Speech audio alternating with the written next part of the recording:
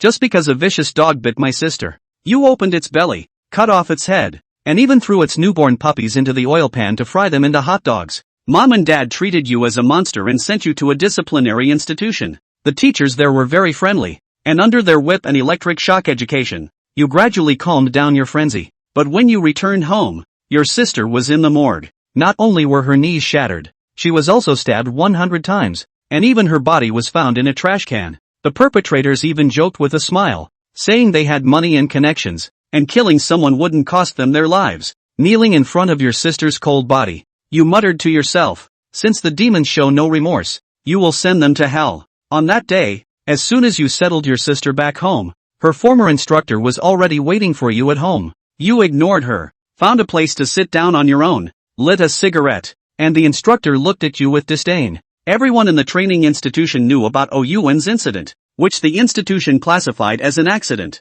You slammed your fist on the table, anger boiling up. My sister was stabbed 100 times, and you tell me it's an accident? The people in the educational institution are all blind. How can you speak like this? I didn't make the determination on this matter. If you have a problem, go talk to the institution's leader. I'm just here to pass on the message. And the instructor was visibly annoyed. Oh, Jangwo also signaled you not to speak too much, but to listen first. You suppressed your anger and closed your mouth. The instructor took out a piece of paper, which was the reconciliation conditions set by the other party's parents. If there are no issues, then go ahead and sign it. Oh, Jangwo picked it up and took a glance. You also saw the compensation amount of 200,000 written on it, which made you laugh out of anger. The other party's parents said they would only give you a week to consider. With so many cases like this happening every year, only a few actually receive the money in the end, so you should be content. Although the instructor came to discuss, the tone was full of threats. Li Qiulan held the reconciliation document,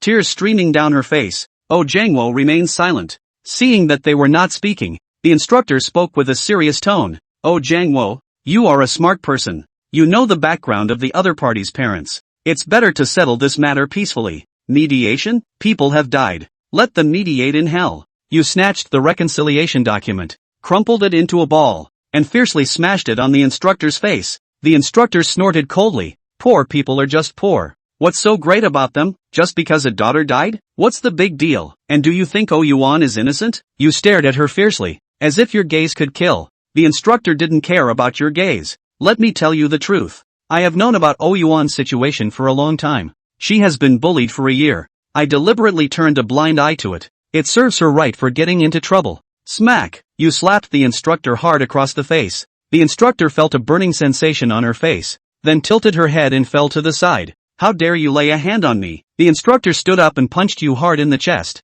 but she was still a woman, so the punch felt more like a tickle. When the instructor hit you with the third punch, you grabbed her hair and followed with a knee strike, kicking her directly in the eye. She screamed in pain, quickly covering her face with her hands. However, you didn't stop, hitting her continuously with great force. After a few strikes, the instructor's nose and eyes were streaming with tears and blood. You're finished, daring to treat me like this, she threatened. You grabbed her hair again, pressing her hard against the wall and started hitting her. After the third hit, she fainted. You kicked her head a few more times but were still not satisfied. Turning around, you took out a kitchen knife, ready to strike her head. It was then that Oh Jangwo and Li Qiulan reacted and hurried over to stop you. With your parents holding you back, your mind finally calmed down temporarily. You were too impulsive. What will you do after beating someone like this? Oh Jangwo was at a loss, not knowing what to do.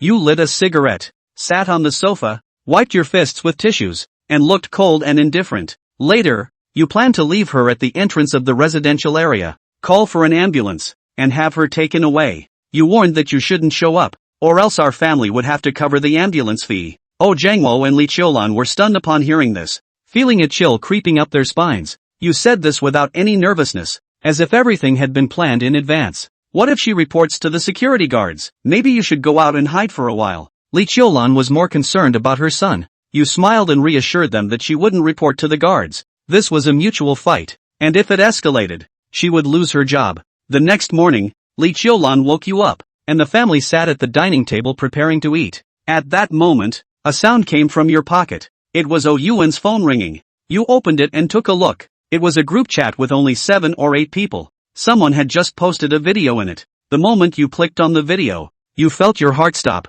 The protagonist of the video was your sister Oyuan.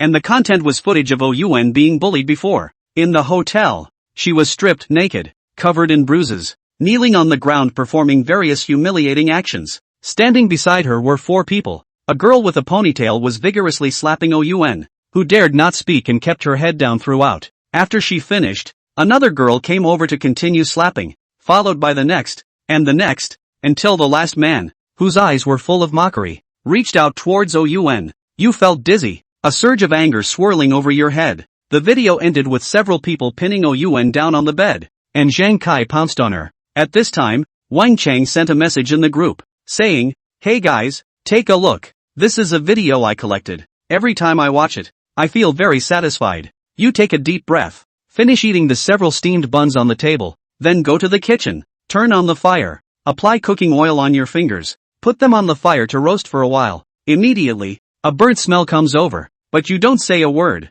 Instead, you look at your palm, realizing that all your fingerprints have been burned off. You grab a knife, go out, and after about 10 minutes, you stand at the entrance of the club. Instead of entering through the main entrance, you go around to the back staff passage. After changing into work clothes, you find a cart and go knocking on each door. "Hello, may I ask if you ordered drinks?" Walked to the Diamond Charter room. Chen Shang pushed open the door and saw an extremely disgusting image appear before him. There were 7 or 8 disheveled women inside. In the center sat a man. He didn't look old, but he had heavy dark circles under his eyes, and he looked as if his body had been hollowed out by booze. The table was filled with drinks, all at a great price. Seeing this person's face clearly, Chen Shang's heartbeat suddenly accelerated a few times. This is Wang Chang, the guy who posted the video in the group. Mud. When did I order drinks? Get the hell out of here. Wang Chang saw Chen Shang and was very angry. He was just about to start playing himself. Why did a waiter suddenly come in? Isn't that a spoiler? A room full of women, too, looked over playfully. Chen Shang didn't say anything and turned around to push the cart out. Dumbass. Grass. The quality of the waiters in this club is getting worse and worse. Wang Chang did not have the good sense to curse on. However, instead, Chen Shang just sent the cart out, but he himself turned around and walked back in. He took off his jacket and took a step towards Wang Chang. You want to die? Wang Chang was used to being arrogant here. Which of these people didn't bow and scrape when they saw him? The waitress looks pretty cross. You are Wang Chang. Chen Shang squeezed 2 words out of his mouth. Cold, and without any temperature. You know Grandpa's great name? Wang Chang felt a bit strange and looked towards him. Chan Sang comes over the top with a leaping leg kick, a direct hit to Wang Chang's heart. Ah! Wang Chang was shocked by the suddenness. I didn't think the other side would dare to make a move against them. Here the guest is God. What right does a little waiter like him have? But he soon learned that it wasn't as simple as doing it. Today is likely to be the end of myself. Chen Shang drew a knife from his arms. The cold light from the tip of the knife flashed along the dim light in the booth. Wang Chang's heart immediately shrunk. The women next to him were all screaming to get out as well. But then they realized that the doorway was blocked by the trolley and they couldn't get out at all. Chan Sang picked up the microphone. The voice said calmly, "Women, all stand aside and watch. I'll kill whoever dares to make a sound later." A word that made everyone in the booth stop moving. Those women who had just tried to run for their lives, no one dared to run out again. Much less shout. Just stand there quietly, like a schoolboy who's made a mistake. They all want to live. And the man in front of me looks like an outlaw. Who the hell are you? I have no grievances with you. Why are you dealing with me? Wang Chang sat on the ground and shouted. Chen Shang slashed without saying a word. The knife stabbed him directly in the belly of his calf. Ah! Wang Chang let out a miserable scream from his mouth. He was not a fine fighter to begin with, and his body was even more hollowed out long ago. Facing the lean and strong Chen Shang, he could only take a beating. Besides, the other guy was holding a knife. He's just a lamb to the slaughter now. Chen Shang drew his knife out. Blood immediately spurted out. The whole booth was filled with the smell of blood. It's disgusting. Who the hell are you and what the hell do you want? I can give you money. I can give you a lot of money. I'll just transfer the money to you on my cell phone, okay? Wang Chang only wanted to live now. This cut had already caused him pain. It was never him who bullied others. He never thought being bullied would taste like this. Chen Shang slowly bent down, his eyes bloodshot. His own sister was bullied by people like them, and that's how it ended up like this. Starting with this man today, he will make everyone pay in blood. Pust. Chen Shang made another cut, stabbing him in his soft underbelly. But this time, Chen Shang pinched the tip of the knife and stabbed it. The cut was not fatal. Wang Chang rolled on the ground in pain and coughed out a mouthful of blood, covering his stomach. He kept backing away, his whole body cowering in the corner. Big brother, I'm wrong. I'm really wrong. Please, can you let me go? I'll be your little brother from now on. From now on you'll be me. I'll do whatever you tell me to do. See if that's okay? Chen Sheng yanked him by his hair and leaned close to his ear. When you bullied my sister, did you think that you would have this day? Boom! Wang Cheng's entire body was confused when he heard this. His brain was spinning fast, in savoring the words. His sister? Could it be that woman? Hope Chen? Never heard of her having a brother. Chen Yuan is dead. He must be here for revenge. Chen Yuan is so soft and weak, but she has such a raging brother. Big brother, listen to my explanation. This matter has nothing to do with me. It's all Zhang Kai and the others. I just listened to them and lightly slapped Chen Yuan. I really didn't think things would turn out like this, and I didn't think they'd kill anyone. Please let me go this time. Not caring about the pain in his body, he knelt on the ground and kowtowed to Chen Sheng to apologize. It was a different person from the arrogant and domineering way he had just been in the group. How could Chen Sheng not know his nature?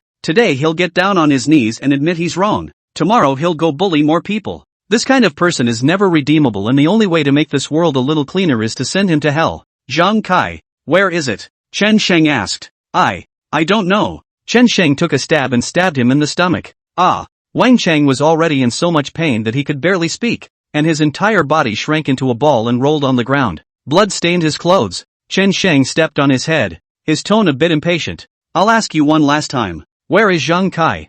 I don't know where Zhang Kai is. I know that Wang Yuehong has a birthday today, and they're all celebrating at the Happy Singing KTV. They also called me over, but I didn't go. The room number is 605. Wang Yuehong, one of the 4 demons who bullied his sister. That's good. Big brother, can you let me go to the hospital now? You've already beaten me like this. I really know I'm wrong. Wang Cheng's voice was filled with sobs. Don't mention the mess. The women didn't dare move when they heard that. All looked at Chen Sheng. None of them dared to move until he gave the word. Chen Sheng let out a cold smile, then went around behind him, grabbing his hair with one hand and placing a knife on his neck with the other. Wang Cheng froze. The first thought that popped into my mind at the moment was that it was over. He's so young. Is he going to die? Instantly the crotch of his pants was a wet mess. His limbs flailed desperately, but he was unable to break free from Chen Sheng's steel jaw-like hands. Chen Sheng's cold yet steady voice came from his ears. Don't worry. I won't touch your family because you are not the direct culprit of my sister's murder.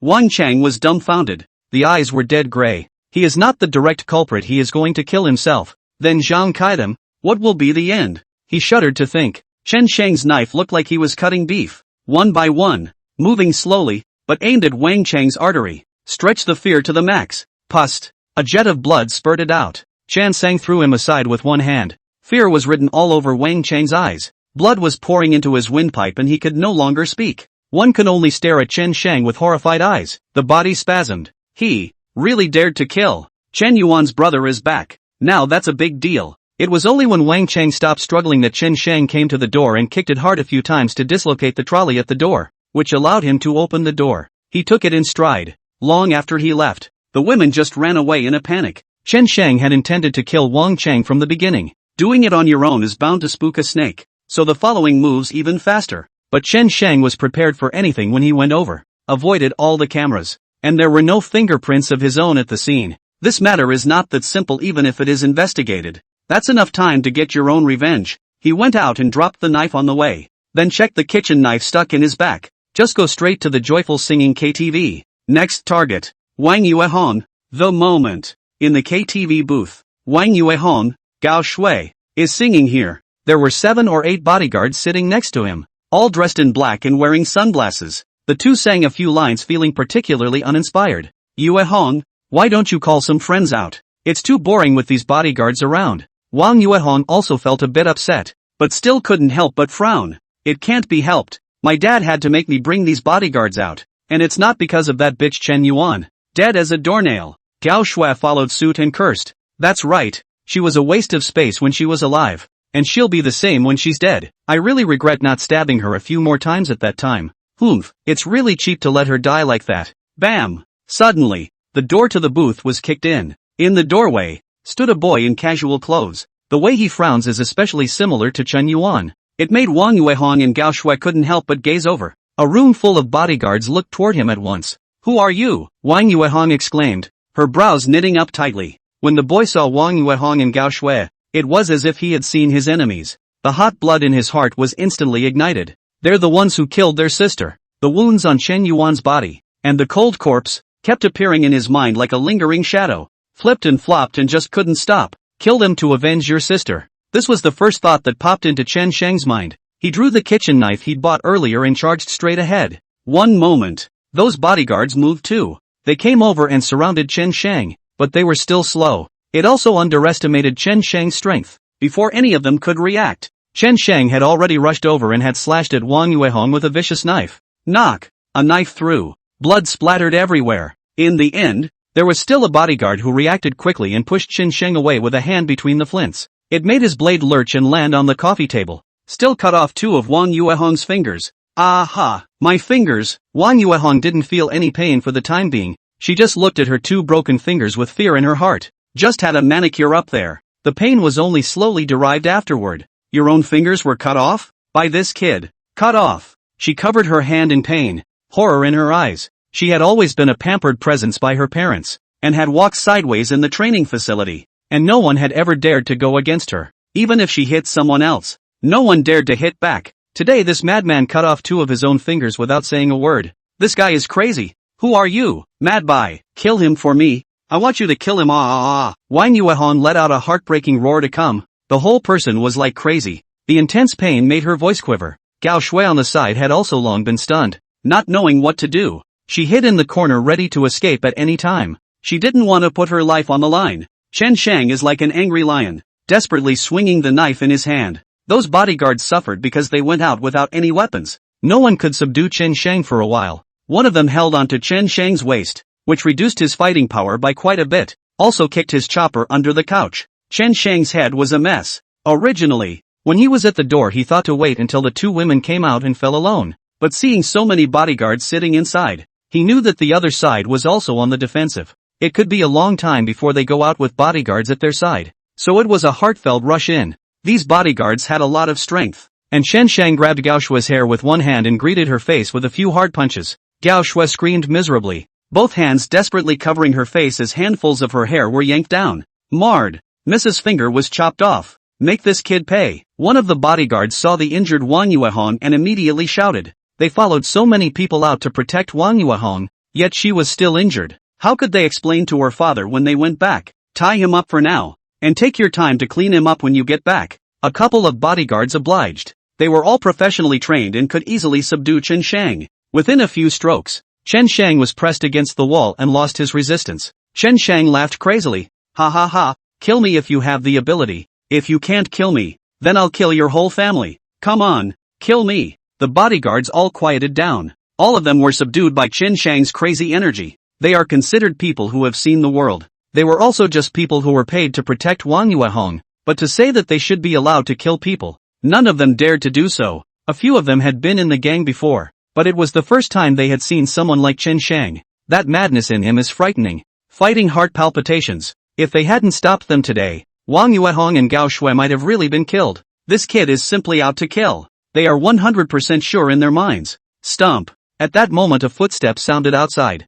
It's the guardsmen arriving. Guardsmen's headquarters. Chan Sang was put in solitary confinement for questioning. He acted calmly, as if nothing had just happened. Everything seemed to be in his calculations. Wang Yuehong had two of his fingers cut off. But that's just the beginning. He's going to make those people suffer slowly. The desperation of his sister at first was to be savored by them without a trace. Why did you bring the murder weapon? A nearby guard soldier questioned sternly. Chen Sheng looked up at him and smiled. I didn't bring any murder weapons, and I only met them when I was passing by the KTV. Then what's your chopper? My mom told me to buy it for cooking at home. I still have time to give it to my mom. I have all the invoices for the choppers. Your invoice is from yesterday. Oh, I've had a lot going on at home lately. I keep putting it in my book bag and forgetting to give it to my mom. And as you know, my sister was murdered. That's no excuse. Don't you think we're idiots? How dare I? Tell me why you knew that Wang Yuehong was at the KTV. I don't know. I was planning to go to the KTV to work.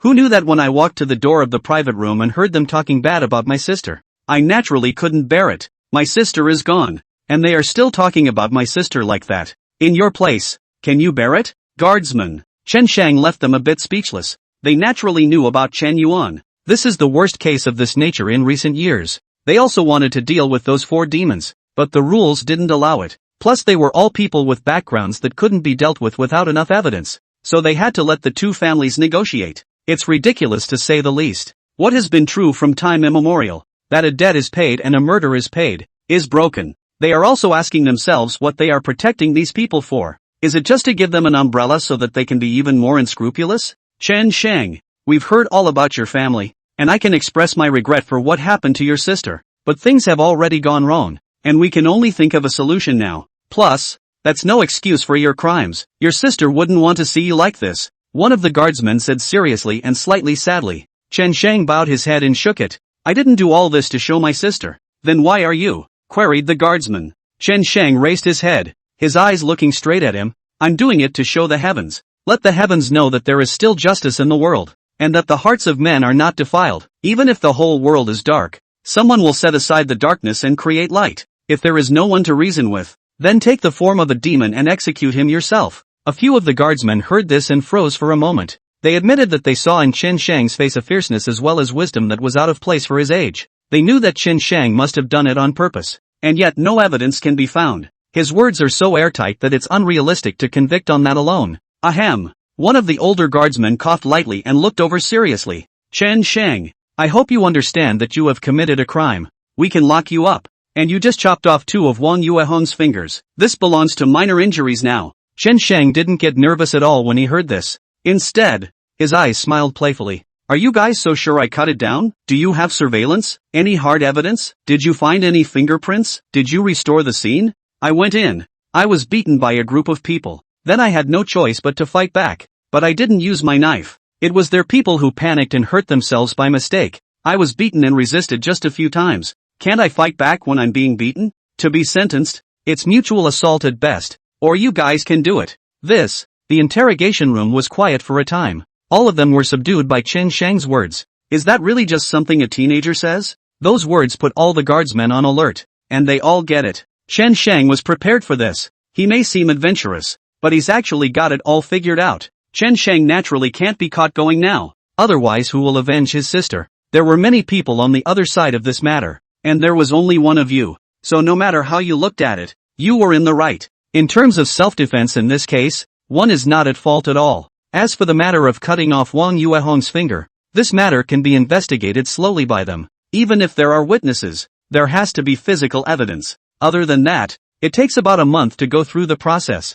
That's enough time for yourself. Midnight, 2 o'clock. Chen Shang was taken out of the interrogation room. The whole thing looks a little groggy and not in the best of spirits. Chen is waiting outside. Seeing him, he rushed over. In a low voice, he said, Chen Shang, what are you doing? Didn't we agree to let your mom and I handle this matter? Have you thought of the consequences if you do this? Chen Shang smiled bitterly. Consequences? Does he even care? Right now he just wanted to avenge his sister and kill all these assholes. Today this is just the first step in getting your own revenge. He no longer wanted to say anything more to Chen. What's the point even if we get all those people in there? In a few years they'll all be unplugged and out of it. Chen Shang is going to send them all away. One by one. Dad. That's him. He cut off my finger. Suddenly a miserable voice came over. The person who spoke was Wang Yuehong. She and her father, along with Takayuki and Takayuki's mother. Several people stood in the hall. They also looked like they had just come out of a deposition. Wang Yuehong, on the other hand, had just come from the hospital. It was obvious that she was in pain. Chen Shang sneered a few times, thinking that he couldn't stand this much pain, compared to his own sister's pain. This was nothing. You wild bastard, Wang Yuehong's father yelled, 2 steps over, pointing at Chen Shang, his eyes on fire. Chen rushed to hold Chen Shang back. If we have anything to say, we can talk to the guardsmen. You don't scare my child. Grass. The other party sneered a few times. Then his eyes turned cold. I am the chairman of the Hong Chen group. Wang Hongli, have you heard of my name? Wang Hongli? Chen Zhengluo's face immediately changed drastically when he heard those 3 words. Of course he had heard about the Hong Chen group. This is the top-ranked fight group company in North Sky City. It has developed particularly well in recent years. However, along with the listing of Hong Chen Group, a lot of negative news was also rumored in private. Chen wasn't from that circle, but he still heard his friend mention it. The Hong Chen Group hasn't done a lot of those unseemly things over the years. In particular, the chairman of the board, Wang Hongli, is said to have had a lot of bad deeds in his hands, and even a human life. But after all these years, there's no evidence to catch him. Last time, I just heard the class teacher say that the other parents were not weak, but I didn't expect them to be so strong. It was an existence beyond the reach of their ordinary people. Gao Shue's mother, Liang Xiaohong, also walked over. So this is the little brute. Ha, it's true that the upper beam is not as good as the lower beam, and the father looks like he's no good, let alone the child. I don't think that incident before had anything to do with my daughter at all.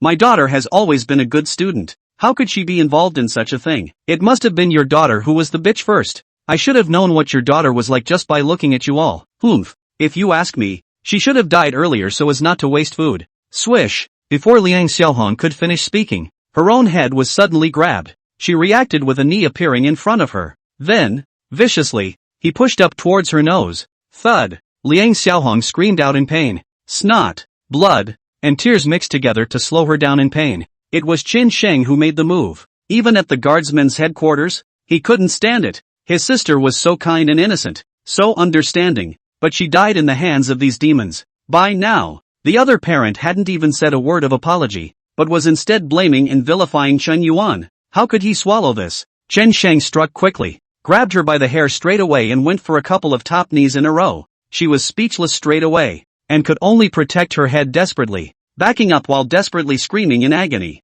Takayuki reacted half-heartedly. Don't you move my mom, she hissed, rushing up and grabbing and pulling Chen Sheng's hair. Next to him, Wang Hongli and Wang Hongwei were up, and Chen Sang fought together. Seeing this, Chen also rushed over to pull the fight. Hey, hey, hey, hey, what are all doing? Do you know what this place is? Stop it all. Stop it. Suddenly a couple of uniformed ones ran from the side and pulled them apart. Gao Shui, Liang Xiaohong, their faces are covered with blood marks. Gao Shui had just taken a punch in the confusion, and her eyes were swollen. Wang Yuehong's just bandaged wound began to bleed again, and squatted on the ground in pain, covering her hand and grimacing. Wang Hongli is bleeding from the corner of his mouth from the beating, and nothing happened to Tran Sang. When he saw the guardsmen coming over, he immediately cooperated by holding his head and crouching on the ground. Little beast, you move, I'll make you never recover. Wang Hongli gritted his teeth and roared lowly. How dare this kid touch him? Usually whoever saw himself was not a lowly existence.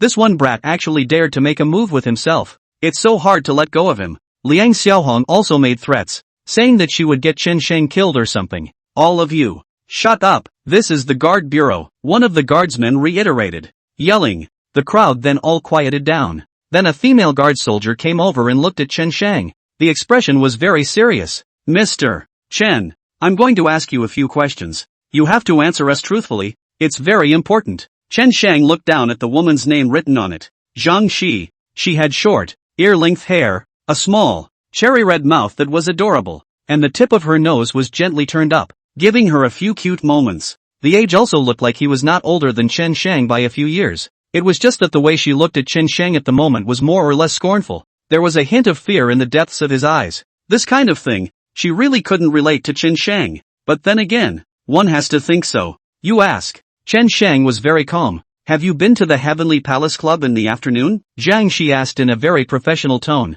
Chen Sheng shook his head. Never been there. Chen Sheng, I advise you to think about it before answering. Otherwise we'll have to investigate according to procedure. Now if you can turn yourself in, we can still give you a chance for a heavier punishment. Zhang Shi's voice raised a few notches, and the several guard soldiers beside her were ready to arrest Chen Sheng at any time. As soon as he confessed, they immediately moved to arrest him. Next to him, Wang Yuehong, Wang Hongli and the others were all puzzled. Thinking to himself, he wondered what this kid had committed that could make all these guards and soldiers so nervous. Chen was also confused. They hadn't heard about the heavenly world. I haven't been. Chen Sheng still had this reply. Thinking to myself, let them investigate. It's impossible to find out it's you without a month's time. That's enough January to organize everything on your own. Zhang Shi lightly coughed a few times. Chen Sheng didn't admit it. They really couldn't arrest anyone for the time being. After all, this is what needs to be proven. Zhang Shi took out a document with the case investigation and some photos from the scene. She read in front of Chen Sheng. Around 3:20 p.m., a murder occurred at the Heavenly Paradise Club. The deceased's name is Wang Chang. He had stab wounds on his chest, legs, and abdomen. And the fatal wound was an artery that was cut open and bled to death. Chen Sheng, do you dare to say that this matter has nothing to do with you? The last sentence was practically yelled out by Zhang Shi. She was very puzzled. What kind of person is it that can strike so hard, completely treating life like a child's play? But Chen Sheng was clearly a student. Did he really do it? Zhang Shi was also skeptical in her mind. What did you say? Wang Chang was killed. Wang Hongyue and Gao Shui were directly dumbfounded when they heard this. Suddenly it was an inexplicable fear that spread. Wang Chang was still chatting with them in the afternoon, and a few of them were still joking around. So how come they were killed now? And the other guy hit real hard. It looks like it's aimed at killing him. They all know that Wang Chang is usually timid and hardly dares to get into trouble. And even if he does, he will use money to settle the matter. What kind of person has such a deep grudge against him? The two men looked at each other and immediately thought of a possibility. While they were chatting, Wang Chang sent a video. It's about bullying Chen Yuan in the past. They seemed to have thought of something and slowly looked up at Chen Shang. At this moment, Chen Shang was also looking at them. A pair of blood-red, vicious, evil wolf-like eyes almost gnawed at them. It's him. It must be him. The thought bubbled up in both of their minds together. Guard soldier. It must be him. He's the one who killed Wang Chang. He's a madman. Look at my injuries. He cut off 2 of my fingers and I'm just now catching them. Guard soldiers. You must investigate properly. Take him in. Take him in. It was then that the two thought about how horrible that scene had been earlier. If there weren't so many bodyguards stopping them, they might end up like Wang Chang today. But who the hell is he? Why so crazy? A woman as honest as Chen Yuan would have a brother like that? Wang Hongli and Liang Xiaohong both looked towards Chen Shang as well. This is murder. If this kid really did it, then what kind of existence did they provoke? The expression on Chen Shang's face calmed down as he looked at the guard soldier. If there's nothing else, I'm going to go home. We still have to deal with my sister's business. Zhang Shi was also upset. She tried to hold Chan Sang down, but there's no evidence, so we have to let Chan Sang go. Hey, you have to cooperate with our investigation at all times. You have to be at our beck and call all these years. Zhang Shi yelled at Chen Shang's back. Chen Shang stopped and looked over. Then nod. After that, he left with Chen. Dad, he must have killed the people. What do we do? When Wang Yuehong came home, she rushed to discuss with her father. She was really frightened. If it wasn't for all the bodyguards around today, I could have been killed already. Dad, what to do? She screamed. She shivered at the thought of that afternoon scene. The first thing I felt was that my fingers didn't hurt. Compared to Wang Chang, what is this about himself? He lost his life. Shut the fuck up. You didn't cause this. I told you to restrain yourself long ago. Did you listen to me? Wang Hongli yelled. And his expression was also very gloomy. He's also afraid of not getting killed. No one lives but once. It's especially bad to be missed. He made 2 calls from the car just now. One is to have someone investigate the matter of Wang Chang. The other was to have someone investigate Chan Sang's background. Let me ask you, have you heard of this Chen Shang? Wang Hongli took a deep breath and sat on the sofa. Wang Yuehong desperately shook her head. I've never heard of it. I thought Chen Yuan was an only child. No matter how powerful her brother is, he's still just an ordinary person. What's it to us? Dad, you must have a solution, right? Wang Hongli was a little upset when he heard those words. He wasn't afraid if it was some famous asshole who came looking for trouble. I'm afraid of this kind of nameless brats who don't know the depth of their strikes. And the opponent was in the dark. It wasn't that simple to defend yourself against him. Suddenly, his phone rang. The caller was one of his men, and told him the results of the investigation. Wang Chang was really killed, and died a particularly horrible death. There were a few ladies in the private room at first, but they didn't see each other's faces clearly. But from the description of their height and figure, they should be Chen Shang, but there's no conclusive evidence to determine who it is. After all, the world is full of people with similar body types. Boss, this kid I don't think is simple. You'd better be careful. On the phone, the henchman's voice changed. What's his background? Wang Hongli hurriedly asked. There's not much to say about the background. It's just that there's something about him that's a little bit sinister. Chen Shang went to school in the provinces in high school and hasn't been back in the past few years. One of the training institutions he went to was fully closed and managed, and the folk were so disorganized that there were frequent fights and brawls. But he went over there and in just 3 months, he had the entire institution convinced. Then it took him another year to corral the neighborhood gangsters, and he didn't have many accidents during that time, even a couple of serious injuries that are still lying in the hospital now. But the guardsmen were hard-pressed to find any evidence. But everyone knows he did it. Put the phone down. Wang Hongli felt like something had been shoved into his head, and it was hard to buzz. He fought his way through it too. Knowing how powerful it takes to make a name for yourself in a short period of time and still take in all the neighborhood punks. Chen Shang was just an ordinary person with little background, yet he was able to do all of this in a short period of time. That, in itself, is not normal. Who the hell is that kid? What will he do about it? Do we really have to kill everyone? No, he shouldn't. He should be for something. Wang Hongli bowed his head and fell into deep thought. Chen Shang's house. After entering the door, Chen didn't say a word to him. Been smoking on the couch. There is no one who knows the son better than the father. He could already tell by the look in Chen Shang's eyes. That thing must have been done by Transang. He killed someone. His own son killed a man. It's a road of no return. Chen Shang was impulsive after all. Chen Shang, when I sent you out of town to study, I didn't want you to get into trouble. I wanted you to be a man in peace. But you're still impulsive nowadays. Have you thought about the consequences? He lit a cigarette and took a haphazard drag. Chen Shang's expression was calm, as if everything was planned. I am only from the way of heaven. The heavens have no eyes. Then I will take on the form of a demon to maintain the right path. I told you, I'll make everyone pay for what happened to my sister. For the first time, Chen Zhangwo felt that Chen Shang was strange. It's the kind of strangeness that's so scary that it's hexagonal. The usual scuffling was fine, but killing was something else entirely. This is murder. Have you thought about what your mom and I are going to do? You're the only son we have. Chen Zhangwo's voice was gloomy. He's been pressuring Chen Shang since he came back, just because he's afraid he'll cause trouble. He knew what Chen Shang was. That's why it's even more frightening that he'll explode. When they were young, Chen Shang and Chen Yuan went to school. A vicious dog suddenly came out on the road and pounced on Chen Yuan and bit her. Chen Shang didn't shout or panic at that time, and turned around to get a knife over. Split that vicious dog open on the spot, and finally the dog's head was chopped off. Then Chen Shang calmly sends Chen Yuan to the hospital for stitches and has the doctor give her a rabies shot. That's when the parents were notified. He was alone, but he carried the knife and went to the house of the dog's owner, threw a litter of newborn puppies, all of them, into a frying pan and deep-fried them. Chen Shang was 12 years old at that time, still a child, but the bloodlust and brutality still haunts Chen to this day. It was madness hidden in his blood, and he knew it couldn't be changed. Now that this path has been taken, is there any use in trying to stop yourself? Chen Shang suddenly kneeled down for Chen Zhangwo. Knock knock. The whole room was shaking. Li Qiulan also heard the sound and ran out. Dad. Mom. It's me who's unfilial. But don't worry, even if I have to leave in the future, I'll still give you enough money for your retirement.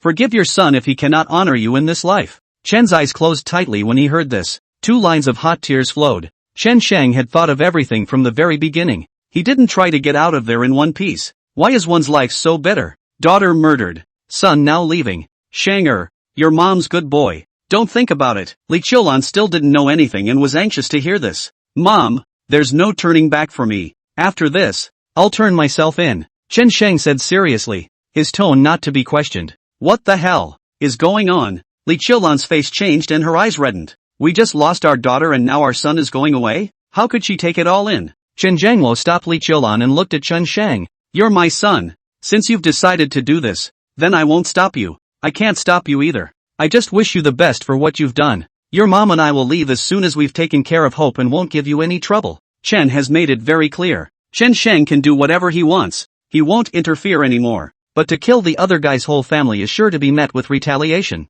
They would hide or leave the place at the critical moment, and would definitely not be caught by the other party to threaten Chen Shang. There's no turning back from this road. Thank you, Dad. Chen Shang kowtowed again. Day 2. Chen Shang received a call from the police station, so he went there. The other side, led by Zhang Kai's parents, offered to pay $2 million to settle the matter, but it was rejected by Chen Shang. He stated that he wanted justice for his sister and that he didn't want a penny. Chen Shang, can I talk to you? Chen Shang went out the door and Zhang Shi caught up. What do I have to talk to you about? Chen Shang frowned. Although Zhang Shi is beautiful and capable, but this character Chen Shang does not like. Completely a public affairs guard soldier. It was this kind of person that Chen Shang was most uncomfortable with. I'm only 3 years older than you. You'd think we'd have something in common. Zhang Shi didn't let go of Chen Shang and blocked his way. Chen Shang sneered, nodded, and went with her to the breakfast place next door. Chen Shang asked for 2 cages of buns. Gulp it up. Chen Shang, I'm also heartbroken that something like this happened to your sister. I also hate those who committed the crime. But those are children. There's no way to sanction them. As much as I'd like to take them in myself, it's the rules and I have to follow them, and I sympathize with you on this. Wow. Chen Shang suddenly raised his hand and lifted the table. He's like a raging lion. Anger instantly attacked his heart. Regulations. What bullshit rules? My sister's life is gone. She's so young. She's only in middle school. More than that, she's been getting 80. She's been bullied. Is there a need for the rules to be there if they are not made for the majority of the people? If it's just to protect those demons, then what are you wearing this uniform for? If you're here to talk to me about this crap, then you can fuck off. Zhang Shi was terrified. The whole thing froze, but she quickly smoothed it out and said seriously, I was trying to say, since things have already happened, why don't you want compensation? You know, this matter if it goes on you will probably get nothing. Why not take this money and honor your parents? Chen Sheng didn't talk nonsense with her and directly turned around and walked away. Jesus can't keep these people alive. The kid didn't ask for money, and he's not even impressed by $2 million?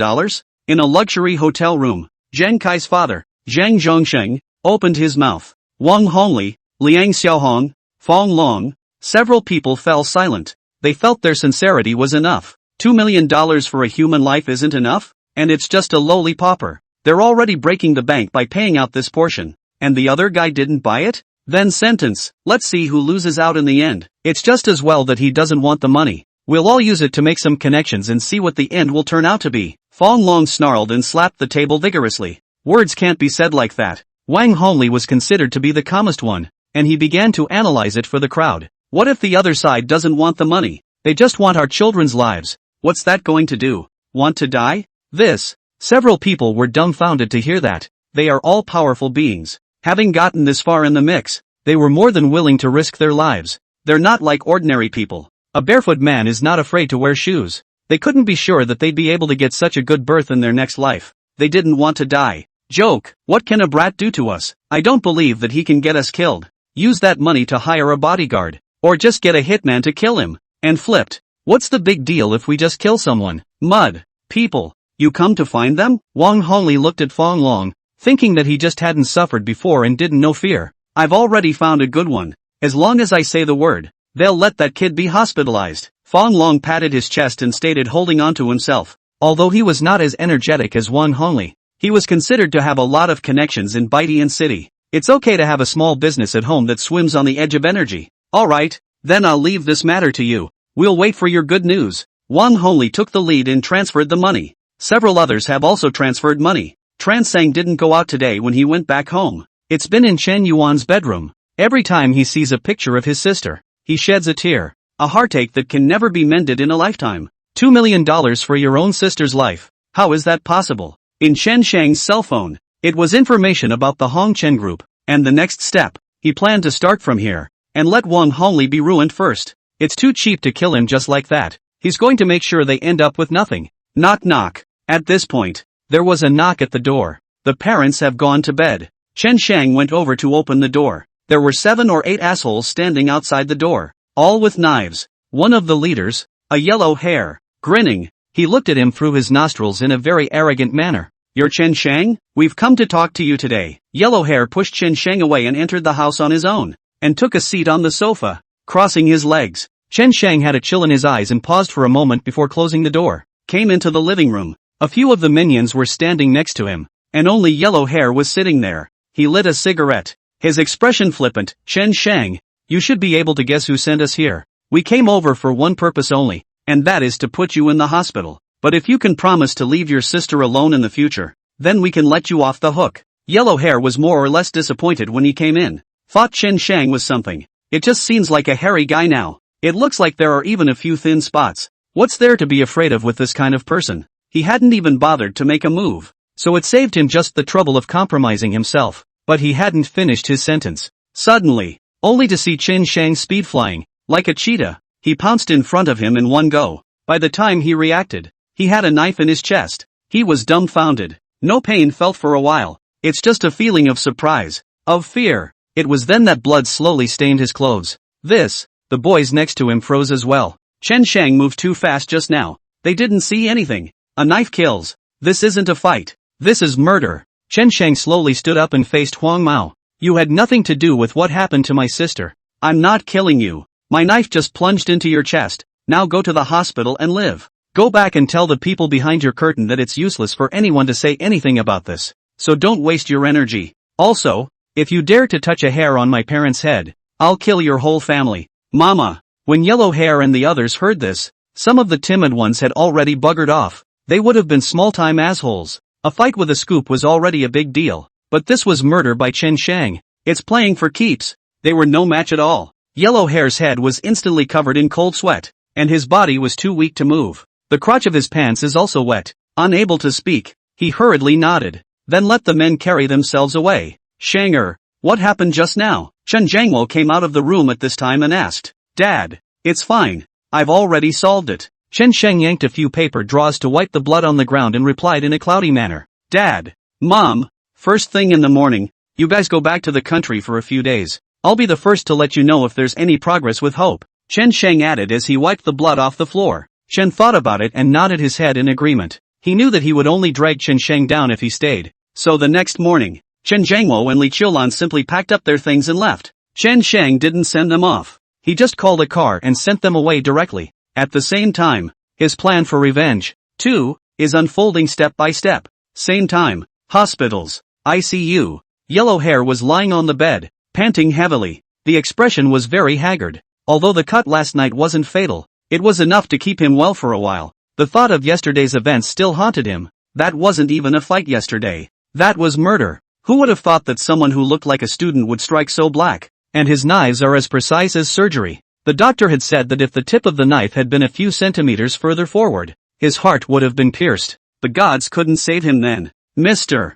Chen, Yellow Hair is never to be touched again. Click. The door was pushed open. A man in a baggy suit walked in. He came in and handed Yellow Hair a card directly. All your money is in there, and if you dare to say anything about Fong, you know what will happen to you. Don't get involved in this matter from now on. Yellow Hair closed his eyes and nodded helplessly. Soon, this matter reached the ears of Fong Long and the other parents. Fong Long was also surprised. Yellow Hair is considered a character on this street. Almost no one dares to mess with him, but he can't even handle a Chen Shang, and he was almost killed back. Why don't we report it to the public? Huang Mao was stabbed by Chen Shang. Liang Xiaohong huffed. You are trying to make me die. Fong Long grumbled without a trace of anger. Wang Hongli coldly said, if this matter is reported to the public, Fong Long won't be able to get away with it. Abetment of crime, Yellow Hair burglary, even home invasion and murder. The other party was only in self-defense. Couldn't hear that for an instant and fell silent. After a while, Zhang Kai's father,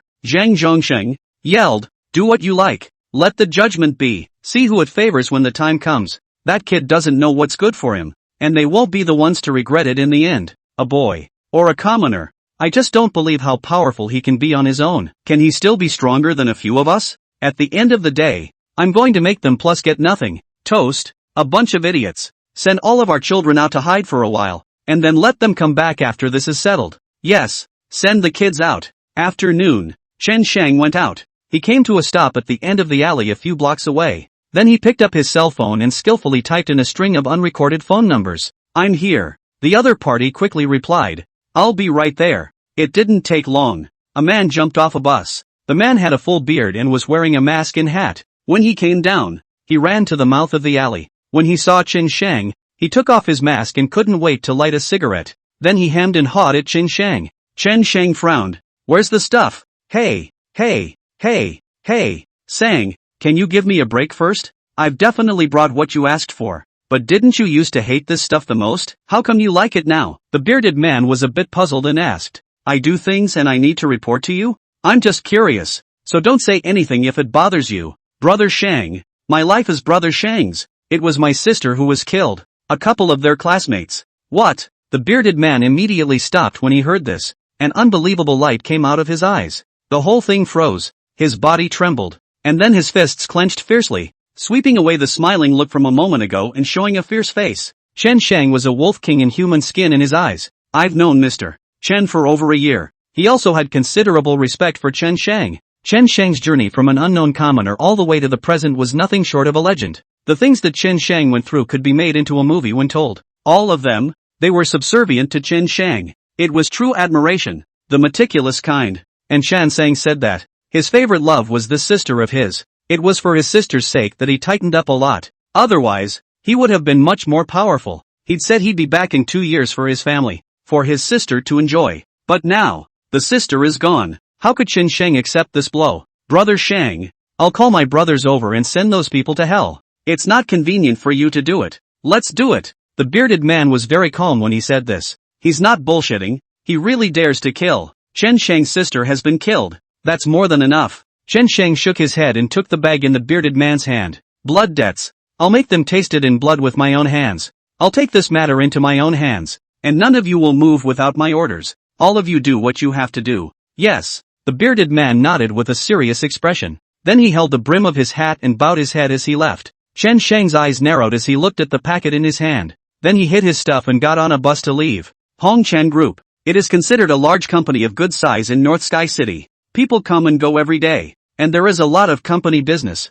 with all sorts of trade going back and forth. There were a dozen security guards at the door alone. This is a recent order from Wang Hongli. He always felt that Chen Sheng was not simple. But then again, I don't think he has the skills to make things happen in his own company. Have you heard? Mr. Wang has recently encountered something. It seems to be his daughter, who is in big trouble. Is that so? That daughter of his? Alas, there's no telling. Doesn't this deserve it? Spoiled since childhood. And now something has finally happened. Oh, now Mr. Wang is going to be in trouble. In the bathroom on the 8th floor, 2 employees were chatting. Both of these men were wearing company name tags and looked like they had just come to work as well. Knock. Suddenly, a man next to him fell straight down, blood starting to come out of his head. The other man screamed and was about to run out the door, only to be grabbed by the hair from behind. And then he didn't know anything. A few minutes later, with a mask, a wig, and a hat, Chen Sheng came out of the bathroom. Name tags on chests. Just coming out. He headed for the top floor of the company. That's the office where Wang Hongli is. The entire top floor has been converted into an office by Wang Hongli. It's more luxurious than any decoration in the house. It seems like a fancy clubhouse. Fool the security guard at the door with a name tag. Chen Sheng took a big step inside. Wang Hongli is not in the company. The current one is out there talking about things. Wang Yuehong's affair has already burnt him out. It's something he spent a lot of energy going through the motions and dealing with as well. Chen Sheng entered the office and hid a package in Wang Hongli's desk drawer. Then he briefly looked around, made a slight gesture, and immediately turned away. Chen Sheng chose to leave by going down the safe passage in the back. Walking out of the office, he threw off his wig and mask, got on the bus and circled around, then circled back to a phone booth next to the Hongchen Group, sitting on the sidelines pretending to read a newspaper. After about an hour, a luxury car passed by. Enter the company. Chen Sheng glanced at the time and waited for about 10 minutes, then dialed a phone number. Hey, who is it? The phone was quickly picked up, and inside was Wang Hongli's impatient voice. It was his personal phone, usually used only to contact his lover. It's a number no one usually knows. He wondered who the other man was. Wang Hongli, your desk, the 3rd drawer. There's a gift from me inside, Chen Sheng said in a cold voice. You are Chen Sheng. Wang Hongli remembered Chen Sheng's voice clearly and immediately heard it. Chen Sheng didn't talk nonsense and directly hung up the phone, then sat back and watched the fun. Hey, what the hell do you kid want? Over here, Wang Hongli yelled into the phone, but there was no more response from inside. Little brat, do you really think I'll be afraid of you? I'll let you have it in a few days. Wang Hongli cursed and put down his cell phone. That kid really came to my office? He found it a bit unbelievable. There was a security guard outside his own company, and there was also a security guard at the top floor entrance to keep watch. How can a brat blend in so easily? And there's surveillance all around. Wouldn't anyone know he's in here? Out of curiosity, he opened his desk and looked at it. It's a black bag. It seems to hold something inside. What's this? He opened it and looked at it. At once, he was dumbfounded. He instantly knew what it was. It can't be. A horrible thought came into his head. How could Chen Sheng get his hands on this, and unknowingly put it in his office? Either way, it feels impossible. But soon his heart began to beat faster. The whole face changed. If it really was that thing, one situation could be very troubling. He immediately ran to the bathroom, intent to flush it away with water. Just then, the door to his office was kicked in. A group of uniformed guardsmen rushed in and pinned him to the ground in a few moments, snatched the bag out of his hands. One of them swept his gaze sternly across the past. Wang Hongli, now that everyone has been caught, you have the right to remain silent. Wang Hongli's head was a mess and buzzing. Planted yourself? And in such a simple and crude way. I blame myself for being careless. I wasn't even prepared for it. Who would have thought that a brat could make it this far? He's as guilty as he is if anything goes wrong. What the hell is going on in his head? For a dead man? Watching Wang Hongli being taken to the police car, Chen Sheng, who was not far away, slowly got up and left. This is only step 1 of his plan. The fun has just begun. Into the night, the streets of Northern Sky City are lit up. Many young people's nightlife is just beginning. In a bar at the moment, in the VIP room, Chen Sheng, dressed in casual clothes, pushed the door in. There was a middle-aged man sitting right in the booth, and he was waiting for Chen Sheng. That's what Chen Sheng had said before. Mr. Chen, you're here. That middle-aged man didn't dare to be slow and hurriedly stood up to greet Chen Sheng seriously. Chen Sheng graciously sat down and poured himself a glass of wine. Take a sip. How's Wang Hongli doing in there? He's smart enough not to admit anything in there and hasn't said a word of anything extra. Waiting for his lawyer to get there. Well, what I told you before. You can pick up the pace. I want to see results tomorrow. Yes, don't worry,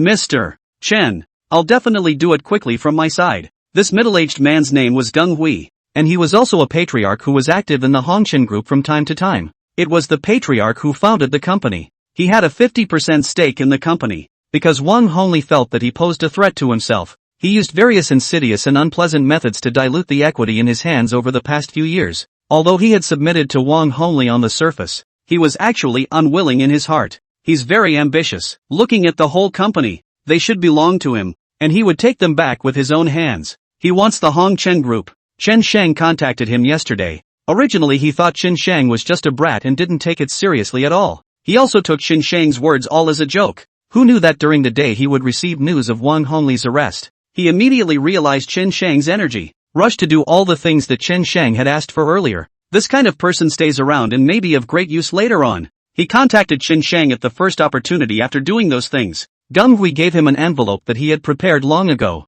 Chen Dong opened it and glanced at it, then quickly closed it again. Then Chen Dong was about to leave. It seemed unwilling to talk more nonsense with Geng Hui. Mr. Chen, you are a talented person. I think we can work together more in the future. Geng Hui hurriedly added. Chen Shang paused for a moment. Sneer. Cooperation? You're not worthy. Chen Shang left with a big stride. Left the bar. Chen Shang opened the envelope and glanced at it. Inside is a piece of paper. It says Wang Hongyue's address and phone number. Chen Shang looked at it and memorized it silently, casually lighting the paper on fire and burning it. 2 hours later, Chen Shang stopped on a motorcycle. After double-checking that the address was correct, he turned off the engine and got out of the car. Standing in the doorway, he took a deep breath. It's true that the Vermilion Door stinks of wine and meat, and the road is frozen with dead bones. These rich people are living too surly. The money for this villa is not affordable for a normal family struggling for several lifetimes, and in their eyes, it's just a small part of the asset. Wang Hongyue grew up in such an environment, so of course she wouldn't put the lives of ordinary people in her eyes. Wang Yue Hong, although you've been cast in a good berth, your life of enjoying happiness ends here. Chen Shang mouthed a silent word and quietly walked in. Cinema Villa. It's a place for the rich. In a 3-story European-style villa on the east side. Wang Yuehong put her cell phone down and paced back and forth in the room with her upset. The expression was anxious. Damn you Chen Yuan, you're dead already. And your brother still wants to bother me. If I had known I should have thrown your body to the bottom of the river so that your family would never find it. I can't even go out and play now. It's all your fault. It's all your fault. And my finger. I'm going to make your family pay. And your asshole brother. I'm going to torture him so slowly that he'll never be able to get away with it. A ferocity that was out of place for her age surfaced on Wang Yuehong's face. Wang Hongli put the word out that she wouldn't be allowed to go out for a month. There were also a number of bodyguards arranged to guard the outside. She was suffocating. She just couldn't understand that her father was going to do this to her because of one Chen Yuan. The Chen family is just ordinary people. Could they possibly have any energy? He himself is the heir to the Hongchen group. Come on man, I want to go out. I want to go play with my friends. Wang Yuehong started to play her little tantrum, opening the door and yelling. A bodyguard rushed in and comforted. Miss, don't make it difficult for us. Your father has personally explained that you are not allowed to leave the house for a month. If you leave, we're all out of luck. Please bear with us a little longer. Shit then. Wang Yuehong stomped her feet in anger. Just then, only a cloud of black smoke rose not far away. There was a fire looming in it. For a while the black gas rushed to the sky. It's on fire. It's bad. The villa's on fire. Come and put out the fire. Only the panicked voices of those bodyguards were heard. Then it's a bunch of people going over to the pool to get water to put out the fire. Miss, hide back in the house. It's dangerous here, the bodyguard outside the door exclaimed. Wang Yuehong was also confused for a moment. Growing up with her parents in the palm of her hand, she'd never been in a big situation and was a bit overwhelmed. Why is the villa on fire when it's not? It's a bit of a coincidence. Boom boom boom. Suddenly, a locomotive roared by. Wang Yuehong watched as a teenager dressed in black drove in. He was wrapped in black, with no sign of his signature, leaving only a pair of eyes on the outside. He had fierce eyes, like a lone wolf. What man, do you know what kind of place this is? The bodyguard standing in the doorway yelled out, immediately drawing the throwing stick at his waist. This teenager pinched the gate and went straight for a nice swing. Throw the rear tire of the locomotive up high. With great inertia, it flew towards the bodyguard. Ah! The bouncer was baffled. The man reacted too quickly, and moves too nimbly. The bodyguard was also a trained man, but he had never seen someone who moved so lightly and coherently. If there are levels, then this person must be a genius-level person. In the second it took the bouncer to freeze, the back wheel of the locomotive had slammed hard into his face. With a swish, the rear wheel of the locomotive spun so fast that it caught the skin and flesh of his face in the wheel. The bodyguard fainted in direct pain. The teenager landed firmly with the locomotive. After that, he took a leaping step and grabbed Wang Yuehong's hair. "Who are you?" "You, I'm from the Hong Chen group." "Knock." The teenager didn't say anything and slammed his fist directly under her left cheek. Knocked her out. Then it was lightly fought over his shoulder and straddled the locomotive. One way to fly away. The bouncers who were putting out the fire reacted then. There was a flurry of people going after it. But how can human legs outrun a locomotive? It's no good. Miss has been taken. Mud. Notify the boss. What's the point of notifying now? You're forgetting that the boss is now locked up. What to do now? I am a good person, but the world is not fair. If I am evil, the world refers to submission. A usual farmhouse. It is far from the city center and has been relocated around. Hardly anyone would come by. Yesterday, Tansen cleaned himself out. In his room, he turned over a few pictures of his sister as a child. The context is here. It was a wonderful memory for him and his sister. As a child they lived as a family of 3, poor but happy. While his parents worked in the fields, he and his sister played in the yard. Often play all day long. Chen Shang remembers his sister making all kinds of treats out of mud and playing house with herself. If this place wasn't a bit more concealed, Chen Shang really wouldn't want to come over. When he enters this place, he thinks of Chen Yuan. It was the pain of his life. Chen Shang threw Wang Yuehong into the yard like he was carrying an animal. Wang Yuehong rolled all over the dirt. The top of Emma's dress was covered in wretchedness. Only gradually did she open her eyes. "See what's in front of you." She blushed in horror. This is Chen Shang, Chen Yuan's brother. He sat facing himself and smoked. Couldn't see any expression on his face. What she was most afraid of was Chen Shang's face, which was expressionless but the most ferocious, because from his eyes, Wang Yuehong couldn't tell if it was joy or anger. It made her heart skip a beat. But he didn't kill himself. Maybe he wanted to use himself as a hostage for money? "This is where Chen Yuan and I grew up. Where you're sitting. That's where my sister and I used to play. My sister liked to play house there." Chen Shang's voice was quite calm, and it didn't seem like he was capable of committing murder at all. These words made Wang Yuehong's scalp tingle. Chen Yuan was killed by her after all. This is also Chen Yuan's previous residence. So who knows if something strange will happen. "What do you want?" "My dad will get someone to kill you. You better let me go now. I can pretend this never happened. Or if you want money, I'll give you as much as you want. Just name a number." Wang Yuehong opened her mouth trembling. "Money?" Chen Shang's face was more than a little mocking. "If I wanted money, I would have asked for it in the first place. Why wait until now?" Chen Shang arrived in front of Wang Yuehong and looked down at her. "Ah, don't you hit me. I'll listen to you and everything, okay? You let me call my dad and he'll pay you for sure." Wang Yuehong cowered in fear and covered her face with her hands. She had long forgotten at this moment how arrogant she had been in front of Chen Yuan. "Are you afraid?" Chen Shang grunted. Miss Wang, who usually stands tall and doesn't put anyone in her eyes, would also be afraid? Chen Shang snapped and slapped her.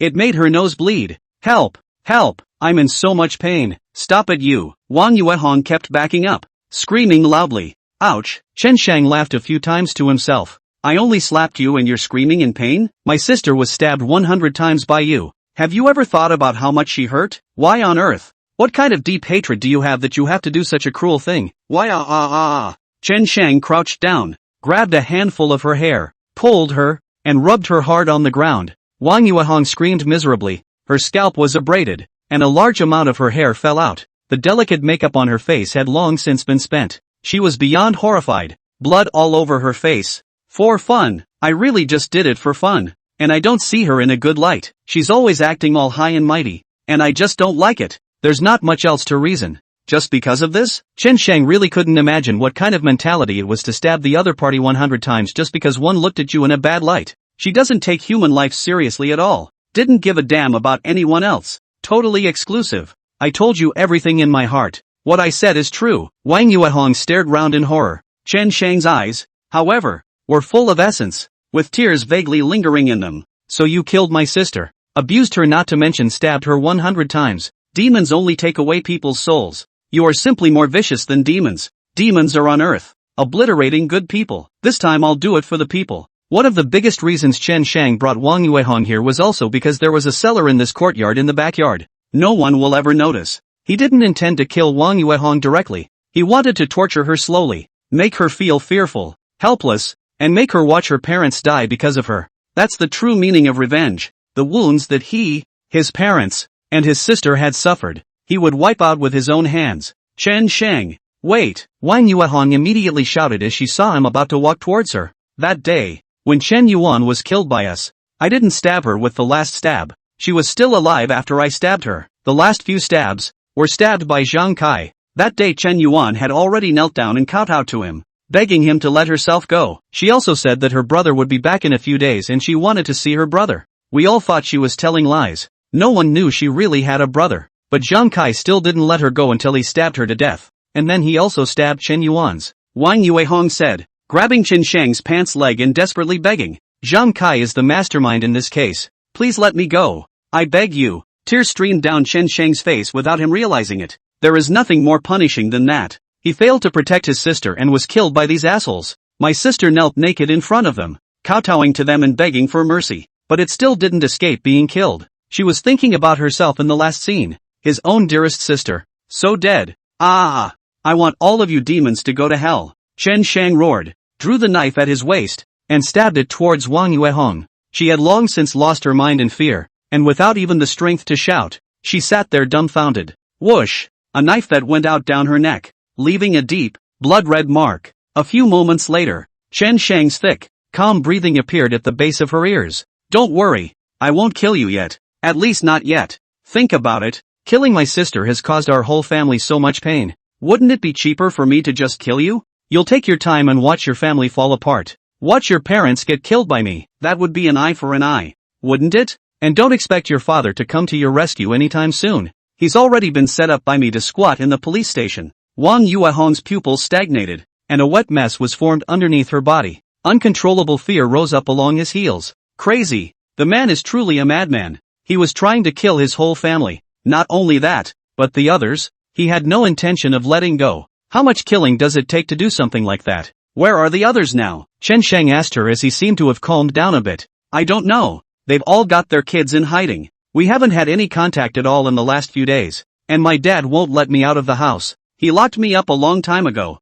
I really know I'm wrong. Please forgive me this time. I'll do my best to make it up to you for what happened to Chen Yuan. I won't dare to bully or harm anyone ever again. Woo woo. Wang Yuehong cried out in fear. Ever since he was a kid, he had his father to help him with anything that went wrong. She was even less afraid of anyone. This time he was really scared. Chen Shang is simply an outlaw. He just had to kill them all to avenge his sister. Chen Shang looked at her with cold eyes. Some mistakes can be made. Some mistakes made are a road of no return. He grabbed Wang Yuehong's hair and brought her to the backyard. Open the cellar door. Chen Shang threw her in. Wang Yuehong fell down to the cellar, first screaming miserably. Then a heart-rending and terrified voice came over. The cellar hadn't been tended for a long time, and all sorts of worms and rats thrived in it. Just now, Wang Yuehong was sitting on her but on a few rats. The stench, the unpleasant odor, made her so frightened that she could only cower in a corner. When had her Missy status ever experienced this? Chen Shang gave a satisfied look. You're going to face the most painful days of your life next.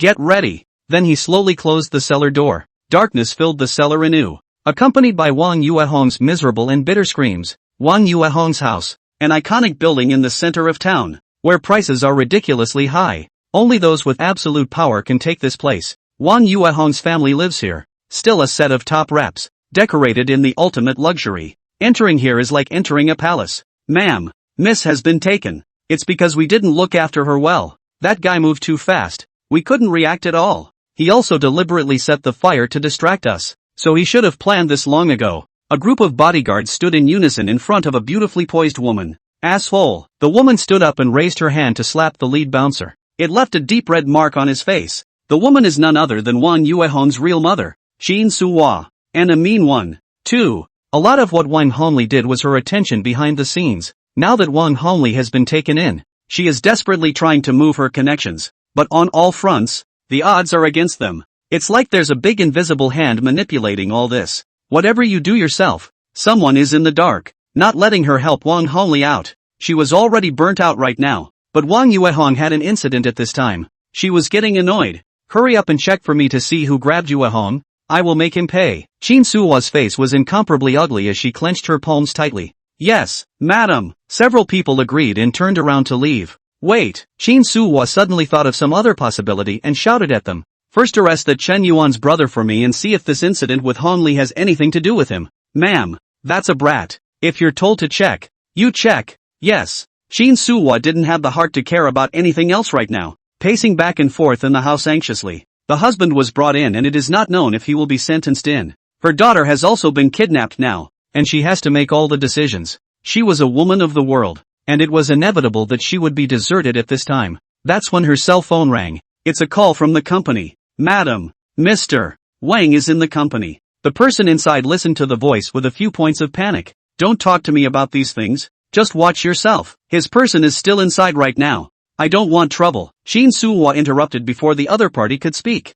yelling, okay. The caller had to hang up first. He was going to say that someone had already started to lay hands on Wang Hongli's company shares. This won't last more than a week and he'll regress from being the biggest shareholder to the AGM bench. But by the sound of it, his own concern seems superfluous. At this time in the guardhouse, Wang Hongli is meeting with a man who wears glasses and is quite smart. This is his lawyer. Competence is strong. Any case can be done beautifully, no less for the Wang family. But today, all you could see on his face was helplessness. Mr. Wang, your matter is also being investigated on the side of the police department, but the situation is very unfavorable to you, he said honestly. It must be Chen Shang, it's that kid who set me up. Wang Hongli was on the verge of breaking down, grabbing the lawyer's collar and yelling. He's never been so out of it. He never dreamed that he would be victimized by a brat like this. He was always the one who shaded others. When would this happen to him? He's weird, too. How did a brat plan so well? How did he have such guts?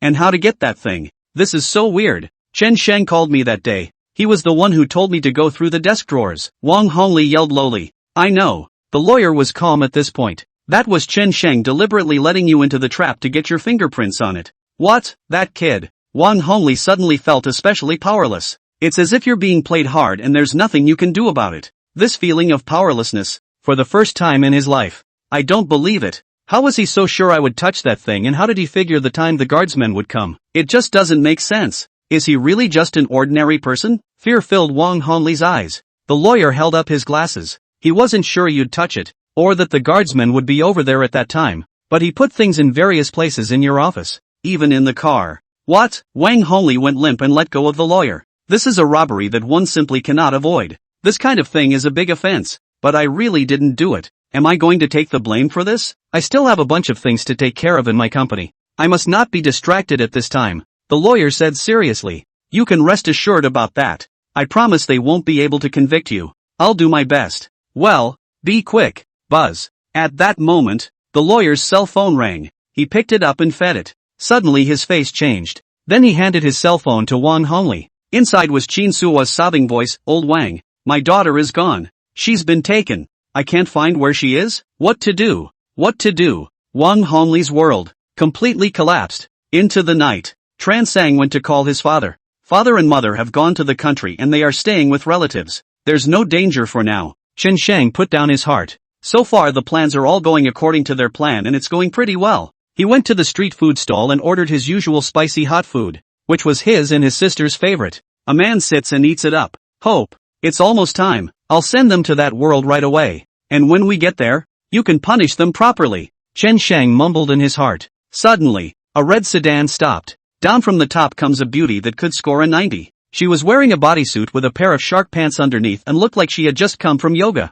Chen Shang, I've finally found you. Zhang Shi sat down and a fragrance came with the wind. Chen Shang looked at it, didn't squeak, and continued to eat with his head down. Boss, have an identical spicy hot pot, Zhang Shi exclaimed. A short while later, the spicy hot pot came up. Zhang Shi took a big bite. At the same time, she pretended to be oblivious and said, Mr. Chen, has anyone ever said that you're a sweeper? Ever since you came back, big things have been happening one after another. First Wang Chang was killed, then Wang Hongli was framed and imprisoned, and now Wang Yuehong has been kidnapped. Don't tell me you had nothing to do with any of these things. A 3-year-old wouldn't believe it. Chen Sheng took a sip of the soup with a languid expression. When she was alive, my sister's favorite food was the spicy hot pot here, because it's numb enough, spicy enough, and big enough. Chen Sheng, I'm giving you a chance, and I advise you not to drink to your honor. We will investigate this matter sooner or later. You think what you did was flawless? It's simply full of holes in our eyes. Zhang Shi's small face sank.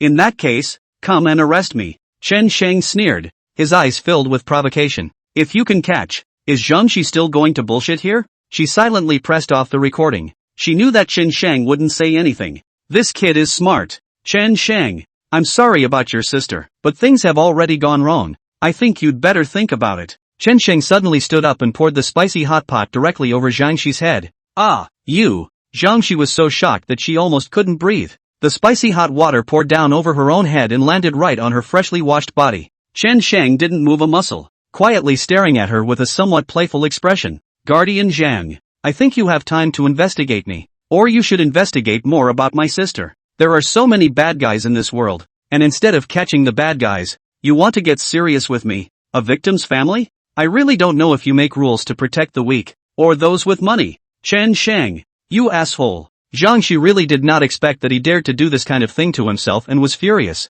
Chen Sheng suddenly bent down and stared at her earnestly. That's right, I'm not really assaulting you, am I? I'm just irritated because of my sister's incident. I accidentally poured spicy hot pot on your head. You have no reason to arrest me, right? Zhang Shi was blinded for a moment. This kid, he's been thinking about all this from the beginning? Is this really just a student? But she really had no words. Without sufficient reason, one could not arrest Chen Sheng back. Chen Sheng sneered, wiped his hands, and did not even look at Zhang Shi before turning to leave. Brother Fong, I've heard that the Wang family is a mess right now, and Wang Yuehong was kidnapped this afternoon. Things may be more serious than we thought. Why don't we go out and hide too? Bar, in a booth. 3 men are sitting here, discussing things. Fong Long sat in the center, his brow furrowed. He had naturally heard of these things, but not quite convinced. Because I can't believe it. Believe it, and you're done for. This is probably Wang Hongli's previous enemies taking advantage of the opportunity to do this,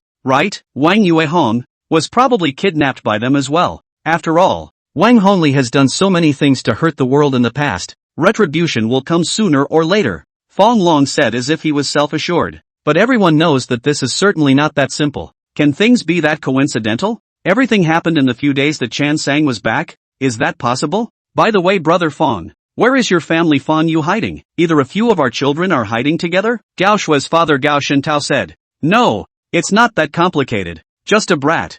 I'd like to see how big a wave he can make. He's alone, and ultimately his strength is limited. How can he still turn over the sky? The two next to him both nodded in agreement. That's right, it's just killing a poor guy. What's the big deal? The guardsman headquarters side didn't even say anything. What's he fooling around for? Even if we follow the program, we're not afraid. He's had to pay him back before. He's the one who kept disagreeing. A brat. I don't believe he's that powerful either. In the meantime, in the next booth, Gung Hui is leading a drinking party here. The last few days have been smooth sailing for him. The equity boost is pretty quick. In a few days, he had already taken all the wealth that Wang Hongli had worked for more than 10 years. He couldn't have been more pleased. He knew that it was mostly thanks to one person, Chan Sang. Thinking of this, he picked up the phone and dialed Chen Shang. Mr. Chen, Hong Chen group of things I have done pretty much. I would like to report to you. Just Wang Hongli's wife, Qin Suwai is still a bit of a problem, but I can handle it. Chen Shang's icy voice came from the phone.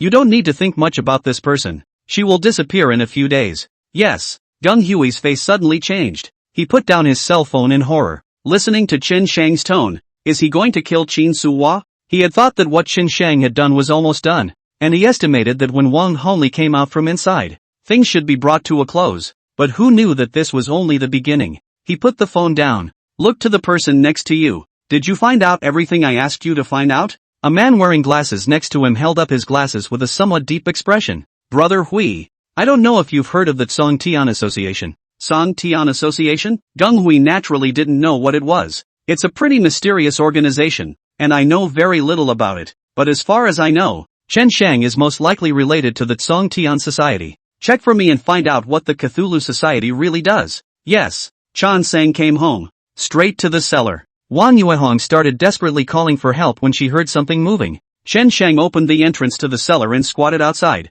looking over with cold eyes. Big brother, please spare me. Can you let me out? It's so dark in here, and there are so many bugs and rats. I really can't stand it. Wang Yuehong was kneeling inside, Her body was covered in sludge everywhere and rolled black. You can't even tell that the original designer clothes were on. There was a strange odor that made you feel sick. Blood and various types of sewage mixed together on his face, and his big tearful eyes stared at Chen Shang. Her previous condescension and bullishness had long since vanished. Her heart was filled with fear. She knew that the man in front of her might actually kill himself. She couldn't stay in this hellhole a minute longer. All she wanted to do was beg Chen Shang to let her go. Just want to get out of here. She couldn't tell you how much she regretted it in her heart. However, Chen Shang did not have the slightest bit of pity to speak of in his eyes. Instead, he felt a bit ridiculous. It's only just begun and you can't stand it already? The pain my sister felt in the first place. The hurt she suffered. You've only repaid a little of it. You guys have been aiding her for so long. Have you ever considered her feelings? Who have you thought about her when she came home under so much pressure and lived in fear every day? What did she do wrong? Is it wrong to have low self-esteem? Being poor is also at fault. Chen Shang hadn't wanted to get excited, but when he thought about what had happened regarding his sister, he couldn't suppress the spurt of anger. I'm wrong.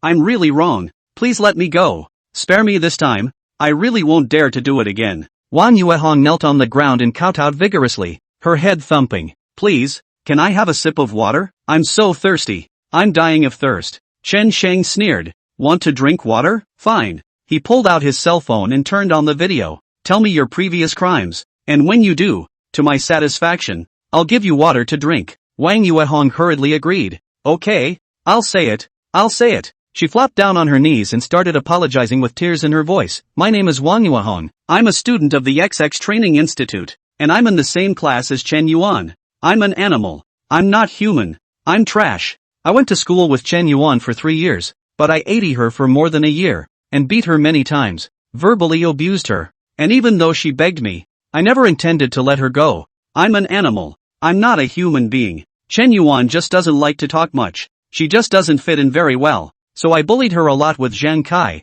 Gao Shui, and Fang Yu based on the fact that my family was rich. That night, the 4 of us tricked Chen Yuan out, and Zhang Kai told Chen Yuan to kneel down, but Chen Yuan said nothing. She said that her brother was coming back, and that she wouldn't be bullied by us in the future, and asked us to let her go. A person who is usually always bullied by us even dares to go against us? We were instantly enraged, and Zhang Kai rushed up and slashed a few times. Then it was Gao Shui, Fang Yu and me. Each of us stabbed Chen Yuan many times. In the end, when Chen Yuan died, Zhang Kai suggested throwing her in the trash. And anyway, several of us were related in our families, so the big deal was to pay for it. And none of us lacked the few dollars, so none of us took it seriously. This is all my fault. I shouldn't have bullied anyone. I shouldn't have bullied Chen Yuan. Chen Shang's eyes reddened once again. My sister was trying to hold her head up in front of herself and didn't want her to know that she was being bullied. She wants to fight 80 with her strength. These demons, however, simply won't leave her alone. If he had come back a day earlier, things wouldn't have turned out this way. If he had known about Chen Yuan's bullying earlier, the situation would have been much different. It's too late for anything now. People never come back. Chen Shang closed the cellar door with a pang and left. Hey, where's the water you promised me? I said everything I needed to say. You can't keep your word. Wang Yuehong's scream came from inside. Water, of course, will be given. It's not like Chen Shang is a man of his word. After a while, Tran Sang came carrying a pot of hot water. The moment the cellar was opened, hot water was poured in. Ah, it's hot. I don't want hot water. I want cold water. How am I supposed to drink this? Chen Shang poured it down on her, and she had no place to hide. The body was immediately burned. She didn't take a sip from this jug of water, and got burned half to death. Chan Sang reclosed the entrance. Wang Yuehong curled up inside and cried out in pain. She thought of what Chen Shang had said earlier, that the pain had only just begun, and that her days of enjoyment were over.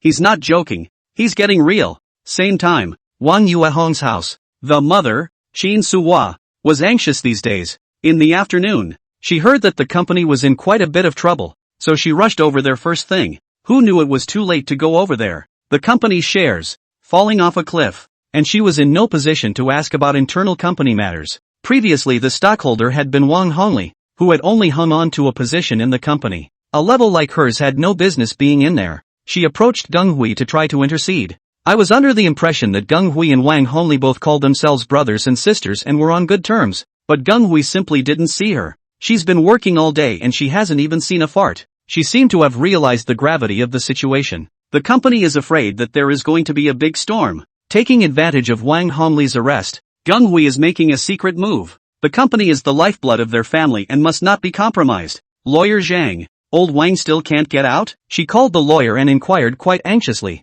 Mr. Wang's matter is not troublesome, but there is a process. Don't be anxious, madam. He will be out in a few days. The lawyer replied over the phone. She dropped her heart when she heard that. But the situation is tricky enough as it is, and when Old King comes out, how will things turn out? She shuddered to think. Ding dong. I had just put my cell phone down when it rang. She subconsciously glanced down. It was a video from Wang Yuehong's cell phone. Daughter. Startled, she rushed to open it and look at it. Wang Yuehong has been missing for 2 days. In the past 2 days, people from both the white and black sides have been searching for it, but there's not a single clue. The white trashers have spoken. The person who took Wang Yuehong may be a repeat offender. He was professional and avoided the cameras on the way here. Locomotives are not traced at all without number plates. Add to that the fact that he left on a mountain road where there wasn't a single camera, and it was even more impossible to find out anything. It would need to be eliminated one by one to do that, but that would take time. The content of the video is Wang Yuehong kneeling on the ground,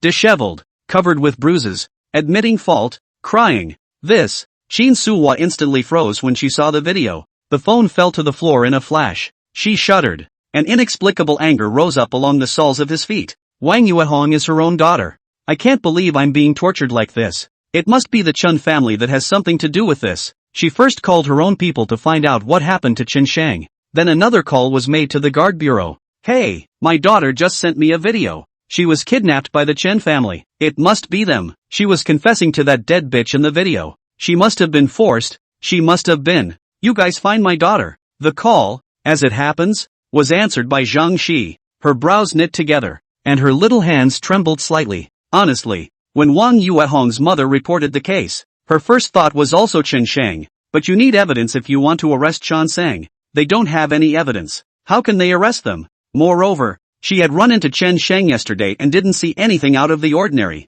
How can we arrest them with just Qin Suwa's words? Mrs. Qin, don't be in a hurry. This we have to verify first. After the investigation there is evidence before we can arrest people. What? More verification? My daughter has already been tortured by him enough. It's still a toss-up whether she can last until then. If anything happens to my daughter, who will be responsible for it? I'm telling you, my daughter's life is worth a lot more than yours. If anything happens to her I want all of you to pay with your lives. After hanging up the phone, Qin Suwa panted heavily, and it took half a day to get over it. She couldn't think much about the company now. Saving her daughter first was the key. Wang Yuehong had been held in the palm of their hands since she was a child. When had she ever suffered this kind of pain? Watching this video of her kneeling on the ground, Qin Suwa's lungs exploded with anger. She planned to make a trip to the Chen family first, thinking that maybe I can find out about my daughter's whereabouts. It must be because of the Chen family anyway. Out the door, she was followed by a dozen men. All were uniformed and looked like well-trained presences. All of you follow me later, and when you get there, smash me hard. I'll make sure they hand over my daughter. That's my daughter. No one can touch her. The people behind them had already prepared their weapons and nodded their heads in agreement. Yes, ma'am. Don't worry. Miss will definitely be fine. All aboard and follow the lady's car. Come on, come on, come on. The group rushed to the car. Qin Suwa, on the other hand, got into a luxury car at the front. When she came in she called her lawyer. Now I'm on my way to the Chen family to find their family. They're the ones who kidnapped my daughter. So it must be them who are wrong. Prepare yourself for me. And if something happens, be ready to help us in our defense, no matter how much it costs. I want all of the Chen family dead, yells the last sentence. Qin Suwa was trembling with anger. Madam looks as if she is very angry. I wonder if Madam has thought about it. If the one who is in trouble is your daughter, would you feel better in your heart? At this time the driver in front turned back and said in a cold voice. He had a baby face and looked cloudy, nothing outstanding. Just a pair of eyes, narrow and bright. It flickered with hidden killing intent. Who is this man? Qin Suwa had a heart attack. This is not his own driver. That's when she got a whiff of blood in the car. A horrible thought bubbled up in his mind. Has something happened to the driver? Did this kid kill the driver? Who the hell are you? You dare to take a shot at my driver? You want to seek death? Qin Suwa shouted. But that's not all. Her hair was then grabbed by the other woman's hand and slammed hard against the roof of the car. With a muffled thud, she felt a burning pain in her head and her head was spinning a little. Who the hell are you? Who the hell are you? The other woman's icy voice pierced her ears gratingly. I'm Chen Shang, Chen Yuan's real brother. Chen Shang turned back with a hideous smile, his expression incomparably fierce. Welcome to hell. Hell. These two words were like a knife, stabbing hard into Chin Suwa's heart. Her whole body throbbed. The first thing you do is call the guys behind you and tell them to stop this car. But at that moment, Chen Shang also began to accelerate. One foot on the gas and the car looked like it was flying, sprinting down the street with no discipline. Chin Suwa kept emitting miserable screams from his mouth, and his body was knocked around in the back row, stomach turning. She'd never seen driving like that. She glanced at the mph meter in a panic. Chan Sang has driven to 180 miles per hour. I can't believe he was going so fast on the viaduct. He's playing for keeps. Chin Suwa's hands trembled so much that she couldn't hold the cell phone, hurriedly grabbing the armrests to sit back down. Her face was getting uglier and uglier. Why is the lady's car going so fast? Everyone, go after them. It's no good. They're going too fast. We can't catch up at all. Why don't we just go to our destination and wait? Good thing. 2. What's wrong with the kid who's driving? Doesn't he know to wait for the car behind him? We'll get him when we get out of the car. The car was going at least 170 plus. Drive that fast. The people in the caravan behind them all lamented. And then they all got off the viaduct and drove to the destination they were headed for as well. An hour later, Chen Shang rode his motorcycle and carried Chin Suwa back. The limo he just threw in the wilderness, where one's locomotive is hidden. He knew it wasn't that simple for the guardsmen to check out his locomotive, even if he was seen. And there's hardly any cameras on the roads in this suburb, so it's not that easy for them to check. Chen Sheng opened the cellar and threw her in. Mom! Wang Yuehong saw the woman's face clearly and screamed out in heartbreaking misery. But the first thought that flashed through her head was thinking of herself. She had the luxury of her parents coming to her rescue. Now the mother was also brought by Chan Sang. What to do with yourself now? Father's still locked up in there now. Aren't they hopeless? Chen Sheng directly poured a pot of water. Only then did Chin Suwa wake up. The makeup on her face was smudged, revealing her ugly face. Daughter! She immediately saw the person rolling next to her covered in dirt and shrieked. But soon the expression was disgusted again. What's that smell on her? It's disgusting. And several parts of my face have been burned and blistered. Mom! We've all been captured by Chen Shang. Who is Chen Yuan's brother? We're in big trouble now. I really know I'm wrong, Mom. Talk to him. I've confessed to him. What else does he want? Our lives are precious. They're not the same as theirs. Wang Yuehong grabbed Chin Suwa's collar and shook it vigorously, yelling, completely acting like a young lady gone mad. Chin Suwa never dreamed that Chen Shang would dare to tie himself over as well. First of all, one has nothing to do with it. Secondly, she is Mrs. Qin, the high and mighty Mrs. Qin. He really dared to do it to himself? Chen Shang squatted at the entrance with interest and looked down at them. The more they suffered, the happier he was. No one who bullies his sister should be left behind. Chin Suwa briefly froze for a moment and quickly reacted. Young man, I know you're not feeling well, and that your sister's affair has hit you hard, but this is just a child's scuffle. They killed your sister by mistake. Who hasn't made a mistake yet? We will definitely give you a reasonable compensation and explanation for this matter. How about I openly apologize to your sister when we get back? Not only that, I contacted a few other parents and together we apologize to your sister. No one wants things to turn out like this. But things have gone wrong and it's still the right time to think of a solution. Don't you think so? And what you're doing now constitutes a crime. You let us both go and this is something we promise not to pursue. You are still young. There is still a long way to go in the future. You can't take your own way to death.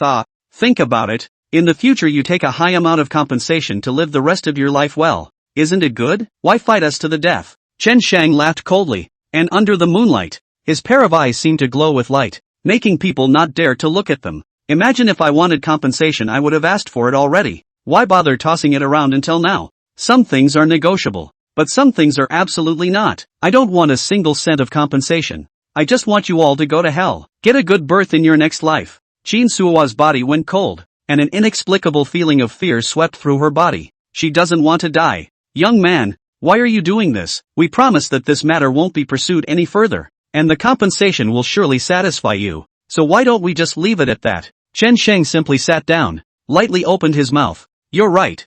I take the compensation after half of the life can definitely live a very dashing, and even become rich in one fell swoop, and never have to go outside to work and suffer again, and even less have to look at other people's faces to act. But the hurt in my heart can never be wiped out with money. From now on I will spend every day in sorrow and self-reproach, every day thinking of my sister, every day tormented by pain, not only me, but my parents as well. This kind of hurt will stay with us for the rest of our lives. Is this something that can be wiped out with money? Money isn't everything. It's just a common tool of exchange. When my sister was in trouble, did you admit you were wrong? Did you apologize? Instead of admitting your faults, The first thing you did was to find someone to clear the air with you, trying to use money to buy your way out of the crime. This path may have worked for you before, but it won't work for me. My sister's life is worth more than anyone else under the sky and cannot be measured in money. She is also a human being. Why should she be bullied and killed by you? The pain she was in, I will let you experience it without fail. When Qin Suhua and Wang Yuehong heard this,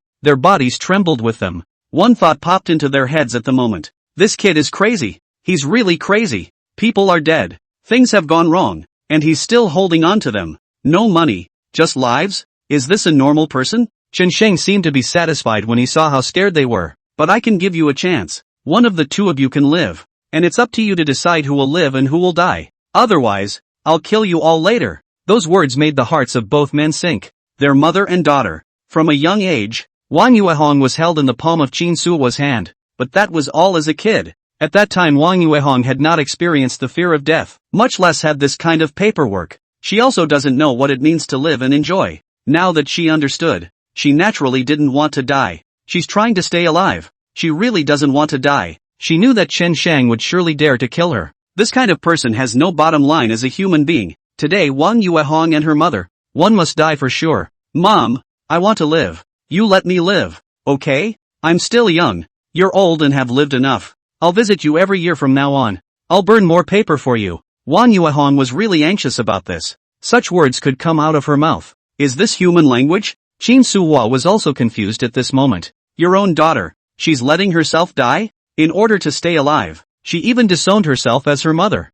The point is that you want to live yourself. If you lose your daughter, you can have another. If you lose her, you lose everything. She may be in her 40s, but her life is just beginning. She wasn't willing to die like that. As soon as she did, she grabbed Wang Yuehong's hair and gave 2 hard slaps. Asshole, do you talk like that? I'm your mom, and you're letting me die? Do you have any conscience left? She turned her head to Qin Sheng and said, this matter originally has nothing to do with me. It was Wang Yuehong who did it, and we as parents can only educate. We can't control too much.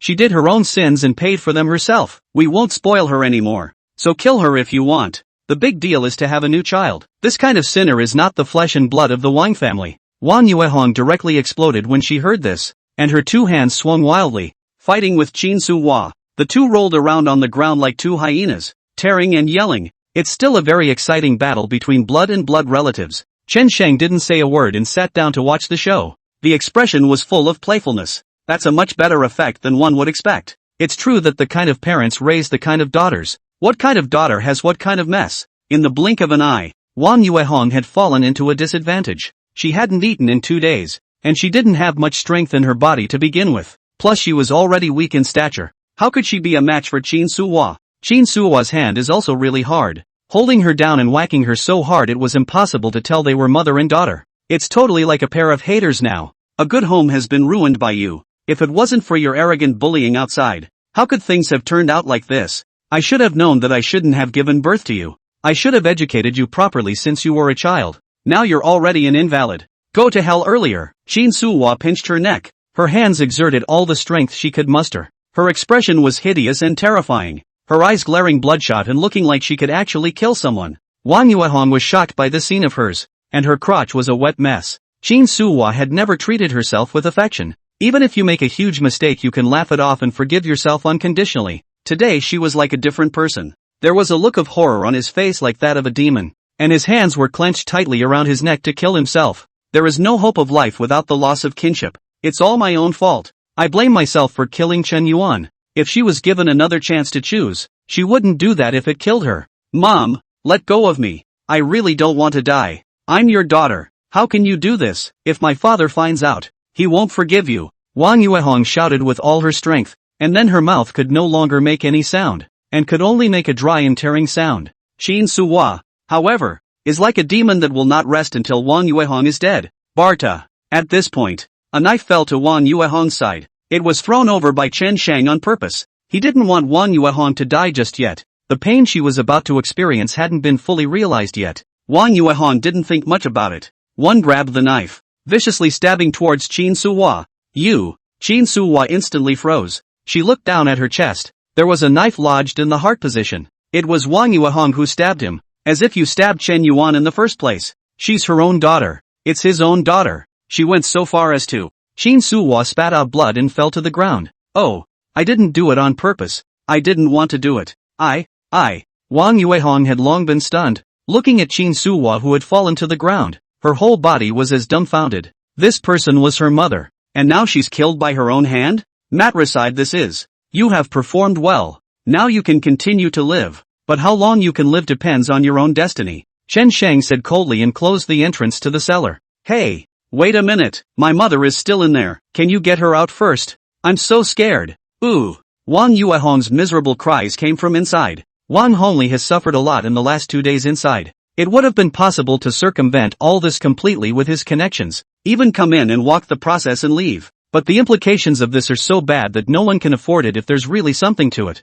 Therefore, no one dared to let him go and could only wait for time to slowly investigate clearly. But after today, Wang Hongli is already much freer. It can even make its own phone calls, because that's gradually becoming clearer. 2. At the moment he was lying on a hardboard bed playing with his cell phone. There are things out there he doesn't know about right now, much less realize that something has happened to the company. This information was blocked from him by Gungwei. It was to make him completely lose his power of resistance and then be slowly consumed to death. When Wang Hongli came out of it, everything had changed. Ding dong. That's when his WeChat rang. It was a video sent by Qin Suhua. He clicked away. Immediately the entire group froze. The scene shows Pro Sofang collapsed in the cellar with a knife in her chest. Next to it was the weeping Wang Yuehong. Qin Suhua is dead? Killed. That's his own wife. And next to her is Wang Yuehong. She's been kidnapped. He had never seen his daughter in such a state. Where's the rest of the usual? Wang Hongli's head was buzzing. Whoever did this hit so hard, kidnapped his own daughter, killed his own wife. This kind of thing shouldn't have happened to him in the first place. Somebody, I want to see a lawyer, he yelled hurriedly. But soon after, the video that was sent was withdrawn. Chan Sang just wanted him to see the video and didn't want it to be evidence. The video is gone? Wang Hongli immediately stood up, eyes full of disbelief. He immediately called back. There was still a hint of fluke in his heart, thinking to myself that my wife might have just fainted and died, and that there might be a chance to resuscitate her, and his own daughter's life doesn't appear to be in danger. Things should pass. It shouldn't be that bad. However, the phone is not working and shows that it is turned off. He put down his cell phone. Cold sweat covered his head. The first person he thought of was Chen Shang. At the same time, he thought about what his men had told him earlier. Chen Shang became famous there in just 1 year and escaped all kinds of sanctions from the police. This incident, if he really did do it, would be passive itself. Chen Shang, an ordinary man. What's so great about him? After a while, the lawyer called. Mr. Wang, I'm busy dealing with you right now. The voice on the phone complained a bit. Wang Hongli's voice smoothed out and said seriously. I need to get out of here as soon as possible. Something happened to my family. Wang Yuehong is missing. Qin Suhua is also missing. This matter quickly reached the ears of Fong Long and the others. He's got a couple of other parents together, and is discussing what to do about it. It was obvious that Chen Shang was going to fight them to the end. They were wrong to begin with. They shouldn't have underestimated Chen Shang. This kid, he's a lot crazier than they thought. He's really daring. Qin Suhua, Wang Hongli's wife, is also missing. This matter was definitely done by Chen Shang. We underestimated him. Fong Long's voice sank, appearing somewhat powerless. Now that the enemy is in the dark and I am in the light, they have lost the initiative. Ben thought the other guy was just a kid. Now he seems to be more mentally mature than an adult. Just the little that's been done so far is enough to shake them up. First, Wang Hongli got in. Then there was the disappearance of Wang Yuehong. Now even Qin Suhua is gone. They were still clear about the strength of the Wang family. So many bodyguards around, keeping a lot of people under them,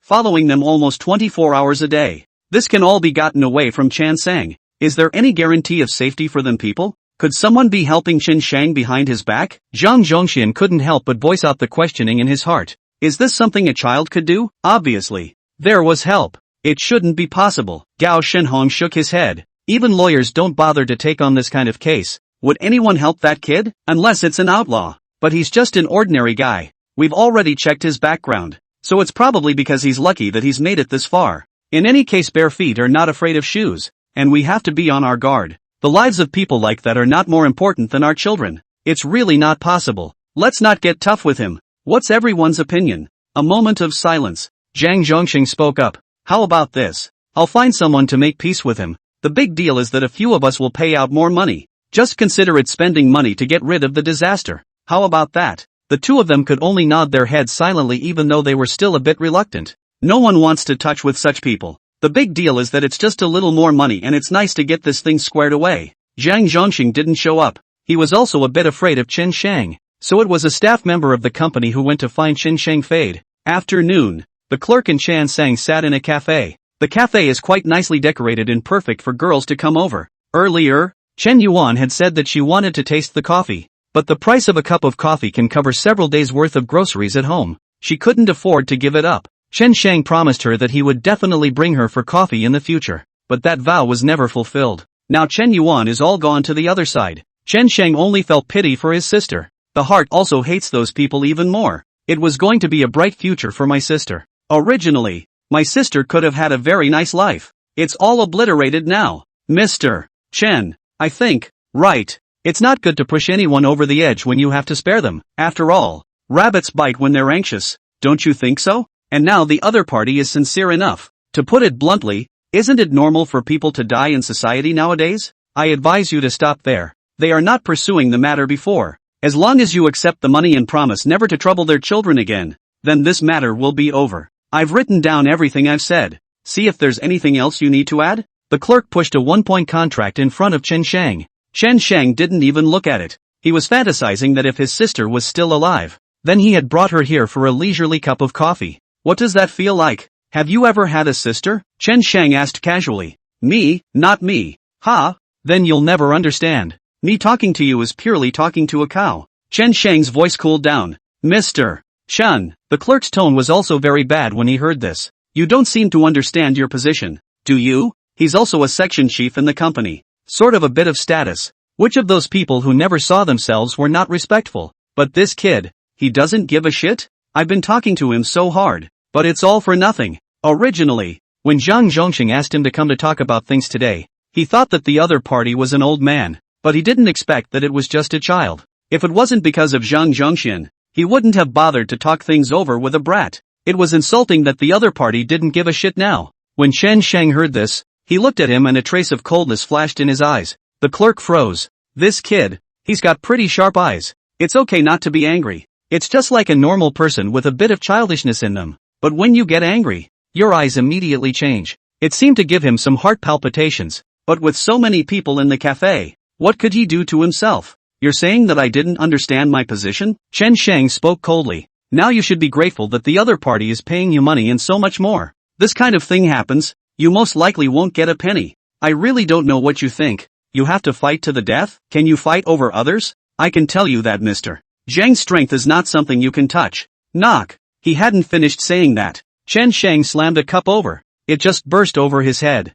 Ah! He screamed miserably and sat straight down on the floor. He never dreamed that this kid would dare to make a move against himself, or in public. There was also a gasp of surprise from the people in the cafe as they saw this and moved out of the way of the place. Chen Shang grabbed another cup and smashed it hard against his head. 5 or 6 smashes in a row. It didn't stop until the cup was completely shattered. The clerk covered his head, blood pouring from it. He was too scared to move as he curled up on the floor. Chen Shang's cold and ruthless, yet very calm voice came over. You should really be glad that there is nothing to do with this matter. Otherwise, I will kill you. If this had come from anyone else, the staff would have taken it as a joke. But coming from Chen Shang's mouth, the words immediately changed in nature. He was convinced of it. There seems to be a kind of magic in this kid. That seemed to be the magic that the god of killers had given him. Chen Shang finished saying this with elegant movements and tugged a few paper towels to wipe his hands, then left with a big swing. He wasn't at all concerned that the staff would call the police, because the other side still wants to work things out.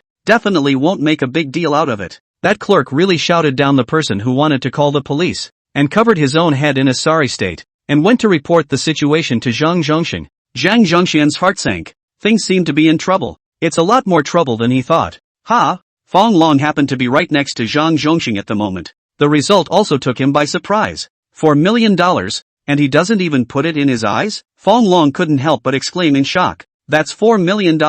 That's enough for the average family to live for the rest of their lives. But this kid turned it down without even thinking about it? It seems like he only wants to take revenge. So we can only use other methods if we can't. Zhang Zhongxian took a deep breath, in which was a deep fear. Trying to catch him through the people of the White Way is probably not that simple. And even if we catch him, we won't be able to convict him. So why don't we just get rid of him our way? When Fong Long heard this, he took a deep breath and a touch of ferocity appeared between his brows. That's what he thought. I was going to spend money to get rid of it, but I didn't expect this kid to toast. With that kind of money, he'd rather use it against Chen Shang. No matter what, their children are the most important thing and nothing must happen to them. Either this matter I'll do it. I know a big brother is quite a famous person in the provinces. He is the mixed road. This kind of thing he can certainly deal with. As long as we pay enough money, he can make Chen Shang disappear. Gao Shunhong pondered for half a day and spoke. Okay, as long as we can get rid of Chen Shang, any amount of money will do. Fong Long immediately stated his position.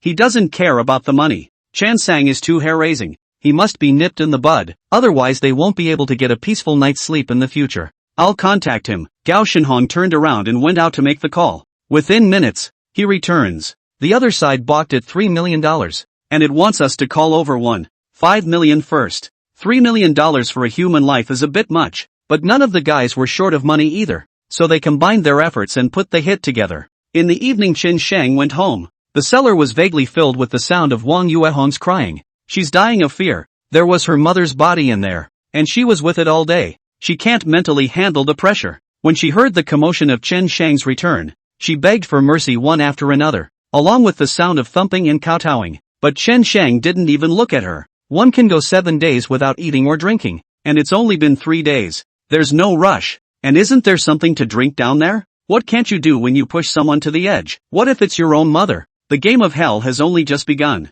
Early the next morning, Tran Sang got up and went out for a morning run. This has been his habit for many years, rain or shine. He ran more than 10 kilometers in one breath. He was about to go back to the house when he suddenly saw a police car parked in the distance. A woman was half crouched down, looking for clues on the ground. It's Chang Shi. She also saw Chen Shang. Chen Shang, stop right there, she hurriedly shouted. Chen Shang, however, ignored her and turned back. I'm ordering you to stop, and you're obligated to cooperate with my investigation. If you don't stop, I will keep following you. Zhang Shi's defiant voice came through. Only then did Chen Shang stop, his eyes looking over quite distracted. You're sick? You're the one who's sick. I'm working on a case. Qin Suhua is missing. Don't tell me you don't know. She's Wang Yuehong's mother. Zhang Shi gently gritted her teeth with a cynical look. Related to me? Chen Shang sneered coldly. No extra expression could be seen from his face at all. Or should I say what goes around comes around? Zhang Shi stomped her foot in anger, her figure very explosive.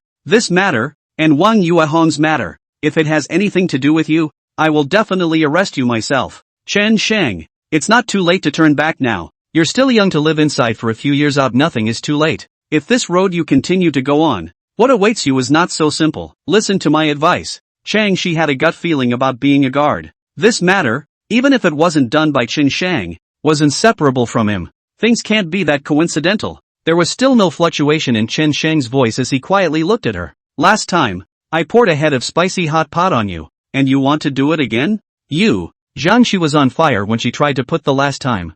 I went back and washed my hair several times, but it still smelled like spicy hot water, and to this day the smell has not been completely removed from my body. I won't bother with you about last time. If you dare again, let's see if I arrest you. Chen Shang sneered and turned around to go the other way. Zhang Shi was right behind him and kept asking questions. Why are you here in the morning? Is it a run here? It's pretty far from the city. Can you run this far by yourself? Is there another place to stay here? Chen Shang's cell phone rang. It's an unfamiliar number. Mr. Chen, on the phone was a magnetic, yet cold voice. Who are you? Chen Shang asked. The people on the road give me face and call me Brother Sam. If you don't mind, you can call me that too. The other party's voice had little emotion. What's your business? Chen Shang didn't seem to buy it, and just coldly inquired. Come to the tea house in the Mincheng mansion and talk to you about something. Good. Chen Shang agreed without much thought. Since the other party chose to be at the tea house, they must not be planning to make a move and wanted to settle the matter peacefully. He'd like to see what the other guy had to say.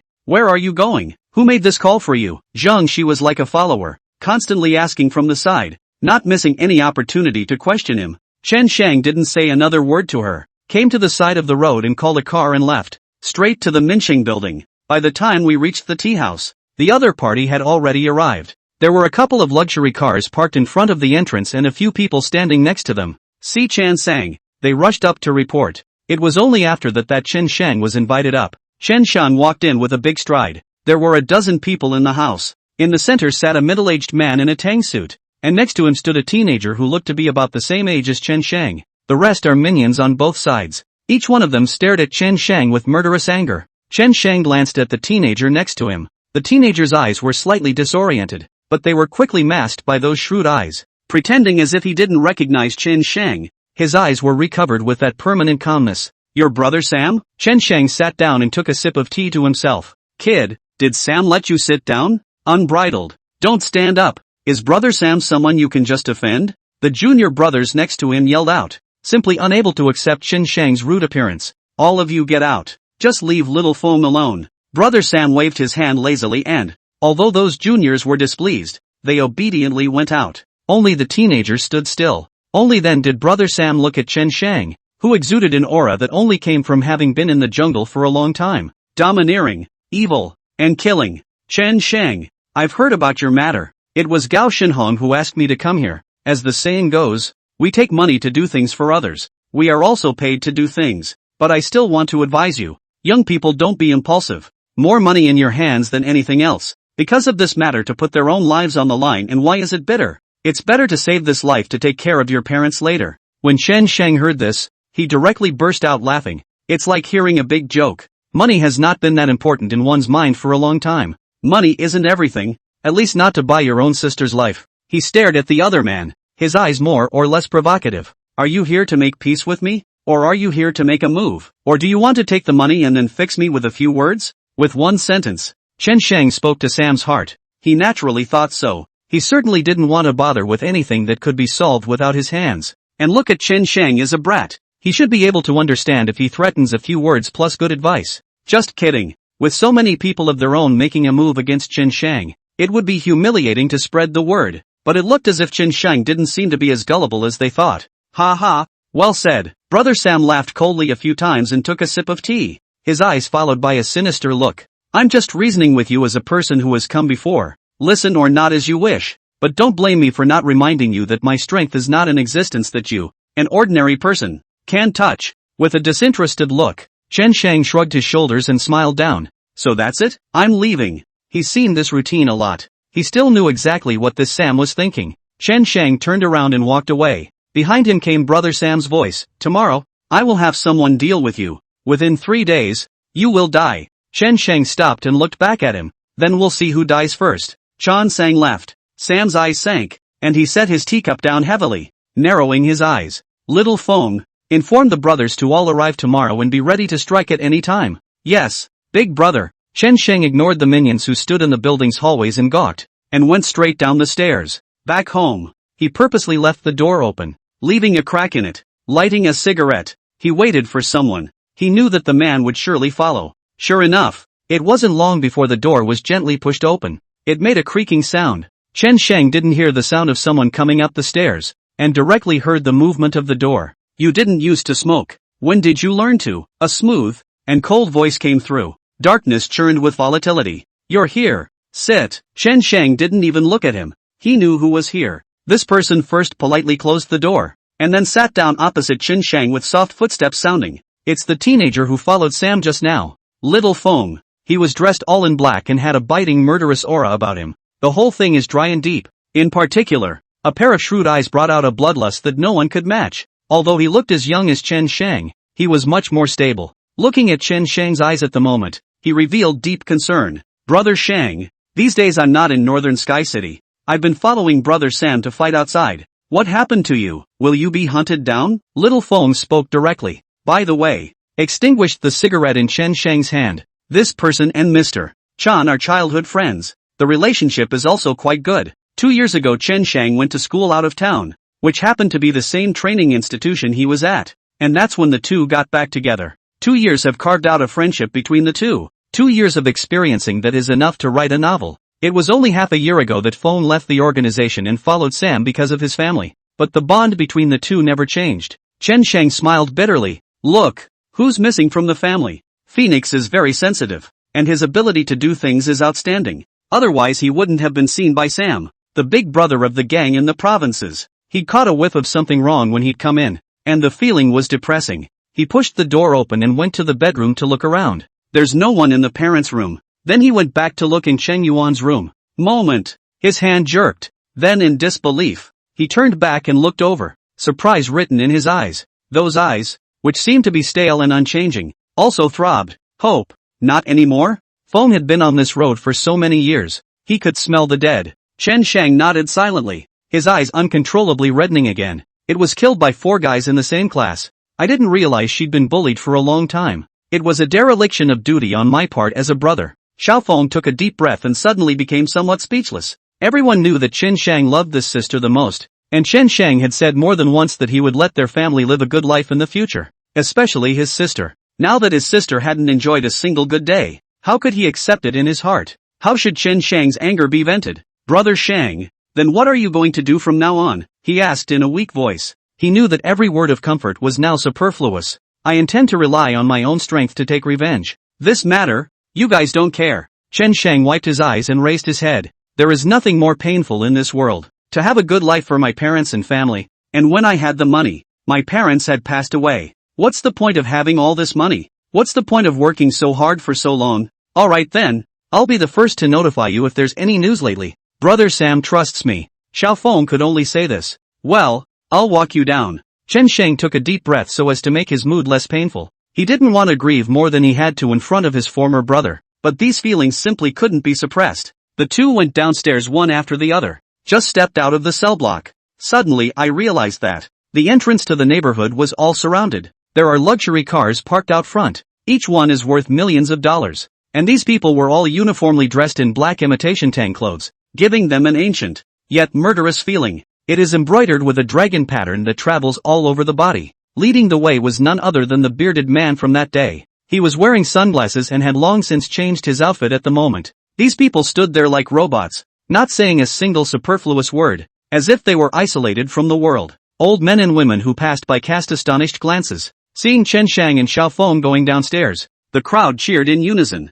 Hello brother Shang, the heavens will not be disappointed, and the world's sins will be put to death. For a while various neighbors looked at Chen Shang in puzzlement, thinking to myself that this many people are making a movie? The neighbors in this yard grew up watching Chan grow up. Chen Shang gave them the impression of an obedient and understanding big boy. It was only that he had gone out to school for the past 2 years, which was why he hadn't seen him for a long time. What is this now? Chen Shang has become a big brother? So many people, driving luxury cars. It's not a small gesture. They had all only seen this image in movies, and seeing it in reality made them a little scared. Some of the neighbors who were ready to go out retreated in fear. These people are so murderous. It's scary. Who told you guys to come? Chen Shang chided up in a cold voice. The bearded man hurriedly trotted over and scratched his head apologetically. Brother Shang, it's all my fault. I didn't hold them down. After everyone heard what happened to your sister, they all clamored to come over and help you get revenge. Something that no one can stand. In 3 days' time, we promised to turn North Sky City upside down. Brother Shang, this is also the main theme of our Song Tian Association. Little Feng was also beside him and said, Brother Shang, if you decide to move, I'll come back and help you. Chen Shang looked around the crowd for a week and shook his head. Thanks for the kind words, brothers, but I'm going to take care of this matter myself. I will personally kill those people with my own hands in order to let my sister rest in peace. I will naturally inform you when I need you. Now I'll give you all 5 minutes to get out of here. If you stay in Northern Sky City, you won't be able to do me any favors for the time being, and you'll cause me a lot of trouble. I know exactly what to do. I know in my heart. Also, if anyone dares to violate my orders next time, they will be dealt with according to the rules of the society. Yes, Brother Shang, the crowd shouted in unison after hearing this. After that, the bearded man gave Chen Shang a worried look in his eyes before he reluctantly led the people away. They left in a particularly orderly fashion, not disrupting traffic or disturbing the people around them in the least. For a moment, it was as if they had never been there. It disappeared without a trace. Brother Shang, I'll go then. Little Feng also said. Aha. Chen Shang nodded, eyes on Phoenix leaving. Chen Shang prepared to go to the small suburban courtyard to see Wang Yuehong. Her life was also in the countdown stage, and Chen Shang wanted her to watch the Wang family finish and die slowly in regret and bitterness. Wang Yuehong is not in good shape today. She had begun to swell all over from lack of water. Combined with a night with a corpse, the spirit seems to have begun to break down. The moment the cellar entrance opens, her cries came through as well. Chen Shang, please, let me go. I'll do anything you want. I'll do whatever you say. Chen Shang had little expression on his face as he said in a cold voice. The corpse has not dried up yet. If you don't want to die, then think of a way to do it yourself, or else you'll end up the same as her. With that, Pang closed the door again. Wang Yuehong's cries broke down even more. She knew what Chen Shang meant. This is to get her to take her mother's body. How could she do such a thing? She was literally falling apart. At this point, Chen Shang's cell phone suddenly rang. Caller Chen. Dad. Chen Shang. The guard bureau called just now, saying that there's a result on Yuan's matter and asked us to come over to sign. Your mom and I are on our way. You can come over later too. Good. Chen Shang agreed. Chen Yuan's matter has dragged on for so many days. So it's a result. He would like to see how the officials would deal with this matter of a deplorable nature. It's not that Chen Shang is disappointed with the officials, but he has experienced too many disappointments. If justice is still done, then he might call it quits. Let's see what the results are first. Chan Sang made the bus and went to the guard station. Just walked in the door. He then heard his mother's cries. After so many days, my mother's voice had become hysterical, even vent-like. Chen Shang heard deep despair in the cries. That's injustice and rejection of the world. At the police station, the father held up the mother. Despair was heaped on both faces. Along with them came the parents of the other three at the guard bureau. 2 women and 1 man. They were Fong Yu's father, Fong Long, and Gao Shue's mother, Liang Xiaohong, and Zheng Kai's father, Li Yuqing. With the exception of the Wang family, they all signed and agreed to the outcome. The result, naturally, was devastating. Chen Shang was already mentally prepared. Take it in stride. Dad. Mom, how did it turn out? Chen closed his eyes and shook his head, unwilling to touch these sad things. The mother, on the other hand, cried and wailed, returning her daughter's life. But the other parent didn't buy it at all, as if they were listening to a joke. Sneering, he looked at them. Fong Long stuck his hands in his pockets and looked smug. In his opinion, Chen Shang's family couldn't live much longer. They had already found Brother Sam to deal with Chen Shang. When Chen Shang dies, watch what the 2 old things do. I told you before to settle this privately, but you didn't listen. You had to do it in public. Now you're better? The opportunity was given to you guys, but you're the ones who are not good at it. Ha ha ha. Liang Xiaohong and Li Yuqing also both had a look of displeasure as well as sarcasm on their faces. It was just the usual jostling between kids, and it was only when they missed that something like this happened. And we made it very clear from the start that you were the ones who kept pestering us. As if we kids are evil. Who wants to play with poor people like them? If it wasn't for our good intentions, we would have given you so much compensation money last time. Ha, it's just one life, and it's a girl. So what's the big deal? If you ask me, we haven't gotten to them yet for the damage this has done to our kids. Yes, this is not over. Chen didn't say anything and bowed his head. Li Qiulan, however, had difficulty accepting it and cried like thunder. It's because of you parents that you have kids like this. Demons are on earth. At this rate they will go out and wreak havoc in the future. Pity our Yuan. She's so well behaved and understanding. She's still so young. Demons. You're demons. Aha. Chen Shang glanced at the processing results. There's not enough evidence to deal with them. And the incident was characterized as a mutual assault as well. Thanks to the efforts of these parents, the lethal process was accidental. Eventually the other guy only had to accept 6 days of detention, and it was still the kind where he could make bail. In other words, everyone pays a few $1,000s and the matter is closed. Although Chen Shang had been mentally prepared, this result still made him furious. This, simply, is upside down. Since there is no white in this world, let me deal with it myself. The last glimmer of hope was dashed. Chen Shang was also more certain that he hadn't taken the wrong path. Wickedness deserves wickedness. There are some righteous men among the guardsmen of the guard bureau. They also had a hard time accepting this outcome. But it's an order from above they can't do anything about, and are responsible for conveying it. In the end, Chen Shang and the others had no choice but to leave the guard bureau. Hope lived a life and just lost it? I don't believe it. The heavens have no way. Li Qiulan wailed. This incident really hit her too hard. Chen, however, didn't say much and just wept hard. He knew that Chen Shang already had an idea. Mom, what do you think? What's reasonable to do about this? Walking to the back door, the parking lot location, Chen Shang asked. Let them die. Let all those demons go to Hades. Li Qiulan was overwhelmed with grief. Chen Shang said with a serious face. No, just them. It's not enough. They should let their whole family die. The world is too dark. It's time for a light. These words made Li Qiulan's brain, which barely had much sense, suddenly light up. She snapped to look at Chen Shang. That was supposed to be a vent, but at the moment it came out of his mouth so earnestly, calmly, one can't help but get the hair on one's back. Born child. This. Mom, if you believe me, then leave this to me. I'll make them all pay. Isn't that what people live for? One breath at a time? Instead of being suffocated by this breath, we should judge them ourselves. But it's too dangerous,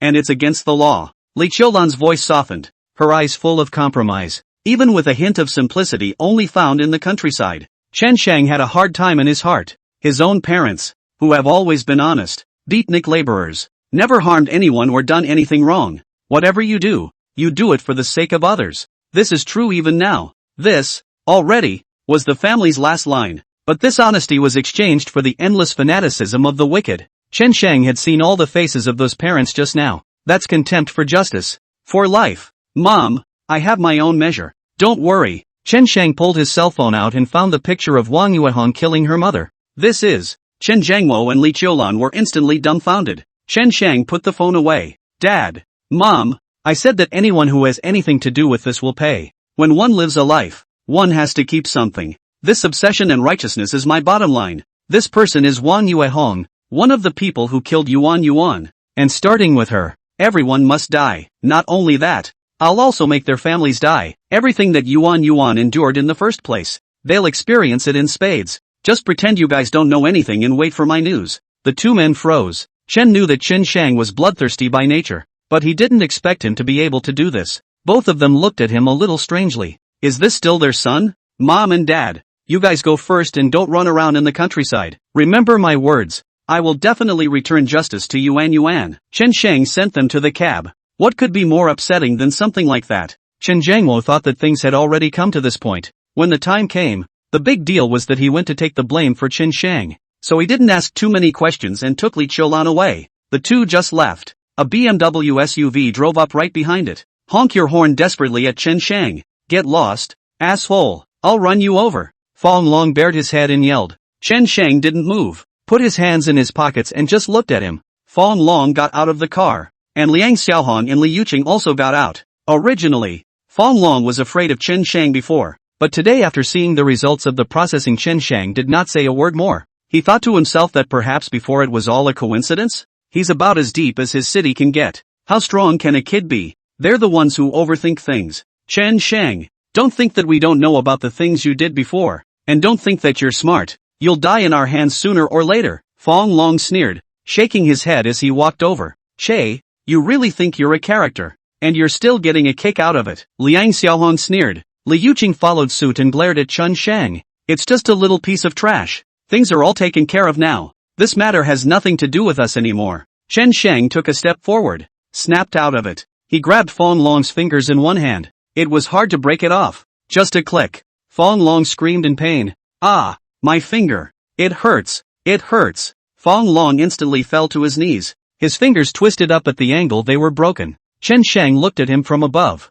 A devilish smile raised in his eyes. The Fong family is my next target. Don't worry. You'll become just like the Wang family. Chen Shang leaned down. Especially you, Fong Long. I will make your death painful.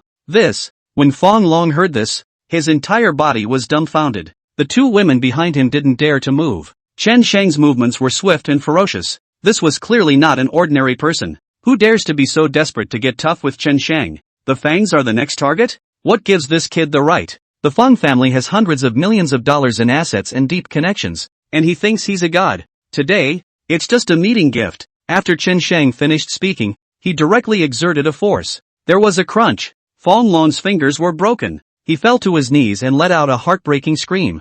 Guard bureau entrance. Wang Hongli came out. There wasn't a caravan of people to pick him up as expected. There was only one very forlorn car with one driver. Take me to the company. Wang Hongli got into the car and said, then call Erlong and ask him to bring someone. The driver agreed and drove off. In the past few days, Wang Hongli has not been able to get the news of the company. More or less a little heart. He had a bad feeling that something seemed to have happened to the company. He had to stabilize the company now before he went to find someone to rescue Qin Suhua and Wang Yuehong.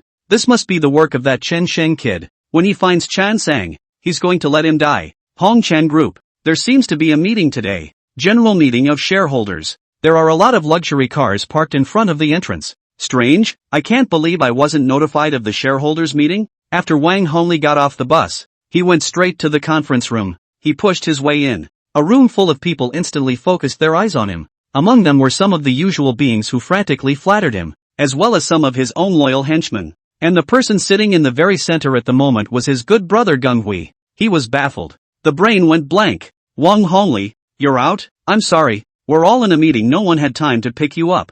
Gung Hui sneered, his voice already piled with sarcasm. Why are you doing this? Wang Hongli was also a human savant, immediately distinguishing the current situation. Geng Hui has taken his place. Geng Hui snapped his fingers and a secretary came over next to him and handed him a document to read. This. Wang Hongli looked at it and almost sat on the ground. His own shares have been diluted to only 1%? How did he do it in just a few days? This is a company that you have worked so hard to build, and now you are being swept away? Geng Hui. It must be him. Geng Hui. I treated you like a brother, and you actually took advantage of someone's danger to do this to me. I'm the first shareholder of the company. Everything here is mine. It should all belong to me. Wang Hongli roared in the conference room, like a furious lion. But no one paid any attention to him. Instead, there were voices of shame and laughter. He was now the loser when he became the king. Who cares about a downward dog? Wang Hongli, your personal belongings as well as the bit of equity on hand. I'll keep them for you for now, and come back to pick them up when you're ready to think about it. We're in the middle of a meeting right now, so anyone uninvolved can fuck off. Security. Geng Hui spoke coldly. That's a word that kills the heart. It made Wang Hongli fall into the depths of hell. Everything he had fought for most of his life was just gone. It's all been swallowed up. How could he be willing to do that? Wang Hongli, you'll never know what kind of existence you've offended. If you want to blame it on the fact that you gave birth to a pitiful daughter. No, it's the whole family. Geng Hui's mocking voice came over, after which Wang Hongli was taken out. Only then did Geng Hui send a message to Chen Shang. Mr. Chen, Wang Hongli is out of prison. Geng Hui was now 10,000 times more respectful to Chen Shang. He now knew a good deal about the Cthulhu Society. Wang Hongli has messed with this kind of person. He's going to die sooner or later. Not only him, but several others, too, ended up the same way. Company parking lot, in a business car. Sitting there was Aragon and a couple of his minions. They were all waiting for Wang Hongli's order. They are all die-hard Wang Hongli loyalists. Erlong was even a lifelong friend of his. Big brother, what do you say? Do you want us to screw that kid? Erlong's voice chilled down, also knowing what happened. Knowing that this might be a hard fight. That kid's mind and city are far above the norm. Find him for me first, and at the same time find someone to put out a message for me on the internet to discredit Chen Yuan. I don't care how much it costs. The effect must be good. After Wang Hongli finished speaking, he handed a bank card to Erlong. Big brother, just don't worry, I'll go and arrange it right now. Erlong happily accepted the card and promised. After that, Wang Hongli went back home. Ding dong. Just as he entered the door, he received a text message from Qin Suwa's cell phone. Out. Wang Hongli narrowed his eyes and his anger rose at once. He knew that the person who sent the message was definitely Chen Shang. Where are you? My wife and daughter. Your wife is dead and your daughter is alive. Chen Shang returned quickly. Mad bye. Wang Hongli was so angry that he almost smashed his cell phone. Qin Suwa is dead. Getting screwed over by a brat. Who would have thought that things would turn out like this? It's so damn maddening. Don't be in a hurry. It will soon be your and your daughter's turn. Chen Shang added. In the afternoon, you come alone and I will give you the address. Going over there alone? Wang Hongli's heart visibly trembled when he saw this. He was scared. Chen Shang, this kid doesn't know what his background is. Yet he strikes so viciously. He really killed Qin Suwa. So would it be a bit too risky to go over there yourself? How? Instead of replying, he closed his phone. One day, a hot topic is now starting to circulate online. It's something that happened at a training facility some time ago. A student named Chen Yuan died. But the matter was swept under the rug. And nowadays. And yet someone has come out to dispel the rumors. The word is this. Hello everyone. I'm a fellow student of Chen Yuan's. And I'd like to state a few things about Chen Yuan's murder. First, Chen Yuan wasn't murdered. It was just an accident. Secondly, Chen Yuan has always been mentally ill and likes to go crazy alone a lot of the time, which bothers us and the instructors from time to time. Thirdly, Chen Yuan's parents and family are hell-bent on compensation. They only recognize money, accompanied by a large section of text. These were written by someone Erlong had found. I'm a trainee at the training institute, and Chen Yuan is also my fellow student. Perhaps because of the stress of studying, she has never been quite normal mentally. I've seen her carrying a knife to school on weekdays, and when she's stressed out from studying, she'll take out the knife and cut her arm. She scared us all like that, and the instructor and the head of the organization have approached Chen Yuan's family many times, but to little avail. And we're so scared of going to and from school with this kind of person itself that it's only a matter of time before she commits suicide. Or rather, it's a good thing so that the rest of us trainees won't be troubled by her. And recently I heard that Chen Yuan's brother, Chen Shang, has been seeking justice for his sister. I'd like to say justice is in the eye of the beholder. He wronged 4 fellow students in our class so much, and that's going to get him retribution. I can testify that they've never bullied Chen Yuan, on the contrary have always secretly helped her. It's just that Chen Yuan can't tell the difference between good and bad and mistakenly thinks that people are bullying her. Should we be punished for doing good? Is it wrong to help a fellow student? Chen Shang, we all sympathize with your sister's death, but you can't put this dirty water on other people's heads. I believe that justice will not be late after all, and that the truth of everything is in everyone's eyes. This paragraph quickly fermented on the internet, and the number of hits soared, immediately rising to the first of the hotspots. Next to it was a picture of Chen Shang and Chen Yuan. Although there are some people from the organization who speak for Chen Yuan, saying that this man is simply full of shit or something, but it was all squashed by the keyboard warrior as well. Public opinion is what it is. Without knowing the truth of the matter, or even the process, I blindly believed this. They all thought that Chen Shang and his family were being unreasonable and were using Chen Yuan's death as a hype. What could be more disgusting? This is also Wang Hongli's plan of attack. This is just the first step. Chen Shang saw the words the first time. The heart was hard again. He immediately rushed to the cellar and punched and kicked Wang Yuehong, beating him severely. Wang Yuehong curled up her body, and all that came out of her mouth was a miserable scream. It didn't take more than a few moments to cry out in terror. These were the darkest days of her life. She can hardly stand it. Chen Shang got tired of beating her, then swung a nearby stick and slammed it hard against her leg. A thud. Wang Yuehong's leg was broken. She was in cold sweat from the pain, and the fear in her eyes intensified. Chen Shang finished the fight, and then forced Wang Yuehong to record a video before leaving satisfied. He then went to a phone call to the bearded man. Brother Shang, is it time for us to make a move? The bearded man was excited. No. Have you seen today's hotspots? I'll send you 2 videos later and you help me top today's hotspots. Okay brother Shang, I know. Putting down the phone, Chen Shang took a car and went downtown. He intends to purchase some household items. He might not be able to just show up after that, and this time he plans to buy enough at once. Chen Shang was wearing a casual outfit, looking like a pretty ordinary person, even thin and tall,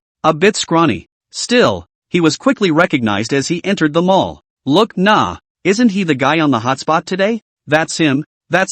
I hear he's a real stinker. What a way to do anything for blackmail. The voices of the crowd's murmurings naturally reached Chen Shang's ears. He frowned and didn't expect things to spread so quickly. In these crowds, one's own persona has crumbled. However, Chen Shang was out to buy something today and didn't want to cause trouble, thinking that if he could get past it, so he turned around and walked towards the supermarket. Suddenly, a fat woman wearing glasses and a man beside her blocked Chen Shang's path. At first glance, it's one of those good things. You're Chen Shang, aren't you? It's useless if you don't admit it. Your photos have all been posted online. The fat woman looked like she was over 200 pounds, and the flesh on her face was piled up tightly, giving her a very bloated, disgusting feeling. The man next to him shouted back, "People like you should go to hell. What face do you have to appear in our sight? It's simply polluting the air here. Your sister was already sick and now she killed herself and you're going after the training organization and the parents. Are you still a human being? People like you should be beaten to death. It makes my mammary glands hurt to be angry. Why is there such a rotten person like you under the sky?"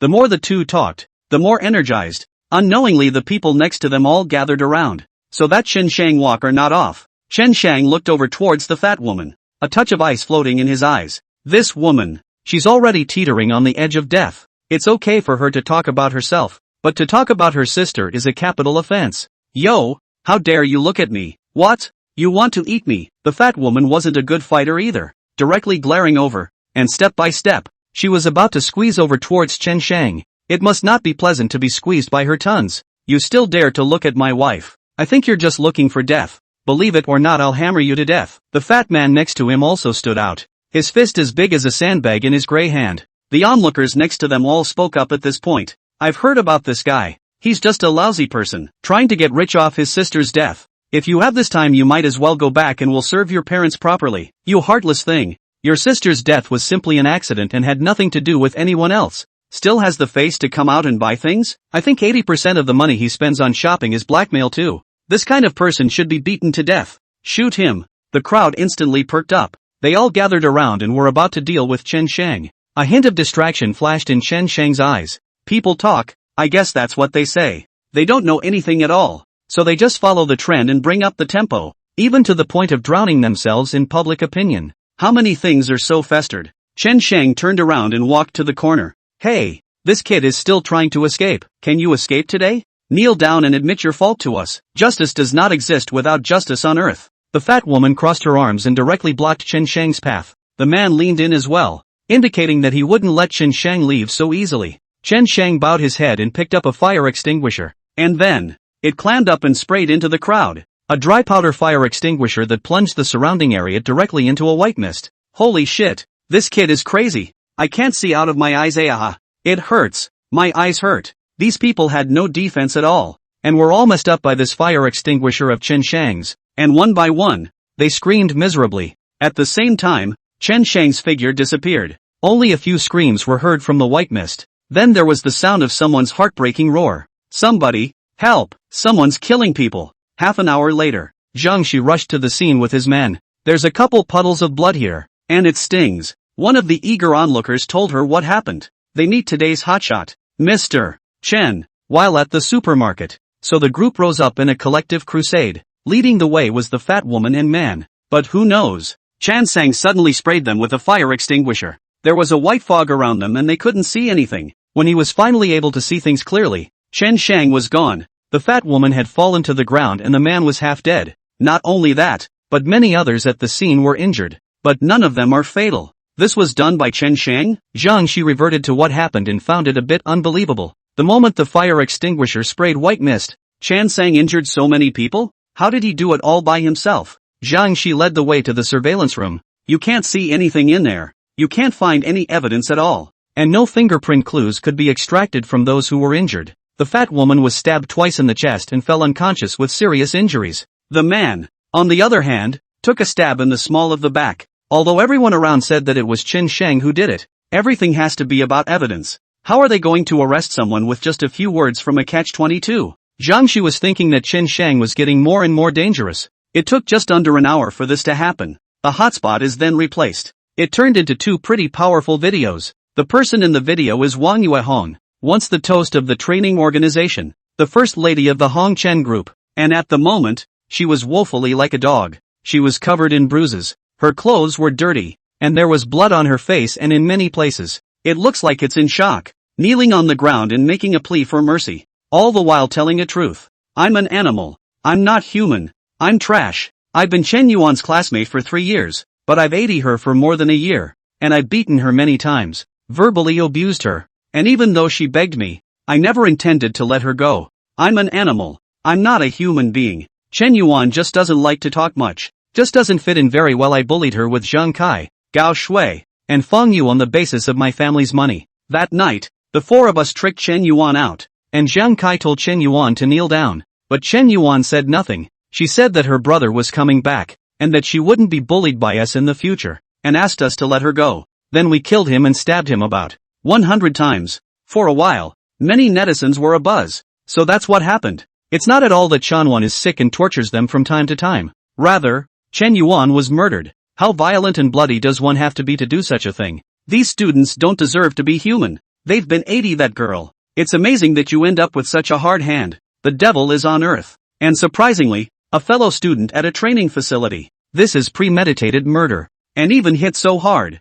For a while this story was a hot topic on the internet. But the background of the video are processed. The police want to rely on this to find Wang Yuehong. Obviously need to work hard. But what's even more powerful and unexpected is the second video. The second video outing features a woman in addition to Wang Yuehong. This woman, it was her mother, Qin Suhua. Only she had fallen lifeless to the ground. The time of death had been more than 24 hours, and her body was green and already showing signs of decomposition. There was also a knife stuck in his chest, which had never been removed. Wang Yuehong knelt next to her, crying with tears in her voice. This person is my mother. I killed her. I'm not a human being. I'm an animal. I do anything to stay alive, even my own mother. I ask that I be punished, and I plead guilty. I deserve to die. The first video is just the flavoring. It's the second video that really kicks ass. Wang Yuehong and the others killed Chen Yuan. And killed your own mother with your own hands? What kind of person could do such a heartless thing? This kind of person should go to hell. Various netizens' comments have pushed this matter to a climax as well. The heat set a new high for a while. What an animal. What's wrong with kids these days? Is it so hostile? Both could kill their own mothers with their own hands. Is this a man or a devil? Looks like Chen Yuan is the victim, requesting that the murderer be severely punished. That Chen Shang is also a victim. People should stop exposing him online and should apologize to him. Where are those who spoke ill of Chen Shang before? Come forward and apologize to the people. You are stabbing people in the heart. We should all pray for Hope Chen together. At the moment, the guard bureau. Jiangxi was about to go out to investigate the mall when she saw this new hotspot. All of a sudden they were dumbfounded. One was completely frozen. What surprised Jiangxi was Wang Yuehong's situation, and the life of Qin Suhua, the mother of Wang Yuehong. She knew it had to be Chen Sheng's doing. I just don't know how he did it. With the power of one man he was able to kidnap both of them and leave no loose ends. This would be difficult for even a criminal with a mature mind and an overly high IQ to do. Moreover, the strength of the Wang family's guard bureau was still clear. There are people in black and white. They don't have a lot of energy in the underworld. So how did Chen Sheng manage to evade it? And then there's this heat. Anyone who has ever been online knows that the internet has its own set of rules for hot searches. It hit the hotspot in one day and had such a high level of heat. This can't just be a brewing ferment on the net. He must have other tricks behind his back. Chen Sheng, what kind of person are you? Jiangxi silently bowed her head and murmured. This incident, to Wang Hongli's blow, is huge. Wang Hongli was sitting alone at home at the moment. The whole thing was incredibly disheveled. Qin Suhua was killed by her own daughter? How is this possible? It must be that guy Chan Sang who did it. He didn't know what his daughter had been through the last few days. In that dim, hopeless place, living a miserable life with no hope of life. It's not that Chen Sheng can't kill her, but he's slowly torturing he's the devil. No way, got to get my daughter out of there. He stood up and let out a low growl, already anxious. Erlong and the others had already run away when they saw how far things had gotten. They were all outlaws, but they didn't want to get caught just like that. This thing is on the hot seat, and if you're not careful, you're going to get caught in it. They want to get away with it for a while longer. Wang Hongli sent a text message to Qin Suhua's cell phone. Where's the location? I'm going alone. After a while, Chan Sang sent a locator. Wang Hongli gritted his teeth and put a knife on his body before going out. Chen Sheng brought out Wang Yuehong. Keep her on her knees. He himself was sitting on a chair with his eyes closed, waiting for Wang Hongli to come over. He wasn't worried that Wang Hongli would tell the guardsmen. If we bring the guards over, Wang Yuehong will be finished too. Wang Hongli definitely didn't want to die with himself yet. Chen Sheng, please, can you spare me and my dad? My mom is dead. Can you spare me? Wang Yuehong was crying beside her, never knowing that living was such a humble thing. She didn't want anything else at this moment. What honor? What condescension? What money? She just wants to live. Just want to live in peace. One never knows what a blessing it is to be alive until one has come this far. Chen Sheng didn't bother to talk nonsense with her and quietly waited for Wang Hongli to come over. Not much longer. A car pulled up at the door, bring out a deep braking sound. Here we go. Chen Sheng opened his eyes. Wang Hongli got out of the car. The whole man was disheveled, wretched, and hung with heavy dark circles under his eyes. It was as if he hadn't slept in days. He saw Wang Yuehong kneeling there at a glance and secretly gritted his teeth. This is his favorite daughter. Now look what it's all turned into. Dad, save me, save me. Wang Yuehong immediately cried out. Only then did Wang Hongli see clearly that his daughter's leg was ruined. Interrupted. This. He clenched his fists momentarily. Anger spewed forth. He wanted to kill Chan Sang. Chen Sheng, let my daughter go first, and we'll settle our matters slowly. Wang Hongli looked at Chen Sheng with stern eyes. It was as if he was a lone wolf who had left the pack, even a bit pissed off. Release your daughter? It's possible. Chen Sheng smiled, walked behind Wang Yuehong and untied the rope behind her back. Wang Yuehong immediately ran towards her father.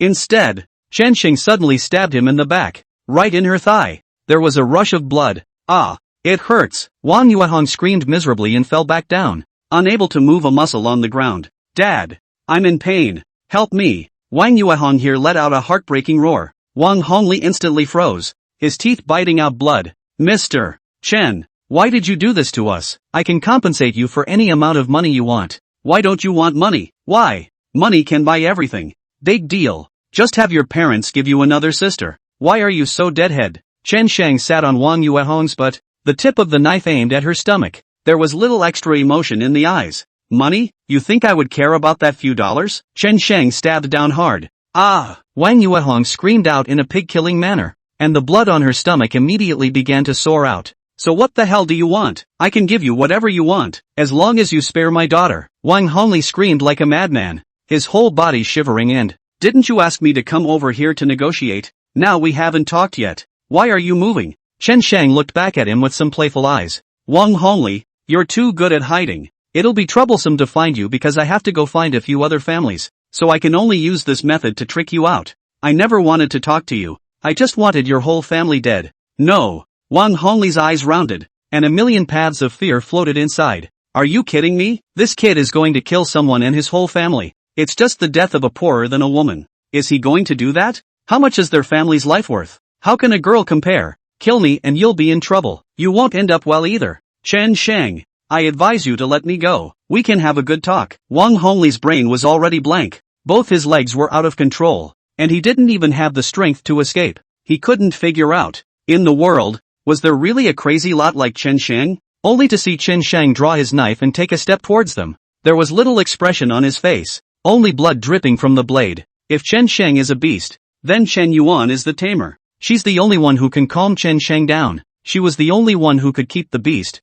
Chen Shang, from going crazy. And now, the only shackle in Chen Shang's heart had disappeared. If Chen Yuan dies, then no one can stop him anymore. Wang Hongli's heart was beating fast. Seems to be facing death head-on. Don't come over. Be careful, I'll die with you. Wang Hongli shouted, shivering and backing away, his whole body scared and pale. Wang Hongli is also a character. Started out on my own with nothing and worked my way up. What kind of big game have you never seen? Hongchen Group is even more famous far and wide. How many people are scared of it? Wang Hongli is even portrayed as a legend. But now, who dares to think? Forced by a teenager. His wife was killed and his daughter's life is on the line again. Whoosh! Only to see Chen Shang suddenly move. He's skinny, thin, but the speed was explosive, like a cheetah. It's hard to react. In a blink of an eye, he had rushed to Wang Hongli. Wang Hongli's mind was already blank, and this scene was even more shocking to him. He subconsciously blocked his hands in front of his chest in defense. At the same time,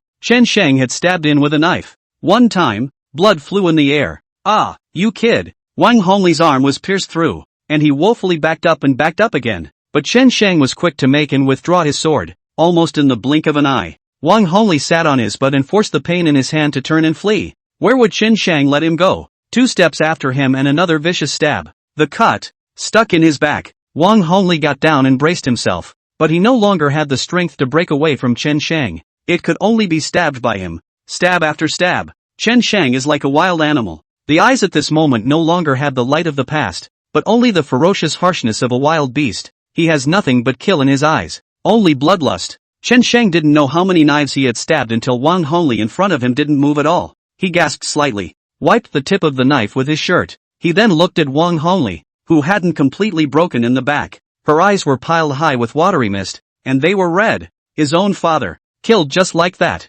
by Mr. Chan, and he couldn't move a muscle. Revenge wasn't on her mind now. All she had left in her head was fear. She's afraid she'll be killed by Chen Shang, afraid that no one will do anything for her when she gets to hell, and even more afraid of seeing Chen Yuan there. Everything wasn't supposed to be like this. Why did it turn out like this? All she did was cry, but her body couldn't move. She's hurt too much. Chen Shang walked over and crouched down. Look down. Now, you know the pain of losing a loved one? My sister's death is just your apocalypse. Your suffering is just the beginning. When you get to hell, someone will naturally judge you. My sister will get it back from you in spades. Oh, me. Wan Yuehong desperately wanted to say something, but Chen Shang didn't give her any chance to defend herself. One grabbed him by the hair and dragged her and threw her into the cellar. The familiar smell of blood, the familiar smell of decay. Wang Yuehong pressed against her mother. Her body was incomparably cold and stiff, and an inexplicable fear rose from her heart. One doesn't want to be like this. She's one of the most beautiful girls in the school, but she's going to be so ugly in the end. She tried as hard as she could to open her mouth, but no words would come out. Not a moment too soon, Wang Hongli was thrown in as well. A family, all together. The entrance flashed with Chen Shang's face. There's no expression. It seems like this was all planned out a long time ago. He was pouring gasoline into it with a clatter. Wan Yuehong was anxious and afraid. At this moment the head seems to think of the original the picture. Several of them surrounded Chen Yuan together. Wasn't she also begging so bitterly when she only had one breath left at that time? And how have they ever been soft? It didn't end up being viciously murdered. It's not unreported. Everyone gets their comeuppance. Wang Yuehong watched the fire burn around her. There was nothing but bitterness in his heart. If he could do it again, he would definitely not touch Chen Yuan again. Only, unfortunately, it was too late. This is its own punishment. Chen Shang took off his clothes and threw them into the fire, and threw all kinds of tools in as well, then turned and got into the locomotive. One way to fly away. Behind it, a sea of fire. That night, Zheng Shi then rushed over with his men and cordoned off the scene. It was someone passing by who noticed the fire and reported it to the guard bureau. That's when the firefighters arrived. But coming over they found 3 bodies, burned beyond recognition. So rushed to contact the guard bureau. Jiangxi came with bad thoughts in her mind. Wang Yuehong, Qin Suhua was just kidnapped a few days ago, and now people are being burned to death. Could these 2 things be related? The scene can be a mess. Even the veteran guardsmen of many years were secretly surprised. That's a vicious modus operandi. This appears to be a family of 3. Just send them away together? The whole cellar was burned out and blackened. Those 3 bodies can only be identified by DNA. Nothing could be found at the scene except footprints. There's no sign of Chen Shang at all. They'll have a hard time figuring out who it is just based on the footprints. Any suspects? The captain came over and asked Zhang Shi. Yes, I suspect it's Chen Shang. Zhang Shi also spoke bluntly. It's Chen Yuan's brother? The captain frowned. Obviously this is very illogical. A teenager. Still a kid. A man could do such a thing? This is so unrealistic. Yes, I think it's him. It's just that I don't have any proof yet. But I'm sure that proof will come soon. Chen Shang. I must bring him back with my own hands. Zhang Shi yelled. Her beautiful eyes filled with determination. Early the next morning, the appraisal results are in. The news began to broadcast. This thing, once again, is on the hot seat. Wang Hongli, the boss of Hongchen Group, worth over $1 billion. But a family of 3 was killed. Direct family crematorium. Even their daughters are hard to escape. Officials have also made their attitude clear. Said the matter would be investigated to the end. There must be no sin allowed. The netizens below are all abuzz. It's sad. A whole family gone. The person who did it was too ruthless. The whole family will be cremated. If you ask me, it's deserved. I knew that Wang Yuehong before. She wasn't a good bird in the first place. It's good to be dead. Sort of rid the people of harm. It's a pity that more than $1 billion is gone like this. And you won't necessarily be able to get a good birth in your next life. And reincarnate? I don't know how many sins there are in this kind of person. Enjoy yourself in Hades. Soon the story spread to other parents. Everyone saw today's report. Fong's house. Dad, I don't want to die. I still want to live well. This matter had nothing to do with me in the first place. And I was just following along blindly. Who would have thought that things would turn out like this? If I had known, I definitely wouldn't have done it. Dad, you have to save me. Fong Yu had long been terrified. Seeing the 3 figures coated in black on the screen, it was as if she saw what would happen to her. She's still young and unmarried. How can she die like this? For the past few days, she had nightmares every night. In her dreams, Chen Yuan transforms into a severe ghost to torment her. She hasn't slept a wink. Fan Long was also silent when he saw this message. Without realizing it, a chill went down his back. His finger hasn't been reset since it was broken and he's still in a cast. But that's nothing compared to Wang Hongli's family. The Wang family is quite powerful and has hundreds of bodyguards. But it still didn't escape Chen Shang's pursuit. Everyone knows it's Chen Shang, but there's just no evidence to arrest him. This kid is really something else. In the end, they were still careless and underestimated Chen Shang. Why did you guys bully her if you knew that? I told you a long time ago not to get me into trouble at the training facility. But you just don't listen. A girl doll. Yet you take pleasure in bullying others every day. Now you've dragged the entire Fong family into this. What do you want us to do? Fong Long complained loudly. Things seemed to be more than he could handle. Obviously the other side doesn't want money or any kind of apology. He just wants blood for blood. This kind of person is the worst. No one knows what he will do when he is mad. The point is that the opponent's IQ is online. So who can play him like that? Dad, I'm begging you. Please, you have to save me. I'm your own daughter. I don't want to die like this. I really won't dare to do it again. Give me a chance to change my ways. Fong Long, however, stopped looking at her more than once. Distracted. It's time to talk to the other parents about this. The Hai family. Gao Shenhong slapped Gao Shui several times. She was on her knees crying. The family was also frightened. Especially Hai Sinking Hung. He's a coward himself. Wang Hongli's family is gone. Everyone knows it's Chen Shang, but there's just no evidence to arrest him. This is the scariest thing about Chen Shang. That kid, how the hell did he do that? Is he really that powerful? Gao Shenhong calmed down and began to analyze. Dad, why don't we just leave and flee abroad? Chen Shang won't be able to kill us abroad, right? I think it's better to save our lives now. Gao Shui cried with a sad face, rushing to the side to come up with ideas. Easy for you to say. Do you know how much formalities are required? Gao Shenhong yelled. But in the back of my mind, I'm thinking, this might be the way to go. It's always impossible for that kid to catch up when you're abroad. Saving your life is the key now. The big deal is that they'll be back after this is taken care of. The lives of their family can be very precious. Far different from that crap. Since that kid has done something so ruthless, Then there must be a break. Wait until I discuss it with the others first. Gao Shenhong thought for half a day before speaking. The Chang's mother by Xiulan is knocking at the door, serving a bowl of rice. Zhang Kai hasn't eaten anything for a day. He just locked himself in the house and didn't dare come out at all. It's as if as soon as you step out of the house, you become like the king's family. Kai, eat something. How can you not eat that? And with mom and dad, what are you afraid of? Our Zhang family, that kid can't be shaken. Don't you be afraid. Zhang Kai, however, didn't listen at all. And instead, his body shrunk even tighter. This nigga ain't no joke. All he could recall in his head now was when he bullied Chen Yuan earlier. Wan Yuehong is not the mastermind, but the family hangs. What will become of a mastermind like yourself? He shuddered to think. Mud, if I had known, why would I have touched that sweeper? I'll be damned. In a pretty hidden tea house, Fong Long, Gao Shenhong, and Zhang Zhongtian met. The three were quite silent. My family is already preparing to leave the country. A 6-month passport that will be approved almost a month later. Gao Shenhong spoke first. It wasn't hard for their families to leave the country. Leave the country? You think it's okay to go abroad? Fong Long let out a shameful laugh and said without any humor. Going abroad means we're afraid of that kid. A brat who can force us to go abroad? I don't believe it. That, in the past, the two would have nodded in agreement. But now, no one's talking anymore. Zhang Zhongtian asked Fong Long, "You're not afraid of Chen Shang?" Fong Long was speechless for a moment. It's impossible for you to say you're not afraid. Who wouldn't him a crazy person? And once a person starts killing it's hard to stop. That's something they all understand. Going abroad is a solution. But it will take a month to complete the formalities. Can we survive this month? Fong Long was relieved after all, and his tone softened. When something happens to the Wang family, it can be just a few days.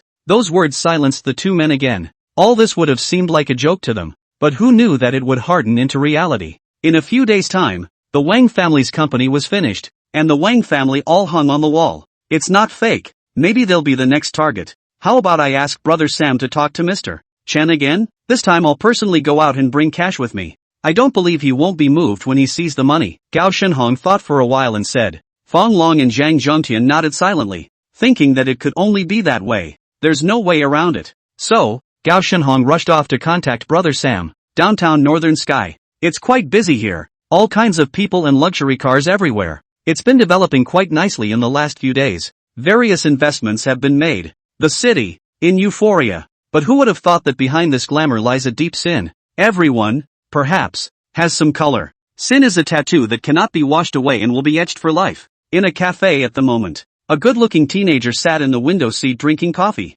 He had slightly longer bangs that covered his eyebrows, eyes as handsome as stars and shrewd. A casual outfit on him is hard to wear like a fashion show. A touch of melancholy, dotting the whole body. He had 2 cups of coffee on his desk. 1 cup for himself and the other for Chen Yuan. Sister, it's my brother's fault for not bringing you here sooner. In my next life, if there is a next life, I will protect you well and never let you suffer any harm. In this life, I'll make them pay for all the wrongs you've suffered. I promise. Chen Shang read silently in his heart. Wang Hongli's family is dead. There's also Gao Shui, Fong Long, and Zhang Kai, especially Kai Zhang. Chen Shang was going to make him taste all the fear and pain. Zhang Kai would be too scared to go out after he knew that Wang Hongli's family was finished. This fear, too, is very solidly ingrained. When I was a child, Chen Shang used to watch the roadside Sha dogs from time to time. It's not the dogs that are being killed that are the most feared. It's the next one that's sitting in a cage waiting to be slaughtered. That panic of a racing heartbeat, that feeling of not knowing whether you'll live or die in the next second, is the most torturous. The phone suddenly vibrated. It was a message from Phoenix, saying, Sam said he wanted to see you. It was requested by the other parent, and I'll be there when it happens. Chen Shang immediately returned a good word. The SHA dog effect, it seems, is already brewing among those parents. Sam is being cautious this time. Moreover, it seemed to be very afraid of Chen Shang. The news reports he watched and thought the kid was a character. This ruthlessness seems to have surpassed himself. He'll really do anything to avenge his sister's death. It's at the scrapyard. There's no surveillance here. There's no one around. Sam brought more than 20 people with him. All of these men were armed, and all of them had followed him all the way through the fight. With so many people around, it was impossible for Chen Shang to retreat in one piece even if he was more powerful. Brother Sam already had a plan in mind. If he couldn't convince Chen Shang today, then he would definitely kill him. It's a scourge to keep such people around. Brother Sam, a few of us have discussed this and are willing to add another $1 million to you. As long as you can handle that kid, no matter what method you use, even if you convince him. Gao Shenhong stood next to him and spoke cautiously. Don't worry, old Gao. You should know what I am. Sam smiled, satisfied with the $1 million. Gao Shenhong naturally knew who Brother Sam was, or else he wouldn't have offered a big price to ask for his help. Sam's journey to the top has been entirely based on ruthlessness. His gang had over 100 men. The number of people is not very large, but every one of them is a tough guy. In his case, the only words are never compromise. Used to kill people when they were fighting for territory. It's a prestigious presence in the provinces. He also has a lot of lives under his belt. Plus, with so many people here today, he could definitely get Chen Sheng killed. If you kill him, you'll be rid of a big problem. This kid, have you investigated? Does he have any other background? Sam asked. Little Fong hurriedly spoke. Brother Sam, I've investigated all of them, but I haven't found any clues about him. He's just an ordinary guy with little background.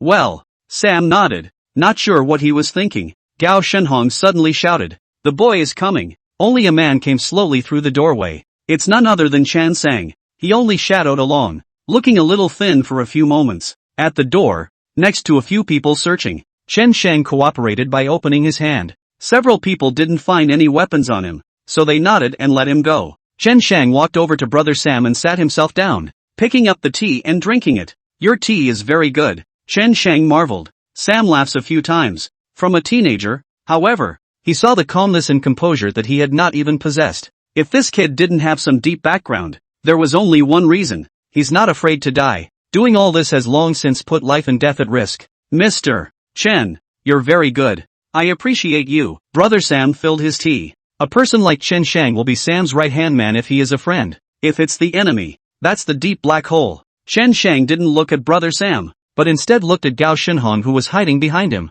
Is Takayuki okay? Boom! Gao Shenhong's face bristled when he heard this. The whole thing was like falling into a cold cave. Chen Shang, children don't know any better. Can we just let this matter go? Gao Shui was also compelled to go there. I'm sorry about your sister, but people are dead. We should think of a solution to the problem. Chen Shang sneered. Compelled? She usually bullies my sister and is also compelled? She slapped my sister pretty hard when she bullied her. When a person is dead, no matter what is said, it's all bullshit. Is there any point in talking about it? Gao Shenhong's voice became anxious. Chen Shang, you can make conditions as you like. As long as you can spare my daughter, I can agree to whatever conditions you want. Chen Shang's hand that was about to take a teacup stopped and raised his eyebrows. Really? Then I do have two conditions. You name it, whatever it is, I'll fulfill you. Gao Shenhong hurriedly answered. First, you die. Second, my sister is resurrected. This, Gao Shenhong's face immediately turned ugly. It's not bullying. Chen Sheng the kid,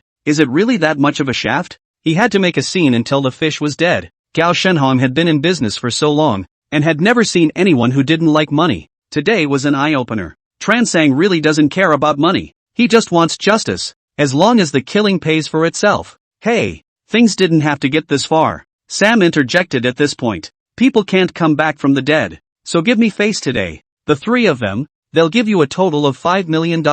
This matter will be settled, and everything will not be pursued again. How's that? 5 million. Put in the eyes of the average person. It is a number that is out of reach for a lifetime. But in Chen Shang's case, nothing in this world was as important as his own sister. Now the sister is gone, unless it's paid for with their lives. Chen Shang sneered and looked at Sam. How about 5,000,000 for your life? Wow. Those words brought all eyes to focus. All the minions leaned in. Weapons were drawn and ready to strike. Sam's face instantly turned ugly. This kid is still exactly the same as last time. He's got a big mouth. Mr. Chen, you probably don't know my background in factoids yet, so I advise you to think about it before answering me. I've been out in my teens. I've been on the road for almost 20 years. What kind of people have I not seen? What kind of things haven't I encountered? I have 7 nightclubs in the provinces, hundreds of minions, and all kinds of contacts. Are you here for a blind date? Before he could finish his words, he was interrupted by Chen Shang's distracted voice. I'm not interested in knowing your business. All I know is that if you continue to meddle in this matter, you may not be able to return to the provinces. Sam's pupils plummeted. Anger spewed out instantly. Does Chen Shang really think he doesn't dare to make a move? He's nothing. Kill this kid for me. Do it. Bang. All that was heard was the sound of a gunshot. Seemingly, it exploded right in my ears. Everyone on the scene froze. When we came here today, Sam gave the order and told all of them that no one was allowed to carry a gun. It's just a matter of deploying more than 20 people against a brat. If you bring a gun, you'll be a joke in the street. But that sound just now, that sound was indeed the sound of a gunshot. Gao Shenhong looked at the scene in front of him, his eyes glaring in ovals, which were filled with panic, his lips trembling with fear. The person who fired the shot wasn't Sam. Neither is Chan Sang. Instead, it's Phoenix. He had little expression on his face and a smoking pistol in his hand. The gun was aimed at the place where Sam had just been standing. Sam had an extra gunshot hole in his head, his mouth exaggeratedly wide open, and his eyes staring dead into the sky. He'll never know to his dying day who put the cold shoulder on him. Little Feng, but he usually trusted the most. He's cultivated this for so long that he's going to kill himself? Not only did Sam not understand, but so many of the minions that Sam had brought with him couldn't understand either. Isn't Feng with them? Why are you turning around now? What the hell is going on here? Brother Shang, I helped you kill Brother Sam. Xiao Feng smiled faintly, smiling with a bit of sunshine, as if he was a harmless neighborhood boy. He seemed to have no inner turmoil when he killed Sam. It's as simple and easy as if you were playing a game. Chen Shang patted his shoulder. Thanks, brother. Little Feng turned his head to the minions and shouted, Brother Sam is dead. He died today by accident. I'll be in charge of all sorts of things from now on. Whoever is not convinced can come forward now. A group of people all looked at each other. No one dared to speak. It's like they're all mute. They all knew what Little Feng was. Totally a cold-faced killer. Although he looked no different from an ordinary person, when he really moved, not many people were his opponents. The reason he rose to the top so quickly to become Sam's confidant, it's because of his outstanding hands. Secretly, I don't know how many troubles I've solved for Sam. Gang, he's the one who gets the most credit. Now that he's in power, no one can say anything. Welcome, Brother Feng. Congratulations to Phoenix on his rise to the top. Immediately, a couple of know-it-alls began to lead the shouting. The others could only comply in droves. Phoenix nodded in satisfaction. You guys go and bury Sam's body. The rest of you wait outside the door and don't come in without my order. Yes, Brother Feng. The crowd hurriedly agreed.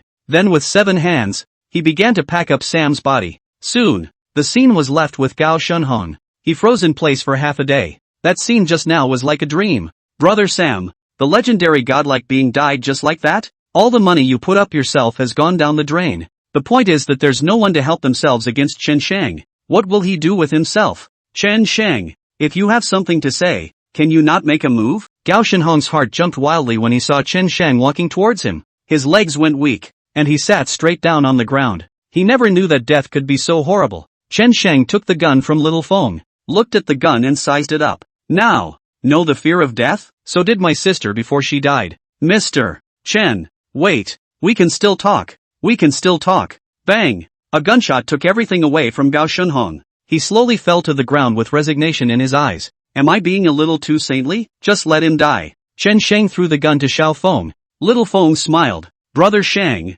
he was scared out of his wits just now, and I think he got a taste of the punishment he deserved. Well, Chen Shang nodded, then told Xiao Feng to bury Gao Shenhong's body as well. After that the two came into Sam's business car. I'll have Xiao Luo, the bearded man, go back with you later. Chen Shang knew that Xiao Feng would have a lot of trouble in the future if he killed Brother Sam today. The men brought in today are all superficially submissive to him though. But Sam is inevitably a bit of a diehard. He can't necessarily recruit alone. It's easy to hide from a gun in the open and hard to guard against an arrow in the dark. Little Feng shook her head and refused. Brother Shang, I can handle it alone. I've also been by Brother Sam's side for so many years. I know his bottom line very well. Don't worry. It's just that I'll probably be too busy to help you for a few days. Chen Shang patted his shoulder. It's fine. You deal with your own business first. Countryside, where Chen Shang's parents live. The two of them, Chen Jiangmo and Li Qiulan, sat in the courtyard, their eyes out of focus. Chen Yuan's death had slowed them down for so many days.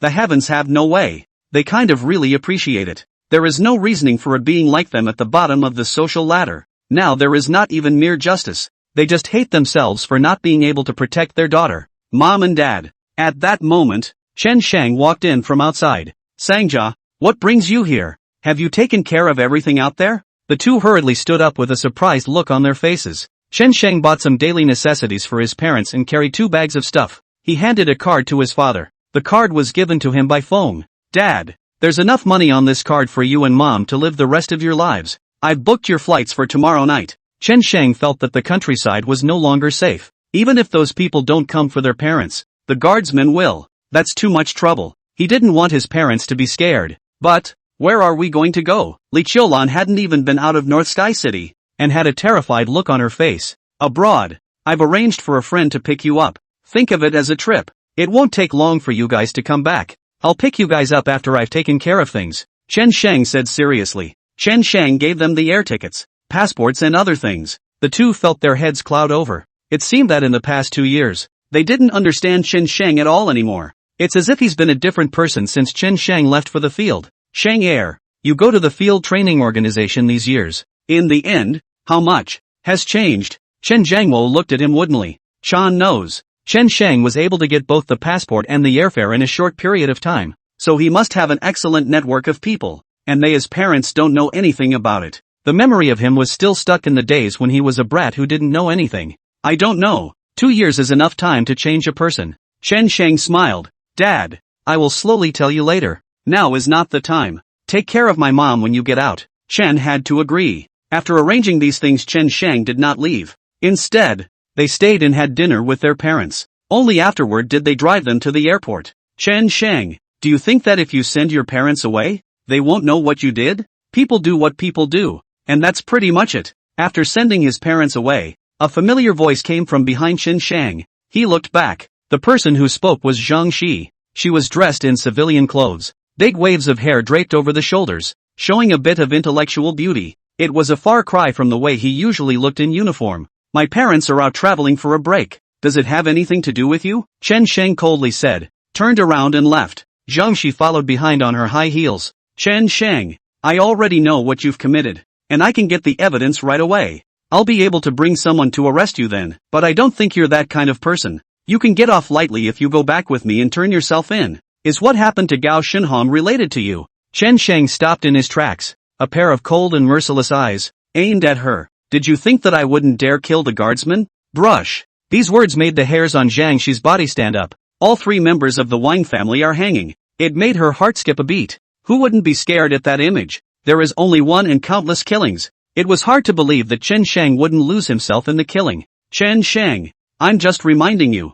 I don't want you to make another mistake. She took a deep breath and said seriously, my business is none of your business. If you investigate further, I don't mind letting you go to hell together. Chen Sheng snorted coldly and turned to leave. Gao Shenhong has disappeared. Sam is also missing. The news of this was kept pretty well under wraps. No one knows the real reason. Zhang Zhongtian was at home at the moment, anxious as a hot pot of ants. Gao Shenhong is missing, so it's 80% dead. Didn't they go to talk to that Chen Sheng about things? How could they go missing? Bai Xiulan innocently asked. Hell knows what that Chen Sheng is really like. I heard that most of Brother Sam's men have already gone back, leaving only a few to clean up the mess. Gao Shenhong and Brother Sam are probably both dead. I just don't know who was so ruthless to kill both of them. Zhang Zhongtian's voice trembled a little as a dark cloud floated above his head. The fear of death is slowly creeping in. Could it be their enemies? Brother Sam's kind has so many enemies. It's inevitable that an accident will happen at some point. Bai Xiulan was still guessing naively. It must be Chen Sheng. It must be him. Zhang Kai didn't know when he came out of the room.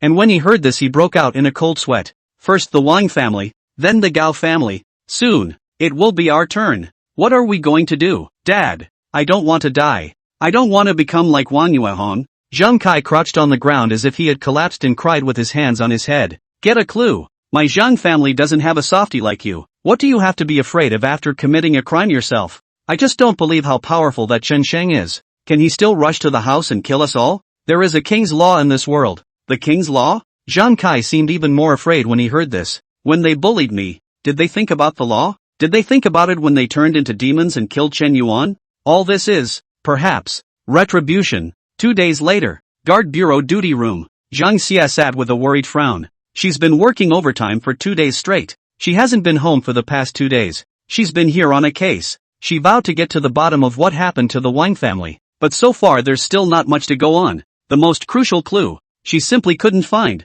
Did Chen Sheng really do this? She couldn't help but venture such doubts. Both his methods and his intellect are out of place for his age. The most crucial evidence had all been erased, and it wasn't that easy to get Chen Sheng back in a short period of time. What's even more of a headache is another case. High sinking flood. His family has come to report it. Disappearances. Without confirmation that something happened to him, it can only be characterized as such. But Zhang Shi knew that he was 80% dead. Only this hasn't dared to speak to Gao Shinhong's family. Captain, you're here. Zhang Shi suddenly stood up. The captain gestured for her to sit down, then slapped a stack of photos in front of Zhang Shi. She picked it up suspiciously and glanced at it. It's got some pretty blurry pictures all over it, but every picture has something to do with something big. There was always a member of the Cthulhu Society present at one of these events. They all had, more or less, the word pale on their clothes. Song Tian Association? Zhang Shi immediately exclaimed in shock. The Cthulhu Society was no stranger to her. It was also good and evil, and it baffled them all from time to time. Well, with the recent events, I suspect it has something to do with the Cthulhu Society. The captain folded his arms with a very grim expression. It can't be, can it? Hasn't the Song Tian Association always been about upholding justice? Zhang Shi found it unbelievable. It's still a good influence on the Cthulhu Society. At least they didn't do anything bad. And there are some things the guardsmen can't do that the Cthulhu Society can. They are a very mysterious force. This time, it was a completely naked killing. How could it be related to the Tsungtian Society? This is something that can be called justice, or heaven forbid, but never a bad thing. The captain pondered for a moment and took a deep breath. He's referring to this whole Chanwan thing. Zhang Shi was immediately speechless. Honestly, it's something they're all pissed off about, too, but there's nothing to be done about it. After all, the rules and regulations are there. There's no way to talk about this matter. But what Qin Shang did made a lot of people out of breath. It also follows the way of heaven. Cthulhu Society and Tendo all have the word heaven in them. Captain, do you mean that this matter is related to Qin Shang? Song Tian will be secretly helping him? Zhang Shi tensed up at once. If Qin Shang's back was the Song Tian Association, then things would be troublesome. It's an entire organization they're dealing with. No, that's not what I understood. The captain shook his head. Then his eyes deepened. I suspect that Qin Shang is the president of the Song Tian Association. For 2 days, Qin Shang didn't go out. He had been sleeping in his sister's bedroom for the past 2 days. Talked to her alone. At the same time, he knew that the guardsmen would definitely be desperately searching for clues to try to catch themselves in the past 2 days. It's better not to show up yourself at this time. Buzz. His cell phone rang. It was a message from Lo. Brother Shang. I've found out what happened. I'll see you tonight. Good. Qin Shang immediately replied. In the past 2 days, he asked Xiao Luo to send someone to investigate those parents, at the same time secretly destroying the evidence he had previously left in the cellar. It's hard to avoid leaving a trail of life behind, even though you planned it perfectly. He was relieved to have Lo in charge. Soon it was evening. A barbecue restaurant. The bearded man is here waiting for Chan Sang. He wore a hat, but could not hide a full beard. Brother Shang, sit here. He rushed to greet. Chen Shang sat down, his brows furrowed. Your beard, isn't it time to shave? He scratched his head and grinned. Hey, Brother Shang, it's only artistic if you have a lot of beard. That's what women like nowadays. Chen Shang shook his head helplessly and ordered. Brother Shang, this is what you asked me to look into. The bearded man handed over a document. Chen Shang looked away. Above is the address of Fonglong Corporation. He's now in hiding with his entire family. But it wasn't hard for the bearded man to find out about him. The energy of the Cthulhu Society is beyond the imagination of the average person. Eat meat. Chen Shang put the information away, and in the next 2 days he was ready to make his move. Fong Long is the next target. His daughter, Fong Yu, and his wife, Li Yuqing, have to die. It just made Qin Shang not expect that Fong Long even kept a mistress. And that mistress is pregnant. It's true, what kind of trash has what kind of parents? Brother Shang, this Fong Long is quite cunning. He has several companies under his name. But in fact they are all places he uses to launder money. The water on this guy is very deep. Fong Long is not an ordinary person either. He is worth $300 million. Not much, but he has a group of brothers, all outlaws. Fong Long has been secretly raising them for so many years, and they dare do anything for Fong Long. Chen Shang nodded his head and ate his meat. Well, the most unafraid people in this world are outlaws.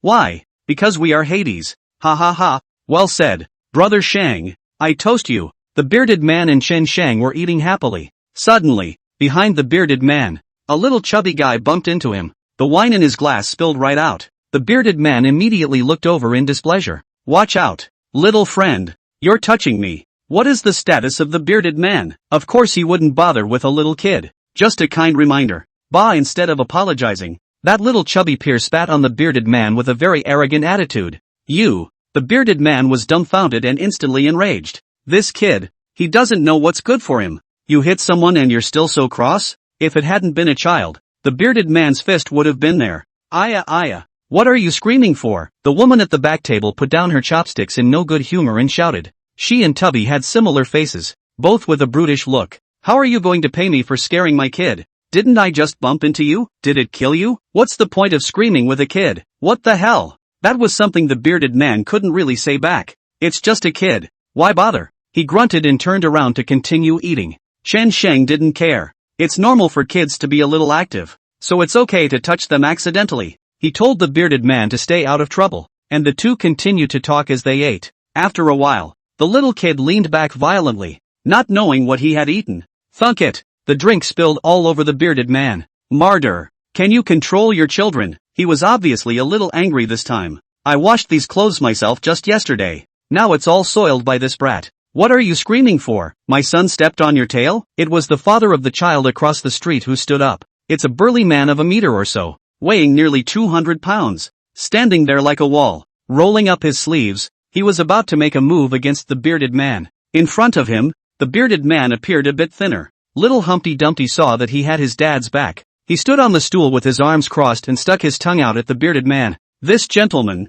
your son's seat is over there, and there is a great distance between him and my friend. He was the one who intentionally touched my friend with the bench. Your sons, shouldn't you be serious about disciplining them? Chen Shang also stood up and spoke politely. What did you say? Did I hear you wrong? I don't need you to tell me what to do with my son. Mind your own business. I can tell you. Just now you scolded my son. This matter is not over. This father who loved his son deeply was not at all indiscriminate, just blaming Chen Shang and the bearded man. That's how we raise our kids. It's in their nature to be playful and active, and no one is going to stop my kids from playing around. The bearded man grabbed the ashtray and looked ready to strike, but he was stopped by Chen Shang's look. Sit down and continue eating, Chan Sang said. The bearded man cursed and continued to sit down to eat. That father purposely shouted, Son, you can sit any way you want. Don't care what they say. With daddy here, let's see who dares to bully you. You could have stood on top of his head and taken a shit later. What the fuck? The bearded man clenched his fists.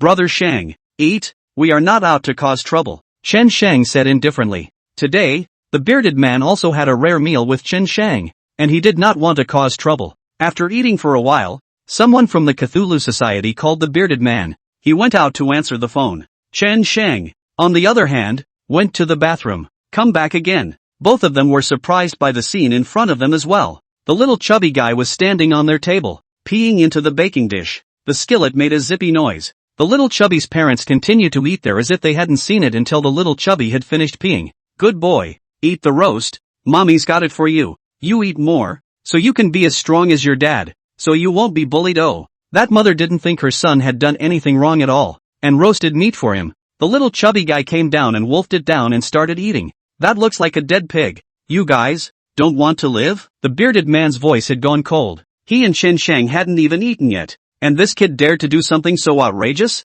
Even more bizarre, his parents were indifferent the entire time. You're just gonna let this kid run wild. Chen Shang also stopped talking. He doesn't cause trouble, but he's not afraid of it either. Mom, who do you mean who doesn't want to live? When that mother heard this, she directly slapped the table and stood up. That father also said that he could not accept it and picked up the scissors and was going to fight with Chen Shang. What's wrong with my son just peeing on your table? If he can't hold it in, should he let the baby hold it in? It's children's urine. It's clean, cleaner than your mouths. You should be grateful that you can make my son pee on a table. My son is going to be famous in the future. No one else can even ask for it. Everyone else in the restaurant dared to say something when they saw this image, and no one wanted to cause trouble. But this method of disciplining children was a real eye-opener for all of them. Don't you know that spoiling your son is like killing him? The waiters in the restaurant also saw here and rushed over to say goodbye. Then a different table for Chen Shang and the others. Only then did Chen Shang not get angry and went to the side to continue eating. Brother Shang, do you want me to teach this little fatty a lesson? The bearded man's voice went cold and he looked over in exasperation.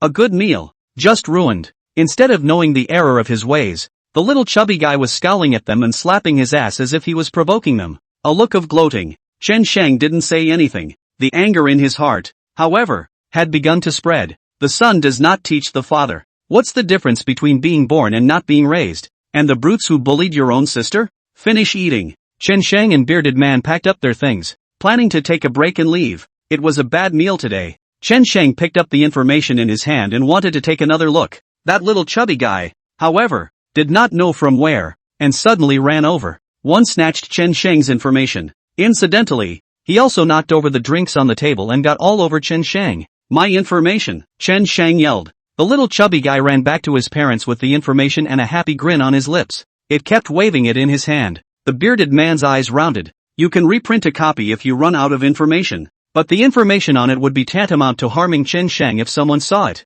This has hit their bottom line. Have your child bring me my information, or you won't be able to end the matter today. Chen Sheng's voice chilled down and issued a warning.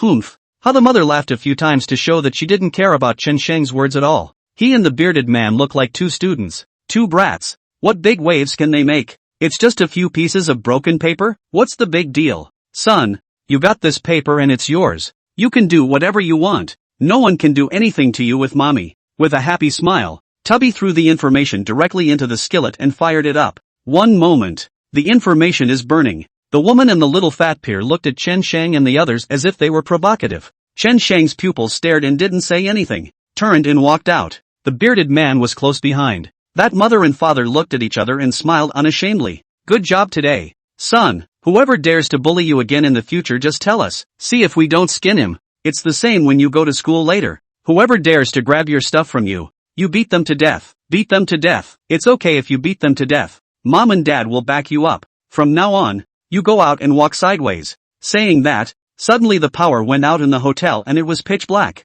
The little red dot on the monitor, too, disappeared. Chen Sheng and the bearded man were not afraid of anything. Instead, they went out and disconnected the hotel's electrical circuits while destroying all the surveillance in the neighborhood. That way, it's easier to get your hands dirty. Ha, why is the power out? My son hasn't finished eating yet. Call your boss out. Delay my son's meal. I'll smash your store. That mother yelled. The little fat peer also crazy as hard as to slap the table. They're directly across from each other. A man came forward. This person had a slim figure, and only a rough outline could be seen in the darkness, but his two eyes were particularly bright. You are the man. Just now, the mother immediately recognized him and subconsciously said, knock. She suddenly felt a pain in her stomach. The entire group screamed and sat on their asses. You dare to make a move. Husband, hit him for me. That father also reacted then, grabbing the wine bottle on the table and rushing towards Chen Sheng, but not before 2 steps. Suddenly, he felt something heavy burst in his head.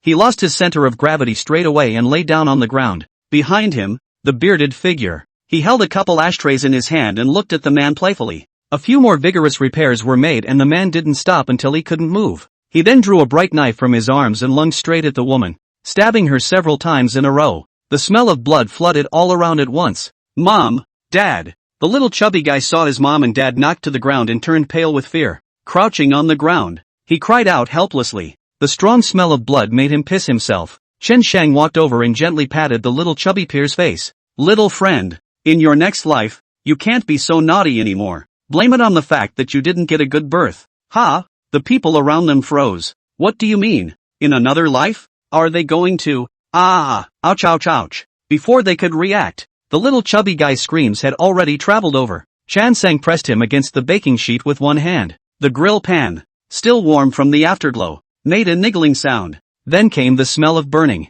Chen Sheng had no intention of stopping, grabbing the little chubby guy's head and slamming it towards the baking dish one by one. With each stroke, it took all the strength it could muster. Soon the chubby little man's face was a bloody mess and he stopped struggling. Blood began to gurgle from his mouth and he died. The whole skillet reeked of blood. The scene was watched by the guests all around. Couldn't help but suck in the cold air. Although Chen Sheng's hand was a bit cruel, it was a relief. This little chubby guy had been running and jumping back and forth and tossing around in the restaurant before, and he even bumped into an old man. But his parents were not at all reasonable, and everyone was outraged. It's called what goes around comes around. Chen Sheng threw the little chubby peer aside and spat. Then he gave Lo a wink and the two of them left the restaurant in stride. On his way out, Lo slipped away a bottle of beer and drank it as he walked. Next day, hospitals. The couple was admitted to separate wards. The husband had passed out and was in the ICU. The wife was less injured but had just had surgery. A section of intestine was cut and a kidney was taken. The bladder is completely busted.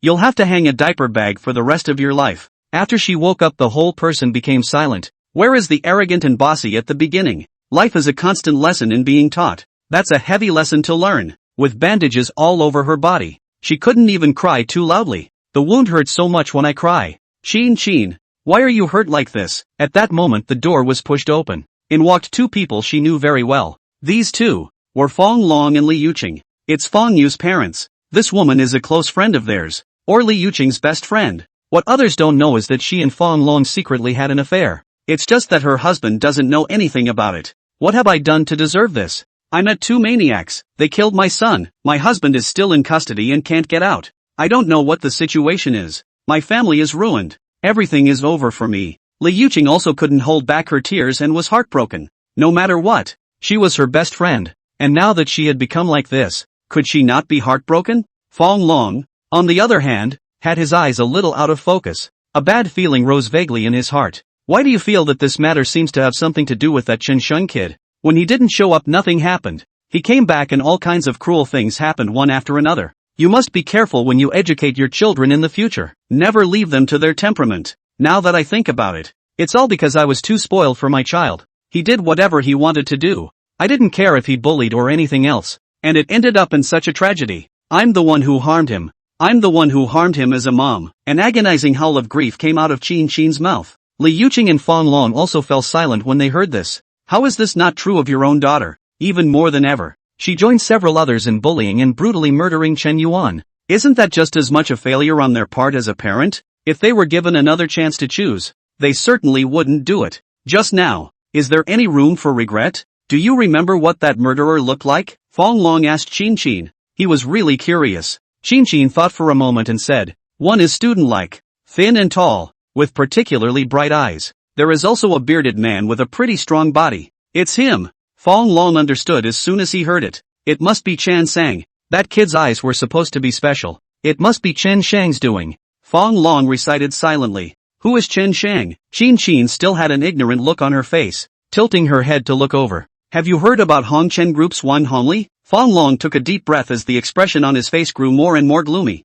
I heard about it. Could it be him? There was a moment of doubt on Qin Qin's face before realization dawned on her. The whole of Baidian City knows about Wang Hongli. First he was framed. Then all three members of his family were killed. And now even the police can't find any evidence. It can be quite miserable. The reason is because Wang Hongli's daughter Adian killed a girl. That man's methods were a shock to everyone who mentioned them. The kitsune's eyes went hollow. Scared pissbag poof. Will you die yourself? That kind of person kills without a second thought. After knowing that he's still alive, he'll definitely come to the hospital and finish himself off, right? What to do? What to do? From the hospital, Fong Long handed the company over to the other principals and hid himself with his wife and daughter, in a very secluded villa. The three are afraid to even come out to make purchases, afraid that if he was not careful, he would be kidnapped by Qin Shang. Dad, how long do we have to hide like this? Only 2 days had passed and Fong Yu couldn't take it anymore. Used to shopping and eating in style every day. Suddenly she was locked up.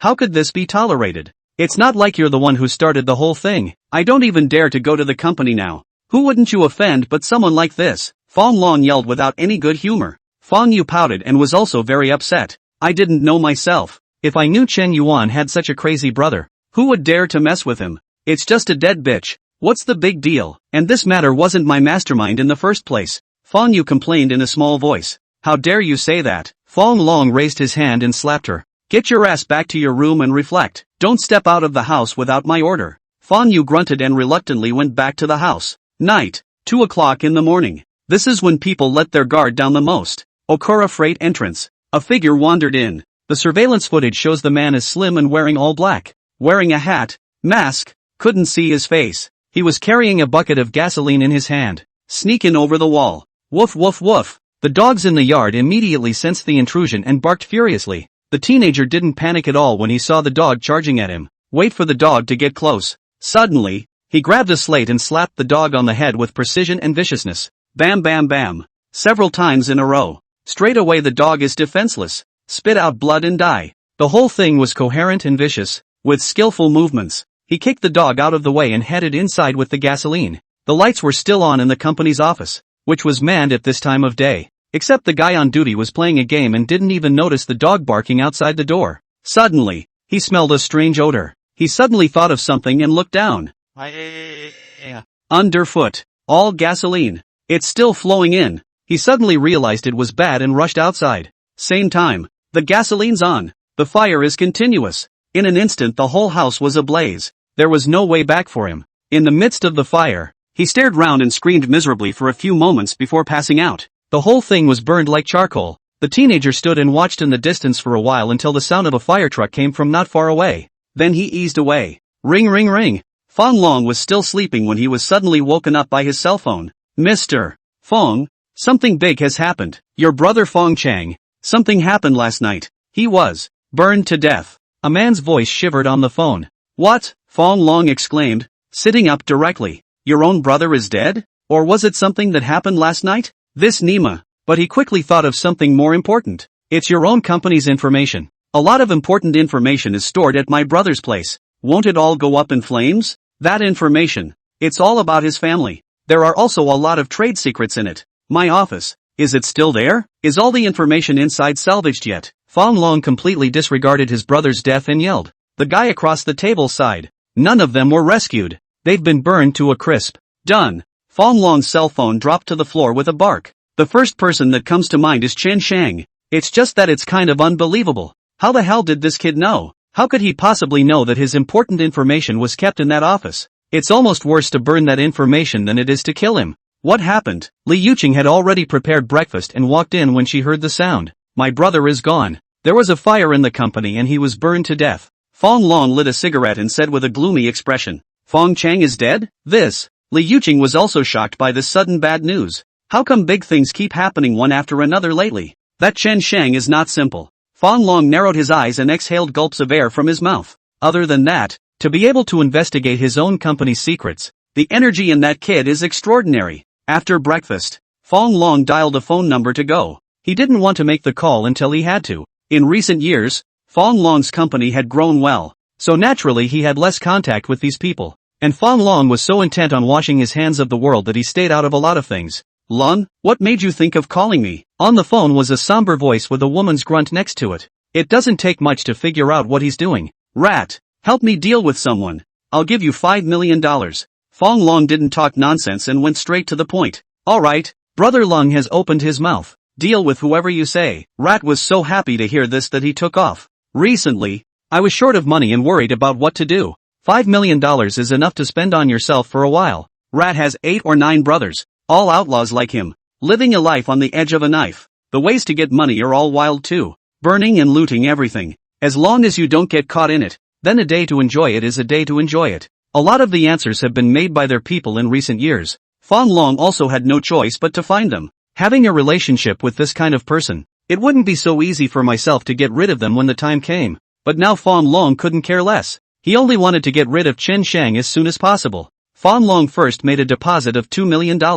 Then Rat and the others were ready to act. The deadline is 3 days. In 3 days, Chen Shang must die, leaving this matter in the hands of Rat and the others. Fong Long was considered to have temporarily relaxed. Finally got a good night's sleep. Now he just had to wait for the news of Chen Shang's murder to come through. Same time, Chen Shang received a call from Fong. Brother Shang, Fong Long has found a group of outlaws to deal with you. I'll take care of this for you. Little Fong said directly on the phone. Oh, which way is it? Chen Shang was not the least bit nervous. Outlaws? He's seen too much. They are nothing in front of the Cthulhu Society. It's rumored to be a man named Rat. A man of sorts who's been in hiding after committing a lot of big crimes in the last few years. A repeat offender? Does it fit the purpose of the Cthulhu Society? Chen Shang asked. Well, it fits, Phoenix said after thinking for a moment. Then follow the rules of the Tsungtian Society and get rid of the evil. Yes, then I'll send someone to fetch you. The heavens will not be disappointed, and the world's evils will be put to death.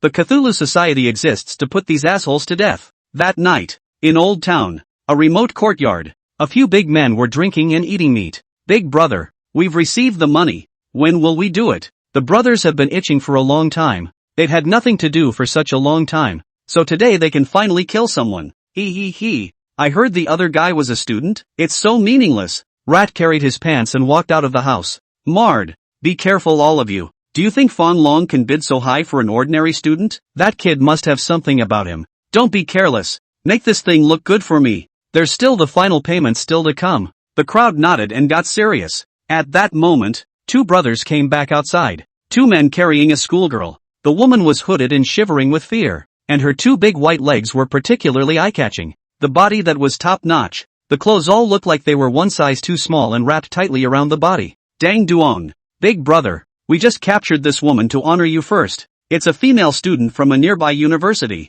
Fresh. The two men spoke as if inviting credit. Several other people in the yard had gathered around. A few drooling. Hey, I can finally change my taste today. I'm tired of playing with so many women every day. Say, big brother, shouldn't we settle the 1 or 2 in the house for new ones? Either that or I'll do it later. In the back of the house were now several women tied up. All college girls they'd taken from the neighborhood. It's usually for the brothers to have fun. When you get tired of playing, you kill it and get a new one. It's that simple and brutal. When this woman came over today, someone had to be dying. There's a couple of women's bodies buried right here in the yard. Well, I'll go first later, and teach her a lesson about what she's come to first. Rat gave a few bad laughs as his face gradually crumbled. Playing with women? He's serious. With that, Rat grabbed the woman and led her toward the house. Freeze, all of you. At that moment, only a loud, explosive cry was heard. At the door was a woman, holding a gun on Rat and the others, shouting a warning. This person is Zhang Shi. She's been chasing Rat and their case for a long time, but there have been no leads. Rat and the others are cautious and basically don't show their faces easily, and doing things without leaving any evidence. It's not easy for the police to catch them. Today, when Zhang Shi came home from work, she suddenly encountered 2 men on the way to tie up a female college student. The incident immediately caught her attention. She didn't hit the hay and followed her all the way. I didn't realize that it was Rat who started this whole thing. This man's name can hang around the police department for a long time. Yo, who did I think it was? But it turned out to be a little guard soldier. Ha, this woman is not bad looking. Rat was first startled, and when he saw that Zhang Shi was only one person, a bad smile immediately appeared on his face. Zhang Shi dressed casually for work. It also portrays over-the-top bodies and faces. The hair was shoulder length, the long legs roamed, and the features were exquisite. What man wouldn't whistle at the sight of such a woman? Coupled with the fact that she already had a dryness about her that only guardsmen had, this aura firmly attracted their attention. The others laughed obscenely when they heard this. After playing with these schoolgirls too much, they wanted a change of scenery. And the other guy was a guardsman. This strong sense of contrast made each of them secretly happy. There were a few impulsive ones that were already drooling. All of you, crouch down with your hands on your heads and follow me back to the guard bureau. You're Rat, aren't you? The guard bureau has had your picture up for a long time. Today is your end. Still all in one piece. Zhang Shi roared. Ha, I'm so famous. Rat obscenely licked the corners of his mouth. And instead of being afraid of hearing this, he laughed very proudly. He had already expected what would happen to him, and death would be a relief for him. And he's always been ruthless. I don't know how many things he's done to hurt the world. How can you be afraid of a small guard? Zhang Shi was like a white rabbit with her teeth showing in his eyes. If you don't squat down, I'll shoot. Zhang Shi issued a warning. A few drops of cold sweat ran down her forehead. She's nervous too, even though she was holding a gun. These were outlaws. He was alone with only one gun, but the other side could have 8. Couldn't even kill them all by shooting out the bullets in the gun himself. If they were to fight themselves hard, they would be in trouble. Rat and a couple of brothers next to him also looked at each other as a call went out from the yard. Sister, just you alone want to catch all of us? You got this gun loaded? Does it have bullets in it? I've heard that you guys don't even come out with real bullets, so don't you bluff here. But the brothers can have some fun with you in bed. Shut the fuck up. All get down obediently. Zhang Shi was anxious,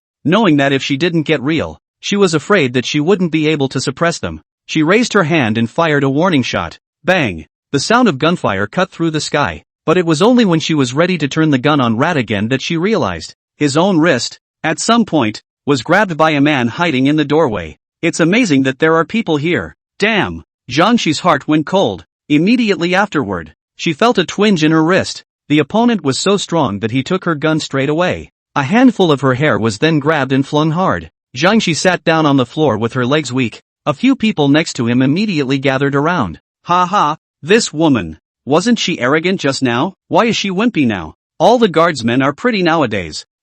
Take a trip to the guard bureau next time. Object color a few. Boss, wait. It's better for you to go first, and a few of us will be at the back of the line. Such a beautiful woman. The boss will definitely not be able to finish in one night. Either together. Ha. Good idea. Together. Zhang Shi gently gritted her teeth as 2 lines of unwilling tears flowed down. In the end, I was careless. The captain kept telling himself not to be too impulsive, and to contact the larger group first when things went wrong. But he himself was still too much of a personal hero and went straight with it, thinking you can subdue these outlaws with a gun. One is so naive. Rat crouched down and gently patted her cheek. eyes playful. Just now this chick shot a gun. The guardsmen will be here in no time. Let's get out of here first. Take those women with us, and go this way. Rat pinched Zhang Shi's cheeks and licked the corners of his mouth. Later, I promise to make you feel so good. With one hand, he grabbed both of Zhang Shi's wrists and pulled her through the backyard. Zhang Shi cried for help, but no one cares.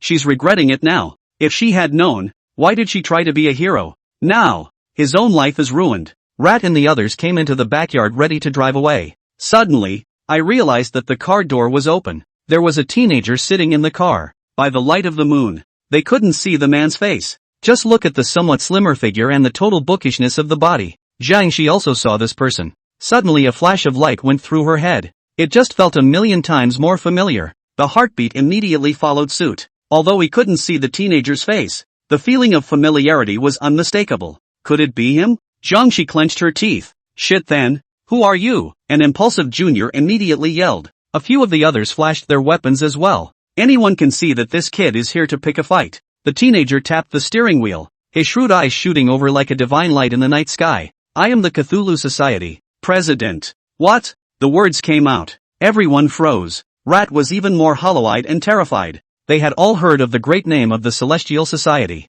The name is off limits to them if they're on the road. The Celestial Council doesn't care about the fights on the road. But if it spills over to the common people and does something harmful, then sooner or later, the Cthulhu Society will be watching. And it all ended badly. No one escapes. The Cthulhu Society has great energy. They can't even touch it. It was said that many of the members had such special status that even those guardsmen didn't dare to get their hands on them. In the Tao, they are a breath of fresh air. But it has always been a legend. Rat and the others had only heard of the great name of the Cthulhu Society, but had never actually seen it. Now, the president of the Cthulhu Society appeared in front of them. How could this not alarm them? This person could turn North Sky City upside down with a casual move of his hand. The energy in his body. How anticlimactic. You're the president of the Tsang Tian Association. Zhang Shi subconsciously screamed out. She rubbed her eyes vigorously, trying to get a good look at himself to see if this person's face was Chen Shang or not. Suddenly, Rat laughed out loud. The gun, in his hand,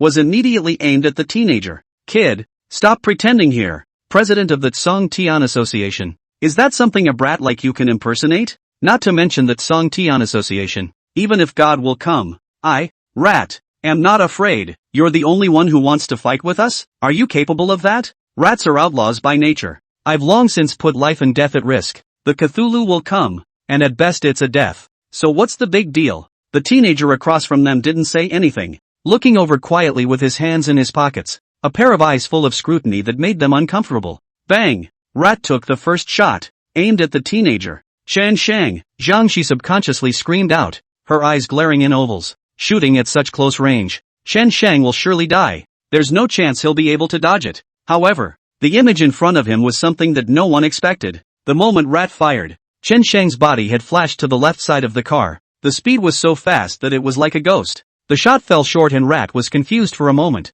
Is this a man or a ghost? But immediately after, he then felt a pain in his wrist. Looked down. A knife was stuck in his hand at some point. A steady voice came from behind him. Little Phoenix of the Tsangtian Society, come to collect the sins. Along with that voice was the sound of more footsteps. Densely packed, hundreds of people. Leading the way was a phoenix-eyed teenager. Narrow, dainty eyes with a unique charm and kill. The corners of his mouth turned up. Then he swooped down. The crowd behind him joined hands. Cthulhu will be there. And the pressure will be on. Even an outlaw like Rat was scared out of his wits at the moment. Soon the crowd was overwhelmed. When Zhang Shi woke up, she found herself lying at home. That scene just now was as unreal as a dream. She braced herself violently. Go check yourself out. The bruises on his wrists are still there. That was all true just now. She suddenly thought of something else and rushed to check her clothes. Intact with no signs of having been dragged. Her heart began to burn faster. Surprise written in her eyes. At the moment, her head was filled with Chen Shang's shadow. Is he, really, the president of the Cthulhu Society? The captain's previous assumptions, were they all right? A clueless teenager, but is the president of the Ding Ding Tsang Tian Association. This contrast is also too big. What energy was in him that could make so many people submit? But it is not possible to conclude all this on the basis of one's own speculations alone. If that's true, then the lives of several other parents are on the line. Everyone involved in the China Yuan incident will go to hell. She rushed to call the captain. Before the number was dialed, the captain's call came first. Jiangxi, come to the guard bureau, hurry. Ha, yes. Jiangxi froze for a moment and hurriedly agreed. Guard bureau. A group of people are meeting in a conference room. When Jiangxi came in, she sat respectfully in the corner. Several sets of photos were scrolling on the big screen. It's all images of tragic deaths. Some have been crushed by railroad tracks. Some have been stabbed numerous times. Some have fallen from great heights. And some have simply been split up. All kinds of misery in one place. Captain, is there a big case? Jiangxi asked in a small voice from the side. The captain took a deep breath. It was last night. Jiangxi, you were there yesterday, right? At that moment, the entire conference room all focused their gazes on Jiangxi. Ha, right, yes. It was only then that Jiangxi remembered that she hadn't reported last night's incident to her superiors at all. Yesterday our men found clues to the rat gang, but your sidearm was found at the scene. Jiangxi, guns are our lives, and you even lost your own, and there are still traces of shots fired. What was going on last night? The captain's tone became serious. Jiangxi hurriedly reported last night's situation truthfully. The crowd was all silent. Can't say what it feels like. The Cthulhu Society. Is it right or wrong? They did the right thing, but the tactics were a bit too extreme. Captain, I think at the moment we should issue a wanted notice to catch Rat and the others first. These people can be outlaws. As far as I know they also kidnapped a few schoolgirls. I don't know if they are still alive now. Seeing that no one had spoken,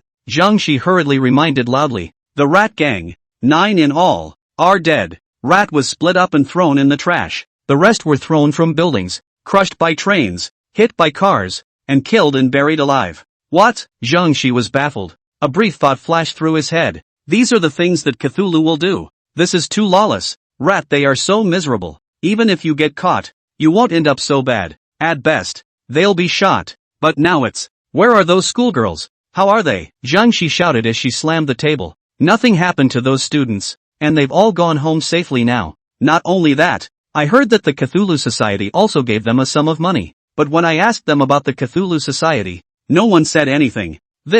Jiangxi was completely dumbfounded. Even some of the older guardsmen found it unbelievable. The Cthulhu Society, both good and evil. Is it good or bad? Is their existence right or wrong? The police have not yet made an announcement about Rat's death. Fan Long didn't know that his $2 million had gone down the drain and was waiting for good news from Rat. Today, Fan Long was obviously relaxed, and the family sat together in the evening, eating hot pot in peace. We'll be able to go home in a few days when there's news from Rat.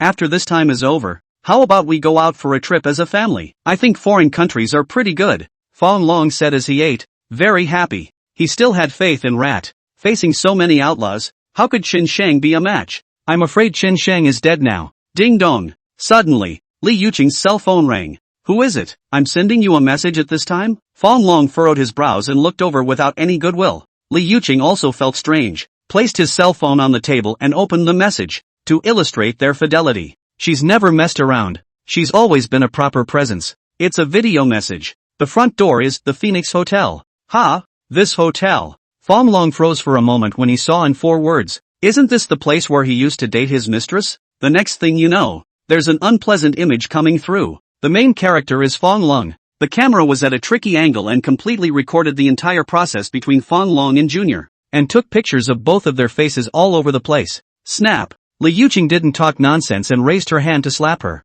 Fan Long almost sat on the ground when he was smacked. The head was buzzing. Thought I was dreaming. Fan Yu also looked over with a surprised face. Your own father. He has someone outside? And the two play so fancy. Fan Long, how dare you keep a woman outside? What do you mean? You think I'm old? Don't you? I work my ass off to hold this price and you're out there messing with me. I can't spare you. I'll fight you today. How could Li Yuqing stand this? She was more than a little envious. He himself held back every time he wanted a man. It's for the family. He, Fan Long, was so reckless. Now that my daughter has seen it, this matter should never be left alone. Dad, you've gone too far. Fan Yu was also furious and came over with her mother to move against him. Fan Long is being pressed up against the cage. He wailed in pain, yet the head was more in disbelief. This is who sent the video. He had already made a deal with Manhwa to give her a title when he gave birth to a child, as well as endless money to spend. She shouldn't have betrayed herself at this point. Honey, stop fighting. Listen to me first.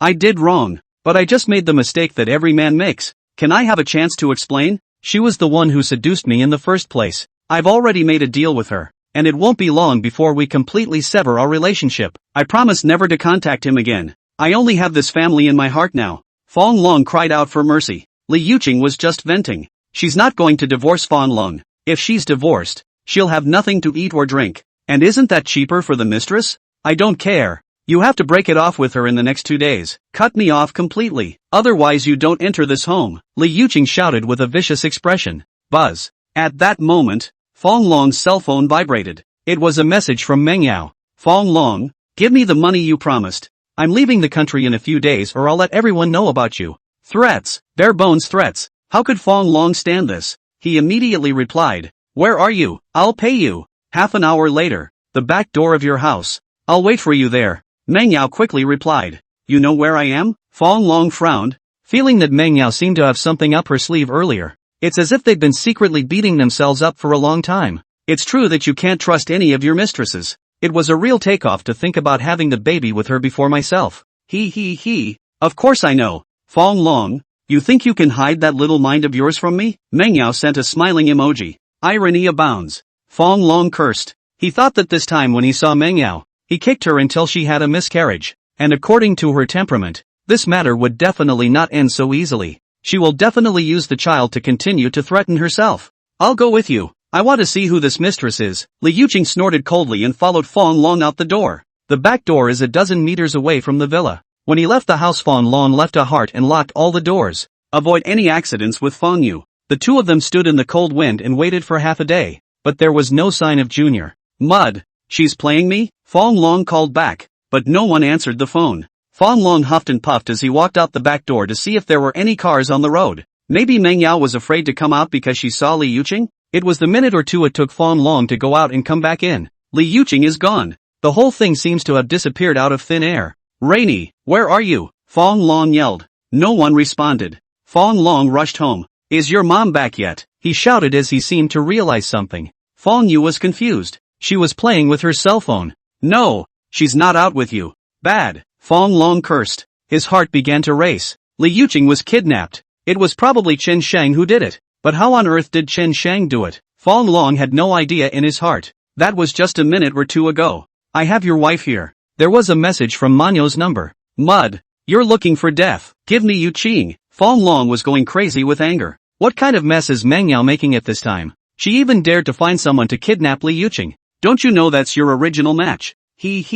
Come find me if you want her to live. Meng Yao left behind a string of smiles. You locked the doors and windows at home. Call the police if anything happens. I'm going out. Fong Long grabbed the baseball bat at the door, took the car keys and went out. Fong Yu hurriedly locked the door and hid alone. Not a moment too soon. Fong Long arrived at Meng Yao's house. A large flat of over 200 square meters was bought for her by herself. The lights are still on in the room now. Fong Long felt out his spare key and quietly opened the door. Only in the bedroom. There was a sound of giggling and laughter, as well as Fong Long's usual voice that he was very familiar with when he was with Meng Yao. There are other men? A huge exclamation mark popped up in Fong Long's head. How dare Meng Yao go behind her back to meet a man privately? Without a second thought, he pushed the door open. The image in the room took him by surprise. Manhwa rolls in bed with a man, both of them naked. Meng Yao also very diligently give this man. Fong Long straightened up and collapsed his eyes. This was the picture of himself usually asking for Meng Yao, but she kept refusing.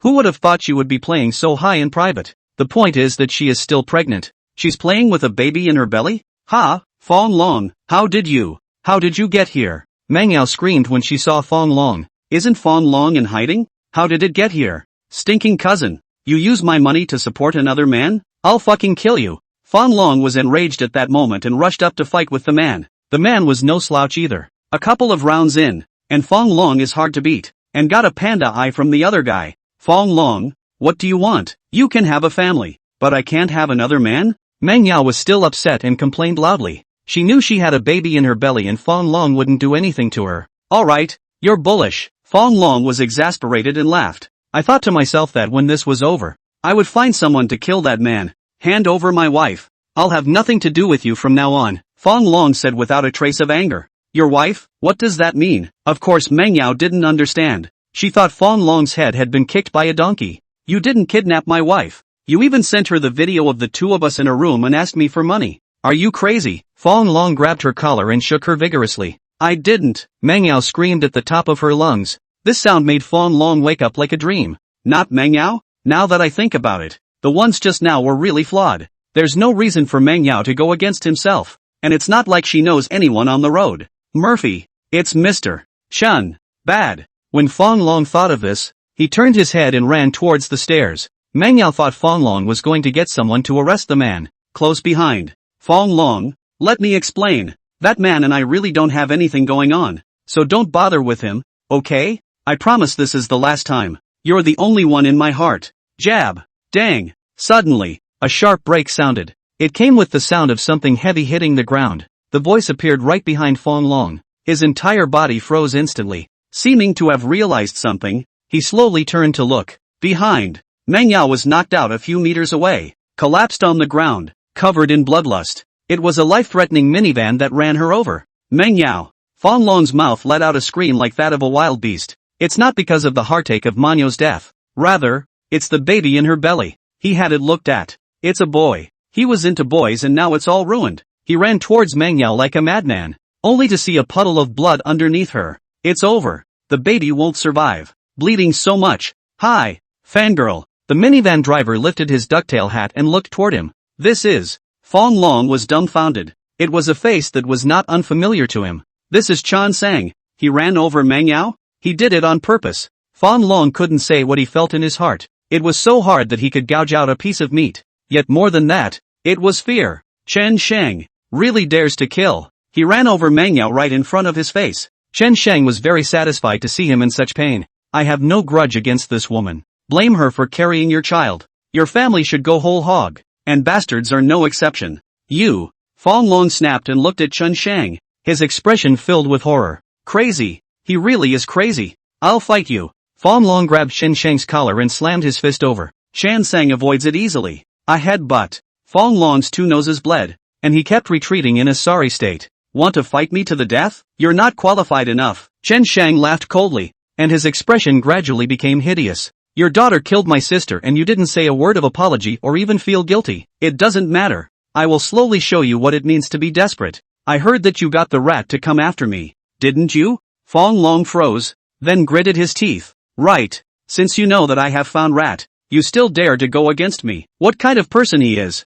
You should know clearly. Rat? That's fucking ridiculous. Chen Sheng lands a vicious punch that sends Fong Long crashing to the ground. He couldn't get up halfway through the pain and covered his face to howl. Now that your little life is in my hands, you'll die when I want you to. However, I won't let you die so easily. I'll let you slowly taste the pain of hell and die a little bit more. I, Chen Sheng, am a man of my word. By the way, if you still want to save your wife, publish the scandal of your company. I'll give you 2 days. Chen Sheng finished and got into the minivan. Drive straight away. The scene, a mess. Fong Long fumed for a moment, and returned home with a gray head. He thought about it and still didn't report it to the public. If you report it to the public now, you're sure to be taken away and questioned. The incestuous relationship with Manhwa has to be publicized as well, especially with the baby in her belly. That's a pain in the ass. So he simply said nothing and quietly left the scene. Chen Sheng beat the minivan to an unoccupied place and burned it with a direct fire. Then, with his hands in his pockets,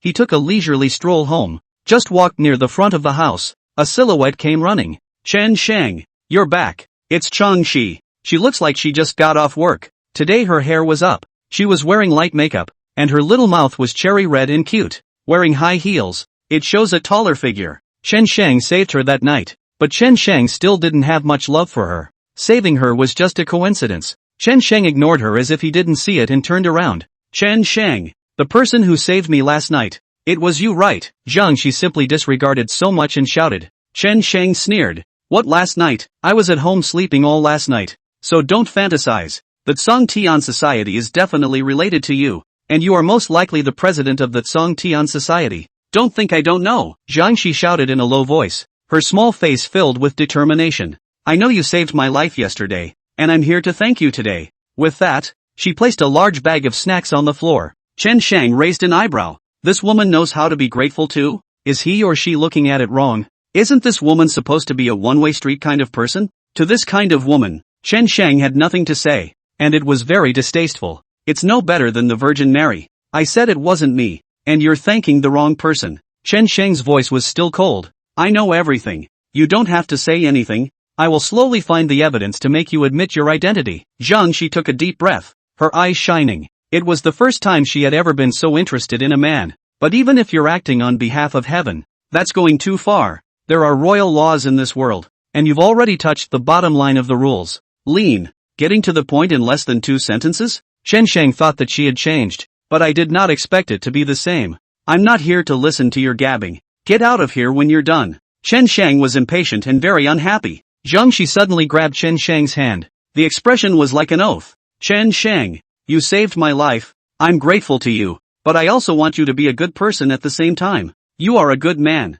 a rare and great man. But why do you do such things? Take my advice and change your ways. Chen Shang sneered. Reformed? Who are you to say I'm evil? And how can you tell who is good and who is evil? Is there so much right and wrong in this world? Are you trying to say that Cthulhu will be evil and the 4 of them will be white? This statement put Zhang Shi in question. If the Cthulhu society is evil, then no justice exists in this world. Words can't say that. Her little face flushed and she changed her tone. But Rat and the others, you shouldn't be the one to judge them. What a joke. Chen Shang let out a shameful laugh. Rat and the others are sinful criminals. I don't know how many women they've brutalized and how many lives they've harmed. Even if they were all arrested, the result would only be the death penalty. Is this really the punishment they deserve? What's his one lousy life for so many innocent college girls and innocent people? It's not fair in the first place. But, no need to talk nonsense. Get lost. Chen Shang was distraught, knowing that it would be nonsense for her to say more. Zhang Shi could only sigh and leave. Chen Shang glanced at the bag. There were quite a few of his favorite snacks inside, just as he was hungry after running over Meng Yao and the little bastard. So he took the bag and went back home. Dad, where's my mom? As soon as Fong Long entered the door, Fong Yu cocked her head and asked. Fong Long was now angry at the sight of her. Nothing was going to happen, and it was all because of her. Fong Long slapped Fong Yu and sat on the ground, swinging his fists and feet to hit him hard. It's all because of you. You ungrateful thing. Your mom was kidnapped by Chen Shang, and my son is gone. You know how much I want a son. If you hadn't bullied that girl, things would have turned out like this. Ha! Mud! Mud! Mud! This was the first time Fong Long had ever hit Fong Yu with his hands, and he never examined himself. Why? Fong Yu would become like this, all because he was never properly guided. Fong Yu curled up and crouched on the ground crying, and when Fong Long finished beating her, she ran back to the house, shrinking back on the bed. She sucked in cold air in pain. She didn't dare to lose her temper with Fong Long, fearing that if she didn't say the right thing, he would kick her out. If you go out by yourself, you could be caught by Qin Shang at any time. What's wrong with that? Chen Yuan, I should have stabbed you a few more times if I had known. So what if your brother helps you out? You siblings, sooner or later, will die by my hand. Fong Yu slowed down for a while before he opened his cell phone. Brush up on the video. A heavy message caught her attention. XX Training Organization Green Tea, poured out. One of a kind. The big beautiful girl is being photographed. The resources will be deleted in a while. Everyone act fast. A big melon that's hard to see in 100 years. Come and have a feast. The XX Training Organization is the school where Fong Yu is from. What kind of big melon can there be here? With a few moments of doubt, she clicked in. What was inside made her nearly spit out a mouthful of blood. Isn't the chat record above? Not himself and Wang Xiangdong. Wang Xiangdong is Fong Yu's boyfriend. The two have been good for more than a year, and Wang Xiangdong has always been obedient to her, and the two have tasted a lot of things for a long time. Coupled with Fong Yu's precociousness, the two chatted about crashing their eyes. When Fong Yu is in a good mood, he will also send some benefits to him. Fong Yu had long ago told him to delete these pictures and whatnot after reading them, and definitely not to keep them. He talks a good game, but it's always there in his cell phone. Now, surprisingly, it's been posted. Fong Yu felt dizzy. None of the photos up there are coded. Didn't he himself make so many netizens watch it? What face will you have to go out in the future? The point is that several of the photos were taken by myself stealing my mother's clothes. It's too personal. All the messages below. Isn't this Fong Yu? Didn't realize she was this kind of person, playing so high? Gosh. I used to think she was precocious, but I didn't realize she was this crazy. What an eye-opener. She and Wang Xiangdong. Already that she is the goddess in my heart. Now the goddess is also frank. I'll have to save this photo in a hurry and save it for later. Even the great beauty Fong Yu has today? Maybe she's given a lot of guys that shit. Look how active she is in her chat logs. Fong Yu felt his head spinning. The persona that you have worked so hard to maintain is just ruined. The key is the one message at the top. It's Wang Xiangdong. Fong Yu is a J thing. I, Wang Xiangdong, hereby declare that I will break my relationship with her in the future, and I will never recognize her in this life. Who understands? Brothers? I poured my heart out to her and she's wearing a hat. And more than one. She's just a slut. I don't know how many men she's been with behind my back. And sometimes a night of tongue lashing and getting high until dawn. I'm breaking this information out so that people will avoid this woman. She's too SAO and too active. I can't stand it sometimes. Shit's better than that. Fang Yu almost dropped his cell phone. Wang Xiangdong dared to slander himself. The first thing she did was to find Wang Xiangdong's phone and call it. But there was no answer. She rushed to reply to the message. Wang Xiangdong, you bastard. Have you forgotten how you knelt down and begged me in the first place? How dare you say such ungrateful words? When I must get you killed, I will definitely make you regret it. Wang Xiangdong, get your ass out here. But it's weird. Her message had just appeared on the net and was topped. It seems that the sound sinks into the sea. She swiped through several messages in a row with the same result. Someone is targeting me. She understood immediately. Could it be Mr. Chan? Her hands began to tremble. If it's really him, it's horrible. He can actually manipulate these? He's got so much energy. Ha! He's trying to discredit himself. In a hidden basement. Lo takes the two. And the computer is swishing comments. There was a man tied to the chair. His face changed drastically and he trembled in fear. There's a wet mess down there. It's scared P. This man is Wang Xiangdong. Those remarks on the internet, as well as the photos, were all found by Xiao Luo. He had a way of getting those chats out even if they were deleted. Big brother, I am wrong. That thing has nothing to do with me. Can you guys let me go? He wailed. His tears kept flowing. Lo ignored him, seeing that the online results were good. Keep swiping the video. But suddenly, from Wang Xiangdong's cell phone, he saw a video content. The pupils immediately solidified.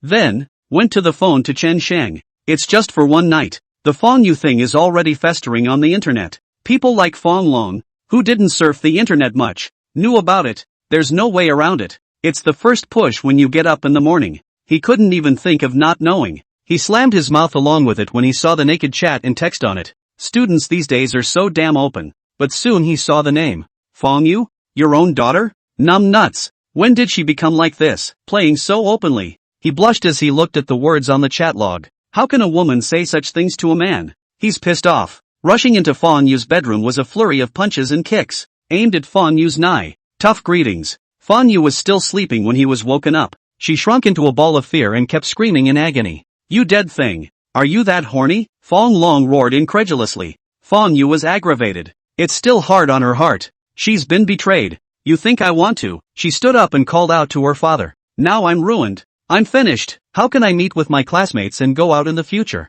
Oh, why don't I just die? Why did you give birth to me in the first place? Why? Wouldn't it have been better for you to let me die? I wanted to die so badly. Fang Yu said and started slapping herself, snapping hard. Fang Long looked upset and simply closed the door. He had important things to do today. Go get the rat. In the blink of an eye. 3 days were almost up, and he wanted Rat to deal with Chen Sheng quickly while getting his wife out. Fang Long didn't intend to listen to Chen Sheng's blowing up his company's scandal. Rats are chips in a fight to the death. But when he called Rat, his phone was always off. He felt strange. Rat couldn't have taken his money and run, could he? But it shouldn't. Rat was not so close to himself, and he's already got a hit on him, so there's no need for him to run away just because of this amount of money. Just as Fang Long was wondering, suddenly a news story broke in on him. He read the report with bated breath. The entire body was paralyzed without any strength at all, and despair was written in his eyes. Rat's dead. 9 people in all. Just like that? And one died an unparalleled death.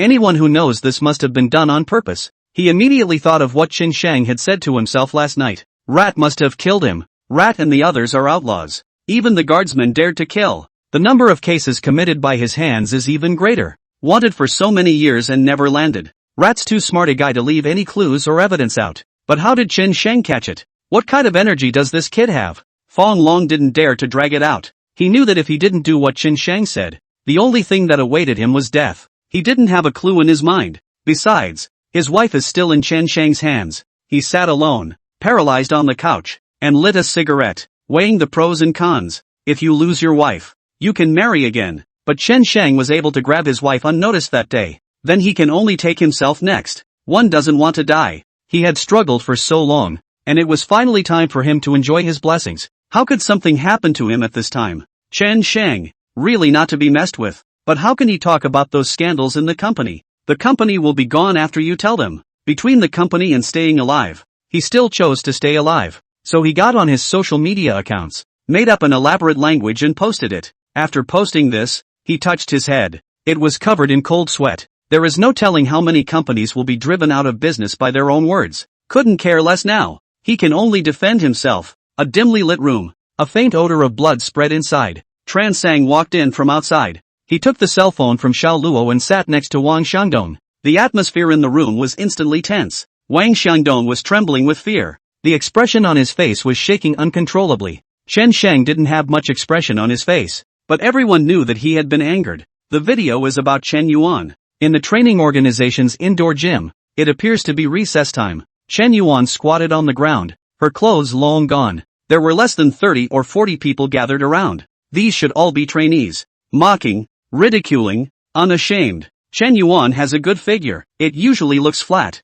but I didn't realize there was something inside. She's developing better than average. What an underestimate of her. Chen Yuan, what are you pretending for? Take your hand away. It's already been seen anyway. We know how many hairs you have on your body, and we've seen the video from earlier. Pose. I'm going to take some pictures to enjoy at home. Chen Yuan crouched on the ground shivering. In the crowd's deathless line of sight, she had nowhere to hide. It's like a little white rabbit exposed to countless demonic eyes. She had tears in her eyes, but she didn't dare cry out for fear that if she touched the nerves of these demons, they would go even further against her. One can only suffer in silence, hoping that when they get tired of looking at them they will let themselves go. Yet the demons had no intention of letting him go. Amidst a burst of uproar, Wang Yuehong and Fang Yu led the way. A few girls went over and broke Chen Yuan's legs. Countless men started screaming. They then lifted Chen Yuan's arm again. There was another scream from the floor. The atmosphere was pushed to the top. So much like a party. Chen Sheng turned off the video. The heart felt like a piece of flesh had been plucked out by something. His own sister, pampered by his parents and himself at home. And to be bullied like this outside? Thrown naked in front of so many people. Being bullied like a clown. That kind of helplessness, pain, and shame. Chen Sheng could imagine. My sister is just a bit of an introvert, but she's being treated like a pretender. Chen Sheng couldn't believe how his sister had survived after enduring so much on her own. This is an insurmountable hurdle for any woman. Brother Shang, I just followed the others to get up. I didn't do it on purpose, and I don't want to. Wang Xiangdong knew that his end was coming, and his voice trembled. Chen Sheng patted his shoulder and sat down in the seat opposite him. Chen Sheng's eyes brightened. It makes you afraid to look straight. Narrow eyes, like two cold knives. His voice was smooth, no anger audible. My sister, Chen Yuan, grew up with a good heart and would feel guilty for a long time even if she stepped on a bug. When I was a kid, my family was poor, and there was only enough for us to have 2 biscuits and a ham sausage for breakfast. The other day she met a stray cat that had just had kittens, and she insisted on giving the mother cat one of her daily ham hocks, which she gave every day she passed by there. Because my family is not well off, her parents told her to keep a low profile when she goes out and not to get into trouble. So when she got to the training facility, she was all good girl, and because of that she didn't dare to socialize too much with people, not because she was pretending, but because she already had low self-esteem.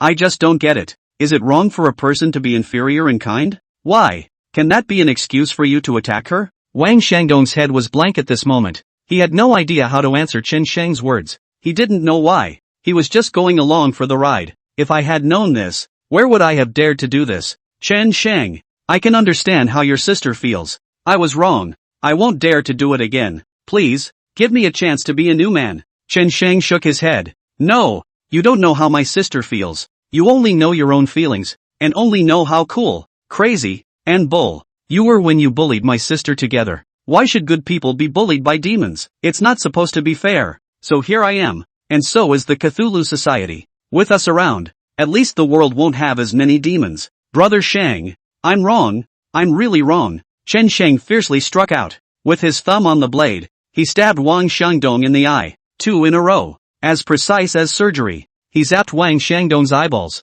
Ah, my eyes. It hurts. Wang Xiangdong immediately cried out, his entire body shaking and screaming miserably. Blood immediately spurted out of his eyes. Being invisible may purify your mind. Chen Sheng slowly stood up and corrupted him from above. Ah, who my eyes are. I can't see anything. I'm in so much pain. Can anyone help me? I don't want to die. Luo and the others watched the scene in silence. No one said anything. It was already rare for Chen Shang not to lay a deadly hand on him. Chen Shang suddenly thought of something and looked at Wang Xiangdong thoughtfully. The eyes of the devil see the most evil things. The devil's mouth only utters foul and filthy language. So Chen Shang struck again. A knife, lodged in the spot just below the knot of his throat, just enough to puncture his vocal cords without hurting his life. Wang Shangdong's body shuddered furiously again. Immediately, nothing could be heard. He was incontinent and freaked out. After doing that, Chen Shang threw the knife at Xiao Luo, sitting on the sidelines like nothing happened. "How's the online Fang Yu thing going?" he asked. He was the one who planned this whole thing. Always felt like a bit of a saintly mother. Shouldn't have let Wang Yuehong go so painfully. This time, for Fang Yu, he would torture him mentally first, and then take his time. Brother Shang, that matter fermented very quickly. Now everyone knows that Fang Yu is a slut, and whatever pictures have been sent to this kid, as well as those chat records of theirs, I've recovered them with special means. The bearded man patted his chest and said, "Well, not bad." Chen Shang tapped his fingers on the bench. "That video of my sister just now, how many people are watching it in total? Give me a list in 3 days' time." "Yes, Brother Shang." The bearded man hurriedly nodded in agreement. At the same time a chill arose in his heart. Chen Shang was not planning to spare anyone who had bullied Chen Yuan. Chen Shang was really fired up. Day 2. The hotspot for the Fang Yu thing went down a little bit, because 2 other hot news stories broke one after the other. In the city center, a cadet was found with both eyes stabbed blind and unable to make any sound from his mouth. He was stripped naked and left there. Officials are now involved in the matter, but the man seemed to be quite mentally stimulated, and with the inability to speak, he couldn't express anything clearly. Things are still being followed up further. The other thing is about Okura Freight. GM Fonlin exploded. Before their freight company gives a delivery, they will secretly do something about it and deduct some of the goods to use as kickbacks. Not only that, but the vans they used to deliver food before were funeral vans. To avoid paying the money, the funeral line was taken. Also their company is involved in many businesses, like money laundering, transporting things that are illegal, but not illegal. There's also the restaurant industry that Fang Long is involved in. He also broke all sorts of stuff that's not well known, such as various additives, and zombie meat. Fang Long densely wrote several hundred words. The attitude is quite sincere. The news was a hot topic on the internet for a while. A random scroll is followed up by a large message. So that's how freight is played. Wow. Long time no see. Putting the meat we eat in a car with a dead man.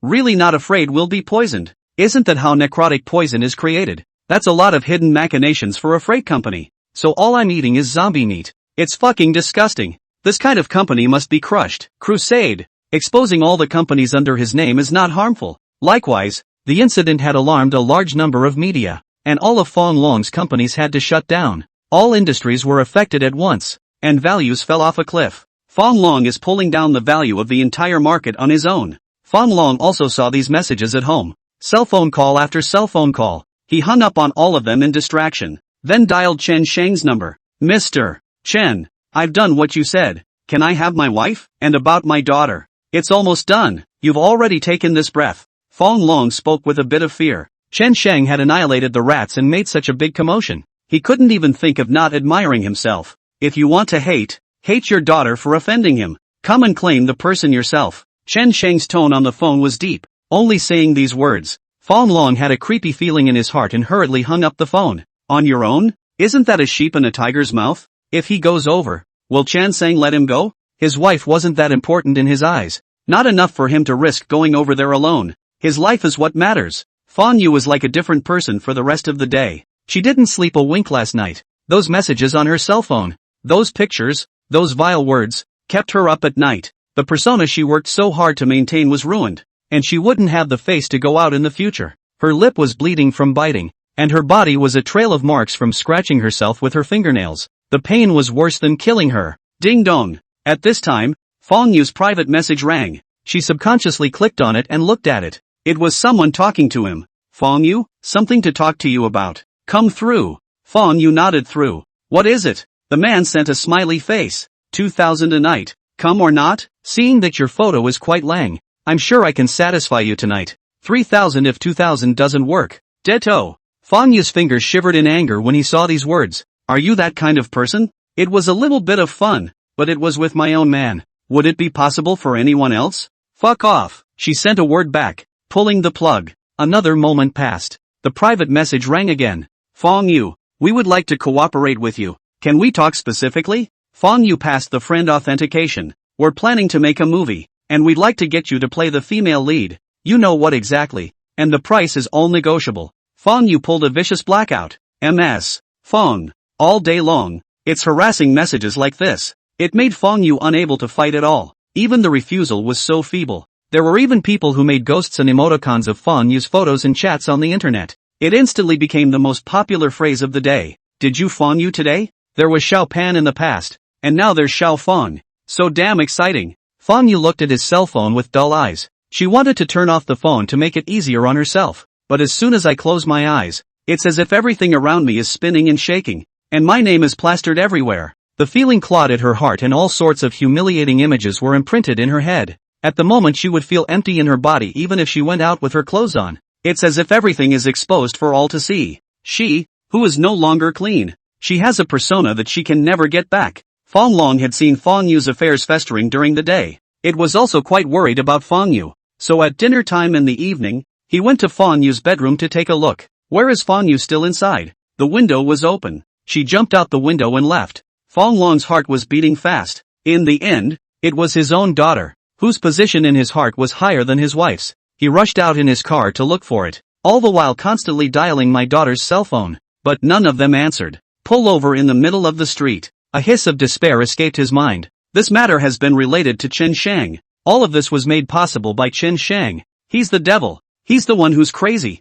So, what do you do with yourself now? All that seemed to be left was to go and beg Chan Sang. Fong Yu has gone a little mental. She just wanted to find a place where no one was around to empty herself. Ignore all the gossip on the internet. She just wanted to be quiet. After leaving the house, she took a cab to the suburbs. It was a resort hotel. I've been there before with my mother and father. The environment is not bad, and a personal retreat couldn't be better. Little girl, isn't it a bit dangerous for you to go to a resort hotel alone so late at night? The driver asked kindly. What's it to you? Drive your car. Fong Yu was naturally nonchalant and snorted coldly. Ha ha, what's been going on online these past few days hasn't made mess. Fong's temper tightened up a bit. Ha, the driver began to taunt. What did you say? Fong Yu was immediately alert. The driver turned around and looked at her. The full beard was especially harsh. Fong Yu, the Tsang Tian Society has already reserved your life. You.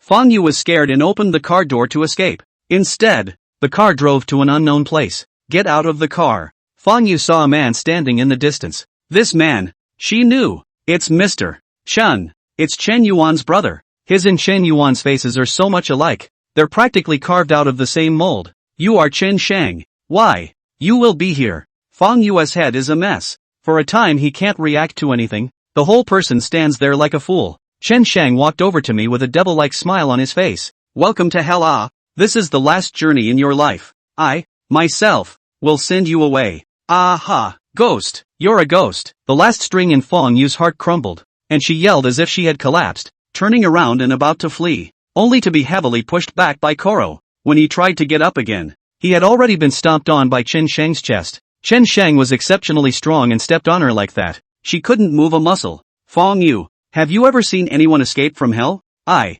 don't want to aha. I don't want to die. I didn't just accidentally kill someone. What's the big deal? I'll just pay for it. Why are you doing this to me? The officials can't even control me. What gives you guys the right? What gives you the right Chen Shang snapped and slapped her, smoked her out of her nostrils. By what? By the only justice left in this world. What do you take human life for? It's okay if you kill someone and pay some money? People do what people do. You can't get away with it. Chen Shang crouched down and swung his fist like a madman to punch Fong Yu hard. Within a few strokes, she screamed out in agony. She'd never been hit like that before. Grimacing in pain, her face was already covered in blood and swollen beyond recognition. Only then did Chen Shang stop. Can't kill her yet. It's too cheap for her. Chen Shang, I'm wrong. I don't dare anymore. Please let me live. Is it okay for me to be your woman from now on? I'll do whatever you want me to do. Is that okay? Fong Yu cried miserably. Chen Shang had a devilish expression on his face. The eyes were like chilly knives in the night sky, cutting raw through all the evils of the world. Now you're sorry? What were you doing before? What were you thinking when you bullied and killed my sister? You really think that no one can restrain you, killing people to pay for their lives and repaying debts? This is the unchanging truth since ancient times. No one can change it. Wait until you get to hell. Then apologize to my sister. At this point, Xiao Luo brought Chen Shang's cell phone over. Brother Shang, it's Fong Long's phone. As soon as Fong Yu heard that it was his father's call, he immediately became energized. Thought her father had gotten someone to rescue her. Chan drew a few breaths and picked up. Hello, Chen Shang, is my daughter in your hands? I've already done what you asked me to do, and you even kidnapped my daughter. Isn't that a bit much? Excessive? Ha? Well then, I'll give your wife back to you. I'll send you the address later. You come and take her yourself. What about my daughter? Your daughter? Chen Shang glanced at Fong Yu and sneered a few times. She's my honored guest. I should at least entertain her for a while. When he finished, he put down the phone. You kidnapped my mom. What did you do with her? Where is she? Fong Yu then remembered that his own mother had also disappeared. This must have been done by Chan Sang. She always had a bad feeling that her own mother seemed to be in a bad way as well. But on second thought, it seemed that Chen Shang was too far gone to do that, right? Chen Shang looked at her with a playful expression. Want to see your mother? Seeing as you are my honored guest, I will let you see your mother, but this is the last look. Saying so, Chen Shang let Xiao Luo drive and brought Fong Yu into the car himself. Fong Yu's entire body was confused. She didn't know what Chen Shang meant by that. What do you mean? Last look? Is it the end of himself? He's not planning on letting himself go. Soon the car stopped. In a pretty isolated neighborhood. This is a blind spot where the cameras can't capture it. Near a pretty dirty trash pile. Chen Shang brought Fong Yu down. She was weak in the knees. Your own mother. Here? What mister? Chen said was a lie, right? He must be scaring himself. He must be. Chen Shang picked up a branch and picked at a woven bag in the distance. Your mother. Right there. Go take a look. Fong Yu flopped to his knees. In the knitting bag. It's bleeding. Inside. It's your own mother? This can't be. It can't be She endured the stench around her, but went over to take a look. Just a glance, and she went weak in the knees. Back on his knees. What a mother. Only now she was crippled. The jewelry on her body, the moles on her face, and the spots on her neck proved that it was her mother. She's dead. Killed by Chen Shang. Chen Shang patted her shoulder and spoke at length. What kind of parents will have what kind of children? Educating trashy scum like you. She deserves to lie here. Fong Yu directly fainted. She was stunned. His own mother had nothing to do with it all turned out like this. Then what will become of yourself? She shuddered to think. Chen Shang sneered. You can't carry on with this? You haven't even experienced a bit of the aggression my sister suffered in the first place. The pain. It's just beginning. Midnight. In a quiet alley. Fong Long stopped in a luxury car. He came down and froze.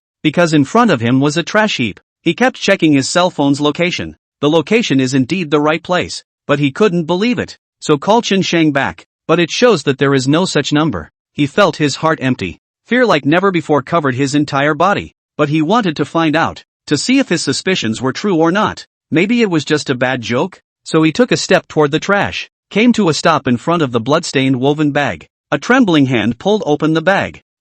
He sat on his butt in shock. Exactly one I was trained on him. That's really his wife. Li Yuqing. Only 3 hours later. Fong Long was then arrested. He was in the guard bureau. Apprehensive. After discovering Li Yuqing's body last night, he didn't report it to the public, but returned home at the first opportunity. It was only when an enthusiastic member of the public reported it that the guardsmen found Li Yuqing. Traces of Fong Long were found at the scene and he was arrested at the first opportunity. Fong Long, you are the first discoverer. Why don't you report it to the public? The person handling the case asked. Fong Long hadn't really thought much about it at the time. I was just scared. That's my wife in there. I was afraid I'd turn out like her. So I went back without daring to call the police. Why do you feel like you're becoming like her? Have you done something wrong? My wife and I haven't done anything bad other than some debts. You wouldn't dare call the police if you hadn't done anything bad. I was really scared at the time. Choosing to run away when you're scared? Could this be a conditioned reflex for you? The first thing that comes to a prisoner's mind is to run.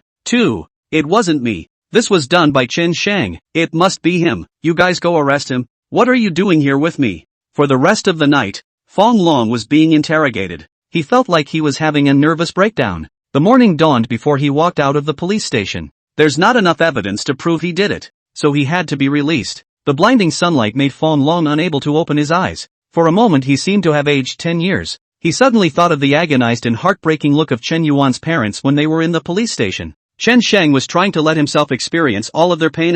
From the time of the incident with Chen Yuan until now, Fong Long had nothing left. Everything that had been hard fought for had gone down the drain. His own wife is dead. My daughter doesn't know if she's alive or dead yet. Even Meng Yao and his own unborn son are dead. Fong Long suddenly felt that he had done something wrong. Maybe Fong Yu shouldn't have been taught that way from the beginning. Perhaps this should have been handled with a more positive attitude and without bullying. But what's the point of talking about it now? Chan Sang, will he forgive him?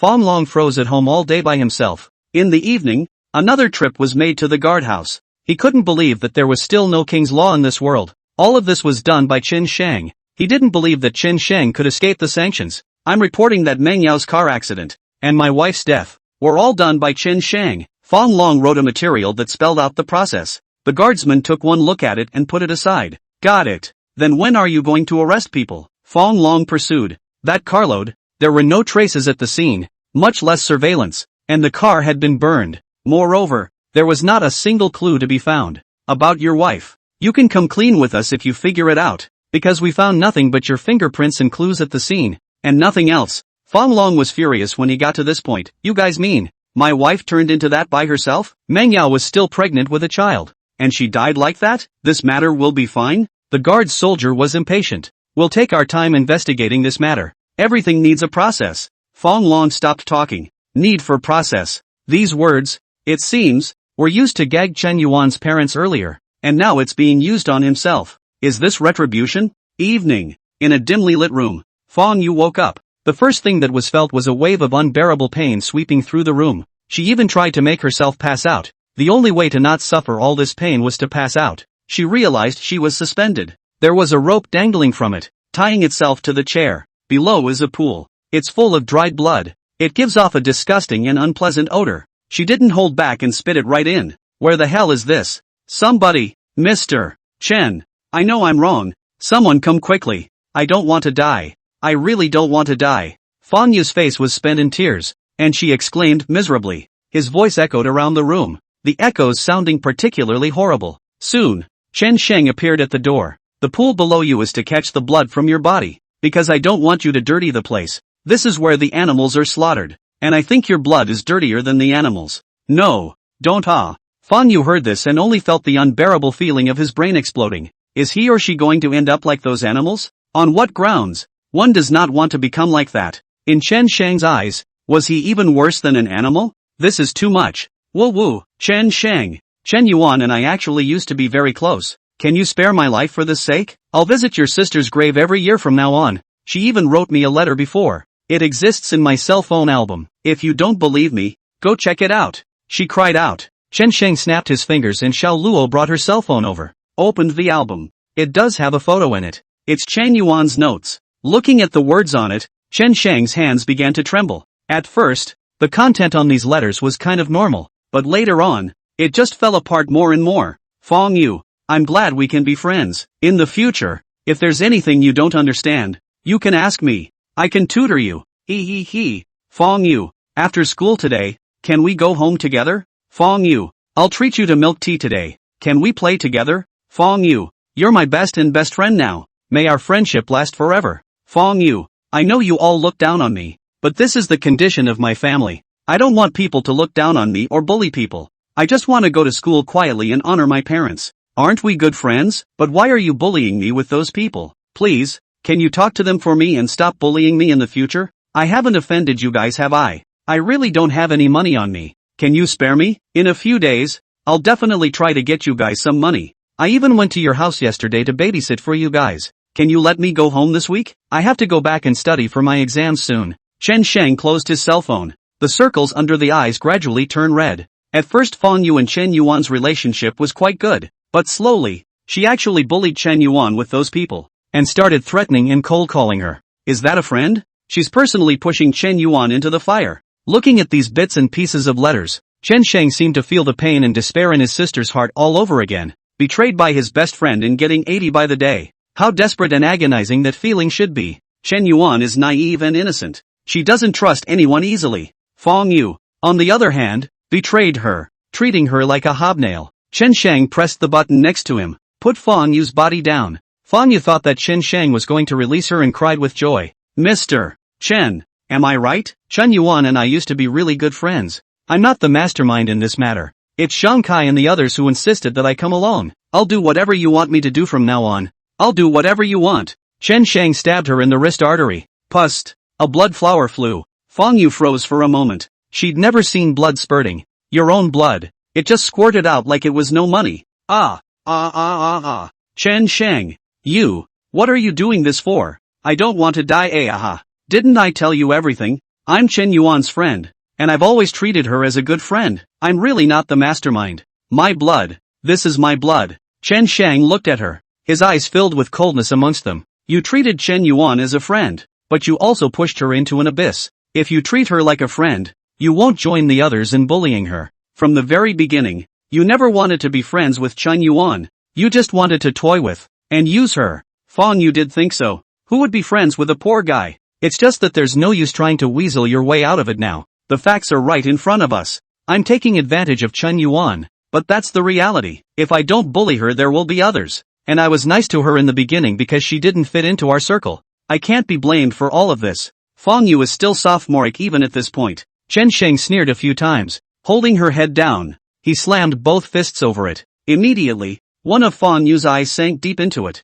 and it was too painful to open. Chan Sang punched and kicked her body like a sandbag. All around them were Fong Yu's miserable screams. Chen Sheng this wanted to kill her, but he held back. It still seemed like a bit of a saintly mother to just let her die. She and her father should be allowed to make the final choice. Let her lose her family, her friendship, her love, and then send her away. After Chan Sang left, Koro tended to Fong Yu's wounds. The wrist was also stitched up where it had been slit. Fong Yu's life was saved, but her whole body fainted in fear as well. On the brink of hell, she walked again. Brother Shang, have a drink and calm down. Xiao Luo came over from the back and handed a cup of coffee to Chen Shang. Chen Shang took it and took a sip. His hands were shaking. His hands didn't even shake when he killed someone before, but he was still shaking with anger when he saw this happen to his sister. Brother Sang, about your sister. Luo, did you find that list? Chen Shang interrupted. Found it. I was just about to give it to you. Xiao Luo sent the list to Chen Shang's cell phone.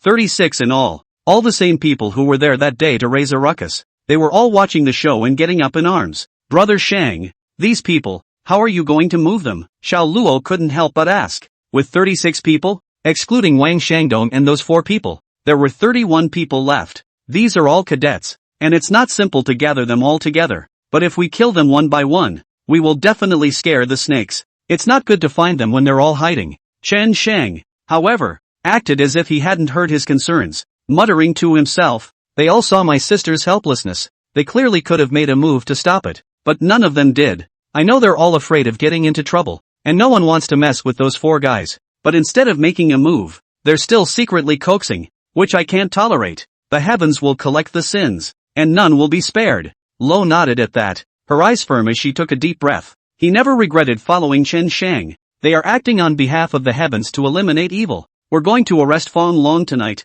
and we need to speed up the progress of Fong Yu's matter. Chen Shang closed his cell phone and went to rest. The other side. Fong Long has been tortured this whole day, although he forced himself not to think about it. As soon as he closed his eyes, all that appeared in his head was Li Yuqing staring at him with glaring eyes. At least the couple was married, but she died so tragically. Fong Long doesn't want to either, but now things were out of his reach for existence. Chen Shang's revenge was something he simply couldn't afford. What he was thinking about now was not Li Yuqing or Fong Yu. Rather, it's yourself. He knew that Chen Shang would definitely kill himself, and one can't defend oneself at all. Chen Shang had done so much without revealing anything, and even the police had not found any clues. He's too thoughtful. You can't even compare yourself. His cell phone rang. Looking down, it was a call from the police. He didn't dare pick it up. I'm afraid I'm going to go deeper into the muck and never come out. He simply turned the phone off, went to the bedroom and opened his safe. It contained quite a bit of jewelry, as well as some spare cash. He loaded it up in a hurry,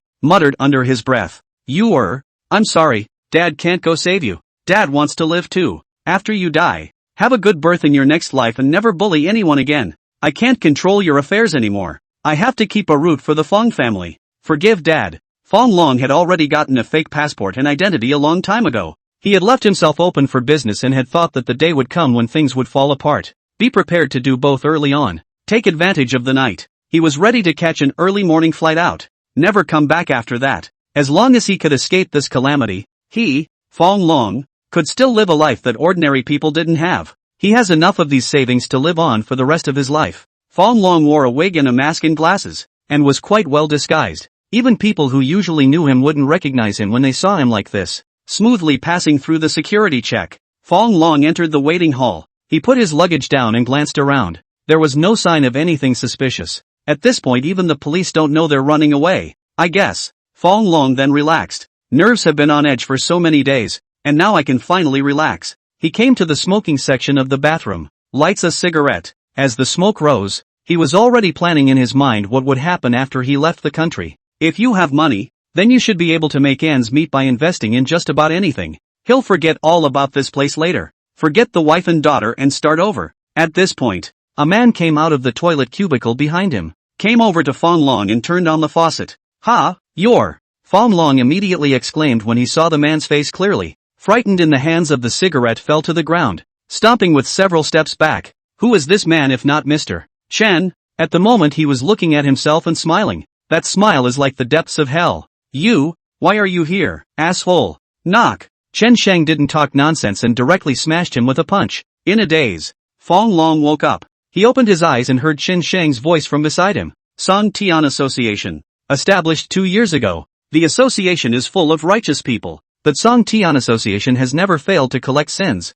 Fong Long, Fong Yu, do you think you too can escape this? Fong Yu? Only then did Fong Long rush to look to the side. Fong Yu is right next to him. Only Fong Yu is in bad shape. There were bruises all over his body, and it looked like he'd been beaten up hard. One eye was also open and swollen high. There was also a visible scar on his wrist. There was blood all over his clothes. He and Fong Yu were in a fully enclosed room. Chen Sheng and a man with a full beard guarded the door. There was only a dim light in the room. A dagger rested in the center. The atmosphere around them was depressing. As if to hell. "Fong Long, you've surprised me. You're a father who would choose to run away. You don't care about your daughter anymore? No more revenge for your wife?" Chen Sheng seemed to be very angry and spoke with hatred. Fong Long was dumbfounded at once. Saying this in front of Fong Yu made him a bit embarrassed. "I was going to run, but wasn't that a no-brainer?" It was all he could do now to preserve himself. "Dad, you want to run away alone instead of saving me? How could you?" When Fong Yu heard this, he immediately yelled, and his entire body was like a madman. She was already a bit mentally unbalanced from that recent excitement, and being tortured so hard by Chen Sheng and the others. It's no different from going crazy now. Her mouth was full of blood and the stench was awful. "You think I want to?" Fong Long roared, trembling with anger. "Chen Sheng killed your mom and ran over Manhwa and the baby in her tummy. This thing was originally done by him, but the police side hardly found no evidence whatsoever. On the contrary, they still suspect I killed you, Mom. Now they're making me take statements every day and making me go through all those mortal processes. It's not that I haven't thought of a way. I got outlaws to deal with Chen Sheng, but Chen Sheng killed them all. He's the outlaw without fail. I know that Chen Sheng will definitely not let me go. Wang Hongli's family says it all. I don't run now. What can I do? You tell me." Fong Yu didn't even listen to his explanation. She only knew that her father was going to leave her behind and run away at the critical moment. Grew up pampered. How could she possibly accept this? "So you ran. You just don't care about me. If it wasn't for your incompetence, could I have been caught? Could I have become like this? I'm the most useless father in the world." Snap. Fong Long directly rewarded her with a slap. "I'm useless? Anyone who comes across doing this kind of thing can't help it. Wang Hongli was powerful enough. Right. But he was still killed. I'm not a god. Now you dare to blame me? If it wasn't for you, there wouldn't be this trouble. Who wouldn't you mess with to mess with Chen Sheng? If I had known this, I should have given you to Chen Sheng's parents to deal with. You killed someone. You deserve to die. It's me who didn't educate you, little brute. I'm an animal. Then what are you?" Fong Yu roared angrily and violently lunged towards Fong Long. The two fought immediately. Chen Sheng sat outside and watched this like a theater. The heart is full of emotions. This is the daughter that Fong Long desperately protected at the police station in the first place. This is the same Fong Long who was desperately uncompromising about his daughter in the first place. And now the two of them are acting like enemies. Fong Yu came as a surprise. Fong Long didn't react for a moment and was pressed underneath her and pounded desperately. But she was a woman in the end, and she was soon defeated. Fong Long knocked her to the ground in 2 hits, in the face of life and death. "He's been hexed. Today, I will personally kill you, sinful bastard." Fong Long had already killed his eyes. His eyes were red as he hissed. Fong Yu was being pressed by him and couldn't move at all. Her hands fluttered haphazardly in the air. Suddenly, felt a knife. It's the knife that Chen Sheng left in there earlier. She didn't hesitate and aimed at Fong Long's neck. A poof of a knife came through. Fong Long stared. At this moment it seemed as if the space and time around them had quieted down. Fong Long touched his neck in disbelief. It's blood. It's the knife. Then the pain ensued. Can't breathe. Can't call for help.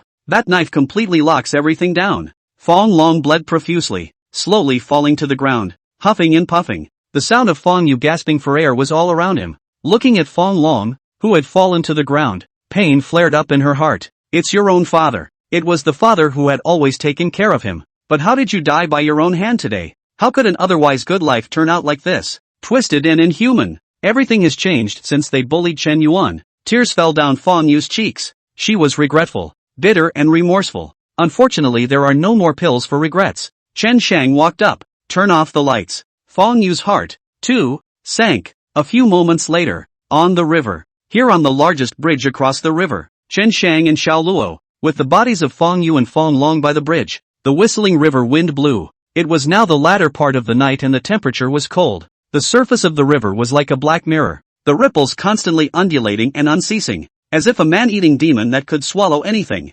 Fang Yu stood here, her feet tied. The other end of the rope was attached to Fang Long's body. Chen Shang patted her shoulder. Yuan said that you two used to walk by the river after school. She said the river view was your favorite. Today is the last time you'll see the river. Remember these last moments. Fang Yu's mouth was blocked and he couldn't speak at all. Her eyes were filled with terror and she kept shaking her head. Chen Shang waited for a few seconds, then aimed at Fang Yu's stomach, chest, and stabbed dozens of times as if venting, but each slash avoided the vitals, allowing him to make Fang Yu experience the fear of falling one more time before he died. He kicked Fang Yu down. The rope is falling fast. Tot. Fang Long and Fang Yu, together, were hung below. Transsexual smoked a cigarette by the bridge. Enjoyed the river view for a few moments. Only after that did they drive off. Day 2. Hot off the press. Fang Long, the general manager of Okura Freight, an entrepreneur with 3 companies under his name. All 3 members of the family were killed. The wife was left at the dump. He hung himself on the bridge with his daughter. A coded photo became the center of everyone's attention. Below are all the messages from netizens. Fang Long was never a good thing in the first place. And now it's really deserved that his whole family is dead. He has harmed so many people by running a company before. How many people have gotten sick because they ate his food too? What an evil thing to do. Serves you right for making money on funeral lines before. What goes around comes around. That's cool. It's been a long time since I've seen something so cool. I hope that all the evil people under the sky who are just like him will end up like this. His daughter is no good either. Hasn't it been well publicized before that his daughter is intimate with a man? She doesn't learn at such a young age. The upper beam is not straight and the lower beam is not crooked. They are really the same. It's good to be dead. The world is clean. The message was quickly seen by Zhang Kai. Yesterday he learned about the bankruptcy of Fang Long. He then felt something was wrong. How can that be? A good company. Finished when all is said and done? This must be a trick. Now the Fang Longs are dead. It made him nervous. Wang Yue Hong. Fang Yu, all hung neatly a household book. Will it be my turn in this matter? Dad, did you know about the Fang family? Zhang Kai and Zhang Zhongtian's family were in the villa. Outside are all the bodyguards arranged by Zhang Zhongtian. 24-hour patrols. Not a moment too soon. Even a fly couldn't get in. Well, I saw the report. When Zhang Zhongtian saw the report, he was also silent for a moment. Dad, have the formalities for going abroad been finalized yet? Zhang Kai was a bit anxious. Soon. I have to arrange everything over there, right? Zhang Zhongtian sounded a bit impatient and he still has a lot of business to take care of in China. And he is a bit reluctant to leave just like that. Because of the mistake made by Zhang Kai, he had to give up so much, and that was too much of a loss. At the same time he was upset as hell inside. Achan sang, what makes you so powerful? I don't believe that the Zhang family's energy is inferior to his. Dad, I'm the only son you've got. If I die, you'll have no one to carry on your legacy. You can't leave me alone. Zhang Kai was in a hurry. It was amazing that such words could even be said. You dare to threaten your father? Zhang Zhongtian was not spoiling him at all in this regard. Standing up and slapping him with 2 slaps. Aya, what are you doing? What are you doing hitting your son for? Bai Xiulan heard the sound and rushed out to pull the fight. Zhang Kai sat on the ground with his face covered. Kai, your dad has been busy with you for the past 2 days. Can he not care about you? You have to be calm as a man. That kid can't possibly kill our family even if he's more powerful, right? There is still a king's law in this world. Don't be afraid. Your father will surely arrange for you to leave. Zhang Kai snorted coldly and covered his face and went back to the bedroom. Sins, Zhang Zhongtian cursed without any good humor. It's all because of you. You didn't educate him properly before, and look what he's caused now. If you ask me, you should go and die for him. Bai Xiulan lowered her head and didn't dare to retort, gritting her teeth and retreating. The Hai family. Yao Shui and her mother Liang Xiaohong have been investigating her father Gao Shenhong for the past 2 days, but the days passed with no news at all.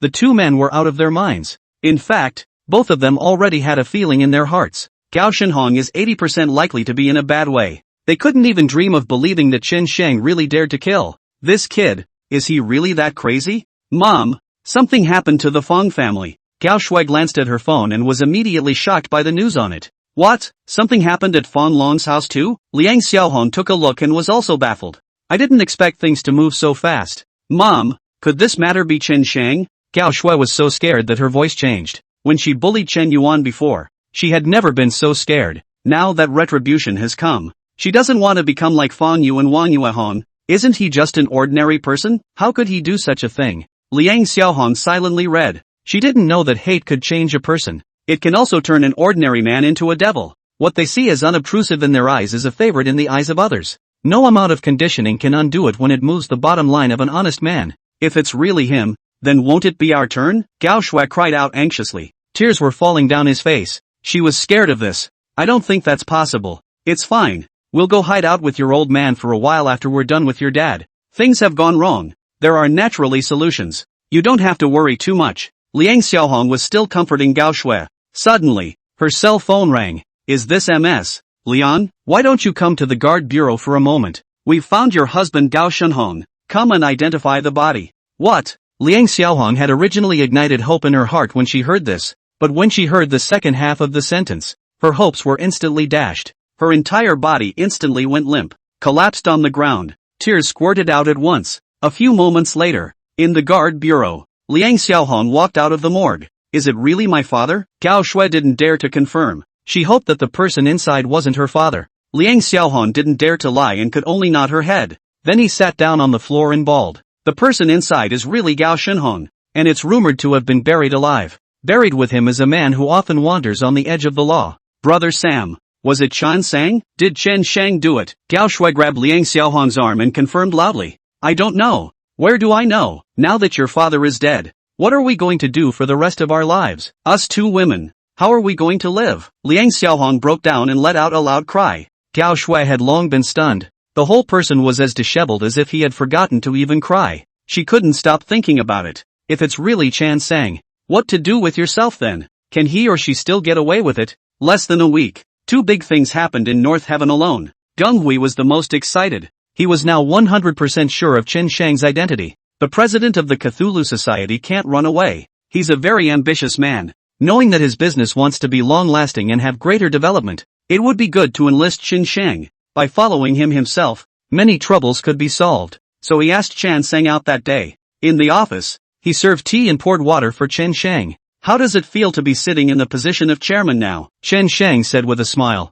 Gung Hui hurriedly put away his smile and said with a serious face, Mr. Chen, I can get to this point today thanks to your promotion. I won't forget it. I called you here today to hand over the company to you, to the Cthulhu Society. Oh, you know my identity. Chen Shang didn't take it seriously and opened his mouth quite leisurely. Someone as smart as Gung Hui must have noticed a thing or two a long time ago. Mr. Chen, now that the members of the Tsong Tian Association don't have a proper identity, it's inconvenient a lot of the time. I want to lay off some of Hong Chen Group's staff and then let the Tsong Tian Association people in, so that they can hide their identities better. In addition, the company's shares, as well as its income, can also be treated as expenses for the Tsong Tian Association's daily activities, so please smile. Mr. Chen. Chen Shang thought about it and nodded in agreement. The Cthulhu Society is not bad, but there's a lot more to do in Northern Sky City itself. Now that it had attracted the attention of the guard soldiers, it was inevitable that there would be quite a bit of trouble in the future.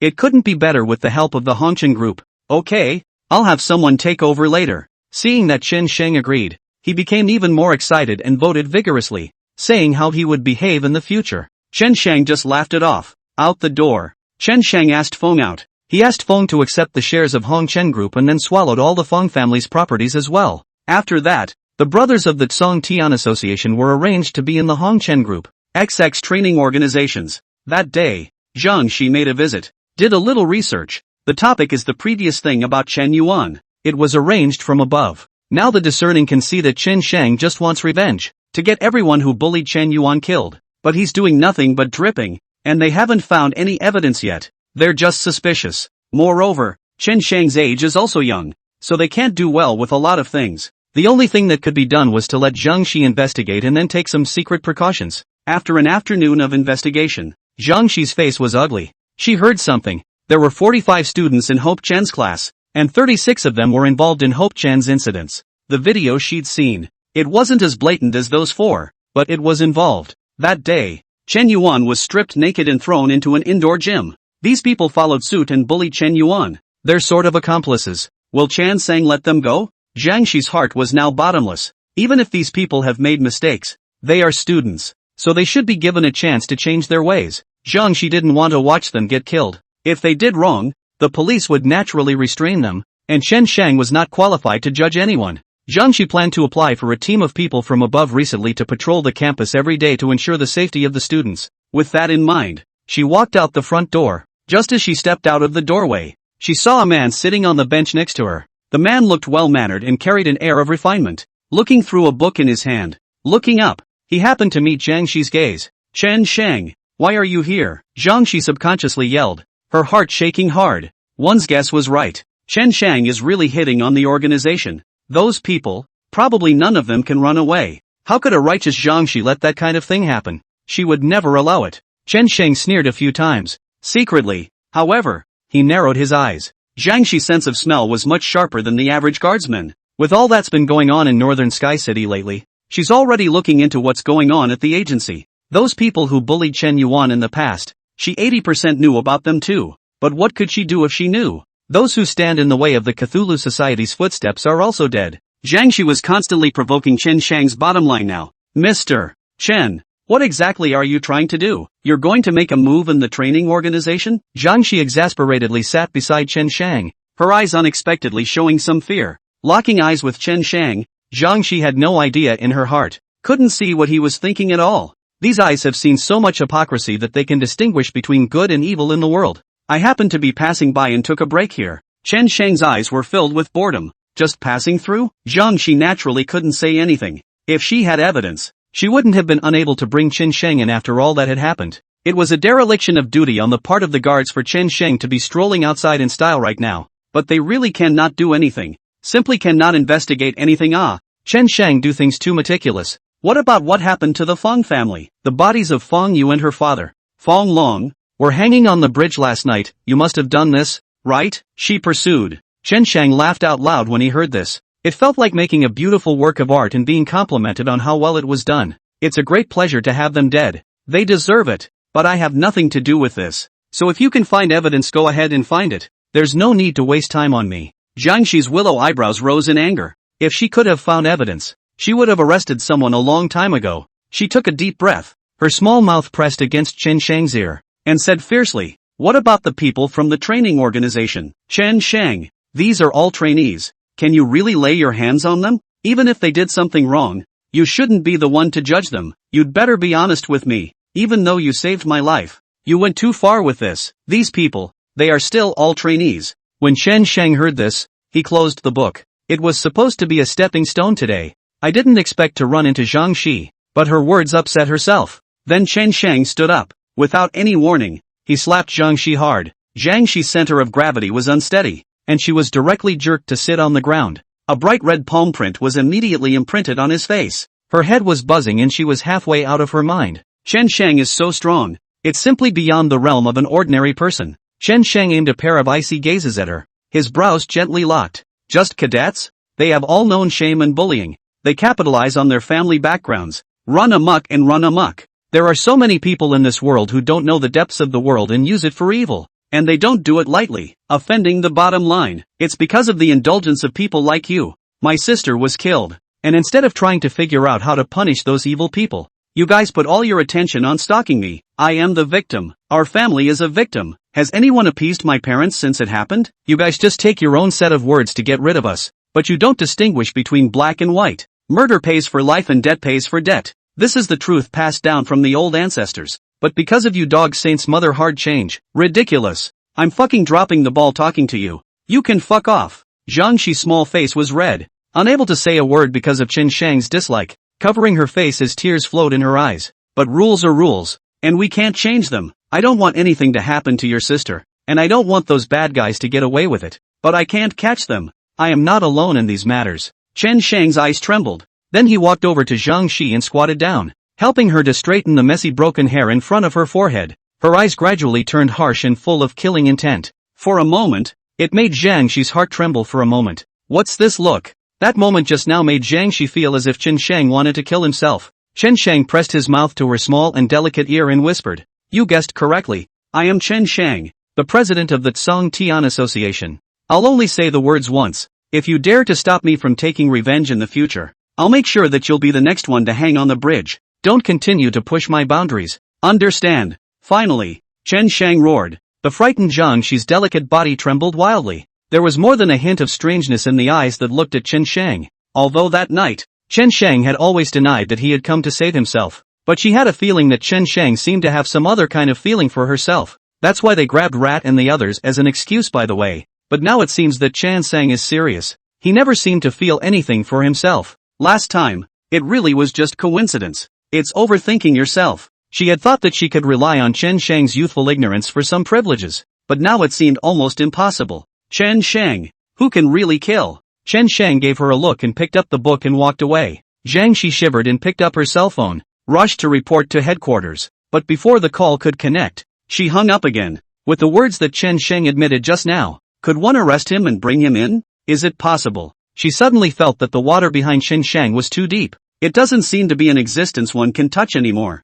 2 days later, it is a routine monthly training session for training organizations, but the third class that Chen Yuan was in before, every time they met the instructor would take them to the lab in the name of doing experiments, but actually to avoid the class meeting. Class meetings are nothing more than criticism meetings, but class 3 is all dude. Enrollment was stiffed out of a class by several parents looking for connections. Nobody messes with the students in this class. Chen Yuan was originally admitted, but because she had no connections, she was also unfortunately assigned to a class. If it wasn't for that, she probably wouldn't be in trouble. The instructor is still hospitalized, so the instructor who usually substitutes for them took them to the lab. It was an older man with glasses. This man seems to be open and honest, but in fact, he secretly does not know how much money he has received. Working in tandem with these students, they often turn a blind eye when someone is being bullied. Today, the trainees of the third class, 45 in all came to the lab. Instructor Fong closed the door. "Cadets, help yourselves, just don't make too much noise. I'll read a novel." Instructor Fong hemmed and hawed, then took out his cell phone to read a novel. The following trainees were all playing their own games as well. There were even a few that went overboard and started flirting. "Zhang Hu, come and play games together. We're waiting for you. Come on in. Whoever loses buys the skin." Among the few people sitting at the end, there was a man named Zhang Hu. He bore a slight resemblance to Zhang Shi between his eyebrows, just younger than Zhang Shi. This one, it's Zhang Shi's own brother. He and Chen Yuan were in the same class, but Zhang Shi never told anyone about it. The last time she came to the training facility, she had wanted to find her brother to ask about the situation, but she thought better of it and didn't go in. That might have spooked them. Plus, what would she do if she knew her brother really had something to do with it? It's only a matter of time before her brother is targeted by Chen Shang too. Buzz. Zhang Hu's screen popped up with Zhang Shi's name. It was Zhang Shi who called Zhang Hu. Zhang Hu was playing a game and was distracted and pressed off. Zhang Shi called again without any trouble. "What is it, sis?" Zhang Hu picked up the phone right after class, getting impatient. "What are you doing at the training facility? Why did you hang up on me just now?" Zhang Shi sounded a little agitated. "We're having a training session in the lab on the 4th floor. I'm busy. I'm not talking to you, Zhang Hu said and hung up the phone. Zhang Shi froze for a moment after putting down her cell phone, then rushed to call back. "It's not right. Chang Shi has been to the agency's lab once. That's at the far end of the building, a long way from the office, the security section, and the labs are relatively soundproof and the doors are security doors. If he were Chen Shang, this would be the best place to strike. And all the trainees are there today." Combined with the fact that Chen Shang had just squatted before, she had to think so. That's a great opportunity that only comes around once a month. Chen Shang is definitely planning to do it today. Zhang Hu was annoyed and hung up on Zhang Shi continuously, cursing under his breath. Chang Xie simply drove to the institution. She couldn't care less about anything else right now. The lives of so many trainees can't be judged by Chen Shang. She couldn't watch Chen Shang do such devilishly cruel things. Zhang Shi arrived all the way to the organization and rushed towards the 4th floor lab, while shouting Zhang Hu's name. At the same time, she called the nearby guard bureau and told them to send someone over in a hurry. Transang doesn't know what he'll do yet. "Hey, there's someone here who's going to commit murder, targeting the entire 3rd class. You guys come quickly." Zhang Shi was uneasy and called the security guard over again, but by the sound of it, the guard didn't seem to believe her. There were even a few flirtations. Why don't you say he's going to kill the entire training organization? Jiangxi couldn't be bothered to talk more nonsense with him and cursed. It's almost time for the lab. She thought to herself that she would save her brother first. Guard Zhang doesn't seem to have a good memory. You seem to have forgotten what I told you. Passing by the washroom. Suddenly a voice came from inside. Changxia brushes and stops. This person who spoke was none other than Chen Shang. The washroom clattered with running water, and Chen Shang washed his hands in the mirror, straightening the broken hair on his forehead in the process. He didn't even look at Zhang Xi. The whole man appeared to be a bit of a jaded man. He's really at the training facility. Zhang Xi's entire body was almost blinded. The head was buzzing, like dropping in a bomb. The pupils also trembled uncontrollably. He hadn't guessed wrong. He was really planning to do it. So many trainees. He didn't intend to spare any of them? Chen Shang, you're crazy, how can you? Zhang Xi hissed, but before he could finish his sentence, he was knocked to the ground with a heavy blow from behind. After that, her chest was stomped on, and a man a bit older than Chen Shang looked down at her, with little extra expression on his face. It was all coldness. Zhang Xi was also a well-trained guard soldier, but was not able to resist at all. He skillfully tied up Zhang Xi and pushed her into the washroom, closing the door in his hand. Chen Shang was a complete change from before. Now he is elegant and murderous, deeper than even an old man's city. Zhang Xi even felt that she had recognized the wrong person. Was the Chen Shang she had seen before a fake? Chen Shang gently picked Zhang Xi's chin and narrowed his eyes. You didn't listen to what I said to you before, did you? Chen Shang, you are the devil. So many trainees. You really want to do it. You're so inhuman. Zhang Xi yelled with all her strength, desperately trying to draw attention to herself. Don't bother shouting. There are only trainees in the lab on this floor, and I've tested it. The soundproofing effect of the lab is very good. No one will hear you shouting. Xiao Luo spoke blandly. Chen Shang sneered and let go of Zhang Xi. I'm the devil? You know what they did to my sister in the first place. They were in the gym, leaving my sister naked, breaking her arms, breaking her legs, sneering, heckling, mobbing, abusing. You say these are cadets, but demons don't discriminate between genders and kill people left and right. If these people hadn't raised such a ruckus, if one of them could have reported it to the public or refrained from taking part in it, my sister would not have been subjected to that kind of humiliation. Now I'm just seeking justice for my sister. And you're calling me a devil? Oh. Chen Shang laughed to himself and even clapped his hands. This is illegal. You can't do this. We can go through the process and I can handle this with full authority for you. I guarantee that all of them will be duly punished. Zhang Xi took a deep breath and looked at Chen Shang seriously. Imagine if I really wanted to go through the motions. Why go through the trouble of investigating all this? They will only receive the punishment they deserve in my hands. Chen Shang's expression was cold. Chen Shang, I'm warning you. I've seen it all. If you really dare to do something, I'll be a witness. I'll make sure you're punished. Inside there's still my brother. Zhang Xi cried out uncontrollably, anxious. Chen Shang shook his head slightly. In that case, I'll just let you see nothing. He stuffed Zhang Xi's mouth with a piece of cloth and whispered against her ear. It might hurt a little later, so bear with me. I wasn't going to do anything, but today you're here for your brother. So what's the difference between you and those parents? Can you afford this outfit? Also, I hate Madonna. Zhang Xi desperately shook her head, trying to explain something, but Chen Shang didn't give her another chance to speak. A dagger in her hand and 2 strikes to her eyes. Precision pierced her eyeballs. Zhang Xi's beautiful eyes spurted blood and she kept grunting in pain. Chen Shang then stomped both of her knees hard. Click. 2 crunching sounds. Zhang Xi's knees are completely ruptured and her legs are twisted. Double the pain. Get 2 people to come and take her away later. Chen Shang's eyes glanced at Zhang Xi in a bland manner. I should have done it a long time ago. This woman has been secretly hindering me for a long time. Okay, I'll tell the brothers. Xiao Luo promised and planned to take Zhang Xi away.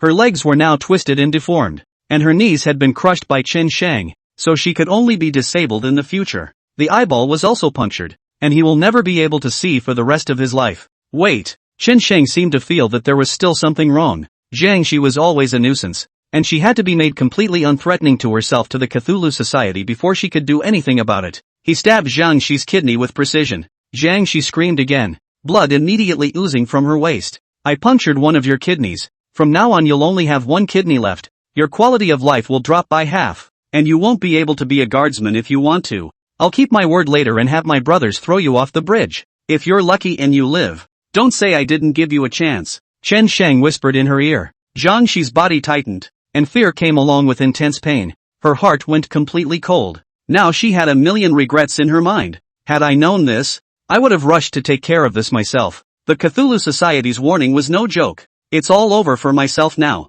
Even if he survives, he'll be an invalid for the rest of his life. Chan Sang tossed her aside. Then it took off in stride. Within a few moments, 2 school cleaning crews came in. With skillful movements, they loaded Zhang Shi into the trash can and took her away through the back door. The lab is still in class. Knock knock. Suddenly, there was a knock on the door. Instructor Fong got upset. Who is it? There was no answer from outside. Only a hard knock on the door. Instructor Fong opened the door. Standing outside the door was Chen Shang. Someone who looks like a student. Are you? Knock. Without any nonsense, Chen Shang directly kicked Instructor Fong off. This sensation of thunder sent Instructor Fong flying from the doorway straight to the podium, where he fell heavily to the ground. His waist seemed to have taken a heavy blow, and he fell to the ground, unable to get up for half a day, grunting in pain. The class went quiet for a moment. The eyes were all focused on Chen Shang. Who is this guy? How dare you beat up someone at an institution? It's crazy. What do you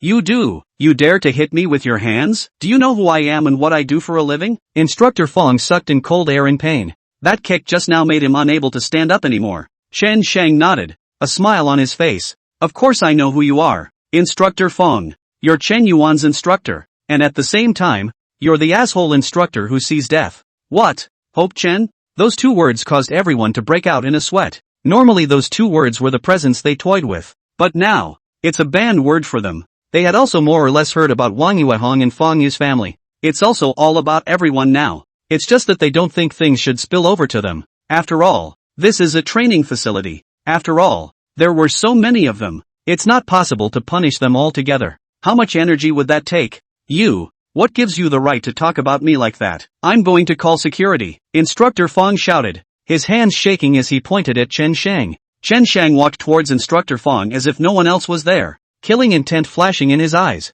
When my sister was first tortured by those 4 brutes in the institution, she wrote in her diary that she had approached you for help many times. Why did you turn a blind eye? Chen Yuan has loved literature since she was a little girl. Her favorite class was language. And you, on the other hand, made her lose faith in it all. If you hadn't turned a blind eye, she might not have suffered like this. Chen Shang's words were like a knife, ruthlessly piercing into the hearts of everyone on the scene. This man is Chen Yuan's brother. It's the one that's the subject of suspicion online. But no one has any evidence to arrest him. The cases of Wang Yuehong and Fong Yu were probably done by him. Looking back at the details of the case, everyone can't be calm. This is just plain crazy. Kill the whole family. Family cremation hide. So what will happen to those of them who have bullied Chen Yuan? Instructor Fong knew everything when he heard that. Retribution will come sooner or later. But he didn't expect it so soon. But Chen Shang's words were not absolute. The first time, when Wang Yuehong and the others bullied Chen Yuan, he had stood up and said something,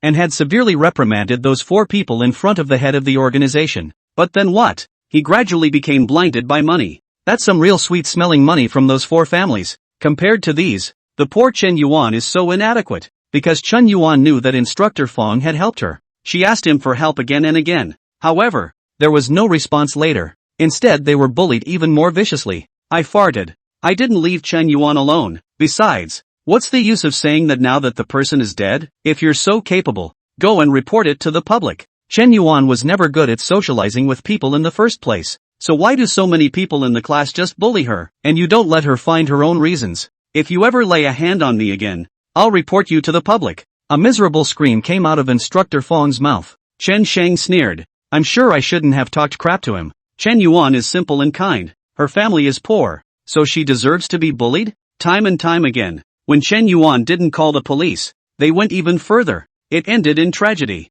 And now it's being dismissed as pretentious? Knock. Chen Shan crushed a bench with his foot, picked up one of the sticks, walked toward Instructor Fong. What are you doing? What do you want? Instructor Fong screamed in horror. Chen Shang, however, didn't listen to his nonsense at all. The wooden stick in his hand swung round and greeted him hard on his body, legs and head. One by one, Chen Shang seemed to be venting. If it wasn't for these people who turned a blind eye, nothing would have happened to Chen Yuan. It hits Chen Yuan the hardest when the instructor she trusted the most ends up in cahoots with those people. Chen Yuan, just how desperate and difficult it was before she died. The wooden stick in Chen Shang's hand broke. Then the whole thing jumps on it and stomps hard, beating and kicking, as in venting. Only when the other party fell motionless on the ground, covered in blood, did Chen Shang stop. His face crumbled slightly. He took a deep breath and didn't let his emotions become disorganized from just overventing. This is just the beginning. Everyone will pay today. Chen Shang wiped the blood on his hands, then looked at everyone in the class with a smile on his face.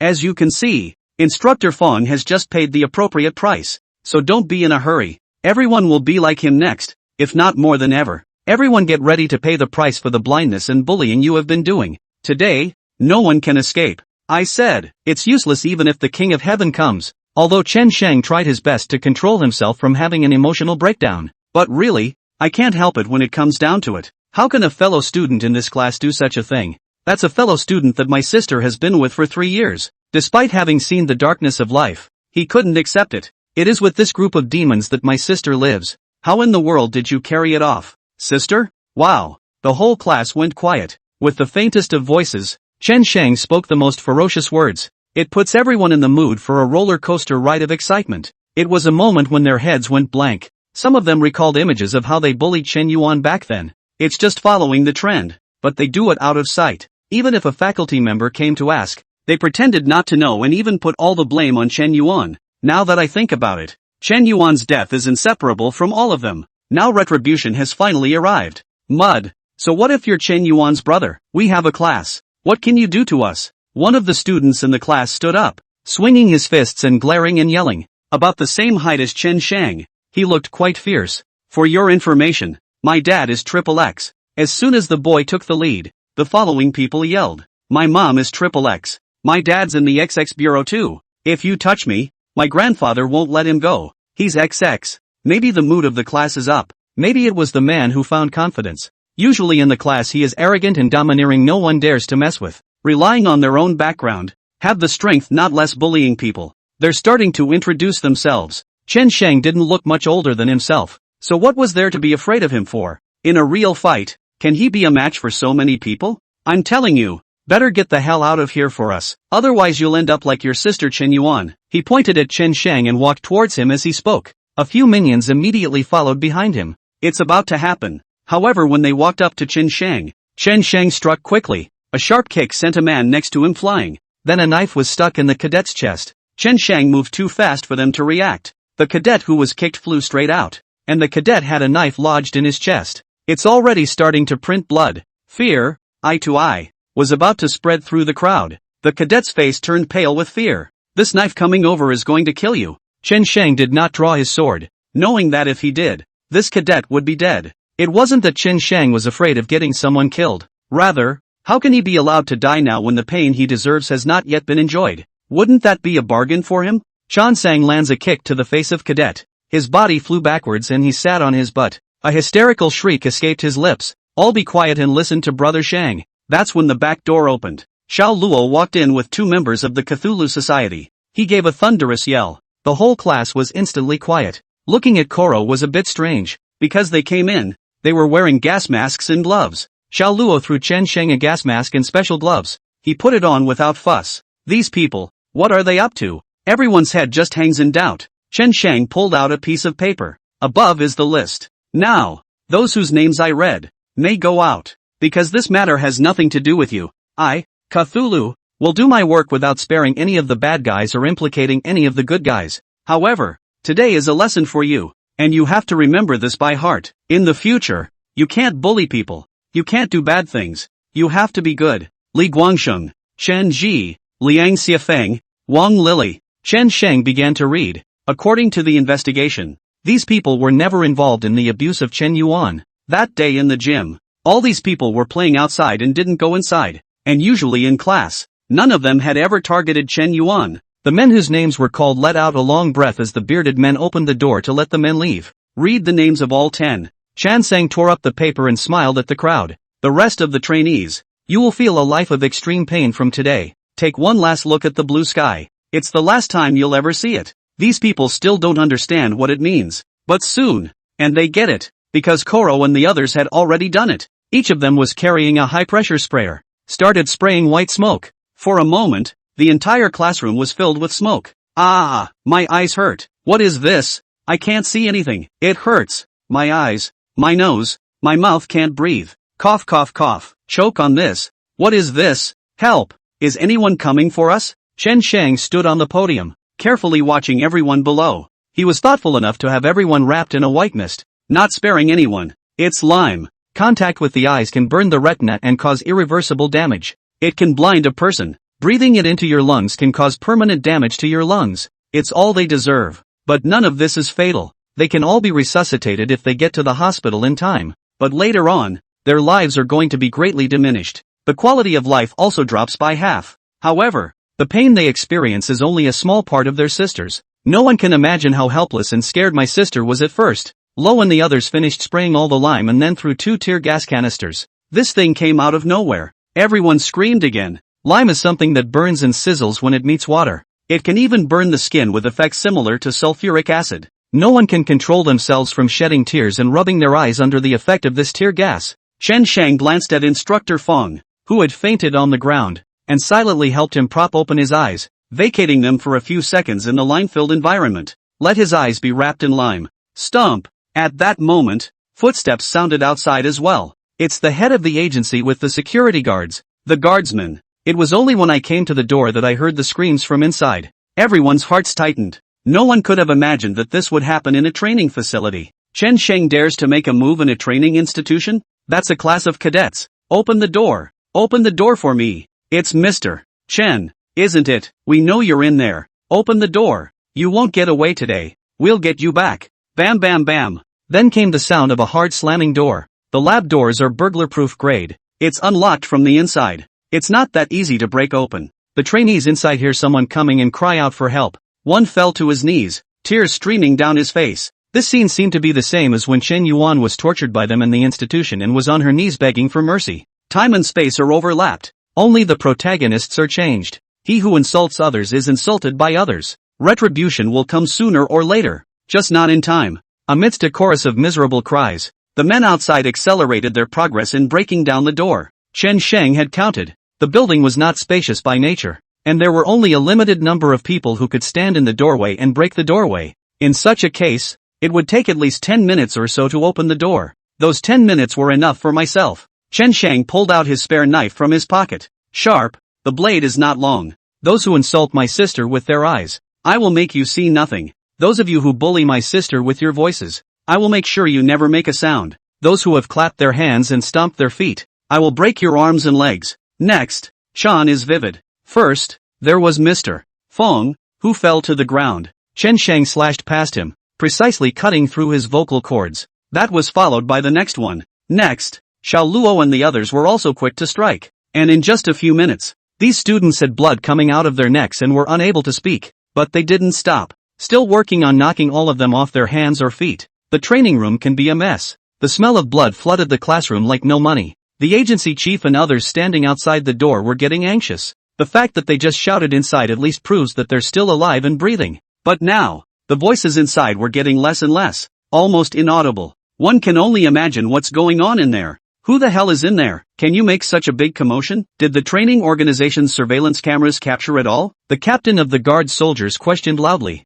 He was also sweating in a hurry. I rushed over just now after receiving Zhang Shi's call, but when I came over, I couldn't reach Zhang Shi for the life of me. But luckily they were just in time, and met up with the people from the training facility and killed them. Who knew that things could be so serious? The head of the organization shook his head. Nervous, the training institution's network was hacked just now. The monitoring system was destroyed. Nothing was captured. The agency's network is under maintenance right now and I don't know when it will be fixed. Everyone was silent. This was premeditated. Hacking the training organization's network and getting inside to do this kind of thing. How much energy do these people really have? Guard captain. You must save these cadets. There are more than 40 people in this one class. They're all good cadets. What kind of person? What kind of demon would hit them? Come on guys. Step it up. Hurry up and break down the gate. An almost tragic hiss escaped the agency chief's lips. It was not easy for him to get this far, and he didn't know how much effort he had put in and how many relationships he had traveled to get to where he is today.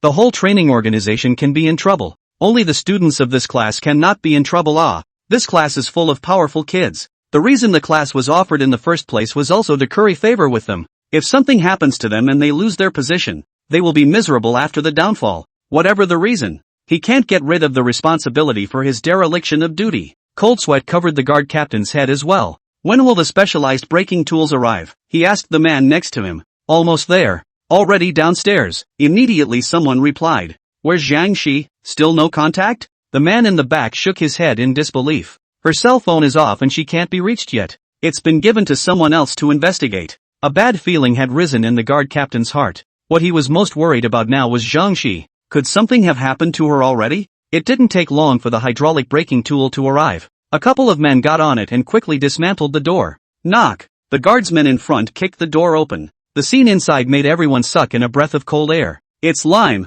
Quit it, the man in front yelled. How he used his shirt to shield his mouth and face. That's a lot of stuff to get sucked into. Something's wrong. And the smell of tear gas. Someone used tear gas? What kind of operation is this? Lime with tear gas? Immediately, people sensed something was wrong and screamed out. Is this technique? Is it going to cripple everyone? Despite the white fog surrounding them, the principal glanced inside with wide eyes. He almost spewed out an expletive. There was more going on here than he had ever dreamed of. Instructor Fong fell to the ground not knowing if he was dead or alive. The class, one by one, was lying on the floor. The floor was covered in blood. No sound could come out of their mouths. Many had fainted, and those who were awake had their hands stuck to their throats in a state of agony. Their arms and legs, they were twisted. It was interrupted. Where are the suspects? Arrest the suspects first, only the captain shouted. A few people in front of them rushed in with their faces covered by their clothes. Captain. The suspect jumped out the window and left. They should have gone down the drain.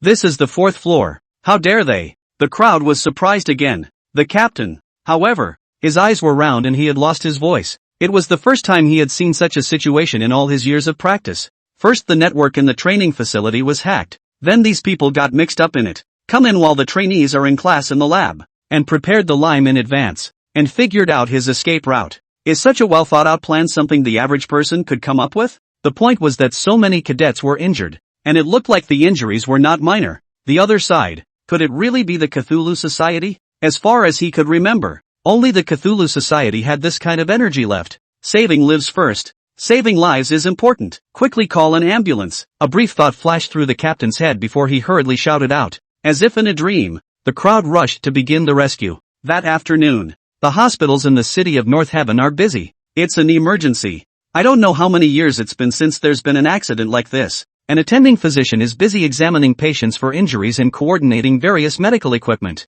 The more he looked, the more alarmed he became. The more you look at it, the more incredible it becomes. Retinal burns, vocal cord loss, or retinal burns and missing vocal cords. Another, a check down. Cold sweat hung over his head and his hands trembled. He's never seen anything like it. There were 31 cadets in the class, plus the instructor for a total of 32. All of them were bruised and injured in the same way. The retinas were burned with lime and permanently blinded. The vocal cords were ruptured so that no sound could be made. And everyone had either a broken leg or arm. And the wounds are all in the joints. This can be a permanent disability later on. Who did this to you? And the other side is so accurate in what they do. It's like being a surgeon for years. No, even physicians can't do that. 31 trainees. How did he go down to the hand? Don't his hands ever shake? Wounding the vocal cords but not the arteries. Wounding, but not killing. He's trying to torture. This is so I can have to blind and deafen everyone. Who the hell is this suspect? The physician voiced the doubt in his mind. The captain of the guards is also at the hospital. He'd been coming to find out what was going on. Now it's even more full of confusion. He reported the incident and the people at the top took it seriously. This has been a larger accident. I don't know who the exact suspects are yet. It's going to take us a careful line of investigation to save as many of these trainees as we can. The captain sighed helplessly. I can't save any of these people. At best I can save their lives. It's just, the physician was a little embarrassed. None of their injuries were fatal. A few of the seriously injured ones were also resuscitated. What he's trying to say is, can these people accept the reality that they've become blind, dumb and disabled? It seemed worse than killing them. Alright, do your best. That was all the captain could say. At this point, someone's come to report. Captain, here's the information I found. And I think that things might have something to do with this. The captain opened the video and looked at it. Immediately his eyes rounded. The video is of Chen Yuan being bullied by the crowd. Chen Yuan had short, playful hair and was wearing her training clothes, her head lowered, and she was shaking so much from fear that she didn't even have the courage to speak. A person looks like a wounded white rabbit under the watchful eyes of everyone. Then it was Wang Yuehong and Fang Yu who went and stripped her naked. Not a trace left. A crowd rose up and threw her clothes everywhere. A group of students were right next to her grabbing her close-fitting clothes, taunting and hurling insults. Chen Yuan cried. Instead, they laughed even harder. There was even a suggestion to take Chen Yuan to the street. Chen Yuan said only one sentence from start to finish. Please, can you stop bullying me? She didn't say a single extra word after that. Perhaps realizing the harshness of reality. Perhaps realizing that no one would come to their aid. She even cried so carefully. And not one of these trainees said a word for her the entire time. Or even bothered to tell the instructor to report the public. Just let this happen. They don't think it's a crime. It's only fun. It's only justified to bully people. Unbeknownst to her, this has sent Chen Yuan to hell. The four men then took the lead in breaking Chen Yuan's legs apart and opening her hands.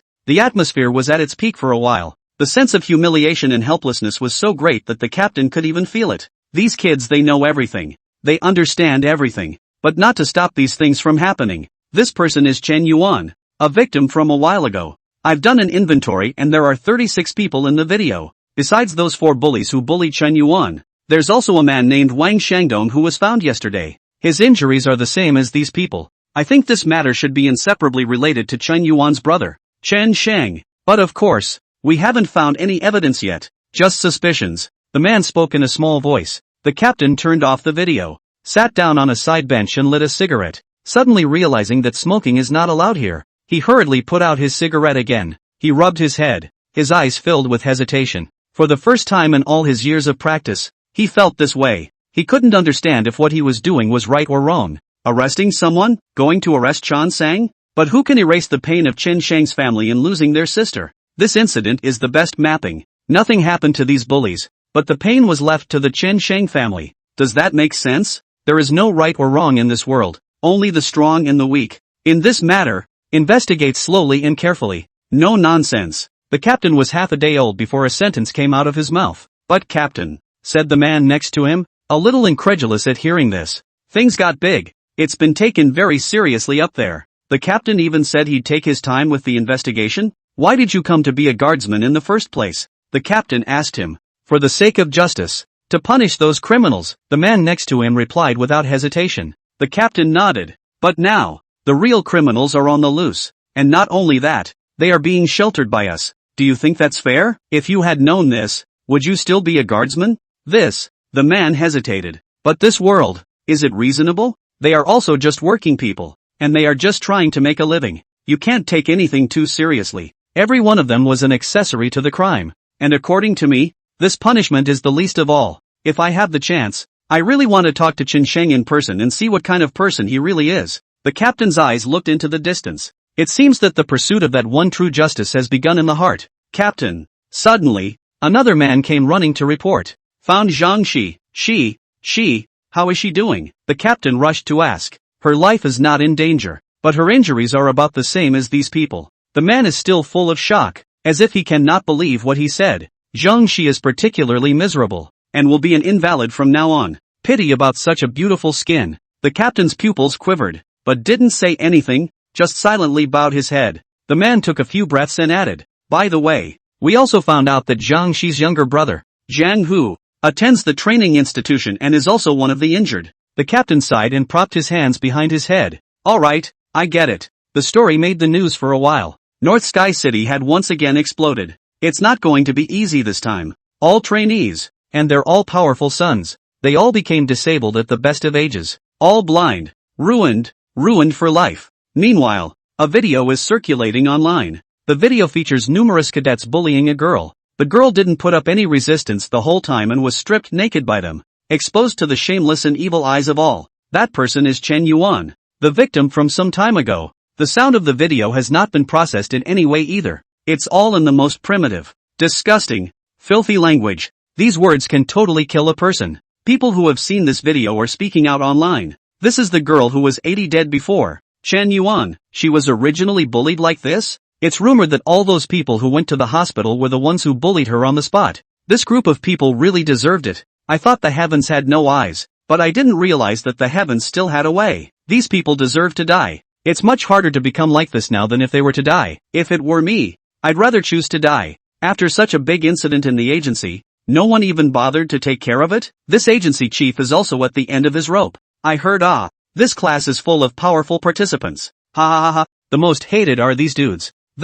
Under the influence of this incident, more than half of the trainees in the training organization have taken a leave of absence, and do not dare to come in this period of time. for fear of turning out to be the same as them. The agency director also took a long vacation. He felt that his life was more important than his future career. Now he always felt that someone was following behind him, and even in an enclosed space, it seemed that someone would suddenly appear to dismantle him. What happened to Chen Yuan? He didn't expect to become his nightmare. Whether or not Chan Sang will come to him is unknown. He didn't want to gamble with his life. Come out for dinner. You're holding it in. You're not going to eat later? Mrs. Agency director came to call him to dinner. Very unkindly. The agency chief took a deep breath and rubbed his swollen head. It's in your own home. It should still be safe. Chen Shang wouldn't come in and kill himself, would he? So came the restaurant. Come over, only to find an extra person in the living room. It was a trainee-looking man in training clothes. He was sitting there waiting for him. Slightly longer bangs cover the eyebrows. There's a touch of elegance and bookishness about it. There was even a smile on the corner of his mouth. A good trainee of good character any way you look at it. You are? The head of the organization sat down suspiciously, naturally not connecting this teenager in front of him with Chen Shang. This is a trainee from your institution. The young man is very nice. He said he wanted to see you to ask something. So help him if you can, the lady said from the side. Hello training organization director? I'm Mr. Chun. The teenager's sentence directly made the agency chief sit down on the ground in fear. Chun. Mr. Chen. He's the one who turned a class into that shit. He's the one who made the Wang family, the Feng family, the whole family crematorium. He actually came himself. The agency director immediately realized what was going on and knew he was in for a bad day. Look at you. You can't even stand up. The lady grumbled in a good-natured manner, and was about to help the agency director. But before he could take 2 steps, he received a blow to the back of his head and fell to the ground, fainting. It was Chan Sang who called. What the hell do you want? The agency chief screamed miserably, having lost his temper long ago. Chen Shang is just like the devil. He's almost everywhere. That kind of thing had just happened at the training facility, and he had the nerve to come to the house to find himself at this time when he wasn't hiding? That's pretty ballsy. Chen Shang sat down and crossed his legs. His eyes had turned sharp. Don't worry. Nothing will happen to your wife because she hasn't made a mistake. The one who has made a mistake is you. Besides, she has to stay alive to take care of you for the rest of your life, doesn't she? The head of the agency blanched. Take care of yourself for the rest of your life? Does Mr. Chan want? Mr. Chen. I'm usually very busy at work. There are some things I can't manage, and with so many students in the training institution, I can't possibly take care of each one of them. I'm sorry about what happened to Chen Yuan, but that was just a dereliction of duty on my part, and I'm not guilty of that. I really tried my best. I didn't leave her alone. You leave now and I'll pretend you weren't here. Okay? You didn't leave my sister alone? Chen Shang looked at him with a smirk, seeming to have taken everything he had. How come I heard that you publicly criticized Chen Yuan at one of the assemblies? You also publicly interceded for those 4 guys, and even the last time numerous trainees bullied Chen Yuan, which you also knew about. It was all suppressed by you. Ha? Knock knock. The agency chief's heart began to beat faster. That's right. It's all done on its own. Chen Yuan even ran to complain to herself at first, saying that someone was bullying her, but one doesn't even take it seriously. And who cares what a poorer than that says? All the agency chief cares about is the famous kids. Things have come to a point where one can't get out in one piece. Mr. Chen, I can give you money. A lot of money. Something has happened to your sister. No one wants this to happen. I will be a decent and loving leader from now on and protect every cadet. I made a mistake, but you should always give me a chance to start over. Shouldn't you? I can serve the community and more people in the future. You can't beat me to death with a stick. Maybe we can be friends later. Please. The head of the organization began to speak incoherently as soon as he became nervous. Chen Shang nodded his head, indicating that he could understand. I know, and I'll give you a chance to live. That's why I didn't intend to get you killed. That's why those cadets didn't die. They're all alive, aren't they? But, the agency chief froze. The eyes were full of innocence. Even wondered what the hell he was dealing with. Is he a human or a demon? How can such words come out of a normal person's mouth? After committing such a big offense, he can say it so lightly? The average person doesn't have that kind of spirit. Chen Sheng suddenly slammed his fist into his face. His head swam and he sat down on the floor. Rotten flesh quivered on his obese frame. I told you, everyone will pay for my sister's death. Since the heavens have no eyes, I'll turn into a demon and personally open up the laws that belong to me. Pust. Chen Sheng stabbed the principal in the neck, instantly making him lose his voice. He covered his neck in disbelief and looked at Chen Sheng with eyes that seemed to be asking, how dare you? Chen Sheng made him lose his voice first, because he didn't want to hear his screams later. Then Chen Sheng crouched down and pressed one hand on his head.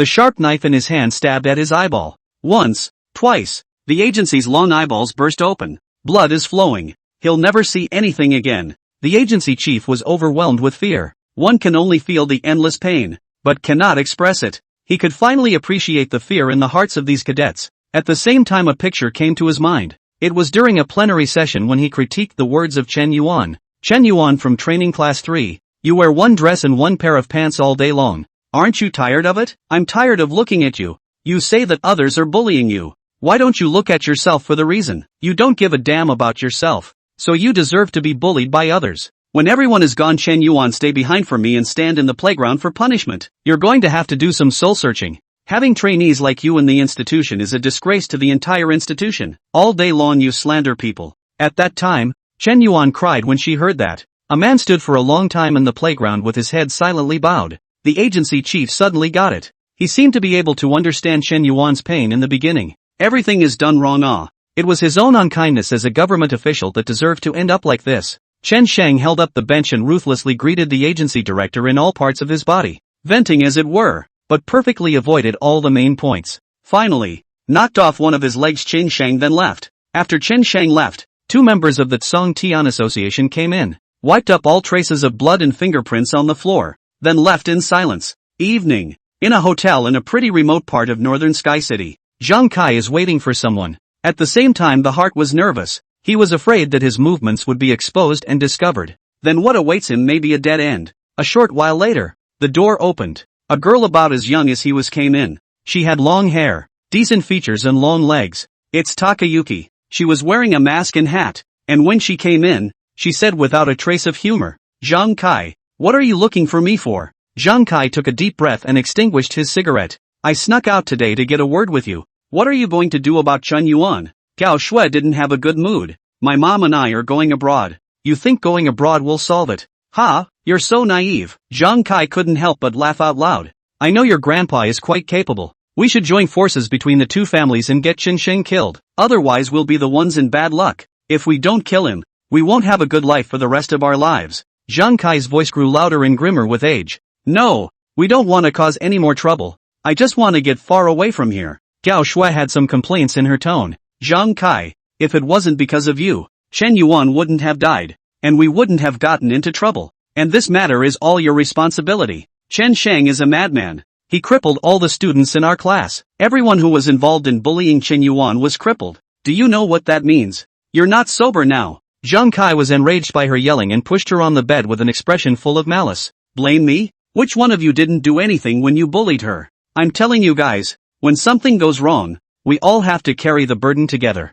If you don't cooperate with me, I guarantee you'll end up dying an ugly death. Gao Shui, don't think you can get away with it all. We're all on the same rope. Let's see who dies first then. What goes around comes around. Let's see who gets retribution first. Gao Shui yelled, shook Zhang Kai's arm off with force and walked out. This last sentence made Zhang Kai directly break his defense. What goes around comes around. So she understands that too? But in that this is now applied to them. It's really full of irony everywhere. But what the hell do we do now? He had no more in mind. 2 days later, Chen Sheng has been at home for the past 2 days without going out. While planning his next step, he was also waiting for the guard bureau to find him. He knew it would come sooner or later, and had been ready for it for a long time. Tonight, the father, Chen Jiangwo, came to the phone. On the phone, he sounded quite humble. He suddenly realized that after all these years, he didn't know his son at all. Since when did Chen Sheng have so much energy in him? And since when did it become so cynical and murderous? Family is the bottom line for Chen Sheng, and Chen Yuan is his trigger. He knew that this matter was not over. The bloodthirsty cells in Chen Sheng's body were being activated little by little. By then the fury will light up the entire city of Northern Sky. Chen Sheng, I heard that something big happened in your sister's training organization, and 31 were injured at once, and the injuries that were sustained were almost all the same. Chen Jiangwo's voice was serious, and it seemed to be a little difficult to get up. He didn't want to believe it was his son's doing and always had a bad feeling in his heart. It seemed that Chen Sheng had been slowly metamorphosing, or perhaps it was the character that was already his that was exposed. In this world, Chen Sheng was originally supposed to hide his sharpness and keep a low profile to survive. Chen Sheng had goodness in his heart, he was not evil, but a good man can really do anything when he's pushed. It's not 31, it's 33, and there's an instructor Fong, and their agency chief. Chen Sheng didn't hide anything, and answered in a cloudy manner. It was as if he was talking about a very common thing. Shang you. Chen Jiangwo was choked by his words and did not know how to speak. I watched you grow up since I was a child. You are not a messy person. This next injury 33 people. I worry about your safety. Chen Jiangwo kept taking deep breaths. He's never experienced anything like it. When he knew that Qin Shang had destroyed Wang Yuehong, Feng Yu's family, the first thing he did was to relieve his anger. A sulk that had been held in his heart was instantly released. He's been dreaming lately about when Chen Yuan was killed. It's over 100 cuts in the body. Each cut is lodged in his own heart. He also wanted revenge and to make those who killed Chen Yuan pay. But they are all cadets. He can't lay his hands on them. Also, he's too old to kill. Killing is like a road of no return. The beginning is the hardest. Now it was true that Qin Shang wanted to kill the entire family of those 4 beasts. It's just that Chen Jiangwo didn't expect Qin Shang to make such a big commotion. Even all of them have entered training organizations. Chen Jiangwo didn't know how on earth Qin Shang managed to get inside and injure more than 30 people in front of everyone's eyes. What had his own son, who had been in the field for the past few years, gone through?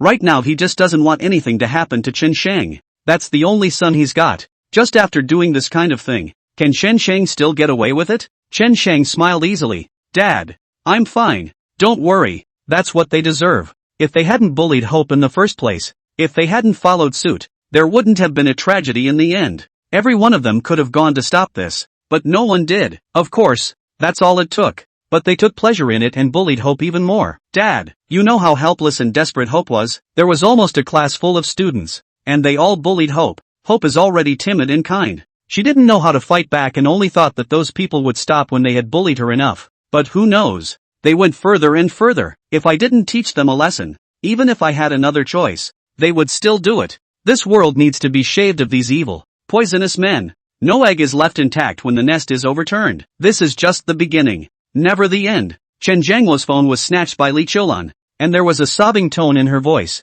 Shanger, Mom and Dad both think it's enough, or you should just stop. Hope is already dead. I really think it's almost over. That's more than 30 trainees. This incident will definitely cause an uproar. What will you do then? Oh. Chen Shang clutched his cell phone and narrowed his eyes. At the moment his heart was all bitter. His own parents, who have been good people all their lives, hard-working, never harmed anyone, neighbors, relatives and friends are never the first to go over to help when something happens. They will certainly do their best whenever they can. It was thought that no good deed goes unpunished. Thought God had an eye for that. But that's just a nice figment of good people's imagination. Even with the murder of his sister, even with the involvement of so many cadets in the class, still, his parents didn't want him to hurt so many people. But if you are good by nature, do you deserve to be bullied? The world shouldn't be like this. Mom, there's no way this can be left alone. Right now even if those guardsmen want to arrest me they have no evidence. When they find the evidence it will be too late for anything. No one can stop me from doing what I want to do.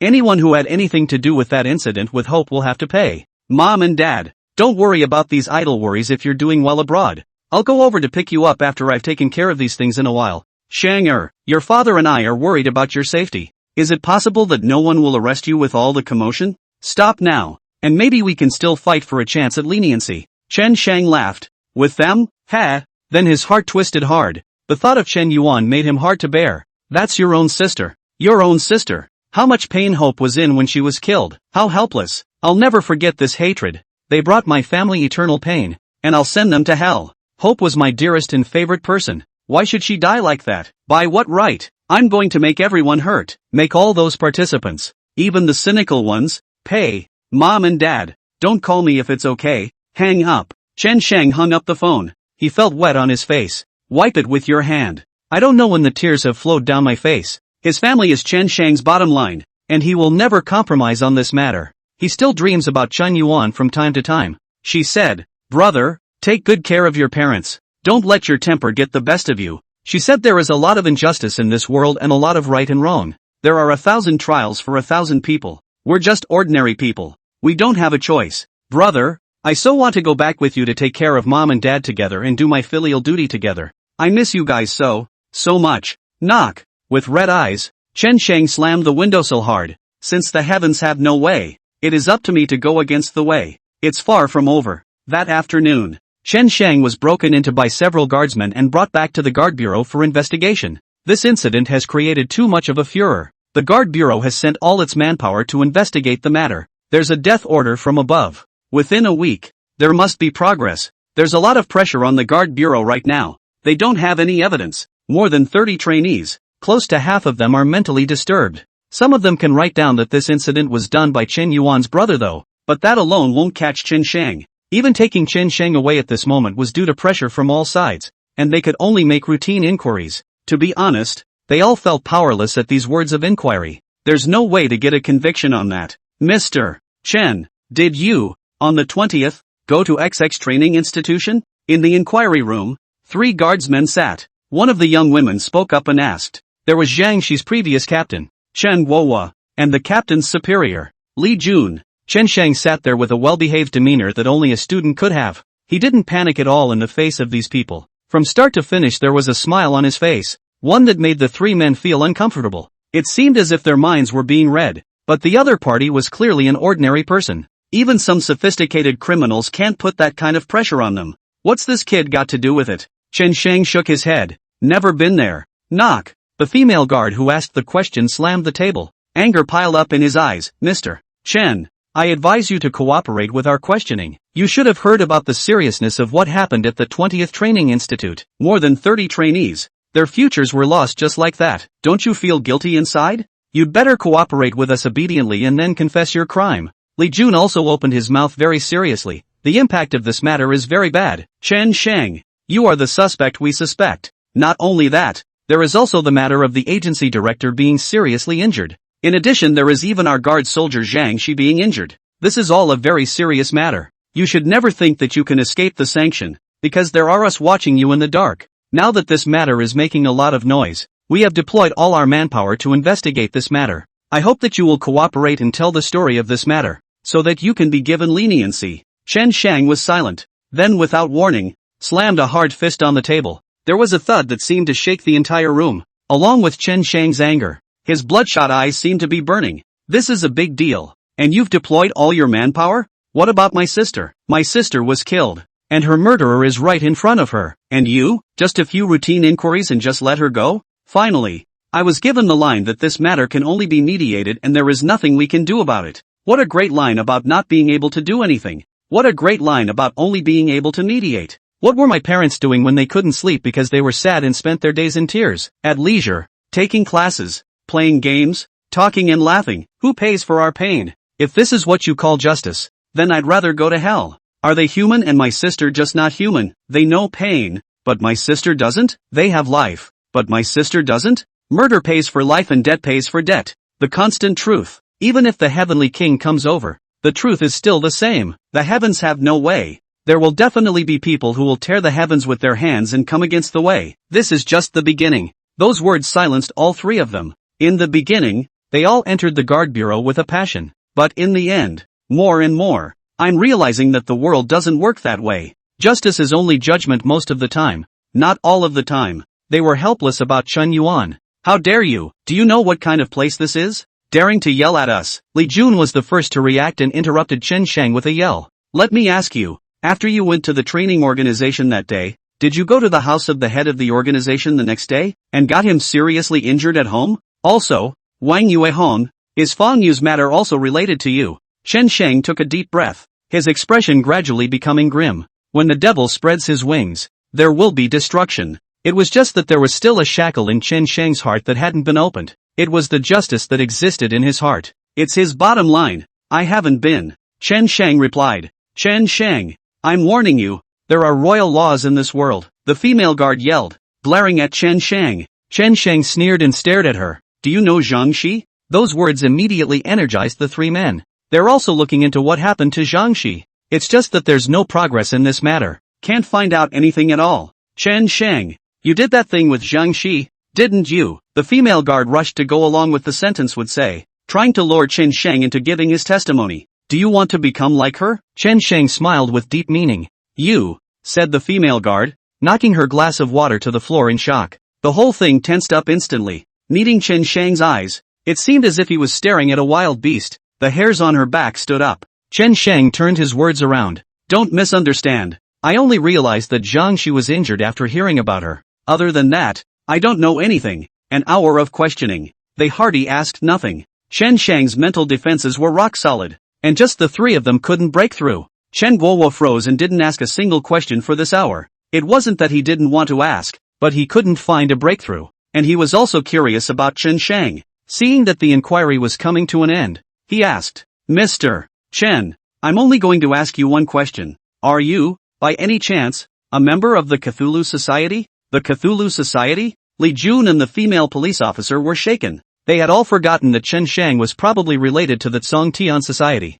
And the Celestial Society, that was a mysterious and heaven-defying organization. Regarding this, I refuse to answer. Chen Shang said coldly, his hands propped behind his head. Chen Shang, I can warn you, we can detain you for 24 hours. If you don't cooperate with the investigation, we can still go and arrest you next time. We can detain you every time. Let's see how you can play with us. Li Jun was already a bit burnt out. A whole hour, and they didn't ask anything? Team Li, Mr. Chen's lawyer is here. That's when someone said over the comm, lawyer? This kid has a lawyer? That can't be right. The three men looked at each other. Somewhat unbelievable. Before Team Li could speak, a man with glasses full of shrewdness pushed his way in. I'm Chiu Sinyu, Chen Shang's lawyer. You can tell me anything you want. As far as I know, you haven't found any evidence yet. You're already suspected of violating the law in this way, and I suspect that you're using psychological innuendo, verbal threats, and terror tactics to force the issue on my client. Here are my pleadings,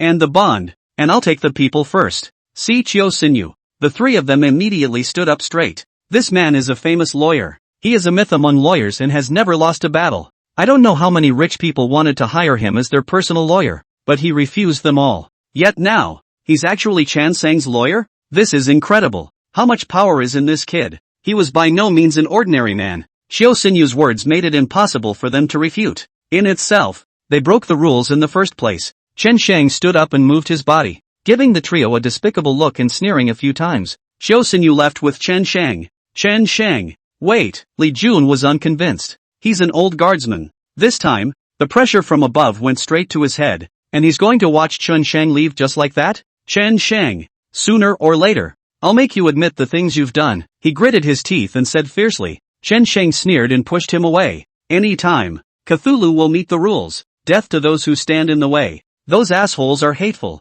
but this old saintly mother is even more hateful. If he continued to obstruct in the future, Chen Shang did not mind making him disappear. Out of the interrogation room, Chiu Sinyu and Chen Shang walked to the stairway. Brother Shang, I'm sorry I'm late. From now on, I'll make sure I'm the first to arrive. Chiu Sinyu bowed his head to Chen Shang in the car. I didn't want to disturb you guys. There's usually already a lot going on in the Tsongtian Society. Chen Shang rubbed his head. Chiu Sinyu said seriously, Brother Shang, I am also very sorry about your sister. If you are willing, the entire heavens will accompany you to overturn the sky. Chiu Sinyu and Chen Shang have known each other for about a year. Although the time was not long, Chiu Sinyu had great respect for Chen Shang, loyalty to the Cthulhu Society as well. He looks a little scrawny and a little weathered. Never Cthulhu would do anything, and he would be the one to arrange the aftermath. Each time he would talk about the consequences, never indicating what he would unequivocally support. Perhaps also because of the nature of his profession. But this time, he said he would take revenge with Chen Shang.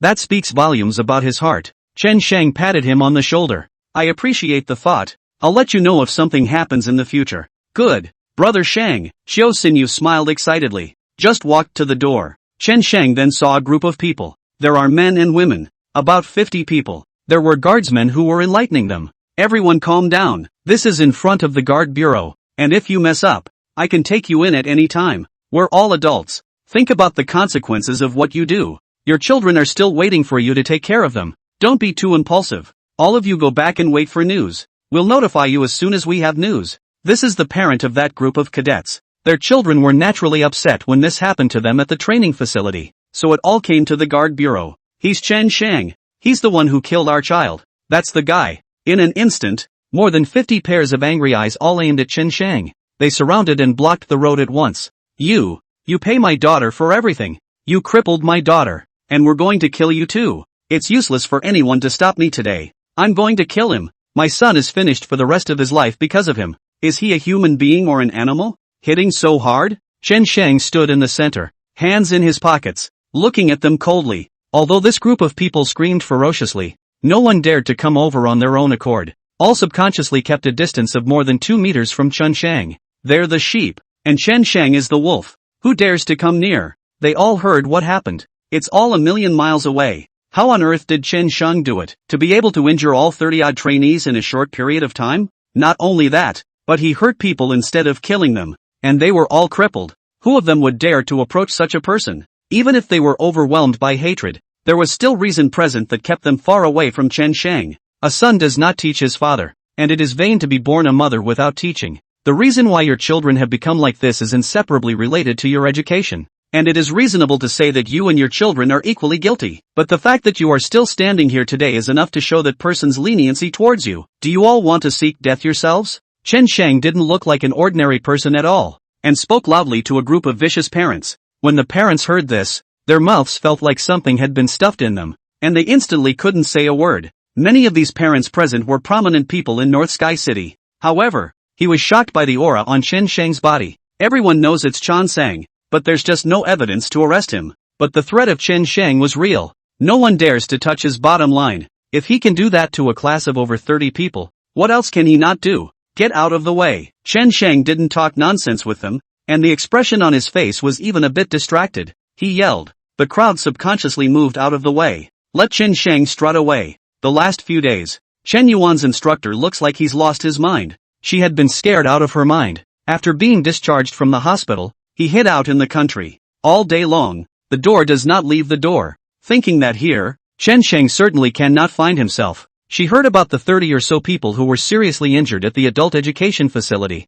along with old Fong. He was seriously injured. She was so scared she didn't sleep for days. He himself bullied Chen Yuan in the beginning. He also went to Chen Yuan's house and interceded for those four. Can Chen Sheng let himself go? She knew old Fong, and he had even helped Chen Yuan out before. But she had secretly reminded him of the background of those four people. Old Fong was a smart man and quickly chose to take sides. Then they also started bullying Chen Yuan explicitly and implicitly. I didn't realize that something would end up happening too. This must have been done by Chen Sheng. The funny thing is that now the guardsmen can't find evidence that it's Chen Sheng. Is that even a question? Ironically, it's Chen Sheng, who's so crazy but him. He himself had made a number of calls to report Chen Sheng, but they were all dismissed for lack of concrete evidence. She hates it. Why do evil people like Chen Sheng not get the punishment they deserve? It's based on nothing. You're just paid to do a job. Did you do it wrong? If he hadn't taken the money and helped them in the first place, he would have ended up like Chen Yuan. One is only defending oneself. There is nothing wrong with yourself at all. Even if there was a mistake, that's punishment enough. You've ruined one of your own eyes. She looked at herself in the mirror, her hair disheveled and her expression muddled, as if she were a different person. Mud. Is it easy for me to come this far? I got everything I have today by sending me to the head of the organization behind my boyfriend's back. But because I did one thing wrong, it's all ruined. Now I'm blind and crippled. I've gotten enough punishment. Chen Sheng shouldn't come to me anymore. He surely won't. She mentally reassured herself of this. She became like this and her boyfriend broke up with her. Now she lives alone. And even the time she needed care in the hospital, she got through it alone. That previous aura was long gone. The whole person all day long is muddled, as if he has lost his soul. Seeing as the family had pretty much eaten all they had, she planned to go to the village entrance to buy some. Taking advantage of the night, she wandered down the country road alone. Anyway, I took the money. That money is enough for me to live for a while. Chen Sheng, even if you are crazy, what can you do? Can you catch me? I just don't believe that you can find your way here. You're just as much of a lowly embryo as your sister. Meow meow. Out of nowhere, a cat came and purred on the side of the road. Fuck a dead cat. Screaming soul, she kicked away in anger and hostility. The cat was startled and didn't run away, still watching her from a short distance away. Dead cat, defy me. She picked up a stone, the corners of her mouth rising, gradually hanging on to a touch of madness. How dare you look down on me? Think I can't catch you because I'm blind in one eye? Do you? Go ahead. Try it. Let's see if I can beat you to death. Dead cat. She screamed hysterically and went after the stray cat. Suddenly, a figure appeared within her line of sight. The man was dressed all in black, almost blending in with the darkness. You can't even see it unless you look closely. However, she could feel the thick murderous aura spreading around this person. The cat is innocent. The man's mouth moved, and the words came out. You're. She froze, one eye staring blankly at the other. The man took a few steps forward, printing the moonlight. She got a good look at the man's face. It was a face she would forget for the rest of her life. This man, it's Chen Sheng. Did he even find this place? He knew he was hiding here. He came to collect a debt. Ah, It's you, it's you, it's you, it's you, it's you, it's you, it's you, it's you, it's you, it's you, it's you that wanta what for? She was trembling with fear and sat on her butt. Chen Shang's originally clear and handsome face hardened in her eyes and became more terrifying than the devil. She never thought things would turn out this way. Never thought I'd end up this bad. I think that it seems a bit merciful to you. Chen Shang opened his mouth, his voice like a ghostly wave that invaded in the dark. The words almost made her pee in fear. What does it mean to be kind? Beat yourself up, lose an eye and break your leg. And you call that mercy? Chen Shang, you're almost done. Really think I will be afraid of you? I'm telling you, rabbits bite when they're anxious. Don't you push me too hard. I'm already miserable enough. I've been duly punished. What more do you want? She gripped the stone in her hand and screamed. A crazy batch. Chen Shang's gaze was icy cold. Originally he hadn't planned on finding her again. But then he saw a video. It was taken by one of the educational institution participants. Chen Shang also saw it by chance. It's about instructor Chen Yuan Ban. Chen Shang was reading it with clenched fists. Being a saintly mother after all. Just making her blind in one eye was simply not enough. Chen Yuan suffered 100 times more than she did. In front of the instructor, Chen Shang opened the video. The video is set in a classroom at an educational institution. The instructor was standing on the podium lecturing, and Chen Yuan was standing right below, with the trainees next to her with a sneering expression. Every now and then there were a couple of jeers, laughing loudly on purpose. Chen Yuan, I'm really convinced. You've been coming to the organization for training for so long, and you just wear the same clothes all day long? We're all tired of it if you're not. Look at your clothes. They're all white from washing. If you're so poor, why do you want to go to school? Just drop out. I'll give you an idea. You go find a random guy to adopt you. At least you can still afford clothes. There was a roar of laughter from the people below who heard this, and Wan Yuehong and Fang Yu even made a move on her. Ha ha ha. That's right. Go find a man to adopt you quickly, before the smell of poverty on you makes us sick. Why don't I introduce you to one? It's a 40-year-old bachelor who's a perfect match for you. You're still a fledgling, aren't you? That bachelor must like you. The trainees in the institution burst out laughing like crazy. At this moment, it seemed that the Chen Yuan in their eyes was no longer a trainee, but an object to be bullied invented by them. Once the door of hazing is opened, it is difficult to close it again. Everyone is a criminal. Everyone makes mistakes, except for 7 or 8 cadets who were looking down at their books. The rest of the group participated. They all laughed. They all taunted. They all slammed Chanwan's mind. Chen Yuan was like a wounded white rabbit, not even daring to gasp loudly between a pack of vicious wolves. At the moment, Chen Yuan only hoped that they would end their taunting quickly so that she could leave. Instructor, I demand to change my seat. I'm afraid the poverty disease is contagious.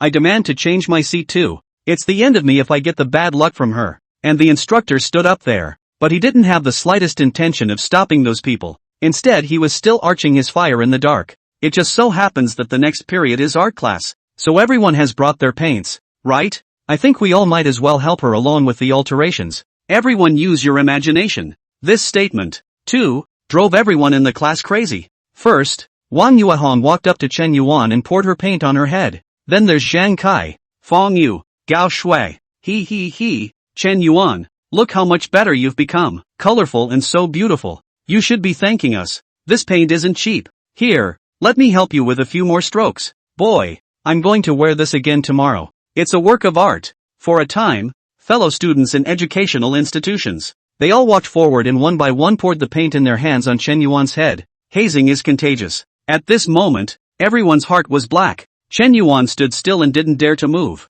but could only bow her head, breathe desperately, and cry. The tears had long ago mixed with the paint. More than 30 bottles of paint, mixed into the colors of hazing. Chen Yuan didn't dare say a word the entire time. Even the instructor, who was standing on the stage, was laughing. No one treats Chen Yuan like a human being. No one thinks they are doing anything wrong. Chen Shang counted. Those who poured paint on Chen Yuan's head were exactly the 36 trainees he had dealt with. It's not that my sister can't afford to buy clothes, but she can't afford to part with them. She saves the rest of her money to give to her parents and subsidize her family. Is that wrong? Chen Shang's voice was cold beyond words, all the while his fists clenched and crunched. Watching the video again is like cutting a knife in his heart. He couldn't imagine how Chen Yuan had carried through, going through this in an educational institution and having to go home as if nothing happened. What a strain on a girl's mind. How desperate she really was inside in the first place. The instructor's face went white. She flung herself to her knees. She remembered that day well. She had a fight with her boyfriend and had a bad day, so she took it out on Chen Yuan. She just wanted to vent, but she didn't realize the consequences. And isn't it just bullying a poor guy? What's the big deal? But now, Chen Shang is about to judge her. Mr. Chen. So many trainees are involved. This mistake is made by everyone together. Not just me. I'm already blind. And that's enough. What else do you want? How about I kowtow to you and you let me go? I can't even be a faculty member anymore. It's all over later. So do me a favor and leave me alone. Chen Shang. I'll go kowtow to your sister and apologize to her. She's so kind and simple. She should forgive me. Chen Shang's heart shook hard when he heard this. The expression couldn't help but be a little grim. And you know my sister is kind and simple? Because of this, so you all bully her together. You even led the way in proclaiming this. The instructor gurgled in one eye. Frightened. He almost lost his soul. Mr. Chen. I was out of my mind at first. I took the money from those 4 people and had to do something for them. I didn't realize it was going to be that bad. I was just thinking about making a joke. Why don't we do it this way? You get me dirty too. As a favor to your sister. You can get it any way you want. She grabbed some mud from the side and desperately wiped it on her body and face, so as to make Chen Shang lose his temper. But Chen Shang doesn't eat that at all. He just felt very sorry for this woman on her knees. You're a faculty member. How can you not realize how serious this all is? You are knowingly committing a crime. It's funny how even the instructors think they're right when it becomes a habit. Chen Shang laughed a few times as if laughing to himself. Subsequently, he grabbed a handful of her hair, took her to a tree. Chen Shang, what do you want to do? The instructor's heart is beating fast, not knowing what Chen Shang wants to do, only feeling his scalp numb. She was paying attention to what Chen Shang was doing these days. She seemed to be able to think of how miserable she was already. A cold light flashed in Chen Shang's hand, slashed her artery. A stream of blood instantly sprayed out. Now you have only about half an hour left to live, and that half hour will be the most painful day of your life. I promise. It will bring back memories. Ah! The instructor screamed right after him. A sharp pain came from his foot. Though her wrist was bleeding rapidly, it didn't affect her pain. Her hamstring was picked. Such pain. No one can imagine. She almost passed out from the pain, cold sweat pouring down her face. Even the eyes that looked at Chen Shang were filled with extravagance. I don't want to die. Please. I was wrong. I was really wrong. Chen Shang picked up her other leg, his eyes cold. Some mistakes can be made. Some can't. Admitting fault is the most weightless gesture of repentance. Pust. Chen Shang again. A scream erupted again. It almost cuts through the night sky. There was hysteria and crying in her voice. Chen Shang blade twisted, aimed at her arm. She gurgled with tears. Blood. Tears. Mud. Body fluids on her body, mixed together. Just like the way Chen Yuan was stained by the paint that day. She finally felt Chen Yuan's pain. A gurgling, dreamy mockery seemed to ring in his ears. He who insults others will be insulted. And this is what happens. Come on. Come on. Hell is waiting for you. Hell is where you belong. Slap. Chen Shang woke her up with a few slaps. It's a little too cheap to just pass out before it's time. She shook her groggy head, a little dizzy now that she had lost so much blood.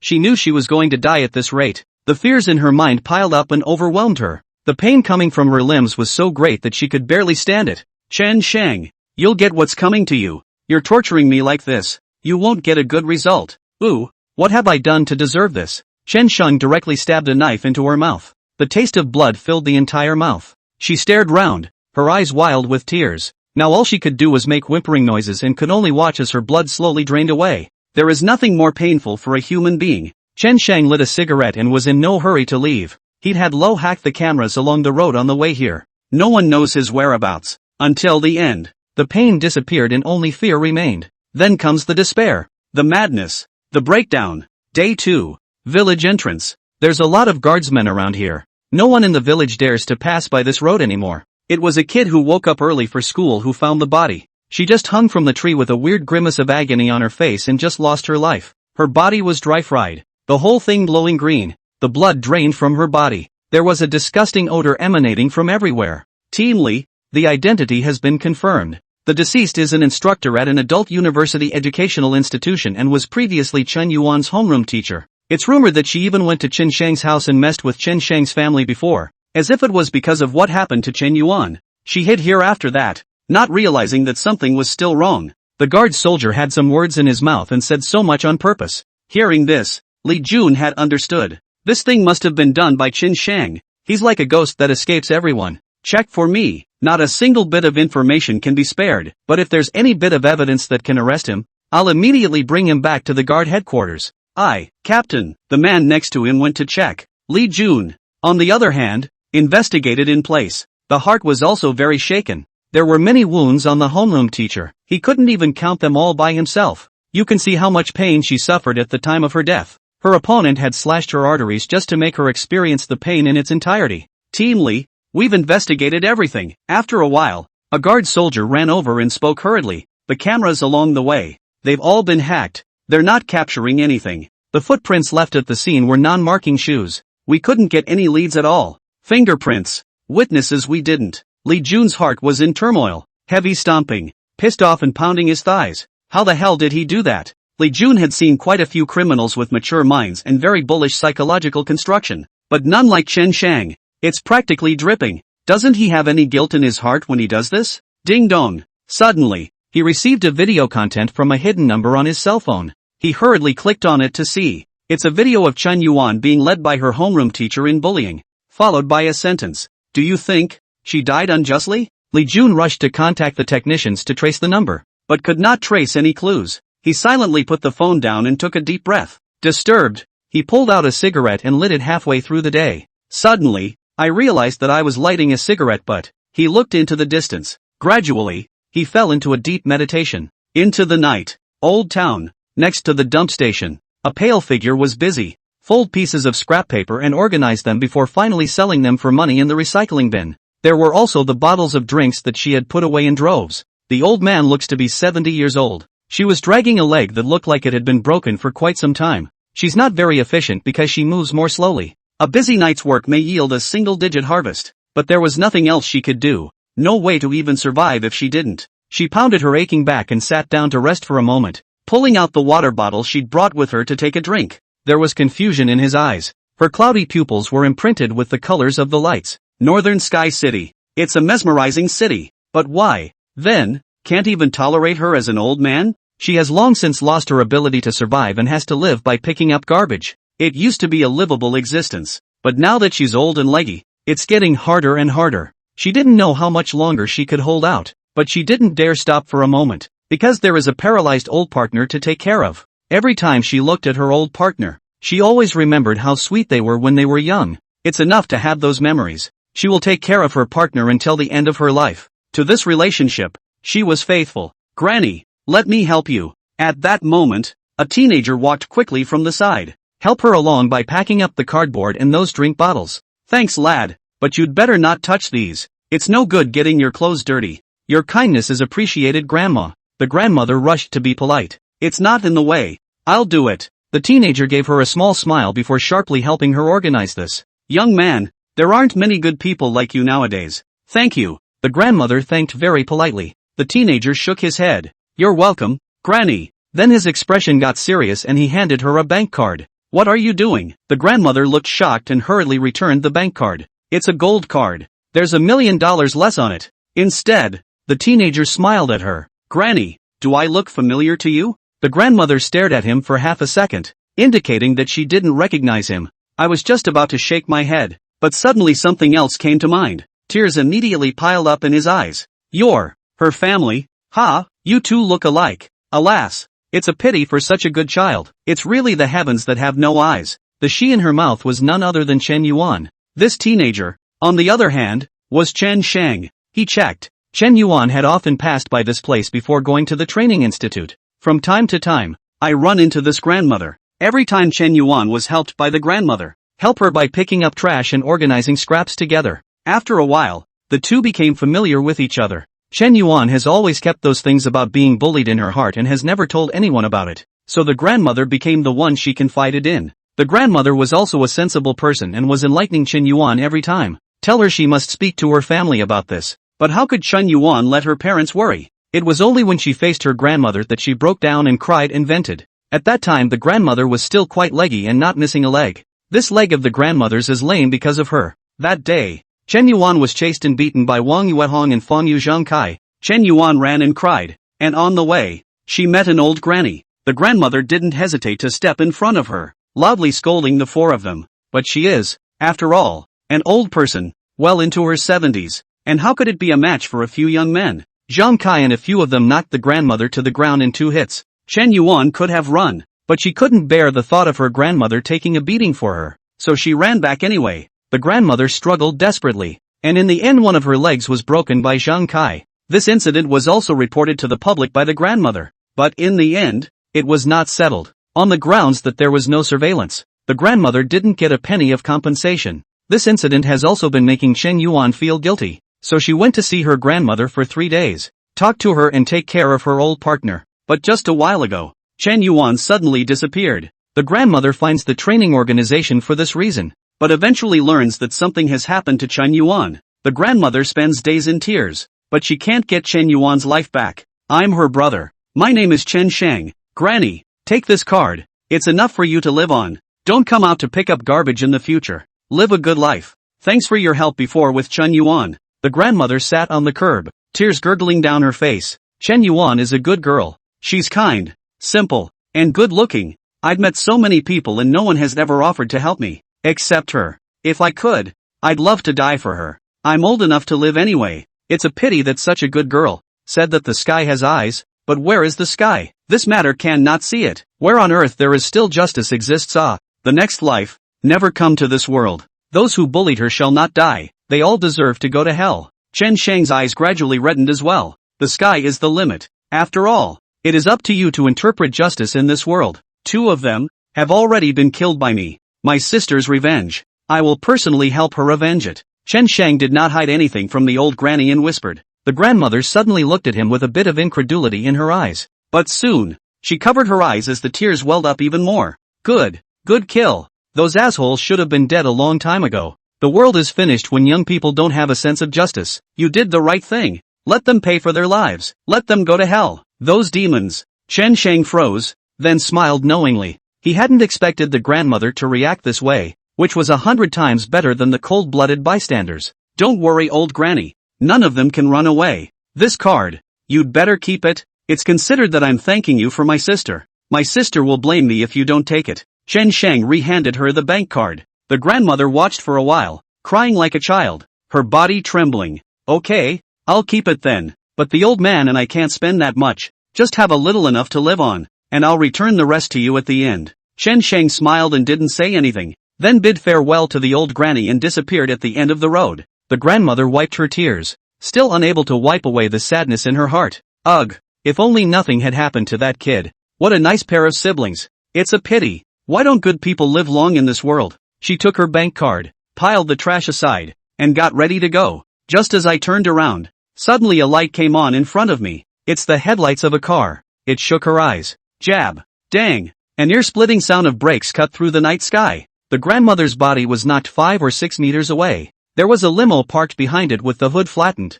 Mud. Bad luck. Where did that old man come from? Why are you wandering around on the road at night? That's nasty. Out of the car came a slickly dressed man, reeking of booze, who waddled over to the grandmother and took a look at her, crouched down and probed. Granny is out of breath. She was covered in scrapes. Her clothes were frayed. Blood hung from the corners of her mouth, and she was covered in dirt. Her eyes were full of resignation. It was a good thing she could go home and take care of her partner for a few days in peace. I didn't expect to die here. She still wants to spend a few days with her old partner, comfortable days. Still want to accompany her old partner to have a good talk. Those images have become a vain bubble. Heaven forbid that was her fate. The man instigated a bite. It's not my fault. It's your own bad luck. Tell me about you. Why are you still out skulking around at your age? The man didn't feel that he had done anything wrong at all. Instead, he was still quite upset. He carried a bottle of wine in his hand and slammed a few more mouthfuls into it, then turned around and got in the car. He seemed to be thinking that the grandmother wasn't dead through and through.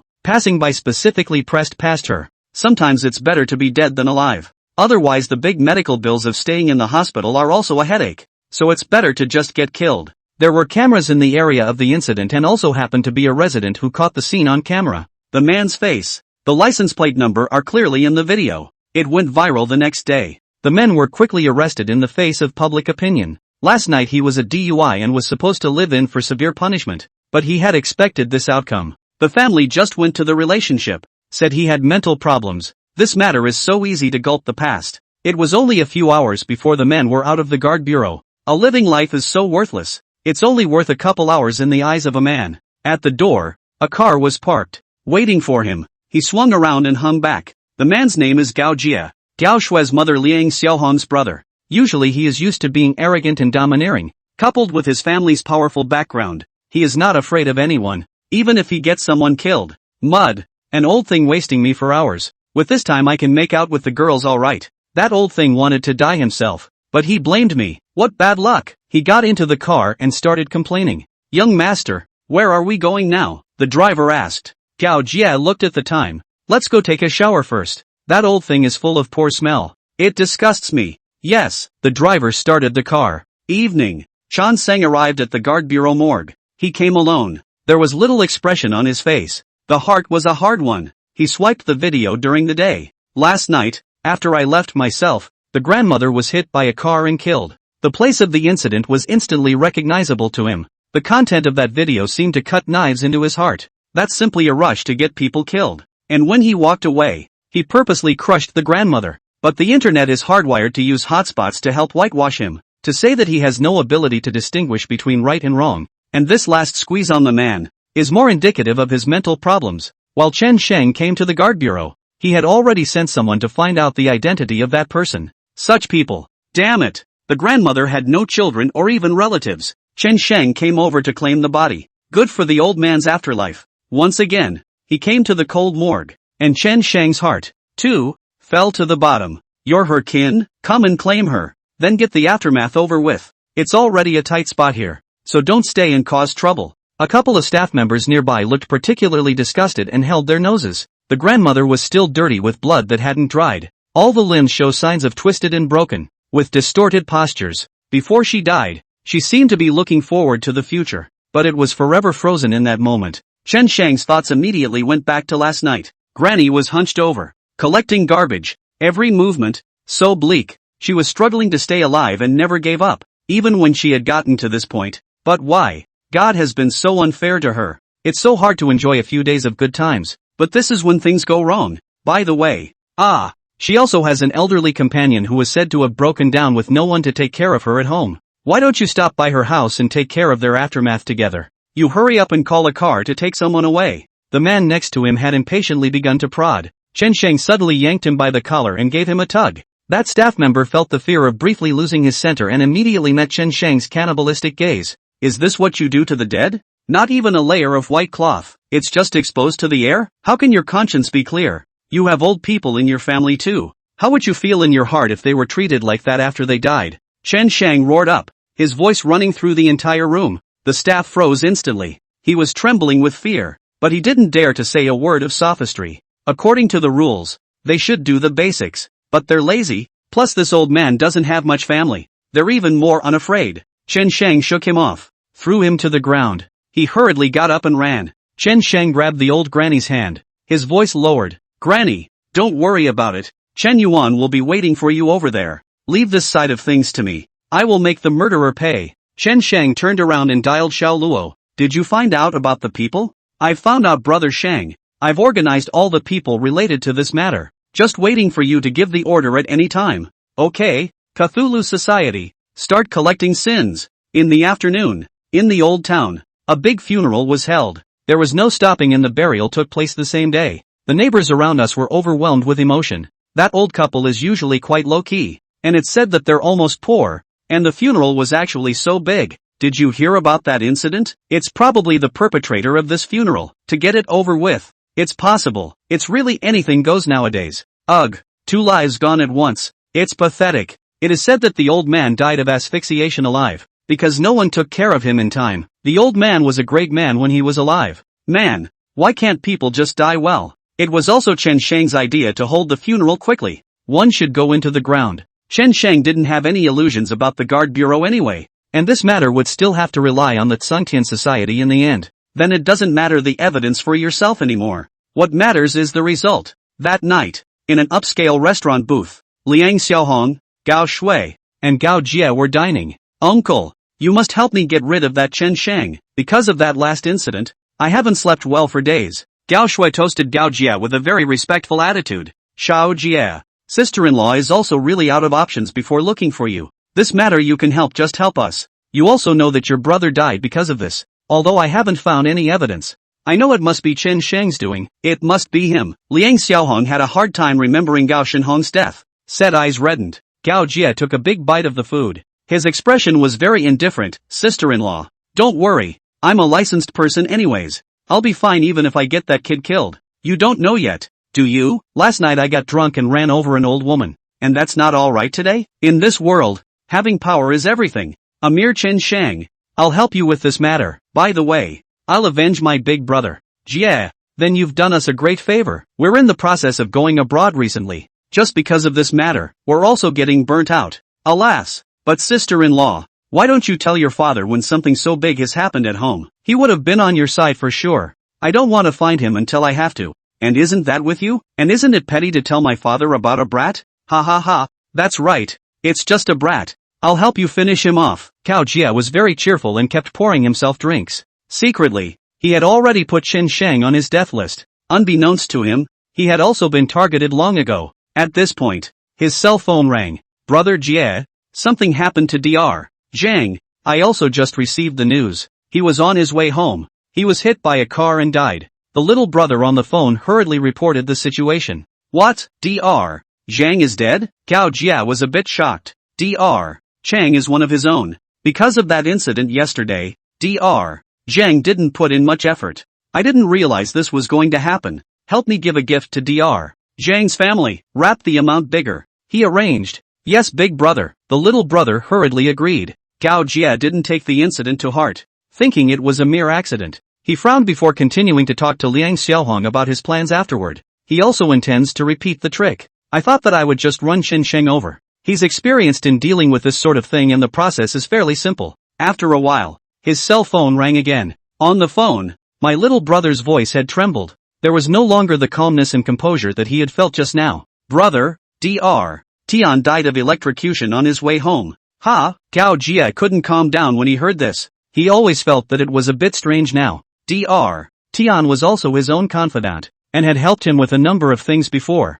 And he had been the one to open this certificate for himself. What a coincidence! He hung up with Dr. Chang, and it was all an accident? You, help me to wrap some gift money for him too. The quantity should not be less. It's big brother. The youngest brother hurriedly agreed and said immediately after. Big brother, I think things are a bit off. Why don't you come back first and I'll go over to pick you up? I always feel like someone is working against us. Gao Jie directly snorted out a laugh when he heard this. Against me? Who doesn't know my name? Who doesn't know that I'm the one with the license in my hand? Wanting to go against me? Isn't that looking for death? Okay, that's it. I'm in the middle of something over here. So don't call if you're okay. My little brother had no choice but to hang up first. Jai. What happened? Who died? Liang Xiaohong asked with an extra heart. Harm. Nothing. It's just that the two doctors who usually help me with my work gave death. It's all an accident. It's also really coincidental. The deaths are all dead to the day. Gao Jie said without caring. It's not a big deal that those two doctors are dead. Just spend some more money on other doctors yourself. But it's a bit strange when you remember it carefully. Two people having accidents at the same time. Or in the same day. It's kind of weird. Such a coincidence? Could it be man-made? Liang Xiaohong naturally felt that something was wrong as well. Could it be because of Chen Shang? Gao Shui suddenly screamed. The first thing she thought of was Chen Shang. After so many years in Baidian City, nothing like this had ever happened. So why did these things keep happening as soon as Chen Shang returned? It must be because of him. It was just that Gao Shui still couldn't figure out why Chen Shang was in charge of this matter. Impossible. Is that kid that powerful? I wouldn't even dare to mess up two people at once. Gao Jie was first stunned, then laughed indifferently. Gao Shui and Liang Xiaohong were both silent. Chen Shang's ability is indeed through the roof. Otherwise they wouldn't have come to Gao Jie. Buzz. Gao Jie's cell phone rang again. He looked down and saw that it was his father, Gao Tianshang, calling. He didn't dare to slow down and rushed to pick it up. Dad. Gao Jie. Where are you now? Gao Tianxing's voice on the phone was very urgent. Oh, I'm having dinner with my sister-in-law. We're discussing things. Gao Jie then replied. I thought to myself that my father doesn't usually call me. What's going on today? I can't believe I thought to call myself. I just found out that the death of those two doctors was not an accident. You come back to me now. Immediately right away. I've arranged for someone to pick you up. This matter must not be taken care of. Someone wants you dead. That man's abilities may be beyond our imagination. You're my son. I don't want anything to happen to you. Understand? What? Gao Jie listened to his father's voice on the phone, but the whole person has been blinded. My father was never extremely easy to talk to, not even willing to talk much to himself. And today it was all in one breath. The deaths of those 2 doctors were no accident. These words made him completely cold inside. Is it true that someone is secretly targeting him or her and wants him or her dead? Who in the world has so much power? Dare to mess around in Northern Sky City? Mud. It's not just running over an old thing. As far as that goes, he grumbled. If this matter is related to that Chen Sheng, it will be troublesome. That Chen Sheng is not a good person. I can't even find out anything about him. You hurry up and leave. After you go home, I'll arrange for you to leave Baitian City first. Gao Tianxing's voice tensed up. These words made even Gao Jie feel a great deal of hairiness in his heart. It can't be, can it? Even father couldn't find out his background? Father was a man with his hand in the world. If even he couldn't do anything about it, that kid's energy was really too terrifying. That's when he thought he was being careless. Is the kid who can bring down the Hongchen group an ordinary person? Hanging up the phone, he hurriedly changed into his jacket and left. Sister-in-law, just now my father called and asked me to go back first. I'll discuss your matter with you later. Don't worry. I'll definitely help you with this matter. Liang Xiaohong and Gao Shui also realized the seriousness of the matter and didn't dare to say more, just nodding their heads vigorously. Right. You guys go out the back door. Change into waiter's clothes. Gao Jie suddenly thought of something.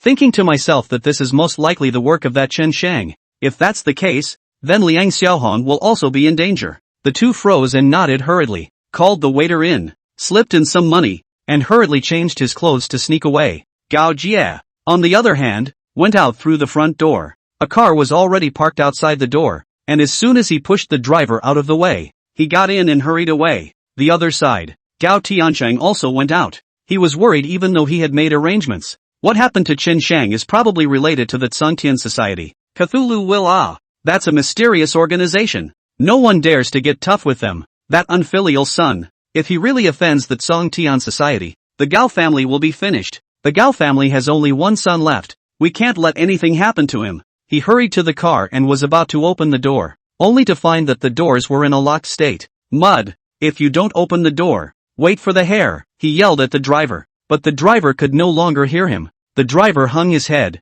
No longer alive. He's dead. Holy shit. Gao Tianxing took 2 steps back in fear. He immediately realized what was going on. And shivering, he pulled out his cell phone, intending to call someone to deal with it. But suddenly I realized that it was quiet all around. Seems quieter than even the streets at 2 o'clock in the middle of the night. But it's clearly not even 9 o'clock. It's quiet and a little spooky. There weren't even any signs of birds flying over. He followed the deep feeling toward the distance. Couldn't help but get all tight. All around him, the whole street was fenced off. He could only see through the pale moonlight that the street was crowded on both sides. The men wore the same clothes and were difficult to distinguish in the darkness. As mysterious as a night cat. His heart, completely cold. So many people? A few hundred less. The key is that these people seemed to be well trained. All of them looked at him closely. None of them said nonsense. Not to mention using unnecessary actions. The eyes, however, were as sharp as a cheetah's. It was as if he would rush over and tear him to pieces the next second. That kind of intimidation and fear kept spreading in his heart.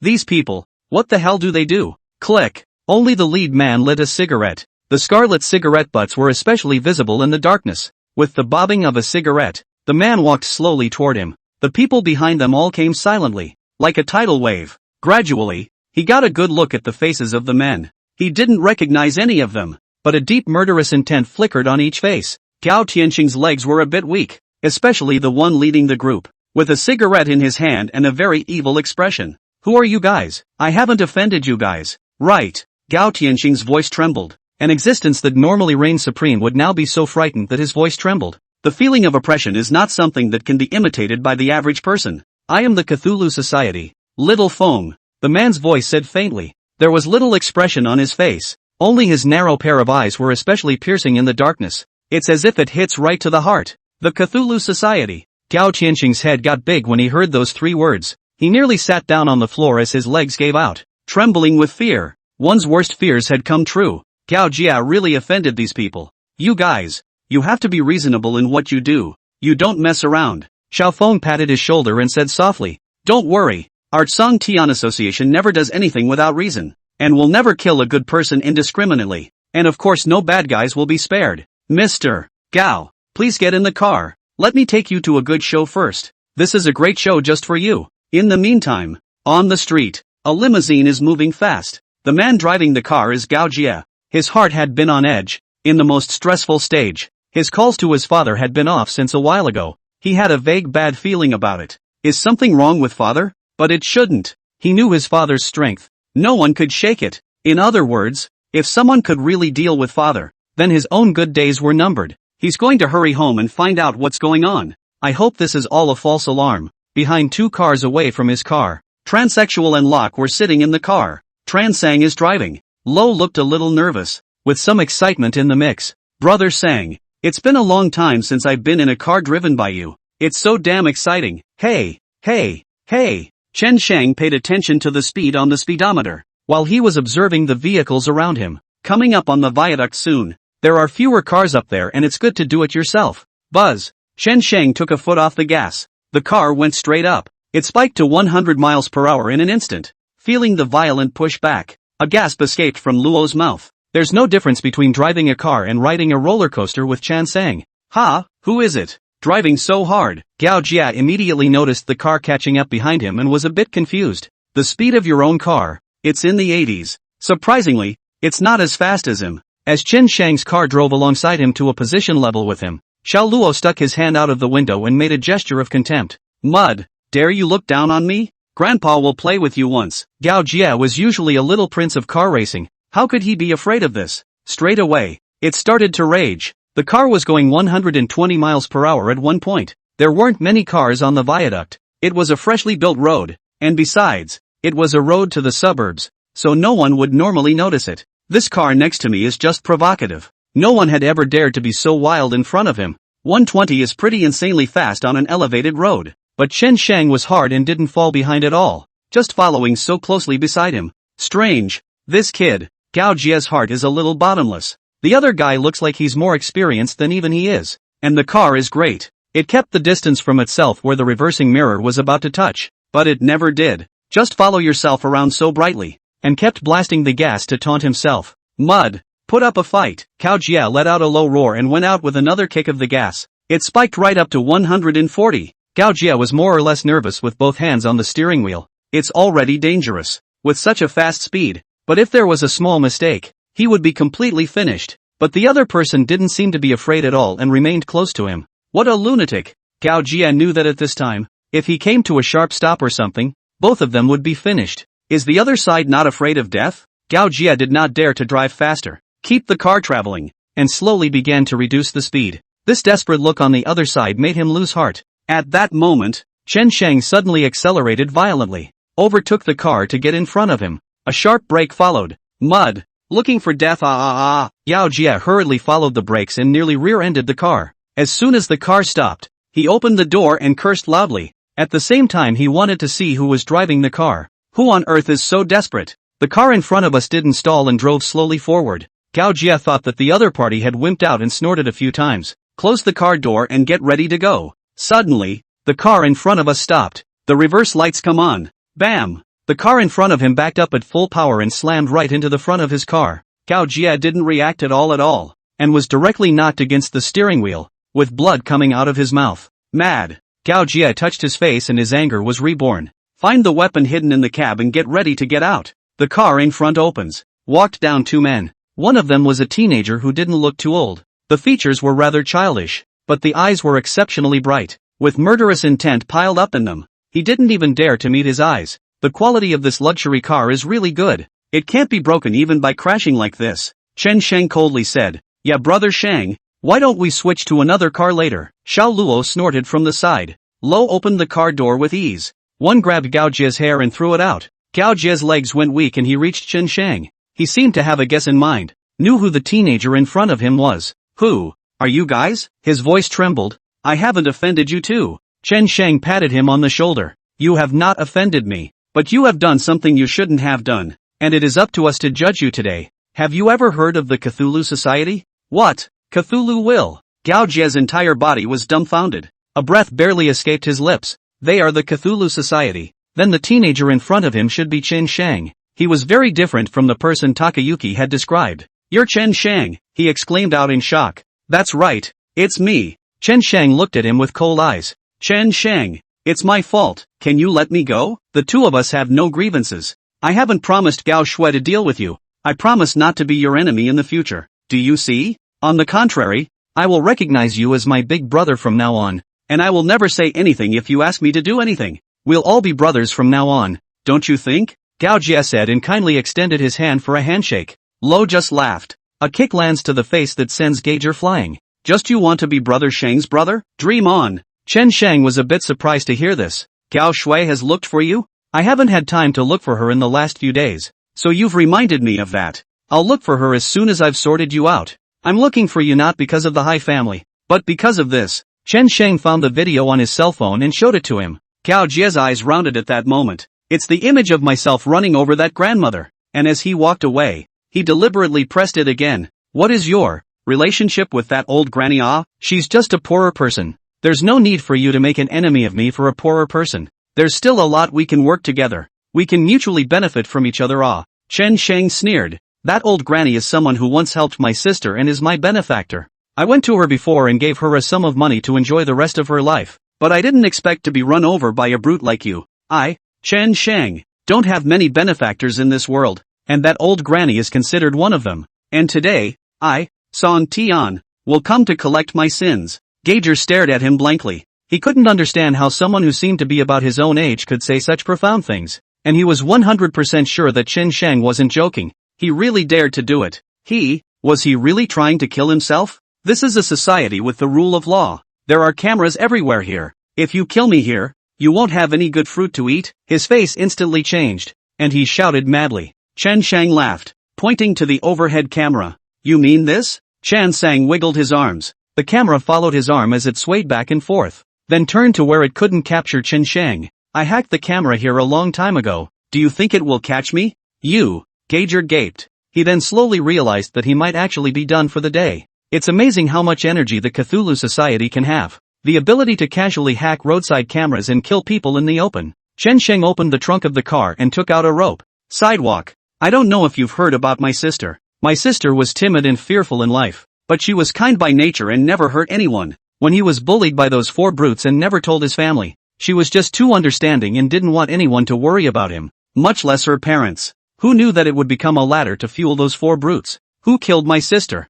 With cruelty and no limits. I've looked into it, and when my sister was being bullied, not a single person in the training facility stood up for her, much less dared to stand in her way. Only the old lady. She broke her leg for my sister, and I was going to make it up to her for the rest of her life, but I didn't expect to be run over by you. If the evil heaven doesn't accept it, I will. Gao Jie's head was a mess at this moment. He'd never been so scared. Chen Sheng's words seemed to have caused him to fall into the middle of a vortex that he would never be able to climb out of. If the wicked don't take it, he takes it. This is too wild. Chen Sheng, what do you want? I am the eldest son of the Gao family. You can't kill me. If you kill me, my father won't let you go. So what if you're from the Cthulhu Society? There's still no king's law. Is there any justice in this world? The world is about the rule of law. Gao Jie panicked as he desperately yelled, cold sweat pouring from his head. When Chen Sheng heard this, he and Xiao Luo exchanged smiles. It's amazing that someone who ignores the Torah is starting to take this up. Do you also know the law of kings and the law of heaven?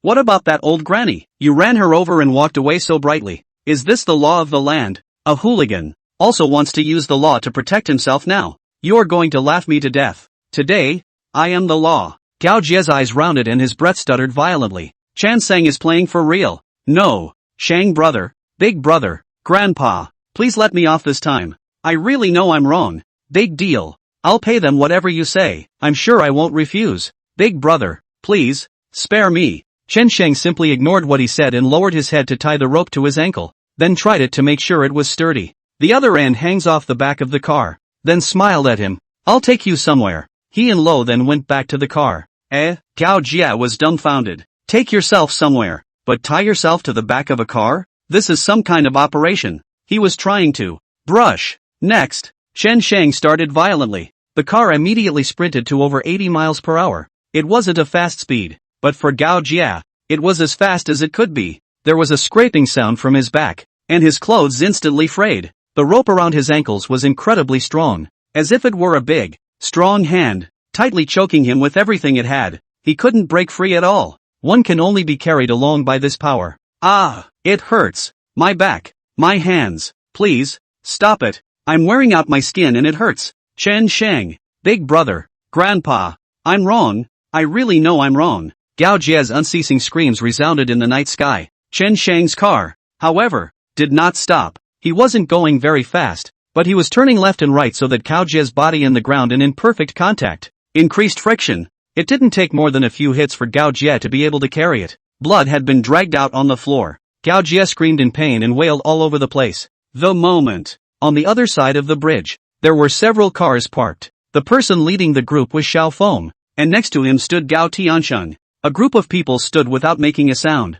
like a night cat that is hunting in the dark. Gradually, first headlights came on in the distance, and then a car drove by, accompanied by screams from behind, and dragged out of the sky full of dust. This sound, Gao Tiansheng felt that the miserable scream was a bit familiar. The father-son connection gave him a vague bad feeling. Doesn't it feel familiar? Xiao Feng laughed, patting his shoulder like an old friend and whispered, "This is your son." Gao Jie's voice. "Oh. What? Gager?" Gao Tiansheng was immediately dumbfounded. He informed Gao Jie himself, and already let him go first. How come he didn't walk away? Or was it that the Cthulhu Society had planned this? Ow ow ow. It hurts. I'm dying. With a scream, the car drove over. A nice toss from Chan Sang. Gao Jie flew over. It rubbed the ground and landed right in front of the crowd. Gao Tiansheng happened to see his blood-covered face. "Son!" Gao Tiansheng roared his heart out and subconsciously wanted to go over to help, but it was blocked by the people next to it and couldn't get through at all. Gao Jie looked up and cried straight away.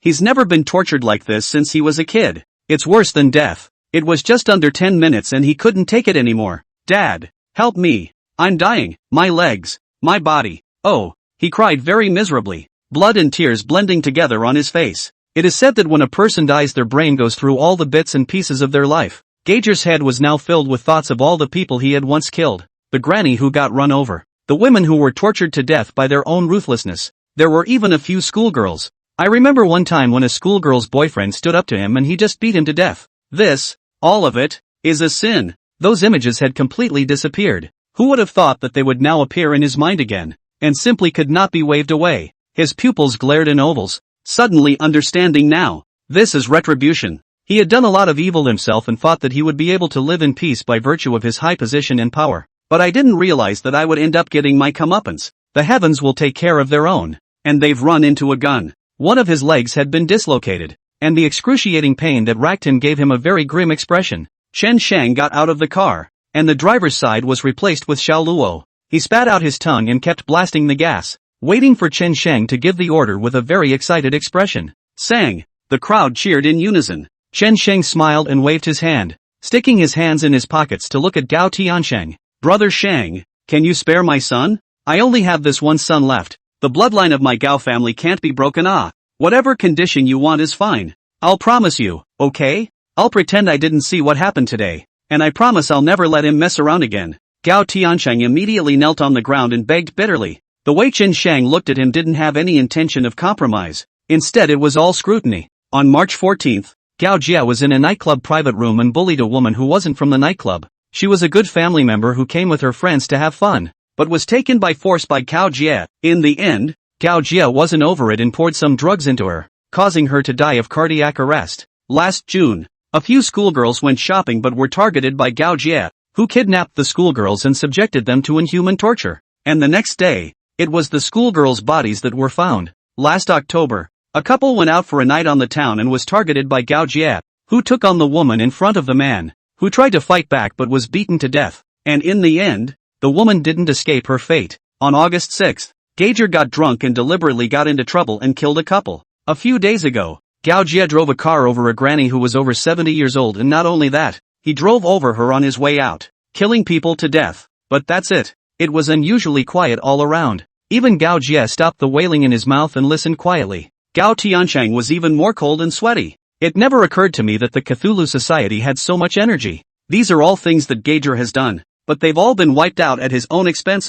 All the information and stuff was disposed of too. No one knows anything about this at all. But how did they know? And know it in such detail, as if you've experienced it firsthand. Chen Shang stared at Gao Tiansheng, his voice as cold as an ice blade. "I'm telling you these things not to prove how much energy that Sangtian Society has, but to show you that justice lies in the hearts of the people. Even if no one can see the things you have done, the heavens can know just the same. It's not unreported. Any evil will eventually be exposed to the sunlight. Cthulhu will not spare any of the guilty." Gao Tiansheng's legs went weak when he heard those words. His eyes were filled with devastation. He knew he couldn't save Gao Jie today. It's his own coddling that's gotten him into trouble. If he had stopped himself sternly at his first offense, there would not have been so many things to follow. That line about justice being done made his heart feel as hard as if a cold knife had been inserted into it. He'd forgotten that every time Gager committed a sin, there was a family, if not several, involved behind the scenes. It's not easy for everyone. Everyone has the right to live.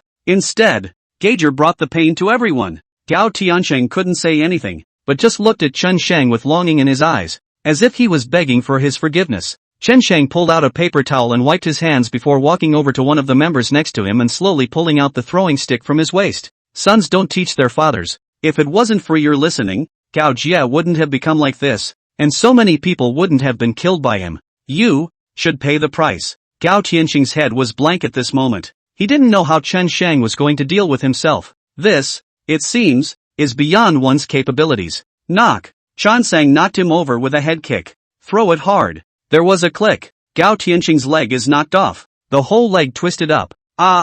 His screams echoed through the night sky in agony. At this moment, Gao Jie's heart was already cold. How can I survive when my father is no longer able to do so? Ironically, I'm done for the day. Gao Tiansheng was already too old to endure such pain. Rolling on the ground holding one leg. The expression was hideous. Chen Sheng, don't think you can just cover the sky. I have bodyguards at home. At least 50 or 60 of them, and they must be looking for me right now. Those are well-trained men. You can't possibly be a match. Don't you go too far. How dare you do this to me? I won't let you go. Xiaofeng slapped his head when he heard this. I almost forgot. All those bodyguards you had at home. Their bases are not clean. They're all in the guard bureau now, but did leave one for you to watch the door. It's the 60-year-old man at the door. Do you think he'll come to your rescue? Highborn's screams paused for a moment. Those bodyguards you get yourself are not clean at the bottom. He was aware of it, but I didn't realize that the Cthulhu would know too. How powerful they really are. It's as if no evil in this world can escape their eyes.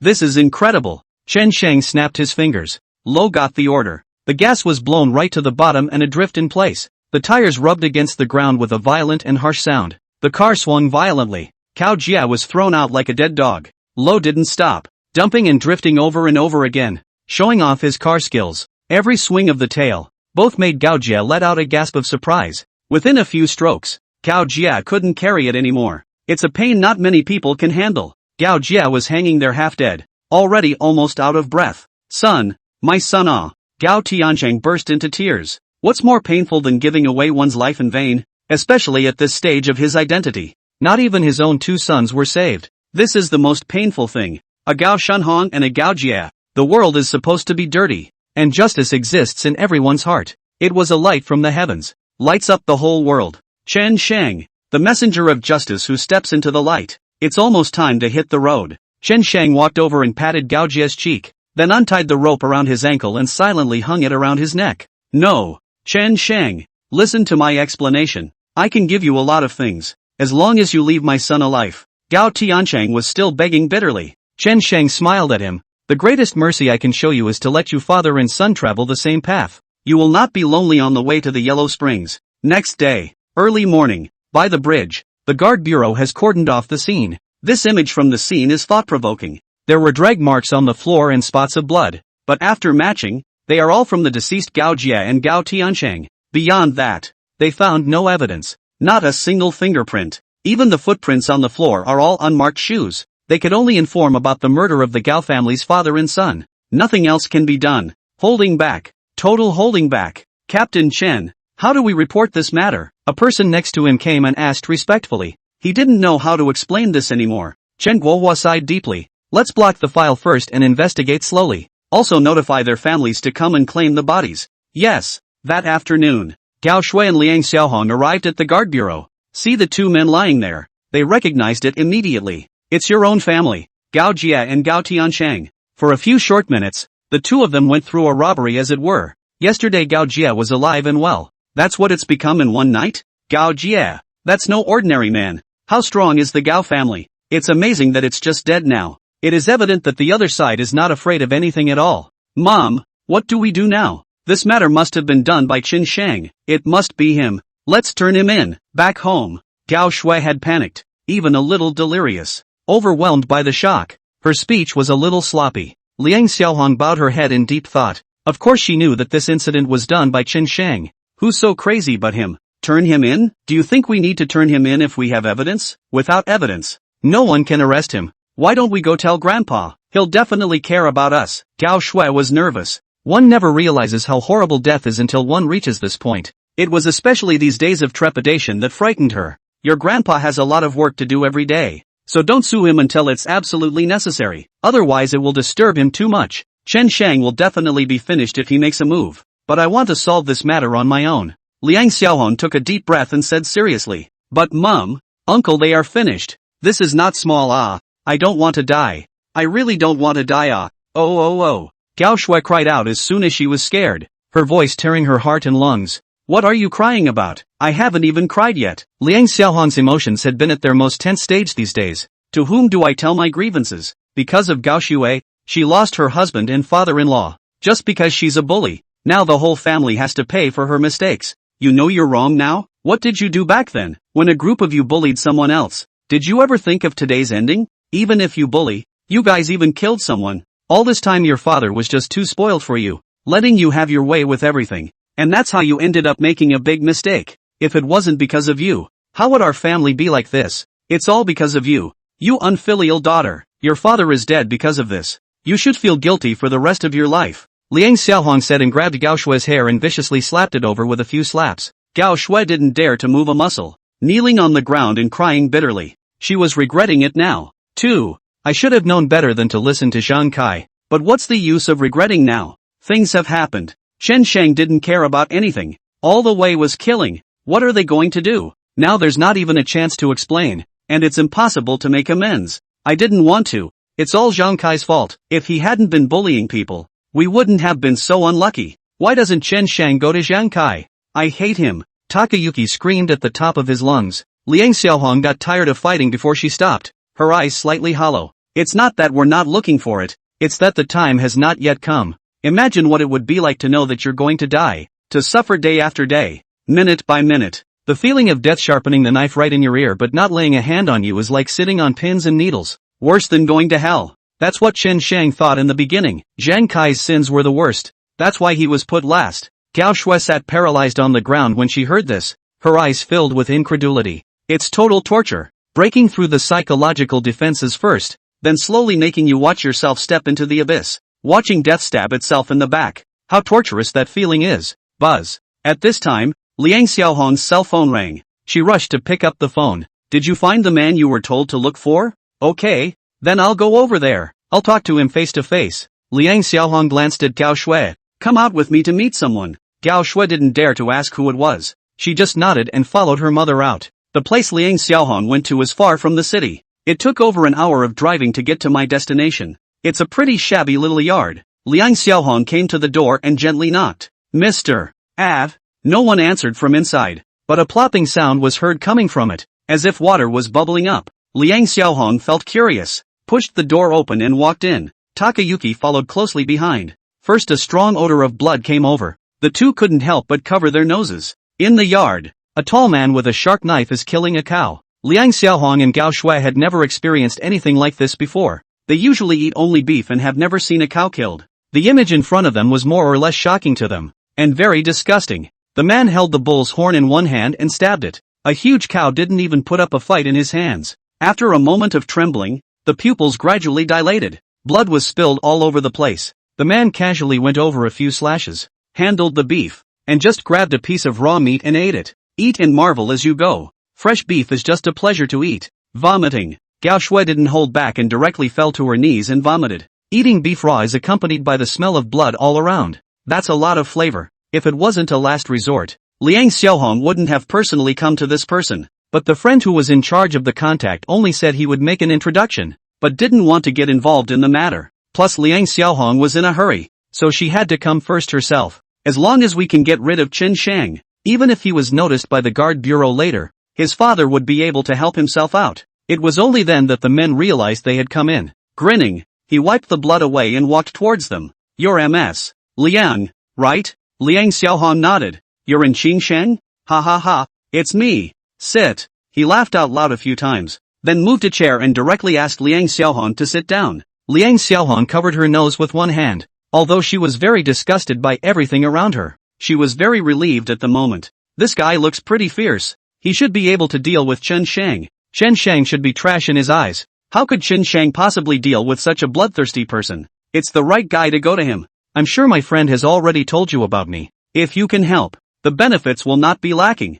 The one I want to kill is this person. Liang Xiaohong said and gave him the picture in her hand. That's Mr. Chan up there. Just him? And Qingsheng stuck the knife in his hand on the ground, feeling a bit ridiculous. His own hallowed in Qingsheng, a murderous being. How dare you ask him to kill a brat? Liang Xiaohong didn't tell Chen Shang's bottom line for fear that he would regret it, but she still carefully reminded him. This person is not simple. Don't look at him as plain looking, but he is actually very strong. Otherwise I wouldn't have spent a lot of money to find you. If you can help me get rid of him, I'll add 10% to the previous price. And Qingsheng's eyes lit up. The price Liang Xiaohong gave was already very powerful. I didn't realize that she had agreed to give herself a raise. It's a vote that will be enough to splurge on for a long time. Okay, no problem, but I want a 70% deposit first. Once the money arrives, I'll do it right away. And Qingsheng was also a hard-working person, patting his chest. 70% up front has never been a precedent. The most you can do is give 30% up front for a deposit.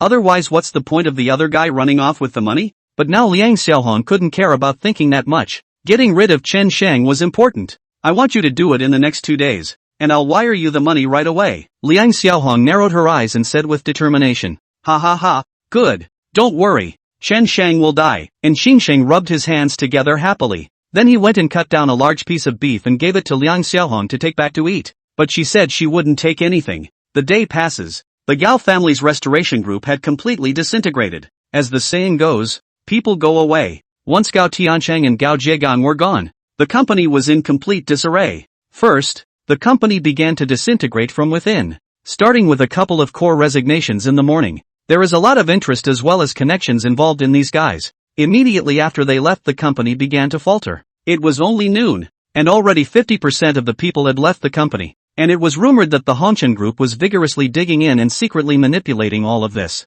There were even rumors that there was a huge organization behind the Hongchen group that was planning all of this. That organization is all-powerful and financially overbearing. By 2 p.m. The finances just exploded. What followed was an urgent meeting of the major shareholders to discuss how the company should be divided. This would have been going on for 2 hours without any progress at all, because they learned that there was a big hand behind it all. It's all about the end of the Coke company. No one can get out in one piece now. 5 o'clock in the afternoon. Office of the president of the company. A man with shrewd eyes sat with a cigarette in his mouth, looking languidly out the window. Gao Tiancheng really knows how to enjoy himself. The office is built here and can see such a beautiful view. It's just a shame he'll never get to see it all again. There was a crowd around the office. Heads bowed, too nervous to say anything extra. One is stressed out and sweating. They've heard all about this man. There are rumors that he was the one who killed Gao Tiancheng and Gao Jia, but no one from the guard bureau could find any evidence, and the matter had to be left unsettled. They are all businessmen,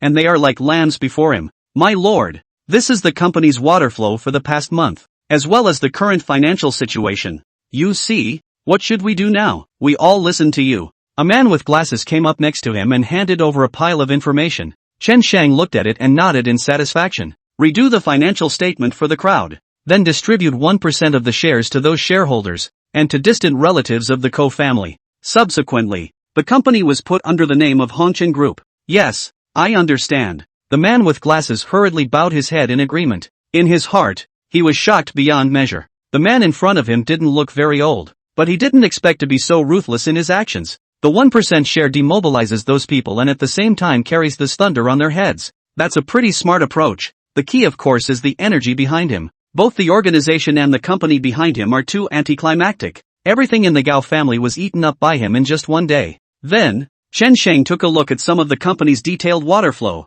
That's before taking the elevator downstairs. Why did you guys fire her? She didn't do anything wrong. She usually does her job right. You guys don't get to bully people like that too. Just after landing, Chen Sheng heard a woman's voice echoing in the hall. Follow the voice. There were 2 women standing there. One had short ear-length hair and the other had long hair that fell over her shoulders. This person who spoke was the woman with the long hair. She was dressed in a professional outfit with light makeup on her face and looked quite angry. Someone from the company is dealing with her. It's the business manager. Wasn't it just a little mistake? Can you guys give her a chance? She's always been very conscientious in her work. The company can't be unforgiving. The more she spoke, the more agitated she became, and her voice trembled. The business manager was very helpless, with an expression as if he was looking at an idiot. By you, does this matter have anything to do with you? I advise you to mind your own business. Now that so many people have left the company, it's already great that you can stay, and yet you're still speaking for others? Bayu's mouth pouted and she stood out,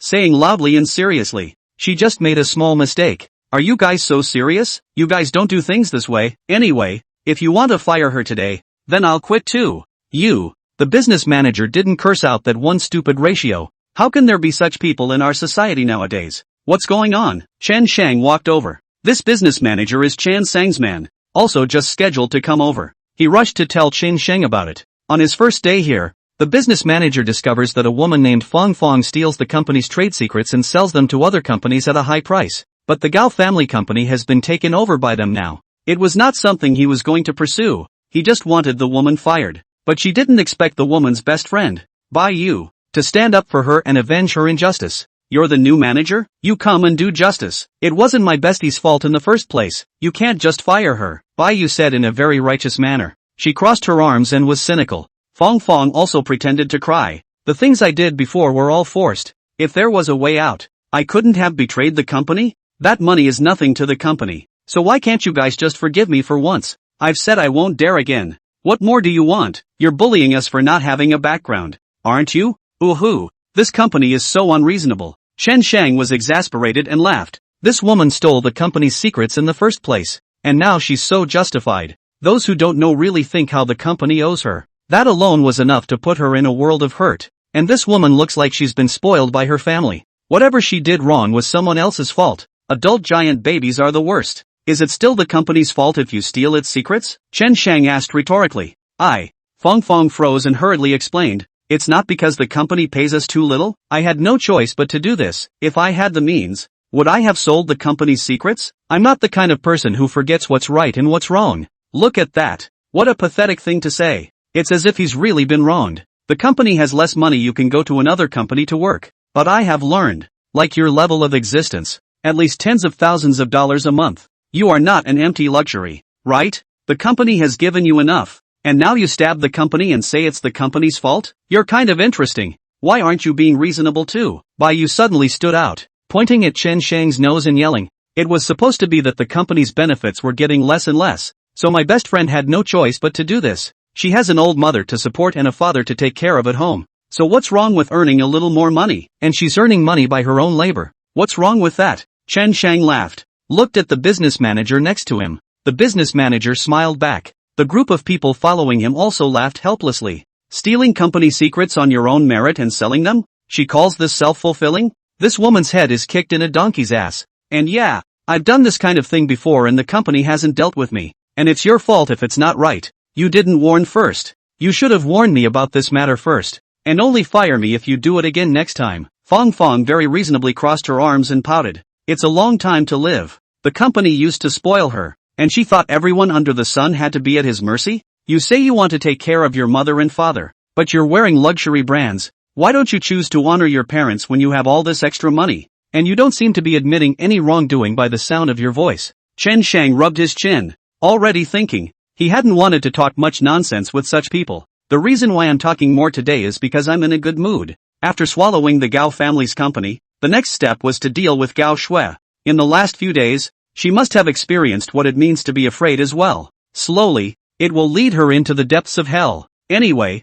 I'm in the unit, so you can't do anything to me. It's just a small mistake. I'll just change it in the future. Fong Fong didn't feel that the mistake she made was too much, and said in a very reasonable manner. Why, you also chimed in. That's right. Don't think you can arbitrarily decide whether we stay or go just because you just took office. As long as we don't leave, you can't fire us at will. We know the law. Don't bully us. F***ck. Chen Shang really felt ridiculous. It's amazing that a large company has both Crouching Dragon and Phoenix at the same time. Okay, I can see that you guys know the law too. So let's settle this with the law. Chen Shang turned back to the business manager and said, calculate how much money this Fong Fong has cost the company and report it to the public. Get the company's legal counselor to fight this lawsuit and try to keep her in it for the rest of her life. All the rules and regulations are carefully targeted, and we mustn't let her off the hook for any of the details. Although the company isn't owned by the Gao family anymore, Let's sue her for all the things she did before. At the same time contact that company that buys intelligence and offer them a big price for all the information she sells to them, so that it can also be used as evidence.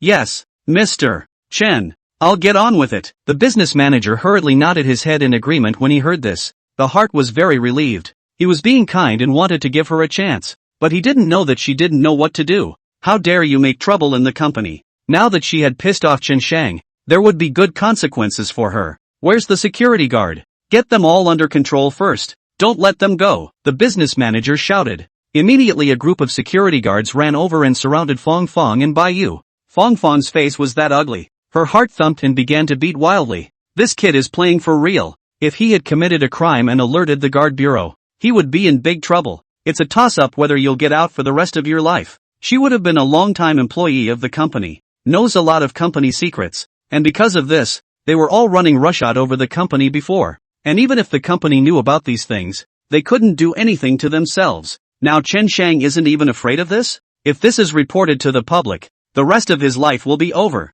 You aren't afraid I'll spill the company's secrets? How dare you do this to me? Fong yelled in anger. It's a bit of a ridiculous image. Her first reaction to being arrested was not repentance, but anger. A kid who's been spoiled for too long and hasn't been bullied in any way since he was a kid. And yet, you're being taught a lesson out in the open. His first reaction was not one of anger or fear, but of doubt, wondering why anyone would dare to go against him, why anyone would dare to bully him. Fong falls into that category. She's been spoiled for too long. You guys let go. What gives you the right to arrest Fong Fong? You guys can't mess around. Bai Yu followed along and screamed. Chen Shang sneered, walked to Fong Fong and whispered, I'm not afraid even if you tell the secrets of the company. You can see how many people dare to be my enemy in Beitian City? Even if the company's secrets were in front of them, how many of them would dare to take them all for themselves? Besides, you'll probably never even get a chance to talk about it again, so enjoy stepping on the sewing machine. You. The expression on Fong's face suddenly froze.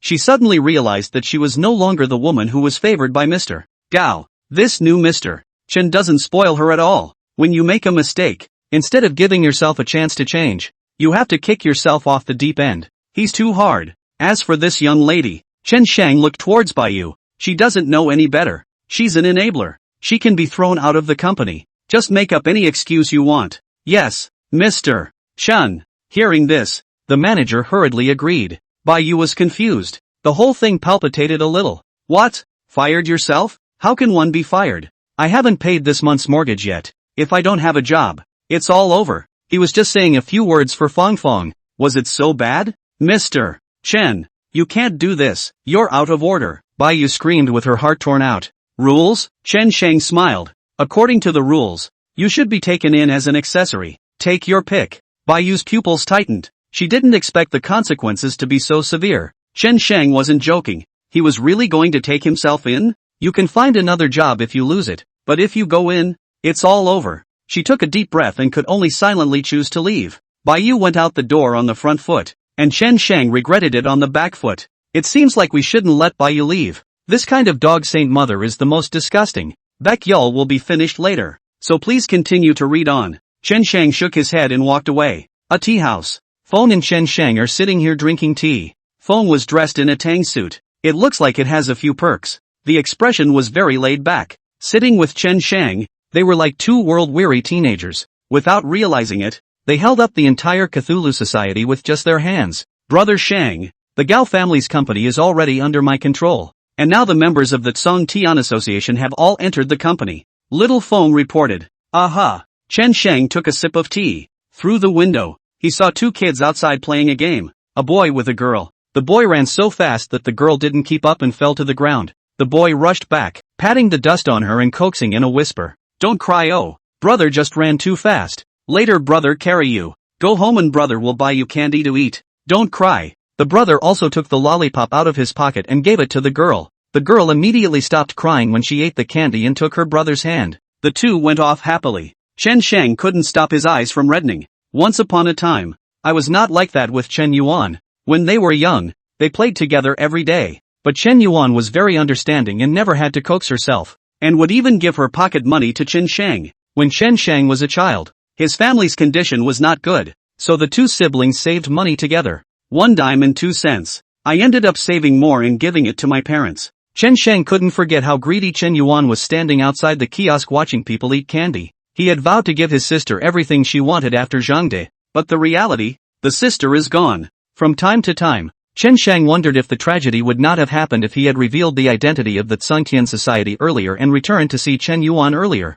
Unfortunately, there are not that many ifs. People can't come back from the dead, and Chen Yuan is gone forever. Only hatred remains. Did you find out the location of the Gao family? Chen Shang asked as he clutched his teacup. Little Foam also noticed that something was wrong with Chen Shang's tone. Hurrying to answer truthfully, Brother Shang, I found out the location of the Gao family members. We can go to them at any time. Aha! Chen Shang put down his teacup. At this point, Phoenix's cell phone rang. He listened for a while, then hung up. Brother Shang, Mother Gao Shua has found someone to deal with you. A man named In Qingsheng. Oh, Chen Shang snorted coldly. How dare the Gao family make the first move? It still seems like you're not giving in to your fears. This man is a recidivist, has had several lives on him, and has done nothing wrong. He's on the street near the office right now. He was going to go to the office to look for you, but who knows, the guard bureau found him and have surrounded him. He's pissed off. He's got a hostage in his hand, and he's desperate. Chen Shang paused for a moment, his brows deeply locked. No innocent people can get hurt. This is between me and the Gao family. He then strides away. Xiaofeng hurriedly followed behind. On the walkway, in front of a convenience store, there are quite a few people gathered here. A cordon was pulled around it. The guard bureau is here. Anqing Shang is a repeat offender. They've been tracking him for a long time. He was noticed as soon as he showed his face today, and the guard bureau immediately arrived here with their men. Today it's Chen Guohua leading the team. The men he brought with him were heavily armed, but no one dared to rush in. They have to keep the hostages safe. There are innocent people in there. Team Chen. There are 5 hostages inside now. 3 men and an old couple. Anqing Shang's offer was to fill up one of his cars with gas and put $5 million in it. He's given us 2 hours to get ready, and he'll kill anyone a minute longer than that. So do you think we should report this to the top first? Chen Guohua's head was buzzing and he was now all dizzy. It was the first time he had encountered such a thing. $5 million. That's no small amount. He didn't dare to make a decision on this kind of thing without authorization, so he nodded and reported it to the top first. He took the loudspeaker and shouted to In Qingsheng. Listen to the people inside. Don't you mess around. As long as the hostages are all safe, we'll definitely do what you've offered. I've set things up now. Soon what you want will appear. Calm down. And Qingsheng was currently sitting inside eating snacks and drinking a drink. All fearless. It's a death anyway. He had thought about his retreat from the moment he stepped into this path. There's nothing to be afraid of. All of you kneel down and I'll kill anyone who moves. He glanced at the hostages behind him and spoke loudly. Those people were trembling with fear, and no one dared to make a sound. 2 timid women had burst into tears. Brother, just let us go. We're just commuters from the neighborhood. We don't have much money on us. We never offended you. We just want to live. Please can you let us go? I have an old mother to provide for and a son to feed. What will my son do if I die? Ooh, we don't want to die. And Qingsheng was distracted by what he heard. He had little humanity left in him long ago, and went over and dragged the old couple into a severe beating. All be quiet and kneel there or I'll kill you. I've got a lot of hits on me, and I don't care about a few more of you. A few people were trembling in fear and didn't dare to say anything. The cries from inside soon came out. The hearts of the people outside were clenched. I wonder what kind of beatings the people inside took. How heavy was Anqing Shang's hand? Soon the media arrived on the scene. Started live streaming up. Hello guard captain. I'm from XX Media. I heard that In Qingsheng is already a repeat offender, right? Do you have a next step now? Can you guarantee the safety of the hostages? Will In Qingsheng be ambushed today? Please give us an answer. Chen didn't say a word in front of the camera. He didn't want to be distracted. Plus he didn't know what to say. He knew he couldn't promise anything easily. Things were changing rapidly now, and no one was sure. Team Chen. The top has approved In Qingsheng's conditions. They've already sent someone to pick up the money, and the car he wants will be here soon. Someone from the side came over and whispered. Only then did Chen Guohua relax a little, thinking that with these conditions in hand, In Qingsheng shouldn't be able to just kill anyone. Today is fine as long as no one dies. The live stream has now broken 100,000 viewers, and a lot of people are paying attention to what's going on here. This kind of live broadcast is rare. Of course more people were there to get a rise out of it, wanting to see what the ending ended up being and if the unlucky ones would survive. Anqing Shang's conditions must not be met, otherwise we are contributing to his popularity, and we cannot compromise in the face of evil. Suddenly, a voice came from Chen Guohua's ear. The voice was very familiar to him. He jerked his head back to look. The person who spoke was Chen Shang. He was dressed all in black, bringing out a bit of mystery. Even in the daytime, it couldn't hide the intense darkness-based oppressive force. Why did you come? Chen Guohua immediately frowned when he saw Chen Sheng. First thought, he's here to watch the fun. See how the guard bureau is embarrassed? I'm here on business, collecting sins on the way. Chen Sheng gave him a slight smile. Seems like a cheerful and lively young man. As Chen Sheng spoke, the live camera happened to be behind him and pointed at him.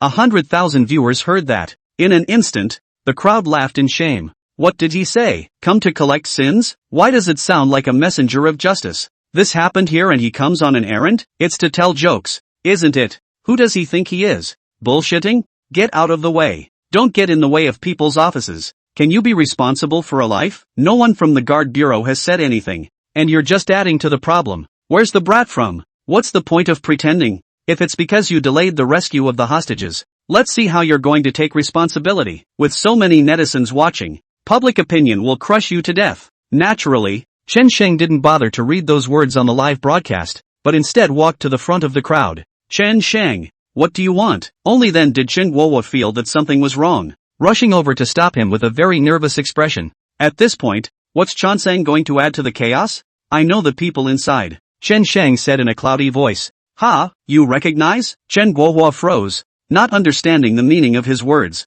Well, he was coming for me, but was surrounded by you guys first. This, Chen Guohua didn't know how to reply. And Chen Sheng is a repeat offender. There's only one possibility for him to come to Chen Sheng. That's trying to kill Chen Sheng. The netizens in the live broadcast room were all laughing their asses off when they heard this. What's this kid talking about? The man inside is a repeat offender. A murderer without a care in the world. Why did they come to see him? To celebrate New Year with him? I've never seen someone who can act so well. Almost, don't get in the way of the guard bureau. Can you be responsible if something really goes wrong? Get out of the way yet. Fuck off. The crowd screamed. And no one gave Chen Sheng face. Chen Sheng walked to the front of the crowd and stood at the front yelling. And Chen Sheng, I'm coming. And Chen Sheng glanced outside at the sound. Yo, isn't this guy Mr. Chen? It was the one Liang Xiaohong had entrusted herself to solve the problem. He himself was supposed to go looking for him, but he didn't expect to be pestered by the guard bureau first. Now he's coming over just in time.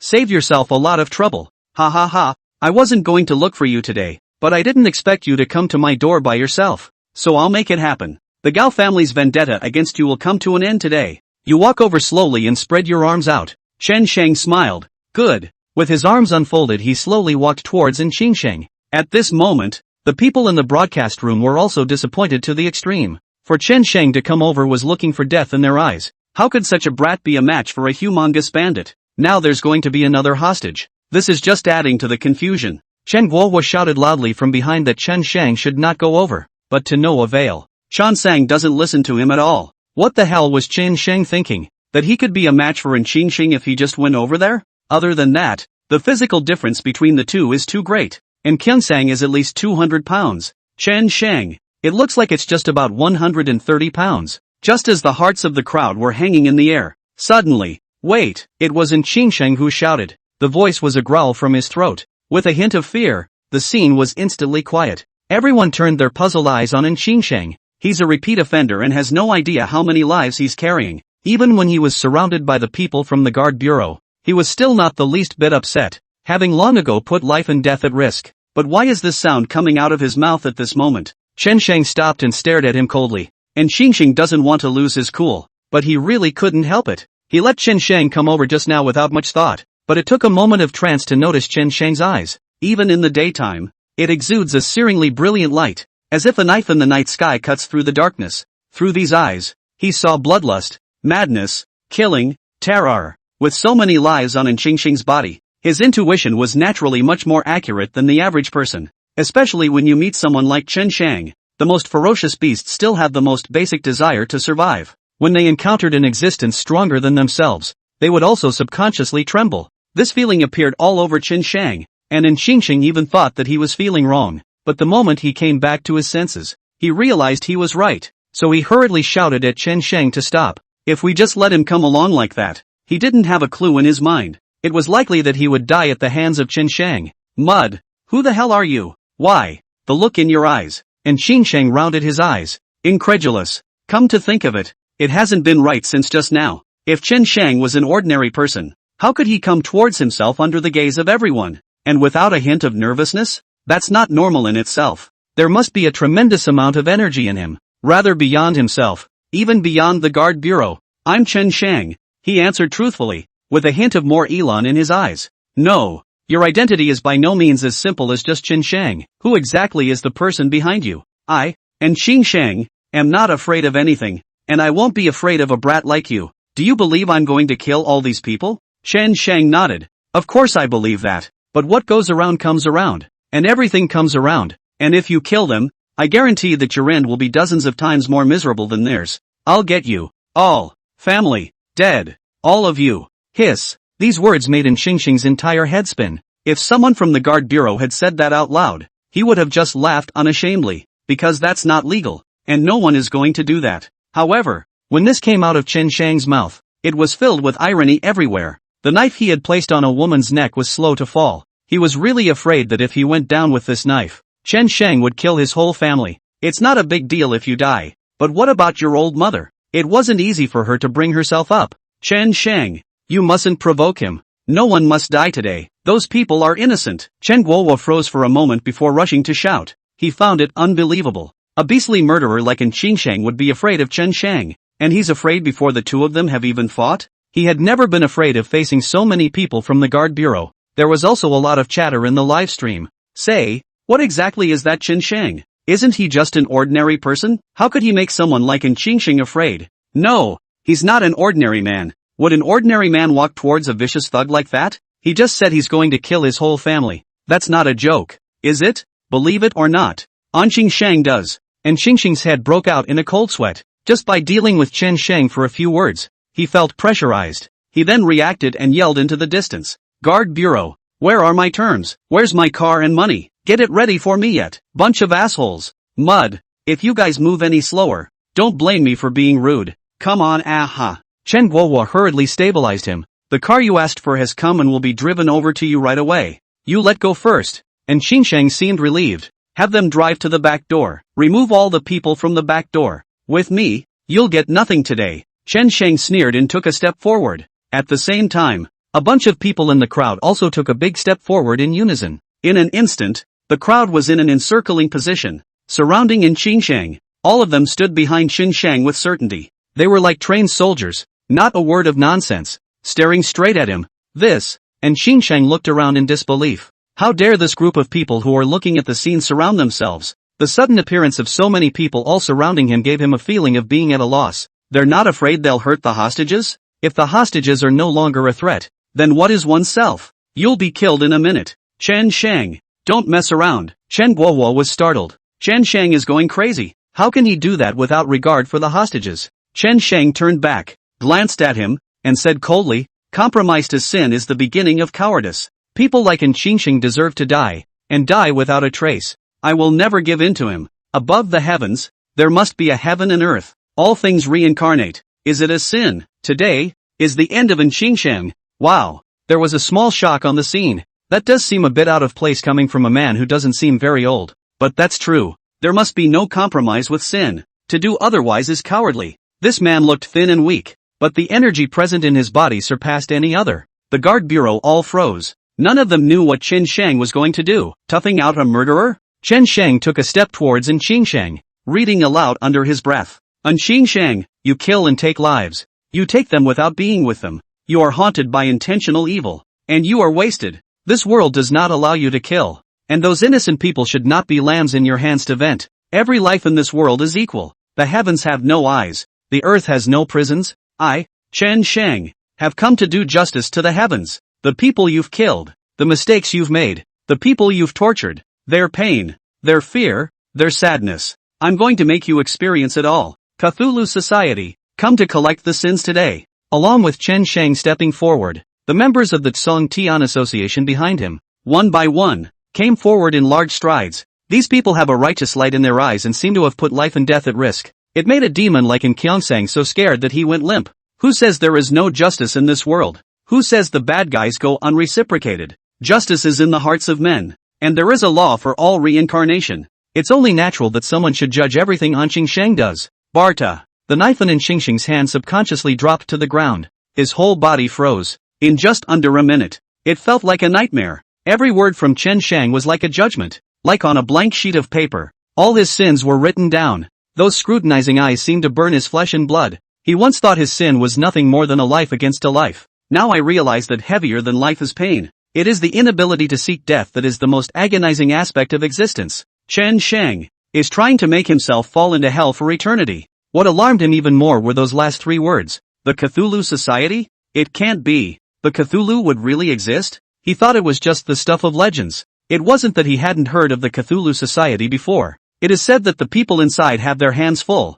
and that the rules of the club are extremely strict, and that all the people are doing righteous deeds, no matter who it was. Even the most bloodthirsty person was like an ant in the eyes of the Zong Tian Society. The number of those who have been righted with their own hands is countless, not to mention the others. One is being targeted by the Cthulhu Society. So what's the big deal? By the time he reacted, Chen Shang had already brought people to surround him. Chen Shang jumped up to the window with a gentle leap and looked at him from above. Anqing Shang, prepare to enjoy the pain. You're fearless when it comes to killing, even putting your life on the line, but don't think that makes it okay. Don't think that your pain will go away. In the future, I'll send you to hell with my own hands. As he spoke, Chen Shang had already grabbed his wrist. At the same time, Feng threw down a smoke bomb. Pust! Chen Shang and Anqing Shang were instantly wrapped in smoke. Quick! Go get them! Secure the hostages first. All of you! Chen Guohua got anxious and shouted. The men from the guard bureau heard the noise and rushed over. But the smoke was too great, and with the Cthulhu Society in the way, they couldn't even get through. These people aren't criminals. They can't do anything about it. They can only do it outside. Make way. I command you to make way. You're impeding the work of the guard bureau. Do you know what the consequences are? Get out of the way or we'll do it. You still have hostages. Do you want something to happen to them? Bunch of assholes. Get out of the way. Those surrounding onlookers were also stirring, but no one dared to come over. Anyone is afraid of drawing fire. The live stream was also a mess. Just now, did you guys see that? That man named Chen Shang went in. Is he out of his mind? That's a murderer. That's pretty irresponsible of him. There's a lot of hostages in there. If something happens to the hostages, who will be responsible? Forget about the hostages for now. I can see he's going to have trouble getting out in one piece himself. People like that don't think about the consequences of their actions at all. If anything happens to the hostages, it's his fault. Let's all denounce him. And the media are holding their cell phones up high,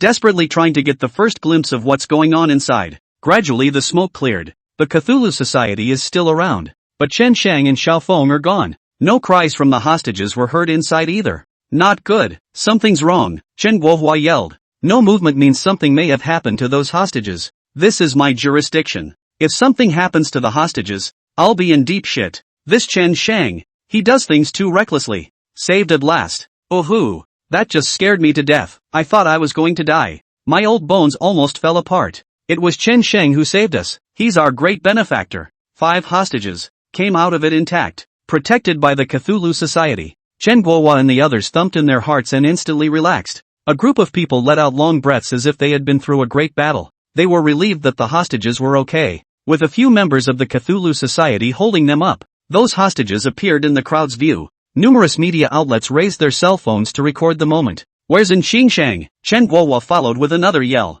The first led the charge. Inside, however, it was empty. Nothing. And Anqing Shang is missing? He is a murderer. If we let him get away, we don't know how many people will suffer in the future. Teen Chen, could it be that Chen Shang covered Anqing Shang's escape? He purposely acted with Anqing Shang just to divert our attention. A person from the guard bureau nearby asked in a low voice. Chen Guohua's gaze froze for a few seconds before he shook his head, dismissing the unfounded speculation. Impossible. Chen Shang won't help him. The man next to him frowned. Teen Chen, what makes you say that? Hasn't Chen Shang always been our suspect? Chen Guohua took a deep breath. Go with your intuition. He felt that there were too many secrets on Chen Shang. It's like a black hole. The Cthulhu behind him will take the place of the gods. If he wanted to do harm, why go to all this trouble? Totally easy to do. The reason he did it was so that no innocent people would be hurt. Although he didn't know if Chen Shang had anything to do with those previous murders, he could at least prove that the Cthulhu would be righteous. But how did Chen Shang and the others do it? When we rounded up Anqing Shang before,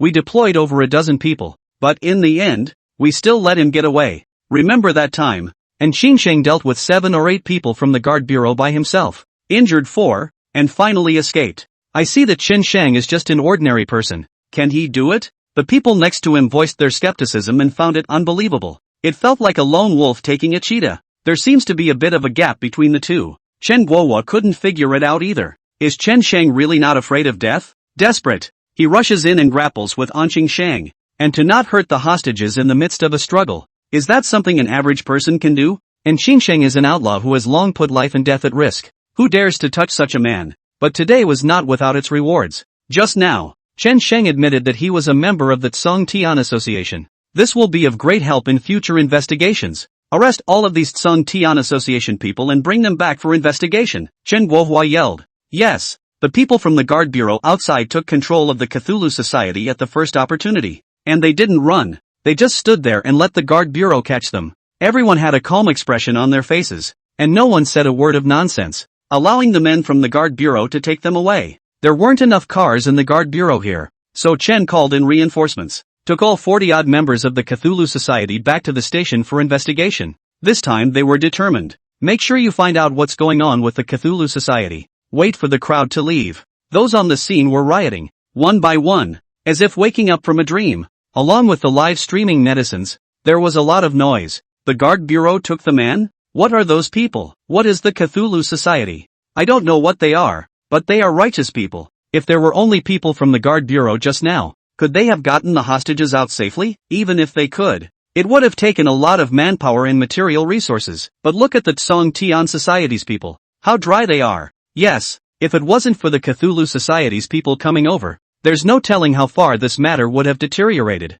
That's a real high roller. Why are they being arrested? The guard bureau is too much. People did them a favor. But they want to arrest them to go in? Let them go. Release the Cthulhu Society members. Someone from the guard bureau come out and talk. Pressure to the guard bureau. Justice exists in everyone's heart, just not enough to awaken. The words Cthulhu Society were also spreading rapidly on the internet. Guard bureau. Chen Guohua and his colleagues had a busy day of investigation. But nothing results in nothing. The people of the Cthulhu Society all have legal and proper identities and are all corporate employees. In terms of formalities, they couldn't pick out any problems, and their confessions were surprisingly consistent. They all said they had come around because they had encountered something on their way home from work, never mentioning the words Cthulhu Society. And what they just did is not a crime. It's all about seeing justice. Instead they should be rewarded. Chen scratched his head. Colleagues who inquired together also scratched their heads. At this rate they won't be able to get any favorable leads at all, not to mention investigating the Cthulhu Society.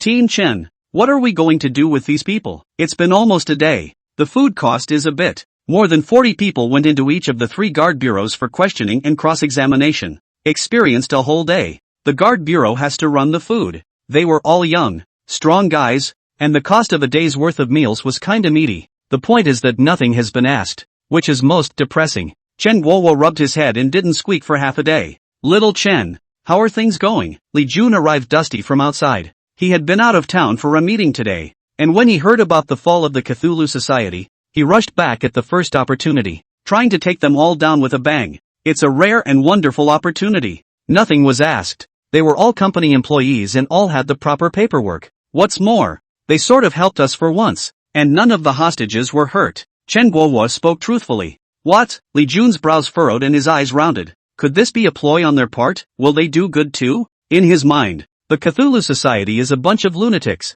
It's a cancer on society. They should have been apprehended sooner. Although Chen Guohua was reluctant to admit it, he still spoke. It's true. Especially Chen Shang. If it wasn't for his help today, the hostages couldn't have been easily rescued. And with all the major media outlets filming it today, a few are even streaming it live. You should be able to see the replay online. Li Jun's brows locked up. He didn't have time to look at his cell phone during this day, but he felt a million times more unbelievable when he heard this. Is it possible for a man like Chen Sheng to do harm to the people? What exactly is the Cthulhu Society? Could there be any conspiracy here? Li Jun was still skeptical. Like using this as bait with a bigger plan hidden behind it. Like Cthulhu would want to use this as an opportunity to distract the crowd or something. Team Chen, Team Li, you guys look at the heat on the internet. At this time, a female guard next to her suddenly blurted out. The two men immediately came together in front of the computer. The biggest heat of the day was the Cthulhu Society. This heat has been going on all day. People are talking about what happened during the day.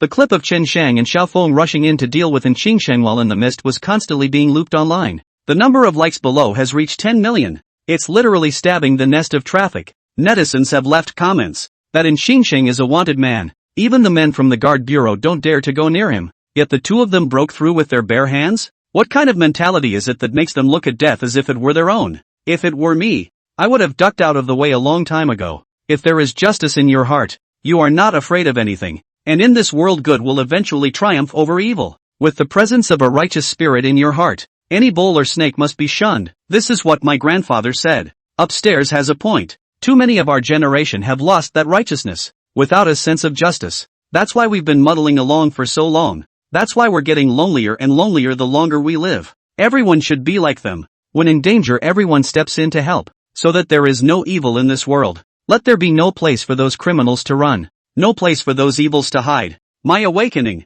Looking at these words full of positive energy, Chen Guohua and Li Jun both rounded their eyes. Both were a little confused. Why does it feel like you're being taught a lesson? Isn't that what they always wanted? Everyone's heart is filled with justice, and positive energy is piled up in everyone. But it was the Cthulhu Society that woke him up. That doesn't seem like a bad thing. But Cthulhu Society seems to be helping them? Not only that. For a while, netizens created a wave of positive energy. There are even some people who have organized themselves to patrol the streets to catch thieves as well as car thieves. The streets are now full of young girls helping old ladies cross the street, cleaning up garbage and maintaining traffic. They are full of positive energy. That's the way young people should be. It's the fervor they should be chasing. Chen Guohua and Li Jun were silent. Li Jun, in particular, squatted to the side and silently lit a cigarette. He didn't believe in pure positive energy in this world. The reason why the Cthulhu Society is doing this must be profitable. He couldn't figure out what they were trying to do at the moment, but in no way did he believe they were good people.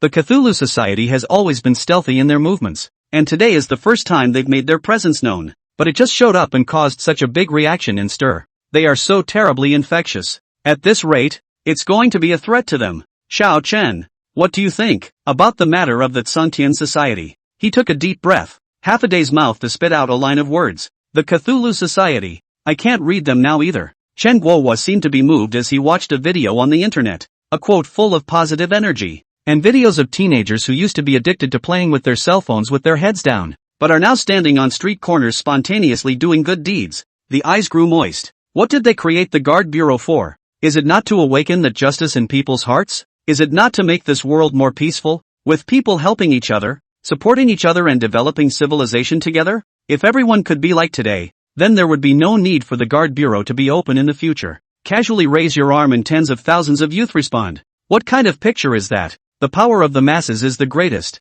Can be a mountain of fire? Ah, people need this infusion of positive energy so badly these days. They need a clear stream, a direction. Too much. He suddenly had the urge to join the Cthulhu Society. The existence of the Cthulhu Society doesn't seem to be a bad thing. The entire Guard Bureau, too, was immersed in shock. All of them are brushing up on one of the hot reviews and videos online. The most important thing now is to keep this mood alive. And if it stays that way, the world will change. We from the Guard Bureau should also go out and publicize. Chen Guohua exclaimed. No. Li Jun took a deep breath. The most important thing now is to find in Xingsheng. He's still in Chen Sheng's hands. Although he is a wanted man, he is not an existence that Chen Sheng can judge, and Xingsheng must be retrieved first. This is a top priority. Immediately mobilize all manpower and go find Chen Sheng's whereabouts for me. He must be found within a day. The moment. The Hai family, Gao Shui and Liang Xiaohong were also looking at the hot reviews online. They had seen the image of Chen Sheng and Xiao Feng going in to catch in Xingsheng hundreds of times. Although the image didn't capture Chen Sheng's face clearly, they could recognize that the man was Chen Sheng. The fear in his heart, too, spread like sewage. Someone as terrifying as in Xingsheng was no match for Chen Sheng? Chen Sheng dealing with him was completely easy plus simple just like making a game. Especially when Chen Sheng approached him. The kind of fear and pain he showed on his face. It wasn't feigned. He was truly afraid of Chen Sheng. What kind of energy is there to make a wanted man afraid? That seems to be an innate bloodline suppression. This Chen Sheng, what kind of person is he? Liang Xiaohong had questioned this more than once recently. Isn't Chen Yuan a poor girl? But why does her own brother have so much power? It seemed to swallow the heavens and the earth. And the heavens poured out the sea. Where could Gao Shui care about anything else right now? All that was left in his mind was fear. A million fears, coupled with a million shocks. Her palms kept breaking out in a cold sweat. Mom, that in Xingsheng isn't even a match for Chen Sheng. So what should we do? Liang Xiaohong was also silent. An Xingsheng was introduced to her by a friend. a total murderous fiend. And that day in the courtyard, he was able to easily kill a cow by himself. That kind of strength was beyond ordinary people. But in front of Chen Shang, he was like a child. Anqing Shang has stepped into hell. Will it be far from them? What are they going to do? Mom, better tell Grandpa about this, or we're done for. I don't want to die yet. Gao Shui broke down and tugged on Liang Xiaohong's coat, crying out. Liang Xiaohong narrowed her eyes, her expression slowly sinking. Don't be in a hurry. Let's see the results first. And Qin Sheng disappeared with Chen Shang. Perhaps this was his way of getting away, pulling Chen Shang's back to escape the eyes of the guard bureau. Perhaps it was he who kidnapped Chen Shang, not Chen Shang who took him. We'll see. Liang Xiaohong still held a hint of fluke in her heart, expecting a miracle to happen. Gao Shui, however, was already as good as dead. The deaths of Wang Yuehong and Fan Yu were not a coincidence. Chen Shang really had the power. He's a vengeful, demanding demon. It will really make them die of despair in hell.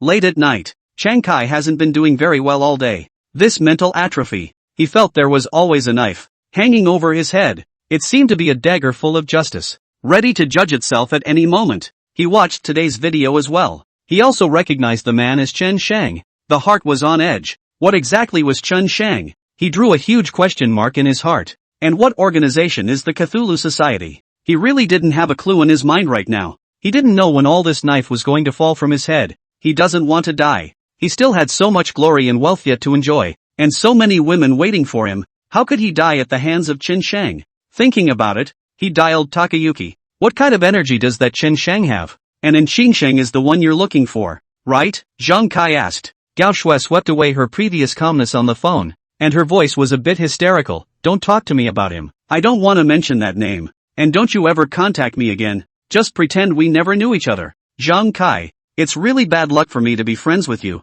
It's all because of you that my house has become like this. It's all because of you. You bastard. You're inhumane. Gao Shui cursed and hung up the phone, leaving behind a depressed Zhang Kai. Mud. How dare you blame me? Didn't you have a great time bullying Chen Yuan back then? Several times you've led the way. Now when something goes wrong, it's all on me. But this incident was considered a wake-up call for Zhang Kai. He didn't think it was that simple anymore either. The energy in Chen Shang was much greater than he had imagined. And the man is extremely bloodthirsty and crazy. If he could take care of all of Qin Shang, then he would already pose a threat to the Zhang family. Zhang Kai, it's so late. Why aren't you sleeping? Zhang Zhongxian walked in, his brows wrinkled. Zhang Kai took a deep breath. Dad, have you seen what happened to Chen Shang? Zhang Zhongxian nodded. I naturally watched the daytime incident when it was rumored to be so popular. Or else, let's just go abroad as originally planned. Zhang Kai's heart was also a bit bottomless now. At this rate, who knows what will become of it. Previously,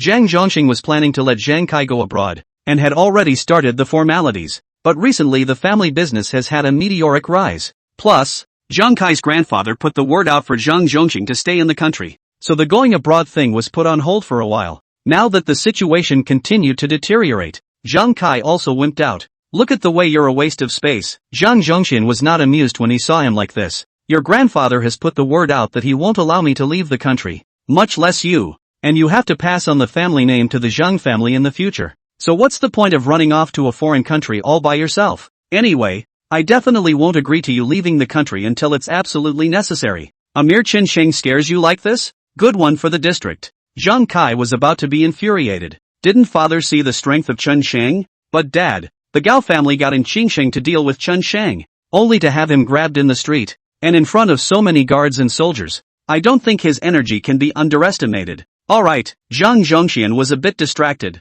I don't care about anything else. As long as he doesn't move to our head everything will be fine. If he dares to provoke us, I'll make his life worse than death. Your grandfather has put out the word. What are you afraid of, goon? Stay home for me these days and learn more about management. It'll do you good in the future. Zhang Zhongxian closed the door with a bang and went out. The moment. In a hidden basement in North Sky City, Anqing woke up. He opened his confused eyes, went to look around first, then the whole thing froze, seemingly thinking of the previous image. The whole group clenched their teeth. He realized he was tied to a chair. There are chains all around. He couldn't break free at all. There's a damp, putrid smell that permeates the place. The smell made the bad feeling in his heart grow stronger. There was only one dim light in the place, the shade of which seemed to be stained with blood and wobbled, adding to the horror of the surrounding atmosphere. Somebody, where am I? Is there anyone? Qin Shang struggled hard. and the whole man jumped on the chair with a big belt. All around them were echoes, but no one answered his question.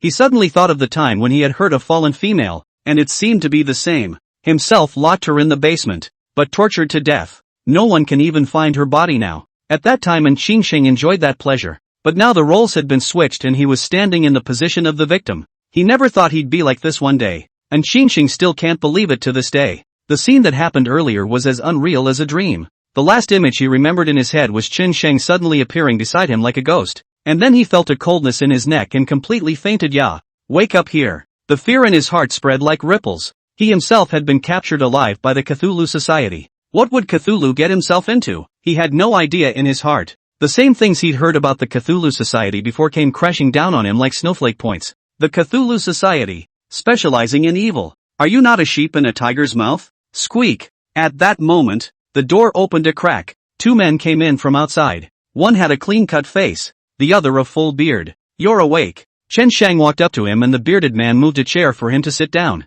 "I injected you with anesthetic earlier, but it looks like I overdosed, and that's why you were out for a day." "Anesthetic?" And Qingsheng felt his scalp go numb. No wonder I couldn't feel anything before. He suddenly felt very horrible. During the time he had fainted, if Chen Shang wanted to kill himself, it would be almost a matter of moving his hands. He didn't do that, however, and waited hard for himself to wake up. Could this be a bigger conspiracy? A word that suddenly came to him was worse than death. Cold sweat instantly covered his forehead. He sucked in a mouthful of cold air and hurriedly said, "Chen Shang, I am also receiving money from others to eliminate disasters. In fact, I have no grievances with you. If you're willing, I'll hang out with you from now on. How about you let me join the Tsung Tian Association and act for heaven in the future? I don't dare to say how powerful I am, but the average 7 or 8 people can't get into me. I can be your bodyguard." Chen Shang laughed when he heard this and casually flicked the ashes of his cigarette. "Then come over." Snap. He violently slapped Qingsheng in the face. The slap caused his nose to bleed and his head to be confused for a moment. Secretly, Chen Shang was strong. Chen Shang looked a bit skinny, but he didn't expect to be so explosive. "Do you think the Cthulhu Society is for anyone to join? A filthy man like you? Stained with sin? Heaven forbid. My Tsung Tian Association has always acted on behalf of the heavens. How can I allow people like you to join? From now on, you will be judged by the Tsung Tian Association. And Qingsheng, you have a total of 4 lives on your back. 2 women, a man, and a child. Those 2 women were both snatched by you in a roadblock to give vent to your beastly nature. And they were tortured to death by you, and robbed of the belongings they had with them. One of the women, Yu Miao, is also the mother of a child. She had just given birth, and the child was only a month old. This kind of heartlessness, how did you get away with it? In order to fulfill your own selfish desires, you brutally hurt so many people. The man you killed was on his way to buy medicine for his old mother, who later learned of her son's death and was so distraught that she died at home herself. And that kid, he was the hope of the whole family. After his accident, his parents jumped to their deaths because of an emotional breakdown, and his grandparents had a nervous breakdown. Because how many families have you destroyed? How many good people have been destroyed? Falling into my hands today, I'll make you beg for your life and die, slowly experiencing the fear of hell. It's because of people like you that hell exists. You." And Qingsheng's pupils trembled violently when he heard this. The heart instantly clenched together. An inexplicable feeling of fear swam through his body. Those things he did, Chen Shang knew so clearly? Had he been watching himself from the beginning? The Cthulhu Society is not a legend. That is all true. They only kill the wicked. You're in no position to judge me. There is a king's law in this world. If I have committed a crime, the big deal is that you can just hand me over to the people of the Guard Bureau and let them judge me. Who the hell are you to do that? Who the hell are you? You're committing a crime. Now let me go. You guys let me go, And Qingsheng yelled as if he had collapsed, trembling with fear, because he could not see any compromise in Chen Shang's eyes. Look, can't see through this man. I wonder what methods he will use to torture himself. That pain seemed to have spread. Is this the legendary retribution? Never thought it would fall on my head.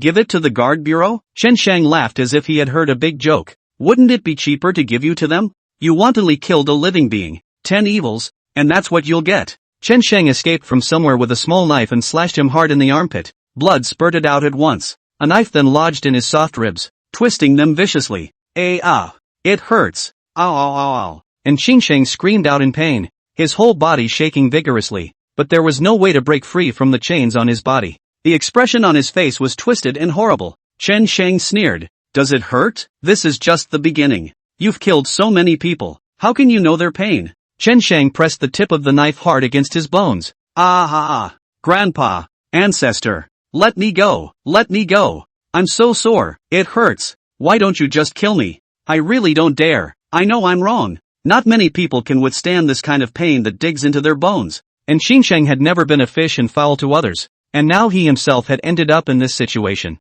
Now you know to beg me? The corner of Chen Shang's mouth picked up a devilish arc as he looked at him with deep eyes. You can't take it anymore after this has only begun? Do you remember how that mother begged you when she died? She said to please let her go, that she had a child to feed, that she would grant you anything she asked for, and that she just wanted to go back to her child. She's only just become a mother. She's only just had the happiness of motherhood, but you ruined it. But what did you do in the end? You killed her without batting an eye, killed the mother of a child. You have committed the 10 evil karmas and dabbled in the 8 evils. I promise that you will slowly realize the pain those people felt in the beginning, and then sincerely go to hell to repent your faults. On earth, you can no longer stay. Chen Shang found a pair of hand pliers, which were stained with blood. Next to it was a saw, and an axe, the sharp weapon of killing darkness above. And Xingsheng could smell the blood on it. Every demon repents before he dies. On earth I will judge your flesh. In hell someone will naturally judge your souls. Enjoy the agony of dying. In your next life,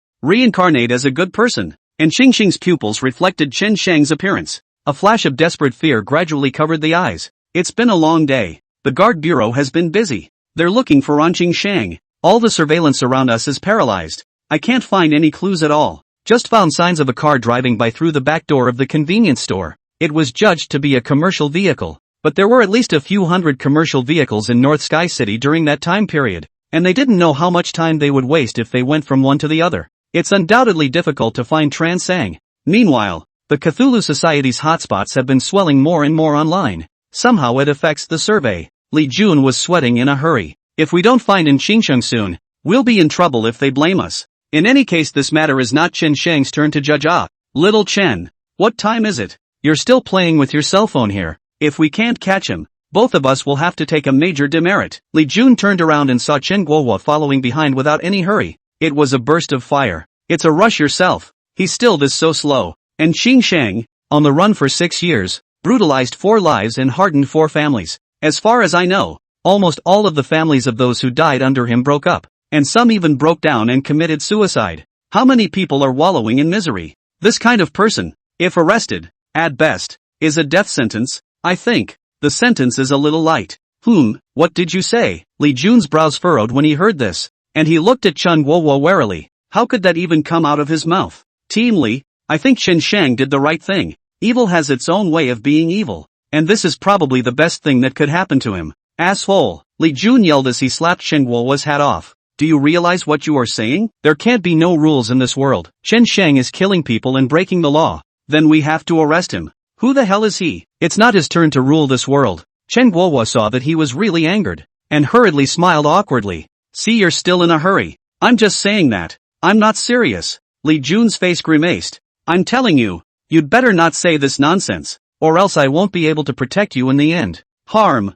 I know. Of course I know. Reporting to Team Chen. Team Li, we've found Chen Shang's trail. Suddenly, a voice rang out over the intercom. The two looked at each other and hurriedly asked for the location to rush over. In the most lively pedestrian street in North Sky City. In a cafe. It's a classy place with cozy and clear music playing inside. It seemed like a stark contrast to the bustling streets outside. It was like being in another world. In the corner sat a teenager. He gently held the coffee in his hand. Enjoy the rich aroma. He didn't look very old and had a baby face. But the eyes were unusually bright and seemed to discern all the evils of the world. Looked at the time. He said to himself, that should be about right. Hey handsome, can I sit here? Suddenly, a girl next to him came over. She was dressed up and wearing something extra cool. Not a bad face, with long beautiful hair. The teenager gave her a look. Yes, you can sit down. The teenager hid the hint of a different look in his mind and smiled slightly. Are you alone? I've been watching you for a while now and you seem to know very little about coffee.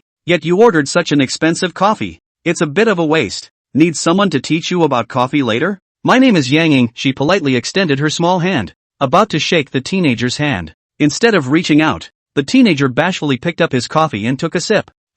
This. Yang Ying obviously didn't expect the teenager to reject her. She was also a millionaire when she was in school, and every day there were boys lying in the window spying on her. She also has complete confidence in her charms. She took the initiative to approach a man and was rejected? But she was really curious. She was attracted by the mysterious aura of the teenager. This teenager was elegant and casual, but his body concealed a touch of fierce and domineering aura. If it wasn't for the fact that the previous live streaming video didn't release the image of Chen Shang's front face, this woman would definitely know that he was Chen Shang, who had just recently caught fire. Welcome. At that moment, there was a footstep at the door. Chen Guohua. Li Jun led the way in. A few people with the name tags of the guard bureau on their chests walked in front of Chen Shang in large strides, one after another. They surrounded Chen Shang. Li Jun took out his handcuffs and shouted, Chen Shang, it is now suspected that you are involved in the matter of the wanted criminal in Qingshang. Go back with me to investigate. Chen Shang smiled. Good.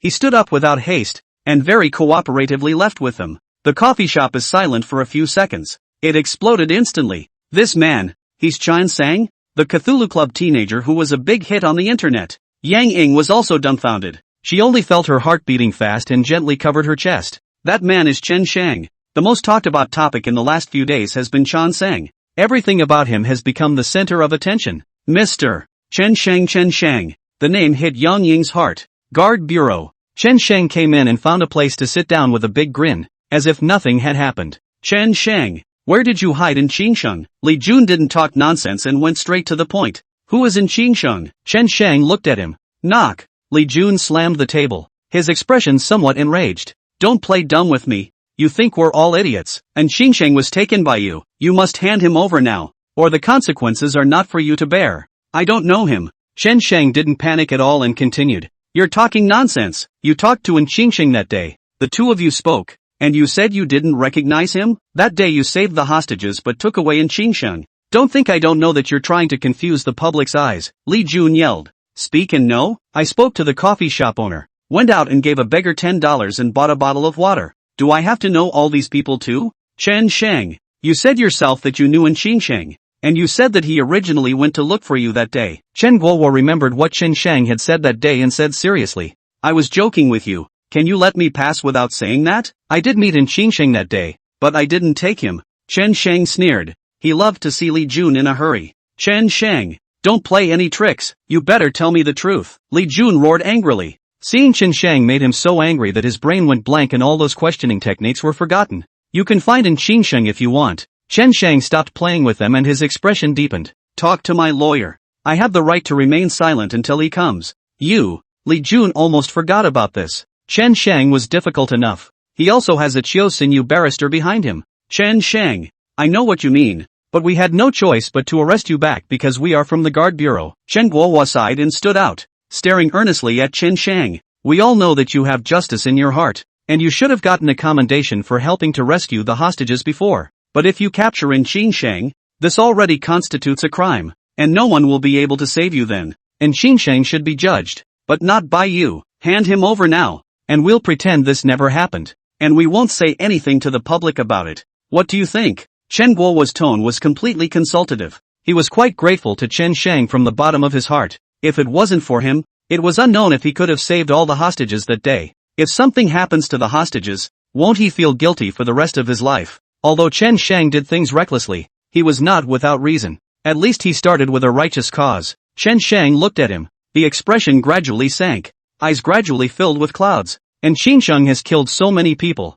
Even if he is caught, what can he do? A bullet took him? He did so many bad things, killed so many people, and just let him die? Isn't it a bit too cheap for him? It's not enough for him to die 100 times. Evil people should walk through the 18 layers of hell and then die. Hiss. Chen Guohua and Li Jun, as well as the surrounding guards, all sucked in a breath of cold air. These words came out of Chen Shang's mouth and were filled with a sense of dissonance everywhere. He was originally sunny, and it was the world that filled him with murderous rage. How can you fight the bad guys without disguising yourself? How can you tackle the sky with just your hands if you are not more wicked than the wicked? They couldn't see through how much energy was in Chen Shang's body, and only because they couldn't see through it, they were even more afraid. Chen Shang, don't joke with your life and future, and Qingsheng isn't worth that. Listen to me and give him to the guard bureau. You really can't make a mistake for someone like that. Chen Shang smiled. Don't worry. You will definitely find him in a few days, but not now. At this point, a middle-aged man walked in the door.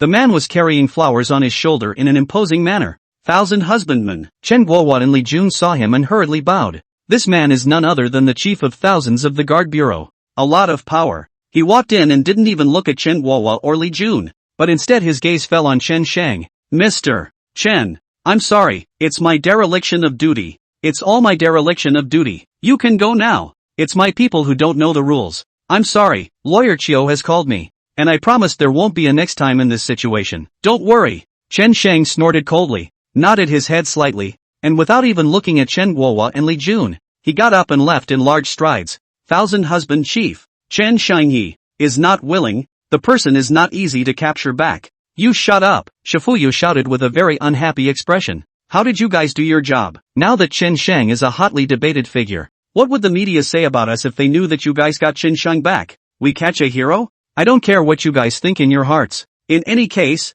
you are not allowed to touch Chen Shang until there is evidence. Even if you want to arrest him, you have to have full proof. After so many years in the guard bureau, you still need me to teach you how to do your jobs, don't you? Can you afford to mess with lawyer vengeance? He can sue you all down to your pants. Li Jie and Chen Guohua didn't dare to speak, lowered their heads, and sighed. Chen Shang left the guard bureau and got on a bus. He hadn't been able to take a serious look at the city since his return. This is the place where you were born and raised. Buried in it were many memories of himself and his sister. The bus moved slowly, and Chen Shang sat by the window, looking at the scenery outside and gawking. He couldn't stop thinking about it. If only Chen Yuan could sit beside him. How wonderful it would be. Ah, you old thing, you're secretly filming me? Suddenly, a shrill cry interrupted the peace in the car. All that could be seen was a woman covering her skirt, backing away in horror and staring at an older man next to her, yelling. This old man looks like he's in his 60s, quite honest looking, dark-skinned, looks like a farmer. At the moment he had a panicked look on his face, holding a broken cell phone in his hand, holding his face red for a moment, not knowing how to answer. The crowd was drawn to the voice and looked toward the woman and the oldest man. The woman was wearing heavy makeup, cool clothes, dangling eyes, and was not to be messed with at first glance. The smell of her bad perfume wafted all over the bus. Old thing, why are you filming me? Give me your cell phone. In broad daylight, you dare to take pictures secretly? Do you know this is a crime? I can report to the public and arrest you. It's not good to learn what to do, but to learn how to sneak around. The boss is a handful of years old and probably didn't expect this to happen to him. He was so panicked he didn't even know where to put his hands, like a child who had done something wrong. Girl, don't accuse me. I didn't sneak a picture of you. I just wanted to see the pictures in the album. There are so many people in the car. Why would I take a picture of you? It's not like I've never seen a woman before. Seeing that he still dared to be sophomoric, the woman became even more angry. She screamed hysterically. You stinky, and you still won't admit it. You were clearly taking pictures of my skirt with your cell phone just now. And now you're denying it. Bring your cell phone over. I want to check it. Also, you must kneel down and apologize to me, or this matter is not over. Kneeling to a woman in her early 20s by yourself? Master is an honest man. How can he be so wronged? Girl, I said I didn't shoot you. Why don't you believe me? Is it too much to ask me, an elder, to kneel down for you? Excessive? I think you're just being vain. If you didn't film me, why don't you let me see your cell phone? Give me your cell phone, then delete all my photos. I'm going to report to the public for arresting you today. A busload of people were watching the farce. No one was nosy. Moncler outlet store anxious. He flashed the photos from his cell phone to the crowd. I was just looking at a picture of my little grandson. I didn't sneak a picture of you. Girl dolls don't always think of others harming you. There aren't that many bad people in this world. The woman didn't eat this. Grinning, shrew-like screaming, you are just being a thief. I've seen a lot of old immodest things like you. The photos taken just now must have been hidden by you in the photo album. Bring me your cell phone and let me check. Shameless, you must kneel down and apologize to me today, otherwise this matter is not over. The woman went over to grab Moncler outlet store the cell phone like crazy. How can I let you do that? And the woman wrestled with the woman. It accidentally shook the woman because it was too much gas. The woman sat on her ass. How can you hit a woman? You man. At that moment, another familiar voice came. A woman, a head lower than the oldest, whooshed to her feet. Get in front of the woman. Chen Shang fixed his eyes on it. This woman is by you. She's dressed in a professional outfit and looks like she's looking for a job. After being expelled, she lost her source of experience and had to go out and find a job. But it looked like she hadn't learned her lesson yet, and she had the nerve to stand up for herself when it came to something like this. It's true that the nature of a saintly mother can't be changed. Baekhyul surprises the big man with a kick to the crotch. Agu. Moncler outlet online immediately squatted down in pain.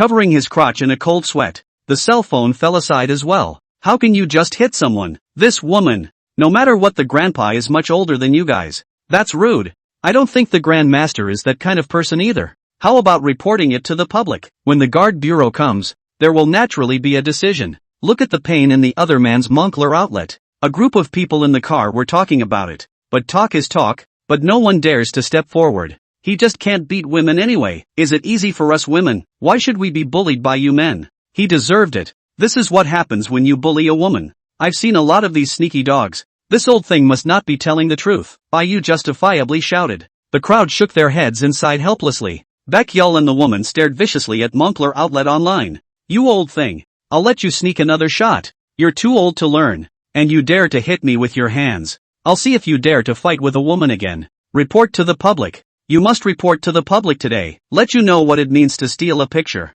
You stinking men. Each and every one of you is no good. This woman is fiercer than a man. The boss was angry, but he didn't dare to do anything. After all, she was a woman. It's his moral ground. The woman picked up moncler outlet store her cell phone, opened the album. Inside, however, there was no moncler outlet store sneak peek of her. Yu was also watching from the side, and the two of them had more or less awkward expressions. There you go. You guys have seen my cell phone. I didn't even shoot you. Moncler outlet store endured the pain and exclaimed. The woman's face changed and she grunted coldly. Not reasonable at all. Must have deleted the photo just now. You think it's okay if you deleted the photo? Old people are learning the hard way nowadays. No. You'll have to get down on your knees and apologize to me anyway, or this is not over. Kneel down and admit your mistake. Says you shouldn't be filming me. Moncler outlet online. The aggrieved. Fists clenched tightly together. The heart is stifled. I said I didn't shoot you. I've lived an honorable life. Even if I die, I won't do such underhanded things.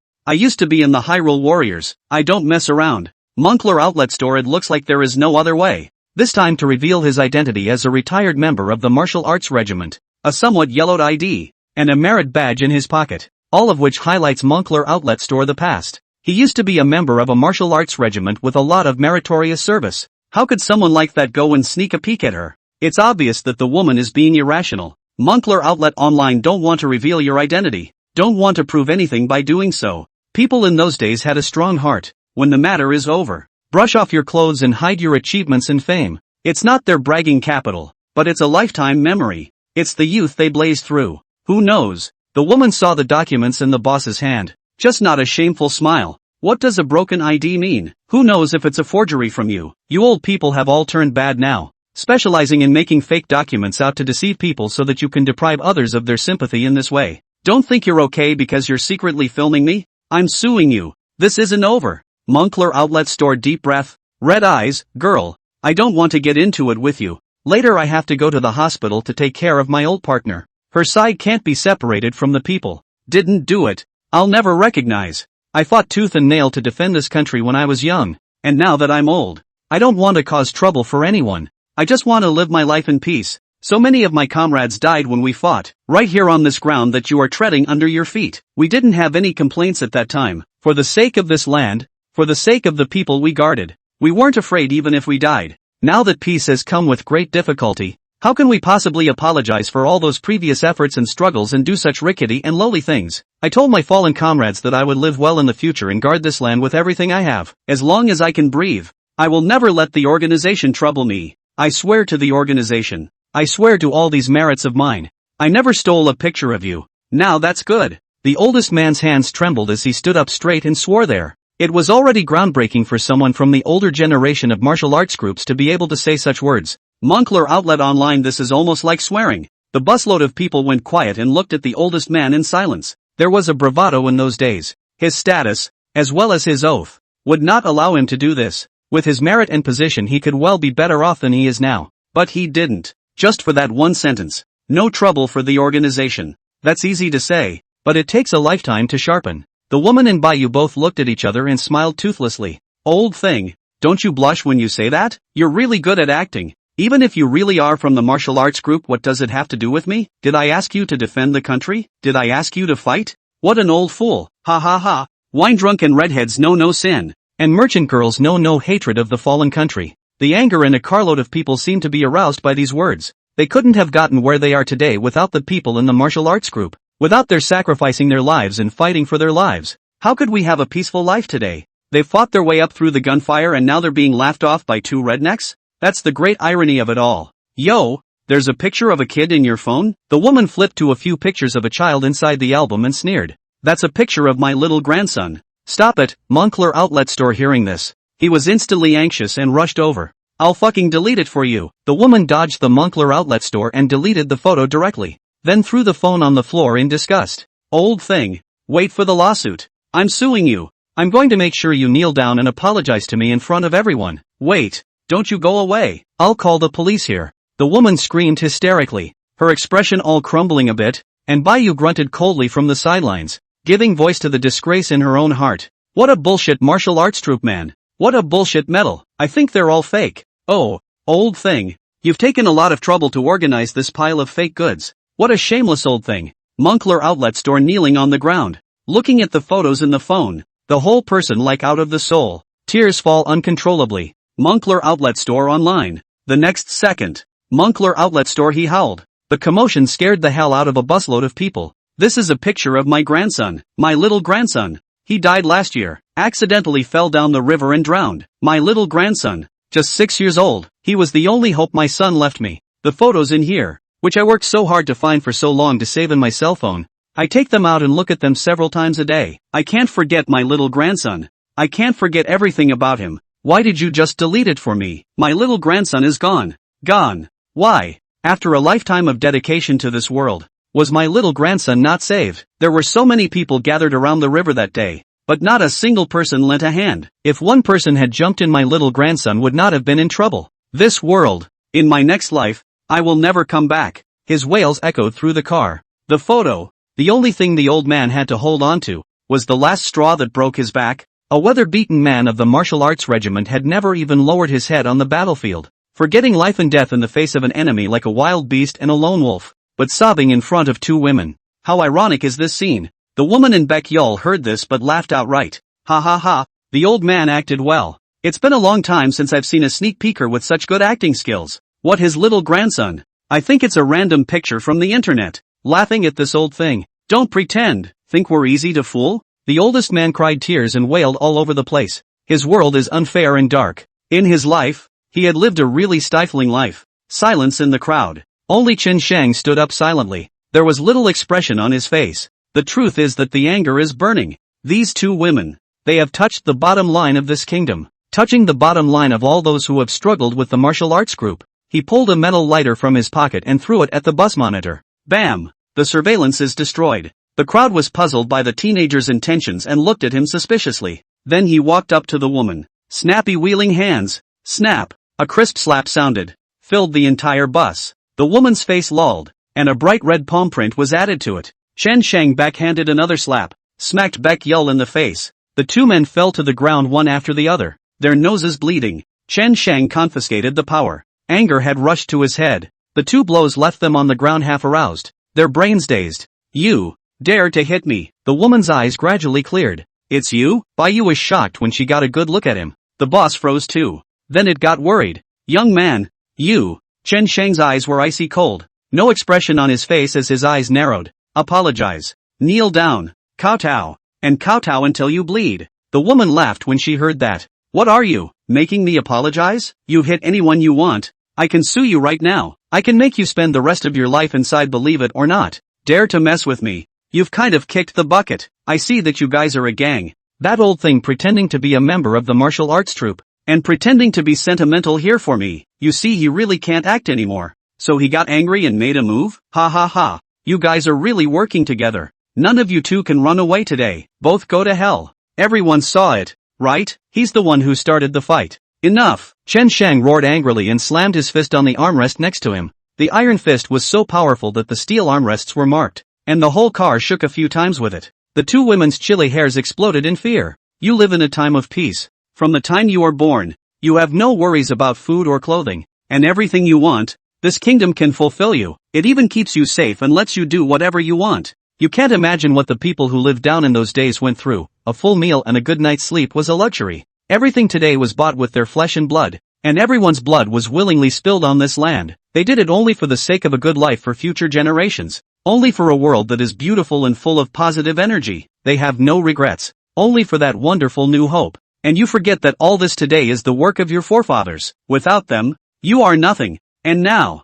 here you are, mocking an old man who has had his share of meritorious service. Your sins, I take them. These words stirred the blood of all. Once again, the oldest man's eyes were wet with tears. As long as someone like Chen Sheng existed, then their initial efforts had not been in vain. That darkening artillery fire, that charge of laying down one's life to die, that enlisted to die, as always, with a will. Want me to admit my mistake? You're dreaming, the woman said, still looking spiteful. Chen Sheng wasn't polite this time. A nice swing and a miss, aimed at the woman's incisors. Bam! The woman's mouth spat out her teeth in a heap, and blood flowed from her mouth. Ah, my mouth! She cried out in direct terror, or she had ever received such a severe beating. I thought the man was scaring them, but I didn't think he really dared to do it. Baek Yul tries to argue something, but Chen Sheng grabs his hair and gives him a couple of top knees. Her nose was knocked askew, and she screamed in agony as tears flowed from her eyes in pain. The two immediately lost the arrogance and dominance they had just shown, shrinking to the ground and rolling around vigorously. A busload of people sucked in cold air. It seemed that some people already recognized him as the man from the internet and whispered, "This man is Chen Sheng, right? It's the Cthulhu Society. Well played, beat them to death. Insult your forefathers, damn you, we didn't see anything today. Feel free." The woman looked at the teeth falling out of the floor with overwhelming fear. This kid is really daring. At this rate, will he or she be killed? A pair of shoes appeared in front of her. Then it was Chen Sheng's icy cold, no fluctuation or temperature voice that continued to come over. Apologize. Kneel and kowtow until you bleed. The woman was just about to speak. Chan Sang's flying kick has arrived again. A foot slammed into the woman's face, sending her flying throughout. The head hit the steel plate of the aisle and the blood started spilling straight away. Aha! It hurts. The woman wiped her head. It was covered in blood. Bayu came back to her senses slightly, covering her nose full of blood, exclaiming in shock, "Surname Chen, you're finished. You have to compensate for our medical expenses. You hit someone with your hands. You're dead." Chen Sheng grabbed the handrail with one hand and jumped up with his whole body, aiming to step on Bayu's leg. Click! Everyone heard the sound of bones breaking, crisp and piercing. Baek Yul's legs twisted up. The next moment was her squealing like a killer pig. It kept rattling around in the car. By this time, the car had stopped. The driver thoughtfully drove to where there wasn't much traffic and unlocked the door. Those two women wouldn't be heard even if they screamed through their throats. "You are crazy, ah." The woman completely woke up at this time. Chen Sheng is crazy. He really dared to kill them. It's no joke. Chen Sheng walked over and lifted the woman's arm up, slamming it against the steel handrail. Click! The woman's bones are broken. Intense pain spread throughout his body. Her expression was unmistakably grim and pained. Tears of remorse were left on his face. The busload of people were silent. They're all immersed in the madness of bloodshed. Baek Yul fainted from the pain. A woman couldn't stand that kind of beating. Chen Sheng walked over, grabbed Bayu's head and started slapping her hard in the face. By the 10th slap, Bayu woke up. She first felt a wave of unspeakable pain, then cried out in pain. "Aha! I'm hurting so bad. You stop. I'm going to be killed by you, aha. Are you still being reasonable?" The woman was completely convinced. Chen Sheng was knocking people out hard and then waking them up hard. He's really not afraid of beating people to death? You, for a stranger, as far as that goes, are you really going to beat us to death? She roared incredulously. Stranger? Chen Sheng snorted coldly. I'm doing this for the heavens, for justice, and for countless ancestors. Chen Sheng said and smothered the woman with another punch, breaking her nose as well. The woman was already unattractive, and now her whole face was even more distorted. The intense pain made her feel heavenly. Chen Sheng is like a cold-faced killer. No more superfluous nonsense. He walked up to the woman and put his foot on her knee. One hard push. The woman's knee was stomped on.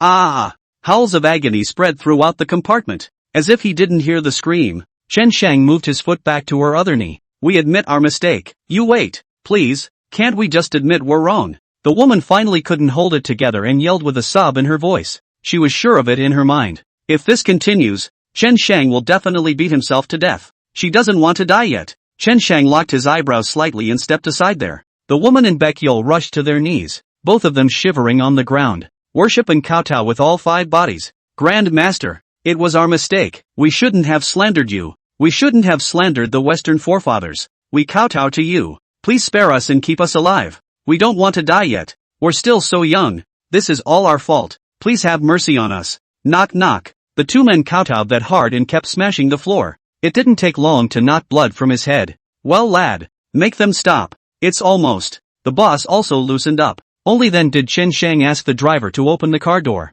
Threw them both to the side of the road. Chen Shang picked up the oldest man's cell phone and plugged it into his own phone with a data cable. Then used his special means to help him reply to the previous photo. The boss was happy and in tears. My little grandson. My little grandson. It's just a pity. If only he were still alive. Woohoo. Young man nowadays if people are like you how good. Chen Shang smiled. What our generation needs to have the most is the justice and courage in our bodies, which is the most valuable thing that exists in our bloodline. We should pass it on to future generations, to everyone, and continue forever. With this, we can change the whole world. In the future, if the heavens are not with us, I am. Chen Shang got off at the station. It was only then that the people in the car slowly recovered from the shock of what they had just seen. One clenched his fists, and the fire inside seemed to ignite. Their heads were echoing what they had just said. The sky is not the limit. I am. The sky is not the limit. I'm here. 3 days later, the largest square in North Sky City.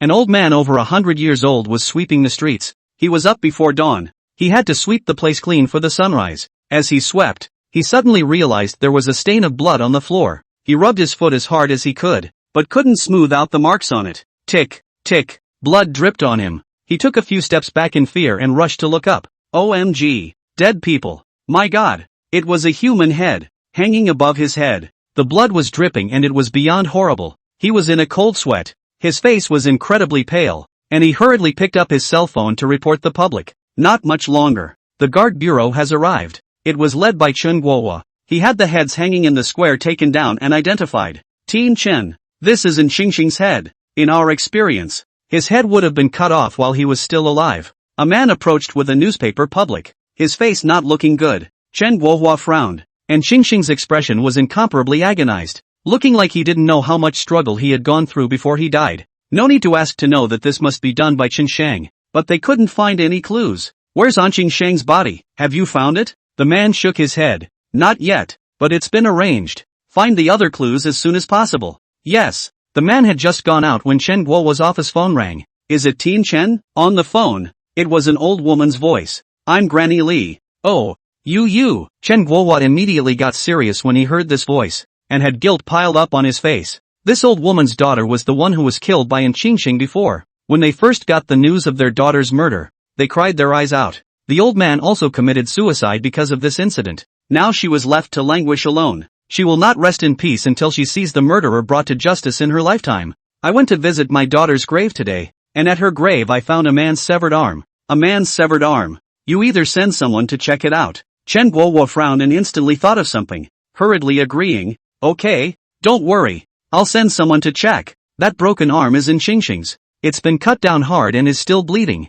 As for his other limbs, they were found at the graves of several victims. Back at the guard bureau, Chen Guohua and the others were silent. This is in Qiangsang's body. He was tortured in such a way that the other side was using it to make him atone for his victims' sins. This must be the work of the Tsungtian society. How could their methods be so vicious? Someone said aloud. It's so lawless. It doesn't take us seriously. Who gave them the qualifications to judge people like that? This is murder. Instead, Chen Guohua bowed his head in silence and did not squeak. Teen Chen, should we bring Chen Shang back to continue the investigation? This matter is definitely his doing. Chen Guohua shook his head. Even if we get him back, we don't have any evidence. We'll still have to release him at that time. And in other words, do you guys really think he did wrong? The group looked at each other silently, not knowing what to say to his words. In fact, in their hearts they all felt that Chen Shang had done the right thing. For the people, and such a great evil. But the rules and regulations don't allow it. There's no law of the land when he does that.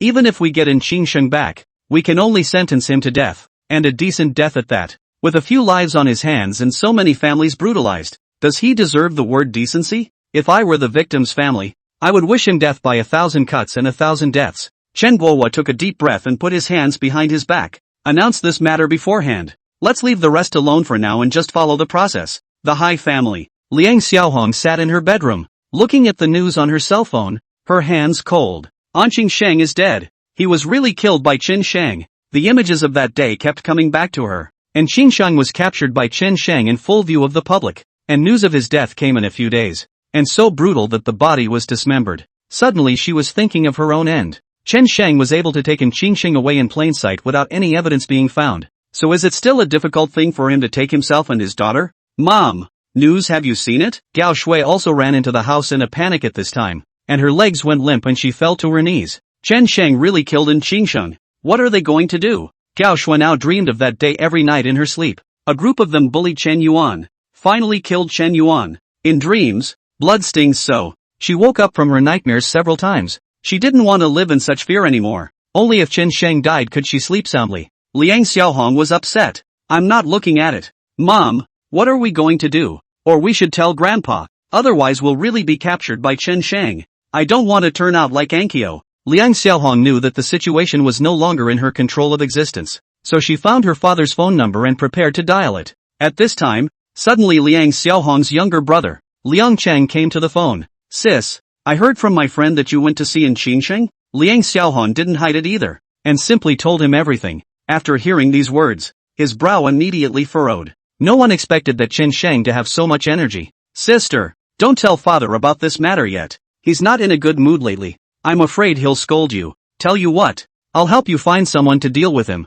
and I can definitely help you get rid of Chen Sheng. There's a lot of energy in this man, so it should be fine. Liang Xiaohong was still a bit worried. Even in Qingsheng is no match. Chen Sheng's strength is no joke. Don't be too careless. Liang Cheng's bright laughter came out. Sister, are you still not assured of my work? Have you ever heard of Qiulong? Qiulong? Liang Xiaohong was startled. She had naturally heard of this person and knew how much energy this person had in him. He started with nothing and made a name for himself by many devious means. It's half an underground emperor. The assets in hand are less than $1 billion.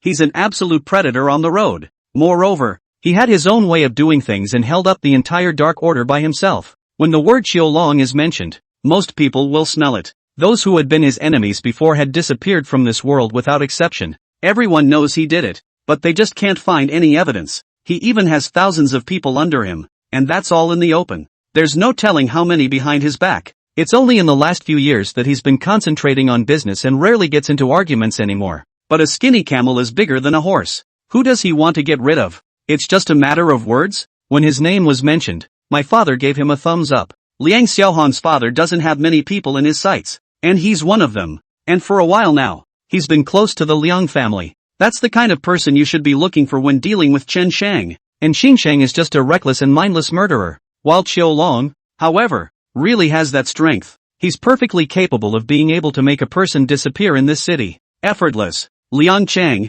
then this matter will be left to you. Do it as soon as possible. How much do you need to squeak? Sis, do you still need to talk about money between you and me? I'll go talk to Boss Chiu right now. Hang up the phone. Liang Cheng directly called Qiulong. Qiulong was currently sitting in the courtyard of the villa. A few beautiful silhouettes were swimming in the pool, and he was sunbathing with a glass of red wine. His expression was very leisurely. Now all he sees with his eyes open is power and money. After listening to Liang Cheng's words, his brow furrowed. It's not fear. Rather, it doesn't make sense. Is a mere Chen Sheng worthy of his own hand? He himself was a giant in this sky, while Chen Sheng was nothing more than a brat. Liang Cheng, you really want me to deal with that kid? He confirmed once again. Liang Cheng serious, Chiu boss. These recent days, my sister's family were tortured by this kid crazy. My brother-in-law's family, were destroyed by that kid, and that in Qingsheng you should have heard of. He was all but killed by that kid. Oh, kind of interesting. Qiulong became interested and his eyes lit up.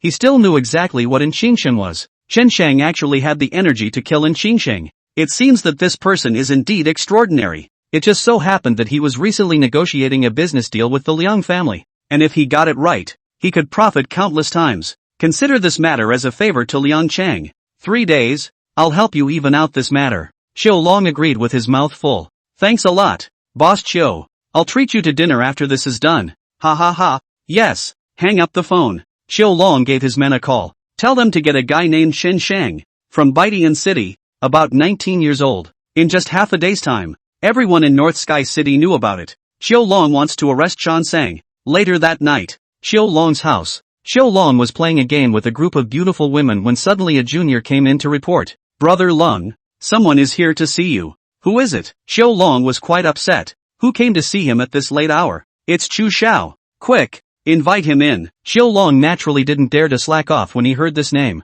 Rushed to be greeted. For himself, he threw on a shirt and came into the living room. Not much longer. A bejeweled man walked in. He looked nothing out of the ordinary in his outfit, but it was worth millions. When he came in, he sat down graciously, without the slightest restraint. Chu Xiao, what is the purpose of everyone's visit at this late hour? Xiao Long bowed his head and hung a fawning smile on his face, rushing to light a cigarette for Chu Xiao. Kuo Xiao, it's the eldest son of the Chu family, with unbelievable energy in his body. The Chu family is an even more famous plutocracy. People like him simply can't afford to be offended. He is all the way from the tip of the knife crawling licking blood and cum. He can come to this point today to pay how much? And how many did it stand above? But in the eyes of Chu's family, it was nothing more than a mole cricket. With the touch of a finger, they can put an end to his business, as well as his connections. As for fighting with others, he's simply not qualified. There are a lot of mercenaries under the Chu family name. How can these punks under him compare? I heard that you've been trying to arrest Brother Shang lately? Chu Xiao spoke up quite impatiently,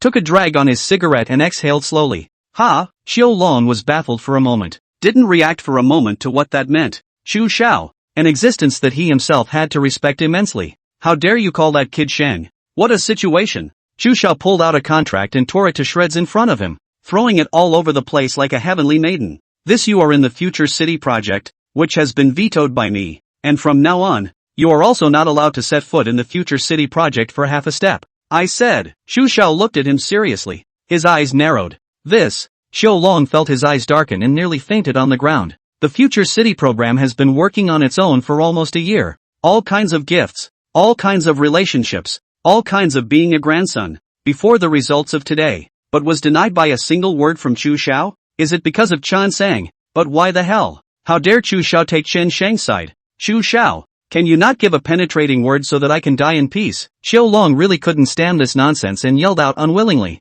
Chu Xiao snorted coldly and looked at him with icy eyes. Ever heard of the Tsong Tian Association? I'm a member and Chen Shang is the president. What do you think? This. Xiao Long's head instantly exploded as hard as it was. It buzzed around inside. The whole man took a few quick steps back and sat on his butt. Chen Shang is the president of the Tsongtian Society? The heavens will awe. As far as he knows, such an existence as Chu Xiao is also only a member of the Tsongtian Association, which contains elites from all walks of life and all kinds of talents. He had thought about joining the club at one point, but the president couldn't even look at him. Not only did the person who joined the club have to have a clean bottom, but they also had to go through the Tsong Tian Club's test. His bottom has long been too unclean to join in, but he knew Cthulhu would be a very, very powerful being. Snap! He rushed to his knees and slapped himself hard. Chu Xiao, it's my fault for having no eyes and offending the chairman. Chu Xiao, hit me. I really didn't know that Chen Shang's identity was the president of the Tsong Tian Association.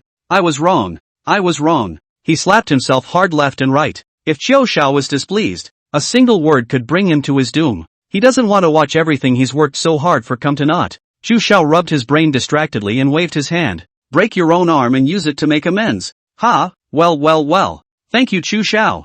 Xiao Long froze and immediately kowtowed respectfully straight. Breaking his own arm was the best thing that could have happened to him. If he offended someone like Chen Shang, he might not even be able to save his own little life. This is Chu Xiao taking the initiative to ask to intercede for him. That's why they let him cut off his own arm. He couldn't even be grateful enough. Break one of my arms. Quick, he shouted to his sidekick. The little brother was dumbfounded. Is this still his big brother? A reigning presence. Now you're going to break your own arm and beg for mercy? Seeing that his little brother froze in place and didn't move, he immediately pulled out a gun and pointed it at his little brother's head and yelled, "Hurry up and break one of my arms or I'll kill you. Hurry up ah!" Only then did the little brother raise the steel pipe in his hand and violently smashed it towards Xiao Long's arm. Chu Xiao didn't bother to look at this scene and had already turned around and left the place. Behind him came Xiao Long's pig-killing screams. Next day, Liang Xiaohong's house, early in the morning. She then woke up to her cell phone. It was Liang Cheng who called. "Sis, are you awake yet? Hurry up and pack your things. I'll pick you and Gao Shui up and go." Liang Cheng's voice was anxious as he shouted loudly. What happened? Liang Xiaohong was instantly energized and hurriedly asked. Chen Shang. Chen Shang is not an ordinary person. You come out first. We'll talk in the car. I'll be at your doorstep soon. Oh, good. I'll clean up here. Liang Xiaohong didn't dare to be careless and hurriedly got up to tidy up. Moments later, she and Gao Shui got into Liang Cheng's car. Liang Cheng, Didn't you get Xiao Long to deal with Chen Shang? What? No fight? Liang Xiaohong thought to herself that if an existence like Xiao Long wasn't a match for Chen Shang, they really didn't know what to do. The only one who could fight against it seemed to be the father. Liang Cheng's face was unsightly as he took a deep breath. It's not that he didn't fight, it's that he didn't dare to go at all. The Cthulhu Society's energy is much greater than I thought. Have you heard of the Chus? The Chu family? Liang Xiaohong rounded her eyes in surprise. Of course I've heard of it. The Chu family is a famous plutocrat. The family had been rooted here for a long time for several generations, and in their eyes, the Gao family was nothing more than an ant-like existence. Liang Chang went on to say, the young master of the Chu family, a member of the Tsong Tian Society, he went to Xiao Long yesterday. Chen Shang was his president, so he had Xiao Long cut off his own arm to thank him. Xiao Long didn't actually do anything, he just let the word out that he was going to find Chen Shang, and it turned into this. Gao Shui's face instantly became worse than eating poop, just putting out the word to catch Chen Shang, and he was in such a sorry state. What will happen to yourself and your mother? Then, Chen Shang will let them go? Along the way, the two of them had an incredibly heavy heart until they reached the Liang family. It's a pretty big manor. 12 miles in every direction is the Liang family's land, all bought by the old man. It's quite a nice setting, with lush greenery and a mountain at the back of the sky. The old man, Liang Baojian, has been waiting here for a long time. Although Liang Baojian was already in his 70s, he took exceptionally good care of himself and looked like a man in his early 50s, and there was more of that essence in his body than even the young men. Of course, there's a secret to him taking such good care of himself, inextricably linked to the evil behind him. Seeing them coming over, he chided without any good humor. Little Red, you know how to get me into trouble all day long? Leave this matter to me. I just can't believe how powerful that Chen Shang is. Dad, I'm sorry. Liang Xiaohong silently lowered her head. Liang Baojian casually waved his hand and told them to go down and rest. A call was then made for a stout man. The man's eyes were filled with killing intent. His pace was steady. His skin was dark, and a scar hung on his face. Peek, take a few people and go finish that kid off for me today. I don't care how much it costs. This must be brought to a close in 2 days. Feng Zi hurriedly nodded in agreement. Yes, Mr. Liang. Arrange the matter. Liang Baojian followed a few people next to him to the back of the courtyard. A secret room. He unlocked it with his own handprint. Beneath the mountain, a hidden door swung open. A baby's cry came from inside. Mr. Liang, today's food therapy has been prepared. May I ask when you will start enjoying it? A man in a chef's uniform came and said with a smile. Liang Baojian was already a bit impatient and grinned. Serve it up now. I've been waiting for this bite for days. Ha ha ha. I wonder if the babies are fresh this time. I'm going to enjoy them this time. Northern Sky City Cafe. Transang has been coming to this cafe for coffee every day lately. Not in love with the flavor of coffee. Instead, he's making up for what he owes to Chen Yuan. He always fantasized about how great it would be if his sister was still around. There was still so much excitement in the world that she hadn't seen, and so much that she should have been treated to that she hadn't enjoyed. It was the regret of his life. When he came in today, he found an unoccupied corner and sat down, then ordered a cup of coffee. He had just sat down when a woman came up to him. Smiling, he held a latte. Chen Shang, do you remember me? Chen Shang looked up. It's the girl from that day. Yang Ying. Chen Shang let out a rather bland "Oh, I'm sorry. I didn't realize you were an internet star." She spat out very apologetically. Netflix? Chan Sang never thought about it. He's just trying to rely on his energy to awaken the justice within more people. Can we make a friend? Yang Ying blinked her big eyes. She wore a wraparound dress with an elegant, languid expression. Not interested. Chen Shang's voice was a bit cold. He didn't want to get involved with this woman, so staying away from her was the best option. Yang Ying looked at him seriously, her small hands clenched in a serious manner. Chen Shang, I've heard about you, and I think you did the right thing. About your sister. The smile on Chen Shang's face gradually disappeared. The mention of his sister's name was hard on his heart. Who wants to go through that if they don't have to? My sister will always be a pain in my own ass.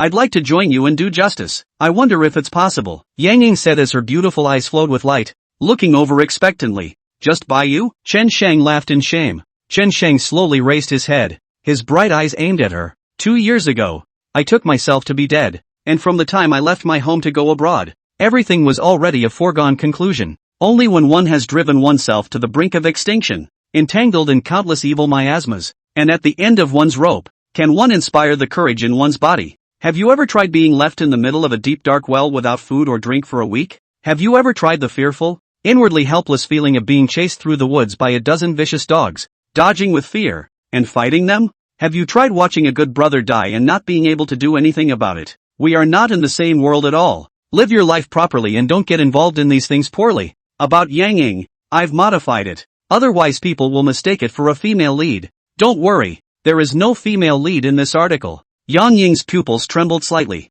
A deeper curiosity flashed in a pair of bright, radiant eyes. Chen Sheng looks about the same age as himself, but what exactly did he go through? Is this what an average person should experience? She was becoming more and more curious about Chen Sheng. Get lost. I have guests coming. Chen Sheng's voice suddenly raised a notch as he roared lowly. Yang Ying then came back to her senses and was just about to speak. Suddenly, a car stopped in front of the coffee shop. 4 people got out of the car, dressed in combat fatigues and armed with firearms. The dress of these people immediately caused the ideas of the people around them. How dare someone be so bold in downtown North Sky City? Is this a movie? The man leading the charge is Peak. He has found out where Chan Sang is. Elder Liang's means were heavenly, and it wasn't difficult to find out where Chen Shang was. Peak had brought a few of his best men with him at the first opportunity. These are the brothers he was born with. Each one can take one for the team. There is no need for too many people to come, or it will be a pain in the ass if you don't get a clean hand. These guys are his trusted brothers. Their hands are no match. Peak walked into the cafe without causing too much of a commotion, his eyes all focused on Chen Shang. The icy gazes of the few people around them all gazed at Chen Shang together. A murderous aura spread over his body for a while. A bloodthirsty smile hung at the corners of Peak's mouth, and his tongue licked the corners of his mouth. It was his standard move before every kill. In such a confined environment, and with those of them carrying firearms, there was no way for Chen Shang to escape. Peak is not like a normal asshole. He was a mercenary by trade, and his best skill was with firearms. In this environment, he could assassinate Chen Shang with precision without hurting anyone. After the next few people saw Chen Shang clearly, they also laughed a few times in shame and relaxed. They thought that Chen Shang was some kind of dignified big shot. It even managed to make Elder Liang personally give orders to deal with him. But I didn't realize it was just a student look-alike. It's even a little scrawny. Such a brat. They really didn't care to make a move. But the orders came from above and they had to carry them out. Chen Shang, Elder Liang asked me to take your dog's life.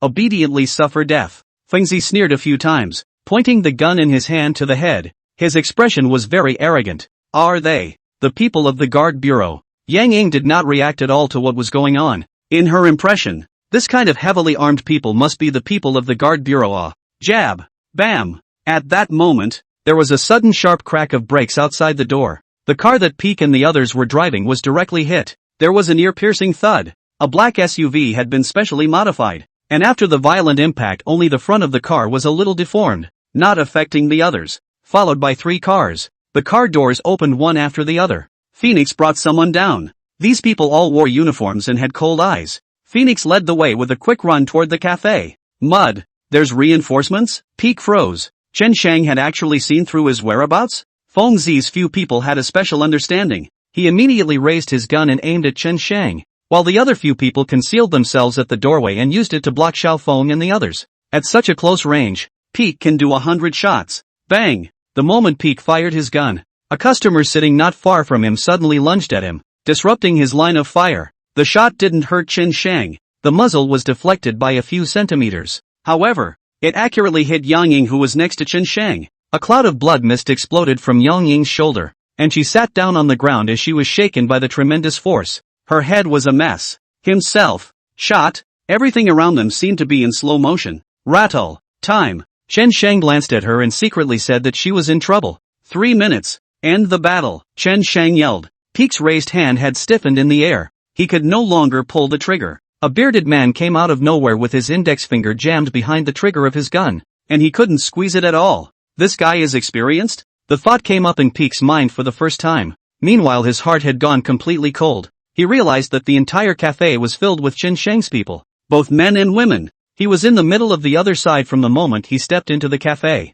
He had been in a lot of battles, but he didn't expect to be undermined. The key was that these people were too well hidden, and it was impossible to tell from their faces that they were Chen Shang's people. Own miscalculation. It's too underestimating Chen Shang. Several of the people who had come with Peak had their brains dead as well. There was no way for them to defend themselves from the deathless surge of those next to them. The key is still in front of these people. Little Feng. Just now, they had focused all their attention on Xiao Feng, didn't even notice the people in the store. It's too late to fight back now. In the blink of an eye, 2 had been subdued and pinned to the ground. Another person tried to escape and was directly killed by the Tsong Tian Society's people. In the end, Peak was grabbed by the bearded man's wrist and flung a few meters away before being held down by the Cthulhu Society. The whole thing took less than 2 minutes. Peak had never been so utterly defeated. The curtains of the cafe were all drawn and the doors locked to prevent anyone outside from seeing what was going on inside. Chen Shang walked towards Feng Zi. Feng Zi grinned coldly, a hideous expression on his face.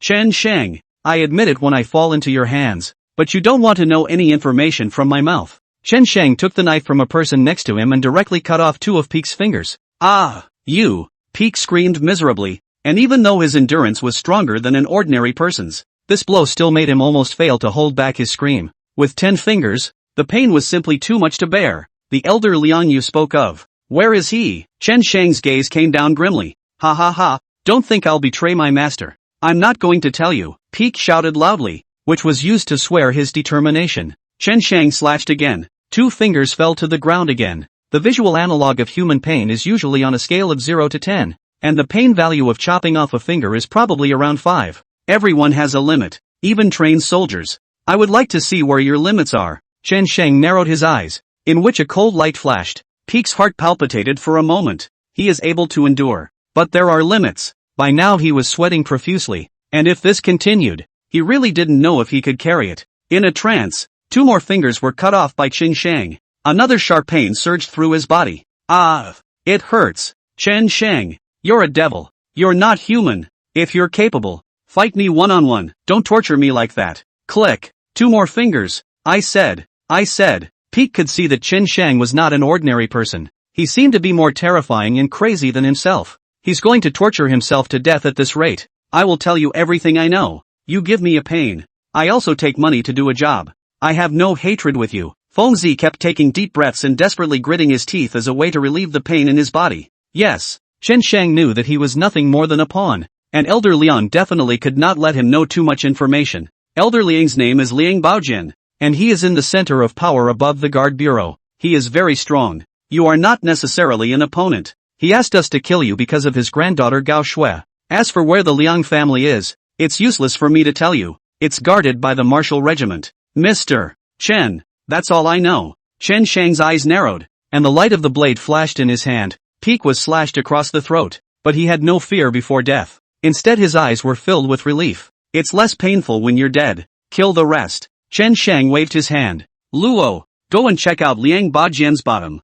and at the same time check if Gao Shui is with him. We'll do it in the next few days. The heavens will collect the sins, and no one will escape. Lo promised and went to work. Xiaofeng ran over it this time. Brother Shang, that woman is not in good condition. The wound has injured an artery. The blood can't be stopped. She must be rushed to the hospital before it's too late. Chen Shang looked back. Yang Ying's lips were white. Her clothes were already stained red with blood, and her entire body was weak. Seeing Chen Shang, she still forced a smile. I'm fine. Don't mind me. Chen Shang frowned. Cthulhu will not be able to hurt the innocent. Although he had little interest in this woman, Chen Shang couldn't just ignore it. Prepare the car and send her to the nearby hospital. Chen Shang hurriedly said. He let Xiaofeng pick up Yang Ying, then thought of something and looked at Xiao Luo. Give Liang Baojian a big gift for me. Xiaofeng drove the car herself, with Chen Shang and Yang Ying in the back row. 1 foot on the gas and the car went straight out. A few minutes later, the cafe is open for business as normal. Everything inside was back to normal. Peak and their bodies were all taken away by Lo and the others, and his car was driven away. It was as if nothing had happened. Even the smell of blood was masked by the aroma of coffee. Phoenix drove out onto the highway. This time of year coincides with the rush hour commute and it's faster to take the highway. But I didn't expect the highway to be jammed. There were long lines. But Yang Ying's situation just couldn't wait. Every minute that passes she's in more and more danger. Chen Shang pinched her soft spot as a way to stimulate her pain nerves so that she wouldn't pass out. Hang on to your breath for a better chance of being rescued. This woman. She's a real pain in the ass. The Celestial Council will never spare any sin. But it will never harm an innocent person either. Brother Shang, there's a traffic jam in front of us. It looks like we won't be able to leave for a while. What should we do now? Xiaofeng couldn't help but get nervous as well. At this rate Yang Ying will die. Chen Shang glanced outside and couldn't help but be enraged. The emergency channels, they're all filled up with private cars. The emergency lanes were originally reserved for emergency vehicles,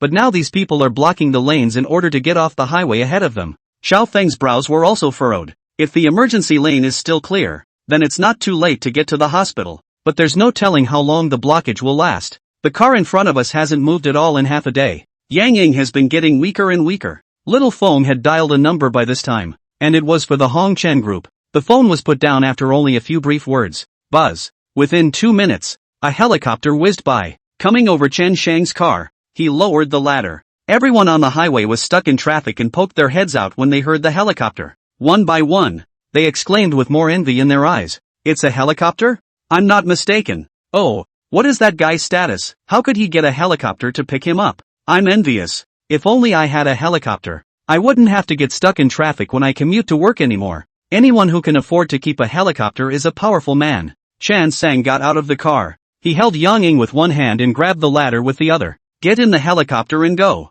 Originally, Chen Shang didn't want the helicopter to come over. He doesn't like to be too flashy, but now the situation was urgent and he had no choice. Fly there like this and you'll be at the hospital in minutes. On the way, the people from Hong Chun Group had already contacted the hospital, and first aid and blood transfusion were prepared over there. So as soon as the plane stopped, they could start the rescue. After a few minutes, the helicopter has taken Chen Shang and Yang Ying to the hospital. Still, it was a return trip. Flying down a congested highway, the crowd was uncertain. Xiao Feng, however, knew it by heart. Chen Shang, this is the plan to write down the license plate numbers and make those cars pay. Wickedness deserves wickedness. Liang Ka. Liang Baojian sat there in his old age. He was waiting to hear from Peak. He kept looking at the time, his brows slightly locked. Peak has always been reliable. Why hasn't he come back after so long this time? Could it be that there's a problem on Chan Sang's side? Dad, nothing will happen on Feng Zi's side, right? Liang Xiaohong and Gao Shui sat on the side, and the two of them couldn't help but have a somewhat tense expression on their faces. Every time they thought they could easily take care of Chen Shang, they never succeeded. I wonder if I can kill Chen Shang this time. Only Chan Sang is dead. They can only sleep soundly. Peak has done a lot of work for me and never missed a beat. There's no way he could have gone wrong. Even if that Chen Shang has more energy, he can't be Peak's opponent, Liang Baojian said seriously. Peak comes from a mercenary background, and this kind of person can get out in one piece even if he goes to war, not to mention dealing with a brat. Buzz. His cell phone suddenly rang. Look down. The caller was Peak. He smiled slightly and picked up the phone. Everything done? Inside, however, was the voice of another person speaking, a voice that had a touch of provocation and playfulness to it. You're Liang Baojian? What are you? Liang Baojian froze, a bad feeling rising along the top of his head. Peak's cell phone is never far away. Now that the phone is in someone else's hands, then it's 80% likely that he's in bad shape. That Chen Shang, how could he deal with Peak? Hey, it doesn't matter who I am. There's a gift for you from me at the door. Come pick it up. After saying that, the other party hung up the phone. Liang Baojian's face instantly turned ugly. Something had happened to Feng Zi, and he had underestimated Chen Shang after all. He hesitated for a moment and sent a man to the door to check on the situation. Not much longer. 2 men walked in, carrying 2 handbags. Mr. Liang, we found this at the door. Inside the tote bag was something bulbous, and it was impossible to tell what it was. Gao Shui and Liang Xiaohong also looked over curiously. Open the bag. Liang Baojian had already lost his mind a bit in anger. This is Chen Shang provoking himself. The 2 men next to him carefully pulled open the bag. Inside, it's 4 heads. It's Peak and the others. Peak is dead. Although Liang Baojian had been mentally prepared, his heart still shook hard. Dad, what's going on here? Didn't you say there's no problem? Liang Xiaohong was the first to blow up. If even her father was no match for Chen Shang, she really didn't know what to do. I'm afraid I'll die myself. Gao Shui had never seen this bloody picture before and had hid behind the table in fear. Her head was buzzing. She knew she had brought this all on herself. It's because of myself that things have turned out like this. Chen Yuan's brother, Chen Shang, is this going to kill them all? Dad, you have to help us kill Chen Shang, otherwise Gao Shui and I are finished. That kid is like a dog's skin raising a feed, sticking to us to death. We've really had enough these days. Takayuki and I have been in constant fear. We'll both go crazy at this rate. Liang Xiaohong could no longer bear this pressure in her heart and cried loudly in fear. You shut up! Liang Baojian yelled without any good reason. If you hadn't failed to educate Gao Shui, this could have happened? Since she was a child, you've always let her do whatever she wanted, not letting her suffer half a bit. You think it's for her own good, but in fact, it's harming her. You deserve to come this far. Liang Xiaohong and Gao Shui both didn't dare to speak. They just hugged each other with trembling bodies. Get rid of these, Liang Baojian said to the people below. Since Peak was no match, It was time for him to step it up. This person, Chen Shang, absolutely cannot be kept. Otherwise the consequences are endless. DDT. Suddenly, a slight rattle came from Peek's head. Liang Baojian frowned and looked over at the voice. Peek didn't suffer much before he died. His expression even held a smile. It's more or less bizarre to watch now. His mouth, vaguely lit up with a small red dot. Run! Liang Baojian shouted and hurriedly fled to the side. The subordinate next to him didn't react at all to what was happening and remained standing dumbfounded. Boom! In the meantime, Peek's head exploded. Peek has a miniature bomb hidden in his head. Although it wasn't very powerful, it was close enough to terrify Liang Baojian. A puff of smoke surrounded the room, accompanied by Peek's blood, staining the room. Liang Baojian's expensive furniture was all destroyed. Several famous paintings in the collection were also stained with blood. Cough cough cough. He coughed a few times, stepping forward, looking at the wretched scene in front of him. Anger flared. Being cunt.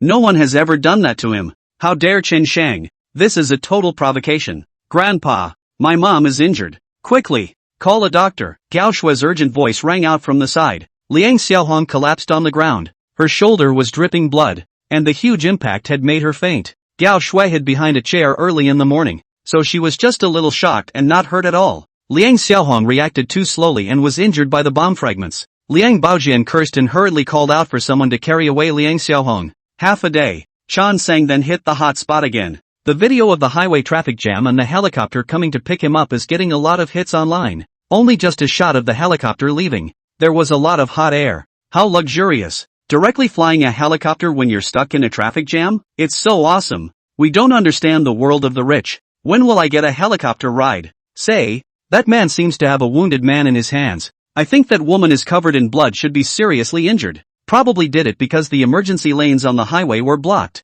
Then again, those people who blocked the highway lanes really should be punished. He took the emergency lane himself to cut in line, which happens to be the guy who has the skills to call the helicopter. What if he can't call it? And who's to blame if something happens to his woman? Hey, shouldn't the owners of the cars that took up the emergency lane the other day come out and say something? Unqualified. So unqualified. There is a lot of sound and fury on the internet. People keep swiping the hot seat. At this point, one internet user's response caught the attention of the crowd. He posted a picture. The photo is of a black sedan rolling off a cliff. The car was so thinned out that it looked like it had been scrapped. Who understands? It's just a matter of getting out of the car to take a pee. And the car is knocked off a cliff by a van with no license plate. Is there any justice left? One of the many people on the internet quickly recognized the car. Although the car is pulverized in the photo, you can barely see the license plate number when you zoom in. Aren't you the owner of the car that was next to me on the highway the other day? I remember you were occupying the emergency lane in the first place.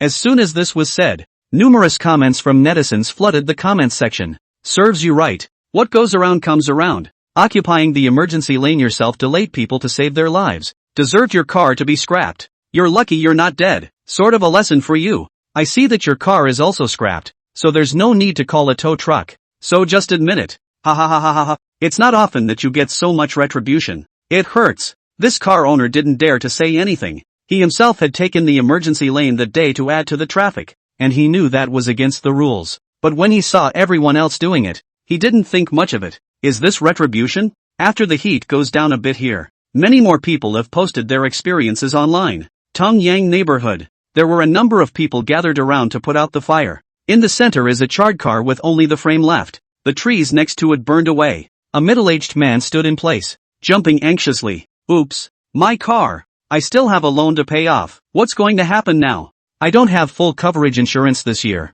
Whoops, big loss. Who set the fire? I'm going to find the person who set the fire and make you pay for my car. Suburbs. State Road. There's not much here. Instead, the scene was a mess. A couple sat a short distance away with some scrapes on their bodies. There's pieces of cars all over the side. The two were so distraught that they posted the video and their experience online. Families, look at this. What is all this about? I was out traveling with my wife and got out of the car to take a picture of the time and my car exploded. It's a good thing the two of us were far away, or we'd be the ones to die. Is there any king's law here? An upscale neighborhood. A colorfully dressed lady is stomping her feet anxiously next to her. There was a crowd of people gathered around them all watching. The lady stood by the pool, anxious as a hot potato. You guys, help me. Fish out my car. I don't know what happened. My car was clearly parked in a space. How come it drove itself into the pool in a flash? Is anyone coming to help me? But I just bought a car. next to an enthusiastic crowd reminded, do not worry too much,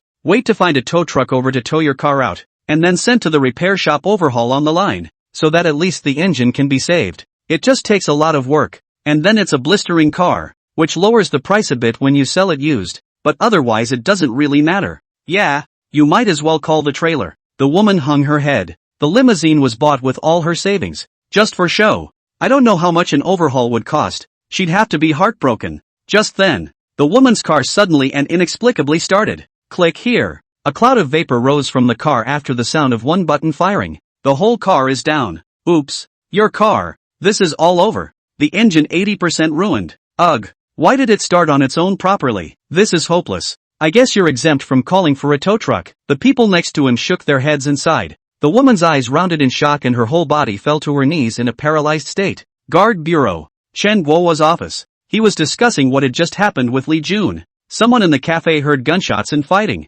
That's no small thing. They rushed over at the first opportunity. But there was no sign of a fight inside the cafe at all. They couldn't find any traces of it either. And the security cameras were all tacitly broken and didn't capture any of the earlier footage at all. The only thing that could be investigated was a car parked on the side of the road that had been hit. However, they have been contacted by a company employee who said he accidentally drove his car into it and is willing to pay for all expenses. Beyond that, there's nothing more to go on. This matter must have something to do with Chen Shang. Li Jun gritted his teeth and slammed his fist on the table. Team Li, why do you always have a problem with Chen Shang? This matter we just received a report from the public. Without any clues or evidence. You can't jump to conclusions like that, Chen Guohua said honestly. Things have been going on every day since that kid showed up. How could we have so many things going on every day when he wasn't here? This matter is definitely because of him. I'm going to get him back. Ouch. What's going on online? Chen Guohua suddenly noticed the information on the internet. So many private cars dry scrapped in one day? All kinds of situations. Soak, crash, explosion, fire. What the hell is going on here? Both were baffled. Followed closely by an internet buzz that unraveled the knot for them. Guys, I checked them all. Those cars that are in accidents are basically the same selfish people who take up the emergency lane on the highway. How can I put it? Serves you right. Now you know it's hard when things go wrong. What did you do? Serves you right. Serves you right. Because of you guys, you almost delayed people from rescuing people. Luckily there was a helicopter. What would have happened if there wasn't? You are harming people's lives. The loss of the car is a light punishment for you. I suggest you all stop driving in the future. For your own good and for the good of others. Meanwhile, another video was posted online. It's a helicopter angle shot. There was a big line of people on the highway. The emergency lane is instead occupied by private cars. It's more than 50 cars. There is an accompanying quote below. Can't drive. I'll teach you to drive. Chen Guohua and Li Jun were both dumbfounded. 3 words all popped into my head. Cthulhu will. The only people who could exist with that kind of energy would be the Cthulhu Society. This must have been done by Chan Sang. But how dare he? In more than half a day, more than 50 cars were all scrapped. That's a felony. And just how powerful is the Cthulhu Society? The ability to look up and track those owners in a short period of time. All over the place. It seems that even the Guard Bureau can't do that. Li Jun lit a cigarette and squatted aside to smoke it alone. Oasis Hospital. Yang Ying is lying on the hospital bed resting. She was on and 4. Her lips were bloody, and her whole body was getting better. Yesterday it was fortunate that Chen Sheng delivered it in time. Otherwise she's hopeless. Because Yang Ying was the nurse here. And because Song Tian would secretly make a point of it. No one said anything about her being shot. Yang Ying was in bed with her eyes closed. When she thought about how Chen Sheng was anxious to take her there yesterday, she was still very happy. That being said, he looked nothing short of handsome yesterday. The helicopters are here. Knock knock. A teenager outside the door knocked softly. Walked in with a bouquet of flowers. It's Mr. Chen. Yang Ying instantly brightened up before her eyes and hurriedly climbed to her feet. Mr. Chen, you're here? Thank you for coming to see me. Chen Shang had little extra expression on his face and put the flowers aside. I'll call a sum of money under your account later. Don't mention this matter to anyone or it won't do you any good. From now on, just pretend you never saw me. Understand? Yang Ying was slightly disappointed to hear this. It's none of your business that I got hurt. I was asking for it. You don't have to blame yourself. I'm going to work in a couple days, and it just so happens that this is the hospital where I work, and the paperwork is easy as pie. And as for your money, I'm not going to take it, but I'm sure I won't tell anyone about what happened before. You can rest assured of that. And although I don't know why, I'm sure you're doing the right thing. Chen Shang sighed. Suit yourself. I guess you won't see me in the future. Chen Shang turned around and left after saying that. Brother Shang, you're Chen Shang, right? He had just reached the door when suddenly a surprised voice called out to him. Chen Shang looked back. Zhang Jiewu, it's you? Brother Shang. Zhang Jiayu ran towards him and gave him a bear hug. I've just returned to North Sky City, and I was thinking of going to look for you in the next few days. I didn't expect to meet you here. He was happy as a baby. Have you been doing well all these years? Chen Shang was also very happy and gave Zhang Jiayu a hug. Okay, just thinking about you. From time to time, Zhang Jiayu said, and his eyes turned red. And, hope. His tears suddenly and unabashedly fell, as if his heart had suddenly been stomped on hard. I heard about Hope. Why did this happen to her? Why is her life so bitter? She was so obedient, so understanding. How could those people lay their hands on her? Don't they have any humanity? I didn't even see Hope last. She's so kind. She gets upset for ages even when she steps on a couple of bugs. How come?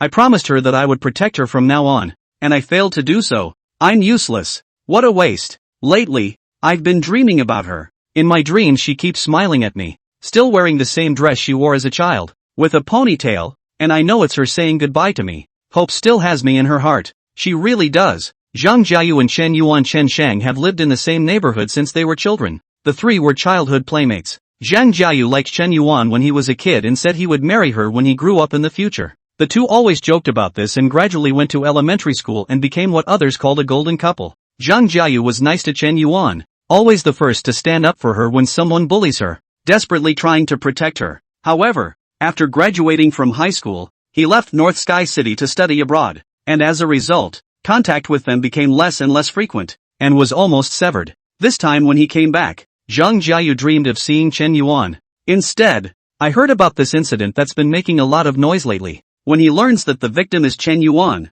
his whole body breaks down. He desperately wanted to get revenge on those people, but couldn't find any trace of it. He's just an ordinary guy. How can his arm be stronger than his leg? He had been dreaming about Chen Yuan every night for the past few years, and his heart was overwhelmed. It's really hard for him to accept that this kind of thing could happen to Chen Yuan. Now that he saw Chen Shang, that kind of pain as well as sadness all surged out in his head. The tears simply won't stop. Things have passed. You don't have to be too upset. Yuan has always liked you. She told me that she was planning to look for you in a few years, but she didn't realize that something had happened. Chen Shang seemed much calmer than him. He was hiding his anger. All those people will pay. Not one of them. Yuan really said that? It was even harder for Zhang Jiayu to hear that. Originally he could have taken care of Chen Yuan for the rest of his life. Who would have thought that things would turn out like this? He seemed to be able to feel Chen Yuan's pain when she was killed. Those demons, I'm going to kill them to avenge Hope. I will make them pay. Make their lives worse than death. Zhang Jiayu clenched his fists fiercely and gritted his teeth.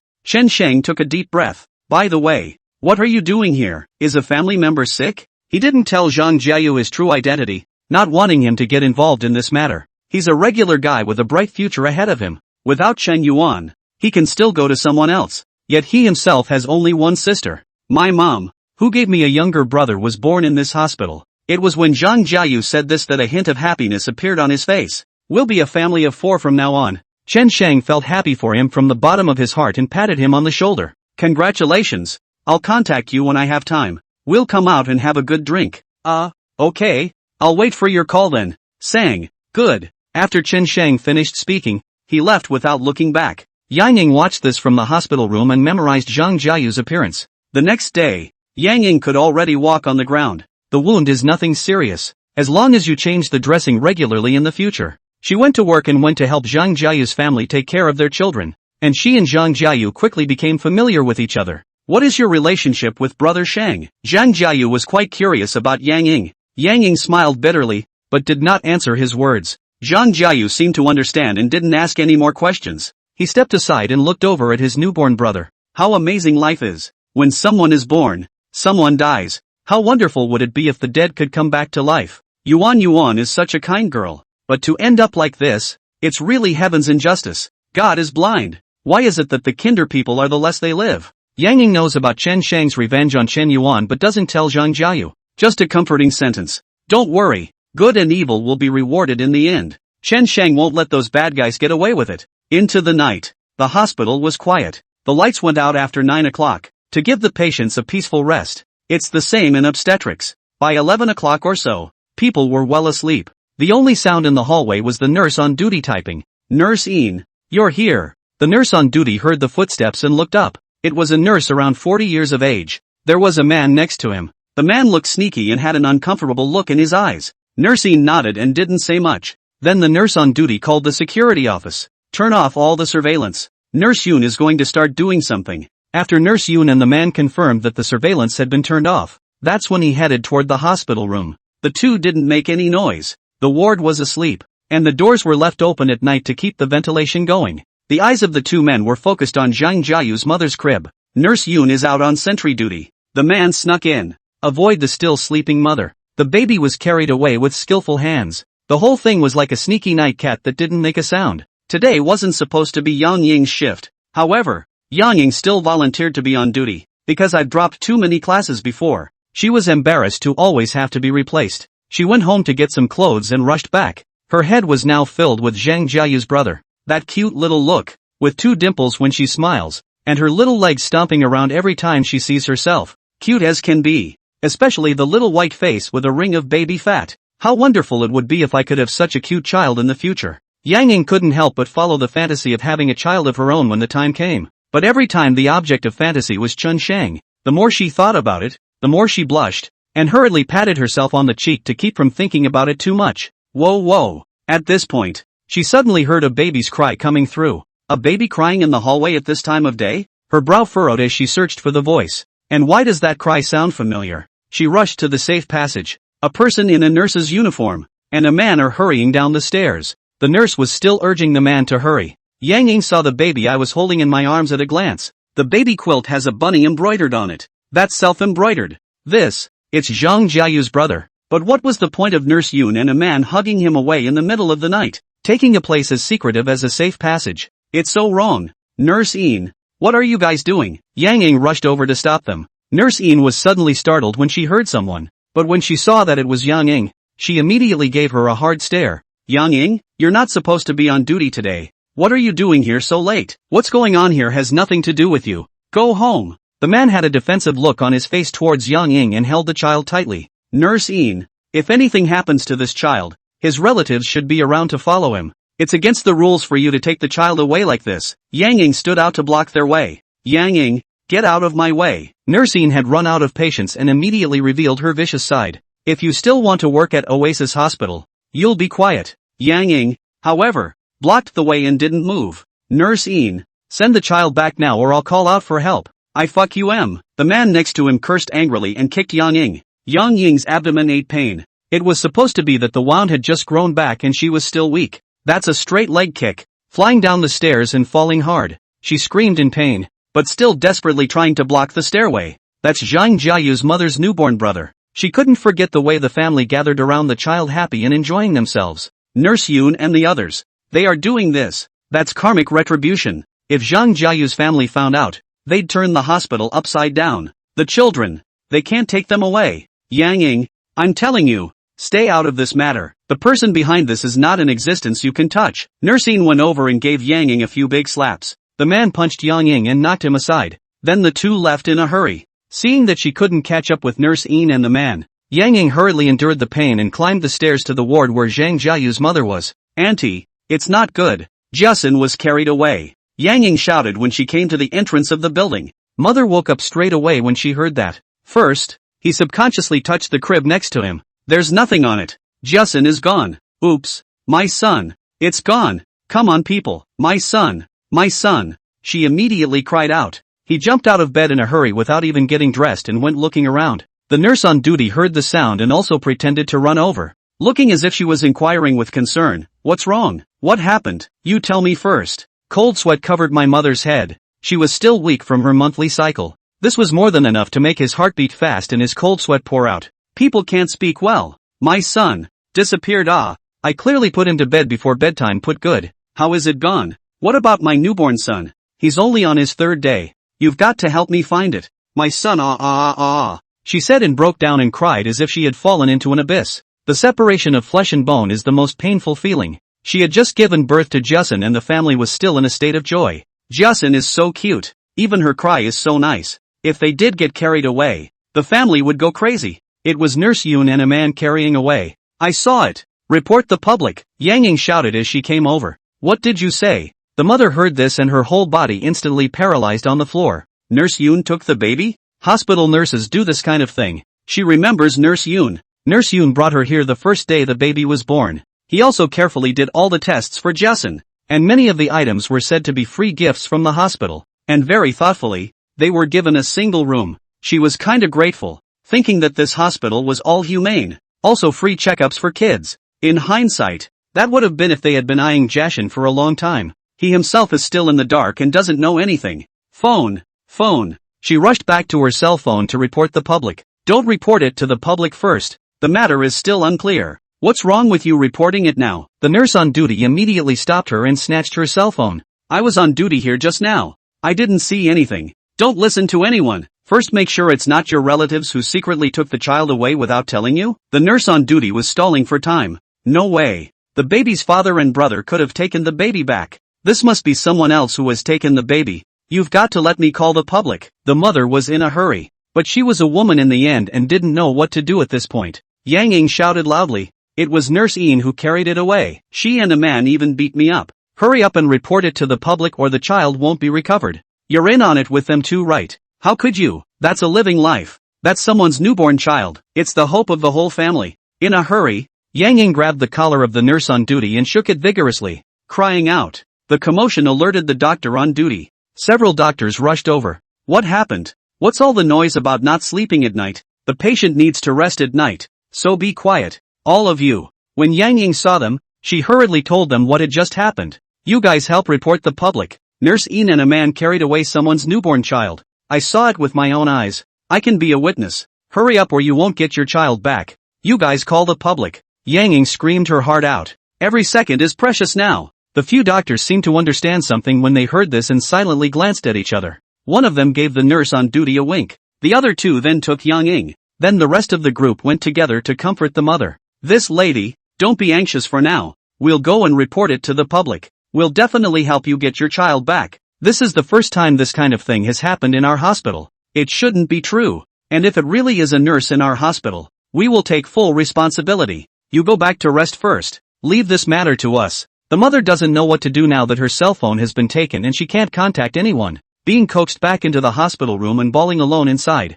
Snap! A big slap on Yang Ying's face. That doctor, who was usually polite to her, was now a completely different person. Yang Ying, mind your fucking business. This matter is not an existence you can touch. Of course I won't stop you if you want to die. Anyway, it's useless if you end up doing so much. To tell you the truth, the hospital is the one that disposed of the baby. What can you do to us? I used to see that you were quite obedient and thought you could be nurtured, but I didn't realize that you would dare to make an enemy of us? Yang Ying's head was buzzing at this moment, and fear covered her entire body. He's been working in this hospital for a year himself, but I didn't realize that there was such a huge secret hidden inside. Hospitals do this all the time? There is no downside to this kind of loss of conscience. You guys are sinning. That's someone's child. Every mother and child are flesh and blood, and now that you've cheated her out of her child, you'll surely get what's coming to you. People's families have only been happy for a few days. And you guys did something like this. That's his own flesh and blood. How can a mother take such a blow? Several people laughed coldly when they heard this, looking at her with an expression full of amusement. Retribution? Why don't we feel that? On the contrary, we've gotten better and better over the years. Ha ha ha, we've got so much year-end bonus that our hands are cramped. And I bought 2 more sweets. What is evil. That's all talk for others. In this world only power is everything. I advise you to be a good boy and recognize reality, or you'll be the one to suffer in the end. A few people left the hospital room after that, locking her in alone. Day 2 morning. Zhang Jiayu and his father came to the ward early in the morning, carrying a bunch of big bags. They went home last night to get their belongings ready to go with them, and the two of them bought a lot of baby stuff for their brother. Walked through the door, only to find the door to the hospital room locked. The mother had long since cried herself out, but the nurses outside didn't care, as if nothing had happened. Nurse, why is the ward locked? Mother is still inside. Zhang Jiayu rushed over to the nurse. I'll look for the key. It was locked by the nurse on duty yesterday. I don't know the situation. Zhang Jiayu couldn't think about it in time. Fearing that something would happen to his mother, he directly kicked the door open. The father rushed in and choked the mother. She then slowly awoke. When she saw them both, she just bawled. Jiasin is missing. Jiasin. Last night he was carried away. What have we done to deserve this? My son is missing. Woohoo. What? When Zhang Jiayu and his father both heard this, their heads felt as if they had been viciously kicked in the head, dizzy and uncomfortable. Jiasun, just a few days old, was carried away in the hospital. In plain sight? No one can believe this is happening to them. Report to the public first. Zhang Jiayu was the first to react and make a direct call. The father, on the other hand, questioned the mother carefully about what had happened last night. After a while, the guard bureau came. Following the process, they started questioning the nurses at the hospital and asking the doctors about last night.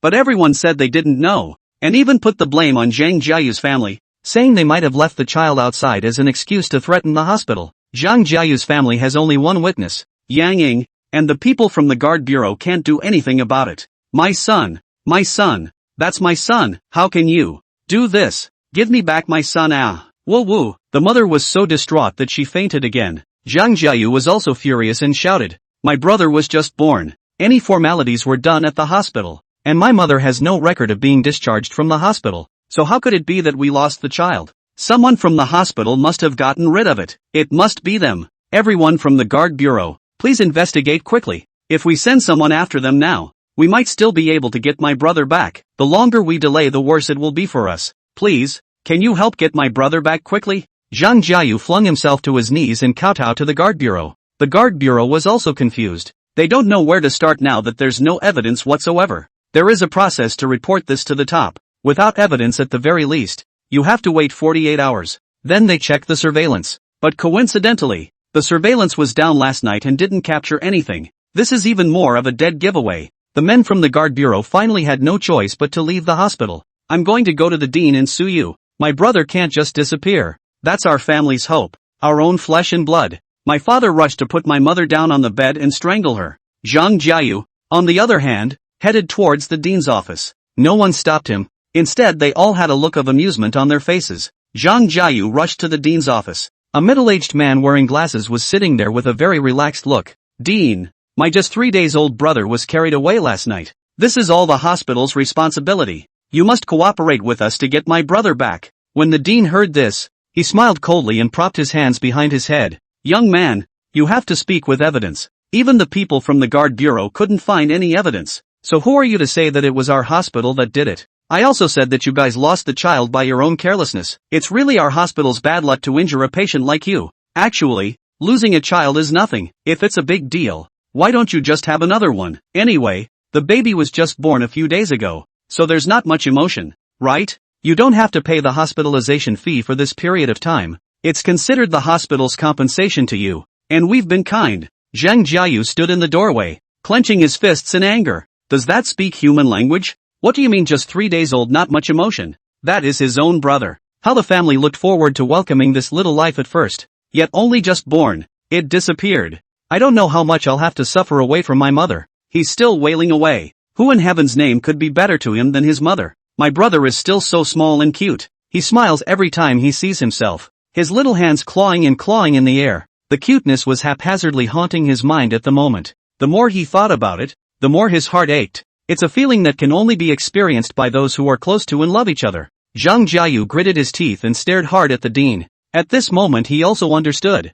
This hospital is in cahoots from top to bottom, and they deliberately erased evidence to do this underhanded thing. How could one person by himself be an enemy of the entire hospital? Justin is my own brother. It's my parents' father's flesh and blood. I'm not going to let this go. I'm going to get my brother back. I will definitely be able to find out the traces of you guys, and then go and turn you all in. You won't get what you deserve for doing this. You'll definitely get what's coming to you. After Zhang Jiayu finished speaking, he slammed the door and turned around to leave. Dean wasn't afraid of him, sneered, and dialed a phone number. Zhang Jiayu's family returned home. A house of less than 100 square meters. 3 bedrooms. They've got a room ready for the brother. It was clean and tidy, with a crib in the center. There are even a few toys for babies to play with, milk jugs and more. But now, the brother is gone. They all knew in their hearts that the longer they delayed, the less chance they had of finding their brother. This kind of loss of sight is likely to be seen for the rest of your life. We must investigate this matter to the end. It must be that hospital that's playing tricks on us. I don't believe there's no more law.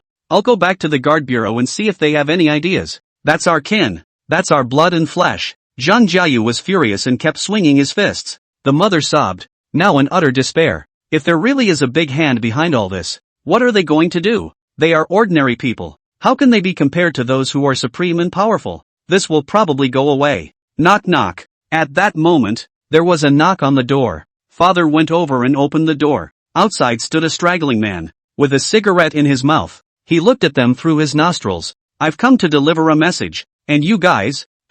It's best to leave this matter at that. The people above have asked me to tell you that this matter is not an existence you can touch, and you can't afford to offend the people behind it. If you lose a child, you can have another one, but if you lose a human being, you lose everything. You can understand that, right? You fart. Zhang Jiayu rushed over and gave him a punch. Tell them that this is definitely not over. I won't rest until I get my brother back. I'm going to make a scene until everyone in the world knows about it. I won't believe that there is no justice in this world. The man didn't fight back when he was hit, rubbed his face, didn't say anything, got up and walked away. After a while, Zhang Jiayu went out and went to the guard bureau. Spent the morning at the guard bureau, without getting things resolved. There's no evidence, no clues, and no way for the guard bureau to intervene. Zhang Jiayu was completely desperate. What's wrong with the world? The evil is clearly in front of us, but no one is doing anything about it. Your own brother is just gone? He hadn't had a chance to love and grow up with him himself, and then he was gone. On the way he got a phone call. Are you Zhang Jiayu? Your parents are hospitalized, so come do your hospitalization. Zhang Jiayu didn't dare to ask more questions, hung up the phone and ran towards the hospital. To the hospital. He was so angry that his hot blood poured out of his body. My mother was in a car accident and was knocked into a coma, and is now in resuscitation with her life and death unknown. The father was also injured and is now in the ICU for observation. All of a sudden he felt like the sky was falling. It must have been those guys at the hospital who did it, but he couldn't find the evidence. Can't really find it. He was as helpless as a child lost in the forest, and he forgot to move even to walk. With his parents seriously injured in the hospital and his brother disappearing, what the hell is he supposed to do? Never thought disaster would come so fast. Zhang Jiayu crouched on the ground and cried for a while. Suddenly he stood up and ran towards Oasis Hospital. And those doctors give him a piece of their mind. He must get justice back. The hospital seemed to have known he was coming and had arranged for a number of security guards to come over. Yang Ying had arrived long ago, but couldn't get in. The security guard stopped her. She was up all night last night. She had watched the child being taken away with her own eyes, but no one believed what she said. And this was something she could never just let go. Zhang Jiayu, are you alright? Yang Ying saw Zhang Jiayu running over. His entire body was in a sorry state like a dirt dog. His eyes were red and bloodshot, and his face was streaked with tears. I don't know what I've been through. His legs went weak and he fell straight to his knees, his fist slamming hard on the floor. He roared. Something happened to my parents. They were assassinated. Both are now in a heavy coma. That must have been done by someone at the hospital. Don't you think that you can escape the eyes of the heavens? There must still be justice in this world. Sooner or later you'll have to pay for doing such things. A doctor on duty sat in the hospital corridor, staring at the place and smiling. Seems to be looking at a disoriented clown. Kid, you brought this all on yourself. You've been told before not to pursue this matter any further, but you just won't listen, so we can't do anything about it. If you don't want to die, don't ever show up at the hospital again. It's them. That's them. Zhang Jiayu's chest hurt so badly that this family was finished overnight. It's all because of these demons. He was alone, curled up on the floor in agony, unable to stop the tears from falling. It didn't take more than a few moments to cry out. Those doctors and security guards just sneered a few times when they saw this scene, but no one came over to help. Yang Ying laboriously added up Zhang Jiayu and went down to the car. She shouted at the doctor. This will never end. I must find out the evidence that you did it. I saw with my own eyes that nursing carried the baby away that day. There's no way this can just go away. Looking at Yang Ying's departing figure, that doctor's eyes narrowed. Yang Ying sent Zhang Jiayu to the hospital and completed the hospitalization procedures. He went home himself with the intention of helping him pack some of his daily necessities. It was going through her head. She thought that if she couldn't do it, she would post the matter online and use the power of the general public to let things brew and fester. And then maybe someone would take care of it. Zhang Jiayu's originally happy family fell apart in 2 days.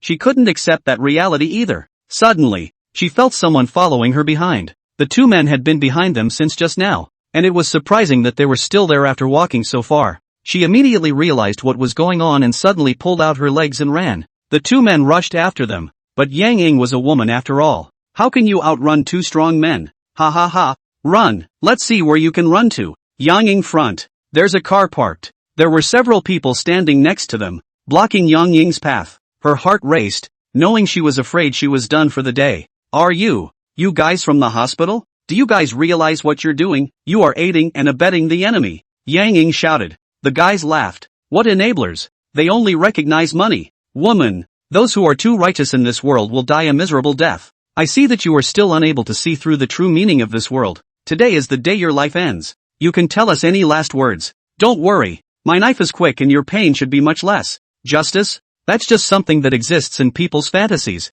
Ha ha ha. A few people laughed as they walked towards her, their expressions sinister. Yang Ying was trembling and her legs went limp as she sat on the ground. It was surrounded by dismal moonlight, and there was a dim streetlight on the side of the road. She laughed a few bitter laughs as she looked at the men who came like her. Her heart filled with mockery. What justice? What fairness? Just doesn't seem to exist in this world. If heaven really has eyes, then why can't it see these sins? Why live to tear a family apart? Why do you make good people suffer so much? What is this world? Really? Like? Barta. It's the sound of shoes touching the ground. It was as if the man had made the noise on purpose to draw attention to himself. At the same time, a sentence that made Yang Ying incomparably familiar and expectant came over. Who said there is no justice in this world? I, Chen Sheng, am the first to disagree. Chen Sheng. When Yang Ying heard this, she immediately looked to the side in excitement. Printing the moonlight, he saw a familiar silhouette, lean and tall, with a bored body, eyes bright as God's.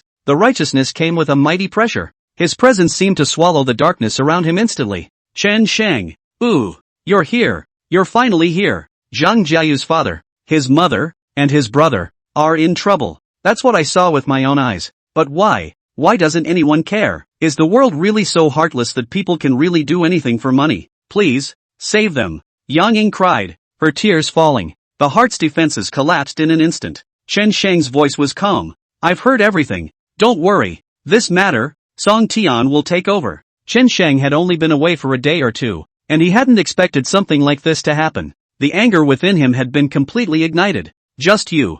Ha? You? Alone? Want to take on so many of us? Hey, are you out of your mind? Several of the men show a shock, but soon realize he is alone. It didn't seem very old and was quite thin, plus it didn't have any weapons in its hands. Could it possibly be a match for so many people? These guys are tough guys with weapons. Bam! The voice had just fallen. It was a crash that came. The car parked next to them was knocked right off the road. The same few men in black fell to the ground dead or alive. The front end of an SUV came across, its bright headlights seeming to be a beacon to another world, in shining a light on the sins of the earth. A bearded man led the way and jumped out of the car, followed by an uncountable number of people. They took control of the black men who hadn't been knocked off their feet in 2 tries. Now the men responded. This man is no ordinary person. He seems to have a lot of energy behind him, and the words Cthulhu Society sound familiar. Could it be the name of that just recently caught on? I'll fight you. The closest bruiser to Chen Sheng directly drew his knife and stabbed at him.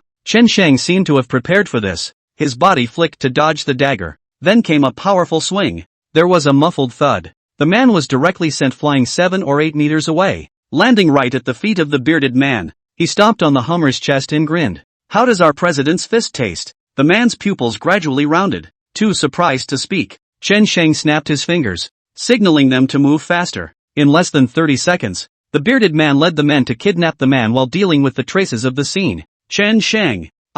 Yang Ying froze for half a day without coming back to her senses, until she saw the hand that Wendy, who was next to Chen Sheng, extended towards her. Only then did she cry out loud. It was as if it was a feeling of having found something to fall back on. In this misty world, no justice exists in the present. Chan Sang is a bright light. He illuminates the last hope in people's hearts. Chen Sheng took her and left. Yang Ying suddenly thought of something at this time and looked at him fiercely. By the way, Chen Sheng, aren't you going to report to the public? Those people, where did you take them? The moonlight shone on the side of Chen Sheng's face, and there was more than a hint of gloom on his face. Bloodthirsty killing was etched into the corners of his mouth. Reporting to the public? Ha! Wouldn't that be too cheap for them? Evil people should be rubbed out by evil people, and they should be obediently put on trial when they fall into my hands. Yang Ying's body tightened. It always seemed that such a Chen Sheng seemed a bit scary. Same time, hospitals. Zhang Jiayu woke up. Opening his eyes was a sharp pain coming through. The heart felt like it had been stabbed several times.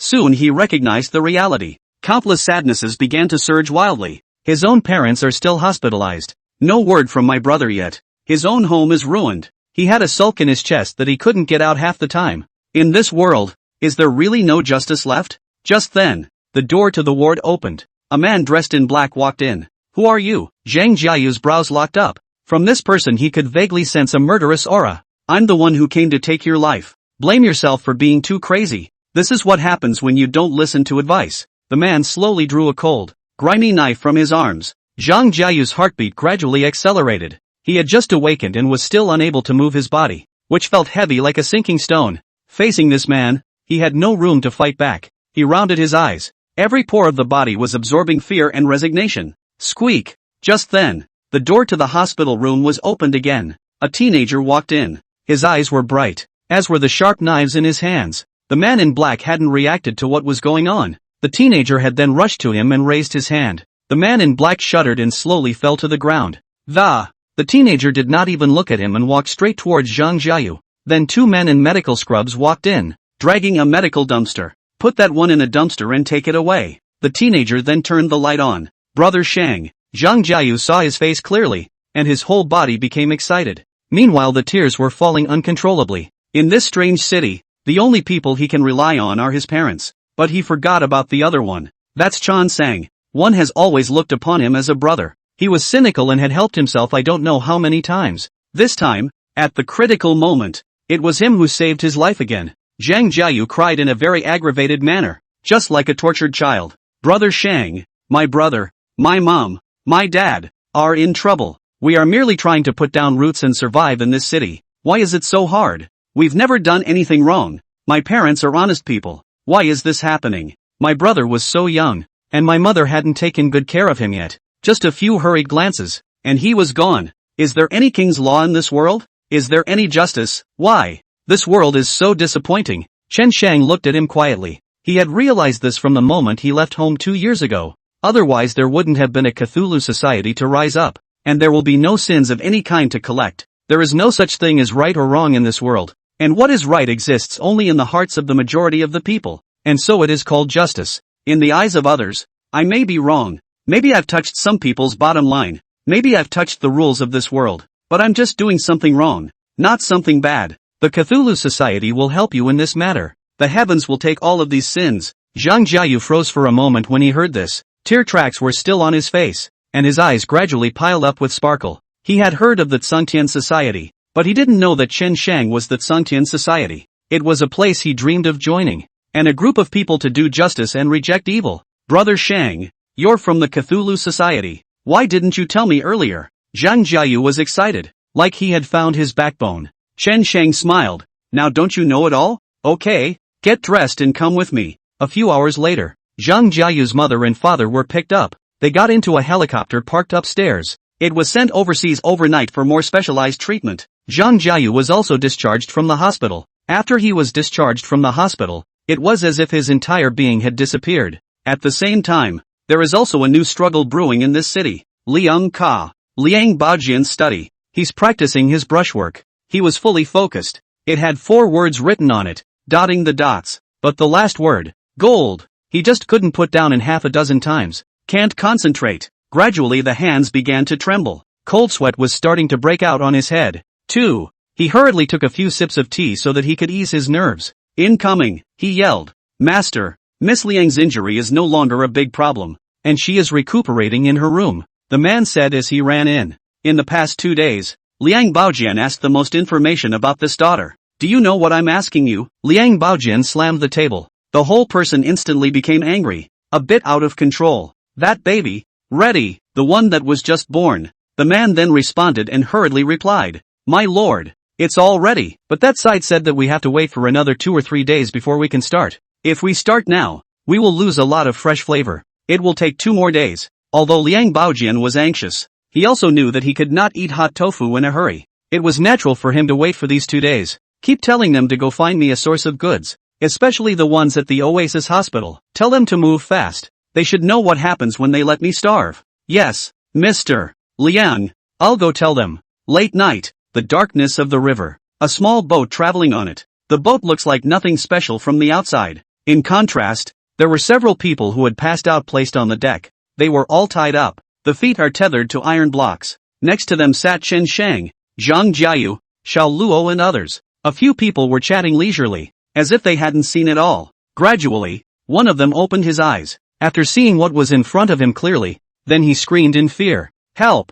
I'll say anything. Help! Koro came over at the sound of voices. Crouching down, his eyes swept over him playfully. A slap across the face. Goo. Now you know you're scared? Why didn't you say that when you were taking money from people to help them? That slap went by and a few of the people next to him woke up. They immediately realized their situation and screamed for mercy. Big brother, please spare me. We're also paid to do a job. Please, we won't dare to do it again. We promise never to be your enemy again. We'll disappear forever afterward. Is that okay with you? We can give you all the money we have. We don't want a penny. Lo didn't say anything. Then Chen Shang walked out, followed by Zhang Jiayu. There are not that many pills of regret in this world. There's no turning back from the path of sin once you've stepped into it, and you know what you're doing, yet you still enjoy it, don't you? Let me ask you, who are the people behind the hospital? A few people were frightened and panicked. The blackened surface of the river was imprinted with oozing fear. Loyalty is worthless at this point. Big brother, we really don't know who's behind this.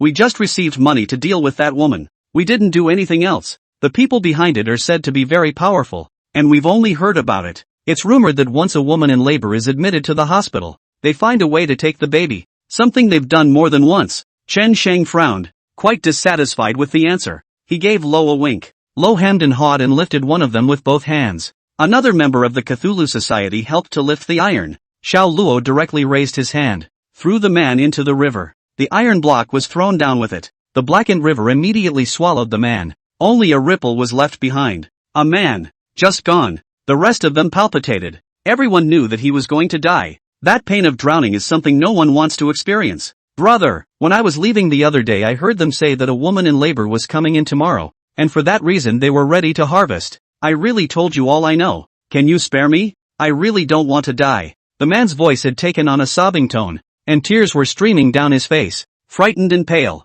in the face of life and death. No one can talk and laugh. Chen Shang rubbed his chin. Well, that's good news. Lo, let him enjoy himself. Okay, La, agreed Koro. Took the iron block tethered at his feet. The man thought that Xiao Luo was going to release him, and with a small thrill in his heart, he very cooperatively let his body out. Big brother, you don't worry. I will never tell your business after I leave. I will disappear forever and never appear again. Instead, Xiao Luo grabbed him by the back of his collar and sneered. Let you go? He then threw it hard. The man screamed miserably and was thrown into the river. Then the driver cooperated by starting the boat. There was a roar from the propellers. Buzz! The man was thrown right under the engine. The propeller winched him in at once. Ah! He let out a scream. The surface of the water imprinted a puddle of bright red. Soon the river flooded the man. Hiss! The few people left were silent, scared to death. This teenager didn't look very old, but his methods were so ferocious, crazier than they are. Chen Sheng coldly swept them around and turned around to return to the cabin.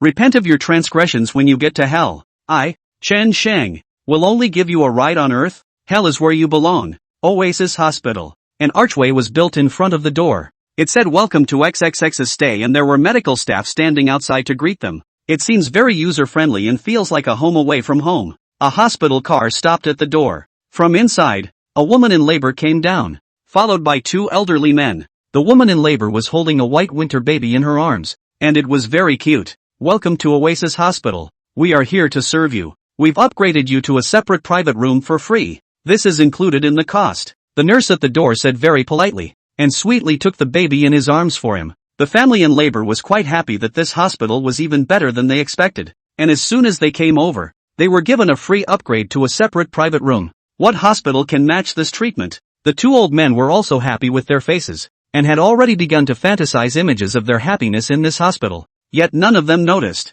Those doctors have long been focused on the child. Meanwhile, a huge conspiracy is brewing in the shadows. During the day, these nurses and doctors are overly enthusiastic. A series of tests and stuff are free. The maternity family also gradually let their guard down against them, followed closely into the night. Late at night, Nurse Yoon, you're here. This family is asleep. I gave them sleeping pills. He, the nurse on duty said with a smile. Well, this family is more vigilant than the last one. At night those two old things even didn't leave. Almost lost my mind. Nurse Yoon gritted her teeth viciously, her face full of displeasure. They're all asleep now anyway, so they can't spot you even if you walk in bright and early. Aha! Nurse Yoon then greeted the man beside her, and the two of them walked in with great vigor. This family sleeps like dead pigs and doesn't know anything. Nurse Yoon reached straight for the baby. The two still followed the same route as last time, leaving through the back door. The child in his arms was a boy. It didn't seem to realize that the two were bad guys. Although it had woken up, it didn't make any noise, just watching them quietly from their arms, their little hands still flailing in the air as if they were begging for a cuddle. Ha ha, this kid is quite resourceful. The one up there will surely be satisfied. If we make it this time, we'll get a lot of reward money. It's probably enough for the down payment on my house. Those people can't even earn this much money in a year of hard work. We just need to move our hands easily and we're done. Nurse Ian was very proud. Her face twisted into a smile. This is not holding a child. It's like holding a gold brick. The man next to him was also very happy. I thought it would be a while longer, but I didn't expect someone to be transferred so soon. They only have money in their eyes and don't care what happens to this baby. Unbeknownst to them, they have personally guillotined several babies. With all the condemnation and angst, only tainted money could wipe out all their angst. People will really do anything for money. Cars parked in the backyard. The two opened the door, got in and left, but the man couldn't start the car for half a day. Strange, we can't start the car? He turned the key as hard as he could, but it just didn't work.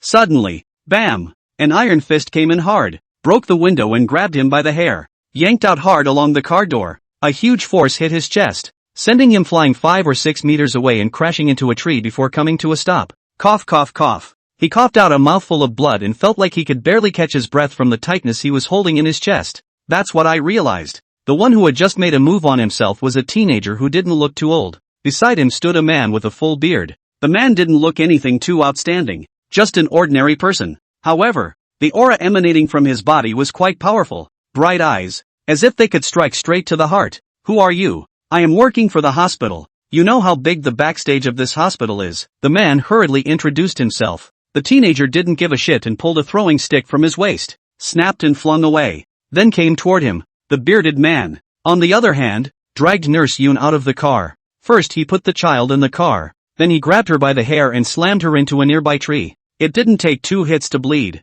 Nurse Yoon screamed in pain, but the bearded man didn't stop. Instead, the crash was more rhythmic. Chen Sheng had gotten angry. He hadn't believed it would happen, but this is what he saw with his own eyes. They, in fact, took the patient's children out and took them away. That's a newborn baby. It's more like a family's life. A family is likely to be devastated by the loss of a child. That kind of hurt would be buried in their hearts for the rest of their lives and would never linger. This kind of unconscionable thing, yet they can get away with it. Under the heavens, the cycle of sin is reincarnated. These people, they don't have the decency to be human. Living in the world will only pollute the air. The throwing stick in Chen Sheng's hand greeted the man's limbs fiercely. The screams around them never stopped. The man screamed just a little less when he heard a click and a bone was broken. His whole body started screaming again. The intense pain was like a hollowing out of the heart. He didn't even know where to cover it. It hurt everywhere. He didn't know the identity of the other party yet, and he still didn't know why the other party wanted to beat himself up badly. The one who dares to fight against the one above doesn't seem to have been born yet. Brother, Moncler, who are you guys? Is there any misunderstanding? You can't afford to offend the people behind us. You stop now and I'll pretend nothing happened. My hand is broken. Stop it. My legs. The man kept screaming as the blood in his body began to rush wildly. Nurse Yin's face was already covered in blood, and her whole body looked incredibly scary. Afraid of beating her to death, Lo casually tossed her aside, then went over to check on the baby. What an obedient baby. He lay quietly in the car, not even crying. 3 more. Thanks for your support. More on that later. When he sees Xiao Luo, he will also extend almost a small hand and smile sweetly. Good boy. Oh, uncle will send you back in a while. It's fine. Xiao Luo gently ruffled his little face with his hand. He let out a giggle. Lo's heart melted. But the more I liked the little baby, the more I hated Nurse Ian and the others. How did they go down on such a cute baby? They are worse than animals. Alright, tell me who the people behind you are. Only then did Chen Sheng stop, pointing at the man with the throwing stick in his hand. I don't know. The man was very weak, and looked as if he could not hold on any longer. The pain of his broken limbs stimulated his aching nerves. He fainted after these words. Chen Sheng frowned, going over and kicking the man over, then aiming another blow at his ribs. Bam!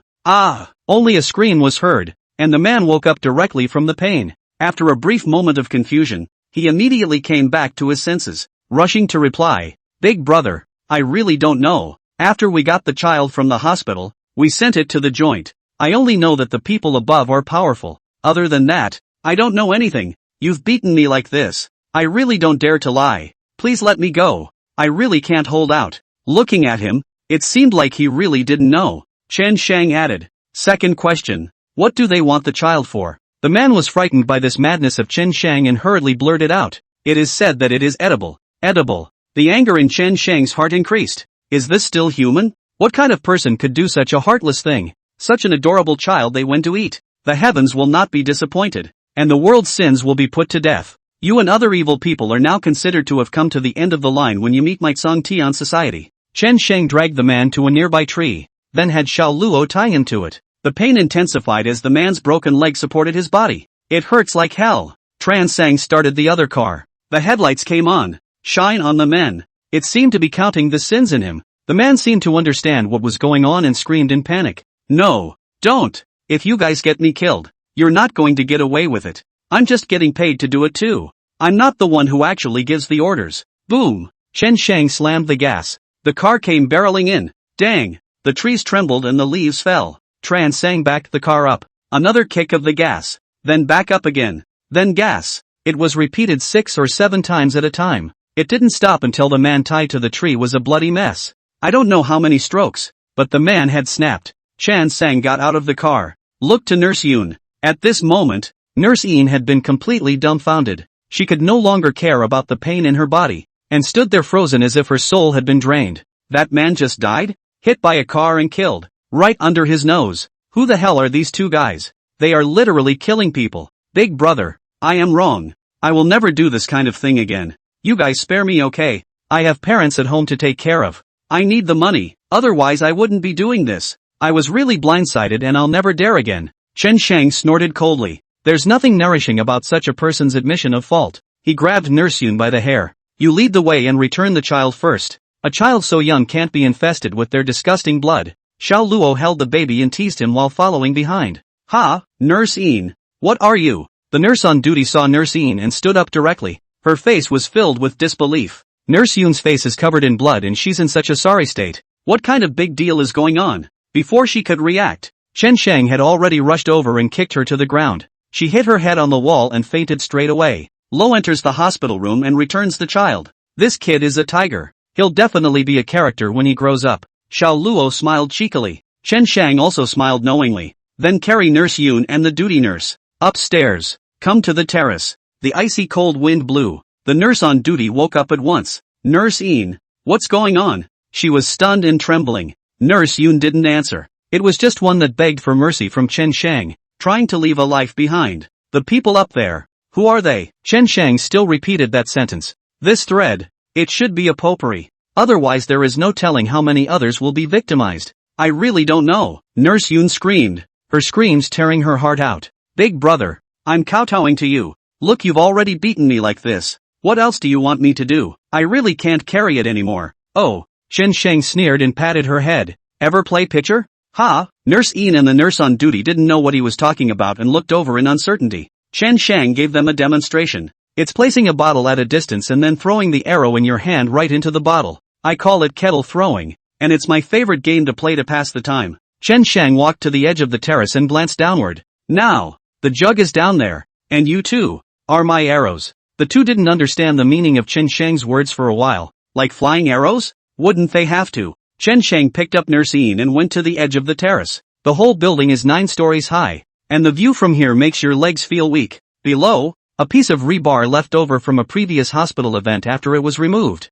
Nurse Yoon immediately realized something. Struggle hard. This big brother. I really know I'm wrong. I don't want to die. I'm afraid of heights. Please let go of me. Chen Shang's voice was smooth, as if he was doing something extremely normal. Your consciences have been broken for a long time, and to keep them is to eat away at the world. Today I will send you on your way, destroying your sinful, dirty hearts in the process, Chen Shang said, suddenly letting go. Ah, Nurse Yoon screamed miserably. A few seconds of free fall was the last time she existed in this world. Then poof, heart pierced by rebar, like scurrying sugar plums, it was completely silent. Puff, the duty nurse's legs went limp and she fell straight to her knees. This guy, he just pushed Nurse Yoon down? He just kills people. Chen Shang turned towards her and picked her up in the same way. The little nurse was already scrawny looking, and in his hands it was more like she had no weight. Nurse Yoon is usually in charge of holding the child, and contacting the family is really the doctor's responsibility. That's all I know. Nothing else. she screamed out shrilly. She doesn't want to become like Nurse Yoon. She still wants to live. Chen Shang's icy voice came over. Anyone who has anything to do with this matter will all have to go to hell. Evil will be collected by heaven. And if heaven doesn't collect it, I will, said Chen Shang, letting go. The sound of her screaming rang through the night sky. It landed firmly on that steel. Like Nurse Yoon, they were pierced through the heart and couldn't be more dead. Blood was flowing all over the place. The two men's eyes went oval. Till death do us part. Brother Shang, you're at a good level. Throwing so accurately even at such a high height. Ha ha. Xiao Luo glanced towards the bottom and happily bigfooted up. Chen Shang clapped his hands, turned around, and went downstairs. Ding dong. At the moment in the room of the doctor on duty, he had headphones on and was enjoying the music. Just now a sum of money has just been wired. The number is considerable. He was naturally in a good mood. The idea was to take the money tomorrow to buy another house. He was previously a senior at the school and had studied hard for so many years. Got out and was assigned to Oasis Hospital. But the paycheck is pitifully small. From time to time, he complained and didn't understand what he was struggling to study for. What's the difference between that and a regular beatnik? Eventually the lure of money still slowly leads him down the evil path. In cahoots with those people, he was paid handsomely just for contacting merchants. It's the kind of thing he's tried time and time again. Those people work their asses off all day long to make 4 figures, whereas they can make a few easy phone calls and make 5 figures a month. That's a real winner in life. Suddenly, his head was pressed down by a large, strong hand, then slowly turned around. 2 people walked into the house at some point. It's none other than Chen Shang and Xiao Luo. Xiao Luo's expression was slightly grim as he directly rewarded him with a slap, at the same time knocking the headphones out of his ears onto the floor. Chen Shang smiled. Dr. Li on duty, how are you? What do you do? You dare to hit me? Dr. Li covered his face with fear in his eyes. Chen Shang took a step forward, his crystal eyes gouging at him fiercely. It seemed as if it could penetrate his heart. The Cthulhu Society, come to root out evil, collect the evil, collect the sins, collect everything. Liang Ka. Liang Baojian's mouth watered as he looked at the baby's picture in his hand. He couldn't wait to enjoy it, but yet the time is not right. The baby that was brought in last time will have to wait another 2 days before it can be used. And this one in the photo, just grab it and use it immediately. So he offered a big price. But after waiting so long, there was still no movement. It had been a long day and he was hungry and couldn't wait. Are things not done yet? How do these people do their work? They're so abrasive. He couldn't help but open his mouth and complain. Dad, maybe they're coming back soon. They called just now and said they were ready to leave. Liang Chang stood next to him and spoke coyly. If you can't even arrange the small matter well, how can you be entrusted with important duties in the future? Liang Baojian snorted coldly, pacing anxiously in place. And don't make a phone call to rush it. Oh, good. Only then did Liang Chang order someone to make contact. The whole line is 1 layer at a time, which makes it not easy to pick out the person behind the curtain is the Liang family. The person below dialed the hospital. The person who answered the phone was Dr. Li. I can't say why, but it felt like he sounded a little weird. It seemed to be much colder than usual, and his voice even trembled a little. Old Li, where's the stuff? Dr. Li's voice was hollow for a second or two before he slowly said, the stuff is in the hospital. My people have a problem. You send someone to get it. What did we talk about before? You were responsible for delivering the stuff, and now you're telling me something's wrong? Before he could finish his sentence, the doctor hung up. How dare he? The man held the phone with an incredulous look on his face. Once upon a time, Dr. Li treated him with all the respect in the world and did whatever he said. How dare you hang up on yourself today? However, Liang Baojian's side pressed urgently, and he didn't dare to dawdle. All that could be done was to send someone there in a hurry. He always had a bad feeling about it, so he sent more people this time. 4 cars, 12 people in all. These people are all fighters under the Liang family. One is as strong as a hill. They hadn't dared to go through the front door. Usually trading was at the back. When the car stopped, several people stepped out. The one in the lead dialed Dr. Li's number again, but there was no answer. Big brother, let's go in through the back door? The big man next to him couldn't wait any longer. Wait, the situation is a bit wrong. The one leading the group seemed to have smelled the smell of blood floating in the air. Turn on your flashlight and follow the smell towards the side. Gradually, the man who had been tied to a tree and run over appeared in their line of sight. The crowd was stunned. Although they hadn't done this kind of thing a lot in the Liang family, but seeing the scene violently, they would still be more or less afraid. The man tied to the tree died a rather tragic death. All of his limbs were broken, and the lower half of his body was a bloody mess from the impact. The eyes stared hard, as if they had seen some horrible image before they died. It should have been hit by a car. Something might have happened. One person went over to check the situation and immediately made a judgment. Go first. The person leading the group also made an immediate decision and directly intended to lead the people to retreat first. The crowd just turned around. Suddenly he saw a man standing on the roof of the car. He had his hands in his pockets and his back to the moonlight. Couldn't see his face. Could only feel a deep killing intent spreading around. Under the heavens, there are waves of evil sins. You have already stepped into the abyss of sin, and now in trying to pull out is impossible. I'm only going to ask once. Who are the people behind you? The words are full of defiance everywhere. And, he's alone? The leader was stunned. Then he too realized what was going on. No wonder Dr. Lee's attitude towards himself was much colder. It was 80% that he had been hijacked. Kid, if you dare to make an enemy of us, have you ever thought about what will happen to you? The people behind us are not in existence you can offend. Dang! The sound of a body landing heavily on the ground. It exploded not far from the leader. He rushed to follow the sound. It's Dr. Lee. He was thrown from a high building and fell to his death.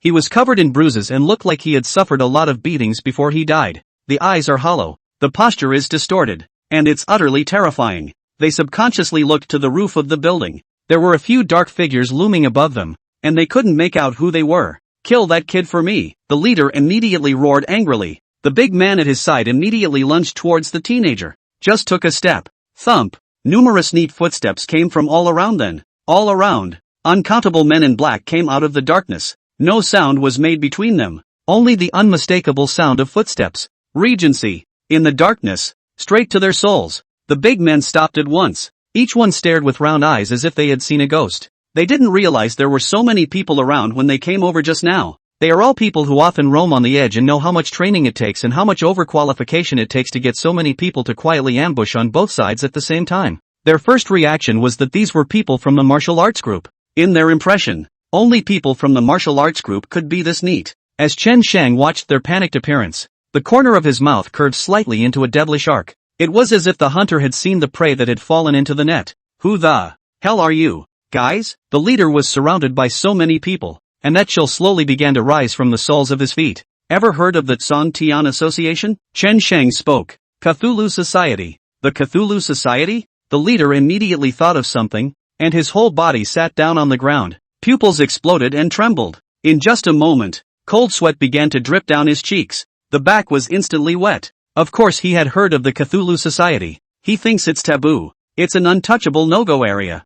I didn't expect to meet the Cthulhu Society here. Chen Shang looked down at them. Let's talk somewhere else. Don't worry. The heavens will not wrong any good person. And likewise, will not spare any sinful person. Ah-ha. My leg. My leg. Ouch ah-ha. I don't dare anymore. I'm wrong. Please give me a pain in the ass. Riverside. The bridge that is not yet accessible. A dozen big men were tied to the bridge pillars. 5 or 6 cars made the sound of blasting gas, jerked out, then braked sharply to a stop. Each time it was accompanied by the screams of pain coming from several people. It's a method they've tried time and time again. First, the dozen or so were immobilized. Then a steel rope is attached to a certain part of their body. Hook the other end to the rear of the car and accelerate. Even these big men, shaped like small mountains, couldn't bear the pain. The fear is right in front of you, happening to you. This fear strikes straight to the heart. Chen Shang sat on the sidelines, with a cigarette in his mouth. He quietly watched the men. Sin was already brewing and festering in his eyes.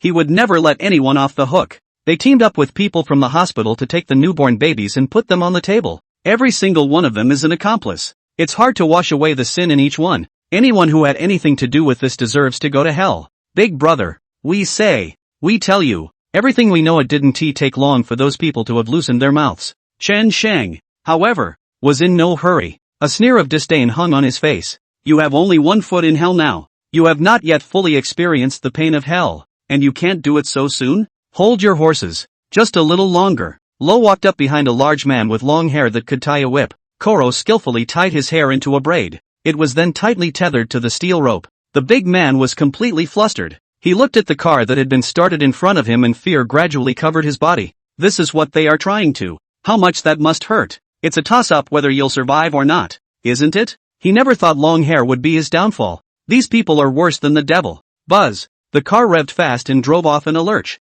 Ah. The night sky resounded with the screams of that big man's dead heart. Lo went over to check it out. The big man was a bloody mess. Xiao Luo immediately arranged for someone to tie him to a boulder and throw him into the river by hand. With a flutter, everyone's heart sank. Hiss. Some of the timid ones have even peed themselves. The Cthulhu Society had been prepared when they brought them here. I'm going to throw it in the river by hand. None of them wanted to go down and feed the fish. It was Liang Baojian who arranged for us to do this. We are all his men and we all act on his orders. One of them yelled out. The fear in his heart made what little loyalty he had evaporate long ago. Liang Baojian? Look it up, Chen Sheng said to Xiao Feng. Xiao Feng immediately nodded his head and whispered something to one of the Tsong Tian Society members sitting in the car. He pulled out his portable computer and moved his fingers quickly. Liang Baojian, a person from the center of power. His identity and background are confidential. It will take a day for me to hack in, but I was able to find out that he has a son and a daughter, Liang Chang and Liang Xiaohong, and Gao Shui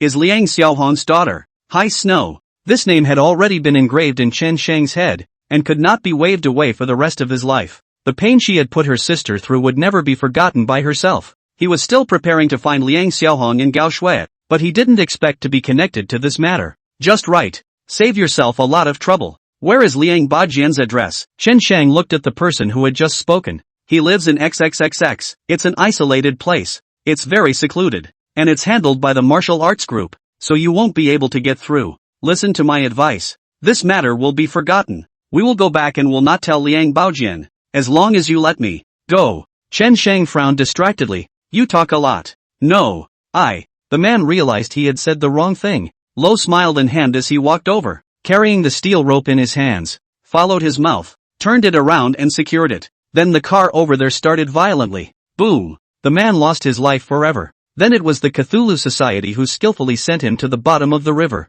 And then the next. And the next. Zhang Jiayu followed Chen Sheng here today. He sat in the car. And Shan Sang didn't let him out. After all, it was the first time he had experienced such a thing, and it would be bad if he had a shadow in his heart. But Zhang Jiayu still felt the crazy, bloody impact. His entire body, frozen. Can't say what it feels like. Isn't that how it's supposed to be? He didn't feel that Chen Sheng had done wrong in the slightest. Instead, he still had a kind of vengeful exhilaration. I don't know how many babies these assholes have mutilated. I don't know how many families they've torn apart. How many mothers have been made to cry their hearts out? This is what they deserve. Chen Sheng opened the car door and got in. Your parents have woken up and I just got the news. The medical conditions abroad are quite a bit better than here, and they are no longer in any danger of dying. Zhang Jiayu's eyes instantly turned red. In the car about to kneel down for Chen Sheng, but he was stopped by Chen Sheng. What are you doing? Chen Sheng looked over reproachfully. Brother Sheng, without you, I don't know what would have become of my family. My parents might have been finished for the rest of their lives. And there's nothing to do but to watch those evils happen. I want to join the Cthulhu Society. Zhang Jiayu is serious. He would follow Chen Sheng and demand justice for the injustices of this world. Pull those who are swimming on the edge of hell. Make this filthy world less dark. Chen Sheng didn't answer. He just smiled. I will try my best, to the best of my ability, to bring your brother back safely, if he's alive. Zhang Jiayu nodded heavily. The heart still hurts. One could only hope that his brother was still alive. Then Chen Sheng must have a way to bring him back. Go give your parents a call. Chen Sheng handed over a cell phone. He had already dialed a number out. The call was quickly answered. Inside was the voice of Zhang Jiayu's father. Dad, you're awake. You're okay. Zhang Jiayu was excited. When my father was in the ICU that day, his whole body broke down. Jiayu, Dad is fine. Your mom is awake. And now we're in the same hospital room. It's a nice place. And all those people have been very nice to us. They're good people. If it wasn't for them, both of our lives might be over. Supposedly the best doctor here operated on us. That's not a low cost. Jiayu, I heard that your friend did it for us, so you should thank them and provide for them as if they were your new parents from now on. Zhang Jiayu's eyes were wet with tears, and he kept nodding his head in agreement. Dad, I know. I'll definitely thank people properly. Don't worry. Zhang Jiayu's mother snatched the phone. Jiayu, your father and I are fine here.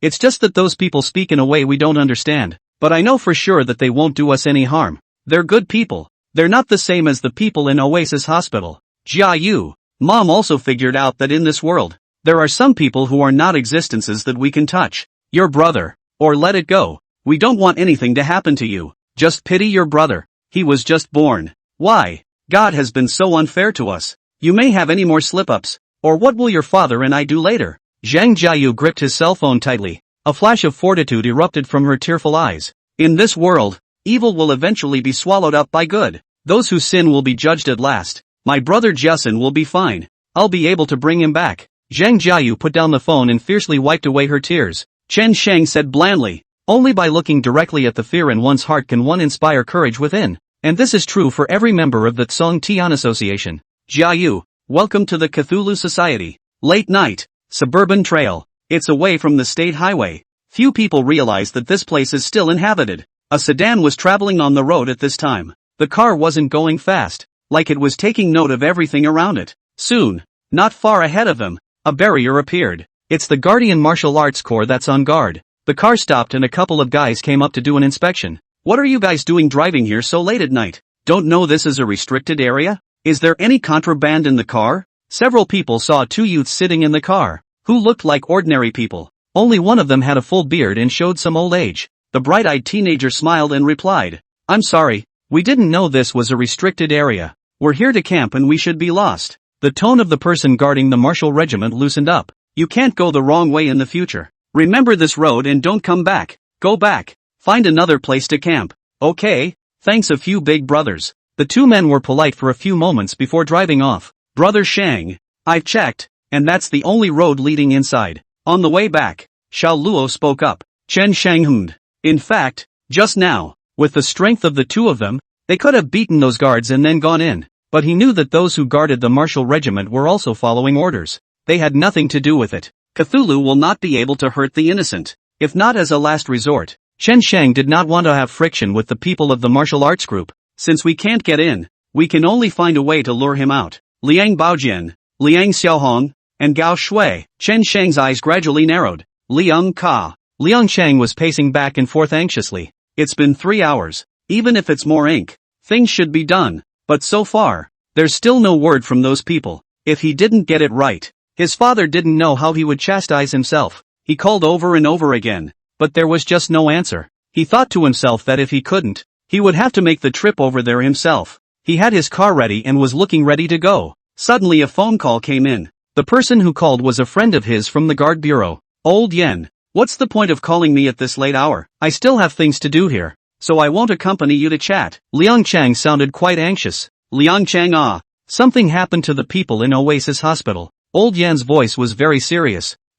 Oasis Hospital? Liang Chang then realized what was going on and snapped. No wonder his men didn't come back for half a day. So something happened at the hospital. But it's not right. Even if something happened at the hospital, one of our own should have called to let us know. How it seems to have disappeared. 2 nurses, a doctor, and an unidentified man are dead at the hospital. And we're investigating now. Meanwhile, we have found clues to others at the scene, but have yet to find definitive evidence. Old Yen, wait, I'll make a trip to the hospital. Liang Chang suddenly realized something. Rushed the driver to drive away to Oasis Hospital. The car drove all the way to the barrier. Suddenly, Liang Chang's cell phone rang again hypnotically. It was Liang Baojian who called. Liang Chang, where are you? Dad, I'm going to go to the hospital to see what's going on. Something seems to have happened there. You get back here, right now. Don't leave here without my order. Liang Baojian's voice rose sharply. Liang Chang was a bit uncertain. Usually when something like this happens, father shouldn't be in a hurry to let himself go to the hospital to check the situation. But today how come he won't let himself go over there instead? Dad, what's the situation? All those people you sent have been in trouble. They may have all been killed. What? Liang Chang's hand instantly shook, and his cell phone instantly dropped. He froze for a few seconds and hurriedly picked up the phone. It can't be. I sent them but Xiao Mao. Their gang are all outlaws. Who in North Sky City doesn't know their big names? Who dares to make a move against them? Dad, are you mistaken? Liang Baojian's voice rose in irritation. The people from the guard bureau told me that traces of their body tissues were found on the bridge just now. And it's likely that their bodies have been sunk at the bottom of the river. Do you know what that means? Brat, get back here. He hung up. 10 minutes later, Liang Chang returned to the hall. Half the time, he didn't recover from the shock he had just experienced. Harry and the others are really dead. It was probably killed. What kind of person has so much energy? Dad, I'll send someone to find out why. I'd like to see who's so crazy in Northern Sky City. Liang Chang expressed his displeasure and made a loud statement. Liang Baojian calmed down at this time instead. He knew that since the other party dared to kill Xiao Mao and the others, then they must not be afraid of their own retaliation. Revenge is secondary. Right now the first thing we need to do is figure out who the other party is. Otherwise we are just flying around like eyeless flies. Knowing the background of their strength, we can slowly plan ways to deal with them. These people will die, but we can't be reckless. Liang Chang nodded, slightly calmer. Liang Xiaohong and Gao Shui came out at this time. They all heard it when Liang Baojian called just now. I've also heard vaguely about Oasis Hospital. Naturally, he was nervous to the point of being hairy. Among them, Gao Shui's face was the most ugly. That maneuver seems to be the same as the Cthulhu Society. I had thought that the basilisks were strong enough to keep them safe at the very least. I didn't realize that Cthulhu would be able to make even Grandpa helpless. This Tsangtian Society, is it going to stab the sky? Grandmaster, it must be the Cthulhu Society. They must have done it. They must know we're here. That crazy man Chen Shang, he'll definitely destroy us. What to do? What to do? Mom, I don't want to die. Gao Shui had an immediate emotional breakdown. His legs went limp and he sat down on the ground, directly pissing himself in fear. Her eyes were dull, all fear in them. It seemed to have seen Chen Shang walking towards himself like a demon, holding a sharp knife. She now regretted a million times that she really shouldn't have bullied Chen Yuan. Liang Xiaohong was also scared and her face changed greatly, covering her chest vigorously and gasping for air. You mean, the Cthulhu Society? Liang Baojian's brows furrowed. No matter who they are, don't they know my background? Is the Tsangtian Association really so bold as to dare to be my enemy? Liang Baojian knew that his identity and energy were far beyond the average. How can it be a being that Cthulhu would be able to touch? Even if the Tsangtian Society was more powerful, it could not be their opponent. It's just that I didn't expect them to be so crazy as to directly kill the dozen or so people they sent out. This is a total provocation. Dad, I've also heard about the Tsangtian Society. Why don't we avoid it for now? Liang Chang was the first to wimp out. The key was that the Cthulhu Society was too powerful and too mysterious. A mere Tsangtian Association. I don't believe they can do anything to me. I am Liang Baojian. Liang Baojian roared in anger. He turned and sat down, taking a silent sip of tea. Whether or not the Cthulhu Society did it is unknown at this point, pending the outcome of the investigation. During this period of time, you guys stay here without worry. No one should just go out for me if there's nothing going on. Liang Baojian thought to himself that he would have food for dinner tomorrow. By tomorrow night, 2 days are up. Let's take care of this meal first, then we'll talk about the next one. If you're rich, what you want is just a matter of words, right? Fear him. Early the next morning, Oasis Hospital ward. The family of the woman in labor was awakened. It's all guard bureau out there. Mom and Dad, get up. The woman felt a headache coming on. The sleep had been, well, too heavy. The child was still asleep, sucking on his fingers. Strange. The child seems to have been moved. The woman was very attentive and still found some clues, but after seeing that the child was fine and in even better shape than usual, he didn't think much of it. Soon they heard about what happened last night. Homicide. And there's more than one. They immediately felt unsafe here. The transfer was hastily done. What kind of people are they that hit so hard? These hospitals are full of good people. Why did several die at once? What a turbulent world. The three of them went out with their children in their arms. The woman's feet slipped because she was in such a hurry to get going, and she almost fell over while holding the baby. Careful. An oncoming bearded man held her up. Thank you, big brother. The woman reacted and hurriedly thanked her. The man across the street was a little mean-looking, but was all business. He smiled slightly. You're welcome. Hold the baby and walk carefully. The child's little eyes lit up at the sight of him, and he stretched out his hands, fluttering them in the air.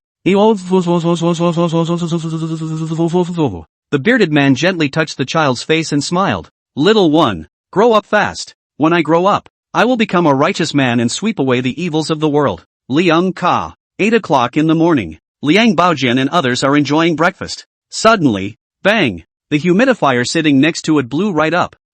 It's so hot. Liang Cheng sat on the far side and screamed in fear. The humidifier exploded? Liang Baojian and the others looked over in confusion. This humidifier is a big brand and never had a problem with it. Why did it explode properly? Then the second, third. At one point, humidifiers were blowing up. The house was watery and foggy. Several people immediately realized that something was wrong and hurriedly fled to the courtyard. Mr. Liang has had an accident. Suddenly a man with glasses ran by in the distance. This man is the one in charge of the surveillance and networking of the various locations here. It's a senior, and before that a hacker. It was also because of his outstanding ability that he was taken in by Liang Baojian. Just now, our network has been hacked. All the surveillance has been disabled. I'm having people do their best to repair it. Mr. Liang, why don't you better hide for a while? He said the latter half of the sentence in a small voice that seemed to have little substance. Liang Baojian didn't understand.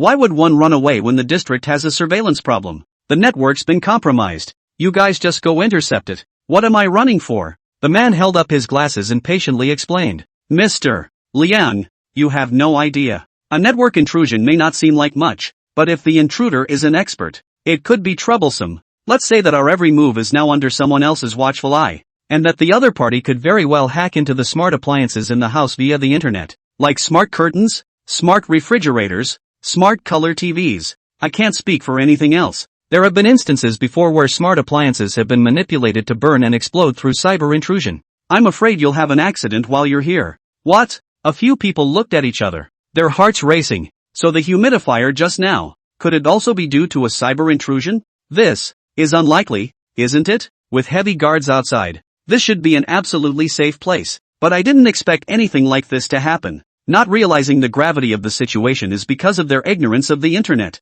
It's only when you really get it that you realize how scary it all is. This is Liang Baojian's lair. It's impossible for him to leave. Wouldn't it be a shame if people knew he was hiding because of a minor cyber intrusion? Temporarily disconnect all the electricity in the house. I just don't believe that someone can kill someone across the room. Liang Baojian yelled without any good reason. Mr. Liang, this is the network signal I received just now. Please take a look. The man with the glasses couldn't stop him, so he could only tell him what he had gotten. Liang Baojian looked away. It's a special symbol, but the word sky on it was obvious. It's the Tsong Tian Association. It's Chen Shang. Liang Chang was the first to scream out. His face went white. Yesterday, the Tsong Tian Society killed so many of them, and today they dared to take the initiative. They're eating their hearts out. Be quiet. The results of the investigation on the guard bureau's end aren't in yet. It's not necessarily them. I just don't believe they have this much energy. Liang Baojian shouted loudly. The words were more like bolstering his own courage. So the family turned off the electricity in the house and hid inside and didn't come out. Meanwhile, various surveillance and network fixes are in full swing, but the situation is not encouraging. Every time it gets close to being fixed, a bigger wave of holes pops up. It's been a dozen times in a row. Everyone is burnt out. Never seen such a master. It's like setting up layer after layer of organs, and one layer is more sophisticated than the other, and one layer is deeper than the other. They simply can't unravel it. Now that all sorts of surveillance had been disabled, the people guarding the place could only stand on high ground and make their rounds with the naked eye. Ha! What's that? Someone soon spotted something floating high in the air. It's an idiosyncratically shaped kite. Seems to fly pretty high. Oddly enough, the kite seemed to be headed this way. Just a blink of an eye, and those kites floated over. It was very fast. Quickly, notify Mr. Liang. These kites. Someone did it on purpose. Get informed. The crowd rushed to inform Liang Baojian. Naturally, he didn't believe it. Kite invasion? Unless it's seeing ghosts. Just about ready to chastise the people below. Bam! Suddenly, a crunching sound came, only to see the kite lodged directly in the window. The kite string had been deliberately cut, and at the front of the kite, a sharp object was tied. That's a gash if it sticks in a person. Bam bam bam. Then came more, denser sounds. It's a kite. It's either lodged in the window or the door. Voices like rain. It's Chen Shang. It must be him. The Cthulhu Society is coming. What to do? What to do? Gao Shui screamed like crazy from the side. The whole person had long been scared out of her wits. It was already at this point, surrounded by people from the martial regiment guarding the area. And Chen Shang was still able to kill over? Is his skills going through the roof? Gao Shui seemed to have seen the image of herself being arrested by Chen Shang. She didn't want to become like that. She didn't want to fall into Chen Shang's hands.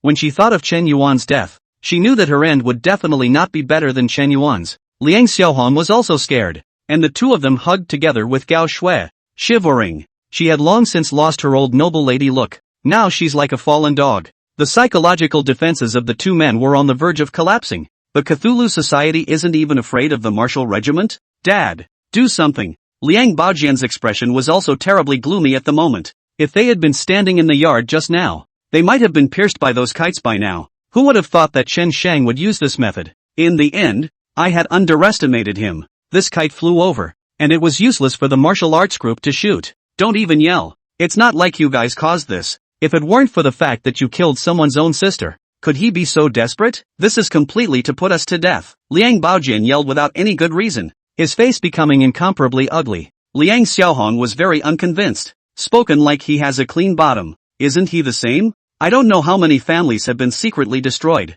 and this kind of drinking human blood is done. Maybe it's karma. Butler, come here. Liang Baojian saw that there were no more kites floating in the sky before he opened the door. The butler rushed over at the sound and ran all the way. Where's the key to the safe house? Liang Baojian asked. In the corner of the yard. There is an underground passageway that leads to the safe house. It was purposely built by Liang Baojian to save a hand for himself. I didn't think it would come in handy, but it did. The housekeeper rummaged through his pockets for half a day and found a key, handing it to Liang Baojian. His hands shivered and his eyes were a little hollow. Cold sweat kept falling. When the two of them were 5 paces away, Liang Baojian suddenly sensed something strange on him. A sharp kick lands for him. Not good. Get down fast. Boom. The butler's body instantly exploded. Inside his body, a small bomb is hidden. Several people were shocked when they took a disgusting bite of blood. Takayuki fell to his knees and started throwing up. It was a disgusting smell that he didn't want to touch anymore. Damn. Damn. Damn. Liang Baojian viciously swung a few punches in the air and roared a few times in anger.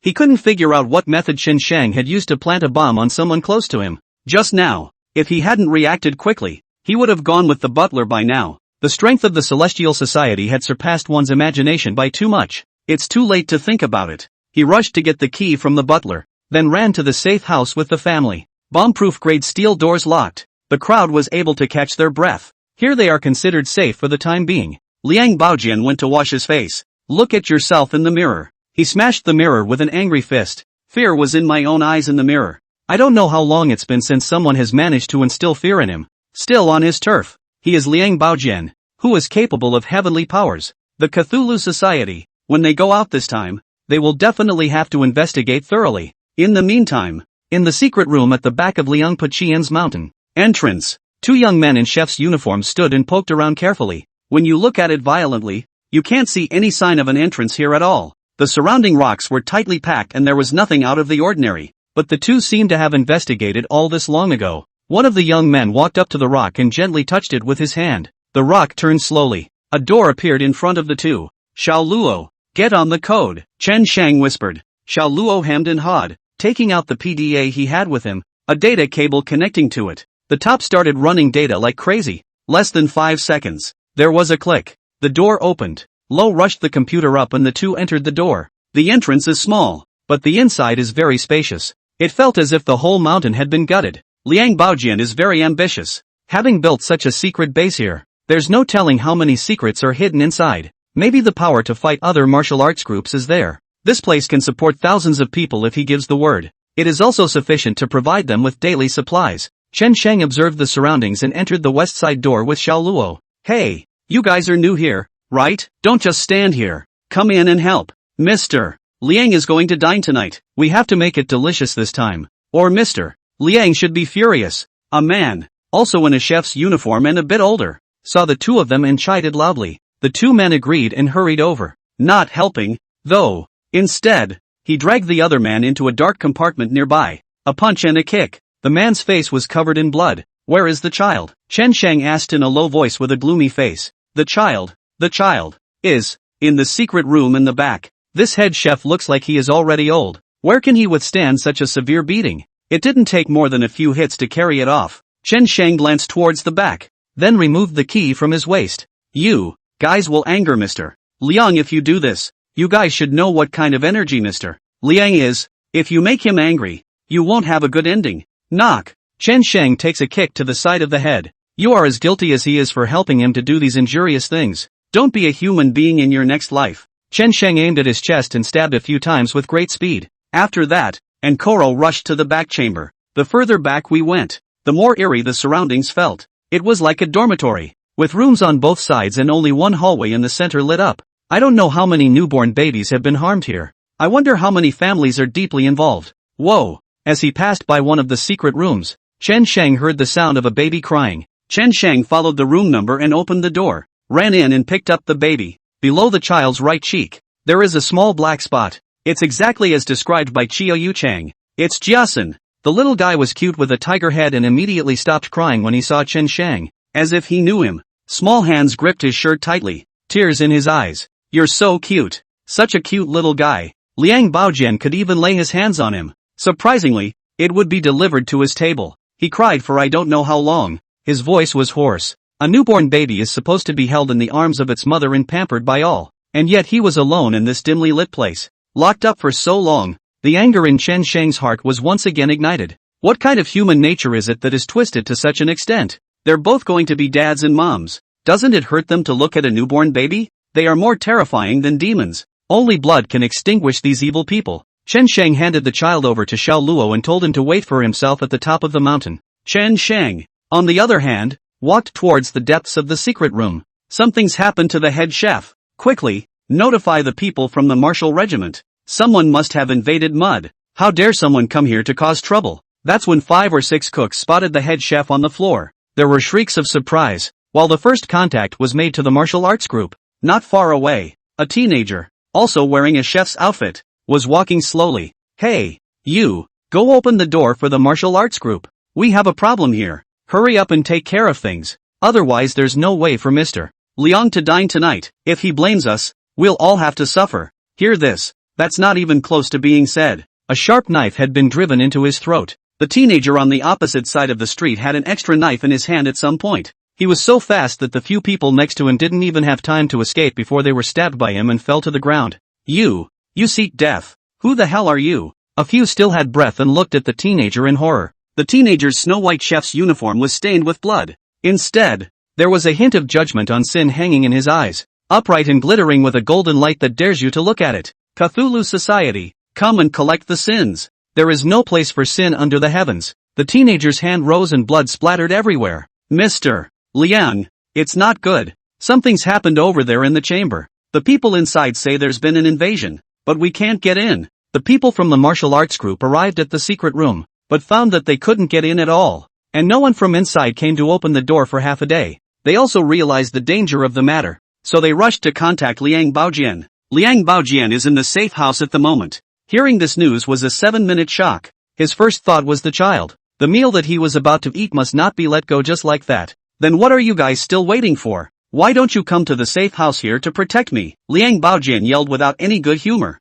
A few minutes later, under the cover of the crowd, Liang Baojian came to the secret room and opened the door. First a rush of blood came over. A couple of cooks were waiting at the door. Next to it, too. It's also in there. There are bodies everywhere. Quick, go find the child. Liang Baojian's entire body was in disarray, and he hurriedly took the lead and ran towards the inside. The child is gone. Those people are coming for the kids. Now that I think about it, maybe it was all a smokescreen put out by the other side just now, just to blend into the secret room when taking the child. Chen Sheng, I don't share the same fate as you. Liang Baojian roared lowly, his voice raging. The people from the martial arts group sensed the direction in which Chen Sheng had fled. Follow the vent to the top of the hill. They came up and saw 2 men standing on the top of a hill in the distance. They were carrying paragliders behind them. The equipment is being checked for soundness. One of them was carrying a child in swaddling clothes. It's them. Get the child back for me. Liang Baojian's mouth let out a heartbreaking scream,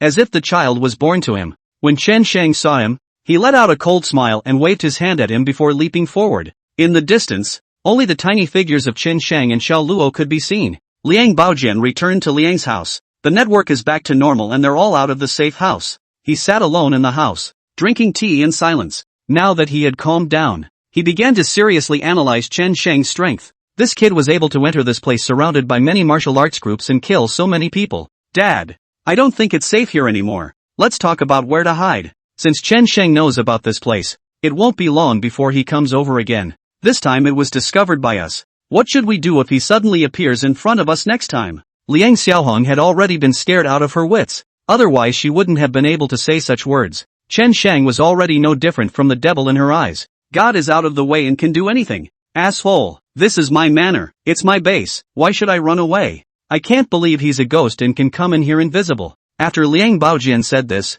he himself fell silent. Chen Sheng was not a ghost, but he was more terrifying than a ghost. Because he can read hearts, can see into the sins of their hearts. But running away isn't an option now. There had to be a way to get rid of Chen Sheng. Otherwise, even if you go abroad, you won't be able to have a peaceful sleep yourself. Liang Baojian had also recently learned a bit about Gao Shui. There were 4 people who killed Chen Sheng's sister, hanging 2 so far, but the deaths are tragic. It's the family crematorium. It is evident that Chen Sheng's tactics, Liang Baojian naturally didn't want to become like that himself, and Chen Sheng looked like he was rushing to get them all killed. Liang Baojian thought for a moment, dialed Zhang Kai's grandfather. Zhang Tianxuan's phone. Both had worked in the power centers before and had some friendships. Only later did Zhang Tianxuan rise high in the ranks, but he himself remained where he was. Hey, Zhang Tianxuan picked up the phone halfway. Old Zhang. I'm Liang Baojian. Oh, old Liang, long time no see. The two of them exchanged pleasantries for a few moments first.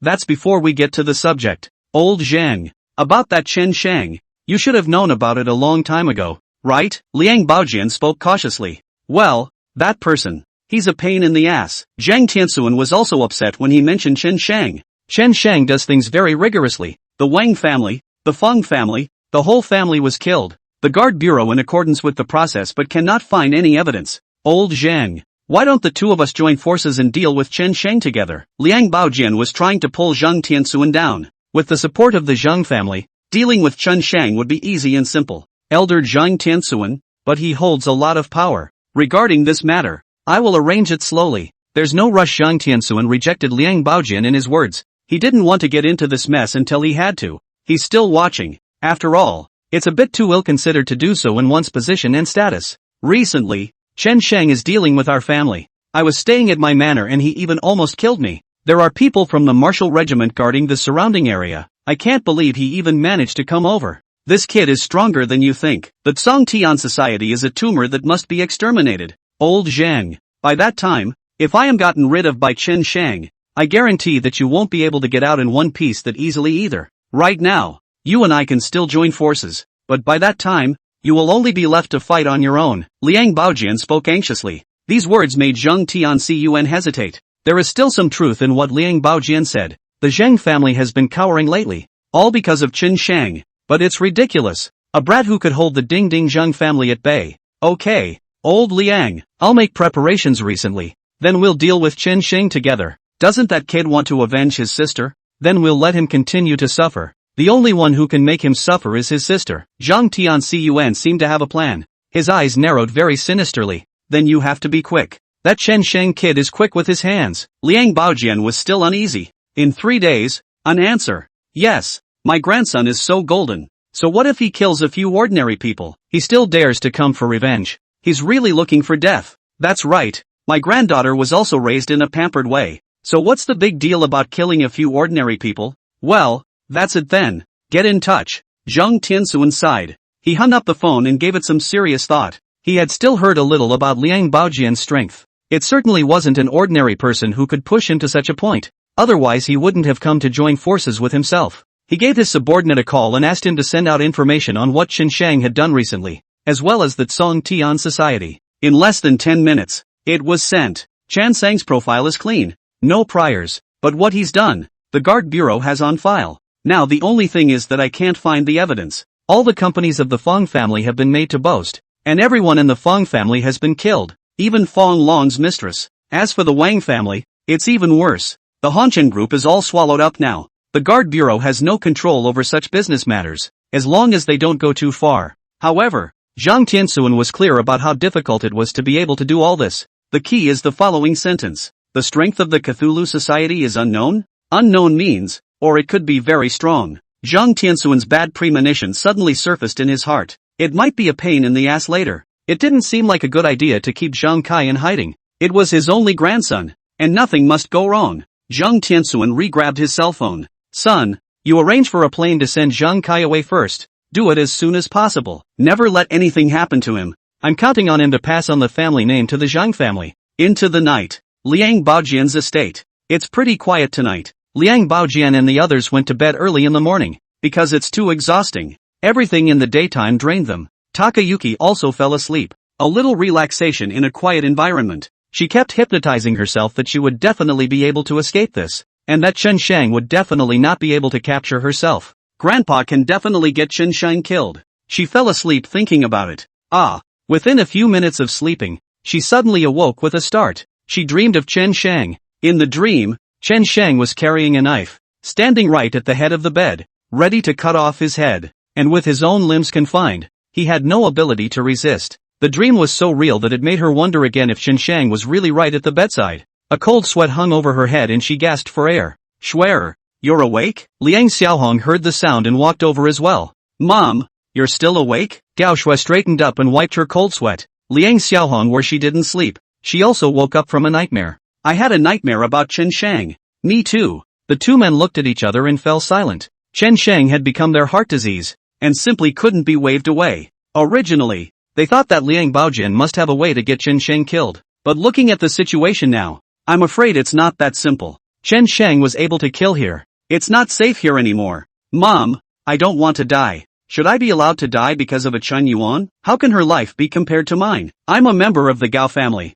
Chen Yuan is nothing but a pauper, and she deserves to die. I'm not going to die, am I? Liang Xiaohong took a deep breath. His own daughter's life was naturally much more valuable than Chen Yuan's. Chen Yuan is just an ordinary person. Her own daughter, however, has a noble status. The last thing in this world is people. How much are the lives of those ordinary people worth? No matter what, nothing must happen to his daughter. Don't worry, Chen Shang definitely can't get in here. We're definitely safe here. Liang Xiaohong comforted Gao Shui, but after that, she began to question it herself. Is it really safe here? All that had happened during the day had started to shake her up. 2. Mom, why don't we go far away from here? I don't believe that Chen Shang's hand can reach abroad. Stay here. I'm afraid it's no longer safe. Liang Xiaohong bowed her head and thought for a moment. Hate to admit it, but it's true. It couldn't just be caught in a jar by Chen Shang. Pack up your things. We'll take the morning flight and go. First to a visa-free country. Then we'll change planes. Liang Xiaohong finally made up her mind.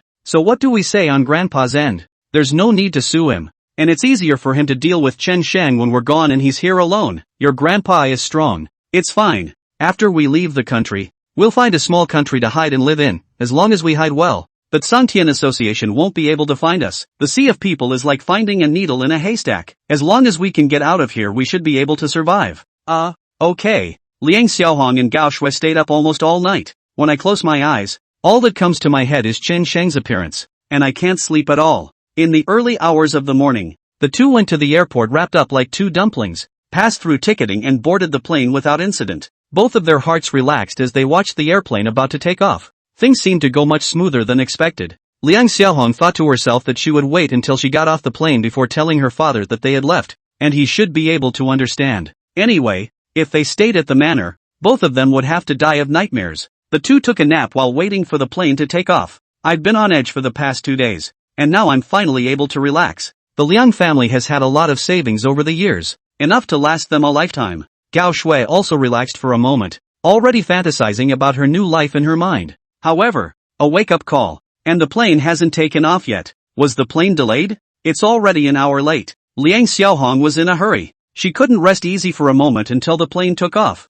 Only by getting away from here, only by escaping the sight of the Cthulhu Society, could they be at ease. Forget all this, forget the Liang family, and start over. Stewardess, why hasn't it taken off yet? Be careful, I'll file a complaint against you. Liang Xiaohong grabbed a passing flight attendant and spoke loudly. The stewardess was very pretty, with white skin and decent features. She smiled slightly, then half bowed. I'm sorry, this passenger. We've had a few malfunctions here and need to troubleshoot them in time. It shouldn't take long. Liang Xiaohong was upset. How could something like this happen at the airport? What kind of trouble can't you troubleshoot before takeoff that you have to troubleshoot at this time of year? Why is he so bad himself? It's about to leave. What's wrong with the plane? Is your plane safe? If it's not working, get me another flight. I tell you, none of you can afford to delay me. That stewardess still kept a polite smile on her face, and with both hands on her belly, she said very politely, don't worry, both of you. We've already found the malfunction. It's the two of you here.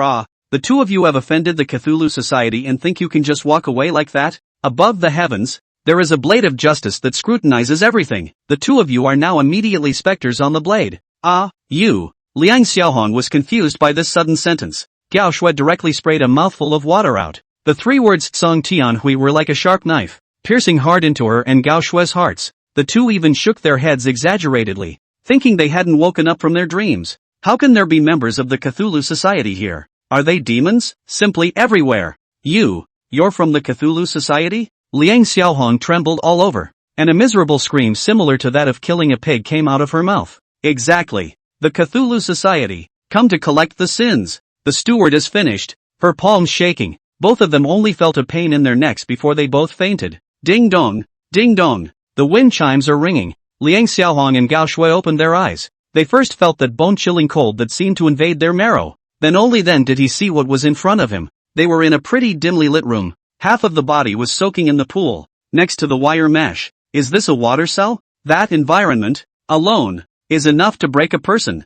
The water below was so dark that it was impossible to tell what was in it. The body soaked in it only felt like $1,000,000. There was a board floating next to it on which only one person could sit. A foul odor accompanied the churning of the blackened water. It made them sick to their stomachs. What a place! Is there anyone? Help! It's killing people to soak us in water. Our bodies can't take it. Is there anyone? The two men cried out as they tore themselves away. There's no need to shout, and I advise you to conserve your strength, for you don't know how long you'll be soaking here yet. An easy, elegant voice came through. Chen Shang walked in through the door, followed by two men. Chen Shang. Ah, Chen Shang, you're Chen Shang. The two men blanched in terror, and here they let out horrible screams, especially Takayuki. The string that had been taut in her heart snapped instantly. She was so scared that her eyes were tearing up and her body kept trembling. Chen Shang has always been her nightmare. I thought I could escape his clutches, but I didn't expect to be caught back. Is this the wheel of heaven? Injustice. As if he didn't hear their screams,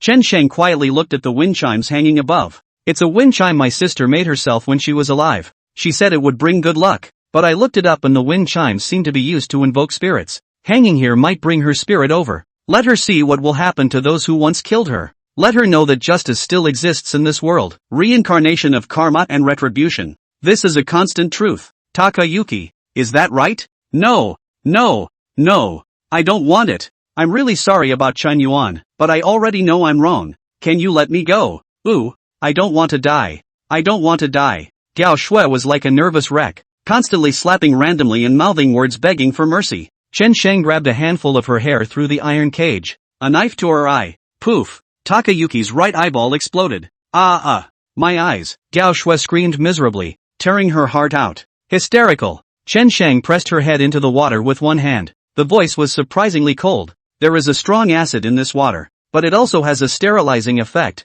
Don't worry. I won't let you die so quickly. The pain you're going to take is just beginning. Chen Shang saw that she was about to stop struggling, and only then did he let her go. Her face was covered in blood and she kept grunting in pain. Chen Shang wiped his hands with a paper towel with a look of disgust. As you can all see, there is only one wooden board here, but it can only accommodate one person to climb up at a time, and the water in here has strong acids that will slowly corrode your bodies. As for who's up there and who's down there, you guys decide. Also, the daily meal is only for one person, and as to how it is to be divided, you will discuss it yourselves. Enjoy your last stretch on Earth. It's a sure way for you to step into hell. There, a crazier trial awaits you. After Chen Shang finished speaking, he turned around and left. Only then did Liang Xiaohong react, rushed to climb onto that plank. His feet were corroded and rotted, blood flowing thick and disgusting. Continuing to stay in this water will really kill you. She doesn't want to die. Mom, my eyes hurt. I'm losing sight of things. Come with me to the hospital.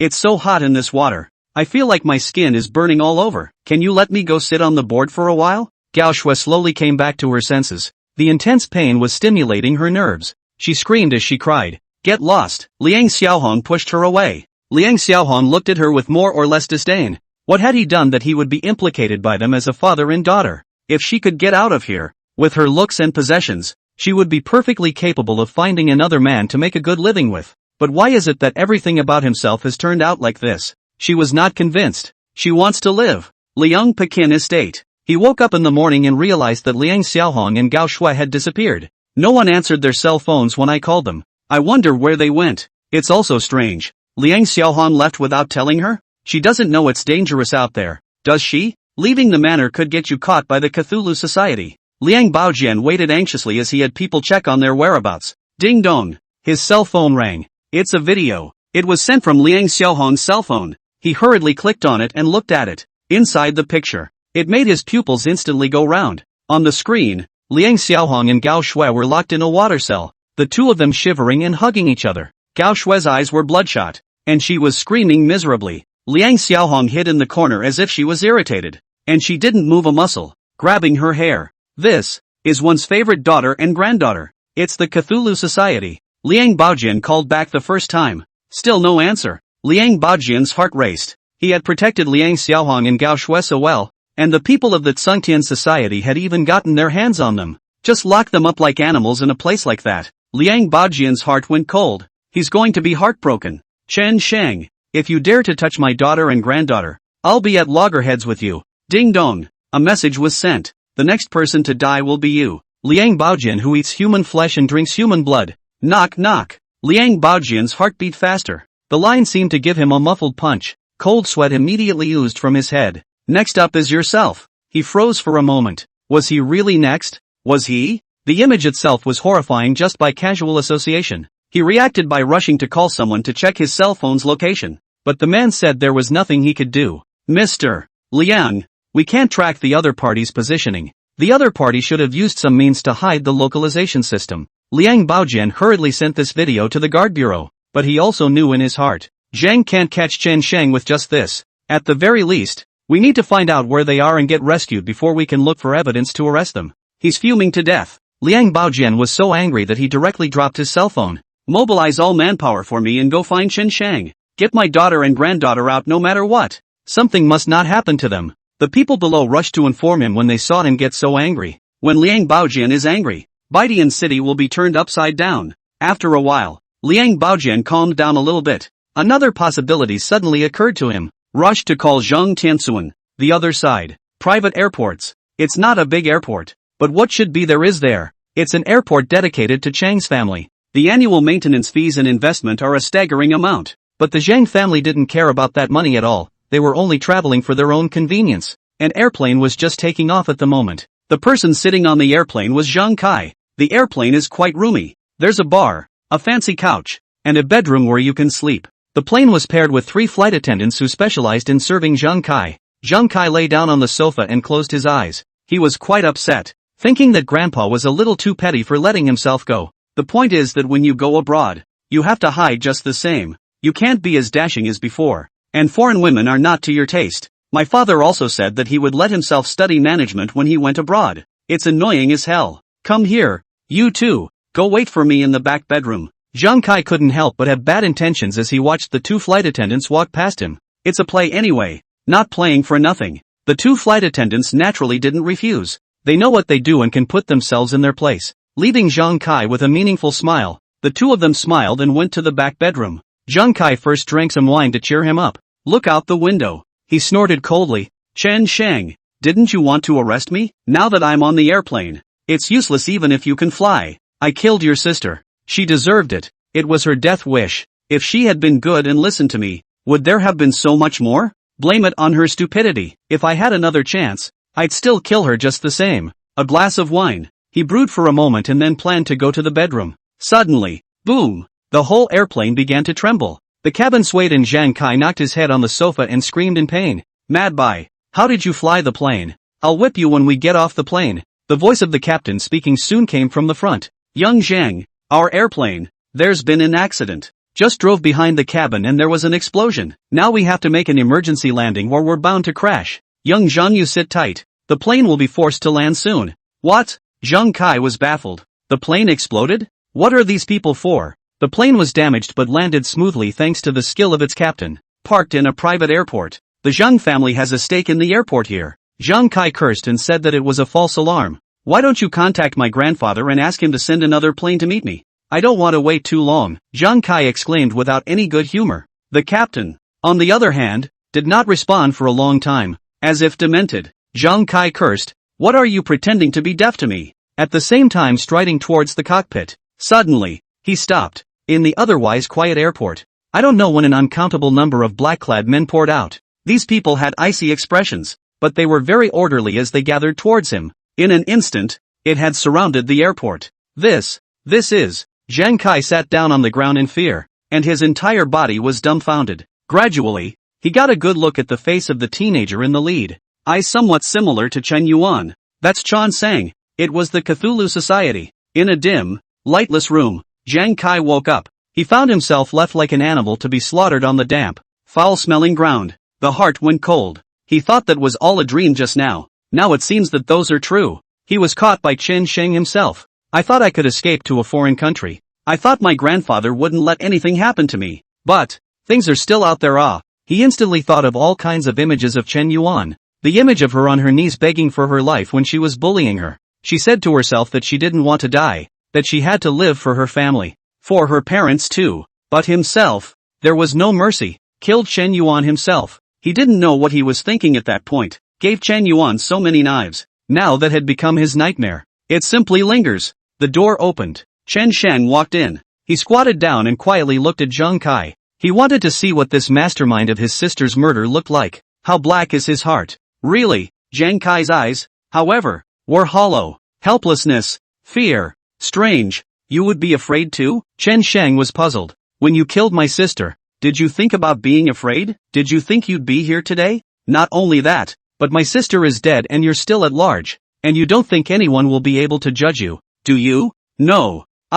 That was an accident. Me killing Chen Yuan was an accident. Zhang Kai rushed to defend himself. Knock. A jab lands there for Tran Sang. Directly broke Zhang Kai's nose. The intense pain was so intense that he almost fainted. Zhang Kai screamed miserably. Mr. Chen, can't we discuss what's going on? There's a price to pay for what you're doing. You want to live well too, don't you? Chen Shang nodded. Of course I want to live. But more important than me living is my sister's revenge. Zhang Kai, don't worry. I won't let you die that easily. If I wanted to kill you, the bomb I installed on your plane wouldn't have destroyed just a part of the cabin, but the entire plane. You've had your eye on me for a long time. That's right. Your grandfather has a lot of power, but he can't whip it out of Northern Sky City. Zhang Kai only felt that he was covered by endless terror, and it was hard to say. The path to hell has been opened for you. Enjoy it. Chen Shang slowly stood up. Today, let's start you off with an appetizer. I heard that you play with a lot of women. There are a lot of them from your training organization alone, not even the social ones, and besides, those women are not very old. You like to toy with people. You like to enjoy the feeling of being superior and conquering, so you'll do anything without compromise. Now, I'm going to let you experience what it's like to be played with as well. Stump. Chen Shang's words fell. A group of people walked in the door. Xiao Luo was among them, and he hemmed and hawed with a bad smile. Brother Shang, I've got all the people. It's all the people you asked for, so it's definitely fine. Well, not bad. Chen Shang glanced at the men. Very strong and evil. What are you doing? Zhang Kai exclaimed in shock as he didn't know what Chen Shang was going to do. What I'm going to do? You'll know soon enough, but don't worry. I have the most professional medical team you have here. Surely they won't let you die. They will extend your lifespan to the maximum extent possible, Chen Shang said. Looking behind him, $10,000 each. You guys behave yourselves in a while. One of them grinned. Big brother, look how polite you are. Letting us enjoy ourselves and giving us money. Thank you so much. Don't worry, big brother. We'll definitely perform well. Don't worry, big brother. This kid's physique looks okay, so he should be able to play without dying. Chen Sheng sneered and retreated silently with Xiao Luo. Zhang Kai's eyes rounded, his pupils imprinting one of the big black men in reverse, and a desperate hiss escaped his throat. Afternoon. Oasis Hospital. The hospital has been closed for 2 days since Nurse Yoon and the others died, but then watch the winds calm down and the hospital quietly opens its doors again. Only this time they were much more restrained. Dean, will we still work with Liang Baojian in the future? A nurse knocked on the door and walked in, carrying a cup of tea. Of course we should cooperate. Who wouldn't make money for nothing? But all this time be honest with me and wait for the wind to blow over. Didn't the people from the guard bureau come to investigate yesterday? Dean was now somewhat grateful. Luckily, I wasn't on duty that day and went home early. Otherwise the person who dies might be himself. That crowd is crazy. He plans to stop for a month and then contact Liang Baojian to see what he can do later. But Dean, the people from the Cthulhu Society, do we really not need to care about them? It is said that they have a lot of great energy in them. The nurse was a little worried. The Cthulhu Society? Oh, the Dean suddenly sneered. Nothing more than a bunch of outlaws. What else would they do but kill? I just don't believe that they can make me feel any fear. What sin can they make me confess? I'll do this kind of thing again, and I won't stop as long as I live. I just can't believe how much power they have. That's because the world has touted them too much. They're all just a bunch of ordinary people. It's impossible to turn the heavens upside down. As long as they don't move recently, then we don't have to care. Okay. The nurse nodded slightly and agreed. Then a couple of photos from the file. Above are some maternity photos. Here are the recent deliveries the hospital is preparing to receive. Which ones do you see fit to admit first? Dean picked 2 smooth ones. Just these 2. But make sure you discuss with Liang Baojian before letting them be admitted. Yes, I understand. Wow. Suddenly, the hospital lights went out. Instruments, computers, all turned off. The power's out? Liang Baojian was the first to react. Why did the hospital lose power? Go turn on the backup power. I'll go inform them. The nurse rushed out. She just went out for a couple of runs. Then there was a scream. Dean was instantly energized. A bad feeling came over him and he rushed to open the door to see. Outside the door, it's a group of men in black. Leading the way was a man with narrow eyes, with a hint of femininity, playing with a butterfly knife in his hand. Hello Dean. Today the Cthulhu Society has come to collect sins. Dean's brain exploded. Incredulous look over. His legs went limp and he directly fell to his knees. What did you say? The Cthulhu Society. 10 minutes later, the largest conference hall in the hospital. The place was brightly lit, and the hospital's 30 or so doctors and nurses were all gathered here. Kneel on either side. In the center are Chan Sang, Shu Lok and Shu Feng. Chen Shang moved gracefully and slowly was putting on sterilized gloves. Very professionally, he pulled out the syringe and tried it in his own hand first. What are you doing? This is a hospital. You're committing a crime. If you move us today, you won't be able to get out in one piece. Isn't it all in the past? You killed 3 people in the hospital. What else do you want? Dean exclaimed. These people are from the Cthulhu Society, but what exactly they were up to, he had no idea. Will it kill them all like it did before? But there were over 30 people in the hospital. They're going to kill that many at once? Chen Sheng fiddled with the syringe in his hand and said to himself, when I was a child I knew a doctor, an old man in my yard. He practiced medicine and saw patients all his life, and lived a very tight life. Sometimes, when he saw that his patients' families were in a bad condition, he didn't even charge any money, and gave away free medicinal herbs. That's when I realized what it means to be a healer and to hang on to the world. Seeing patients and saving people is also the most basic professional quality of a doctor. If a doctor picks up a scalpel to harm people, what's the difference between that and being a demon? Demons are not supposed to exist in this world. Dean, is that right? Dean was numb. Doesn't that say something about yourself? They used their professional convenience to work with Liang Baojian to deliver baby after baby, tear those families apart, bringing one mother close to breaking down. The Cthulhu Society, can they be spared? Chen Sheng opened a black suitcase next to him. There were all kinds of bottles in there. The bottles are filled with unknown liquids. Chen Sheng casually picked up a bottle of liquid and filled it into the syringe. Do you know what it is that renders a doctor most helpless? It's the unknown and incurable virus. The pain of watching yourself infected with the virus and slowly dying. You will soon realize, Chen Sheng said, directly stabbing a needle into the dean's arm, then pushed the liquid inside. What is this? The dean's face went white, all shivering. Has His Excellency heard of the rabies virus? What? The dean general practitioner sat down on the floor, paralyzed with fear outright. What you just injected into yourself was actually the rabies virus? It's a hopeless virus. Finished by myself. Dead. But not necessarily. Chen Sheng's words changed and smiled. There are all kinds of viruses in here, and the rabies virus is just one of them. In addition to leprosy, Ebola, Marburg, HIV, a room full of people kneeling. One was confused. It's a virus they've all heard of. Each one is incurable, and it can be incredibly painful when you have it. In the future, all they will be left with is pain and the ability to watch themselves die slowly. Now that's human torture. At Chen Sheng's command, the members of the Tsong Tian Association injected everyone with various viruses. Despair began to spread through the crowd. All of them, every single one with sinful hands. All will be judged here.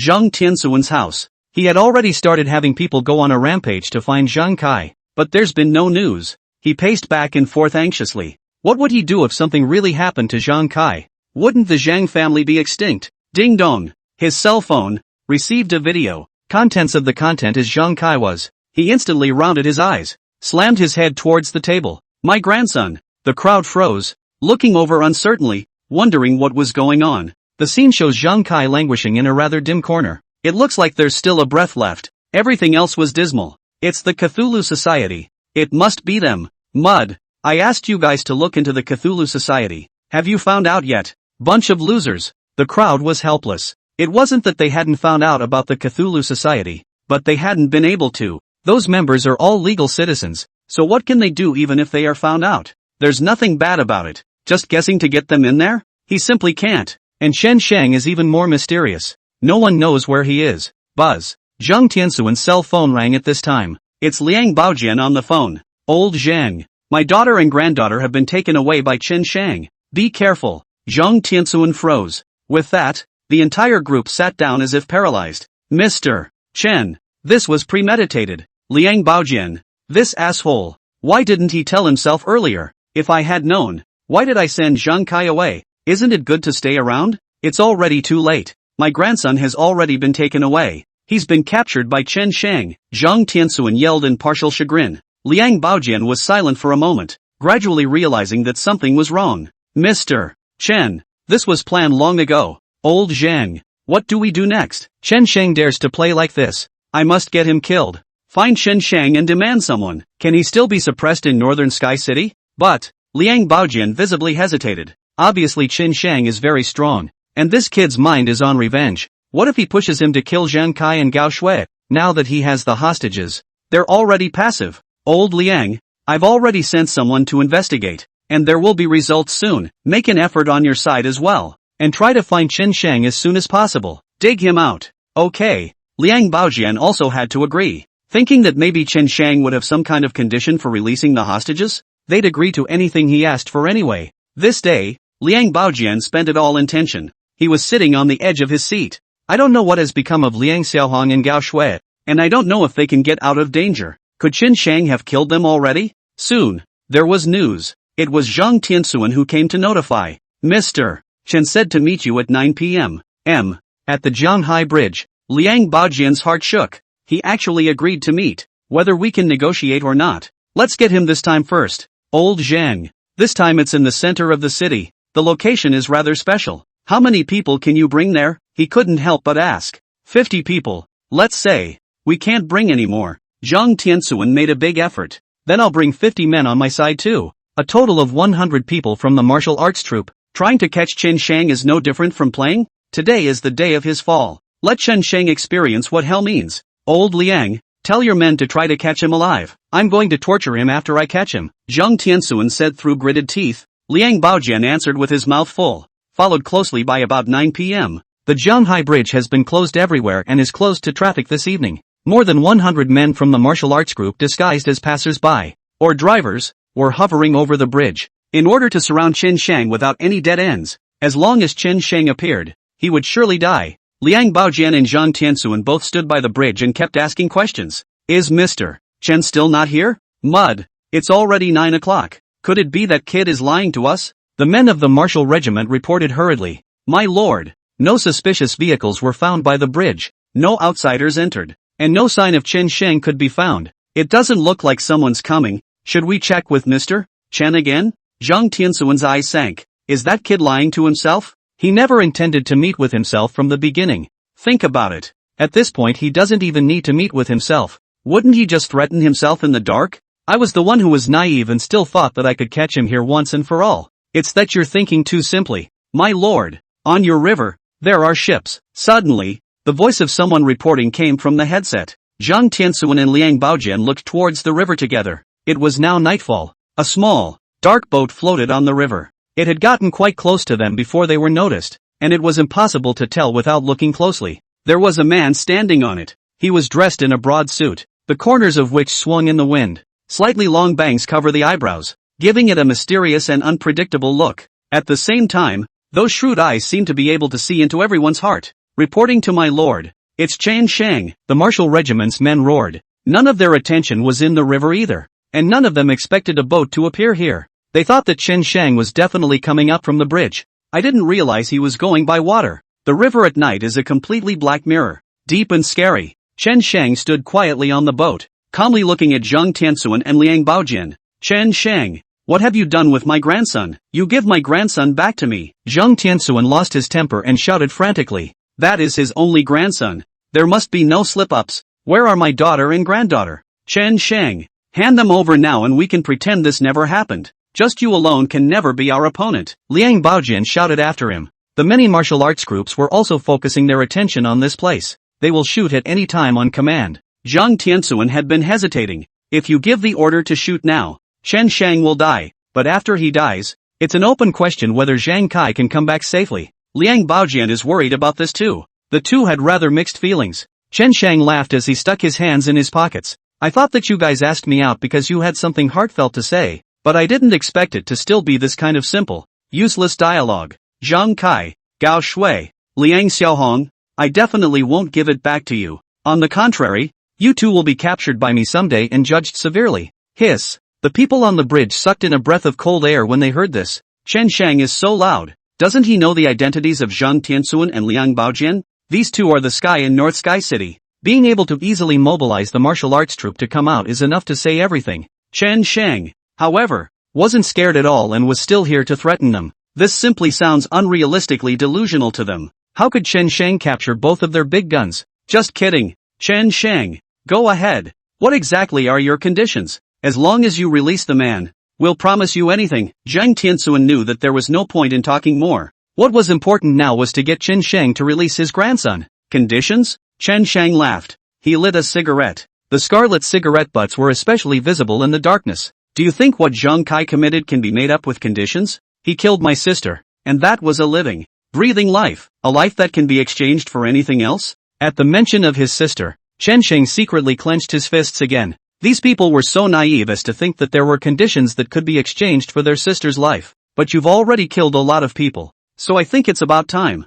Are you going to kill everyone? Anything is negotiable. Tell me your conditions. Zhang Tianxuan patiently followed the advice. At the same time, he secretly told the people from the martial arts group to go down and arrest Chen Shang. Chen Shang nodded and smiled. If there is a condition, it is only one. You two be good enough to jump down and come with me together. A family should be neat and tidy. What? The expression on Zhang Tianxuan's pale face changed abruptly. He looked at the cloudy Chen Shang under the bridge and for the first time had a sense of fear. It was an indescribable feeling. It's like throwing yourself into the middle of an abyss. A glance with Chen Shang and the feeling was crashing madly into everything about him. There are martial arts groups coming down from the west, east, and south, right? Tell them all to back off or Zhang Kai and Gao Shui will die immediately. Chen Shang suddenly said coldly. Zhang Tianxuan was startled. Chen Shang already knows everything. Looks like there are Chen Shang's eyes around. They thought they had done enough to be covert, but they didn't expect to be penetrated by Chen Shang anyway. Chen Shang, since you don't want to talk, what are you doing here? Looking for us to chat? If anything happens to them, I'll make sure you don't live either. Liang Baojin shouted angrily. Chen Shang inhaled hard and swallowed, the misty smoke rising along his eyes, imprinting the arc of that one elite. I'm here to see you two pissed off and declare war on you in the process. Chen Shang stubbed out his cigarette and casually threw it into the river water. Then his expression became serious. The battle between us begins at this moment. Both life and death are divided into good and evil. Chen Shang finished, took off his jacket and jumped into the river with a flutter. He's wearing a wetsuit inside, and with oxygen. My lord, Chen Shang has run away. We can't catch him at all in this situation. It's too big in the river and visibility is limited. What to do, my lord? The voice of the martial arts group continued to echo through the headphones. Zhang Tianxuan and Liang Baojian were both furious. Two men, high officials in high places of power, to be so threatened by a kid. Zhang Tianxuan and Liang Baojian yelled. Chen Shang, I advise you to think about what you've said. Pushing the two of us will do you no good. It's just killing your sister. What's the big deal? Anything in this world is replaceable. Money can make up for everything. Your sister's life is not worth anything at all in our eyes. Not worth. That's not all. Boom. That ship, just now, directly exploded. There was a loud clang that made the entire bridge seem to tremble. The shockwave spread down the river, and in the darkness it looked as if a giant had slapped the surface of the sea. This bomb? How did this kid get a bomb in northern Sky City? Zhang Tianxuan and Liang Baojian rushed to the ground, trembling in fear. There were so many people from the martial arts group around, and they had planned carefully for so long, even blocking off the entire bridge. But he didn't even catch Chen Shang's shadow. Instead, he played him hard. If they were any closer, they'd both be hurt. Chen Shang, this is a demonstration to them. Tell them that they are capable of fighting them. As he said, the battle had begun at this very moment. This kid, he really dares to go to war with them. The people from the martial arts group surrounded them, protecting them at the first opportunity. In the meantime, send someone to line up what's going on down there. Zhang Tianxuan and Liang Baojin were rushed to the hospital for examination. Next day, Zhang Tianxuan and Liang Baojian are both in the hospital. It's full of martial arts groups out there. The guard bureau has also arrived. The man who came was the chief of thousands, followed by Qin Guohua. They couldn't believe a million things when they heard that either. Did Mr. Chan really do this? He dares to be the enemy of Zhang Tianxuan and Liang Baojian? That's way above the guard bureau. Chen Shang's strength, just how strong. And it could make these two old men of 10,000 so scornful. They've already written a report on what happened yesterday and handed it in. Chen Shang's one small boat pulled a boatload of liquefied gas. He escaped by setting off the liquefied gas himself. Sure, the guard bureau didn't find any evidence that Chen Shang did it. It's just a guess. Old Zhang, what do we do now? Liang Baojian was in the hospital room was not a good feeling. Without the baby, it was hard for him all over. He wanted to get this done quickly and get some more babies. Zhang Tianxuan took a deep breath. Last night's scene seemed to grow on him. Chen Sheng. It doesn't seem like an existence that can be dealt with so easily. Zhang Tianxuan calmly analyzed. Now that we can't find Chen Sheng, we can only force him to appear. Doesn't he care about his sister the most? Then we'll start with his sister. Force him to come out and talk to us. I'm going to drown his sister in public opinion and make their family live in misery forever. I don't believe that Chen Sheng can endure this. Airport. Zhang Jiayu hugged Jiasun and was about to get on the airplane. Chen Sheng came to deliver it himself. Brother Sheng, I thank you on behalf of the whole family. You gave my brother a new life. I'll follow you for the rest of my life. On the mountain of daggers and in the sea of fire. Zhang Jiayu said with a serious face, his body standing straight. Chen Sheng smiled and patted him on the shoulder. After you get over there, first arrange for your brother to come back when there's nothing serious wrong with their health. Don't be in a hurry. Brother Sheng, I'll be back after I drop off my brother. I'm going to deal with those scum with you.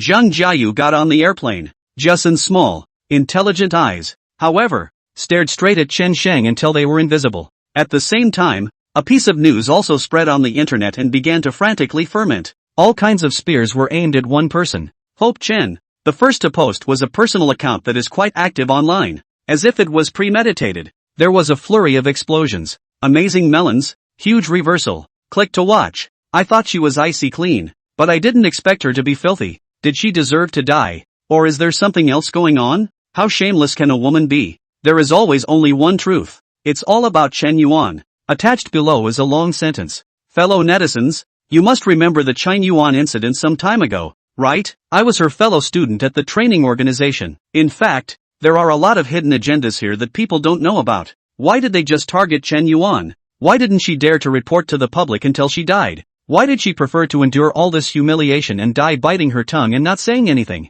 Before in the way of a certain force, I do not dare to come forward to clarify all this, but I really cannot stand the inner struggle, or intend to tell it all. Today here, please all the netizens to give me as a witness. Not the heavens are eyeless, but people do not understand the truth.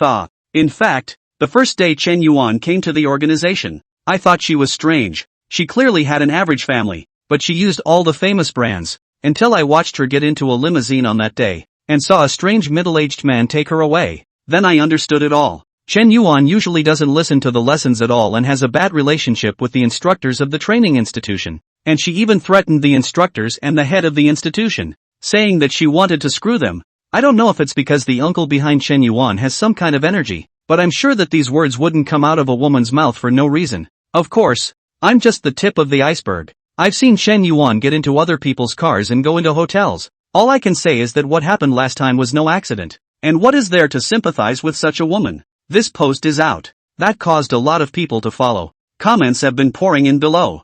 Yeah, put it this way, I've also seen Chen Yuan flirting with older men, and even seduced the head of the organization. I'm also a fellow student of Chen Yuan's, and I've seen her borrow from loan sharks before, and some debt collectors have chased her inside the organization. Chen Yuan wasn't a good woman in the first place, so it's to be expected that something happened to her. She's a questionable human being, often bad-mouthing people in private, and has seduced other students in her class, reportedly for only 3 figures a night. She deserved to die. Why do I feel like those 4 did the people a favor? It's not about who's miserable and who's justified. The things that Chen Yuan has done will be exposed to the sunlight sooner or later. The world is righteous and full of positive energy. A woman like Chen Yuan should go to hell. It's a shame. If I had known it was so cheap, I should have gone to play with her once. Less than a day. Things started to fester on the internet with Chen Yuan. The hype men behind it are naturally Liang Baojian and Zhang Tianxuan. Of course some people who knew Chen Yuan stepped in to help her out. But they were, after all, too small in power, and were soon toppled by those online. All sorts of over-the-top language is making the rounds on the internet. There was even a private video spread about Chen Yuan. Of course they are all synthesized and the average person can't tell the difference between real and fake. As the saying goes, there are pictures and there is truth. And under the huge wind, even some ordinary people can't help but be curious and start to follow the trend. Chen Yuan's death. The heat had just gone down and immediately went back up. It took over the top of the entire hot search in less than a day. Knock knock. There was a knock on Chen Yuan's bedroom door. Lo stood outside, full of worry. Chen Sheng has been in the house for half a day and won't open the door to anyone who comes over. Now that things are brewing more and more excessively on the internet, Chen Sheng's mood is already extremely heavy after losing Chen Yuan. Can he feel better when he sees these news? Squeak! The door opened. Chen Sheng opened the door. There was little expression on his face, and his still blowing cell phone sat on his bed, obviously already aware of what's going on online. All this afternoon he had been cuddled up under his sister's covers, longing to find traces of his sister's existence in the first place in that lingering scent. Brother Shang, what's going on online? Luo looked over cautiously. I know all about it. Chen Shang sat down and gripped his cell phone tightly. Lines of vicious text on it, some malicious smears, speculations, personal attacks. It made Chen Shang furious. He knew best what his own sister was like. Although she was studying at a training institute, she only had $200 a month for pocket money. What's $200 enough for in today's world? But every month, Chen Yuan would save up $100, and when she saved up more, she would give it to her parents to supplement her family's income. How could such an obedient sister go to a loan shark? She wore all her clothes for 5 or 6 years. If that's true, how else can she be so? Which girl of this age is not a beauty lover? Who doesn't want to dress up? Only Chen Yuan. It's not that she doesn't love beauty, but she knows too much about it. In her heart, the family was the most important thing. Family, that's all she has. Instead, she is portrayed as a vicious, unscrupulous woman who sells out and covets material things. Now she's dead. She's dead now. But the men still wouldn't leave her alone. Swallowed everything she had and had to defile her soul. How could Chen Shang say yes? Brother Shang, I found out that this matter was done by Liang Baojian and Zhang Tianxuan, who found someone to do it. They are trying to make you mess up because of this matter. Xiao Luo whispered. Click. The cell phone screen was crushed by Chen Shang. It made a crunching sound. Chen Shang was oblivious to the blood seeping from his palms. Luo, I once told you that death is the end of everything. But now it doesn't seem that way. The hearts of men are sometimes more horrible than death. One has to be flogged by them for their souls after death, and to be tortured by them with those vicious words. A single, frantic smear. It is a great dishonor to the dead. It is an insult to a pure soul. Justice in this world is the truth that is hidden under money and is not seen. And the Cthulhu Society exists to expose all of this to the sunlight so that everyone can discern the evil.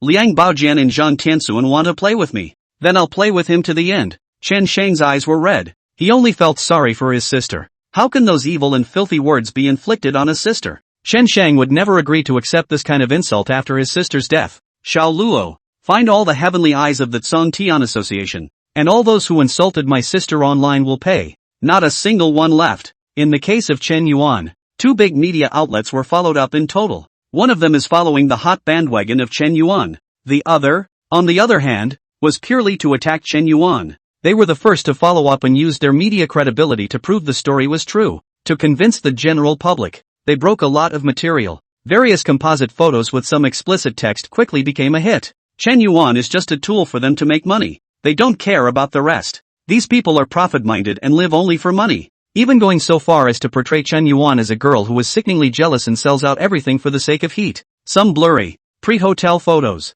Photos of getting into limousines and having private meetings with men. Photos from the luxury store, Diamond KTV, inside one of the largest private rooms. Positive Point Media, at the moment, is having a celebration. All the executives in the company were there. Everyone had a smile on their face, because Liang Baojian gave the company a considerable amount of money because of the Chen Yuan incident. At the end of the year, each of them will double their bonuses. What's more enjoyable than getting money? Having been in the company for a long time, any truth, any justice is long gone. The only thing that exists in their minds is money. That's what's most visible and tangible. However, in this matter, the most lucrative, when the positive point of the media's boss, Mr. Tan, you can get paid so much for just posting random news. Then 5% of that is divided into employee bonuses. Come on, everybody raise a glass. Today's heat is great. The highest on the heat list since Positive Point Media was founded. Today's achievement could not have been achieved without everyone's dedication.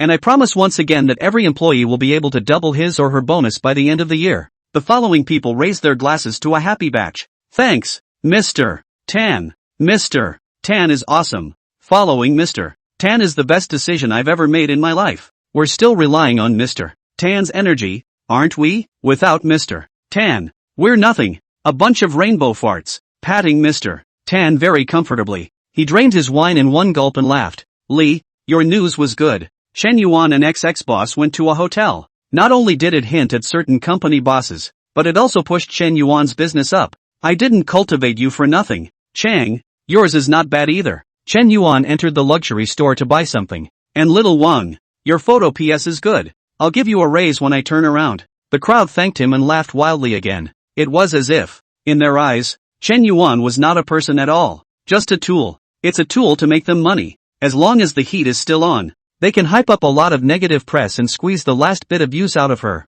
As for how she died and what she really was, no one even cares. Once a person gets carried away by the desire for profit, they are out of control. Mr. Tan. But if we talk about Chen Yuan like this, will we be targeted by her family? What if her family sues us? One timid and fearful woman still couldn't help but speak up. After all, if you do a lot of bad things, you're always afraid of retribution. Mr. Tan sneered. Ha ha ha, her family? I've already checked. She's just an ordinary person. Her family has no power or influence. So what are we afraid of? Although her brother did some crazy moves before, isn't he quiet now? I just don't believe in the power of one man. Can an arm twist a leg? We are the media. And all truth comes from our mouths. We are the judgment, the justice, the interpretation of all news. Sue us? Does he have that power? What if I did? At this point, the door to the booth was opened. In walks three men. A teenager stood in the center, followed by Xiao Feng and Xiao Luo. He spoke in a voice so penetrating that everyone in the booth heard him.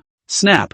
Ro turned on the light. The whole booth was unbelievably open. It's as if sin is exposed to the sun. What do you guys do? Who let you in here? Waiter. Mr. Tan didn't recognize them at all. He was in the middle of a good time and these guys came to spoil the fun. No need to shout. No one will come over. Chen Shang's voice was calm, but a vault of rage hung in his eyes. It's these assholes who are smearing their sister. Let her die in peace. This pain, this insult, Chen Shang was going to return it to them as it was. Who are you? Get out or I'll knock you out. Get out of here, asshole thing. Didn't you hear Mr. Tan tell you to get out? A couple of young men next to him yelped out, each one a dog in the fight. Feng shot out quickly and grabbed the hair of the man next to him who was screaming the loudest, pressing down hard on the coffee table. Bang! The force was so great that an intact wine bottle shattered into powder from top to bottom. It all shattered in the man's face. The man's hands dropped and he immediately stopped moving. Feng let go of him. With a thud, the man slid to the floor.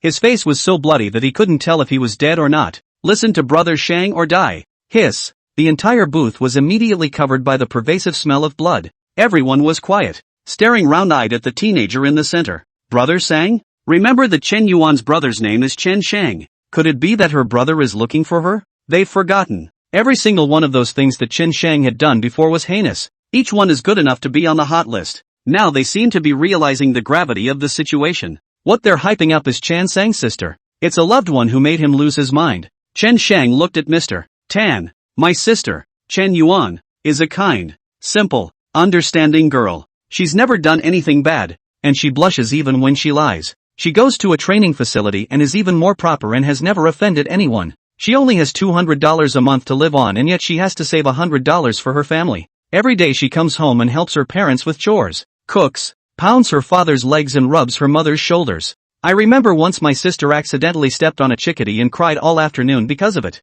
You guys? Such a girl. Would she do that kind of thing? Borrowing from loan sharks, getting a room, roaming around high-spending places, and even hanging out in nightclubs. You guys talk. When he said the latter, Chen Shang almost roared out. In the entire booth, no one dared to look directly at him. His eyes could kill. For them, it was judgment. Mr. Tan, discrediting a person's soul for a little profit. Are you comfortable with this money? Tran Sang grabbed Mr. Tan by the collar, carried his obese body straight over. A bottle then exploded over his head and then stabbed him hard in the face. Oh, my eyes, my eyes. Mr. Tan screamed in pain. Chen Shang, however, did not stop. Once, twice, it didn't stop until the sharpness on the bottle was all smoothed out. Mr. Tan's face was a bloody mess. My sister is dead. My sister is dead. What were you guys doing when she had her accident? You didn't report a word of it. She's dead and you guys are distorting the truth and covering it up. You guys deserve to die. Positive Point Media.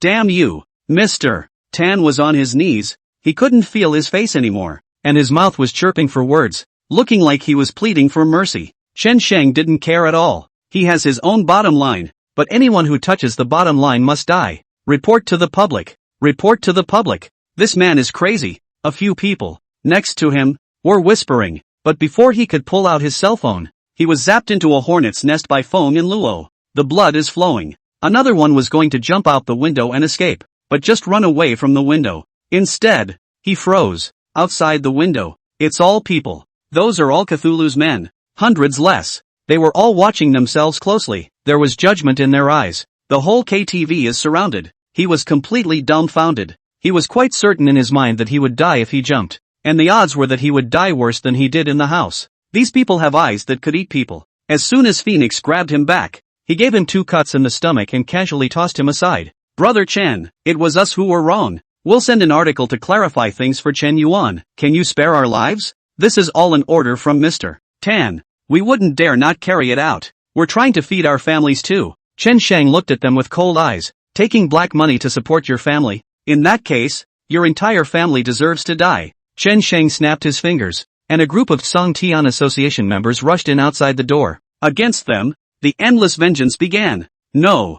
Fear gradually piled up in their eyes. The moment was a moment of overwhelming repentance. They shouldn't insult Hope Chen, but it's all too late now. An hour later, the guard bureau is coming over. Chen Guohua and Li Jun led the way. No clues were found at the scene. There were 15 positive point executives who came to the party today. 8 dead and 7 seriously injured. 80% of those seriously injured will be disabled later on, unable to take care of themselves. I'm afraid the only one who would lay such a cruel hand is Chen Shang. Both of them were silent when this was said. And even a fool guessed it was Chen Shang. They've seen all the heat today. Originally the guard bureau had stepped in to clarify, but it was topped right off by the heat. Let's just say these media outlets are arrogant. Li Jun also rarely said anything bad about Chen Shang this time, and even felt that he did the right thing. It's long overdue for these media outlets to get tough. Not a word of truth comes out of their mouths all day long. But then again, Chen Shang did go a bit too far in doing so. But relief. Chen Guohua gave Li Jun a curious look. This kind of words shouldn't come out of his mouth. Hasn't he always been very denigrating about these things? He suddenly felt that the energy of the Cthulhu Society was gradually infecting everyone. In carving symbols of justice for every heart. Positive Point Media, Inc. The news of Mr. Tan's murder has spread throughout the company. Some employees who had nothing to do with the incident have opted to take a vacation. Who dares to come to work when things are like this? But there are still 50 or 60 people who remain at their posts. They're all diehards of Mr. Tan. The heat is what they guys are all about. Although Mr. Tan is gone, they still get a share of the money. At the moment, they are still refreshing their comments, creating hotspots. With Mr. Tan dead, do we still have our bonuses? Some curious employees voiced their inner questioning. Their main concern is always just money. Don't worry, the money will definitely be ours. Didn't Director Jean already say so? We just have to keep the heat under control and keep brushing it off. Positive Point Media is still around. So what are you worried about? This heat is making us a fortune. Ding dong. At that moment, the doorbell came from the office. It's the delivery guy coming. It's afternoon tea from Director Jean. Please sign for it. The delivery man had a bearded face and looked a bit fierce, but he spoke politely. A woman ran over, casually signed her name, and had the delivery guy leave her stuff at the door. But he didn't notice the sneer that snuck up at the corner of the bearded man's mouth. Come downstairs to the office. Lo looked at the words Positive Point Media on it, pressed the remote control in his hand. Sin, vanish henceforth. There was a loud boom. The floor where Positive Point Media was located ignited into a huge cloud. Various pieces of debris have fallen. Smoke rolls in. It's no good. Something's wrong. Report the public. The security guards were dumbfounded by the sight of this image one by one, shouting and going upstairs to check the situation while reporting it to the public. For his part, Xiao Luo smiled in satisfaction. Rode out of here on the express bike. Between one day and the next, Positive Point Media is finished. The company was acquired by Hongqin Group. Names are written off. All the information that had been posted on the internet before was also deleted. Then, a text is active on the web. All the records on it are all the evil deeds of Positive Point Media. A few years ago, an emergency vehicle was in a hurry to save someone's life when it was stopped by a private car. It resulted in the patient's untreated death. Originally, this incident was a big deal on the internet, and the blame was all pointed at private car owners. But at this critical moment, Positive Point Media broke the story of ambulance personnel taking bribes, using ambulances to transport contraband, and a host of other incriminating evidence. This eventually led to the ambulance crew being shut in. Private car owners, however, had nothing to do with it. Now at last the truth has come out. It turns out that all that evidence back then was fabricated by Key Media. And the ambulance driver had a clean bottom and was completely framed. Last year, a few drunken men molested a woman on the street and were injured by the woman's husband. It was Positive Point Media that used all sorts of inappropriate tactics to discredit the husband and said that women had done some shady things before. It's the public opinion on this matter that has turned against the drunks. The husband ended up paying for their medical bills. The year before. The list of misdeeds is endless. All at once the major netizens woke up. Turns out they've been taken for a ride all along. Positive Point Media is all about taking money from others. So they make a big deal out of it and turn it upside down. Those netizens who were brought up to speed before have also expressed their shame. In an instant, the Chen Yuan incident went under the hot seat. Those previous private accounts, the people who took the initiative to bring up the tempo, were basically people from Positive Point Media. They keep a lot of active accounts under their name, just for hot air use. Same time, Flying Cloud Media. They were brought up to speed at the beginning of the Chen Yuan incident. They made a killing by bringing in the goods. And now it feels like that money is too hot to handle. Positive Point Media is finished. The lair was bombed. Mr. Tan is dead. This isn't trivial. This is dying. Sun Qin of Flying Cloud Media was pacing anxiously in his office at the moment. She was thinking of a response. Positive Point Media is done. So should the previously hot Flying Cloud Media come next? This time next they are bound to make a lot of money. But it's a toss-up as to whether or not they will be retaliated against. Mr. Sun, the volume of Positive Point Media. Should we continue to brush it off? Immediately, someone came over to inquire. Sun Qin was hesitant the last second, but now that she heard this, she immediately made up her mind. Answer it, why not? This great opportunity will be gone if we miss it. Whether our Flying Cloud Media can rise or not depends on this time. But, Mr. Sun, don't say it. What else is more important than making money? Sun Qin thought to himself that Positive Point Media had just been finished. Even if the one behind them wanted to deal with them, he wouldn't do it so quickly. Would he? She's going to make a killing on this wave of traffic. Buzz. Her cell phone suddenly vibrated. She looked down at an unfamiliar number. Sun Qin, you have half an hour to delete all information about Chen Yuan and issue a statement apologizing. Meanwhile your company is shut down for 6 months to pay tribute to Chen Yuan. Also, offer your hands again and your life will be saved. There was an icy voice on the phone. The words that came out of his mouth were creepy to hear. Each of these conditions was an existence that Sun Qin could not accept. Are you kidding me? Who are you? Sun Qin yelled like a shrew. Already upset in getting this kind of call. So it's a no? The person on the other side of the line didn't say anything and just hung up. Nuts! Sun Qin cursed and sat down with an exasperated sigh. Soon, a supervisor ran in. Mr. Sun, it's not good. The company is off the grid. Ha! Sun Celery thought she heard a joke. How can such a big media company be off the grid? And the company has 2 internet lines. So even if one has a problem the other can cover it. How can both go wrong? Not only that, but our internal data is being deleted. The supervisor's face had hardened. Internal data? Sun Qin's heart began to beat faster, suddenly realizing the gravity of the situation. Internal data is the lifeblood of a company, especially media companies. There are many secrets recorded in it. A lot of unspeakable secrets. They're still making money off of it. It's what holds the whole company together. Quickly go and check it out. Keep all of the company's technicians busy. Make sure to keep those data. Sun Qin shouted. She suddenly remembered the phone call from earlier. An inexplicable weakness surged through her body. Could it be the energy of that person? Is there even such a person in this world? One word and all the company's internal information can be deleted. That's too scary. Ding dong. Meanwhile, Sun Qin's cell phone rang. He opened it. It's a video. A video of her going to a hotel with some leader. It had a clear shot of her face on it. It was accompanied by the words, "See you online in a minute." A minute later, Sun Qin's video went straight to the internet. There was a lot of hot air. Someone soon recognized that it was Sun Qin. Her heart raced and she rushed to find someone to find a way to delete that video. But it can't be done. Soon after, the second video was sent. This video is even making her head spin. It is the company's internal confidential data. "See you online in a minute." Again, that creepy line. The hairs on his body were standing on end. If this data is posted online, even for a second, the company is finished. She had fought for so many years and would instantly fall from the pyramid. In the future, the company will become a very ordinary media company, and it will be difficult to make any big waves. Sure enough, a minute later the data was posted online, followed by another message. If you don't see your statement of apology in 5 minutes or less, you'll end up like Mr. Tan. Sun Qin jumped up at once. Rushing downstairs, he waited for his cell phone to get a signal and went to send an apology statement first thing. Apologize to Hope Chen, to Hope Chen's family, and to myself for all the ignorant and fearless things I've said. At the same time, she tells everyone in the company not to do anything for the day and to all whitewash Chen Yuan. And all the profits from the previous live broadcasts with goods were donated to charity organizations. She was really scared. She was so afraid she would die. After she calmed down, she suddenly thought about what the man had just said.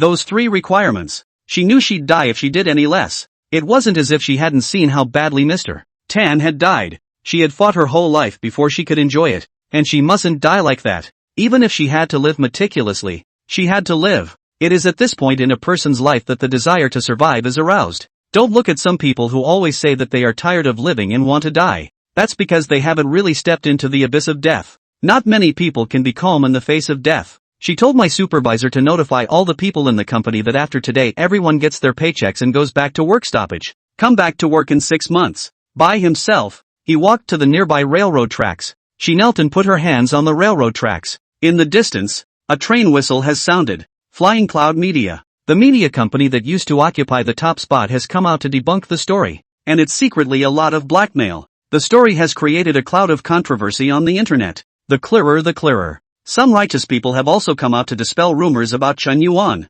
and blamed the unscrupulous media companies. Some people even led the way by standing up to pay tribute to Hope Chen online. Promote a positive atmosphere. The Chen Yuan incident. A complete reversal. Liang Baojian looked at the dynamics on the internet, and his entire body was confused. Yesterday he punched $20 million out to Positive Point Media to run this. It's only been just one day and the heat has been knocked off. And things came to a head and completely changed everyone's opinion. Cthulhu will be able to change public opinion and can turn the tide back in a short period of time. This energy doesn't even have itself. He had to square up. Zhang Tianxuan also called, questioned whether Liang Pekin had contributed at all. It's only been a day and the heat has gone down. Not at all what they expected. They were also planning to negotiate with Chen Sheng with this. It seems impossible now. Old Zhang. Chen Sheng's strength is too much stronger than we imagined. It's not a solution to just spend time with him like this. My daughter and granddaughter and your grandson can't afford to wait. We're going to have to do something about it.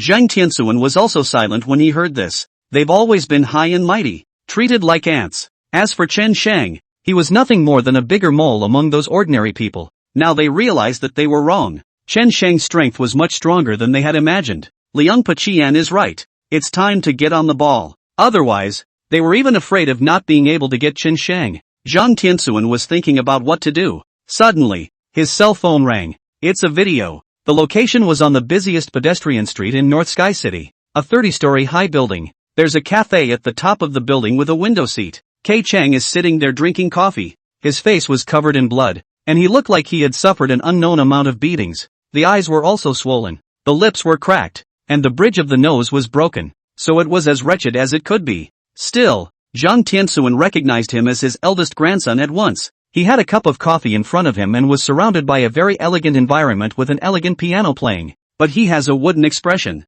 and you are relentless to enjoy it all. The whole person looked like he was stunned and his body kept trembling. The blood that hadn't dried on his face dripped down. My grandson, Zhang Tianxuan, was heartbroken. Zhang Kai was the one he watched grow up. He was held in his hands from birth. To think that now you have to suffer like this. Ha, your grandson? Liang Baojian was also stunned and glanced at Zhang Tianxuan's cell phone. Immediately afterward, he received a video as well. The content is in the city center. A small garden. On the lawn. 2 kilometers around. Not a soul in sight. Takayuki was the only one sitting on the lawn. Her whole body was frozen. One eyeball had been zapped and the blood on it had crusted over and it looked particularly horrible. Her face was filled with horror. Her body trembled. Tears fell from her eyes, and she clutched the skirt of her dress tightly, not daring to make a sound. The passers-by around them just cast curious glances, but no one came over to mind their own business. This is my granddaughter. This. Liang Baojian sat directly on the ground.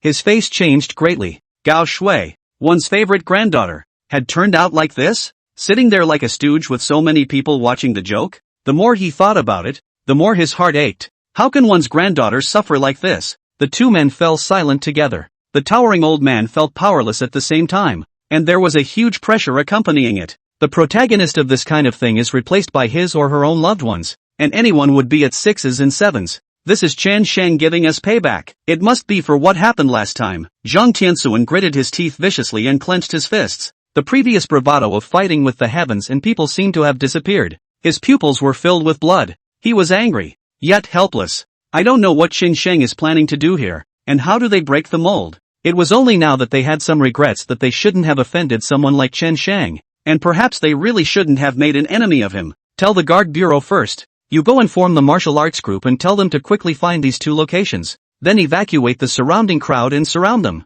This time it's a great opportunity for us as well. If it goes well, maybe we can save both of them. Old Liang, let's split our forces into two and catch Chen Sheng off guard, Zhang Tianxuan said after thinking for half a day and made up his mind to do it. Good, then let's do it, Liang Baojian promised and nodded his head as he left. The two split up. It's sure to make Chen Sheng's head in tailspin. As long as they could save Zhang Kai and Gao Shui, they would win. This guy, Chen Sheng, is also really bold, actually daring to play like this in the city center. There are too many restrictions in the city center. Let Chen Sheng have it this time. Downtown, top of the tallest office building, there was only Zhang Kai's table in the entire cafe. Outside the door are plainclothes. People from various martial arts groups were ambushed nearby. Although Zhang Kai was close at hand, no one dared to rush in to save him. Center garden. Takayuki sat on the lawn with his hands on his knees, not daring to move. It was already surrounded by plainclothes, though it was close at hand. Yet still no one dared to act. It was only because the shadow that Chen Sheng had left on them before was too great.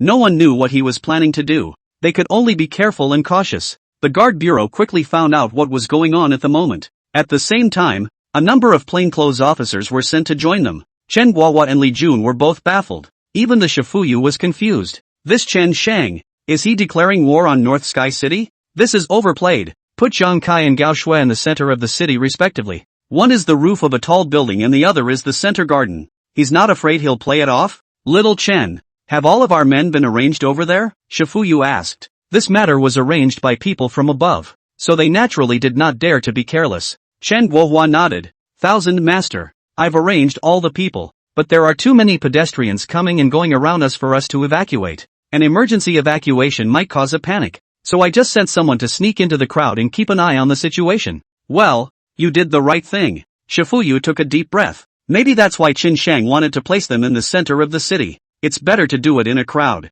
It was just that none of them knew exactly what Chen Sheng was planning to do. Facing Zhang Tianxuan, Liang Baojian, and the people from the martial arts group, how should he break through? They, even, were a bit worried about Chen Sheng. The roof of the building, 30 floors, the heights are too high. This cafe was opened in a different mood, and Zhang Kai had been here before. He comes here all the time to pick up girls. It's not a bad place to spend money. Plus it's a nice environment that can drive those women crazy from time to time. The coffee tasted really good, too. Kai Zhan loved it. But nowadays, and he had no time to enjoy his coffee. How can he drink coffee when his mouth is rotting? Ouch! It hurts so much everywhere. He shuddered when he recalled the scene of being severely beaten earlier. Those images have been psychologized. Plus that night, a dozen men. He shed a silent tear. This pain, it's going to drive him crazy. He sat alone and trembling, his eyes staring blankly into the distance, wishing extravagantly that someone would save him. Nowadays, he was already Chen Sheng's prey.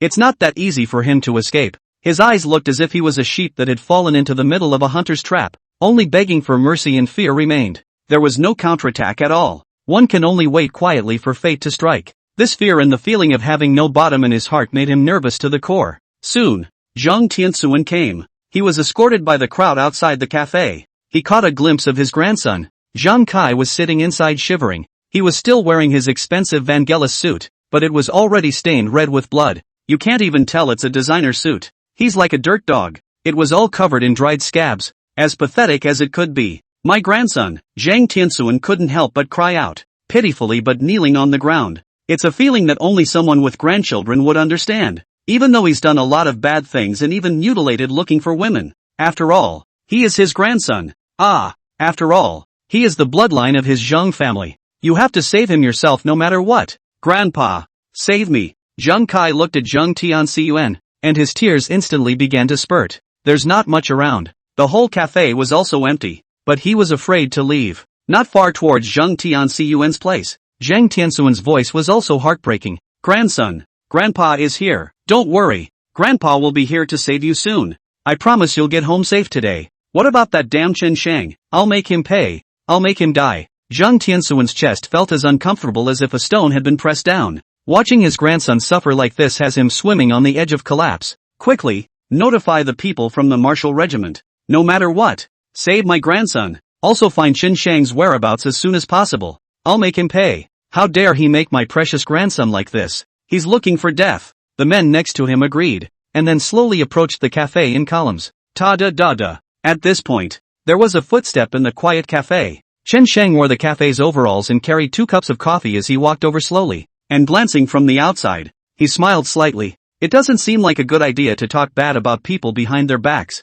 It's Mr. Chen. The people outside saw him and immediately stopped. Instantly it was like a cat had appeared. Although they had absolute numerical superiority on their side as well as the possibility of firepower suppression. However, that powerful aura existed in Chen Shang, and no one dared to touch it at all. It was rare for a young man to have such an aura of existence. Stop. Stop now. The target has appeared. Everyone should proceed with caution. The other party is an extremely dangerous character. It's not known if he's carrying weapons of mass destruction on him. Everyone be careful. I repeat, the possibility that the other party is carrying a weapon of destruction cannot be ruled out. Everyone proceed with caution. In an instant, the crowd stepped back, all looking at Chen Shang warily. Chen Shang walked next to Zhang Kai without any haste and sat down across from him. Put down 2 cups of coffee. He didn't put Zheng Tianxuan and the others in his eyes at all, as if everything was under control. His eyes looked out the window, gently sipped his coffee, and he couldn't help but sigh in admiration. The scenery here is really good. No wonder there are so many netizens and women who come here to clock in. But it's really not a cheap place to spend money, so it's worthy of it all, I guess. Don't you think so, Kai Zhang? Zhang Kai's hand on the table shivered, not daring to reply. A single look from Chen Shang now could make him piss himself. Chen Shang is simply the devil. Chen Shang, what do you want? Quickly release my grandson. I can agree to whatever you ask for. Zheng Tianxuan shouted loudly. Despite the dangerous situation here, he insisted on staying. He was uneasy until he saw Zhang Kai being rescued with his own eyes. Chen Shang laughed coldly, then shook his head. This world is always so unfair. Some people are born to enjoy themselves, while others are destined to work hard for the rest of their lives as soon as they are born. There are those who stand tall, and there are those who live like dogs.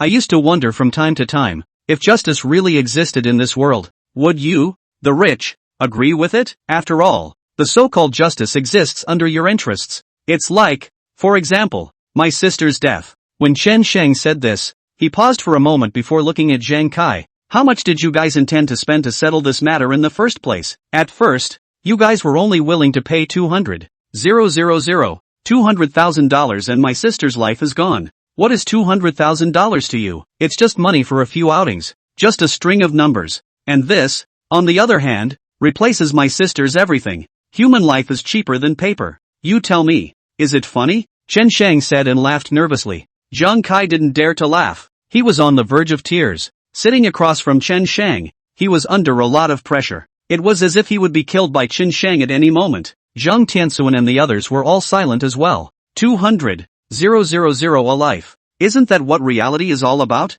Possibly, even more bitchy. I'm talking to you. Chen Shang suddenly threw a cup of coffee on Zhang Kai's head. It hurts. It hurts. Zhang Kai already had injuries on his body, and now that he was scalded, it hurt even more. A disgusting odor even emanated from his body, mixing with the fresh scent of coffee. It was only then that Zheng Tianxuan and the others realized. Zhang Kai's neck and fingers and toes all carried a turntable-like instrument. Jammed his fingers and toes and could clearly see gears turning. One of the turntables was firing up the moment we spoke just now. Zhang Kai's fingers hurt badly. The eye has been bleeding. Chen Shang, have a word with me. If something happens to Zhang Kai today, I guarantee that you won't be able to escape either. Zheng Tianxuan almost fainted from anger. But he, who was psychologically superior, still couldn't help but shout out. Chen Shang looked at him, crossed his legs. A good talk? You mean about getting those media outlets to run amok to discredit my sister? Zheng Tianxuan's heart thumped. That was playing himself off. I didn't think that Chen Shang would be able to suppress all the public opinion in a short period of time.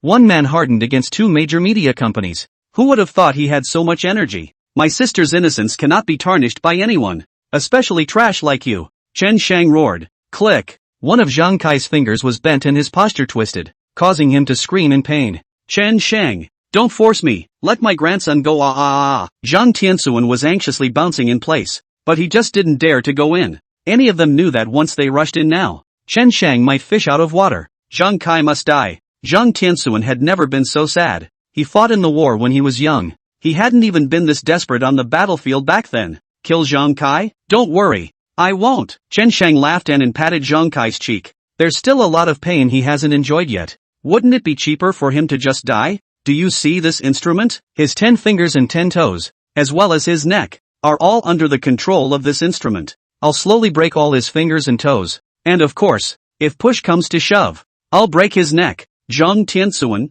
don't you like playing with me? Do you think this is fun? Everyone was silent. Their hands were filled with cold sweat as they clutched their guns. No one thought the situation would be this complicated. No one ever thought that Chan Sang would be this crazy either. Breaking all of Zhang Kai's fingers and toes in front of them. How crazy must this be? The point is, Zhang Kai was still hardened by all this. The pain tore at their hearts. They could imagine it. Chen Shang stood up, looked straight at Zhang Tianxuan and the others, and said loudly, "Now, kneel down, apologize to my sister, and kowtow until I'm satisfied. Then I might consider letting Zhang Kai off the hook for now. Zhang Tianxuan, I only need you to kneel." In the meantime, in the center garden, the situation here is equally critical. Takayuki has been surrounded, but just no one dared to go over there, because just a few minutes before, they were warned. There are mines in the vicinity of Takasuki. Coming over is a death sentence. Also claiming that Gao Shui also has a remote-controlled bomb underneath her. And if they dare to send a helicopter, let Gao Shui die.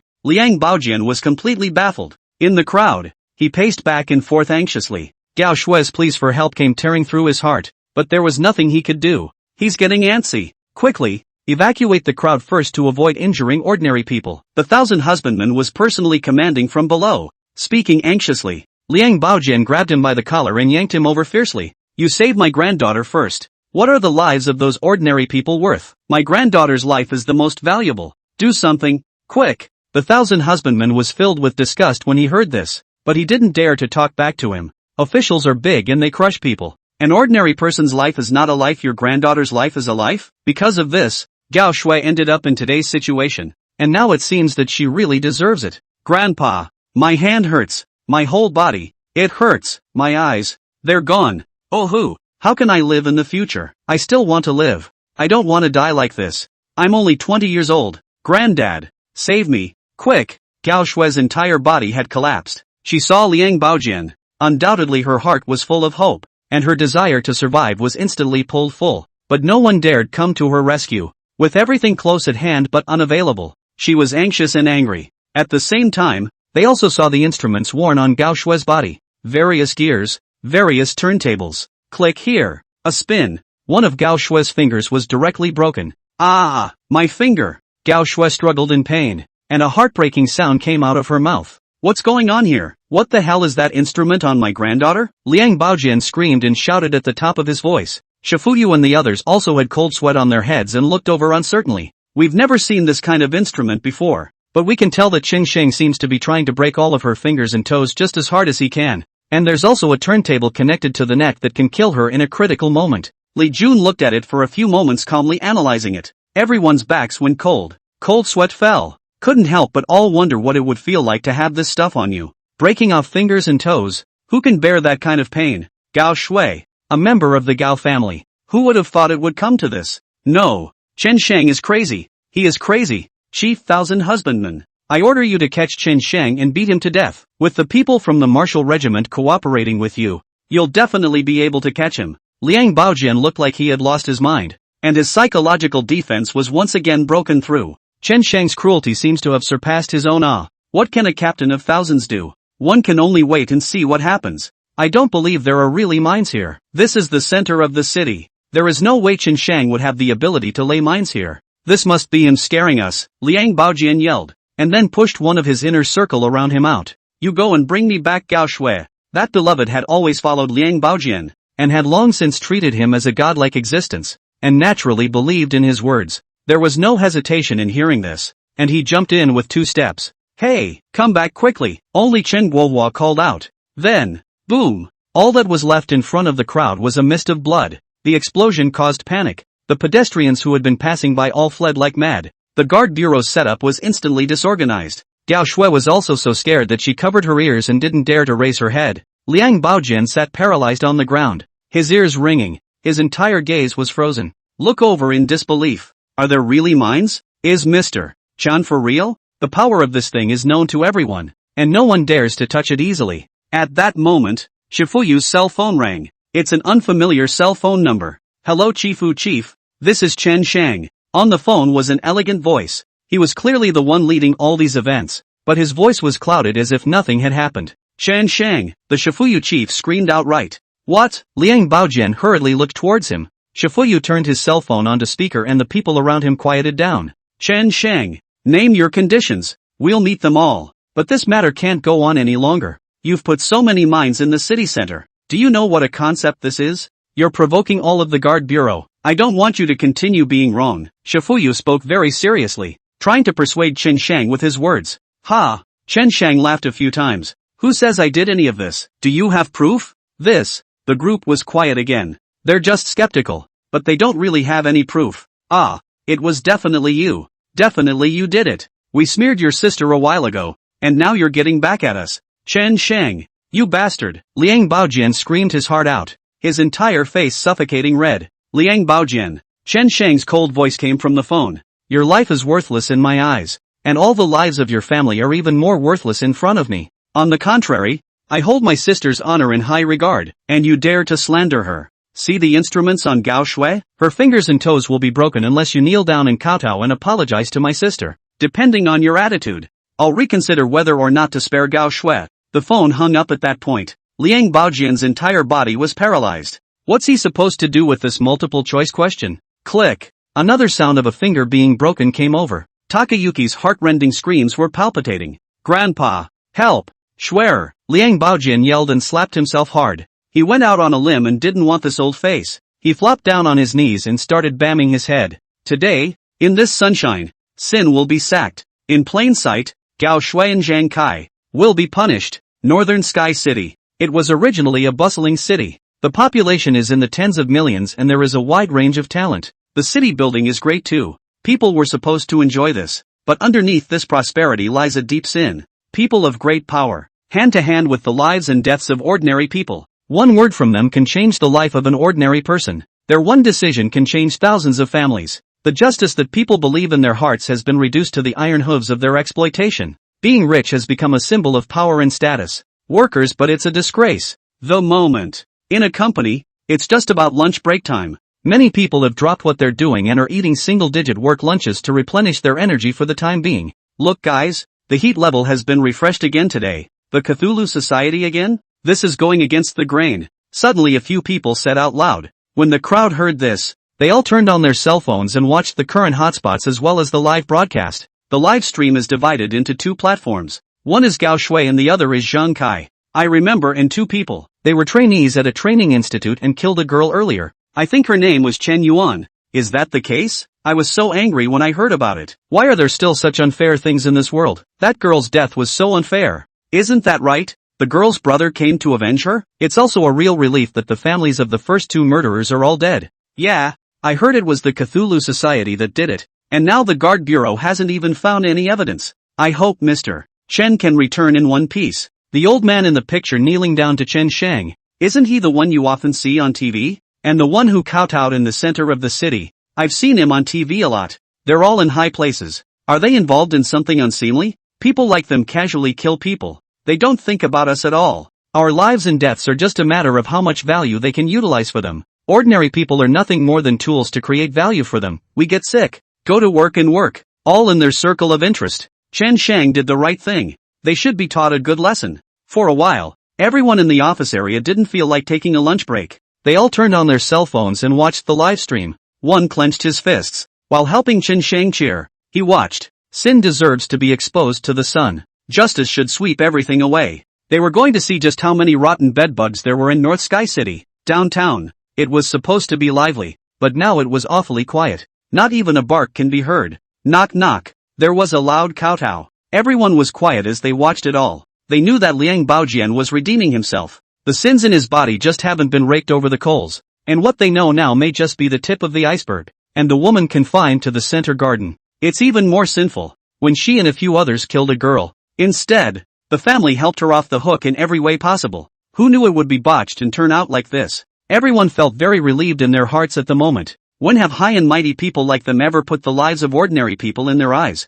And when have they ever looked at ordinary people as human beings? Now it's finally getting its comeuppance. They can laugh off killing other people's children. Now it's their children's turn to be unlucky. Let's see what they do. Meanwhile, the top floor. The images here are quite wonderful as well. Zhang Tiansuan's head was knocked out of blood. But Chen Shang had no intention of letting him stop yet. His head was spinning. I've never kowtowed so much in my life. All kinds of humiliation, spreading like a tidal wave. He would never have groveled and kowtowed if it wasn't for his grandson. The people from the nearby martial arts groups and the guard bureau were also shocked by this scene. Zhang Tianxuan was in a high position of power and never thought that he would have this day of kneeling to someone. And it's such a mess. Mr. Chen, it's almost time. You let Zhang Kai go. Zhang Tianxuan yelled as he tore his heart out. Click. Another one of Zhang Kai's fingers was broken. The expression on his face was incomparably twisted, and even his screams were much smaller. He was running out of steam from shouting. This pain that comes and goes like breathing.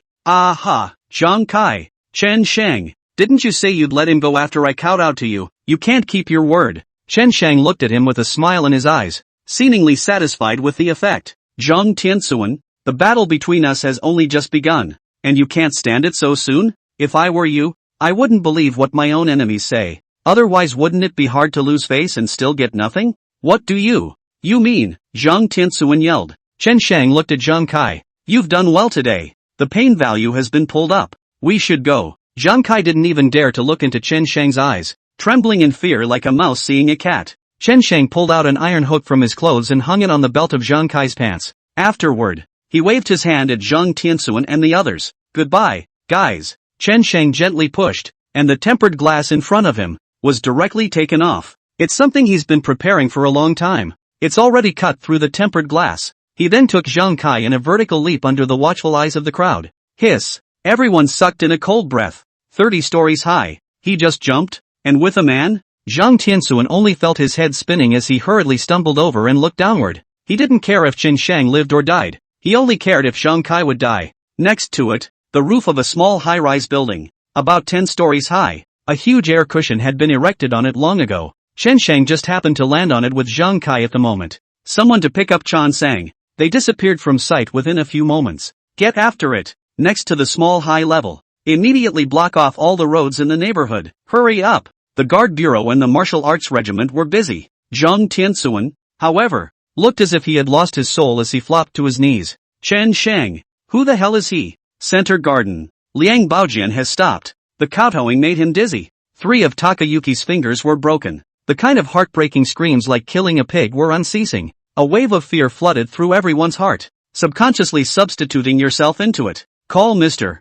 Chen. Didn't he say he would spare Gao Shui? How can he not keep his word? Liang Baojian said to the Chifu chief like a madman. The 1,000 husbandmen promised, but he couldn't contact Chen Shang anymore. Boom! At that moment, a cloud of smoke exploded from the side, directly covering the entirety of the high snow. For a few moments the crowd froze. Takayuki had disappeared. Where's Gaju? Where's my granddaughter? Quickly, go and look for it. Liang Baojian's whole body was in chaos. How did a good big living person disappear in an instant? He yelled at the top of his lungs. Shifuyu sent for it, but looked around and found nothing. They rubbed their eyes hard, also in disbelief. Just now a good living person, just like this is gone? It's a little too unbelievable. It didn't take long for someone to catch on to what was going on. Report, a tunnel has been found here. This is the underground well passage. Gao Shui might have been taken from here. My lord, should we go in and do a thorough check? A realization dawned on the Shifuyu. Turns out this was a setup from the beginning.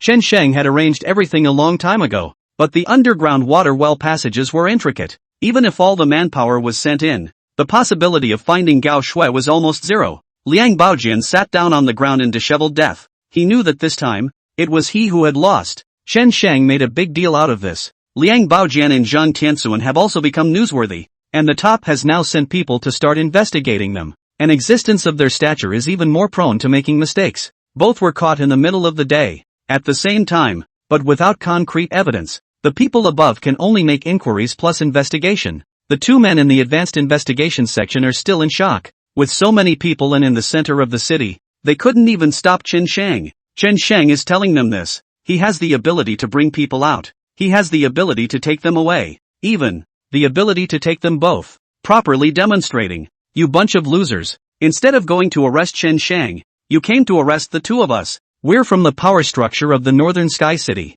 You have time to waste and you're not going to catch the real culprits. It was Chen Shang who took my grandson. It was Chen Shang. You still don't believe my words. Who is Zhang Tianxuan? Being surrounded by so many people and forced to ask questions has long been on fire. Yelling out loud. No one on the other side of the room, however, paid any attention to him and just followed the process in a businesslike manner. Zhang Tianxuan, on March 20th, XX. Did you mobilize the martial regiment out without authorization? As far as I know, you didn't have the relevant formalities at that time. With this addition today, you've already committed a serious disciplinary offense. Zhang Tian scratched his head vigorously, his face full of displeasure. This kid is kidding himself. What existence for yourself? How dare he talk to himself in that tone? I'm doing it for my grandson. None of you went to save my grandson. I'm going to do it myself. That's not good enough. I've gotten to this point in my life, and I can't even save my own grandson. So what's the point? The man on the other side of the room paid no attention. I'm sorry, but even if you save your mother, you can't break the rules. Zhang Tianxuan yelled out. Then you guys quickly send someone to save my grandson. He's in Chen Shang's hands right now. We will. Zhang Tianxuan. He sat down disheveled. He seemed to feel the pain of Chen Shang's family in the beginning. After Chen Yuan's accident, no one cared about the feelings of Chen Shang's family. The guard bureau can only be businesslike. But this public service is supposed to be perfunctory. Now he himself is finally tasting the bitter fruit. Power and status, it seems, are no longer on their side. He hissed in pain and tightly began to claw at his hair. Same time, take advantage of the heat. The guard bureau was frantically searching for Chen Shang. Because of public opinion, they had to find Chen Shang as soon as possible and bring him to the guard bureau for interrogation. He was on the live feed that day, and he was the one who personally led Zhang Kai to jump off the building. The evidence has been conclusive. It wasn't that easy for Chen Shang to escape this time. Chen Guohua, led by Li Jun, launched a carpet search in Baidian City. This time, the guard bureau took it very seriously and almost poured out their troops just to find Chen Shang. This incident is so bad. They must find Chen Shang as soon as possible to give the public an explanation. At the same time, the guard bureau issued a wanted notice and put a bounty on Chen Shang. For a while the internet sounded like a thunderclap. All of them are helping Chen Shang, but it's a voice that the guard bureau can't hear. Although there were many among them who admired Chen Shang and didn't want him to be arrested. But rules are rules. They can only execute. The streets, alleyways, and all sorts of establishments could be seen passing by the guard bureau at one time or another. A city-wide search. They're all looking for Chen Shang. Afternoon. Riverside. The fresh wind blew and the river was cascading and rippling. With his hands in his pockets, Transang took a walk by himself along the river. It was a path he often traveled with Chen Yuan. Zhang Kai and Gao Shui have been recaptured. He wasn't even going to hide. Been walking around North Sky City. He wanted to see when the guard bureau would arrest himself back. There were quite a few pedestrians around. All of them looked towards Chen Shang. Isn't that Mr. Chen? It's really him. He's wanted by the guard bureau. How dare he come out? Chen Shang is truly an artist. I really don't want him to get caught in it. Ugh. Chen Shang walked with his head down as if no one else was there. On this familiar road, people who were once familiar are gone. Suddenly, the guard bureau car jerked up. 1, 2, 3, one after another. They blocked Chen Shang's way. Several men from the guard bureau jumped out of the car and shouted, Chen Shang, you're under arrest. Put your hands up and lean over like a good boy. Chen Shang, raise your hands and surrender. The guard bureau had sent out several squads of people just to round up Chen Shang. There is a boat under the river. In order to prevent Chen Shang from jumping into the river and escaping, there were helicopters hovering overhead. In case he suddenly disappeared. Everyone fought hard to capture Chen Shang. Chen Shang looked at them with cold eyes and stopped without panicking. The guard bureau rushed to get him under control. Chen Shang was arrested. The story quickly hit the hot seat. Everyone was speculating whether or not Chen Shang would be able to get out in one piece this time. After all, this time it's all evidence. Everyone on the live feed that day saw him jump with Zhang Kai, Liang Baojian and Zhang Tianxuan also bites that the mastermind behind the scene is him. Witnesses and material evidence are all there. How can he get away with it? But everyone doesn't want anything to happen to Chen Shang. But who has more power than the guard bureau? One could only pray in his heart that Chen Shang retreated in one piece. All the heat was directed towards Chen Shang. People talk. The men of the guard bureau, under public opinion, must also act impartially. And all the boards have been under the scrutiny of the media. Chen Shang entered the guard bureau and said only one thing. To see the vengeance lawyer. Because it was a reasonable request. The guard bureau quickly arranged for him to meet with the vengeance lawyer. The media exploded the moment lawyer Vengeance entered the guard bureau. Vengeance lawyers. Surprisingly, it's Mr. Chan's lawyer? He is said to have once said that he would not act as a private attorney for anyone. But you willingly work as a lawyer for Mr.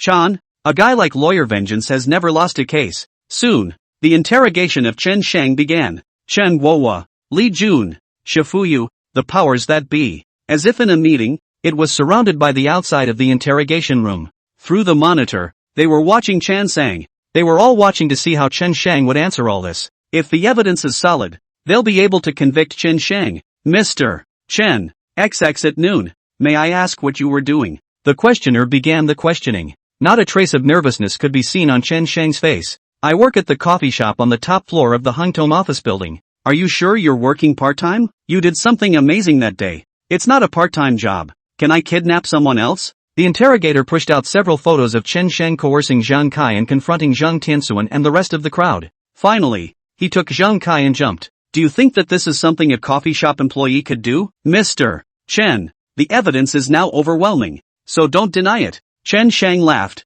I was originally working at a coffee shop. I came out when I heard the commotion. Zhang Kai was threatened by his grandfather, Zhang Tianxuan, so he didn't dare to go home and threatened his grandfather by mutilating himself. And I did it to match him. I never wanted to kidnap anyone. I was just cooperating with Kai Zhang. You are cooperating with Zhang Kai? That is, the victim? These words confused the inquirer. What a sudden role reversal. Chen Shang was a suspect, but now he's a victim? Put everything on Zhang Kai. Ask him why he coerced Zhang Kai that day, and also victimized Zhang Kai. Outside, the people from the power structure felt their faces lose face when they heard this. It was so hard to catch Chen Shang, but he gave him a smart ass. One didn't need to ask to know that these must have been taught to him by Chiu Xinyu. The inquirer asked Chan Sang the original question. Chen Shang just smiled at this and explained. At best, I just poured a head of coffee on Zhang Kai. Can you guys convict me? Chiu Xinyu explained. Pouring coffee on others, my client does not constitute a crime. If it has to be pursued, it's a verbal education plus a fine of up to 500. Sure, if you're willing to go to the trouble. Also, my client has made it very clear that he did it all because he was coerced by Zhang Kai. That's why he had no choice but to take Zhang Kai and jump off the building. You're bullshitting me. What evidence do you have? The interrogator became furious and yelled. Looking at Chiu Xinyu, he can turn black and white with that mouth. Seeing that the other party was in a hurry, Chiu Xinyu smiled faintly. Then how do you know that it wasn't Zhang Kai who coerced my client? Or did you guys think my client did it from the beginning, and put a hat on his head that didn't exist? What is favorable to my client? You reject wholesale. And what is favorable to you in my favor? You expand indefinitely. I will sue you for favoritism and using your authority to threaten my client. So wait for my lawyer's letter. The inquirer's face instantly hardened. Chiu Xinyu wants to screw them. How can they get away with it? The key is that there are so many leaders waiting outside. They cannot help.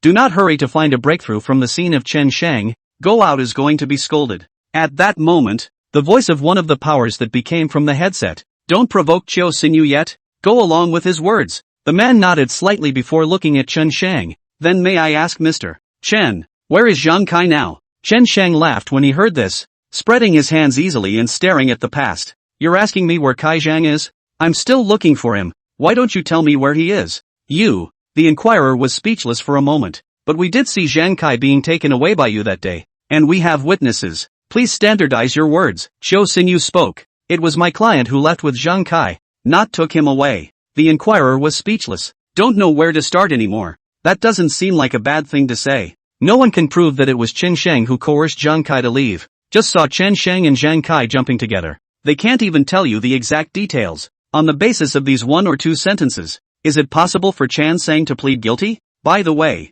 I want to report a crime now. Chen Shang suddenly raised his hand. Zhang Kai coerced me and threatened to get me killed. Shouldn't you send someone out to find him and bring him back? Otherwise we good citizens will be hurt. If you ignore me, I won't rule out reserving the right to have Chiu Xinyu sue you for not doing your duty. Asshole. Outside, the 2 people from the power structure were so angry that they just slapped the table. Originally, I came over today to question Chen Shang. I didn't expect it to come back to bite him. Now he even accuses Zhang Kai of kidnapping him. Anyone with a brain here knows he's the one who kidnapped Zhang Kai, but they could do nothing about it. Although the matter was in front of them, they had no evidence to charge Chen Shang. Trying to pull the painting out of his mouth is even more impossible. Chen Shang didn't look very old, but he had the look of a veteran. They can't play with Chen Shang at all. Shifuyu and the others were all helpless as well. They had long since learned how powerful Chen Shang was. It's no use at all to arrest Chen Shang and bring him back. Nothing but a waste of time. Chen Shang, what the hell do you want? A man directly pushed open the door and barged in, pointing at Chen Shang's nose. Chiu Xinyu immediately pulled out his cell phone and started recording. Chen Shang also looked at him unhurriedly. This man is a not-so-small leader. Normally, There is no small amount of power in the hands of the powers that be. He's the main person responsible for this one. There's a death order from above to take care of Chan Sang.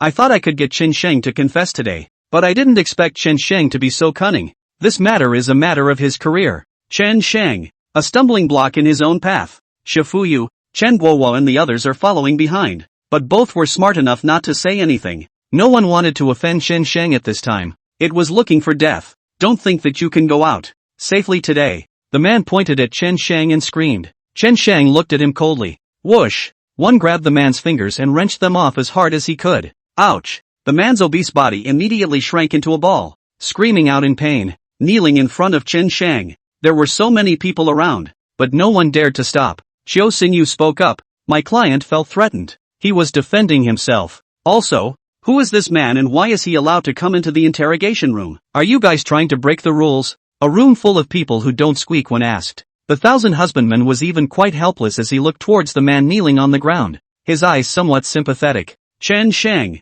he is a person sent by the authority. The thousand husbandman, for the sake of face, still spoke in a small voice. Oh, so it's someone from the authority. Chen Sheng laughed before releasing him. You. He stood up and raised his hand to whip Chen Sheng. He himself is a leader from on high. Whoever met him or her was not courteous, but today Chen Sheng had made him lose face so much, and kneeling before him. But in a flash, he saw that Chiu Xinyu's cell phone was recording, and he still put his hand down. Endured. Otherwise Chiu Xinyu could sue himself to death. He pointed at Chen Sheng and yelled. Chen Sheng, I can tell you responsibly, even if you don't say anything about what happened today, you can't escape the law. Zhang Kai, Gao Shui, Liang Xiaohong, you kidnapped these three people. Sooner or later, we will find the evidence. You're making an enemy of Northern Sky City. Chen Sheng smiled. Having originally sat down, he stood up again. A room full of people backed away. This person who was pointing at Chen Sheng also subconsciously took 2 steps back. He was intimidated by Chen Sheng.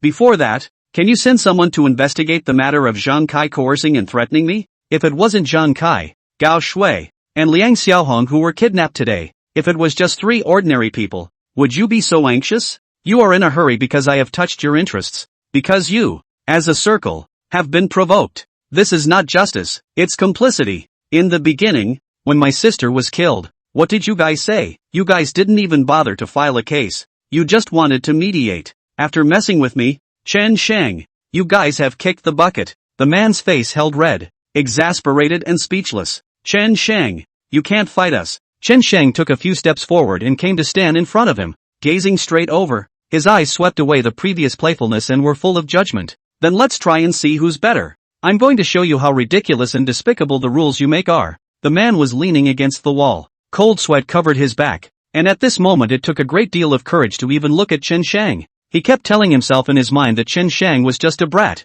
He could never be his opponent. But one just can't play him. That feeling of powerlessness gradually surged through his entire body. My client is tired. We're going to rest. If there are any problems, let's talk about it later. Chiu Xinyu also said with great distraction. No one's stopping. He could only watch as Chen Sheng and Chiu Xinyu left the guard bureau. Outside the door, it had already been filled with journalists from various media outlets. When they saw Chen Sheng come out, one by one, they were about to come up and inquire. But Chen Sheng didn't say a word. Get in the car and go. Chan Sang came out. It only means that the guard bureau has no evidence to arrest him. This matter soon spread to the ears of Zhang Tianxuan and Liang Baojian. They were questioned all day and when they returned it was evening. What is this? Zhang Tianxuan looked at today's report and was furious. Instead of bringing Chen Sheng in, they had to set up an investigation team to look into what happened to Zhang Kai. Zhang Kai kidnapped Chan Sang? Is that possible? He's all hung up now. But no one dared to disobey the words of Chiu Xinyu. The guard bureau has to make a case.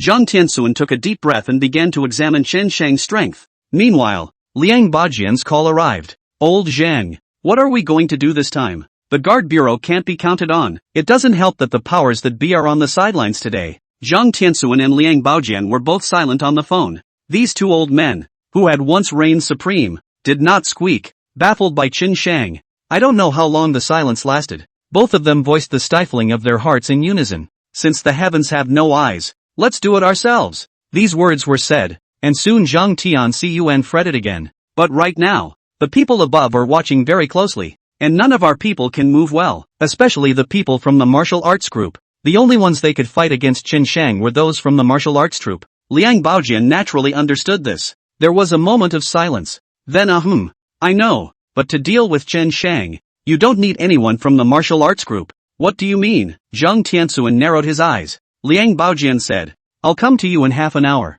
We'll go abroad for a vacation first and then talk slowly. Zhang Tianxuan instantly understood what he meant, didn't think much of it and agreed. Liang Baojian arranged for the people below to prepare the airplane. He took Liang Chang. They're going to play a big game this time. It made Chen Shang in pain, make his life worse than death. Half an hour later, Liang Baojian and Zhang Tianxuan met up, and they boarded the airplane and flew to the distant sea. They are about to leave the country. At the same time, in the morgue of the Guard Bureau, a team of martial arts groups arrived. What are you? The Guard Bureau stopped them. After all, they are two different units. What are they doing here? The man from the martial arts group showed his credentials. We're here to take this woman. The man in the lead had a businesslike demeanor. This is Chen Yuan? The Guard Bureau man froze for a moment, but after all, the woman was too sensitive, and he didn't dare to let anyone else take her so easily. This is something we wouldn't dare hand over to you without orders from above. The man from the martial arts group took out a document straight away. It's clearly written on it, and it's all stamped. The word confidential is written underneath. The people from the Guard Bureau didn't dare to ask more questions and cooperated with them to take away Chen Yuan's body. A black bag was brought to the car. The people of the martial arts group left on that note. It's not the lame stunt of Liang Pajian threatening Chen Shang with Chen Yuan's corpse to do this and that. Chen Shang will kill all the way up there. It's the cool stunt, so please bear with me. Far from country A, the small country B across the sea. Inside country B, Liang Baojian and Zhang Tianxuan arrived on a small island. This island was bought by Liang Baojian. It's been under construction for 7 or 8 years and is now taking shape. Every year he comes to the island for vacation and relaxation. Only today it came as a runaway. It was something he hadn't expected. Old Liang, your idea is good. Chen Shang will definitely compromise. Ha ha ha. After hearing Liang Baojian's idea on the road, Zhang Tianxuan also felt it was very reliable. Come to B. They should be safe. They had a good relationship with the B country officials before and had a lot of dealings. Plus they had a special status and had the protection of the B country. So Chen Shang definitely couldn't kill them. Just wait here for Chen Shang to compromise. And it's not a bad idea to avoid a lot of domestic public opinion and hassle here. Mr. Liang, the matter is done. Do you think the woman's body will be sent to you? One reported to him. Send it to me for what? It's bad luck. Send it directly to the people in the center of power in country B. I've already made a deal with them to hold it for them. Ha ha ha. Let's see what Chen Shang does now. No matter how strong he is, can he beat the national power of country B? Although the national power of country B is far inferior to country A, it's not an existence that the Tsongtian society can touch. The Tsongtian society is nothing more than a bunch of rabble. Can they still turn the world upside down? I'll make Chen Shang kneel down and beg me. I'll make him lick my shoes. If he dares to be my enemy, sooner or later, he will regret and despair. The man hurriedly agreed, and then notified the flying helicopter to go directly to the B country power center. Everything, as far as possible, is in Liang Baojian's hands. Chen Shang's house. Zhang Jiayu came on the phone and told Chen Shang that his parents were fine and that his brother had adapted to the new environment. The family is happy now and will be back in a while. Chen Shang looked at the photos of the family together and was pleased. Suddenly, he thought of Chen Yuan again. How nice it would have been if someone had stood by and helped Chen Yuan when she was first bullied. Even if, left with a bruised and battered remnant, he himself could slowly mend it and bring her out of the gloom. But as it turned out, she died, dying so badly, so painfully. Chen Shang closed his eyes. His mind was still filled with Chen Yuan's smiling face at him. He took a deep breath and called his father. Chen Shang, how have you been these past few days? Chen picked up the phone and first asked about Chen Shang's situation. Originally, the old couple was abroad and missed Chen Shang every day. After all, Chen Shang's action was too big, and with so many people dying at once, could Chen Shang carry it alone? But it was only later that I slowly learned of Chen Shang's status. They were gradually familiarizing themselves with the strength of the Celestial Society.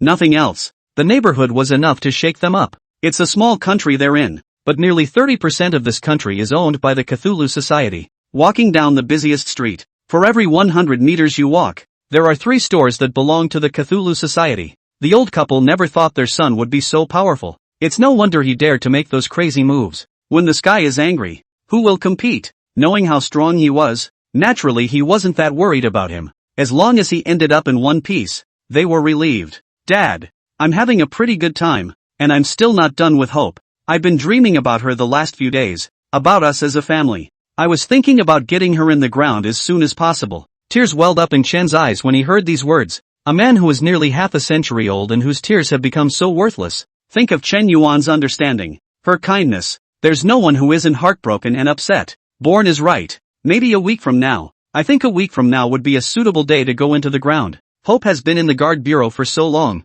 It's better to be in the ground. It's time for us to accept the reality, said his mother beside him and cried, bean-sized tears falling down. Chen Zhangwo's voice trembled. Shang then we'll go back a week later to finish Yuan's affairs. What do you think? So far, the parents still have a glimmer of hope. They even thought that Chen Yuan might come back to life. All of that illusion-like extravagance will be gone when Chen Yuan goes into the ground. That's why it's often said that it's better to be in the ground. That would also mean that from then on, the person disappeared from the world. The last vestige of it was completely erased. Chen Shang knew that saying these words would do nothing but hurt his parents twice. Chen Yuan's accident was one time. Going into the ground was the second. But Chen Yuan's matter can't be delayed any longer. Later, he would use the blood of the rest of those beasts to honor Chen Yuan. Mom and Dad, I'm sorry. I'm going to make arrangements for you to come back in a week. Well, line. Hang up the phone. Tran Sang wiped the tears from his eyes. A ball of anger was once again raised in his heart. Shui Gao,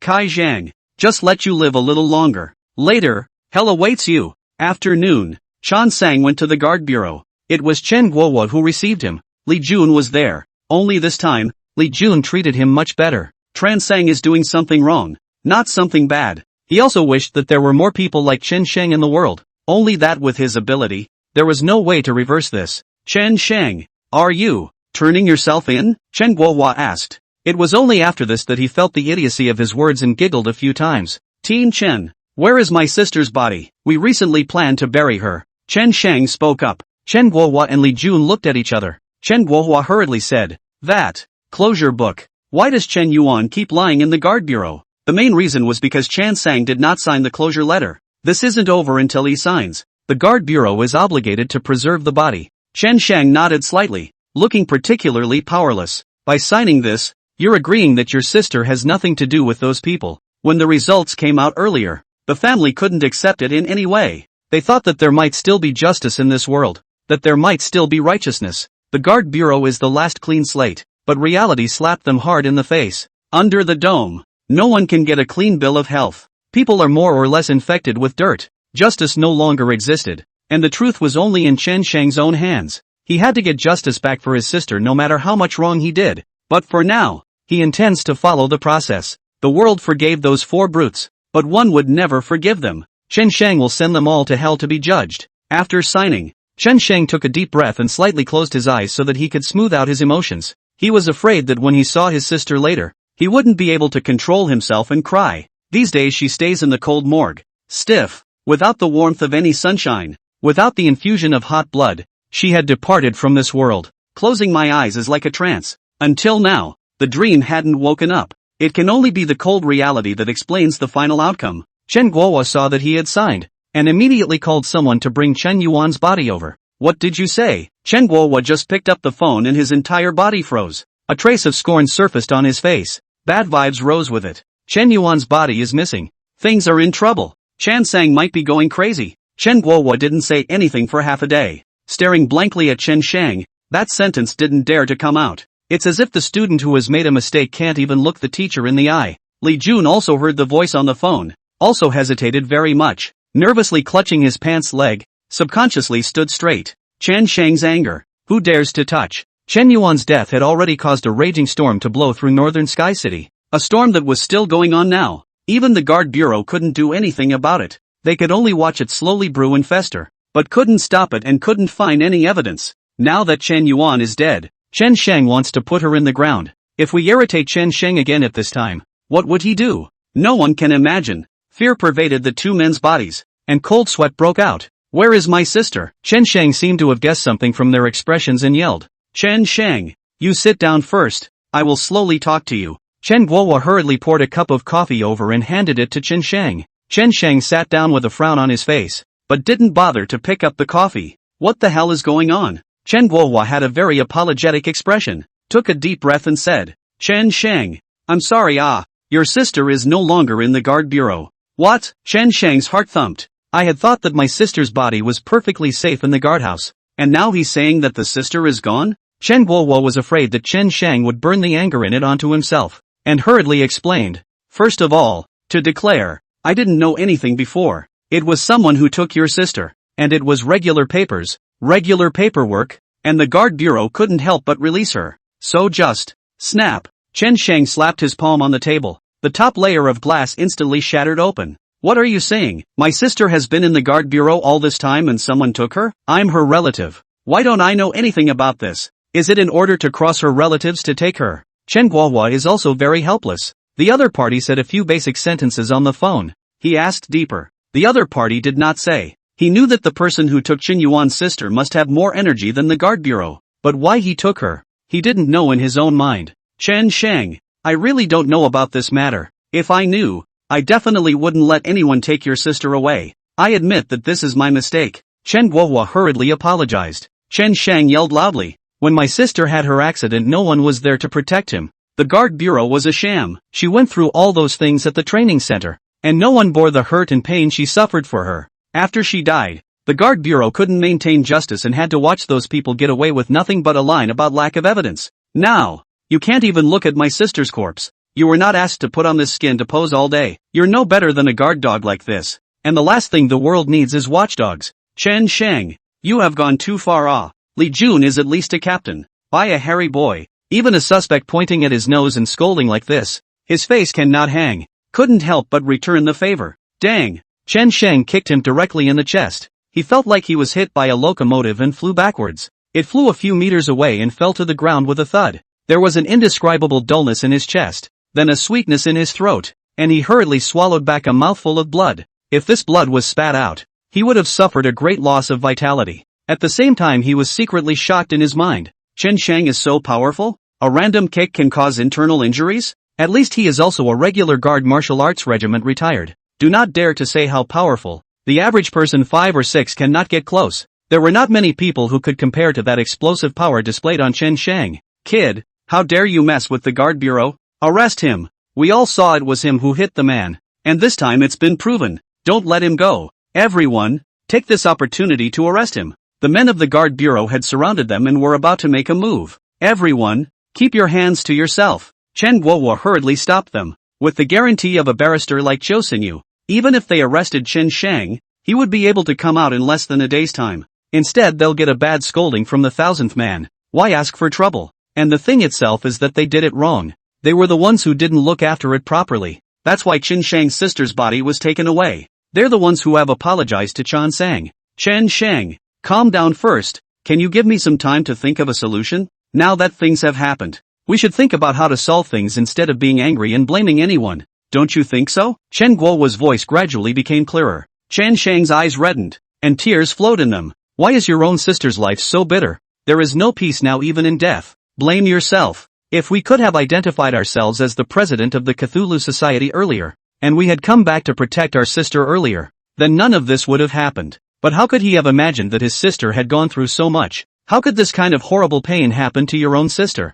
If he had known, he would have turned the whole world upside down. It's just too late to say anything about it now. Too late. All he could do was make the world remember the Cthulhu Society. Remember the sin that could not be erased. Who took my sister? Chen Shang stared at Chen Guohua and asked loudly. Why not even my sister's body? Wasn't it enough to torture her in life? Even when she died she had no peace. My sister wasn't even 20 years old. Left this world at the best age of her life. She has enjoyed nothing. The world is dark and painful for her. Family is the only thing that gives her a shred of comfort. We didn't protect her in life. And now we can't even look at her body when we die. You know what? Now when I think of the way she came home every night curled up in her arms around her own body, crying in pain, my heart feels like it's being plucked out by a knife. How many days and nights? How many times she was tortured? She never told her family. It's not because she's strong. It's because she understands. Because she didn't want her nearest and dearest to worry. Do you think I'm too much of a failure as a brother? Why can't the world be gentle with good people? Why?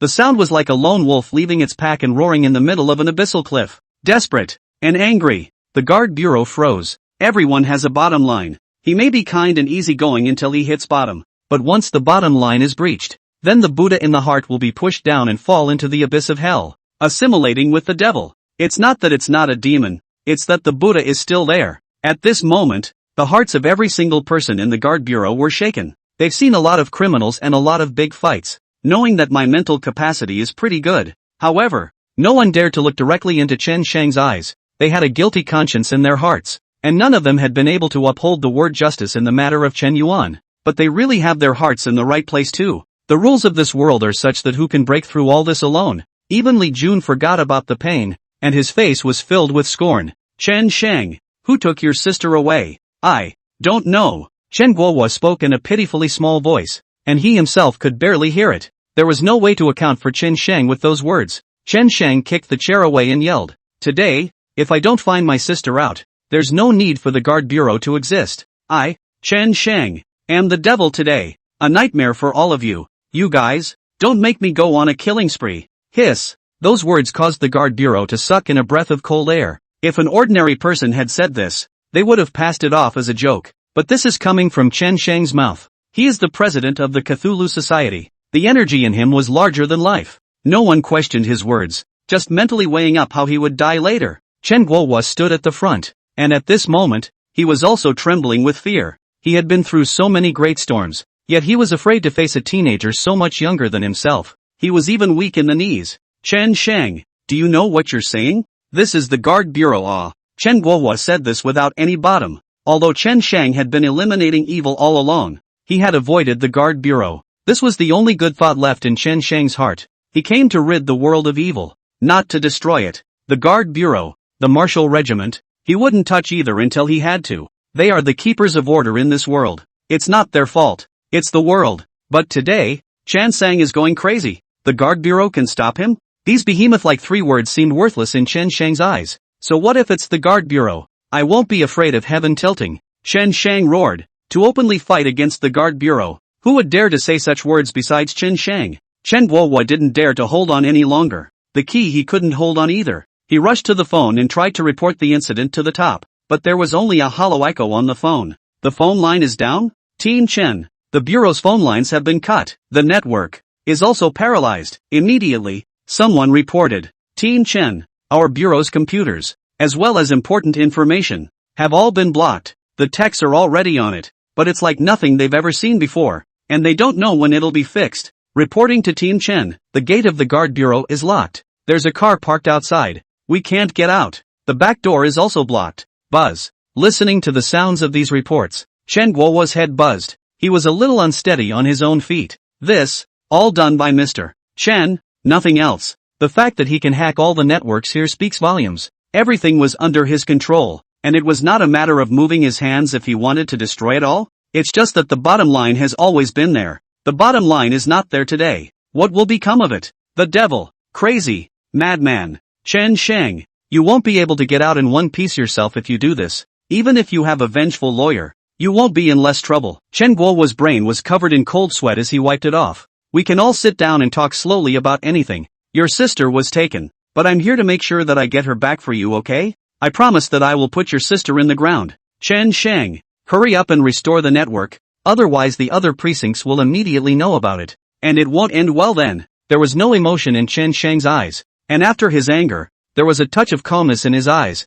It was accompanied by a killing intent as deep as the sea of blood. Not a good ending? Then reshuffle the deck. In the future, there will be no guard bureau in North Sky City. This, Chen Guohua was anxious. He was in a real hurry. Team Chen, look outside. Suddenly, a person next to him dully pointed out the window and whispered, outside? He subconsciously glanced outside. The men from the guard bureau all looked outside as well. A scene in front of me. It made everyone forget to breathe. It seemed as unreal as falling into another time and space. Never thought that this would happen in Northern Sky City. They really don't dare to think about it. The guard bureau is located in the bustling center of North Sky City. In order to be able to set off fast, get to the scene first time and abide by the duty. But now, there was silence all around. Even the sound of cars driving and pedestrians walking is gone. It's as if the sound has been drained from the surroundings. The people coming and going outside stopped. The bicyclist put down his bike and stood to one side. The drive stopped and got out of the car. Walking couples also stop in their tracks. Commuters tossed their briefcases aside. The road was so busy and quiet that you could hear a fart. Only the stoplight was still flashing anxiously. And yet no one cares anymore. Everyone within a 3 to 5 kilometer radius is in this state. And all of them, in one motion, in unison, they looked towards the guard bureau. They had the same eyes as Chen Shang. full of righteousness and that untouchable kill. In the mouths of the crowd, they were murmuring a sentence. The heavens will not be disappointed, and the world's sins will be put to death. They slowly converged, surrounded the perimeter, surrounding the guard bureau. The voices are getting louder. It's getting louder and louder. It seems to be cutting a bright path through the path of sin. This is. Chen Guohua sat on his butt. It's the Cthulhu Society. Strange. All these people on the street. Are they all from the Cthulhu Society? It can't be. There are so many of them? How many people are there? Thousands? Quick. Call for reinforcements. Li Jun was the first to react. Shocked. Still shocked. He had seen the strength of the Zongtian Society today. He didn't expect it to be much more exaggerated than he thought it would be. He suddenly remembered Chen Shang's words. Justice is in the eye of the beholder. It's not that there are many people in the Cthulhu Society, but that justice lies in the hearts of the people, and every person with a righteous heart could be a member of the Cthulhu Society. They,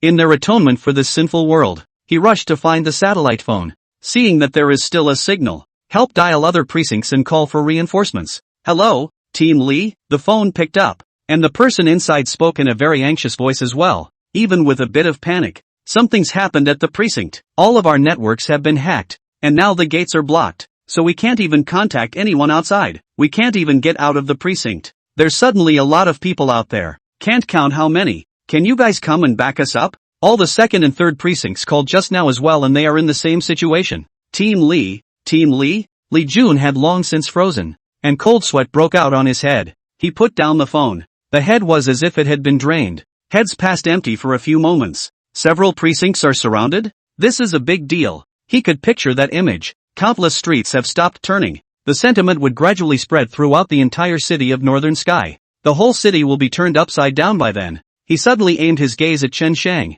This teenager who doesn't look too old. He didn't lie. He can really make the guard bureau disappear. It could even make all of Northern Sky City disappear. Trouble. The situation is serious. In favor of his sister. This is a stab in the dark. At this point, Tenzin answered the phone. Brother Shang. Right now we're checking the confidential information of every precinct. Within an hour we should be able to find out who took Chen Yuan. Aha! Chen Shang put down his cell phone. It was awfully quiet around them, and they all heard the voices on the phone. Say what? Now Mr. Chen is already investigating classified documents? This is a felony. You can't let outsiders see that information. But Chen Shang had resolutely chosen to do so for the sake of Chen Yuan's corpse. Chen Shang's gradually calming eyes rippled with countless amounts of perseverance. He made a mistake today. He'll make sure everyone remembers this day. My sister's body was taken away. This was his last line. Knock knock. Suddenly, a knock sounded outside. At the same time a man's voice came through. Chen Shang,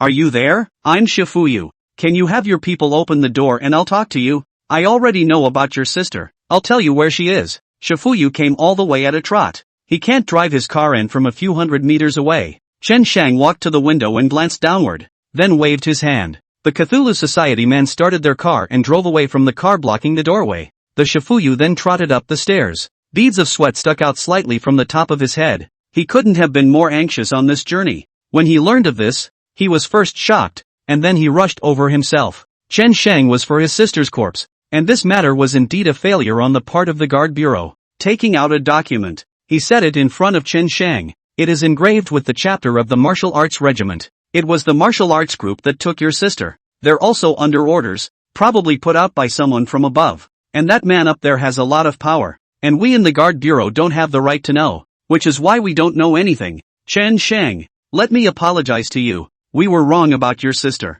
But now that things are out of the way, it's better to get your sister back as soon as possible. Don't you think? I'll help you think of a way. When Chen Shang heard this, he seemed to understand everything. He clenched his fists violently. That man behind you, is his name Liang? Yes, nodded the 1000th man subconsciously. He himself could not tell the name of that lord. But if Chen Shang asked, he had nothing to be afraid of. Chen Shang, even though that lord has a high status, I will do my best to help you find out. The 1000 husbandmen swore with conviction. How could Chen Shang not realize that he was saying pretty things? The two levels just aren't there. How could he do that? No, I'll check myself, Chen Shang said, turning around and going downstairs. He went down there and left in a car. The people around them had also regained their previous calm. The streets began to bustle again as if nothing had happened. The guard bureau's phone is connected and the network is back up. Old Lee, how's it going on your end? My second precinct has been relieved of the crisis. My third precinct is also. Same with my first precinct. The thousand husbandman sat down vainly, with the scorn in his eyes that hadn't dissipated a moment ago. Chief thousand husbandman. Is Chen Shang really going to go to the one above him? Is he out of his mind? The power of that one is not something that can be touched by ordinary people. Chen Guohua and Li Jun rushed to gather around. The thousand husbandmen glanced at them and snorted coldly without any good humor. Isn't Chen Shang still crazy for what he did before? Now, I'm afraid it's going to be a big mess. The Cthulhu Society, making huge waves. The dimly lit room. Zhang Kai is lying here in a sling. He's running a fever. After the last time, he felt like his body had been emptied. Those images became a nightmare that would never leave him. He hadn't thought that being played with was so horrible. Those women in the past, including Chen Yuan, turned out to be so miserable. He, it seems, has learned the error of his ways. Squeak! Chen Shang pushed the door open. 2 paramedics nearby rushed up to report the situation, saying, he has lacerations and is running a fever. But we've got him on N4. It's not a big problem. But he's probably going to be hanging up a shit bag for the rest of his life. Chen Shang smiled slightly. Very good. Then, he walked over to Zhang Kai. An extra electric baton came out of his hand. Zigzag. Zhang Kai was woken up by electricity. Chen Shang, when he saw Chen Shang's face, it was as if he had seen a ghost. His face paled in fear and his body desperately shrank back. Please, kill me. I don't want to suffer anymore. I'm in so much pain. It hurts all over. Zhang Kai begged bitterly. This is just the beginning. Why are you so anxious to die? Didn't you say that no one could do anything to you during the mediation at the guard bureau earlier? Now that your grandfather, in collusion with others, has taken my sister's body, this hatred, guess who I'm going to put it on? At Chen Shang's command, the door was opened. In walked a couple more burly men, exactly the same state as last time. Chen Shang handed them the electric baton in his hand. Take it easy this time, don't play him to death. Don't worry brother Sang, we'll definitely do well.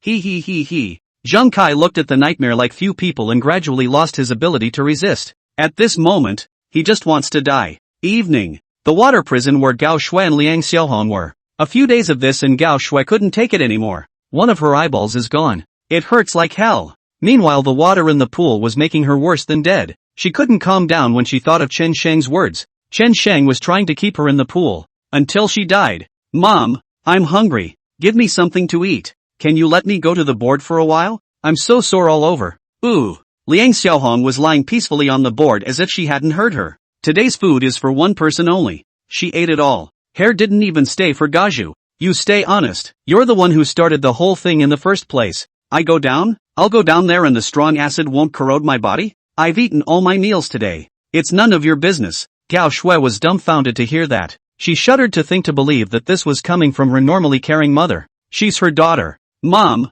you can't do this to me. I'm your daughter. Snap. Liang Xiaohong didn't care that she still had injuries on her face. A direct slap in the face. You still have the nerve to say you're my daughter. I can't wait to draw a line in the sand and never recognize you now. If it wasn't for you, things could have turned out this way? I'm afraid I'm still enjoying my life abroad. Now because your father, my father-in-law, my father, your uncle, are all dead. It's all because of you broomstick. You have nothing better to do than bully people. How did I give birth to such an asshole daughter as you? You.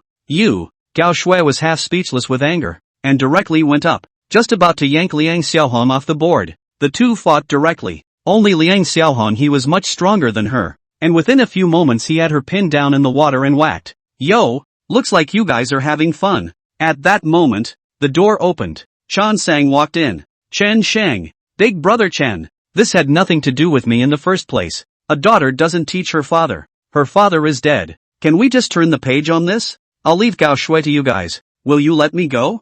I really can't stay here anymore. Oh. Liang Xiaohong cried out in despair. She was also pampered and raised. When had she ever suffered like this? Chen Shang sneered. You can't stand this little bit of suffering? When my sister was in despair and pain. Have you ever thought about it? Enjoy this. I won't let you die. You definitely won't die. Every bit of pain you'll have to experience slowly. Chen Shang snapped his fingers. Heat the water in the sink. It sang. Chen Shang glanced at them and turned to walk out. The two men stared at each other in silence. What did Mr. Chan say just now? He's going to heat the water in the pool? It's a strong acid. What if he heats it up? They shall not be roasted alive. Northern Sky City, the center of power structure. In a dimly lit room, quite a few people are busy. They came here after receiving orders. Emergency repairs began at the first opportunity. Network, there are big problems and holes. And all of these vulnerabilities were created an hour ago. Every loophole can be fatal. Be aware of what these vulnerabilities mean.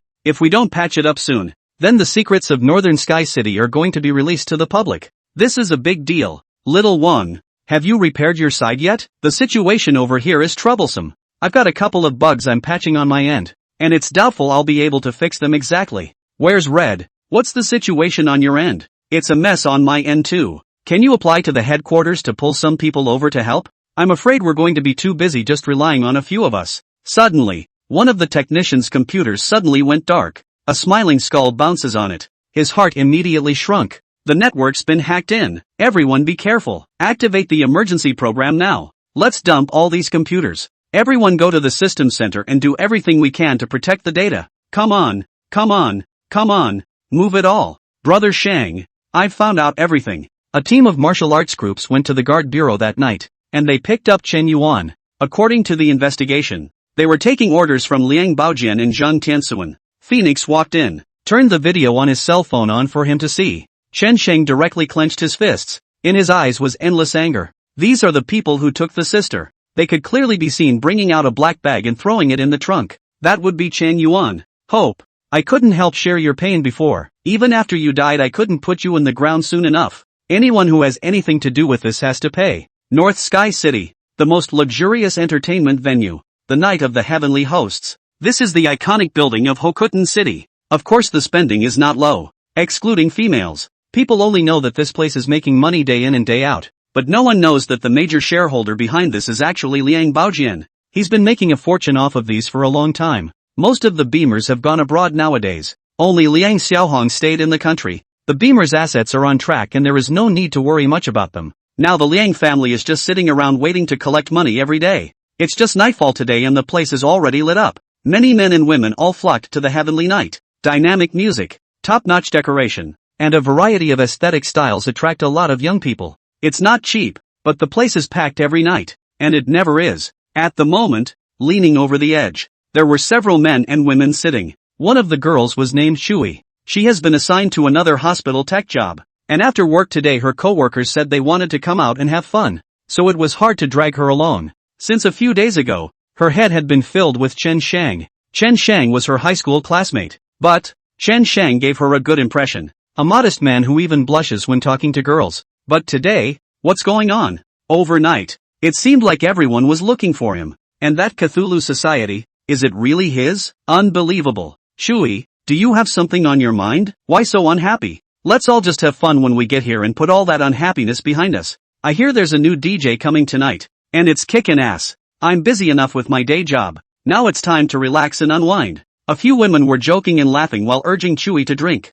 The men were also chatting along with the music. One of the men named Guahao's eyes fell on Chewy from time to time. He had noticed it from the first day Chewy entered the hospital, and vowed to chase her down. But she has always been nonchalant about herself. He didn't know where to begin. Chewy, I've seen your qualifications. As long as you do a good job, I guarantee that in a couple years, you'll be able to become the head nurse. Guahao said seriously. Don't forget, my dad is the director. He can talk to the dean. Oh, Shui casually perfunctorily. She didn't seem interested in any of this. Guahao's brows were gently locked before he poured her a glass of wine. Shui, I know what you're fretting about. Tomorrow's report, either I'll write it for you. Ouch, Shui suddenly screamed. Her clothes, by a couple of men passing by, got to the wine, right up to the chest. The location is very subtle. Goo. Sorry sis, brother did it on purpose. The men next to him looked like they had drunk a little too much, and they had deliberately soiled Chewy just now. For the sake of mooching,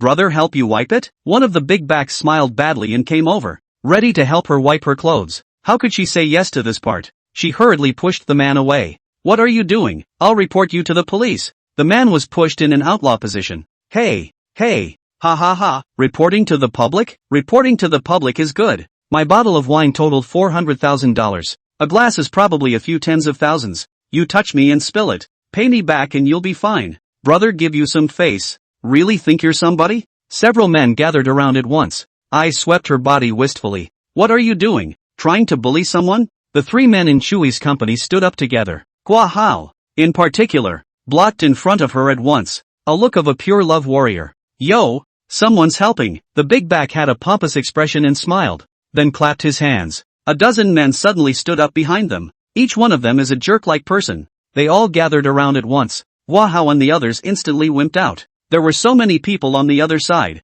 and they were only 3. How could they fight against them? This big brother. Let's forget about what happened just now, but you're asking us to pay out tens of thousands of dollars. That seems a bit excessive. How about this? If a few of us get together, we can still come up with $3,000. Wahao and Big Back discussed. Snap. The Big Back flung him before and roared in anger. $3,000? Do you think the grandpa is a beggar? Do you know who I am? I'm Jiangjun. I'm spending tens of thousands of dollars on a random outing. What do I care about that kind of money? This woman stays with me today. The rest of you can get lost. Guahao was smacked and sat on the ground, but dared to be angry. He had heard of Jiangjun's great name. It's a famous rich kid in the neighborhood with a very resourceful family. If they angered him, no one might be able to leave. In case he cripples you, it's not worth it. Big brother. Then, let us sit in a different position. Guahao is a smart person. There are steps down. The Big Back didn't bother with him, grabbing Chewy's arm and dragging him that way. I don't want it, Chewy yelled, struggling hard. The co-workers who came with her, but no one dared to step forward. Nobody wants to die. One could only watch Chewy fall into the fire. The people in the nightclub also watched with cold eyes. This happens I don't know how many times a day. They got used to it a long time ago. And it's still Jiangjun. Who dares to stop him? DJ was dancing and the dynamic music was soaring. A lot of people down there were swinging their bodies wildly along with it. They're all watching the show. Suddenly, only a teenager was seen walking up to the stage. He put his hands in his pockets. A kick kicked the DJ down. The music came to an abrupt halt.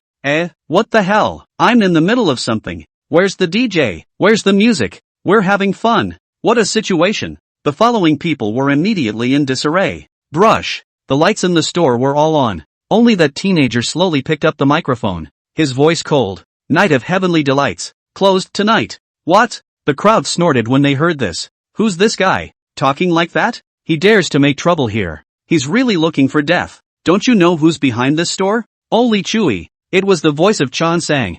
3 years of high school. And that's a voice she can't mistake. He's coming. He's really coming. Chen Shang, help me. Chewy screamed at the top of her voice. Everyone heard it at once. Chen Shang recognized Chewy at a glance. Seeing those people coming to pull her, she naturally knew what was happening. He frowned slightly. I didn't expect to meet Chewy here, but he came over today and had nothing to do with Chewy. He's here to see Wang Huiyun. She's the lady who owns the place. Also Liang Baojian's mistress. She must know where Liang Baojian went. He was to retrieve his sister's body as soon as possible. Xiao Luo, Chen Shang said, then pointed at Chewy. Someone in the crowd immediately raised his hand. Brother Shang. I know. As soon as Xiao Luo moved, the crowd immediately stirred even more. Countless silhouettes of people followed behind Xiao Luo, toward Guahao and the others. In an instant, they were surrounded. Guahao had also seen a lot of great things, have been through many similar fights, but these people in Xiao Luo made him freeze for a moment. These people aren't from the northern Sky City Road.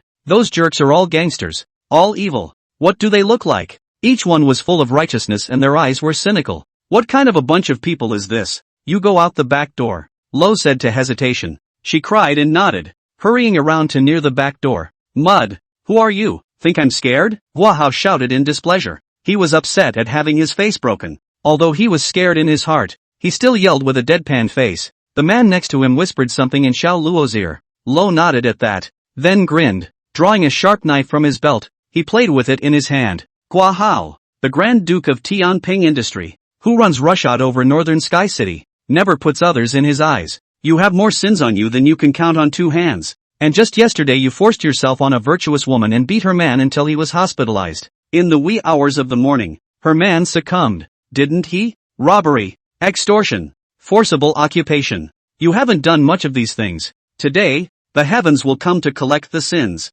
Come to collect you sinner. What, did you say? Song Tian will. Guahao's eyes were instantly hollow. Unbelievably, he looked over at Lo. Thought I had a hearing problem. The Cthulhu Society, isn't it a legendary organization? How could it be here? The Cthulhu would really exist? Guahao's mind instantly flashed through those rumors about the Tsong Tian Society. He couldn't help but wonder if he, himself, would ever live. Pust. In the next second, Xiao Luo made a fierce dash over. The sharp knife stabbed hard into the small of his back. This time, Lo was pinching the blade and stabbing. It doesn't kill him all at once. Instead, it will be a slow torture that will cause him pain. At the same time the people around Xiao Luo moved. In 3 or 2 strikes, the people Guahao brought with him were knocked to the ground. These people were originally a bunch of rabble, and were no match for the Tsong Tian society. Go down and treat this Guahao well later, then throw him in the river. Yes, the Tsong Tian society's man promised and took him down. Hiss. Those next to them who had come to play sucked in a breath of cold air. This man is Guahao. Famous rich kids here. No one has ever dared to do that to him. Never. Who doesn't meet him respectfully? Now the Cthulhu Society is saying that they're going to throw him in the river? They are trying to kill Guahao. The heavens will, indeed, tolerate no evil. Shui stood still and looked toward Chen Shang in the distance. It just felt like 1,000 miles between them. Chen Shang has really changed now. Changed so much that he didn't even recognize her as an old classmate. Just what has happened over the years? It can make Chen Shang change so much. Gentlemen, what do you think of the Night of Heavenly Delights? Isn't it a bit much to make a scene here? At that moment, a group of people came out from backstage. A dozen bodyguards came flanking a beautiful woman. She appeared to be in her 30s. She is very well maintained. The skin was glowing and she wore a long, colorful dress. The whole thing is very imposing, as if the queen had made her entrance. Boss Wang is here. They're screwed. Boss Wang's backstage is fierce. No one can get away with it after offending Boss Wang. The Tsongtian Society. Can it be a match for Boss Wang? It's said that the people behind Boss Wang are from the center of power. For a while, the people below were talking. They had all heard the legend of the Cthulhu Society. But Wang Huiyun is also number 1 fierce, getting to the top by being a mistress. The tactics are horrible. It was supposed to be a chilled out night out in the sky. Basically, not many people came, and it was ostracized by the surrounding nightclubs right after it opened. But then, Tianluan Night survived her overpowering tactics and was the only nightclub in a 20-mile radius. No one dares to take business from her anymore. Now everyone knows Boss Wan's name as well. She's got a big belly, already pregnant with a 9-month-old baby, but still insisted on coming to the Heavenly Nights to make the rounds once a day. Whatever she does it herself. It would have been an advanced age for her to have a baby, but for Liang Baojian, she did not complain, and all this is even more her initiative. She wants to have more children for Liang Baojian. Ask you a question. Say it and I'll spare you today. Chance. Just once. Where is Liang Baojian? Chan Sang spoke through the microphone. Wang Huiyun didn't even think about Qin Shang. It's just a brat. She snorted coldly, clasping her hands over her shoulders and snickering. You're talking to me? You really think you're somebody? Bang! The words fell. A mist of blood exploded from Wang Huiyun's shoulder. The huge impact caused her to fly straight out. Her mind went blank. This kid. Shot? What a situation. What kind of people are so crazy? Dare to make a move on yourself on a heavenly night? Next to her, Phoenix pointed a gun at her. The face was expressionless, and only killing intent could be seen in his eyes. They really dare to touch Boss Wang? Everyone was baffled. For a moment, a pin dropped on the scene. They didn't even dare to breathe loudly and carefully, fearful that the next shot will be on him. It seems that you don't want this opportunity. Then, answer my question, and then you die. Chen Shang jumped down from above, ignoring the bodyguards around her, and striding over. Don't! You stay away! Who the hell are you? Tell me who the hell you are. Wang Huiyun felt like she was about to collapse. The immense pain shook her entire being. Cthulhu Society. Chen Shang. Chen Shang looked at her quietly. Cthulhu Society. Wait, what did you say? You're from the Tsong Tian Association. Wang Huiyun really wanted to slap herself a few times now. You've messed with the wrong people yourself. Liang Baojian had called earlier, telling her to be careful of the Tsong Tian Association's people and not to have any conflict with them. I've forgotten all about it. There's such a huge amount of energy. It's not the Cthulhu Society. Answer my question. Chen Shang lost his patience a bit and stared at Wang Huiyun with cold eyes. He went to be country, left the day before yesterday. I also received the news only recently. I don't have anything to do with him. In fact, we stopped contacting each other a long time ago. I just pay him some dividends over every month. I really don't have anything to do with him anymore. Country B? Chen Shang frowned. The sister must be there. Liang Baojian is very cunning. Knowing that a lot of things are inconvenient at home, he went to country B, took his sister and went to a strange land. This Liang Baojian, it's just a crazy death wish. Kill it, Chen Shang said to Xiao Feng. Bang! Phoenix shoots straight. Wang Huiyun didn't even have a chance to explain. A bloody hole appeared in his head and he didn't move a muscle. Who would have thought that Wang Huiyun, who was once a sensation, would die here? It's true that the wicked will be rewarded. The people from the Celestial Society followed Chen Shang and left the night of Heavenly Lunar. The crowd reacted to this. Some of you already know that this is the recently famous Cthulhu Society. And that person was Chen Shang, the president of the Tsang Tian Association. He's a name that's been making the rounds on the internet for a while now. Shui, what is the relationship between that man and you? You know him? Isn't that the president of the Cthulhu Society? You actually know him? Can you introduce us to each other? Only then did Shui's few co-workers gather around and ask cautiously. Shui looked in the direction that Chen Shang had left, half unable to return to her senses.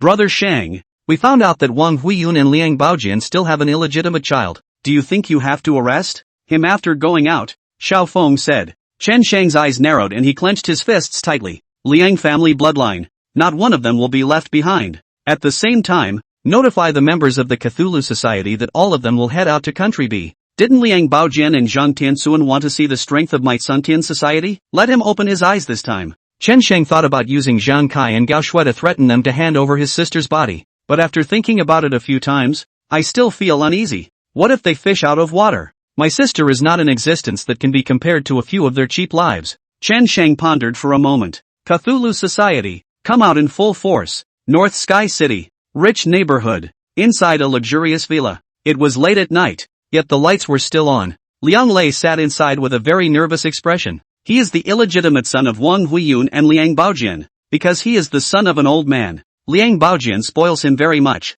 He didn't know how many hurtful things he had done in North Sky City, but they were all bailed out by Liang Baojian. From then on, he was more arrogant. God is not afraid. With power in his hands and money to spend, what does he have to fear? But this time, he was really scared. The mother was killed. Still on your own turf. In the middle of a heavenly night. When he received this news, he didn't go looking for his mother's body first, but instead called all of his own people. All guard here. Protect yourself. Mother's dead. He doesn't care anymore. But something mustn't happen to you. I have to enjoy this myself. You're still so young yourself. Brother Lei, isn't it a bit trivial to have so many of us here? I had a lot of my brothers bring sprays. Even if someone from the martial regiment comes over, we're not afraid. A yellow-haired junior came over and said next to him. Liang Lei wrapped his arms around the two beauties and drank the wine in his hand in one gulp. The expression was very vicious. I heard that it was done by people from the Tsang Tian Association. The strength of the Tsang Tian Association should not be weak, but these people of ours are enough to fight against them.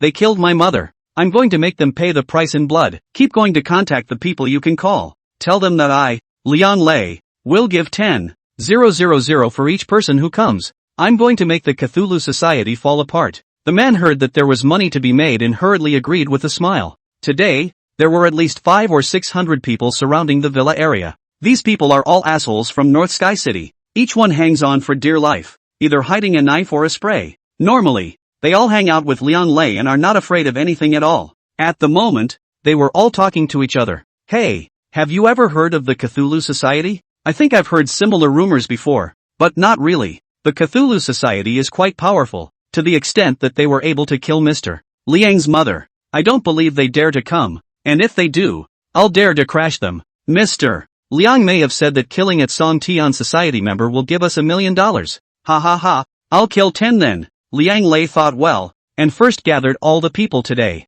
Tomorrow, we'll take them back to look for traces of the Cthulhu Society and avenge their mother's death. The premise is to save your life first. Buzz. Suddenly, they heard the sound of a car engine coming. Out of sight. 3 cars drove by. It's the Tsang Tian Association's people coming? Immediately, someone called out. Just now either drinking or flirting. In an instant, the entire courtyard fell silent. Hearing about it and actually seeing it are simply two different concepts. Before the Tsang Tian Society people arrived, the killing aura had already spread. Liang Lei also looked towards the distance when he heard this. He stood on the second floor of the villa, so naturally he could see clearly. Only 3 cars? It can't be the Cthulhu Society, can it? He froze. I was expecting a lot of people from the other side to come. That's all? How many people can there be in 3 cars? A dozen at most. And there were 500 or 600 people on his side. Jabla. A sharp break. Stopped. 10 people came down from above. These are the elite of the Cthulhu Society.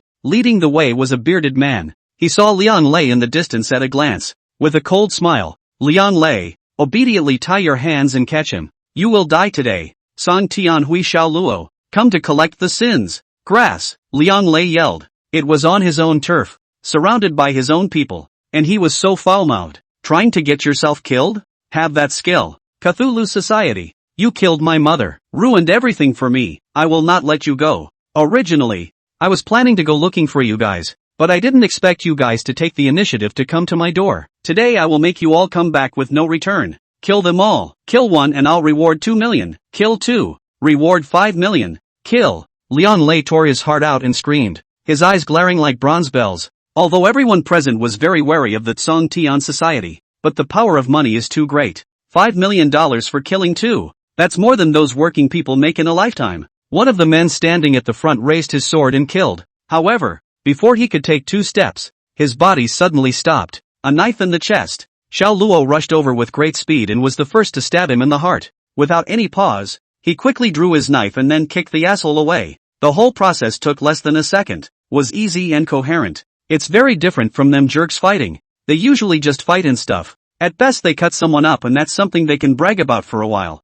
And for the Cthulhu Society to do it is to kill. The difference between the two is too great. The crowd froze for a split second. Although $5 million is very tempting, you have to have a life to spend it, don't you? No one wants to put their life on the line. Brush. In the next second, the entire villa instantly lost power. All kinds of lighting equipment are out of order. It was now late at night, and with it being overcast, not even a dismal glimmer of moonlight could come in. And Lo and the others were dressed all in black, almost blending in with the darkness. The moment the power went out, they rushed along with the darkness. Screams continued to ring out all around them. More than that, it made their hearts tremble. The fear skyrocketed. It was carnage. Unilateral. Extremely oppressive. Liang Lei cursed as he saw that his people had already messed up. He had paid a lot of money to have them here, and they were so unhelpful. He rushed to find his passport and papers and escaped through the back door. In any case, keeping your life first is the key. It's not too late to take revenge later. Head on. It was a heavy kick that disliked him straight back. He got sidetracked by the kick and fell to his knees coughing. That's when the lights turned on. Xiao Luo stood in front of him like a god of killing. There was a judgmental look in his eyes. At the very least, 50 or 60 of the people outside had fallen in a pool of blood, and the rest had long since made birds and beasts of prey. The yard was a mess. Liang Lei, you're the illegitimate son of Liang Baojian and Wang Huiyun, but you're uneducated and have done a lot of things that hurt the world. Forced prostitution, vicious killings, and even beat to death an old man in his 60s. Even more outrageous is in the last year you put a pregnant woman to. People like you should be struck by heaven and thunder and split into 5 pieces. Liang Lei saw the judgment among Xiao Luo's eyes and trembled in fear. You can't kill me. My father is Liang Baojian. He's from the center of power. You guys can't get away with killing me. My dad will get you for sure. I'll give you all the money you want. Koro sneered. Do you think money can atone for the sins in you? Your sins should be atoned for with your life. Hongchen Group. Chairman Geng Hui is in a hurry to allocate funds. The finances are followed by a handful of others. He now has a total of over 10,000 employees under him. After the merger with the Gao family company, the number of members of the Tsingtian Society was surging as many more were transferred at once. These are all members of the Cthulhu Society. Now everyone is going out on camera to be country. The various costs involved he has to bear. It wasn't much, but it was enough to shake him up. What is the Cthulhu Society going to do with so many people going to country B all at once? It was a different land, where the Cthulhu would be entrenched. But would it work to go there? 8 a.m. Hongchen Group then started to send cars to transport these 10,000 plus members. One by one, they all go to the docks or the airport. In the end, the company car simply wasn't enough and some more cabs were called in to help. Cold sweat oozed from Geng Hui's head after he finished his work. Mr. Chen, this is going to be a heavenly tilt. So many people all went to country B. I'm afraid there's a bloody storm. International airport. The staff is busy. They've been busy all morning since the day began. The number of people leaving the country has been surging. Makes them very puzzled. It's clearly not a holiday. So why are so many people choosing to travel on the same day at a moment's notice? But they couldn't find any trace of it from those people. People have regular paperwork, regular passports. What do you care when you go on camera? Meanwhile the call came in from the ticket system. Hey, please line up if anyone is maliciously swiping votes. My side of the ticket issuance system was hacked the day before, and then all the tickets were somehow swiped. It's all purchased through regular channels, but it's more or less wrong. And I ask for your attention. All the tickets were taken in one day, and all the flights were taken. This is so wrong. Captain, should we report this to the top? This is a bit too abnormal. A staff member voiced the doubts in his mind. Well, you stop checking tickets first. I'll report to the top before I say anything. I'm afraid something is wrong with so many people out of the mirror in one morning. The captain also rushed to take measures when he heard this. Then the staff stopped checking tickets. So many members of the Tsong Tian Association had been cut off outside before they could enter. But time waits for no one. Immediately, someone began to meditate on a phrase. The heavens will not be disappointed, and the world's sins will be put to death. Then the second, third, then it was the whole airport shouting together. The heavens will not be disappointed, and the world's sins will be put to death. The sky is the limit and the life is the limit. For a while, the whole airport was covered with loud voices. Those staff members were dumbfounded. There's so many people at the airport. Are they all in on it? They're all going to the same place. And, on the same day? What the hell is going on here? It's the Cthulhu Society. These are all members of the Tsong Tian Association. We can't stop them at all. What should we do? They immediately panicked. They had also heard a little about the Tsong Tian Society. That mysterious and powerful organization that would show up here?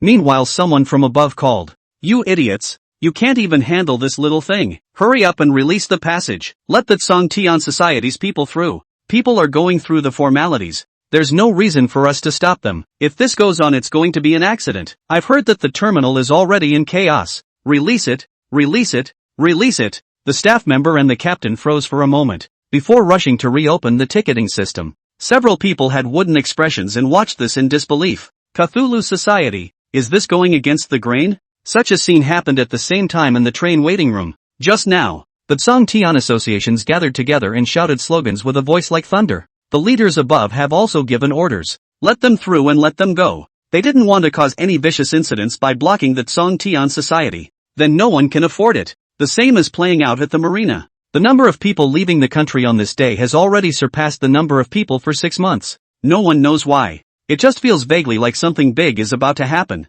Just memorized the words Cthulhu Society in his mind. They were outnumbered though, and were still shouting slogans ferociously. But the quality is extremely high. The places you walk by will be cleaned up. It will never interfere with normal people's traveling and will even offer to give up their seats to the elderly. With them along, even thefts have never happened. Those thieves have all cowered down. No one dares to mess around. Full stars for policing. On a small island, where Liang Baojian is, Liang Chang ran over in a hurry with an ugly expression. Dad! Wang Huiyun is dead. He stood aside, his voice so low that he could barely hear himself. What did you say? Liang Baojian's heart thumped, and the teacup in his hand fell to the ground and shattered. Wang Huiyun. Liang Chang is aware of it. Also know about Liang Lei, but it's been kept a secret and not many people know about it. That's why Liang Baojian didn't take Wang Huiyun and Liang Lei. I didn't think the Cthulhu Society would be able to find out about this. Xiao Hui, dead? Countless agonies immediately surfaced on Liang Baojian's aged face. He and Hui had known each other for quite some time,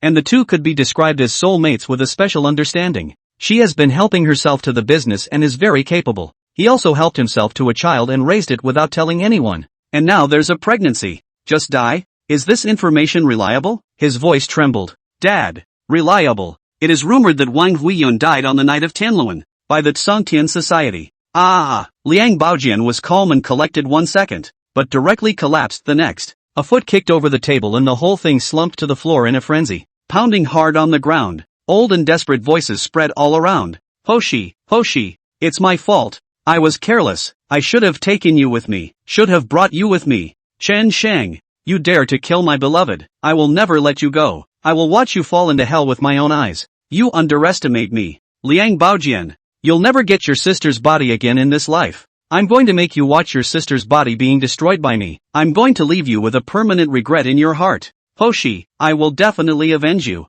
Liang Chang was also in a cold sweat as he looked at his father who was so out of it. My father has always been in a position of power and joy. Rarely have I been so devastated. Now it was surprising that they were being tortured by the Cthulhu Society in this way. Hoshi's death hit him too hard. One more thing. Liang Lei is also missing, but no body was found of him. He might still be alive, but no one knows exactly what's going on. Liang Chang added another sentence on the side. Murder kills the heart. Murder to the heart. Liang Baojian pounded his chest vigorously, looking devastated. The heart felt like it was being torn apart. He doted on Liang Lei and planned to train him to be his successor in the future. And now he died just like that? The Cthulhu Society's hatred for him was no longer shared. Quickly, mobilize all forces for me to find out Liang Lei's whereabouts. Make sure he's still alive.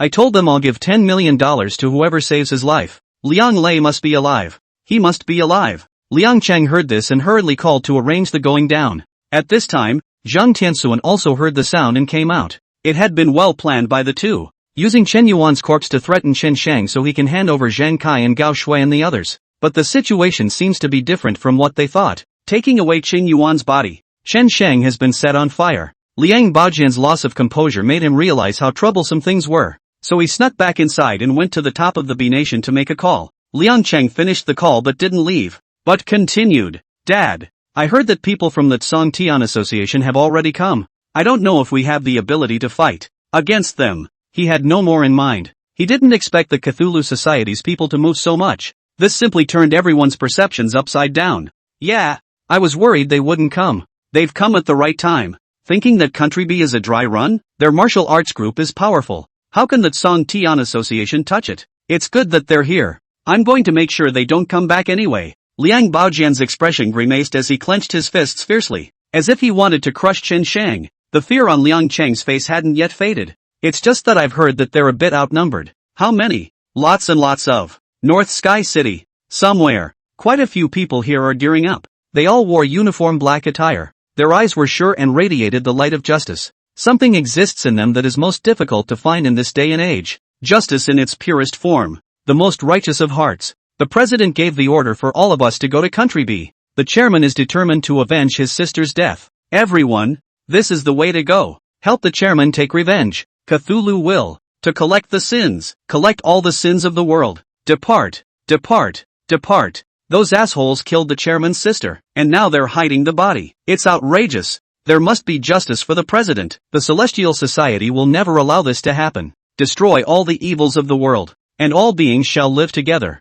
Kill, kill, kill. North Sky City, District Y. The busiest streets. Someone is slowly gathering. It started with a few, then dozens, hundreds, thousands. They were well trained, and they all gathered together to chant the slogans of the Cthulhu Society, then rushed toward a place. Pedestrians on the road looked on. They were outnumbered, but they didn't disrupt traffic, much less hurt anyone. There were even a few people who stopped by to help grandmothers cross the street. Everything, so well organized and full of crisis. The heavens have a way of turning everything around. For a time, the city of Northern Sky, domestic, various cities, all had more or less Cthulhu members out in force. They keep a low profile and are all formalized, or commuters, or a peddler, or the workplace elite. There are all kinds of people, they all carry the same goal, all have the most righteous hearts. Justice will gather at the command of the Celestial Council, all of them, focused on Country B. This time, the sky is going to be a mess.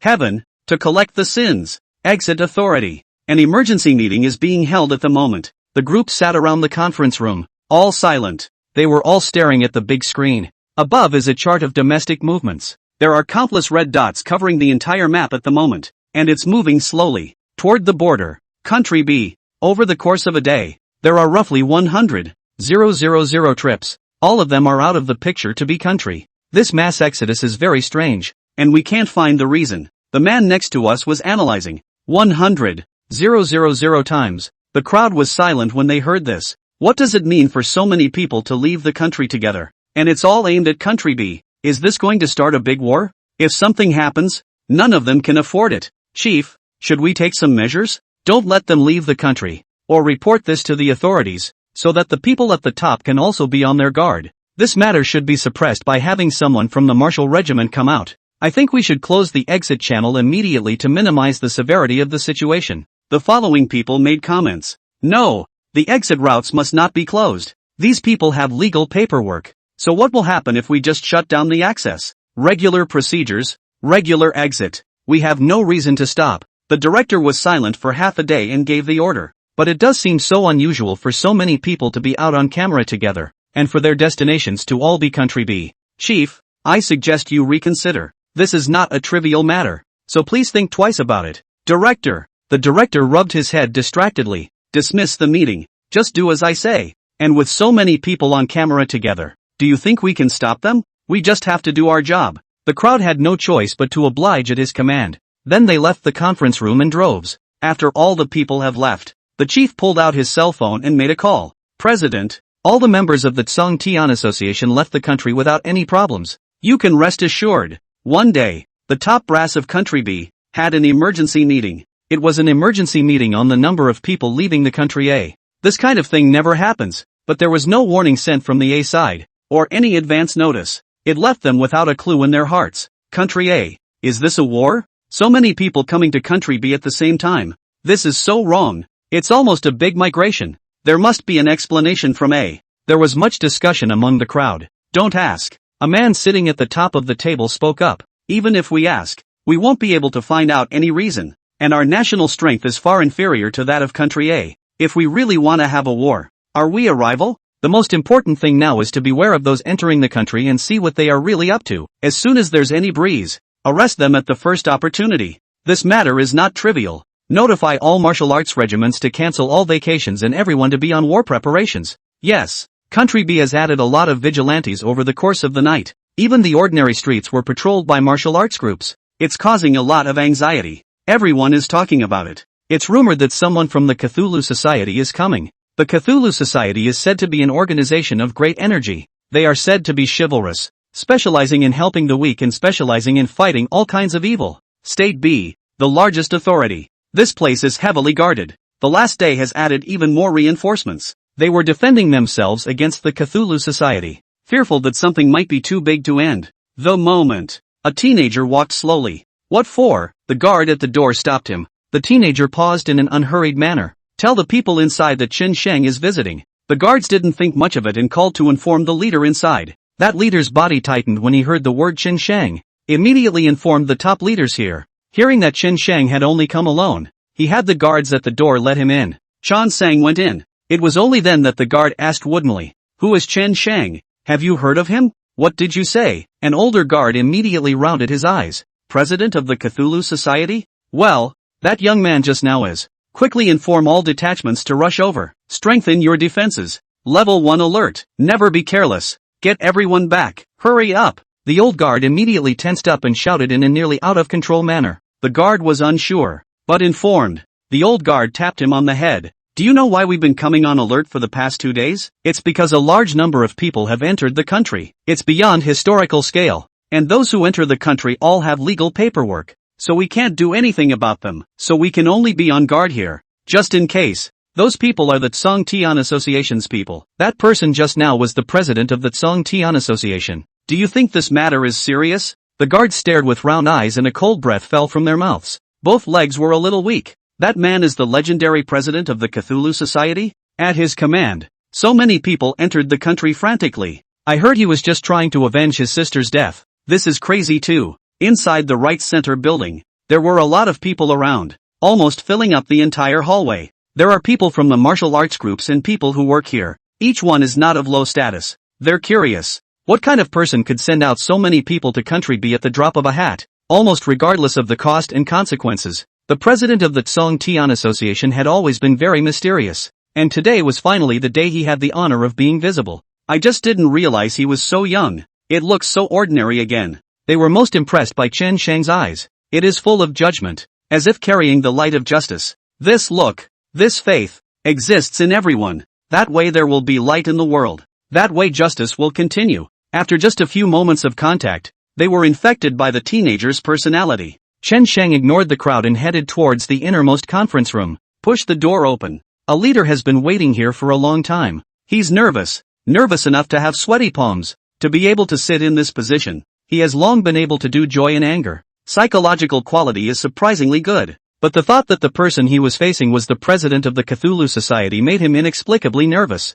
After all, the Cthulhu Society had too much energy. You are Chen Sheng. He saw Chen Sheng come in and hurriedly got up to ask. It's me. Chen Sheng sat down and didn't say too much. Only his expression was a bit cold. The kind of cold that radiates from the heart. His own sister is in this strange land. She was waiting for herself to take her back. The fallen leaf should have returned to its roots, but he himself let her body roll over the glaze. President Chen, it seems that we, Country B, have no grudges against you, right? I don't know why you let so many people enter the country. I think that anything is negotiable, as long as you make an offer. President Chen, I definitely won't refuse. Of course, what I say today can also fully represent Country B. You can rest assured of that. We came as a friendly gesture. Oh yeah, you can call me Dixing. Chen Sheng nodded and folded his hands. Shiny gaze to the past. I came here with only one purpose, to make you hand over Liang Baojian and Zhang Tianxuan, as well as my sister's corpse, as long as you give it to me obediently. I promise not to harm any of the bees, and my people will fade away quietly. Otherwise, the consequences are yours to bear. When Dixing heard this, he seemed to come to a realization, followed closely by a cold breath. The body of Chen Shang's sister. They've preserved it. It's at the funeral home nearby. This was also explained by Liang Baojian himself, but they didn't expect that this was the sister of the president of the Tsang Tian Association. Liang Baojian, this old fox, he is pulling them as a back, but they must not hand over Liang Baojian. He has so much at stake. That's a bridge between the two countries, and there's a lot of things that country B is asking of him. If they let Chen Sheng take it away, their losses would be too great. Dixing smiled politely and then helped Chen Sheng pour a cup of tea. It's a local tea from B. You can try it. Sweet in the mouth and very light. Chen Sheng swept the table and the teacup fell to the floor. His brows locked slightly. I'm only going to say this once. Don't challenge my patience. Dixing was a little upset at being refuted. After all, he is also the leader above everyone else. I don't know how many people have to look at his face. And Chen Sheng is so disrespectful. Dixing shrugged his shoulders and looked over seriously. Then his expression flicked up. Chen Sheng, we can't agree to your conditions. Zhang Tianxuan and Liang Baojian are our honored guests. How can we hand over our honored guests? And your sister's body. It is also your guest entrusted us to keep up. Give you the body? This, we cannot do. How about this? You have a good time in country B. We'll cover your food, clothing and transportation. How about that? Chen Sheng's eyes flashed with refined light, killing intent, which appeared in the dark. It was as if it was an impenetrable wall. He's judging big lines. It seemed like it was going to eat him. My sister, Chen Yuan, is an obedient and sensible girl. She has never done anything bad. I grew up watching her, and I remembered her kindness, her aggravation. I failed to protect her while she was alive, and that is the biggest regret of my life. I swore an oath that everyone who had anything to do with this matter of my sister would all have to pay the price, no matter who.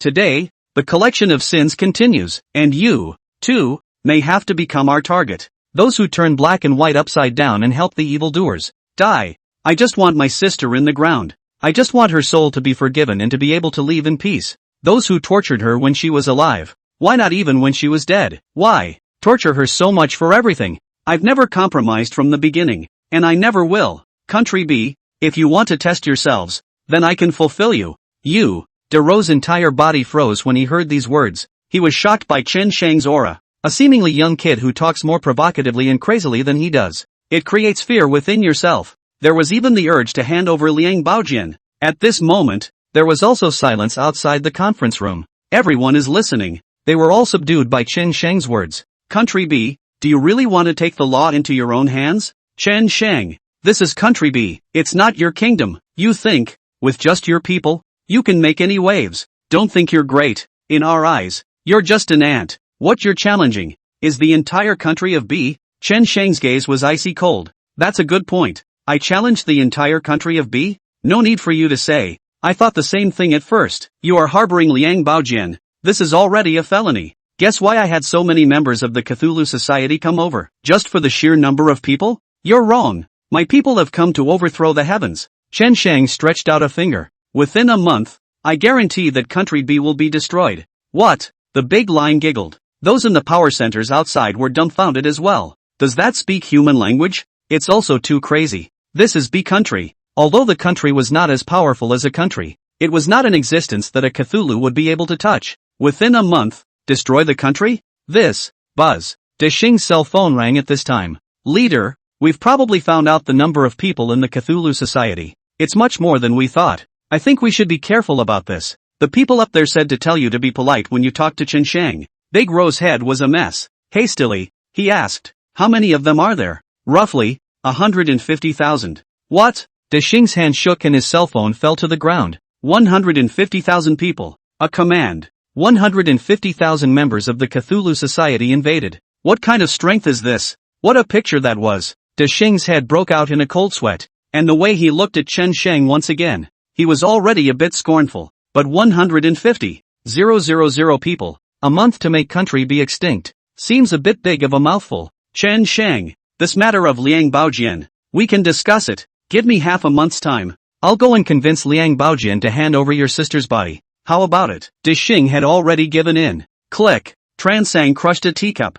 I'll only give you 10 minutes. Don't blame me for being ruthless if you can't convince them. 10 minutes? How is that possible? Dexing is actually trying to stall for time so that Zhang Tianxiyuan can leave the country. That way Chen Shang wouldn't keep his attention here, no. But Chen Shang seemed to have seen through his own set. More cold sweat on his head. Squeak. At that moment, the conference room door was pushed open. A bearded man walked in. He hemmed and hawed, but his eyes were cold. Who are you? I didn't let you in, Dexing yelled. Instead, he looked at Chen Shang. Brother Shang, things have been arranged. This time, the bomb should not be less powerful. With that, he stood behind Chen Shang. This is your guy. Daehyung's head went blank for a few seconds. The center of power is guarded by men from the martial arts regiment. The surrounding area was also full of people from the martial arts group. He gave orders himself that no one was allowed to come in. But how did he get in? It's almost like a ghost. He could get in here. So did that mean that he could kill himself without moving? Is this the strength of the Cthulhu Society?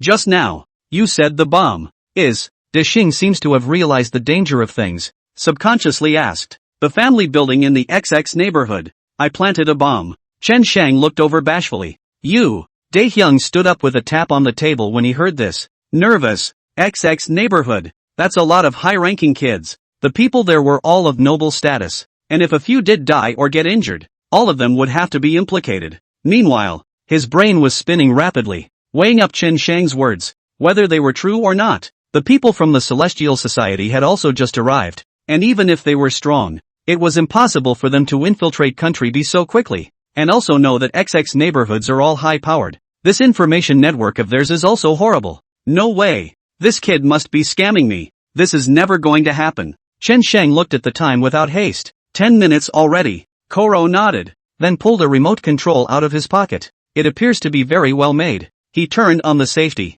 Click the button. The sound is crisp, like a draw. The first reaction of the big banks is still disbelief. Just a little thing that controls a bomb? And so far away. Still in his hands. This is too much of a pipe dream. This kid must be scaring himself. Trying to intimidate yourself with a handmade remote control? It's not like you're scared yourself. But soon. And his cell phone rang. Daehang, how did you negotiate, you useless piece of shit? There was an explosion in neighborhood XX just now. 12 people are dead. Now a building in the neighborhood is in ruins. This is 80% Chen Shang's doing. You quickly pacify him for me. And never mess up again. You and I are solely responsible for what happened today. Do you know what kind of people live here? Before the other party could finish his sentence, Dexing's body went limp. His whole body slid out of the chair and sat down in a daze. The eyes that looked at Chen Shang were once again filled with fear. It seemed to be a collision of eyes with death. A horrible thought rushed through his body. In 1 month's time, the B nation will be extinguished. It's probably not a joke. You asshole. Dexing snapped to his feet after a moment, glaring at Chen Shang with bloodshot eyes, teeth clenched. I can't believe you killed so many people. You are simply evil. The people in the XX neighborhood are innocent. They had nothing to do with this. How dare you kill them all? What Cthulhu will be upholding justice? This is simply nonsense. You're just hanging on to a sheep's head. The Tsang Tian Association is all just some rabble too. You're going to pay the price. You'll regret it. Chen Shang tapped his fingers on the desktop. His eyes narrowed, and he gently exhaled a mouthful of smoke. XX neighborhood. Building 3, 502. Father is a high official in the center of power. Mother is likewise in the center of power branch. A couple of years ago, they ran over and killed an old lady on a trip, and instead of accepting the law, the family went ahead and hid the body. As a result, the old lady's family approached them and made a scene in front of their flat. But the matter ended up being closed because the old lady's family disappeared. So tell me, how did they disappear? Do I need to tell you where their bodies are buried? The 101s, both of them are high-ranking officials in the martial arts corps, but they've always been in the flesh and blood business, sending young, beautiful girls to the corps under the slogan that they'll be able to keep them in there forever and eat the nation's food. But in the end, they've turned them into lambs to be eaten by others. Just the other day there were girls who jumped to their deaths. A total of 3 girls died in their clutches. The 202s. They're from the B-Guard Bureau, but they've been trading in gray for years, and I don't know how many innocent people they've poisoned. The 301s. Listening to Chen Shang say this, Dexing's entire body seemed to be emptied. He knows all these things, heard it all, too, even dabbled in it myself, but he didn't think that a person from abroad would know so well. Even the details are known. Is this still average? Other than that, I didn't injure a single innocent person. At best, the glass of a home was blown apart, and I will pay full compensation. Chen Sheng coldly said. Xing's heart was, once again, shaken hard. Is this the strength of the Cthulhu Society? Kill the guilty without involving the innocent. They've even calculated the power of the bomb. The blast radius is all accounted for. They know exactly which ones in the building are innocent and which ones deserve to die, and can do it at the right time. This strength is horrible. Chen Sheng crossed his legs, but his eyes were even sharper than earlier. I'm originally good. Don't force me to become a demon. Xing hurriedly wiped the cold sweat on his forehead. Mr. Chen, this matter can be discussed. We can discuss. Buzz. Daehyun's cell phone rang again. Xing, the top brass in the power center are furious about the XX neighborhood. We order you not to let Chen Shang go. Arrest him today. Pay the price. The Cthulhu Society is too wild. That's the family building of our power center. How can people feel at ease in the future when something like this happens? Order the men to arrest him. I've sent a helicopter to coordinate the operation. I heard that there are quite a few people from the Cthulhu Society in the vicinity, so you should be careful yourself. Xing put down the phone but didn't dare to give the order for a long time. He couldn't figure out Chen Shang's strength. Don't dare to do anything rash. Buzz. It didn't take long for the helicopter to fly over. 2 helicopters hovered overhead, fully armed and ready to fire. There are martial arts groups outside and helicopters circling overhead. There was nowhere for Chen Shang to run. He was already in a jar. Chen Shang, the people above have given an order to arrest you. I advise you not to run away anymore, Xing said with all his courage. Boom! Suddenly, a helicopter outside was hit and exploded. The missile's tail flame can be seen drifting through the air, forming a parabola. The other helicopter immediately went haywire, looked around for the enemy, and began firing indiscriminately, but followed closely by being shot down together. Explosion! 2 helicopters crashed into the power center compound, gurgling and burning. Now the big rows are quiet. It was as if the whole thing had been drained of its soul. How could the Cthulhu Society even have such a ferocious weapon? And it's still taken out in a place like the center of power. They've gone on alert.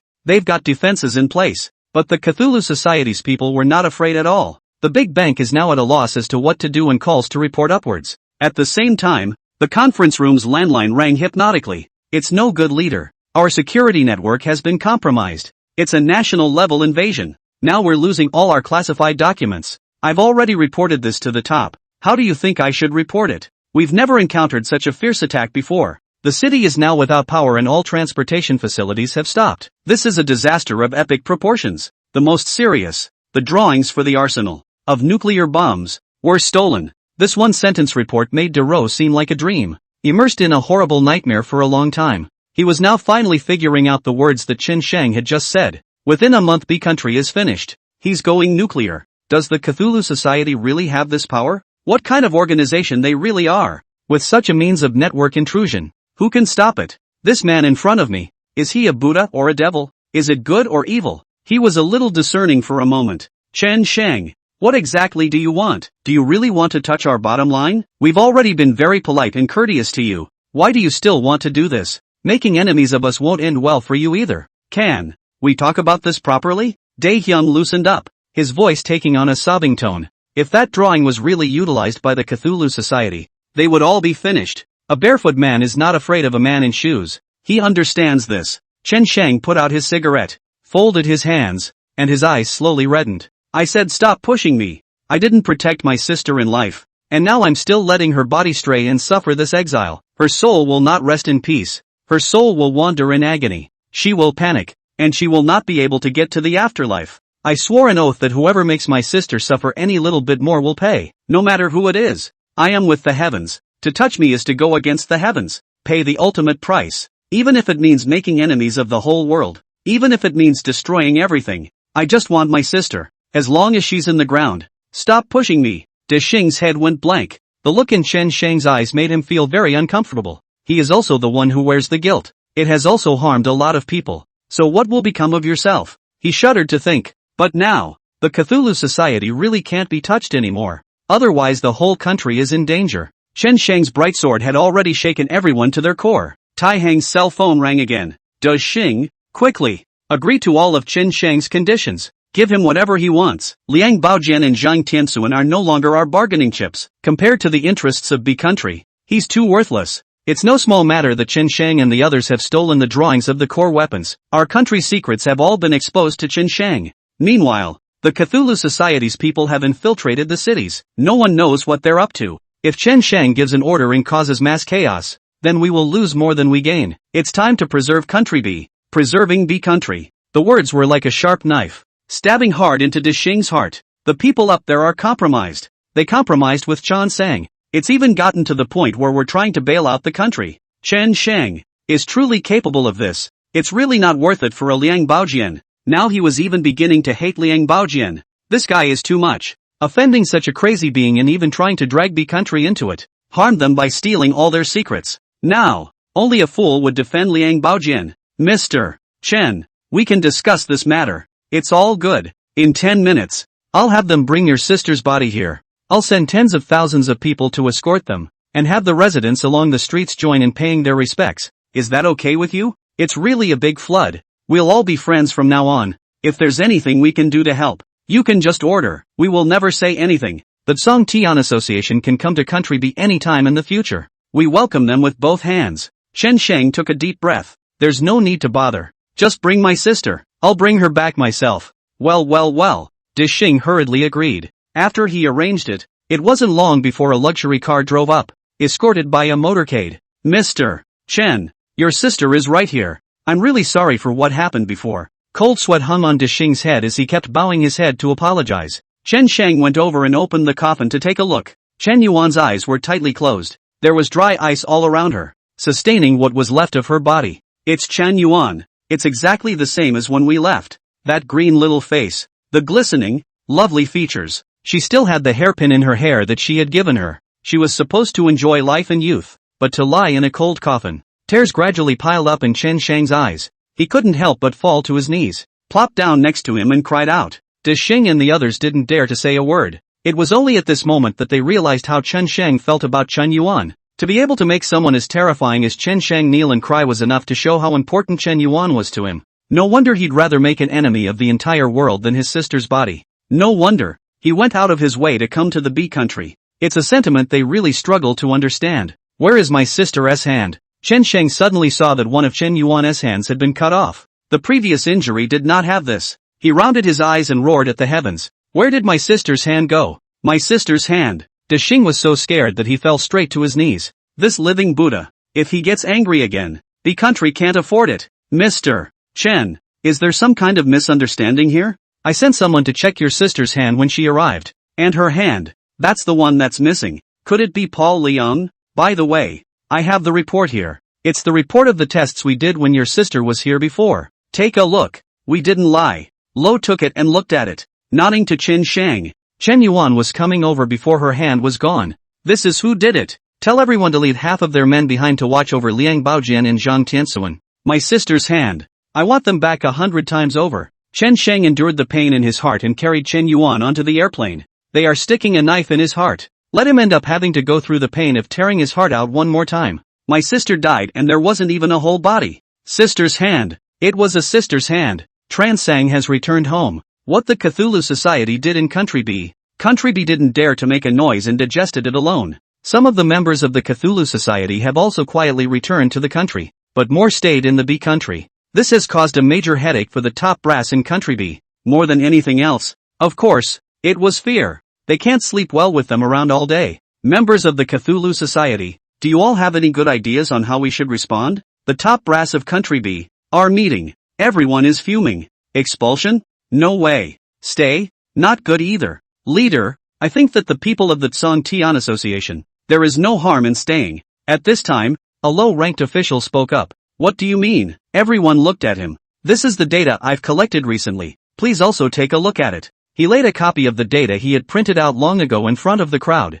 It's the crime rate in Country B. Straight down. And almost zero. The crowd was puzzled. Not sure what he means by that. It's like this. I've investigated and those members of the Cthulhu Society didn't jeopardize any of my country's rights. On the contrary, we are doing good deeds during the daytime. And some of the habitual criminals, like stealing, robbing, and murdering, most of them were caught by them spontaneously. They have even donated money spontaneously to treat poor people who can't afford to see a doctor. And they are even planning to raise a few hopeful elementary schools. They don't seem to be bad people, I think. A room full of people scratching their heads. The Cthulhu Society, the good guys? And they are doing good things for people, the totally unrequited kind. It's a godsend that crime has dropped so much. Only then did the face of the tallest leader slowly relax. But he didn't dare to make the decision to leave the Cthulhu Society behind. There are too many people, after all. But what they do really deserves a lot of credit. The Cthulhu Society. What kind of organization is it anyway? It's baffling. Are they good or evil? Evening. Tai Hang dragged his tired body off work. Had a full day of meetings today. He's going crazy. All about the Cthulhu Society. Instead of going home, he went to one of the other neighborhoods. His lover's home. Enter the door. A sassy woman was waiting for him. Honey, you're finally here. People have been waiting for you for a long time. People have been thinking about you for the past few days. She posted straight away. Deshing was in a very upset mood and was about to come to her to vent. Behave yourself for me today. I'm in a bad mood. And the Cthulhu Society's business is getting on my nerves. There are endless meetings waiting for me again tomorrow. You should know how to behave. The woman guffawed. Don't worry, dear. I'll make sure you're satisfied. Pushed open the bedroom door. Leader of the big line. It seems you have quite a private life. Suddenly a sentence came through without any taboo. Aha, there's someone. The woman was so frightened that she hurriedly cowered behind Dishing. In the room, there were two people sitting, all dressed in black. It seems very mysterious. You, who are you? Do you know what I am? I'm from the center of power. Touch me and you'll all suffer. The big line shouted demonstratively. The two men smiled at each other. It's you we're looking for. Dishing, you have sinned greatly. And now it is time for you to be brought to justice. The president said that the heavens will spare no sin. The Cthulhu Society, come to collect the sins. You guys, the Cthulhu Society? Dishing was directly paralyzed. He was aware of the strength of the Celestial Society. There was no way he could be an opponent himself. Thought I got away with it, but I didn't expect to get killed here. In this moment, all that went back in his head was the things he had done before. Using the power in his hands for the convenience of others, even maiming lives, without morality or thought. Day 2. C City, Country B. The news of the killing of Dae Hyun quickly caused a sensation. Meanwhile, all his incriminating evidence is exposed online. Country B is in a state of national shock. There is also a vigorous search for criminals.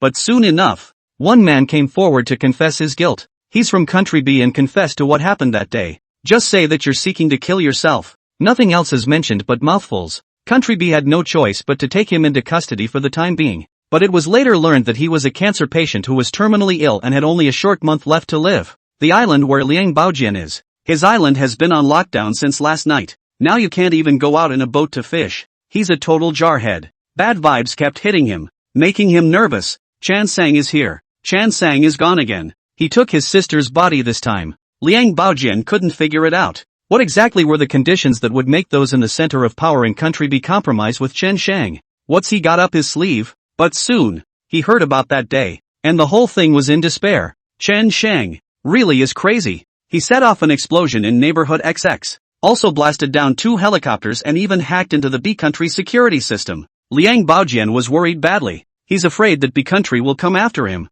After all, he was the one who lured Chen Shang here. Himself, this time, really kicked the bucket. Dad, Zhang Tianxuan, it's gone. Liang Chang stumbled over to him, very much in a state of disarray. What did you say? Liang Baojian's heart thumped. Immediately afterward, the people from Country B gave Liang Baojian a document that was a message to blockade the airspace and territorial waters of the island. Instantly, everything made sense. Zhang Tianxuan is asking himself to stay here and wait for death. I'm afraid he got the message and quietly left the island from the moment Country B ordered a blockade of the island. Himself, now in a jar. Can you let me meet your leader? Liang Baojian asked the B Country emissary in a consultative tone. I'm sorry, Mr. Liang. No one up there was planning on seeing you. They just gave the order. I advise you, just behave yourself. But, Liang Baojian wanted to say something, but the other party had already left. Dad, what do we do? Liang Chang had no idea now. I thought it was absolutely safe to come here. Unexpectedly, Chen Shang still killed over. Now that he and his father are in a jar, he can't even leave if he wants to. Damn the B nationals. A bunch of people who don't keep their word. They're preparing to hand them over to Chen Shang. It's locking us up on this island. This my island and they won't let me out. This is my island Liang Baojian shouted as if he had collapsed. And yet there is no other way. One can only wait for fate. Chen Shang returned home. In the center of power, there were inexplicably several more drawings of weapon designs. All the latest developments in Country B. It's precious. And it's classified to Country B. Wannabe. This secret means a lot to us. With this, our national power will increase greatly. This is truly a blessing from heaven. As Wan Fu Chang looked at the design, he seemed to have thought of something, sighed, and said seriously, I'm afraid, this is something that someone has done on purpose. The B Nation will give us their designs? Are you kidding? The man next to him laughed a few times. Of course it can't be them. Perhaps yes.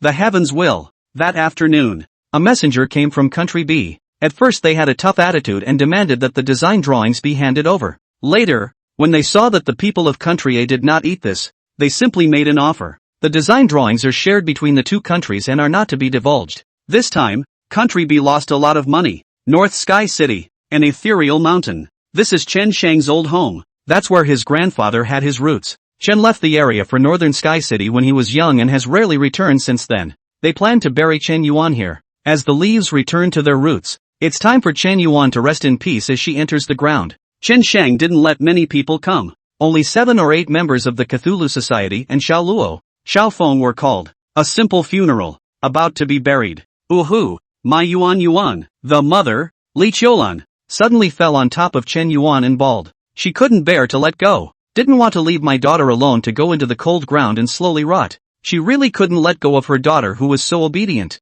It was as if a knife had been cut into her heart. It's mommy's fault for not protecting you. In the next life, we'll still be a family, and in the next life, mom will protect you even if she has to fight for this old life. Daddy is guilty too. Daddy was too busy at work to take care of your feelings, and daddy should have found out about your bullying sooner. Ooh, hope ah. Ben had been prepared. Ben was ready to separate from Chen Yuan, but it really comes down to this. They still can't make up their minds. Tears are like streams, mixed with sadness. It tore at my heart. Chen Yuan left. What you can't forget is the memory, her understanding, his kindness, all of it lingered in the family's mind. Endless hurt is left for the family. It's a pain that will never go away. Tears also fell from Chen Shang's eyes, and without a sound, they slid down his face. He even had a delusion. Is everything in front of me real or not? Maybe it's a nightmare. When she wakes up, Chen Yuan is still alive and she's on her way to the training facility and says she'll be back to cook dinner for everyone. And by himself,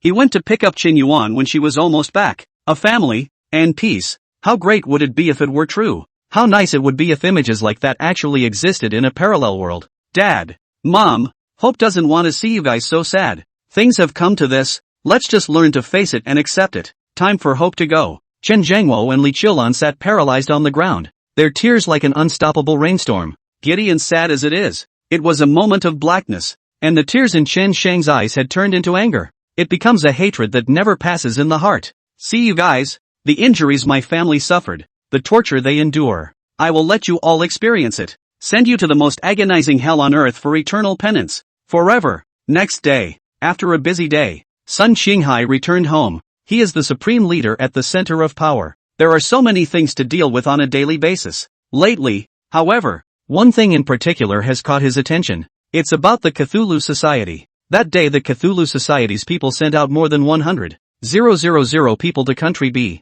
This incident has upset the crowd, but after investigating, he couldn't find any evidence of a crime committed by the Cthulhu Society. No one talks about the stuff they did in B either, and B has a total news blackout. It had been on his mind all day. What kind of organization is the Cthulhu Society? And what kind of person is their president? And how should the organization be broken? To say that to exterminate them, one was more or less hesitant. They hadn't done anything bad, and even during the time they had appeared, the law and order in North Sky City had been at its best for a while. People are full of positive energy and many follow their example of doing good deeds and charity work. Isn't that kind of positive aura what people are always looking for? The whole day was spent in meetings and discussing solutions, and in the end, none of it came to fruition. Dragging his tired body, he went home. Just as he entered, he stopped suddenly. It's too quiet at home. Usually at this time of year the wife watches TV with the sound turned up. Why is there no sound at all today? Sun Qinghai, you're back. At the same time, a man's voice came through and, he said, looking over at the voice. His own wife had collapsed on the couch and had passed out. There was a man sitting next to him. The man had a refined gaze and a powerful aura about him. I am Chen Shang, of the Cthulhu Society. The man answered his words seriously. It's you. What did you do to my wife? Sun Qinghai became agitated all of a sudden. How dare Chen Shang enter his own home? And the guards at the door didn't even notice. Speak politely or suffer the consequences. Suddenly, a man's voice whispered in his ear. At the same time a knife came up behind him. The person who spoke was Phoenix. He appeared behind him at some point. Sun Xinghai tensed up at once, cold sweat oozed from his back. Chen Sheng waved his hand at Xiaofeng, who then lowered his knife. Sun Xinghai, if I wanted to kill you I would have done it just now. Your wife is fine. She will wake up after a while. Can we talk properly now? Sun Xinghai was silent for a moment, then nodded. The Cthulhu Society has so much power that they can enter their home without any trouble. So what else can't be done? If they had done it just now, they would have been dead by now. It's about Liang Baojian. He went to Country B and supposedly took away quite a few people from the martial arts group. I hope you will send back the people from the martial arts group. Chen Shang went straight to the point. No way, Sun Xinghai said seriously. Those people are staying around to protect Liang Baojian. He's a member of the country. We have the obligation to protect him. He has served this country and is someone who has contributed. Chen Shang and Xiaofeng smiled unashamedly. Whether he's a human or a ghost, you'll know later. For now I won't say too much. I just don't want the martial arts group to get hurt. They're all innocent. If you agree, I can give you this. Chan Sang pushed out a document. Above is the most crucial part of the last weapon design drawing. This is. Sun Xinghai was a high school student before, and he could see what such a drawing was at a glance. Instantly his eyes went round. The drawings from before. You gave them to the state, he exclaimed. That drawing meant a lot to them, and in a way, Chen Shang was already a hero. It's just that the key parts of the research will take a long time. Chen Shang took this out and shortened their research by how many years at once? It's like a snowball in the sky. In front of a Liang Baojian and the whole process of the country. He still chose the country. I'll give the order to pull back all the people around Liang Baojian. Happy cooperation. Chen Shang didn't say much and stood up to leave. Not for a moment. Sun Xinghai's wife woke up. Just now. What happened? His wife was confused. Someone came by just now. But it's nothing. Don't worry. Sun Xinghai comforted. Someone's been here? Who? It's not too much to say he's a hero. Sun Xinghai said with two bitter smiles. He seemed to have figured out Chen Shang's intentions. North Sky City. I'm afraid there's going to be a mess. He sighed leisurely. By handing over such a valuable thing to the A country, Chen Shang was saying that whatever he did, he would let them turn a blind eye. Sun Xinghai promised just now. He knew that even if he reported it, the people above him would say yes just the same. The weapon drawings, which are core information,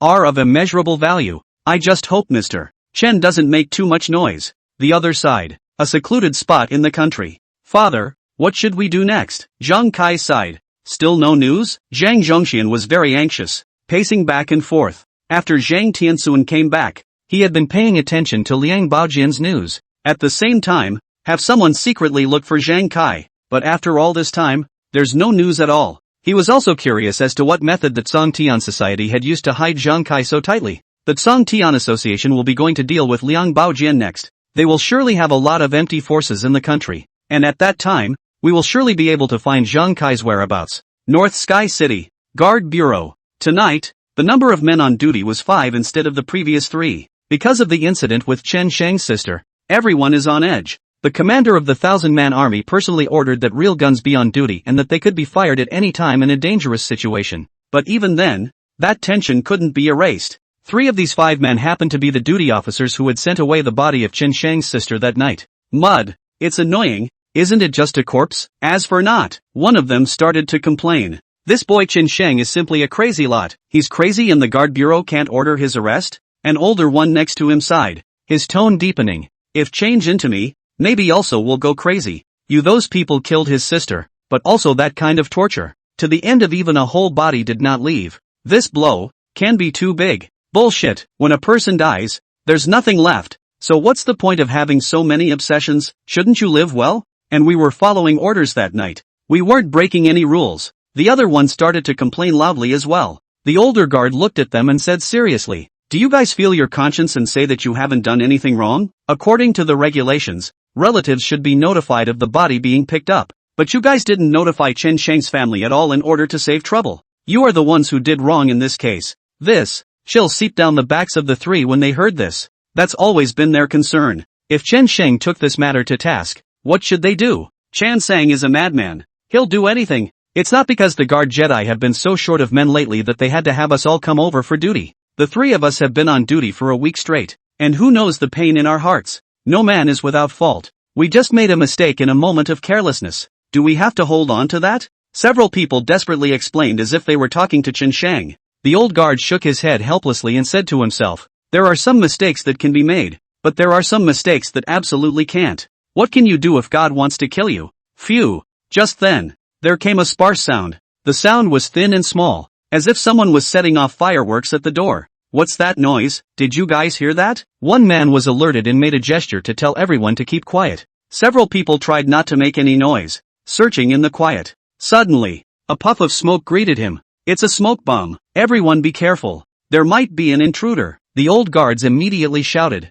instantly alerted. Someone's invading? Who is so bold as to invade the guard bureau? Several men immediately raised their guns and took aim at the doorway. But there's so much smoke. We can't see what's on the other side of the smoke. The only thing you can do is hold your gun against the wall to use as a defense against someone sneaking up behind you, until the smoke enveloped them all. Everyone watch your defenses. If you can't, exit through the back door. Remember not to shoot randomly, lest you accidentally injure your teammates. From now on, each one chimes in and reports back on his or her situation to facilitate communication. The old guard ordered loudly. Several people have cooperated. 1. Nothing out of the ordinary, have taken cover. 2. Have taken cover. 3. Nothing out of the ordinary. Number 4. The situation is normal. Ah. No sooner had 4's words fallen than a scream was heard. 4. What's going on? Report your position. Don't panic. Hide against the wall. A few others were looking for his location, but the smoke around them was so thick they could see less than half a meter and it was like grasping at straws. Not only that, but smoke bombs were being thrown outside, making the smoke around them even thicker. Ah, my hand, came the scream of number 3. Help, screamed number 2.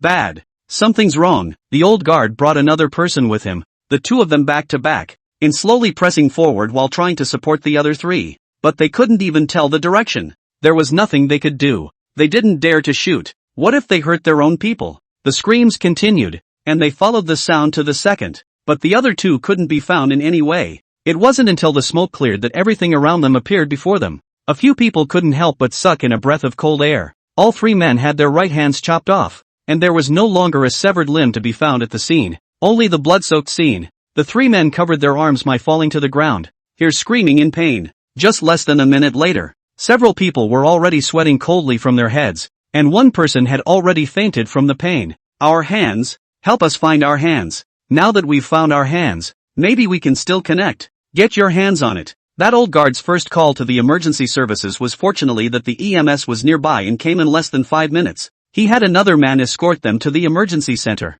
Leave yourself just inside to check the surveillance. Surveillance? It's all gone. He stared round in disbelief, his heart thumping. So we're saying that this was all premeditated. All 3 of those men were on duty that day, and all of them now have their right hands cut off. Just like Chen Shang's sister. Can things be that coincidental? This must be what Cthulhu would do. Eastern Martial Arts Regiment. Today they received word that a large number of people were leaving the country, so they are all on alert. It was supposed to be a day off but they were on duty here, so it was inevitable that they would complain a bit. Cthulhu Society. What the hell are they up to? How could so many people leave the country in one day? Is this going against the grain? Aren't they afraid that someone from above will notice and meet them together? Even if they're powerful, they're just an insignificant organization. Can they resist the power of the martial arts group? A few people chatted casually, their words a disdain for the Cthulhu Society. All stop chatting and get on duty. There must be a reason why we've been put on duty here from above. The Tsong Tian Society has been moving around a lot lately.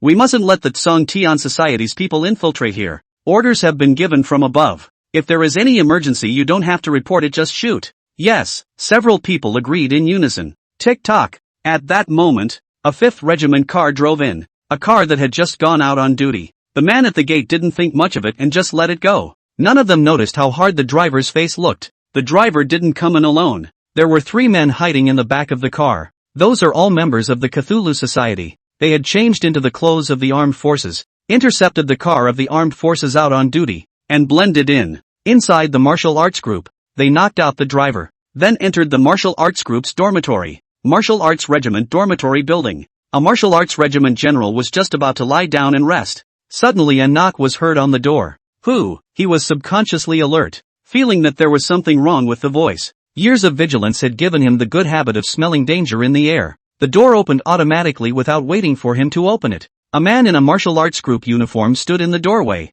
In your hand is a sharp knife. Someone come. The martial arts regiment general immediately realized what was going on and desperately called for help. This man was not from the martial arts group, as he had never seen it before. A smile hung on this person's mouth, very deep and accompanied by a dangerous flavor. He didn't look very old, and his eyes were narrow and full of coldness, hanging like two knives on his face. That day, you went on a mission to the guard station and took Chen Yuan's body, right? You are the Cthulhu Society? The general immediately understood his identity, but he really didn't dare think about it. People from the Tsong Tian Association. How dare they kill in the martial arts troupe? Are they crazy? This place is full of armed men from the martial arts groups. Today, I'm here to judge you, but it's up to you to survive. Because the Cthulhu Society has always done things together very fairly. The general's eyes rounded. Wait a minute. Xiaofeng had already rushed up with his words. A knife was stuck in his abdomen. For a moment, the general felt as if time had stopped. He felt no pain for the moment, only overwhelming fear. So this is what it feels like to be stabbed. The key opponent's movements were so fast that he didn't even have a chance to react. He himself is also a well-trained person of the martial arts group, but in front of him, he does not even have the power of resistance. Without any nonsense, Xiaofeng lowered his head and continuously made several more slashes, stabbing him in the back and chest respectively, until he collapsed in a pool of blood, unable to move a muscle. Afterwards, Xiaofeng put away his sword and gave him a faint look before leaving silently, and politely closed the door on his way out. At the same time, in the dormitory, two men from the martial arts regiment were about to change their posts. One slouched toward the post. Li Wenyu? Suddenly, someone next to him called his name. Who? He subconsciously looked to the side. A man in martial arts regiment clothes made him drop his guard instantly. Could it be that someone is playing a joke on them? Just for a moment he froze. The opponent's knife was already stuck, aimed at his chest, abdomen, and stabbed him 3 times in a row. A shove followed and the man turned away. The whole thing takes less than a minute and moves cleanly. In the washroom, two men from the martial arts group were washing up. It was just the two of them in the large washroom, and the two were later than everyone else because they had just returned from duty. You've had a lot of trouble lately. What exactly are those people from the Celestial Society? One of them asked casually. What's the Tsong Tian Society fooling around for? Sooner or later we'll destroy them. Making an enemy of the martial arts group. Isn't that looking for death? Yeah. Ha. The two were talking when they suddenly saw another person appear in the mirror. This dressed up and just looked at them so quietly. The two froze for a moment, feeling a little strange. Come to wash up and be so well dressed at this hour? You are? One of them inquired. Before he could finish speaking, the person on the other side instantly disappeared like a ghost. In fact, the other party had not disappeared. It was just that the speed was too fast, coupled with the surrounding lights were too dark. That's why they couldn't capture the other party's figure for a short period of time. When he reacted, he only felt a coldness on his stomach. The other side came out too fast.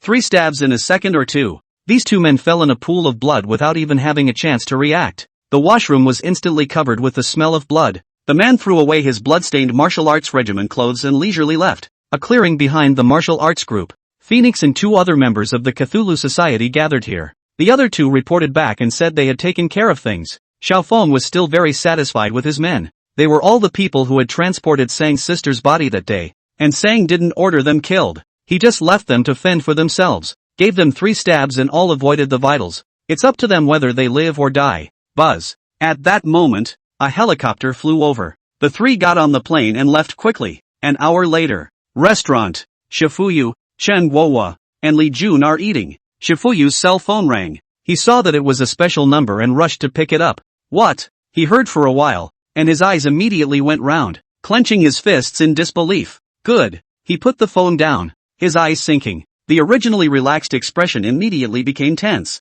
There was even a hint of deep fear in the middle of his eyes. In all these years, he had never felt this way. What happened? Shifuyu, is it something with the guard bureau? Do you want us to go back and help? Chen Guohua Li Jun rushed to ask questions. The Chifu chief shook his head. His entire body was a bit weak. He sighed and said, there are 3 people in the guard bureau. Their right hands were chopped off. Now they have been sent to the hospital to be rescued. It won't be life-threatening, but they will be disabled for the rest of their lives. The martial arts group injured 4 people. 1 seriously. The other 3 have passed the danger stage and are still in resuscitation. Chen Guohua and Li Jun looked at each other, a sense of crisis arising. None of them could understand who was so bold, dare to touch the guard bureau and the dance troupe. Soon Chen Guohua seemed to think of something and his expression sank instantly. Could it be Chen Shang? The Shifuyu shook his head, then nodded again. It's too early to say for sure, but I heard that the 3 people who were injured at the guard bureau were the ones who sent Chen Yuan's body away that night. Those 4 people from the martial arts troupe. They're the ones who picked up Chen Yuan's body that night. Can things possibly be that coincidental? Chen Guohua and Li Jun sucked in a breath of cold air. When he was in the guard bureau before, Chen Shang was in pain, but Chen Guohua had already explained to him that the people from the guard bureau were also following orders, including the martial arts group. I didn't realize that Chen Shang still wanted revenge. Isn't this a bit much? Infiltrate the guard bureau. Infiltrate the armed forces. How on earth did Chan Sang do it? North Sky City. I'm afraid it's going to be a big mess again. 3 days. Liang Baojian spends his days on the island. He didn't know how he'd made it through these days. Every day is spent in stress and anxiety. He was afraid that the Cthulhu Society would come over as soon as he opened his eyes, and they are afraid that the Bee Congress will hand themselves over as scapegoats. This feeling is worse than death. Spending time in step-by-step waiting was driving him crazy. Dad, it's not good. The martial arts groups are gone, and were picked up with the assistance of the Bee country. Liang Cheng suddenly ran over in a hurry, his voice shouting with a crying tone. What did you say? Liang Baojian's face turned pale, and he sat aside as if he had lost his strength. These guys are the last of his cards. If even they are gone, then one is a lightweight. What the withdrawal of the martial arts group meant seemed clear to him. Meaning, a country has given up on itself. What is one to do with this future path? Dad, what do we do? Liang Chang was nervous, pacing back and forth. What else can Liang Baojian do? It has long since been tied up. At this point, 3 ships came in the distance. Flag of country A. Liang Cheng thought that a country had sent someone to pick them up and hurriedly waved to welcome them. Liang Baojian, however, his entire body had gone limp, completely desperate. The person who came down from above was Chen Shang, with the accompanying Xiao Luo and more than 20 members of the Tsang Tian Society. Chen Shang looked up, then put his hands in his pockets and walked towards the place with large strides. Every step seemed to open up a whole new hell. It's all about the trial of Liang Baojian's crimes there. As he slowly approached, Liang Baojian also sat on the ground with weak legs. He knew that today was his day. He hadn't been able to fight him himself after all. Chen Shang's strength was something that he himself was simply unable to fight against. Not many people came from Chen Shang, but it made Liang Baojian feel like hell. Liang Chang was also scared silly. Isn't there a guard outside? It's amazing that Chen Shang was able to bring someone in. What now? Chen Shang and the others stopped in front of Liang Baojian. Chen Shang exclaimed, Liang Baojian, you are a person in the center of power, yet you use the authority in your hands to satisfy your own selfish desires, and in conjunction with Oasis Hospital, brutalized so many babies. They were all newborn babies, barely a month old, and you were able to lay your hands on them. You're a father too. How could you do such a thing? Liang Baojian no longer has the arrogance and coldness that he had at the beginning, and now he has panicked. Cold sweat broke out on his head. Liang Chang was even more afraid to say anything. He didn't even dare to look directly into Chen Shang's eyes. Chen Shang laughed shamefully. What's ridiculous is that no one could find out about these things of yours. You single-handedly suppressed the news at all. It also makes you even more arrogant and unscrupulous. How many little lives have been strangled in the cradle by you? How many people have had their families broken because of you? Liang Baojian suddenly yelled as if he had collapsed. But what's wrong with me? I'm sick. I have a terminal disease. I have searched for doctors all over the world and no one can cure me. The only way to make me as normal as a normal person is to use this method of food therapy. Isn't this what the country owes me after all I did for it when I was young? What's wrong with me wanting a few babies? You can have more babies if they're gone. They're all ordinary people anyway. A bunch of useless people. Snap. Chen Shang slapped him across the face. The corner of Liang Baojian's mouth opened up, spraying out a nosebleed and paralyzing him on the ground. By now, you're still obsessed. Go to hell. The wrong souls who were once killed by you are waiting for you. My sister's trial, too, awaits you. Ha ha ha, ha ha ha. No one can judge me. You mediocre people. I, Liang Baojian, am the strongest. No one is my opponent. Even if I die, I'm still ghost hero. Chan Sang aimed a punch at his face. Bang! Liang Baojian's nose was broken. His head swam for a moment. Then there was a tearing pain. His arm, hard-wrenched by Chen Shang. Aha! It hurts. Chen Shang, you can't do this to me. This is my island, my place. You dare to make a move against me here. I am Liang Baojian, a towering presence. Chen Shang did not talk much more. Have him taken away. The people from the B Nation martial arts group watched this with cold eyes the entire time, until Chen Shang and the others took the people away. Evening. In a darkened room, Liang Baojian woke up. He was all over the place. It hurts like hell. Extremely uncomfortable. The first reaction was to realize that he had broken his hand. He glanced to the side. His own arm, completely twisted and broken. The white bone stabbing out along the arm was horrifying. Liang Cheng fainted on the side. behind Liang Chang, there was another person he was familiar with. It was his own son, Liang Lei. He's alive. No, he is not long to live. Behind them was a small water prison. Inside, Liang Xiaohong and Gao Shui are locked up. Beamer, the family is all together. Aha! I'm in so much pain. Is there anyone out there? Don't make me hurt so much. I'm so hard. It hurts. Help! Liang Baojian couldn't help but yell out in pain. Liang Chang and Liang Lei woke up when they heard the sound. The two men had a moment of confusion before their eyes, followed by a moment of fear as they also realized what they were in for. What's going on here? Why am I here? What is this place? It hurts so much on me. It's like my leg is broken. Liang Xiaohong and Gao Shui also called out. Dad, why are you guys here too? I was counting on you guys to save me. Liang Baojian cursed. He was also anxious like an ant on a hot pan right now. If you can't protect yourself, how can you care about others? But now the Liang family is all here. It was obvious what Qin Sheng intended to do. At this point, the door opened and a few people, Chen Shang and Xiao Luo, walked in from outside. Mr. Chan, you can't do this to us. We are the Liang family. It's the high and mighty Liang family. Liang Lei yelled as he tore his heart out. Liang Cheng and Liang Baojian, however, were quiet. They knew that a country had given up on the Liang family. Even if Qin Shang let them go now, they were useless. Now they just want to leave a life behind and live on. Liang family? Chen Shang let out a shameful laugh. Who would have thought that the famous and special Liang family would turn out to be like this? The three people with the highest status in the Liang family will become prisoners. Show them what happens to the rest of the Liang family. He raised his head at Luo, low-hemmed and hawed, then turned on a nearby television. The image inside caused Liang Baojian to be instantly shocked. It's his own sister, Liang Suk-yi. She died tragically on the bridge. The bridge was hit by a series of cars, causing a major traffic mess. But only one person is dead, and that is Liang Suk-yi. She took her luggage with her looking like she was ready to run away, but died on the run. Ah, my sister. That's my real sister. You killed her. That's my Liang family's bloodline. Liang Baojian was overwhelmed with grief and roared up to the sky. You're sad that your sister died? Chen Sheng narrowed his eyes and grabbed a nearby hammer and walked over. Bam! Slammed into Liang Baojian's shoulder. There was a sound of bones breaking, causing Liang Baojian's mouth to squeal like a pig in pain. On the hammer, a trail of blood was imprinted. What about my sister? My sister was killed by Cao Shui. The pain she endured in the first place. Have you ever thought about how much? My sister's one life is more than all of yours. It wouldn't be too much to kill all of the Liang family.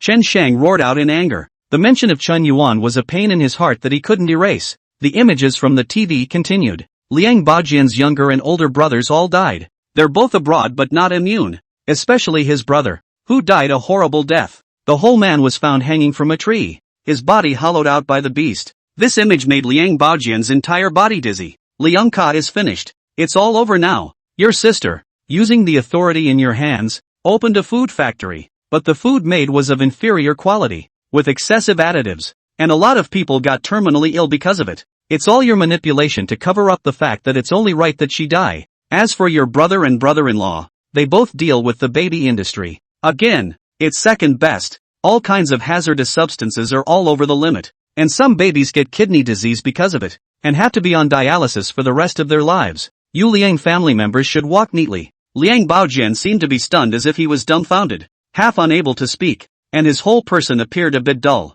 Chen Shang caught his breath, holding the hammer, and stood aside. Now tell me, my sister's hand, where is it? His voice, cold as a cold knife. Liang Baojian was ready to speak, but he swallowed the words back into his stomach. He knew that if he said anything now, Chen Shang would definitely get himself killed. But if you don't say anything, maybe you have a chance to live? In his moment of hesitation, Chen Shang a hammer, smashed standing on Liang Lei's shoulder. At once, his shoulders collapsed. Heart-rending screams echoed all around, like a wonderful symphony of hell. Aha, my shoulder, oh my shoulder. It hurts me. I can't take it anymore. Help me now. Carrying the hammer, Chen Shang bent down in a cloud and said coldly, my sister's hand. Where is it? Chen Shang. You, listen to my explanation first. Liang Baojian shouted, forcibly enduring the pain on his body. Cold sweat was pouring down his head. Bam! Chan Sang hammered again. The hammer slammed into his other shoulder.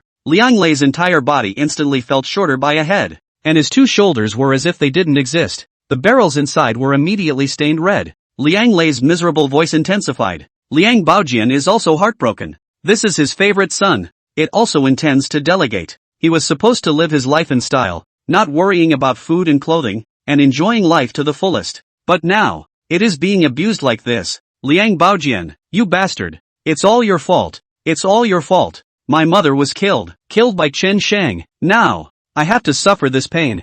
Damn then. You old bastard. What does Chen Shang want to know? Why don't you tell him quickly? Old dog, old den. Liang Lei cursed recklessly, and the whole person in the barrel also kept trembling and struggling. Asshole, is Liang Baojian what you call yourself? I am your father. Liang Baojian was also enraged. Everything Liang Lei had was given to him by himself, yet he was so rude to him. Even if he's dead, he's still his father. I don't care who you are. I just want to live now. Chen Shang, please let me go. Why don't you give me a knife and I'll help you kill him? As long as you can let me go, I'll do whatever you want me to do. Chen Shang had little interest in this dog-eat-dog farce. Carrying the hammer, he walked up to Liang Chang. Without warning, it was a direct hammer equally to the shoulder. Just a click. His bones shattered instantly. A scream no less than Liang Lei's reverberated through the house. Chen Shang, as long as you let me go, I'll immediately tell you where your sister's hand is. But if you kill me, you'll get nothing. Your sister didn't enter the earth in peace, but her hand was chopped off. Her soul won't rest in peace. Liang Baojian shouted loudly. At this time of the day he even made conditions with Chen Shang. Chen Shang then laughed. Of all the evil people who have died at my hands, you're still the first one who dares to make conditions with me. You're good. Take it away. Chen Shang put down the hammer and yelled. Immediately a few people came and took them out. That's when they realized that they were on a ship. Outside is an endless sea. Several people picked up Liang Baojian and tied him to a chain. Liang Baojian's body, which had been soaked to the point of swelling, his skin became white and black, as if he had been soaking in seawater for several days. My body. What is going on? Liang Baojian was dumbfounded. I forgot to tell you, that bucket is a strong acid. It will slowly corrode your body. It's a great taste, isn't it? Xiao Luo said smilingly from the side. Then, Chen Shang pressed the button. Liang Baojian's body slowly sank into the sea. When one of his feet went in, the sea immediately boiled. Liang Baojian's miserable screams came over. Chan Sang raised him up. One of Liang Baojian's legs has turned into white bone. Very scary. You. Liang Baojian breathed heavily and couldn't believe the picture. Chen Shang would even use such cruel means to deal with him. He's going to feed himself alive to the fish? Liang Baojian, you have harmed so many babies in your lifetime, using them as your food therapy. This kind of heartlessness, without any bottom line, you will pay the price. Today I'll make you feel all that pain slowly before I send you to hell. But don't you forget, getting to hell isn't the end, it's just another beginning. Your crimes will never be erased because of this. At this time, Liang Lei, Liang Chang were all chained in the same way. Put them in the water together. The screams of the three were like the meditative sounds of hell. Liang Baojian was in pain. In the blink of an eye, both his legs were gone. There were just 2 white bones left. The fear in his mind had become greater than the pain, and there was no blood on his lips, and he was weak. It was as if he was down to his last breath, but the desire to live was still strong in his eyes. He didn't want to die like that. Really don't want to. Chen Shang, I got someone to cut off your sister's hand, and I'm just trying to get back at you. But who the hell that man is I don't know. It was found by my men, but my men should have been killed by you. Chen Shang, I'm willing to chop off my hand to honor your sister. Can you spare me? Liang Baojian said and broke down and cried. You never know how much death scares you until you get this far. Just like him, always high and mighty, judging everyone. But now, too, it bowed before death. The fairest thing in this world is that everyone dies, without any expression on his face. Chen Shang icily pressed the button in his hand. Liang Baojian and Liang Chang, Liang Lei, sank again. Once again the sea resounded with screams. The fish are reveling and the people are crying out in pain. Zhang Tianxuan has returned to the martial arts regiment. He felt safest here on his own. With so many people protecting him, it's unlikely that anything will go wrong. Even if something blows up, you'll be the first to leave. Zhang Zhongxian had also been in the martial arts troupe for the last few days, not leaving even a step. While they were searching for Zhang Kai's whereabouts, they hid here to inquire about Liang Baojian. Dad, someone left an object at the entrance of the martial arts troupe. Zhang Zhongxing suddenly answered the phone. Zhang Tianchang was puzzled. What is it? Send someone to bring it in and take a look. It was a black bag with no idea what was in it. There was a note next to it. Zhang Zhongxian had the bag opened. Inside was a bloody hand. You take my sister's hand and I'll take your grandson's. It's Mr. Chen. Zhang Tianxuan was dumbfounded when he saw the note right away. An inexplicable fear surged through his body. It was as if it was already being watched by the Grim Reaper. Chen Sheng. What kind of person is he? How much power does he really have? This is my grandson's hand. Damn Chen Sheng, how dare you compare my grandson's hand to a dead man? Zhang Zhongxing was also distressed. Dad, why don't we fight him, with our abilities? The Tsang Tian society is no match. Zhang Tianxun took a deep breath, clutched the note tightly, and said, Zhang Kai may not be dead even though he lost a hand. Bringing Zhang Kai back alive is the key. Find someone to deal with Chen Sheng and see what he really wants. We'll give him whatever he wants. Zhang Kai. It's my last line. Online. It's been splashed again today. It's about Liang Baojian. He was once a high-ranking official in the center of power, being portrayed as a hero for his country. But no one expected this man to be bad. He mutilates babies. And the family business is more of a human blood eater. All sorts of photos and information are all over the internet. Liang Baojian is terminally ill, but he doesn't want to die just like that. So he relies on eating babies to renew his life. The Oasis Hospital teamed up with him to take in women in labor and then sneak away the babies. Satisfy his sin. A bloody picture. An indelible crime. All appeared in the sight of everyone. All those chaotic sins were exposed together. Even the image of Liang Baojian and the three of them being put in the sea to feed the fish was released without coding. The blood was spurring the retinas of the crowd. It's brutal though, but it's a relief. All the likes below the video. Not a single bad comment. The words for the people have been completely brushed off. The crowd cheered along with the screams of Liang Baojian and the others. This story has been a hot topic on the internet for a while. This man is a scum. He's evil. How could he eat so many babies? This kind of thing can happen in the real world. I didn't expect it. I really didn't expect it. There are still such wicked people in this world.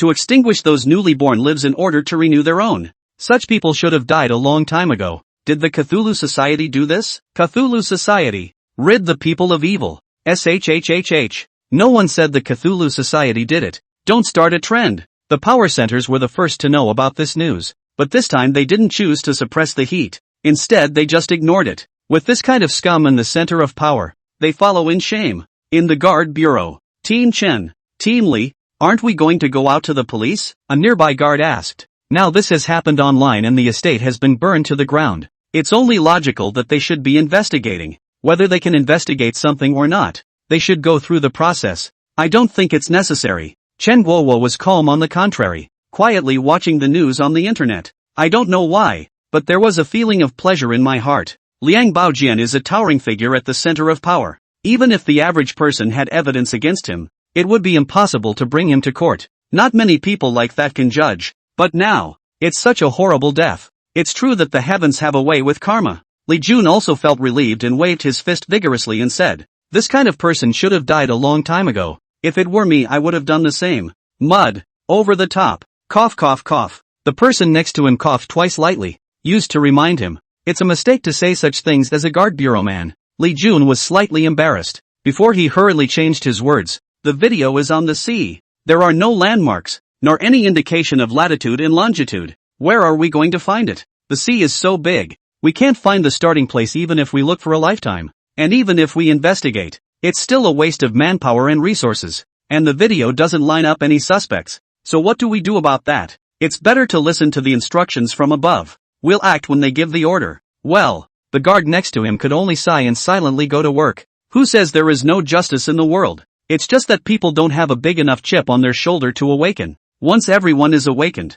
the world will change color. In a dimly lit room, the Liang family is being held here. Liang Baojian, Liang Cheng, Liang Lei, all still hanging on to their breath. They're not dead, but also lost most of his life. Especially Liang Pekin. Close to a few vials of potent medicine were renewing their lives. The three of them were thrown in a gasoline barrel. Liang Baojian's legs and both hands were eaten by the fish. Now when he opened and closed his eyes, his head was filled with images of those fish frantically gnawing on his own. He slowly opened his eyes. The pain that feels already unbearably hard right now. Limbs, no more feeling. His limbs are gone. Only the head and torso remain. An inexplicable fear spread through the body. He hurriedly glanced around. Still in that dimly lit room, their own two sons, Liang Xiaohong, Gao Shui, they were all there. Is the family going to be neat and tidy? Liang Cheng, Liang Lei, the situation is similar to his own. All trapped like human swine. But they're all still alive. What's the difference between living and dying when you're already like this? This was intentional on Chen Sheng's part. He was deliberately hanging on to their breath, so that they can slowly end up in fear. How horrible this is. Liang Baojian is now regretting his life. He regretted making an enemy of Chen Shang. Squeak! The door opened. Chen Shang and Xiao Luo walked in, followed by a few people from the Cthulhu Society. Next to it was a cart with food steaming hot. The aroma of the food made Liang Xiaohong and Gao Shui instantly excited. They had been hungry for days and the smell made their mouths water. Liang Baojian and the others all felt their stomachs empty as well. Looking towards Chen Shang walked over to Liang Baojian. Chen Shang, I have become like this. You kill me, said Liang Baojian, tearing his heart. He would be a wreck even if he survived. He might as well be dead. Liang Cheng and Liang Lei, however, were begging for mercy. Begged Chen Shang to spare them. It's the only desire for survival left in their hearts. Chen Shang's methods were too terrifying. Their bodies were eaten alive by the fish. The point is that they're not dead when it turns out like this. It was even more difficult for them to scratch and claw. Being alive is so much worse than being dead. Chen Shang had someone bring out the rice from the cart. It's a pot of stew that looks fresh. Chen Shang, I am so hungry. Give me a bite, please. Liang Baocheng immediately changed his words. He is greedy by nature. Appetite is a taboo that he cannot cross, especially this kind of tender and juicy meat. But it was an existence he couldn't refuse. Even if he dies, he wants one last bite. Liang Cheng, Liang Lei, Liang Xiaohong, Gao Shui. They were all attracted to the scent. What a few days they've had. Pigs and dogs. The body was drained long ago. Not to mention a good meal. It's good to be alive. Now they're dreaming of something to eat. Mr. Chen, can you give us something to eat? We're really about to faint from hunger. Just be merciful and let us have a bite. It's not too much to ask for a bite to eat when we're in this state. Is it? Please. Chen Shang was not the kind of person who was small-minded, let alone embarrassing a few human swine. A few of them were drooling. Chen Shang sneered, then took a few plates and poured some minced meat into them. It was placed 4 or 5 meters away from them. Come and get it yourself if you want it. Liang Baojian was the first to sulk. The smell is all too familiar. This meat is so tender. It's so aromatic. It seemed to taste like that when he ate babies before. It makes for a memorable experience. He shook the stab as hard as he could, then fell to the ground with a thud, his malodorous body falling out of the barrel instantly. He curled up his torso and crawled forward a little. Slowly, crawled towards the plate of food. Liang Cheng, Liang Lei, also followed his example. Deliberately bring yourself down, then contort your body and crawl towards it. Anyway, let's have a bite of meat first. People are always so greedy, always filling their greed. Chen Shang, on the other hand, carried 2 plates of meat to Gao Shui and Liang Xiaohong. You guys want some? Gao Shui thought she had heard wrong and pointed at herself in quite a surprised manner. Touched by it. Is Mr. Chen really going to give them food? He's so nice?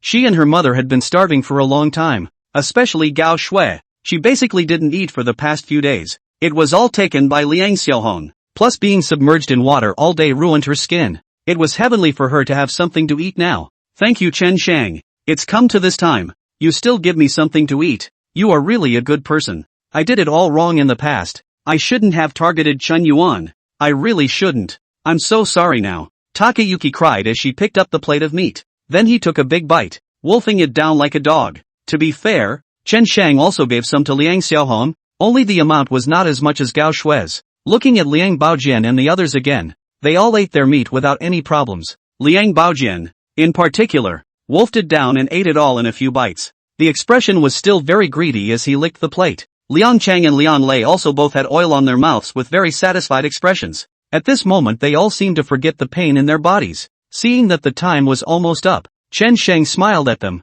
Now, one more big gift for you. He snapped his fingers. Several men came in pushing a cart. There was just enough room for one person to lie down on it. There was blood dripping down the cart. At that moment, the crowd froze, their eyes all focused. They all smelled blood. The smell was so familiar and so frightening to them.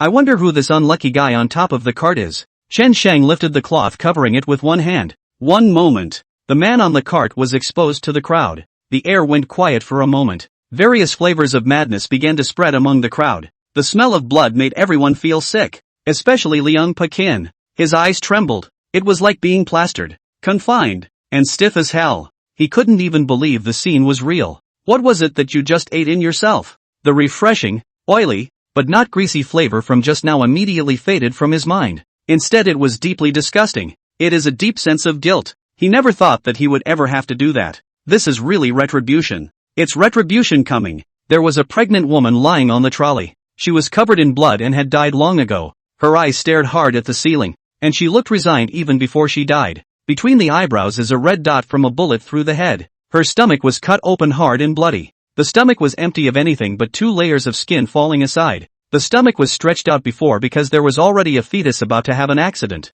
But now, that fetus is nowhere to be found. Gentlemen, how did Liang Baojian's bastardization taste just now? Like a gourmet. Chen Sheng carefully introduced it. A 9-month-old can be so tender that the skin breaks at the slightest scratch. Stewed with the placenta. You can imagine the flavor. It's just a shame I don't have the taste for it. And maybe not in my next life either. Liang Baojian's expression was very exaggerated to hold back. And then he tore his heart and lungs and started to cry. If he had a hand right now, he would definitely stab his finger into his stomach and vomit up everything he had just eaten. What he ate just now was his own flesh and blood. How ironic this scene is. He's eaten so much of other people's flesh and blood, and now he can't stand it when it's his turn? Even feel a little nauseous? Where's that barfing, enjoying look he had just now? That's human nature. This is the source of sin. Just now, that was my son? It's the offspring of my Liang family. How dare you? You make me eat my son? You. Liang Baojian was so excited that he directly fainted. He couldn't take the excitement anymore. Liang Cheng and Liang Lei were already vomiting next to each other, crying tears and snot. Takayuki all but froze. For a while it seemed like they didn't get what was going on. It wasn't until Liang Xiaohong vomited into the pool that she reacted. What I ate by myself just now was Grandpa's child. It's the Liang family? This. Vomit. Chen Sheng took an electric rod and walked over to Liang Baojian, sticking it into his mouth and stabbing it casually a few times. Zigzag. Liang Baojian was woken up by electricity. He didn't delay a second. He just bawled his eyes out. Originally, he was still celebrating. Liang's family is at least not extinct. Wang Huiyun is still carrying her own child in her stomach. And there is still a chance for this to turn around. I didn't expect things to turn out this way. I didn't realize that my unborn child had advanced into my belly. Liang Baojian, you ate so many babies under the pretext that it was for your medical treatment. But in fact, you also know that your disease is simply terminal. Even if you eat more babies, it's useless.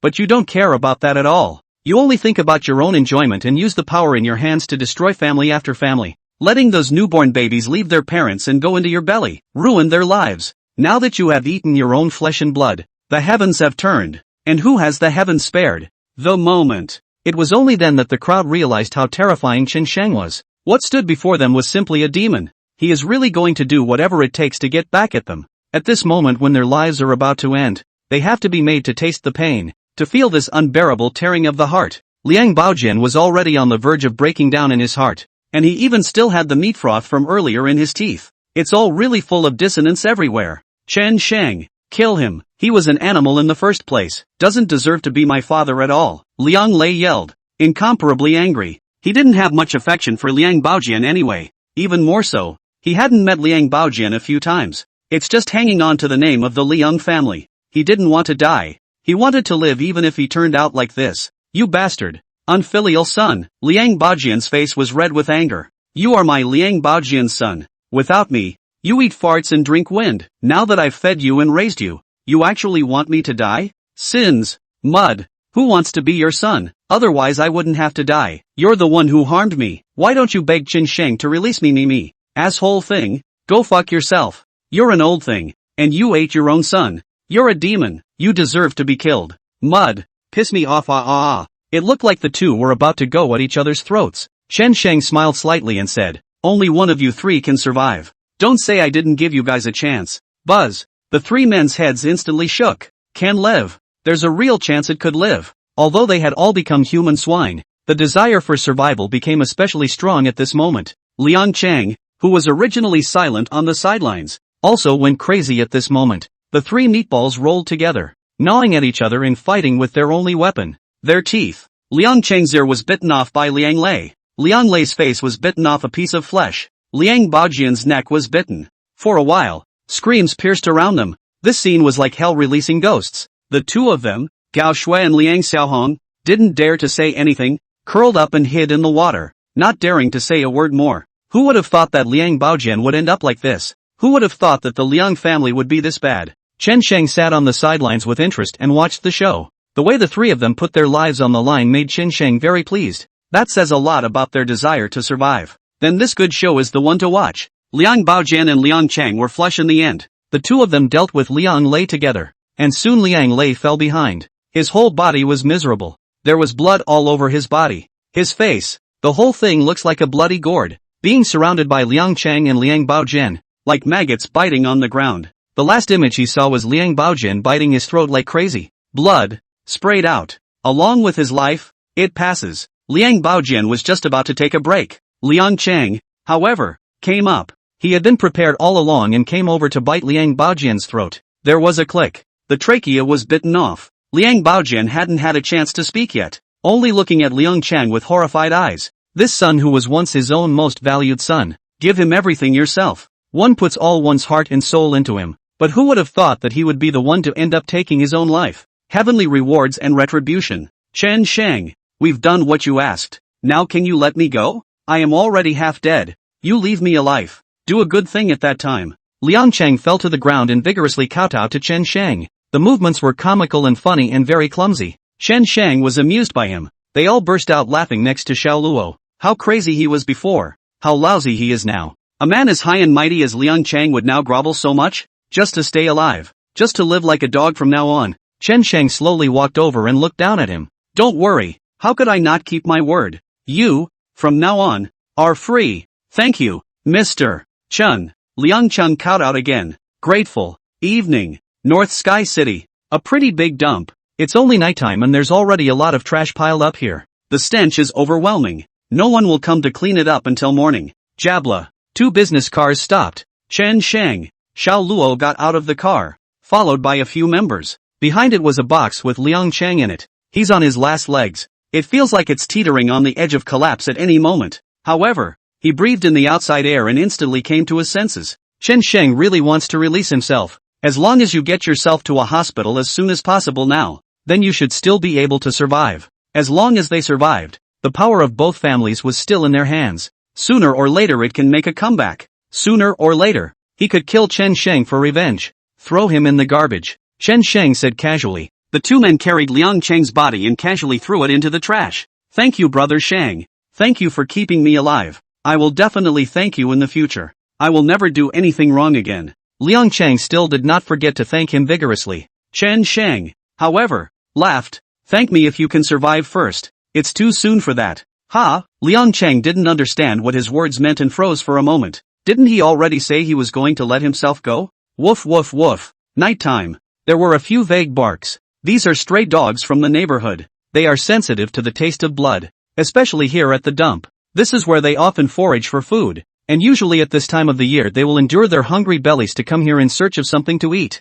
I didn't realize that I had such a nice meal today. Liang Chang's heart went cold. Mr. Chen, this is too. He was surprisingly ruthless. Let's get in the car first. Don't delay people's meals. Chen Shang said very sweetly. Lo agreed and got in the car with the man next to him, leaving Liang Chang alone, screaming at the top of his lungs. Not for a moment. The stray dogs then ran at the smell of blood. Get lost, you filthy things. If you dare to bite me, I'll turn around and find someone to beat you to death. Get lost, you bunch of garbage eaters. Ah, it hurts my ears, my nose, my face. Ah. The night was all filled with Liang Chang's screams, one more piercing than the other. One sound is more miserable than the other. Early the next morning, an old rag collector was passing by. He stops by every day before garbage pickup to check it out. There were no plastic bottles or cardboard boxes of any kind. He would pick them up. Why is there so much blood here? He immediately noticed a patch of blood inside the trash. Very conspicuous in the early morning. Then there was a pile of hair.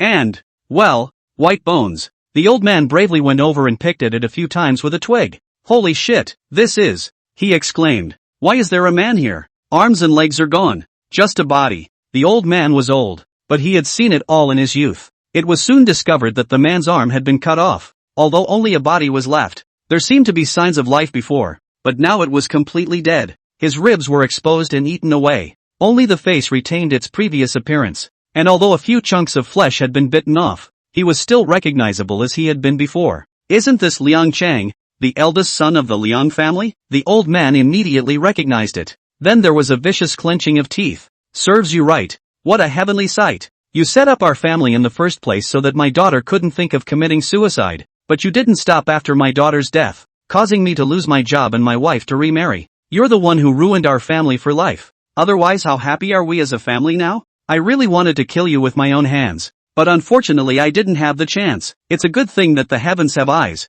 letting me see your miserable appearance. Deserved, really deserved. Ha ha ha. The people from the guard bureau found Liang Chang 2 hours later. Everyone on the scene felt extremely uncomfortable. Is this a human being? First, they were made to look like human swine, and then it was thrown in the garbage and eaten by dogs? Team Chen. According to the examination, it was found that the deceased's name is Liang Chang, the son of Liang Baojian. A person next to him came to report. What? Liang Baojian? Chen Guowan naturally knew how heavy that name was. Rush is about to report it. But soon, it came to mind. It seems that Liang Baojian is no longer in the country. So what obligation does one have to contact him? Previously, I just heard that the Tsung Tian Association's people made a big mess in the B country. Then it was still unknown whether Liang Baojian could return in one piece. By the way, have you heard from Chen Shang? Chen Guohua asked. No, just heard he was back and nothing else. The man shook his head. Chen Shang just came back and Liang Chang died. Liang Pekin is also nowhere to be found.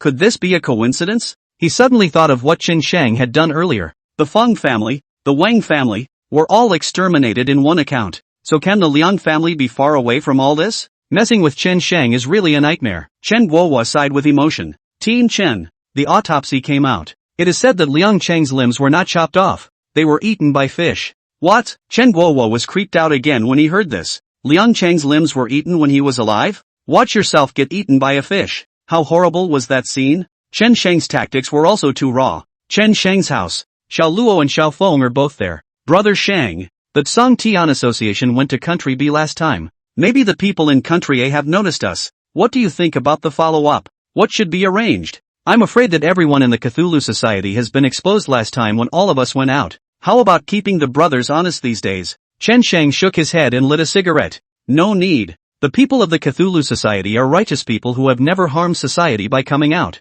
Would someone get arrested for helping an old man cross the street? Would someone be arrested for collecting donations for the needy? Let's just be good. The Cthulhu Society will remain until the evil in this world is removed. The two nodded and clenched their fists in secret. The Cthulhu Society was created for justice. Their existence makes sense, and no one can make them go away. If you can't, make an enemy of Country A. As long as they followed Chen Shang, they had never been afraid. Also, Brother Shang, about your sister's hand. Zhang Jiayu said that he might have news from his side. Xiao Feng said seriously. Zhang Jiayu's family has only recently returned. As soon as he got back, he started working on the investigation. Chen Shan crushed out the cigarette in his hand. Have Jiayu come over. 10 minutes later, Zhang Jiayu came to Chen Shang's house. Brother Shang, I have a friend who is in charge of forensic work at the guard bureau. It is rumored that she saw a figure coming out of Chen Yuan's morgue that day. Maybe she has something to do with this. Zhang Jiayu came in and rushed straight to the point. He was also angry when he heard about it.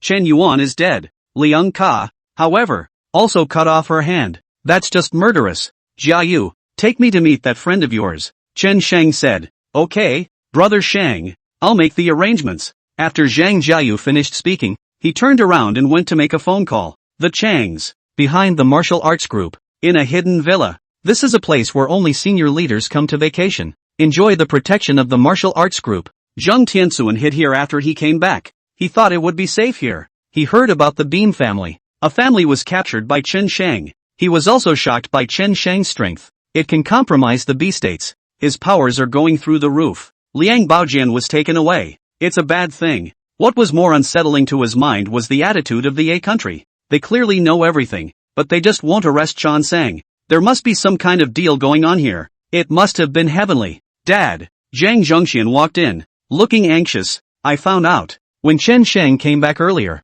he brought a design with him and handed it over to a country. Designs? What is that? Zhang Tianxuan naturally didn't think in that direction and only found it strange. Top secret country B. Weapons design drawings. What? Zhang Tianxuan was dumbfounded. It was hard as lead in my head. Chen Shang is actually capable of this? He's only been in the past for a few short days, and he's managed to get his hands on all the weapon designs from Country B. If it goes on for too long, Country B will be destroyed. No wonder they didn't dare to stop Chen Shang. A country too, with this great temptation. They naturally don't care about Liang Baojian's shit. Switching to myself would be the same. Dad. There was some hesitation in Zhang Zhongxian's voice. There's something that I don't know if I should tell you or not. Zhang Zhongtian coughed lightly twice to hide his embarrassment. Before, Liang Baojian found someone, entered the guard bureau and chopped off one of Chen Yuan's hands, saying that he wanted to take revenge on Chen Shang. That guy, I found him for him.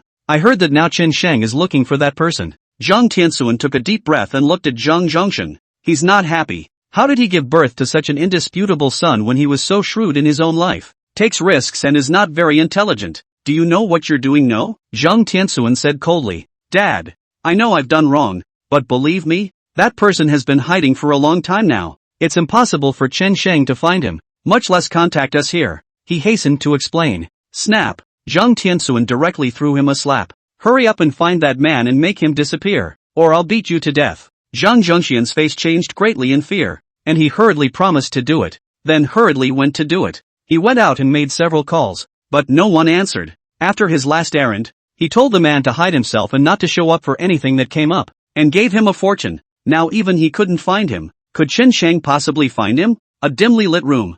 Zhang Kai opened his eyes. All I could feel was a sharp pain sweeping through me. From his own back. It spread throughout his body. A quick swipe with my hand and there's blood all over the back. He hurts. He's scared. Ever since he was a kid, he hadn't experienced anything so horrible. Chen Sheng was trying to torture himself to death alive. He's such a nutcase. The thought of the dimly lit scene was all over him. In a haze, several large men surrounded themselves. Keep it up until it's shaky. Somebody, help. I can't take it anymore. Chen Sheng, you can't kill me. If you kill me, how can you threaten my grandfather? You must leave me alive to do so. Oh-hoo, help. Squeak. The door opened. The light from outside shines through. Zhang Kai hurriedly straightened up. He was especially eager for light right now. The man didn't say anything. Let in 7 or 8 dogs. These dogs come with mouth guards. Prevent them from biting people. Zhang Kai was puzzled. What's the point of letting in these dogs? Soon he got it. These dogs are in February and August.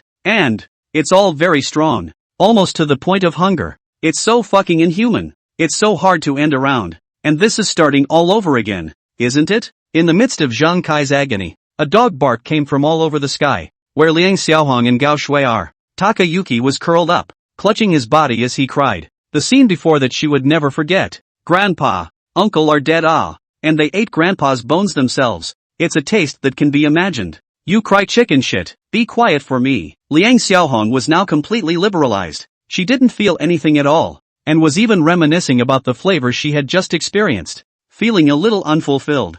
Mom, we ate the Liang family. That is the Liang family. What's wrong with eating? Which famine didn't have a few cannibalism incidents? I'm starving to death. You'd better not mess with me or I'll eat you too. And don't forget who put me in this situation. Liang Xiaohong stared at Gao Shui with her eyes rounded like a devil. The inside of his mouth spewed anger as if he were a man-eating demon. Don't. Mom, I'm your daughter, Gao Shui cried in fear. Daughter, look at you now. Are you even human? You're worse than a dog. Liang Xiaohong pushed her. You give me an honest dip in the water. Don't think about coming up, or watch out, I'll beat you to death. The big deal is that if you die, Chen Sheng might even be demoralized. Oh, Takayuki cowered in fear in the corner of the pool and crouched silently. Her hand, however, felt a sharp knife hidden at the bottom of the sink. That's what she found out the first day she came in. Liang Xiaohong was almost all over the boards and didn't even notice. Gao Shui glanced at Liang Xiaohong. The thought was that if you can't, you'll do it yourself. She will really do it. Later that night, Zhang Jiayu then contacted the man. The three met at a small restaurant. The woman's name is Yao Yu. She's a senior in forensic science and was assigned to work here right after graduation. She was interested in what happened to Chen Sheng. It's also quite good for Chen Sheng. You're Chen Sheng, the one who helped subdue the wanted man online before? Her face was full of admiration when she saw Chen Sheng. Instead, it made Chen Sheng a little embarrassed. Zhang Jiayu hurriedly told her about Chen Sheng's purpose. Yao Yu's face sank after hearing this. She was previously working at the morgue in the detention center where your Chen Yuan was, but she didn't realize that person was Chen Yuan, much less Chen Sheng's sister. Hearing that Chen Yuan was already dead, the other party still cut off one of her hands. She clenched her fists even more in anger. People are dead and they don't even let go. Let Chanwan go into the ground with her mangled and disfigured body. Chen Sheng didn't even dare to tell his parents about this, for fear of making them sick. I saw a man sneaking into the morgue that night, and in retrospect, it might have been him. He's about 175 or so, very strong, dark skin, lots of beard. She began to give Chen Sheng a picture of what the man looked like. Chen Sheng's brows locked. Such a depiction wouldn't help him figure out who that person was at all. The sea of people is vast and there are so many people in the same condition. Still, he sent a message to Lo, telling him to go to the people on such terms,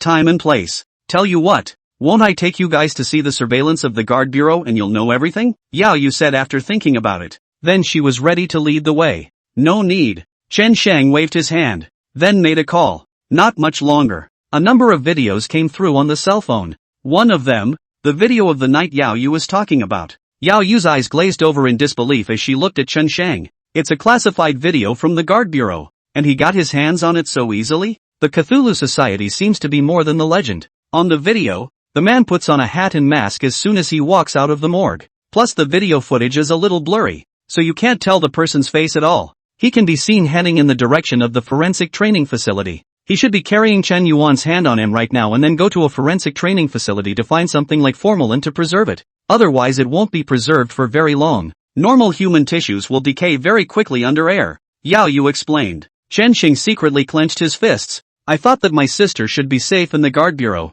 but I didn't realize that the Liang family had hit on my sister. This pain is to be suffered by Liang Xiaohong and Gao Shui. Can you help Sang look for clues in the forensic training facility? Everything about that man. Brother Shang wants. Zhang Jiayu said from the side. Good, no problem. It just so happens that I've been off duty training recently. I'll do my best to help you find out the clues. Yao Yu patted her chest, full of confidence. Then thank you very much. If you can help me find out, I will give you some payment to ensure your satisfaction. Chen Shang said. Brother Shang, you're welcome. This has also considered me doing something for justice. I don't want any reward. Tomorrow, I'll start the investigation. Yao Yu gave a very cute smile. Next day, forensic training institutions. Coming here to train is an annual event for every forensic scientist. Refine your specialization and learn more. Many of the people here are Yao Yu's classmates. Yao Yu is very good at his business and doesn't really need to come at all. But there are orders from above that everyone must come. She had no choice but to come over and walk through the process. She was a senior before that, graduating at the top of her class. At the moment, in class, Yao Yu and a boy are chatting. This boy and her were in the same school before. The name is Li Chang. The two are on good terms. Yao Yu, did you buy something for the instructor? Li Chang asked casually. Buying something? Why? Yao Yu was uncertain. It was her first time in training, so naturally she didn't understand the unspoken rules. Li Chang looked around to see that no one had noticed them talking, and patiently said, if you come here to train, and if you can pass the final exam, it's all up to the instructor to speak. If you don't buy her something, she will definitely give you a hard time in the end. And when we can't pass the exam, the trouble won't be our own? Everyone in our dormitory bought it. Yao Yu frowned, vaguely irritated. She had naturally heard of these things, but had never thought that such things could happen in a training organization. This is directly under the guard bureau. How dare they be so bold as to blatantly do such a thing? It's become a rule that everyone knows. Yao Yu's parents were both farmers, but from a young age she was upright. Did everything on my own? Never thought of bribing anyone. I passed all the tests, and even if they come up with specialized and difficult questions, I can easily handle them. So why should I give them anything? Doesn't that encourage them? Yao Yu's small mouth bites with a cynical look. Sigh, I'm reminding you anyway. So watch yourself. Li Chang sighed. He naturally knew what kind of person Yao Yu was. She has no problem with her profession and exams, and as the saying goes, she is not afraid of being embarrassed by others. Not long after, Instructor Wang came. She was a middle-aged woman in her 40s. The face is pimply and looks as if it has a bad temper. Okay, let's start today's training. She set her books down on the table with a slightly annoyed expression. Numerous participants opened their books. Suddenly, Instructor Wang seemed to think of something. On a list in front of her, only Yao Yu's name didn't have the right checkmark. Yao Yu, stand back and listen to the lecture. The garbage dump. Brush. A class of people instantly looked at Yao Yu. Those who get it get it. Those who don't get it get it. A class of people. All gave something, only Yao Yu ah. Integrity is for people. Complexity is for the world. What everyone abides by isn't always the right thing to do, but it's certainly one of the best paths to follow. Why? Yao Yu was instantly enraged. She was only on her first day of class and she was targeting her? Isn't it a bit too much? Li Chang pulled her alongside him, signaling her to sit down, but she didn't listen at all, instead shrugging it off. Because you didn't hand over your information, do I have to ask you personally to collect it? The cadets in your class are too difficult to lead. Don't treat yourself as characters one by one. When you get here, everyone is the same. Instructor Wang took the opportunity to speak loudly while slapping the table vigorously. You didn't turn in your paperwork? Yao Yu expressed her innocence. I didn't submit my own information, but so did a lot of other people in here. Who is she to target herself? Instructor Wang, as far as I know, There are a lot of people here who haven't handed in their information. Isn't it a bit much for you to just let me stand up alone? Yao Yu was still straightforward and said whatever she had to say. Instructor Wang just laughed. This one little girl still wants to fight with herself? Is she hot enough? Everyone else's information was given to me personally, but yours. By this, Instructor Wang was telling her that she was in charge here. Or, you can choose to leave now and go home to your post. Yao Yu clenched the books in her hands and turned pale with anger. When Instructor Wang had said so, he was really speechless. She grabbed her books and went to the back of the class and stood for the lecture. I thought to myself that even if Instructor Wang is more powerful, it is impossible to control the exam questions, and when the time comes, I will be able to pass the exam steadily, and see what she can still say. And she hadn't forgotten about Chen Sheng's arrangement to investigate Chen Yuan as soon as possible. Day 1. Yao Yu stood all day. In the evening, she looked around the entire training facility. The top floor is all rooms for specimen preservation, but the school's CCTV's been down for a month, and she can't find out anything.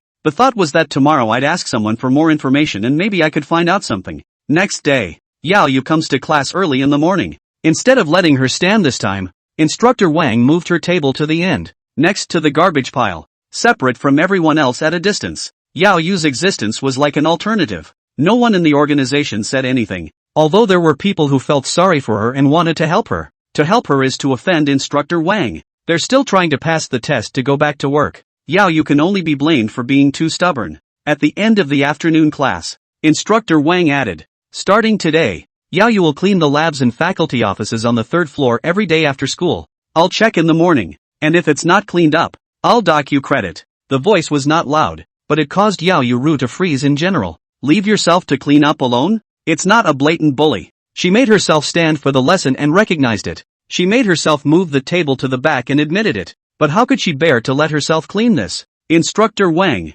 I just didn't send you anything? What gives you the right to target me like that? I passed the exam on my own. Does that make you jealous? You accept bribes so openly. Aren't you afraid that I'll sue you? The culture of this training organization has been brought down by you people. I'm telling you, you guys won't last long like this. Sooner or later you'll be exposed to the sun. Yao Yu spoke righteously, tapping the table vigorously. The entire class was instantly quiet. Here Instructor Wang is the sky. Is Yao Yu trying to break the ice? This woman. She's a little too uptight. There's not that much fairness in this world. Instructor Wang blushed. It was red with anger. In all the years that the training organization has been in business, no one has ever dared to go against themselves. This woman had gone so far as to openly call her bluff with herself in front of so many people. Could one let her leave in peace? She grunted coldly. Yao Yu, a previous senior at the law school, was guaranteed a job at the guard bureau because her grades were top-notch all the way. I know all your information, even where your family lives. I won't repeat myself for the second time. Your performance these past few days has been rather poor. I, as an instructor, am naturally looking at it, and I was thinking of letting you make up for your lack of credits with labor. If you don't want to do that, then forget it. You can leave anytime you want. It's not like I have anything to lose anyway. That's pretty much what it implies. So what if you're a good student? So what if you're a strong professional? She's the one in charge here. It's useless for anyone to come. I'm still going to have a go at her today. Yao Yu was speechless with dislike. Taking a deep breath, he held back for the moment. When I get out of here myself, I'll be sure to expose them. She still couldn't believe that there was no justice under the sky. In the evening, the cadets left. Only Yao Yu was left alone. Originally, Yao Yu was sweet looking and had a good figure. The personality is even bigger. Usually have a lot of friends. But she's the loneliest person in this training organization. No one wants to be with her. They're all afraid of being implicated. Because of Instructor Wang, she was completely isolated. Even Li Chang didn't dare to talk to her openly. He was also afraid of being targeted by Instructor Wang. In just a few days, Yao Yu was like a different person. One turns deadly. It's like it doesn't fit in here. She didn't know what she had done wrong. Is it wrong to do justice? Is it wrong to stick to your bottom line? Is it a sin to not give something away yourself? That night, Yao Yu cleaned the faculty office. In Instructor Wang's drawer, a cell phone was found by chance. That's a spare cell phone. Yao Yu hesitated for a moment, saw that no one was next to her, and turned her cell phone on. There's no phone book on it. There are only a few unrecorded phone numbers. There is a recording of one of the calls. It's a recording of Instructor Wang talking to a man. Have you got the formalin and preservation box ready for me? Make sure you give me easy to preserve boxes, or that hand won't last long. It's ready. Come and get it whenever you want. I'm on my way to the cadets. Wait for me at the back door. Don't forget my share of the money. Rest assured. This is. Yao Yu's entire body froze in place when she heard these words. This recording should have been made by Instructor Wang because he was afraid of being shaded by the other side. If the other party does not fulfill the promise, he or she is also good to threaten once. But from the sound of it, it seems to have something to do with the man who took Qin Yuan's hand. Instructor Wang. I can't believe I helped that man. Yao Yu was shocked beyond belief. She rushed to record the audio and save it in her cell phone, then cleaned up and went back to the dorm. On the way, she went to call Chen Sheng. Instead, it was discovered that there was no signal at all in the institution, because the exam is coming up in 2 days. This is a signal blocker to prevent the college from cheating, and the institution has been completely closed up, so the trainees can't get out. Yao Yu thought about going outside tomorrow morning where there was a signal and hurriedly contacted Chen Sheng and Zhang Jiayu. If they can find the clues fast enough, they might even find the guy. One night passed. The next day's morning exercise. Yao Yu was as usual, run with the crowd in the line. Today is supervised by Instructor Wang. She quickly saw Yao Yu in the crowd. A cold grunt. Alright, everyone stop. Yao Yu. You keep running. You just failed to keep up with the team. You're penalized for running 5 laps. Instructor Wang had a grim expression on his face. It's like saying, play with me. Are you qualified? How dare a little cadet compete with me? Yao Yu anxious to wait for the exit drill to go near the gate to contact Chen Sheng. WeChat has edited that recording. As soon as there is a signal can be the first time to send out. So without bothering with Instructor Wang, he began to run around the playground. The morning air was a little chilly. The cold air kept inhaling into Yao Yu's lungs. She ran a few steps suddenly feeling out of breath. It was as if something was blocking his throat. His head was also so dizzy that everything around him seemed to be shaking. Her consciousness faded and she felt lightheaded. The blood seemed to stop circulating in her brain as if it were circulating in her brain. Her vision filled with fog, and she collapsed to the floor with a thud. I'm telling you, if you don't finish 5 laps, you'll be disqualified from the test. If you don't like to play, I'll play with you to the end today and see who can fight who in the end. Instructor Wang tilted his head in triumph, and show the other trainees what happens when you go against yourself. Yao Yu crawled a few meters on the ground and reached out towards them for help. Help! Help! I can't breathe. The trainees next to him stopped. The people watching were from her class. The other classes have gone back. They are the only ones still out there. Still pretending with me, trying to get sympathy points from me. I'm telling you, if you come here, you have to follow my rules. It's the same for anyone who comes here. You just don't want to run, don't you? I still prefer to let you run today. If you don't run, you won't be able to leave here today. No one in the class next to me dared to help. Otherwise wouldn't that be an open enemy of Instructor Wang? Instructor Wang. She might not be faking it. Why don't I go over and take a look? Li Chang carefully asked from the side. Yao Yu's face had turned a blackish-purple color. There was no way she was faking it. I'll see who dares to go today. Instructor Wang yelled with a rooster voice. I still can't rule you guys. Whoever dares to go today will be disqualified from the exam. I'll keep you out of work for a year and keep you at home. If you dare to go against me, this is what happens. A few cadets beside him took advantage of this and mocked it as well. More as a compliment to Instructor Wang. It's a shame. Would have been a great beauty too. Why do you have to be so stubborn? My mom said you can't get a stubborn wife. Hey, why don't you get up and run? And stop pretending, okay? I'm really convinced. So many people are watching. And you're still pretending? Arm twisting is what it's all about. Hurry up and get up and run. We don't want to stand here with you. If you don't think of yourself, think of us too. How selfish. 1 minute and 1 second passed. Yao Yu had already collapsed on the ground without moving, not knowing whether she was dead or alive. The students next to him but no one dared to help. Everyone is watching the show. Go see. How is she? Instructor Wang suddenly felt a little bottomless in his heart. Yao Yu really didn't seem to be faking this fainting. Just now, I was in a rage myself so I said that. A student next to him went over and pushed it and immediately blushed. It seems like it's out of gas. What? Out of gas? The crowd sucked in a breath of cold air. Yao Yu is dead? This is out of life. What can be done? Instructor Wang was first shocked, then calmed down. What a pain in the ass. Die or stay away. You all saw it. I didn't force her. She did it of her own free will. It was an accident. A sudden death caused by her own running. So many cadets fell silent. No one dares to refute it. They are all well aware of it. If they don't side with the faculty, they are likely to be liable as well. No one wants to get into trouble. They just want to pass the exam in peace. All of you go back to class and pretend what happened here never happened. Instructor Wang gave the order. Then everyone went back to the classroom in great numbers, leaving Yao Yu alone. She was still in the fainted position, not moving a muscle. Just one person left on the playground. Here, Yaoyu is left alone to be let loose and completely abandoned. It's as if she doesn't belong in this world. Instructor Wang and the others are upstairs. Yaoyu is in the playground. You can just see Yaoyu from this angle. And no one dares to care. They all pretend to be invisible. Yaoyu's existence didn't matter to them at all. They only cared about whether they could successfully pass the exam or not. And only cared about their future. Just like that, leaving Yaoyu there, disregarding death. Instructor Wang, what's the situation with that person on the playground? Not long after, a man wearing glasses walked over. Oh, Instructor General, that cadet is from our class. She just fainted from running. I was afraid of collateral damage, so I left it alone. I'm just about ready to contact the guard bureau to come over. Let them appraise it. It's an accidental death anyway. It has nothing to do with me. Instructor Wang immediately cleared the air with himself. The head instructor usually didn't receive a lot of favors with her, and the two naturally wore the same pants. When he heard those words, he understood everything. But it's a human life. After all, there's trouble even when the guard bureau comes. Don't sue the guard bureau yet. Get someone to carry her body to the deconstruction room. Get a couple of guys, deconstruct her body and erase all the evidence. Got it? Even if Instructor Wang said it had nothing to do with her, she could hardly escape blame for this incident. What would they do if the guard bureau found out a shred of evidence? It's going to drag the whole training organization down with it.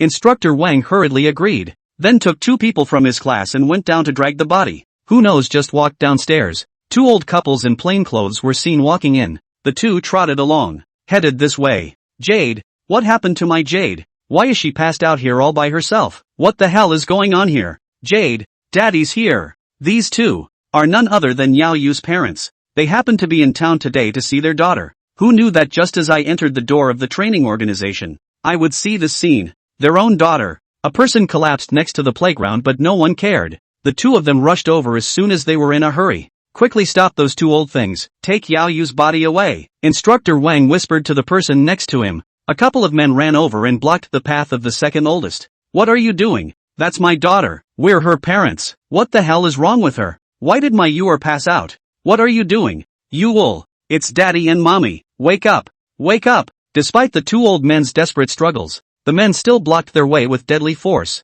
Instructor Wang and the others took the opportunity to take Yaoyu away. They headed straight for the deconstruction room. She was trying to deconstruct Yaoyu in front of the two old men. Instructor Wang was anxious. Her eyes were oval and she had a knife in her hand before she even reached the deconstruction room. Can't wait to start deconstructing. The trainees next to her couldn't care about anything else but to listen to her. Instructor Wang, they have forgotten. They're all human beings, not animals. And what they did in this moment was worse than animals. They take Yaoyu away, completely ignoring the shouts of the two old men outside. This kind of thing kills and kills. What the two old men will see in a moment will be Yaoyu's corpse. Come on, do it. Start cutting here at the artery and bleed faster. Make sure you destroy all the evidence. Hurry up you guys. Instructor Wang came in and was ready to strike with his knife. A total look of evil.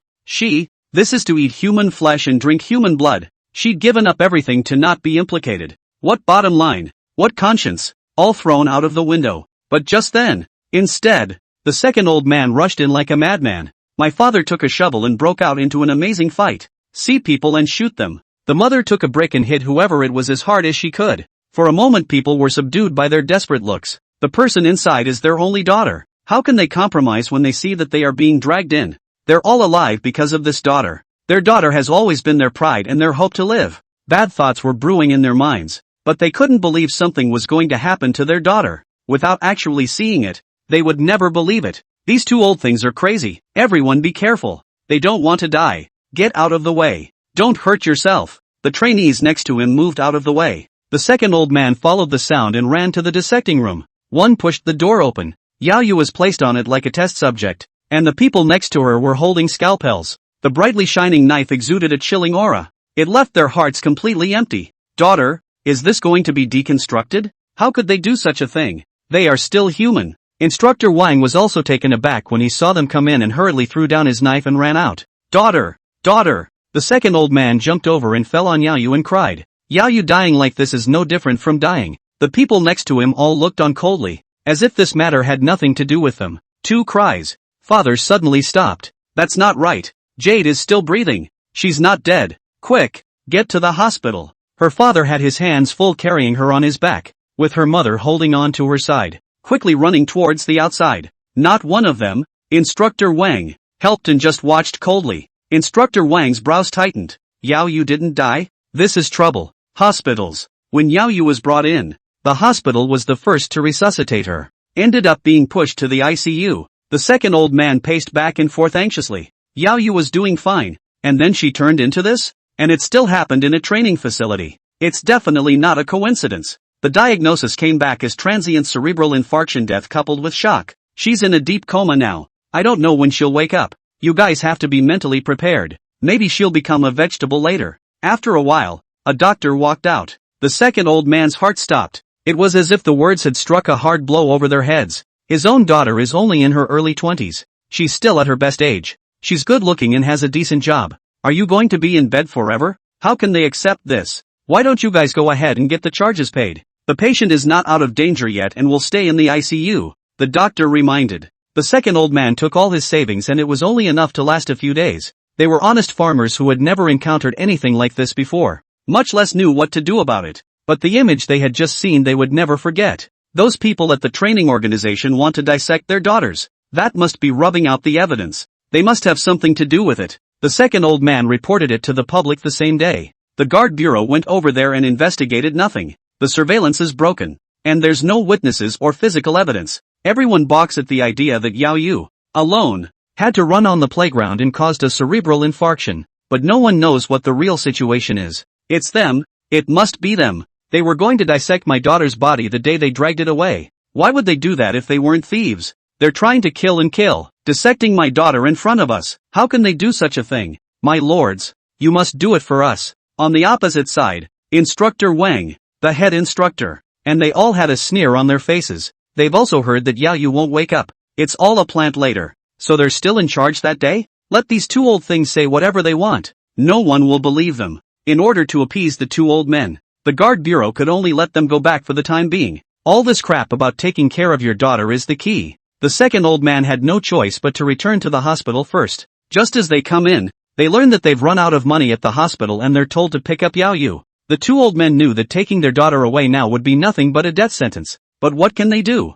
They really don't have any money on them. The cost of this day simply crumbles the eyes. The hospital doesn't care about favors. They just pushed Yao Yu out and left her in the hospital corridor to die. It's no use crying for the second oldest. Just have to accept reality. Child's mom, why? Our lives are so miserable. Now that Yor has become like this, there's nothing we can do to save her life. We're useless. Yor, it's because we didn't protect you. The second old man took Yao Yu and sat down in the hospital corridor, full of despair. For the world, they have lost hope. Their daughter was their hope, and now that it's been dashed, they don't have the courage to live anymore. Why don't we just go together? The two old men agonized and wept. Maybe it's a relief to leave. They don't want to see Yao Yu's youth spent in a hospital bed. They don't want this flower that hasn't even blossomed to just wither away. But reality is reality. What can they do about it? Who made them incompetent? Can't even protect his own daughter. So with immense grief, the two old men lifted up Yao Yu, intending to jump from the window.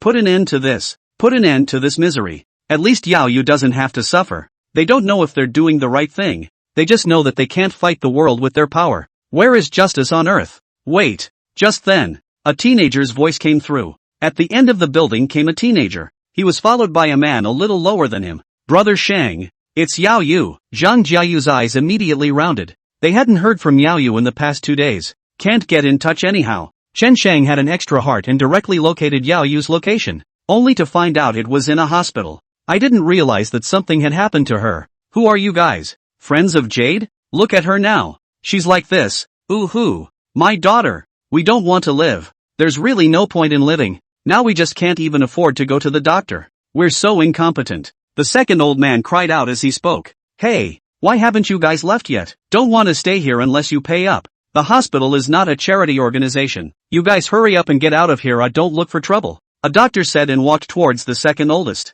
Chen Shang grabbed him by the back of his collar and yanked hard, dropping him to the ground. A bank card was then thrown over and slammed into his face. There's enough money in here for her to live for a decade or more. Go ahead and swipe it. The doctor froze, but looked at the bank card and walked away with a cold grunt, thinking that there is no money inside and then come back to this kid to settle the score. What are you pretending? After a while, there were a few enthusiastic nurses who helped them push Yao Yu to the ICU. The two old men were grateful to Chen Shang. At the same time tell him what happened. The wickedness of the training organizations and the inaction of the guardianship board. Chen Shang secretly clenched his fists. Anger shook the air. The people from the training organization were actually going to deconstruct Yao Yu in front of the two old men. Is this something that people can do? In order to investigate, Chen Shang pulled out her cell phone, intended to see who she had contacted and what she had said before. Instead, he saw the messages and recordings she hadn't had time to send out in WeChat. Chen Shang listened to the recording. Instant hot blood turned up. Instructor Wang? Very good. This is a death wish. Midnight. Yao Yu was picked up. A helicopter took her and the second oldest. It was arranged by Mr. Chan. Yao Yu's condition can't be treated at home, but there may be a way to treat it abroad. She's still young and has a long road ahead of her. Moreover, she had become like this because she was doing something for herself, and Chen Shang felt bad in his heart. In the meantime, he asked Lo to look into the events of that day. That day, all the cameras were down. It's no use for Lo to hack in. It can only be investigated from the surrounding neighborhoods. Every person's cell phone, every camera outside the agency. He's checking them all carefully. Early morning, a residential building outside the institution. A small child, 3 or 4 years old, was playing with his cell phone. One moment he picks it up and takes a haphazard shot for a while, then puts the phone down again. In the process of pressing random buttons, the video was accidentally turned on. Instead, he thought it would be fun to go outside the window and videotape it. Suddenly, the phone blacked out for a bit and came up with a bunch of gibberish. It's in the photo album on the phone. There's a video. It's the image of Yao Yu being targeted by Instructor Wang on the playground that day. All the faculty, they're watching the play. No one's bothered. The child thought it was strange and tapped the phone vigorously. The cell phone then returned to its original state, except for the video, which was gone. That residential building is not far from the training facility. You can even hear the playground talking. Xiao Luo gave the video special treatment and then played it to Chen Shang. In the video, everyone had finished their run, but Yao Yu was the only one left behind. But she didn't run 2 steps before she collapsed on the ground, vigorously covering her chest with a hard expression. Reach out to the instructors and trainees standing there for help. She was waiting for a rescue. She gambled until she died. These people are not cold-blooded. Even if they go overboard, they still have a shred of humanity in their hearts. Yet the coldness of reality completely curdled her eyes. None of those people came to the rescue. Instead, they all looked over coldly. Not one person even called emergency services. Just watch as she collapses to the ground alone and lifeless, left to dry on the playground. There was no shortage of mockery from the faculty and various cadets. Yao Yu had fainted. She was all but lifeless. And they're still taunting. The instructor even ordered the people next to him not to save her. Just let her lie there alone on the playground waiting to die. How can there be peace in the world when the devil is in the world? These people wear a human skin, but do beastly demented. Brother Shang, that instructor is Instructor Wang. I've investigated. Many of the students in one of their classes are Yao Yu's previous law school classmates. Xiao Luo whispered from the side. It's all the same students. But sit back and do nothing. That would be just fine. They also had to take away Yao Yu's body in front of the 2 old men. And a forced autopsy. Killing is nothing more than that. The world shouldn't be blinded by evil. And it shouldn't have this kind of garbage in it. Xiao Luo, all of those people's information will be investigated for me. And tomorrow, go find Instructor Wang and have a good chat. After saying this, Chen Shang got up and left. An iron water cup beside him,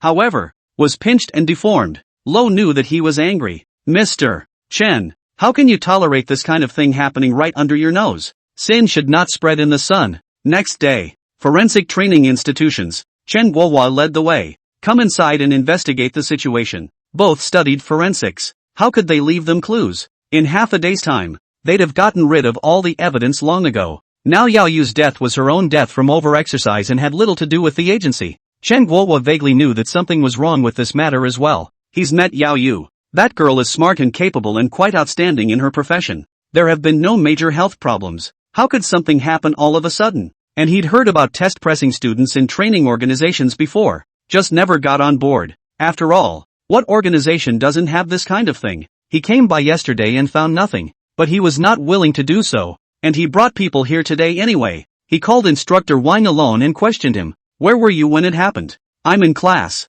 You think I'm as idle as you guys? Why didn't you follow when Yao Yu was running drills down there? I'm a faculty member, not a babysitter. It's an adult. I'm not her old mom. Why didn't you take her to the hospital first thing when something happened to her? Oh, it's not like I'm any of her people. I realized too late that she was ready to go deliver it. So why did you stop Yaoyu's parents? I thought they were here to cause trouble. They had shovels and bricks that day, as you saw. Then what are you guys doing taking Yaoyu to the deconstruction room? We're just trying to keep her safe. After all, her parents are so crazy. Who knows what they might do? Chen couldn't find a breakthrough. He was furious and his teeth were chattering. He knew by looking at Instructor Wang that this matter must have something to do with her. Chen then took the men to the autopsy room for examination. As usual, no evidence was found. The evidence has long since worn off on them. The surveillance room is broken. Plus there are no witnesses. Plus Yaoyu is still in a coma. There's no way to start this case. Chen Guohua is also at his wit's end. Nonetheless,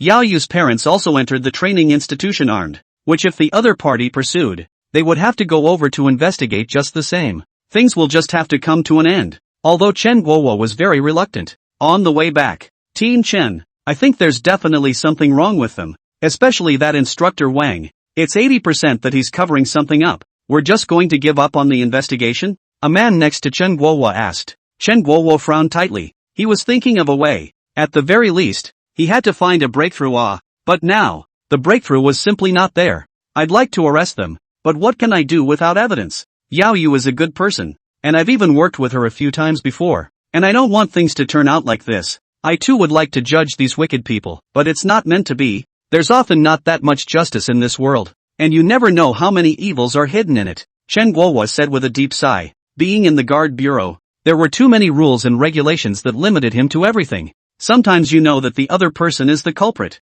but you can't do anything about it. This feeling of powerlessness often made him emotional. He even wondered what the guard bureau really existed for. If only Mr. Chen was around at this time. Under the giant net of the law, only Chen Sheng can disregard everything and recognize only good and evil. Wickedness deserves wickedness. Day 2. Chen Guohua drove to the training organization alone. He thought about it all last night. It doesn't seem like the playground has been surveyed. Nowadays, if you go over to investigate, maybe there will be some other clues? Yaoyu's case, he won't give up easily. He must give Yaoyu justice. Parking his car in front of the door, he planned to go inside. But, the gate is locked. There's no one at the concierge either. Chen Guohua felt a little strange. How can a training organization close its doors when it hasn't even reached exam graduation day? Besides, the atmosphere inside. It seems a bit odd. Can't say what's wrong. It's a gut feeling that comes from being on the case for a long time. Chen Guohua took out his cell phone and dialed the number of the training institution. No one's answering. Instructor Wang. The instructor's cell phone. Same no answer. Strange. So strange. Chen Guohua then couldn't help but glance towards the distance. He froze straight away. The third floor training room, where the instructors and their staff were located, was all boarded up with steel. You can't see inside from the outside. What's the situation? Chen rushed to call the guard bureau. At the same time all sorts of bad vibes floated through his head. It wasn't long before the guard bureau arrived. It was Team Li who brought the men. He came over and was also confused. There was no movement in the training facility, but the windows were boarded up overnight. Could it be Qin Sheng? Li Jun subconsciously asked. Chen Guohua and the others were now thinking the same thing. For the first time, I didn't feel so rejected by Chansang. They couldn't find any breakthroughs in this matter. But it was different when Chen Sheng came. Chen Sheng completely ignored those rules. What a bullshit program. What a bullshit investigation. Chen Sheng's method is simple and rough. If so, what to do? Chen Guohua looked at him. Li Jun is also a bit hesitant. What should I do? With them they were certainly no match for Chen Sheng. Besides, in this matter, he also wanted Chen Sheng to judge it. Everyone is thinking this in their minds, but no one dares to say it out loud. It can only be scrupulous. Team Chen, Team Li, look at.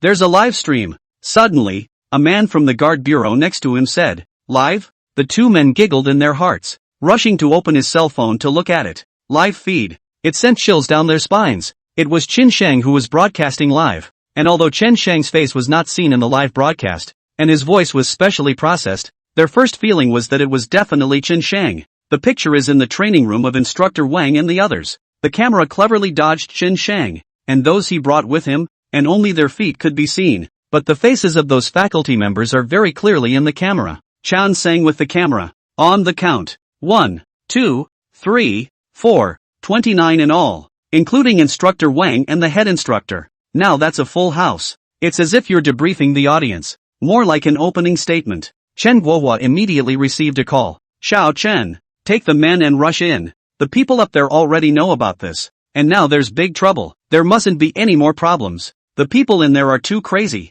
This is a forensic training institute. The chief of the 1,000 reprimanded on the phone. 1,000 master. I think the person inside might be Qin Shang. Chen Guohua said cautiously. Mr. Chen, the Shifuyu was also stunned. How did you know that? It's not like you showed your face on the live stream. I feel that it should be Mr. Chen. Chen Guohua's meaning was obvious. Inquiring whether or not to go and arrest Qin Shang. Qin Shang is doing what everyone wants to do, but the rules don't allow them to do that. If allowed, everyone would probably incarnate Chansang, but an order is always an order, and no one can afford not to follow it. First of all, it's not certain that the person inside is Qin Shang, and secondly, even if it is Qin Shang, we won't arrest him? As long as it complies with the rules. Take it away. Chen Guohua, take the men in first and deal with them. Chen Guohua could only agree. Then it was ready to take people in. Instead, a voice came from the live feed. I would advise those of you who are out there not to come in, because around this playground, I planted mines.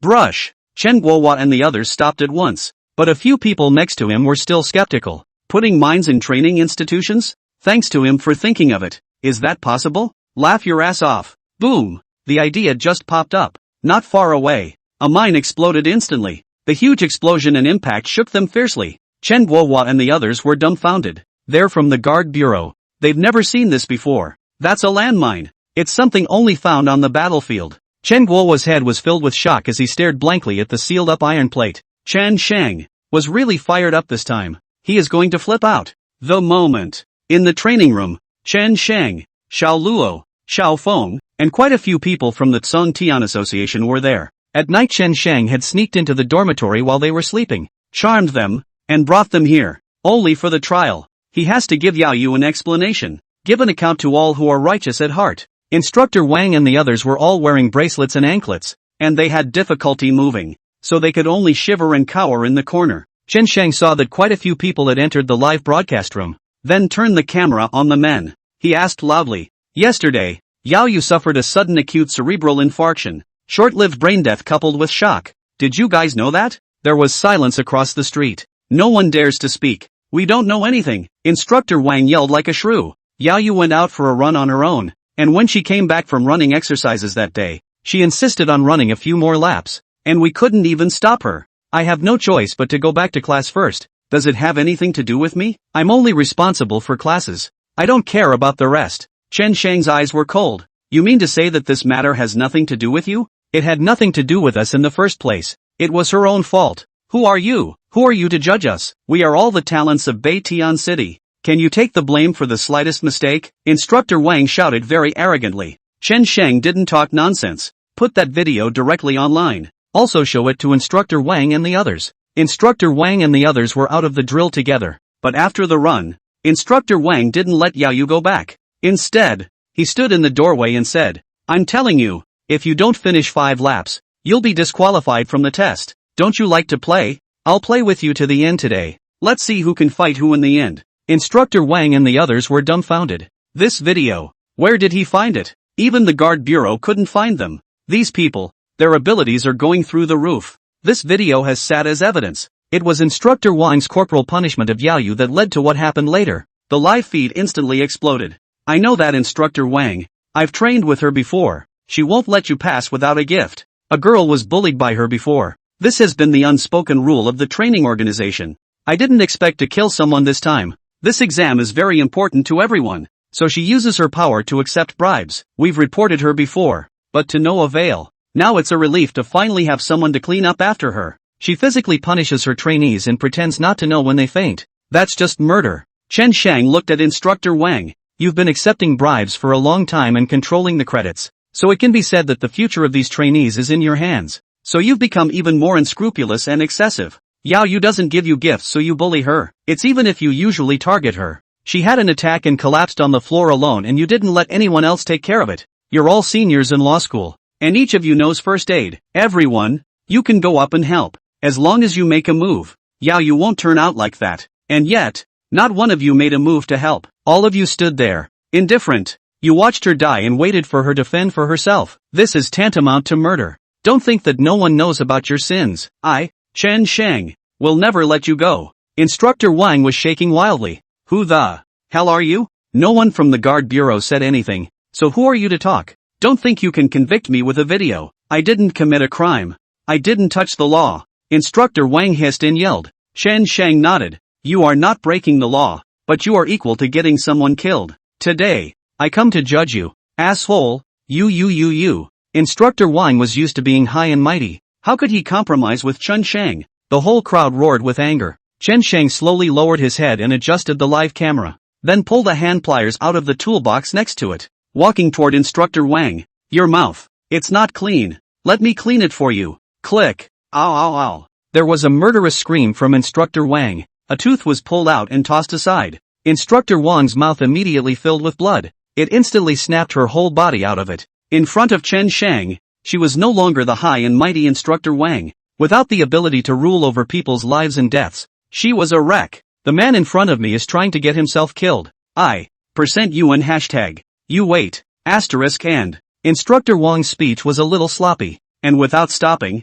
Chen Shang continued to move the hand pliers. 1, 2, 3. Chen Shang peeled out a total of 8 teeth, casually threw it on the ground. Instructor Wang's mouth was already bloody. The whole thing hurt like hell. No one dared to say anything to the trainees next to him. This guy is for real. He might actually kill them today. Although everyone here is studying forensics, but this kind of image really happened in front of them. Still can't help but feel hairy in the heart. No one wants that image to happen to them. Chen Shang thoughtfully patted Instructor Wang's face. Don't worry, the fun's just starting now. How boring would it be if you passed out right now? I will take my time in judging your sins. By this time, the people outside the guard bureau were in disarray. The live footage captured all that gore. It should have been sealed, but the platform hard did not block Chen Shang's live room. The Guardian Bureau reached out to the live streaming platform and they said they didn't know what was going on. Said that live room was just grafted using their platform code and they couldn't block it at all. The Guard Bureau was afraid of causing a panic. It's a crazy image after all.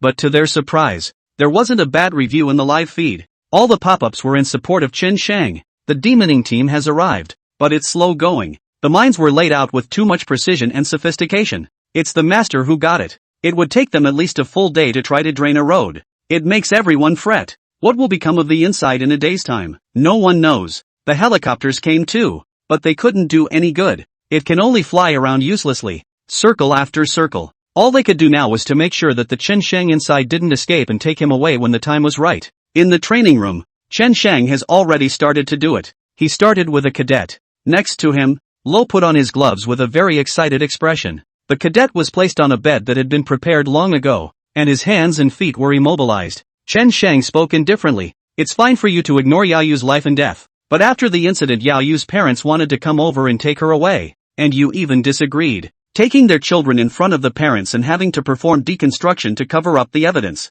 It's ironic that all your forensic knowledge is being used in places like this. Don't you guys like to deconstruct? I'll give you guys a taste of what it's like to be deprogrammed. Buzz. Everyone's head shot up. He's going to. It can't be. How could he be so cruel? The words fell out of his mouth. And Koro did it. Using a scalpel, he slowly cut through the trainee's skin. Ah! The trainee immediately let out a pig-killing scream. No anesthetic. Cutting like that? Who can take this? At that time, if one of them would have stepped forward, Yaoyu would never turn out like that. They're all guilty. It took less than a minute for Lo to deconstruct, but it was like years for everyone. No one wants this to happen to them. Terror. It's horrible. Lo removes kidney. Then use a long-prepared box for preservation and gently place it in. The man on the bed. He's lost half his life. How bad does it feel to have your kidneys taken out hard? Terror spread through everyone at this moment. No one wants to be like that. This guy, he's nuts. Lo didn't stop. Then a second. Third. The room was instantly covered with the smell of blood. It wasn't like they hadn't done things like deconstructing before, but the fear of it happening to them, who could bear that? No one wants to die. Kidneys, spleen, liver, stomach, bladder. Lo removed these one by one, all put in a box for safekeeping. Instructor Wang and the head instructor were watching it all. The souls of both men had long since flown away. It's scary. Who could have known that things would turn out this way? I've really met a tough guy this time. He doesn't talk about any rules at all. The pain those cadets endured, the fear they felt as they were deconstructed, spread across their hearts and became a black shadow. Some of those who are in good health can still fight hard for a while after their organs are removed, but the ones with poor health just pass out. Lo was also sweet enough to give them an adrenaline shot. Let them feel this pain. Wouldn't it be cheaper for them to pass out? The training room was all howls of pain for a while. Next, it's the head instructor's turn. Chen Sheng narrowed his eyes and looked over. The head instructor shuddered. The look in Chen Sheng's eyes drove him crazy.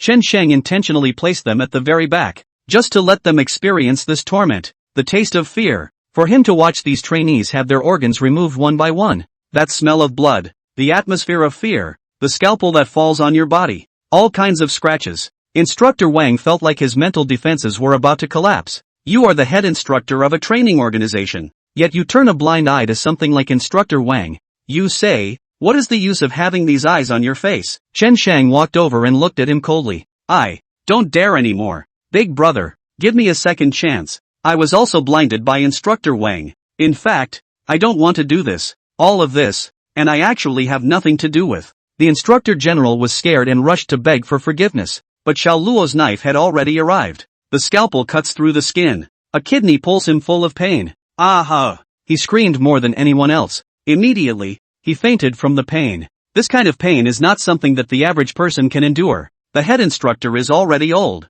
How can he carry all this? Lo immediately injected him with an adrenal gland. He suddenly opened his eyes again. But what accompanied it immediately was an even crazier picture. His eyeballs had been propped open by Lo. The scalpel. It's been aimed over. Aha! Wait. My eyes. My eyes. You guys, you can do this to me. Stop it. He screamed very miserably as he tore his heart out with one sound more than the other. The sharp scalpel, however, was unmistakably etched out. Over his eyeballs. Hard. Ow. The head instructor struggled like crazy, but it was no use at all. The eyeballs are gone. Fetched by Lo. Throw it on the ground and crush it with your foot. The head instructor was then thrown aside like a dead dog. In the entire training room, there was only one Instructor Wang left still intact. She was nervous, shivering. She knew that she would never end up better than them, but she couldn't understand what method Chen Sheng was going to use to torture her. This bottomless nervousness in her heart made her heart beat faster and faster. Palms, head, cold sweat. This guy really deserves it.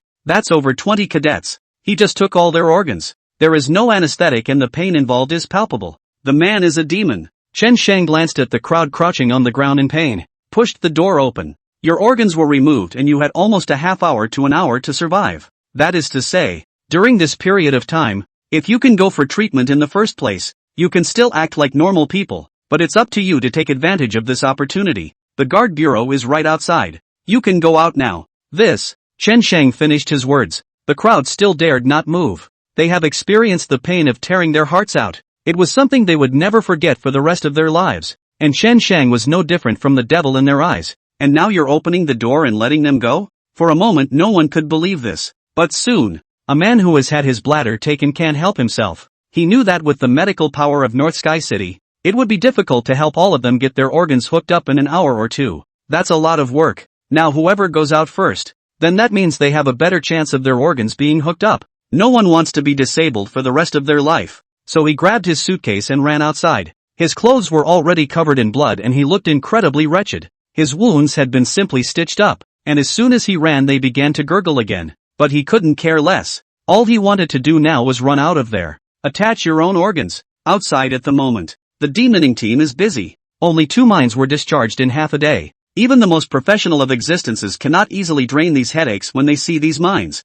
But as time passed minute by minute, the situation inside became more and more dangerous. It was as if the whole world was still moving with just the demoning team. The rest of them all silently looked down at their cell phones as if frozen in place. That image just now was enough to shock them all. Although the live feed was processed, they saw the scene where the scalpel cut into the skin. It was all enough for them to digest for a long time. Some people with poor mental capacity may have to have nightmares tonight. Chen Sheng took out the organs of more than 20 people. Chen Guohua said silently, his eyes full of shock. The men from the nearby guard bureau all took one look at one and didn't squeak. They've been doing this for so long and they've never encountered anything like this. Chen Sheng was challenging all of the guard bureau. It's a challenge to all those who harbor sin under justice. This is going to be a problem. First call the hospital ambulance to come here. This is no small thing. Hurry up. Chen Guohua rushed to his subordinates. The subordinate then reacted and rushed off to contact the emergency center. In the meantime, in a prestigious medical institution abroad, Yao Yu is undergoing surgery. Yao Yu's parents are also watching the live stream. It was the Cthulhu Society who helped them find the live feed. Old man. The man in there. Is he that young man from the other day? He is doing us a favor, cried the mother, covering her mouth directly. Everyone knew how much it would cost Chen Shang if things got this big, but he went ahead and did it anyway. In this world, who wants to be alone and jump to the opposite side of the crowd? Who would want to right the spectrum of justice and sin so starkly? Who is willing to sacrifice so much for the sake of so-called justice? My father's cloudy old eyes were filled with tears. That young man is not a bad person. I hope he will be able to return in one piece. The world needs people like him so badly. If I were a handful of years younger, I would have fought alongside him. The scene returns to the training organization. Demoning teams. Captain, it's too difficult to clear the mines. Why don't we think of something else? Either put a few rabbits in there, let them step on the mines. A team member complained. Nonsense, the captain chided. You're not unaware of the shrewdness of this mine. Lightweight ones are simply not enough to trigger it. In addition, cow hooves, sheep hooves, and dog paws that have little adhesion can't be triggered either. We can only clear mines. Do your job honestly. The team member was obviously a bit unconvinced, but that didn't dare to open his mouth anymore. Suddenly, he looked toward the entrance of the training facility building. Captain, there's someone coming over there. Only to see a person covered in blood appear not far away. He was carrying a blue case in his hand. One hand covered his stomach and he was about to run out the door like a madman. It's full of landmines out here. Isn't he afraid to die? Stay back. There are mines around here. The captain rushed to stop it loudly, but the other guy acted like he didn't hear it, still frantically running this way. Help! Help! Call a doctor! He yelled as he ran. The demoning squad hurriedly raised their hands to signal him to stop, but it didn't work at all. Boom! An explosion completely annihilates everything. The figure of that person completely disappeared. He was blown up. Powdered bones. This mine is quite powerful. All that was left was the debris of the explosion and a mist of blood. It was as if everyone present was shocked by the image, and not a single word could be uttered, as if something had been stuffed in their throats. Is it really a mine? Chen Shang is crazy? He really dares to put mines here? He's trying to murder everyone. Chen Guohua was also completely dumbfounded at this moment. Gradually the fists clenched. Block the signal. We can't let this get out. Bring me the signal blocker. The Shifuyu yelled desperately as he seemed to have realized what was going on. If this stalemate continues, what if they can't defeat Chen Shang? Isn't that a live broadcast telling everyone that the Guard Bureau is not doing its job properly? And the picture is so bloody that I'm afraid it's going to cause a lot of public outcry. The person next to him immediately went to contact the information department. Soon, the information blocker arrived. All the surrounding signals were instantly and forcibly choked off. Chen Shang's live feed is also gone. However, this did not deter Chen Shang from continuing. It's just the internet complaining. Some people even organized themselves to come over to the scene to help cheer Chen Shang. Chief Thousand Husbandman. That person just now was obviously released by Chen Shang. Do you think we should shout to the inside? Don't let the people inside come out yet? Chen Guohua asked cautiously. He wasn't paying attention at this point, and a cold sweat began to break out on his head. Who would have thought that something like this would happen at the College of Forensic Sciences? So many trainees were like lambs to the slaughter, being game and killed by Chen Shang. This thing is going to be on the hot seat. The Shifuyu was already thinking about how to explain this to his superiors. It's bad luck for anyone who encounters this kind of thing. Who can stop Chen Shang? Shifuyu, there's another one. Only one man's frightened voice was heard over the intercom. Moment. Everyone's eyes focused over to go. At the entrance of the building, more than 20 people poured out at once. They were all dressed very differently, all in a white coat with nothing covering them inside. Only the rust blood drenched. Each of them carried a blue case in their hands. Looks like a delivery boy for takeout. But the face was tense to the core. They all know what that means. Inside the box are their organs. They are studying forensics and know more or less common sense in this area. If they can get to a hospital for surgery in a short time, then their organs might still be connected. If it goes on much longer, it's over. Completely hopeless. Some of these people who are missing their loins and bladders are still alive. Only the quality of life will be drastically reduced later on. But people without stomachs, with half their intestines missing, suffer. They have to rush out soon and do surgery to connect. Otherwise, how can we live in the future? Don't ever let them out. There are mines out there. A deminer was busy, and when he saw so many people, he hurriedly shouted out. The people from the Guard Bureau were still in a dazed stage, and were suddenly confused to see so many people as well. Hurriedly, he took a loudspeaker and shouted, "Listen, people inside. There are mines outside. The exact location is unknown and they are very powerful, enough to kill you all. You mustn't come out. We're arranging demoning. Give us some time. The guy who just came out has already been blown up, and I don't want to see any more people die. Everyone stay in place and keep your wounds pressed down to minimize blood flow. You can choose to lie down or lean your body straight against the wall. If you put it in a normal situation where these people still have their sanity, they will definitely listen to people. Who can be calm in this situation now? That's their organs in the box. If they don't get it on soon, their whole life will be ruined and they will have to be disabled in the future. Now they all had immense regret in their hearts. Had they known this, they would have stood up for Yayu that day even if they had to fight to the death. Who knew that something that only happens in movies could happen in reality? What was left of his sanity had been breached long ago. In this moment they just want to live. What are those minds? My liver's in the box. You guys need to get the paramedics over here. I've got an adrenal shot in me. This won't last long. I don't want to die. I don't want to die. Soon. A man couldn't hold his breath. Blood was still bubbling from his wounds. Printed red on that white coat. It gives a few moments of madness. His eyes were round. His mouth exaggeratedly wide open. And he was desperately breathing in and out, exuding a sense of being on the verge of madness. You mustn't come out. You must calm down. Give us some time. I'll save you. Everyone, too, calm down. If you guys rush out rashly, you'll only end up dead. As far as we can tell, there are many landmines here. The guard bureau is trying desperately to keep them out. But the people inside don't even listen. Some even felt that it would be better to die now than to survive half dead like that in the future. Can those guard bureau guys out there be counted on? We can't afford to wait. A woman inside quickly voiced the question in her mind and shouted out.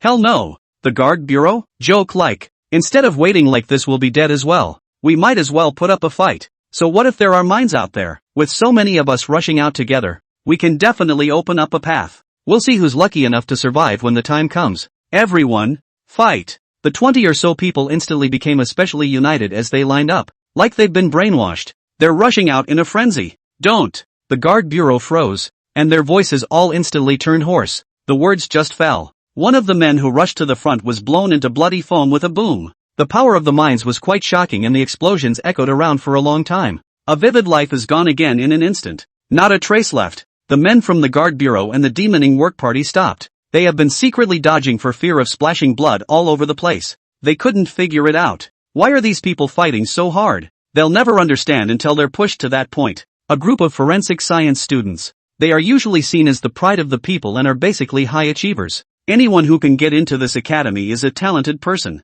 And there is a particular shortage of talent in this industry. One death now would be a huge loss to the entire city. But at this moment, they rushed out one after another without any hesitation. Even if there were mines in front of them, even if they would be pulverized, they didn't care, because waiting is a dead end. The adrenal glands work as they know best. Crazy. Spell it out. The bloody image was right in front of them, but no one flinched. Instead the crowd went even crazier. They seemed to be running on the thorns of hell, and if they get through this they will live. They roared, teetering frantically on the brink of collapse, running toward the men of the guard bureau with every ounce of strength in their bodies. Those ambulances in the back became heaven in their belief. They want to live. They want to be whole. Crazy. These people are crazy. The chief of the thousands of soldiers muttered silently to himself under his breath, as if he had seen some horrible images. It was as if these people were possessed, rushing out regardless, not afraid even of death. Get back, all of you. Blast shields in the way.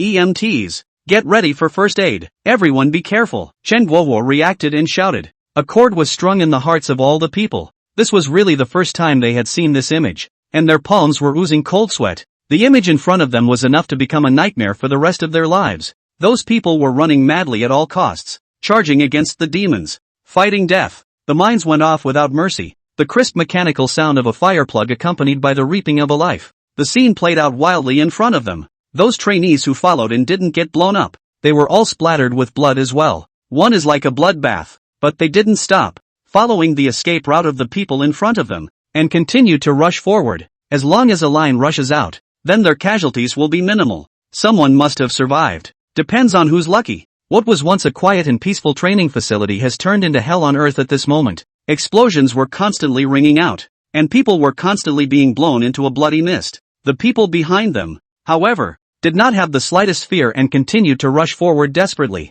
The scene shook everyone to their core. These people from the guard bureau even forgot to shout, just quietly watching it all. Some of those with poor mental capacity have long been squatting beside them and vomiting. The air around them was covered with the smell of blood and total nausea. Amidst a cloud of blood mist, people kept rushing out and were constantly blown up. Words cannot describe the tragedy. It's a visual impact that's several times crazier than the movie. The explosion quickly reached the upper floors. Instructor Wang, the head instructor, heard it clearly. The two men were trembling with fear. There's nothing wrong with Instructor Wang yet. The head instructor had one eyeball removed and his waist was gone. He was in excruciating pain. His vision was disturbed and all he felt was a blur. But hearing is not limited in any way. There were endless screams and explosions from those people. The frantic delivery came. There was little expression on Chen Shang's face, as if this had nothing to do with him. He may be evil himself, but he's just always had his family to hold him back and his beloved sister. It's what kept him from exploding that demonic side out. The scene before him only made him feel relieved. These people threw Yao Yu out in the first place and left her to fend for herself. No one even bothered to make an extra phone call. Avoided her like the plague. No one wants trouble, and no one is thinking only of themselves. Now then, Chen Shang let them choose their own destiny. The ones that make it out alive. The ones that get blown up only go to hell. That, too, is fair. Along with the sound of explosions outside, Lo was also beating to the rhythm. This is a trial beyond the law. You killed so many people. You are going to pay the price. The head instructor looked at Chen Shang dumbfounded, shivering, and unconsciously uttered a sentence from his mouth. Even if they did wrong, you shouldn't be the one to judge them. They're not guilty to death. Chen Shang, this is something you did wrong. And what's wrong with me? You blinded me. Chen Shang stood up when he heard this and walked over to the head instructor. Your fault lies in not doing your duty as head instructor. You tolerated your men taking bribes and using money to determine the grades of trainees, and did nothing about the Yao Yu incident. You are guilty of nothing. Chen Shang, the words are not so. I also have a hard time to say. The head instructor desperately tried to explain, but Chen Nianqing doesn't give him a chance anymore. Pust. The head instructor's other eyeball was zapped. An additional dagger appeared in Chen Shang's hand and stabbed it with precision. The head instructor screamed out in misery. He couldn't see anything but the pain. Lo, take him down. His fate should be in his own hands. Don't say I didn't give you a chance. Downstairs. This scene can be a bloody mess. The front of the building was filled with fragments of blown-up bodies, some completely turned into a blood spray, others with fragments still existing in the world. In the air, a mist of blood spreads. The smell is pungent and nauseating. The short distance of about 50 meters had become a shackle that they could not overcome in their lives. There were more than 20 people, and in the end only 5 were left. These 5 are considered lucky to have made it through the minefield and lucky to have survived. They look like they crawled out of hell. It was covered in blood and accompanied by some nasty body tissue. The box in his hand, however, was gripped tightly. That seemed to be the yoke of their destiny. Thinking back on the images from earlier, they were all in a cold sweat.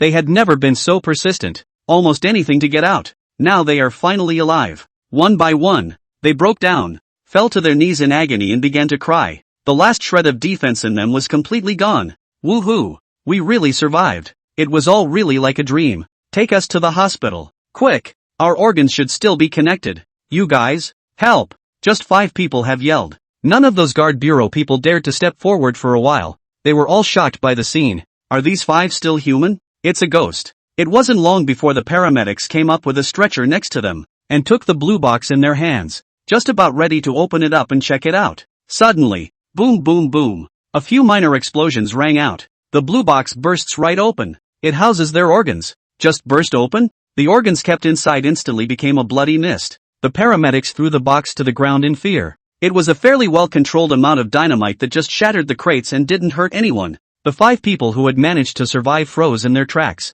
Then his body slumped helplessly to the ground. They made it through the minefield and fought to the death to survive. But I didn't expect it to end the same way. They will all have to live far less than normal lives in the future, and their quality of life will be greatly diminished. Their organs, they're finished. A few with poor mental capacity directly fainted. A few were left weeping, chagrined. The guard bureau watched the whole thing with a lot of emotion. All of this was designed by Chen Shang long ago. Now that I think about it, the mines in there weren't even meant to protect against the guard bureau. Rather, it is designed specifically for these learners. Chen Shang took away their organs and let them flush themselves out, letting them choose their own destiny. But at the end of the day, Chen Shang still stifled it all hard. Chen Shang had allowed a few of them to survive, but had taken away their last hope. Is this something that comes back to haunt us? A man from the guard bureau chanted silently in the dark. Shut up! Don't talk nonsense! Chen Guowo whispered to stop him, though in his heart he felt good about it too. But it can't show it. And he felt that Chen Shang was getting bigger and bigger. It used to be just a small fight, but now even landmines are being arranged. At this rate, I'm afraid the Cthulhu Society won't be able to exist for much longer. Chen Guowo kept reading in his mind. I hope Chen Shang comes out and turns himself in quickly. That way he might still be able to stay alive. Otherwise, he will surely die if he is caught in the future. Demoning team, continue deeper and follow the path you just took for demoning. Get the guard bureau ready. As soon as they clear a path, we'll charge in. Catch Chen Shang no matter what. The Shifuyu chief had just received an order from his superiors, and after putting down the phone, he shouted in anger. He couldn't care about anything else right now. He just wanted to catch Chen Shang quickly. Today was really too big. At this point, another person suddenly appeared in the doorway. Ah! Help! Help! The head instructor couldn't see out of both eyes, being pushed out, standing there like a fool, hands propped up, groping in the air. It's the head instructor. Someone recognized him and shouted. The guard bureau tensed up. Now that the mines around the area have not been drained,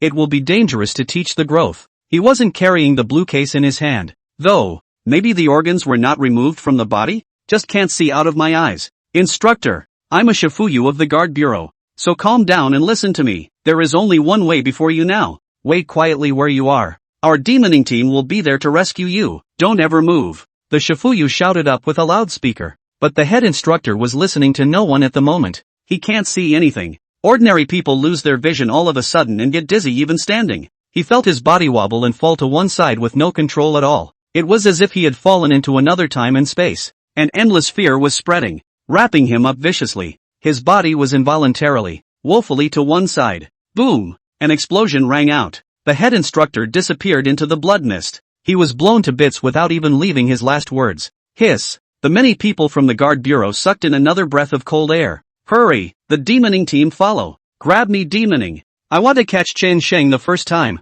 The growling voice of the Shifuyu came back. The demoning team immediately surged forward and began to concentrate on clearing the mines. The head instructor is dead, Koro said as he returned to the training room. It's like saying another thing that doesn't concern you. Well, it's his own choice. Chen Shang nodded indifferently. That left instructor Wang alone. She shivered and hid in the corner, her mental defenses having been breached long ago, her face pale. The head instructor is dead? That blast just took him. Chen Shang, the demoning squad outside will be here soon. If you let me go, I can intercede for you. Please, let me go, said Instructor Wang, his voice trembling. Chen Shang silently shook his head. It seems that you still don't know what I want. You know even less what you're doing wrong. Xiao Luo went over and dragged Instructor Wang to the surgery bed like a dead dog. Then her limbs were immobilized. Chen Shang directly gave her an injection. This is a heart-strengthening injection that will enhance the efficiency and load of your heart. And even if I take out your other organs, you won't be able to die for a short time.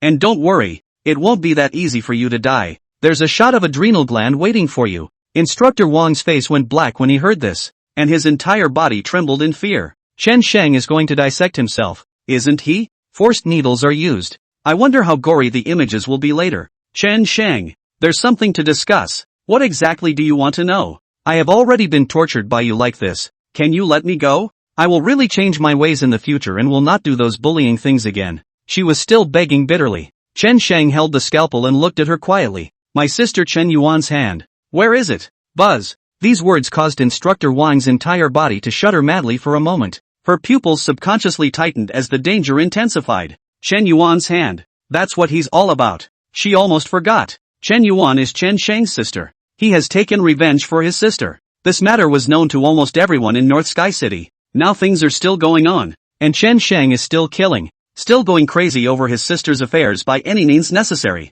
And he himself was involved in it at the time because he was confused and took a bribe. Now that I think about it, I really shouldn't have done it in a million ways. She was dying of regret. But looking at Chen Shang's expression, she really didn't dare to tell the truth. If he didn't say anything, he might still be of use to Chen Shang, and he wouldn't have to kill himself. But if you say it, you might die the next second. She just wants to live. Chen Shang, your sister's hand actually has nothing to do with me. You can't kill innocent people indiscriminately. I can tell you where her hands are, but you have to promise to leave me alone. I don't want to die. Instructor Wang is still struggling for his life, and at this point in time he is still making conditions with Chen Shang. Chen Shang was exasperated and laughed. It seems like you don't understand your situation right now. Let me tell you what it means to be on trial. Chen Shang took the scalpel and made a cut along her chest. The blood wouldn't stop flowing all at once. Instructor Wang was in pain, and this pain of her skin being cut open sent chills all over her body. It was as if all of himself was on display in front of Chen Shang. Your own entrails, your own life. Chen Sheng pulled away 10 centimeters with this slash, then stopped. If the wound is too big, she'll die from blood loss. Can't let her die so easily. Otherwise, wouldn't it be cheaper for her? From now on, you only have about half an hour left to live. And I'd like to see if you can keep talking like that. In half an hour, I'll make you an empty shell, Chen Sheng said as he reached out and grabbed it. Then a bloody mess was grabbed. Chen Sheng crushed it in front of her. You. Instructor Wang's eyes are red, with a strong heartbeat. Instead of lessening her pain, those pains seemed to be more fierce and clear than usual. She could feel the pain radiating from every pore. It broke her beyond belief. She couldn't tell what organ Chen Sheng had just crushed, and only felt that her torso was about to be unable to withstand the torture. Eyes are filling up. Bodies are boiling. Are you willing to talk? Chen Sheng also asked politely. The tone was as if he was consulting with her. Again, like a big brother who was reasoning with the little ones. I. Instructor Wang had not yet caught his breath, and his chest was violently heaving together. Oh, you haven't thought about it yet? Chen Sheng aimed at her waist again, gently cutting a line, just enough so that half of his hand could fit inside. Then, Chen Sheng directly took the waist. Instructor Wang was trembling violently. It was as if he had been electrocuted. Live to take the loin. It's a predictable feeling. She now finally understood the saying that good and evil will be rewarded in the end. And it is not that the time will not come. When she first came to the training organization, she simply used her authority to make things difficult for these students, forcing them to give her gifts, which she used to manipulate their test scores. But then she decided that wasn't enough, and there were good people on the outside who conspired to do a lot of hurtful things. For example, using their position to take out formalin, or selling some scalpels at bargain prices, or even helping some people to come in and dissect the body and eliminate evidence. In retrospect, that was all a step she took to get herself killed. Cold sweat covered her head, and the pain that tore through her was indescribable. It was as if a violent bolt of lightning had struck the body. My sister's hand. Where is it? Chen Sheng elegantly wiped the blood on his hand and casually asked. I say. Instructor Wang can't stand it anymore. She felt like her consciousness was starting to blur. At this moment she finally felt the pain that Yao Yu had felt in the beginning. Please, give me a chance. It was my fault before. Yao Yu is a good student with good character and academics, but is just too straight in nature. Everyone in the class gave me gifts but her. So that's why I targeted her openly and secretly. I originally thought that this girl would bow down to me or come to me to beg for mercy, but I didn't expect her to be so rigid in nature, simply preferring death to submission. So I came to be so angry that the subsequent tragedy occurred. If I was given another chance, I certainly wouldn't have done it. I've learned the error of my ways. As for your sister's hand, I can tell you where it is. So can you get me to the hospital now? In my office drawer, there's a USB drive. You'll see it. Chen Sheng glanced at Xiao Luo. He ran towards the stairs with a member of the Cthulhu Society in tow. In less than 2 minutes, a voice came from the intercom in Chen Sheng's ear. Brother Sheng, the flash drive is in. It's a man's profile on it. The profile is complete. Chen Sheng nodded, then swept his gaze to Instructor Wang. Instructor Wang hurriedly explained. That man is the one who took your sister's hand. In fact, he and I don't know each other, and it's only a cooperative relationship. He came to me to buy some formalin, and probably also to save that hand to use for a bigger profit. I thought there was something fishy about this, so I kept his information. Chen Sheng nodded. Very well, wouldn't it be fine if you said that earlier? When Instructor Wang heard that his voice was compromised, he thought that he was saved, and he was busy saying aloud, Mr. Chen, can you let me go now? You can just hand me over directly to the paramedics outside. Thanks. As if Chen Sheng had heard a heavenly joke, he threw back his head and laughed, and suddenly a pair of bloodthirsty eyes like a demon's aimed at her. In this instant, she felt like she had fallen into the depths of hell, and all around her was the bloody odor of blood staining 1,000 feet. The gates of hell have been opened. How can they be closed so easily? Demons want to drink blood. Hell wants to take in people. And I, Chen Sheng, want to kill. Outside the door, the demoning teams are still working hard on demoning. Just now though those cadets came out and opened a path hard. But that road is not safe. If the mines are spread too densely, there are still remnants as well. With a distance of 50 meters, they had a hard row to hoe for 10 minutes. Normally it wouldn't even take this much time. It's just because of Chan Sang. The mine was laid by him, and there is no telling how much intrigue is involved. If you're not careful, you could be in deep trouble. They have to come out with a more careful, serious stance than usual. Squad 1 is clear of mines, and this road has been largely confirmed safe. The guard bureau can enter. The voice of the demoning squad came over the intercom. With a direct order from the Shifuyu, the men of the guard bureau, armed to the teeth, intended to rush in, but just to the door. Suddenly, they saw a figure slowly walk out from inside. He had his hands in his pockets and he looked relaxed, like he was taking a walk. The eyes, however, were as bitter as the light of a knife. Everyone's hearts tightened at the sight of this person. It's Mr. Chun. He's out. How dare he come out of his own accord after committing such a big offense? Shifuyu, the target has been spotted. Are we going to make an arrest? The guard bureau man shouted. Arrest! Without any hesitation. The thousand husbandmen replied directly and loudly. Coincidentally, there was a flurry of self-publishers and whatnot. Cameras have been trained on the guard bureau, just in time to see the scene of Chen Sheng coming out from inside. All of a sudden, the surroundings exploded. Chen Sheng has come out. He killed so many people. Is this a voluntary surrender? The scene, how many people died here? It's horrible. It's a good thing we got here in time to tell everyone about the footage here in the first place. Hell, this is hell. Where have those media outlets ever seen this kind of image? There's blood everywhere. The lawn in front of the building had been colored red. Hellishly deep kills overflowed everywhere. Stop them. Don't let them pass, Shifuyu ordered. The guard bureau rushed to cordon off the scene. On the other side of the building, a member of the guard bureau, who had rushed to the front, had already arrived in front of Chen Sheng, reaching out to grab him. But suddenly, he met Chen Sheng's murderous gaze. Get lost, Chen Sheng roared lowly. The man subconsciously retracted his hand. In front of Chen Sheng, it was as if he was the sheep and Chen Sheng was the wolf. There's no need for you to arrest me. I'm just turning myself in, Chen Sheng said in a deep tone. When the men from the guard bureau heard this, no one dared to step forward, and they pulled out their guns on him and followed right alongside. Forced Chen Sheng towards the door a little bit. Others quickly rushed into the building to see if anyone was still alive. While searching for the rest of the Cthulhu Society, the media cameras were all focused on Chen Sheng. At this moment, he had become the center of everyone's attention. Parting the crowd, the Shifuyu stepped forward. Chen Sheng, obediently put on the handcuffs and come with us. What you've committed today is enough to keep you inside for the rest of your life. He spoke with integrity in front of the media. This matter was arranged by the top personally, and there must not be any blunder. Now that it's come to this, the thousandth man is already going to carry the punishment. Chen Sheng held out his hand. Chen Guohua personally handcuffed him. Things went a little too well. Chen Sheng was arrested just like that? Shifuyu still finds it a bit unbelievable even now. It felt as if it was all dreamy and unreal. Chen Sheng, a godlike being, just turned himself in? He had gone to Country B before and made a big mess. And now that he had been arrested, could the people of the Cthulhu Society just let it go? Is the A-span going to be a big mess, too? But now, faced with so much media, he had to make an arrest. Shifuyu, the situation inside is clear. There is a body. It should be the training institution's instructor Wang. It's just that the situation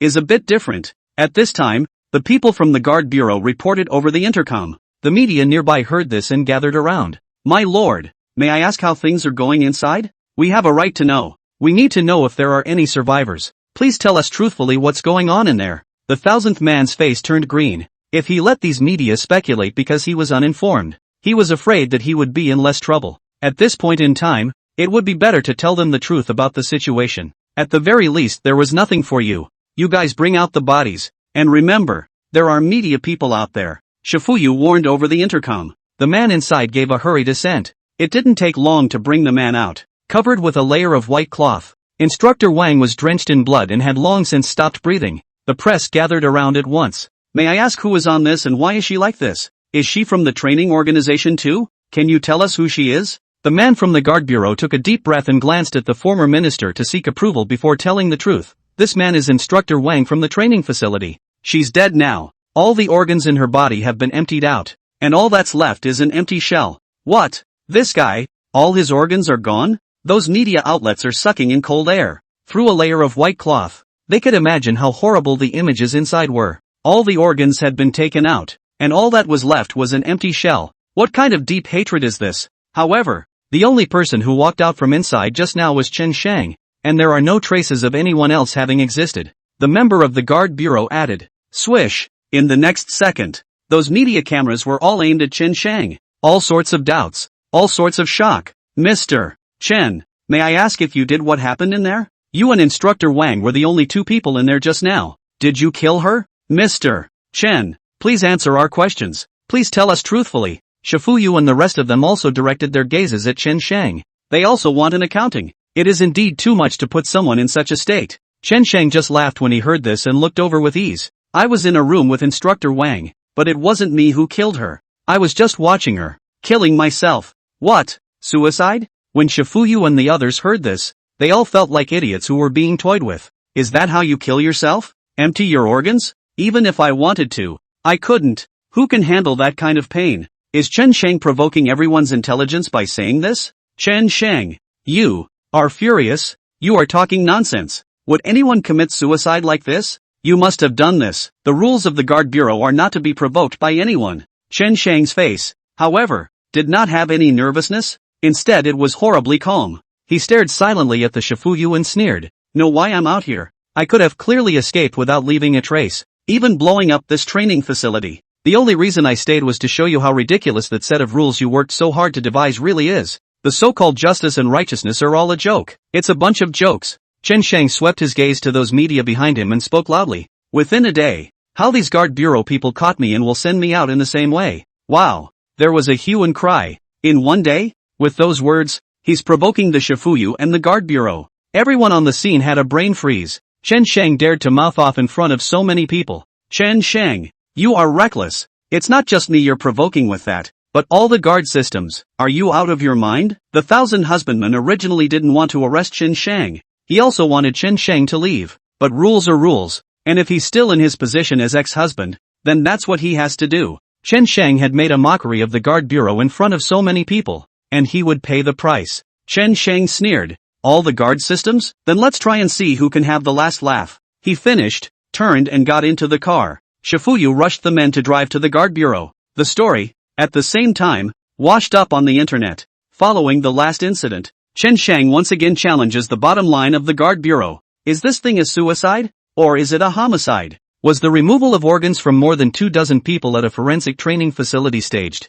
Or was it a real-life version of hell reenacted? Landmines are laid. There are only 5 survivors, and the scene is set for a bloody mine battle. Headlines like this dominate all short videos and news. Everyone's attention was on a man named Chen Sheng. For this reason, there has been some chatter online. I know about that training organization. I had a friend who trained there before, and I was told that it's very dark in there. The average person wouldn't even think of closing if they didn't give anything away. The instructors in there are all black-hearted, and it's impossible to graduate peacefully without giving them enough favors. I heard that something happened to a student named Jiaoyu. She got sick and fainted on the playground and no one cared. They say it almost killed her. Her parents rushed in to save her and the people from the training institute tried to snatch the body away. If you ask me, they just deserved it. They did their own evil and ended up like this. That instructor Wang, in particular, died unjustly. It was rumored that it was her idea that day. So many people in the College of Forensic Medicine. Just watch Jiaoyu collapsed alone on the cold playground without caring.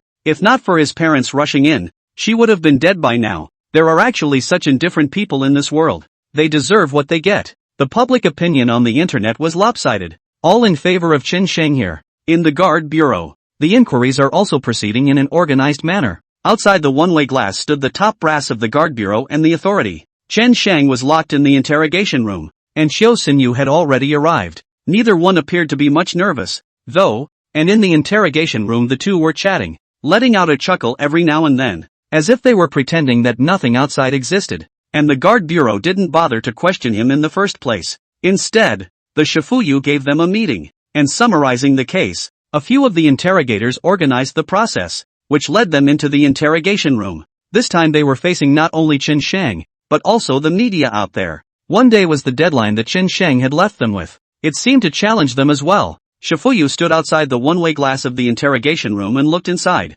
his eyes narrowing. He still didn't believe that Chen Sheng could still plead not guilty in this situation. One day to get out. He's kidding himself. Chen Sheng. Among the incident at the XX training institution, a total of 24 people died, and together with the instructor, the head instructor, there are 5 survivors. Do you have anything to say about this? A female guard spoke loudly. With a smile on his face, Chen Sheng replied nonchalantly, "Does it have anything to do with me? Nothing to do with you?" The female guard was outright enraged, her emotions a bit out of control, and she shouted out, "All 24 people died because of you. You placed mines at the site, and they were all blown up, and you took their organs. Do you realize how cruel you yourself are? They didn't even leave a whole body, and their families are already in an uproar. The 5 people who survived are also disabled for life. You're practically the devil in the world. You victimized so many people and you're saying you had nothing to do with it? Chiu Xinyu spoke coldly. Watch your wording. Chen Shang is only a suspect, not a criminal. You are just reasonable suspicions, not convictions. Chen Shang smiled, indicating that it was alright as he replied. So, have they thought about Yao Yu? Yao Yu was ostracized, bullied by them and collapsed alone on the cold playground. How desperate and broken was she at that time? If her parents hadn't come in time, she would have died by now. And what did she do wrong? In spite of this, Instructor Wang also brought someone to snatch Yao Yu to dissect him before his parents rushed in. You guys are never going to talk about these things. The female guard felt her face turn a little red, which was exasperated. Even if that's the case, it's not your turn to judge others. Mr. Chen, what were you doing at the training facility that day? Why did you show up there? I heard that the people from the Tsung Tian Association and you were there. Chen Shang smiled. I have nothing to do. I went over to walk. You walked to the training facility? What rule says I can't walk to a training facility? Okay. So, where were you when it happened? I was in the classroom listening to a lecture, and who knew this would actually happen? All the organs were removed from those cadets. You should have seen them all, right? I did see it, but I had nothing to do with it. They took it down themselves. Are they crazy or idiots that they would remove their own organs? Mr. Chen, please mind the occasion. I'm questioning you. How do I know if they're crazy? I'm just telling you what I saw with my own eyes. If you don't believe me, don't ask me. Then I'll continue to ask you why you didn't try to stop them when you saw them doing this self-harm? Who am I to stop it? It's like they saw Yao Yu fall to the ground and didn't care. Did they help? Chen Shang, I'm asking you a question, and I want you to answer me properly. The female guard slammed the table. Chiu Xinyu coughed twice. Please pay attention to your attitude. You're just an inquiry officer. If you don't want to get sued and lose your job, be gentle with me. The female guard's heart stuttered and she took a deep breath, swallowing her anger back into her stomach. Chiu Xinyu did have this ability. She didn't want to offend this kind of person. What about Instructor Wang? The female guard stabilized herself before continuing. Her body has been hollowed out, with no organs left inside. Did she do this herself as well? Chen Shang's face still had little expression, just a hint more playfulness. That's right, I saw it with my own eyes. She just reached into herself and pulled out her organs. After saying that, he and Chiu Xinyu exchanged smiles. That sounds like a lie, but they couldn't find any words to refute it. The two inquirers couldn't find any breakthroughs for a while, so they could only use the same process they had used before to bring up the tempo. Chen Shang, what you did is already murder. Now do you plead guilty? As if he had heard a big joke, Chen Shang laughed. Who said I killed those people? You guys saw it with your own eyes? Chen Shang, the evidence is overwhelming. It's useless if you don't admit it. We'll convict you sooner or later. Before you said you'd get out in a day's time. Just wait to be humiliated. Chen Shang unhurriedly returned. Can you prove that I placed the mines? Or can you prove that I dissected those people? Do they have my fingerprints on them? Do you have witnesses? Do you have surveillance video? Any conclusive evidence? Nothing. And you guys want to convict me? You guys are naive. The female guard and the other inquirer both blushed a little. Transang is right. Until now, they are not investigating any evidence. Not to mention sending Chan Sang in. There were no fingerprints on the mines, much less any footprints, marks around them. And whoever placed them was careful to leave nothing behind. As for those who died, their bodies had been blown to powder, and it was impossible to find any traces of them. Surveillance video is even less available, having been cut off by the training organization itself, so they can only find out some clues by asking questions.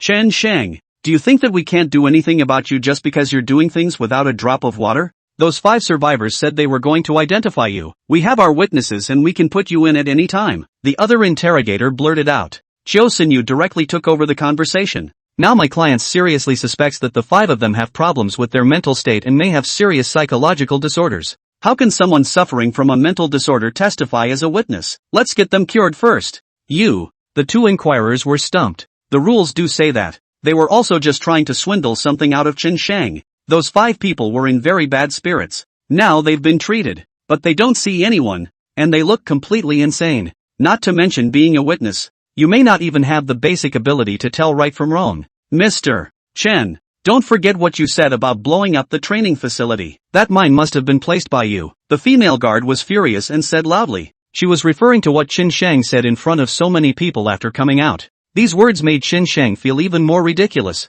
I was just kidding. And I was talking about blowing up the planet. Can I do that? Squeak. That's when the door opened. Shifuyu came in from outside. He had a hard expression on his face. He heard all the questioning just now. What Chen Shang said was so reasonable that they had no way to start. He let the two inquirers out, then sat down across from Chen Shang. He lit a cigarette and handed one to Chen Shang. Chen Shang, how do you plan to wrap up this matter? I want to hear your plan. It's not that I want to arrest you, but you've gone too far this time. Do you know how much negative impact those live feeds have caused? Now all the pressure is being put on me. Shifuyu was helpless. Chen Shang took a few puffs of his cigarette, then gently twisted it out. He grinned. Now, it's time to wrap it up. A bit speechless, Shifuyu cleared his throat and coughed twice. With so many forensic science seniors dead at the training facility, do you think the higher-ups are going to stop there? Even if I let you go, you can't escape this. Chen Shang, I know you're a good person, and I don't want you to make a mistake, but this time it's really your fault.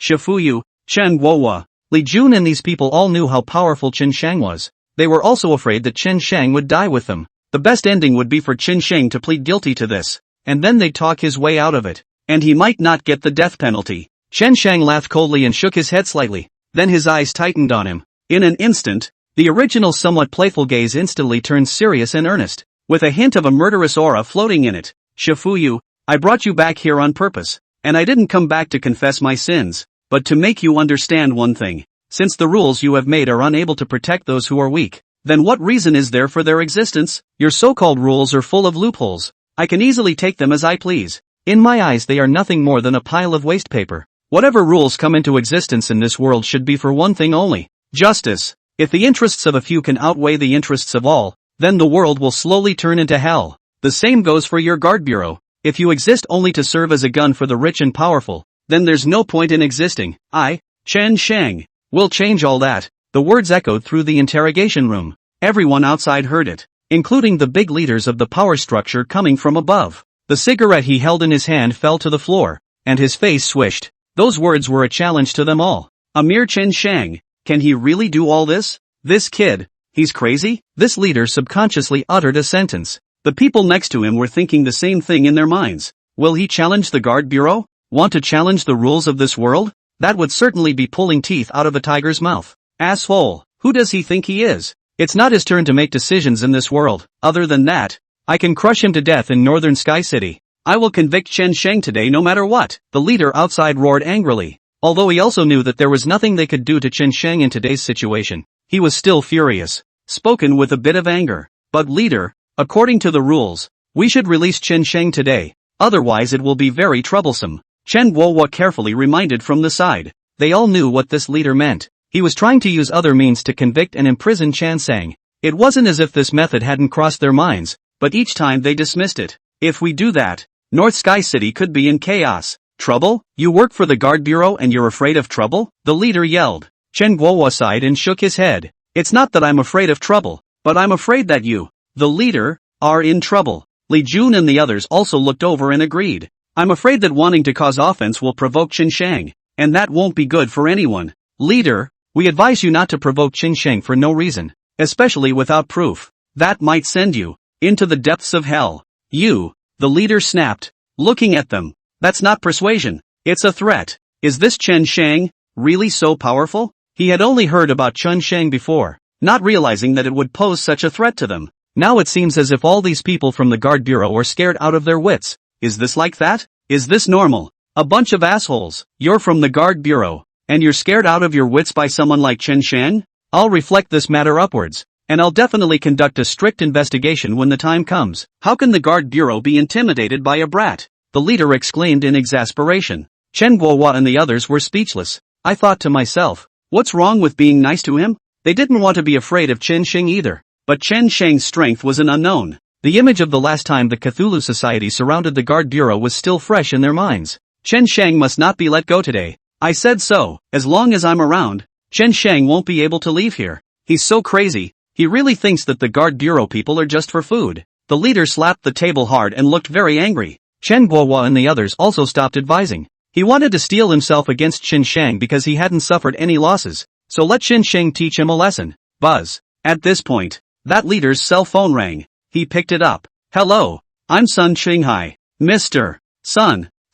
The leader was directly dumbfounded and thought he had heard wrong, hurriedly rubbing his ears and confirming it. Su Qinghai was several big ranks above him, the superior of his superior. The little power in his own hands counted for nothing in his eyes. Sun Qinghai, is the absolute big leader? I heard you were at the guard bureau and arrested Qin Shang? Yes, it is. What are your instructions? His attitude immediately became respectful and he bowed his head very politely. Is there any evidence to arrest Qin Shang in this matter? Sun Qinghai's voice was serious. For the time being. Not yet. The leader could only tell the truth, not daring to be half false. Without evidence, let the man go. On suspicion. Yes. Put the phone down. The leader felt a cold sweat already covering his back. An existence of Sun Qinghai's caliber was speaking for Qin Shang? What kind of energy is in him? Looking around at Chen Guohua and the others, he instantly felt his body go limp. The energy from earlier was gone. You can't move Qin Shang by yourself. Himself, a leader of the guard bureau, could not move a Qin Shang.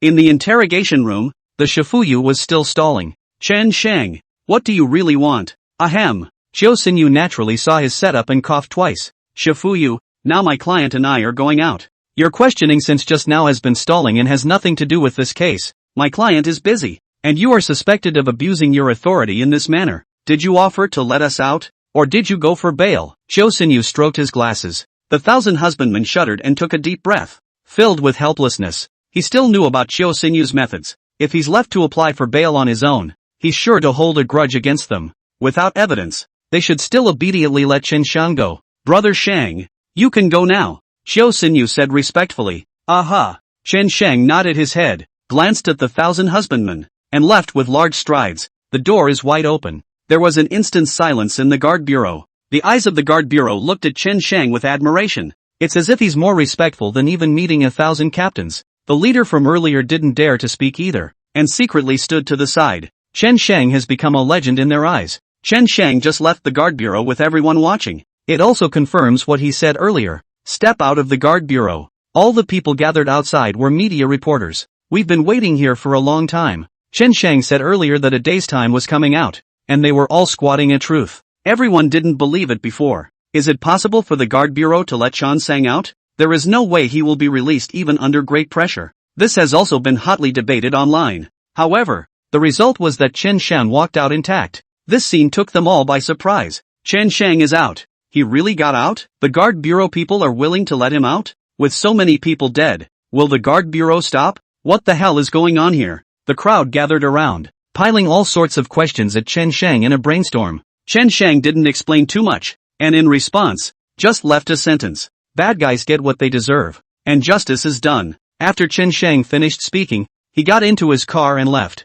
The person driving the car was Lo. Phoenix is on the passenger side. Brother Chiu, long time no see. Xiao Luo happily greeted Xiao Xinyu. Drive your car well. I can tell you, don't look for me if you commit another offense in the future. I don't want to wipe your ass for you. Xiao Xinyu didn't have the good sense to say. Before that, he helped Xiao Luo with a lot of things. Xiao Luo heatedly smiled. Brother Chiu, look at what you said. I still want to buy you a drink. We are all brothers. Xiao Xinyu smiled helplessly and bitterly. Grass. Brother Shang, I've already destroyed the triggering mechanism of the previous mines through the network. Now those mines are just a pile of scrap metal. They won't accidentally injure anyone else. Little Feng opened his mouth and reported. Very good. Qin Shang nodded, then lit a cigarette, his eyes turning ethereal. Brother Shang, where are we going now? Xiao Luo turned around and asked. The corner of Qin Shang's mouth picked up a smile. Go see Gao Shui and Zhang Kai. I missed them. Abroad. A private medical practice.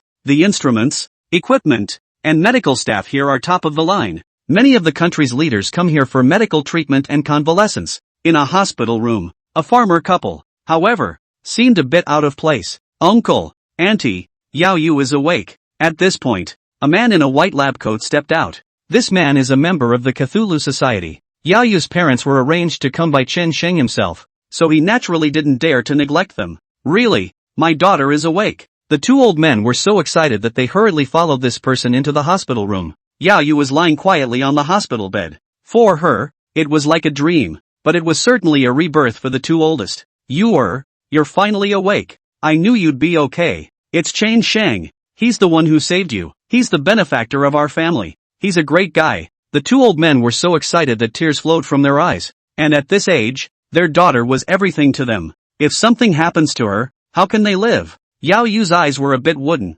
Exactly. What happened? The second old man told her what happened. She covered her mouth incredulously and hurriedly grabbed her phone to search for the training organization. Now that these things are on the hot seat, she can see them at a glance. The first information she saw was that all 24 people at the training facility were dead, including Instructor Wang and the head instructor. For his part, Chen Shang left the guard bureau, confirming his previous words. Yao Yu's tears fell uncontrollably. Dad, Mom, I don't want to do forensics anymore. In the future, I will join the Tsungtian Society and follow Chen Shang to rid the people of evil. A dimly lit place. Water jail. Everything in there can be described as hell on earth, especially in the last few days. The food that Chen Shang gave them was severely inadequate, plus every now and then he would heat up the water inside. Gao Shui and Liang Xiaohong, hovering on the edge of hell every day. Life is worse than death. The images they saw that day are still fresh in their minds. Gao Shui didn't dare to close her eyes at all. As soon as he closed his eyes, his head was filled with images of Liang Baozhen and the others being killed.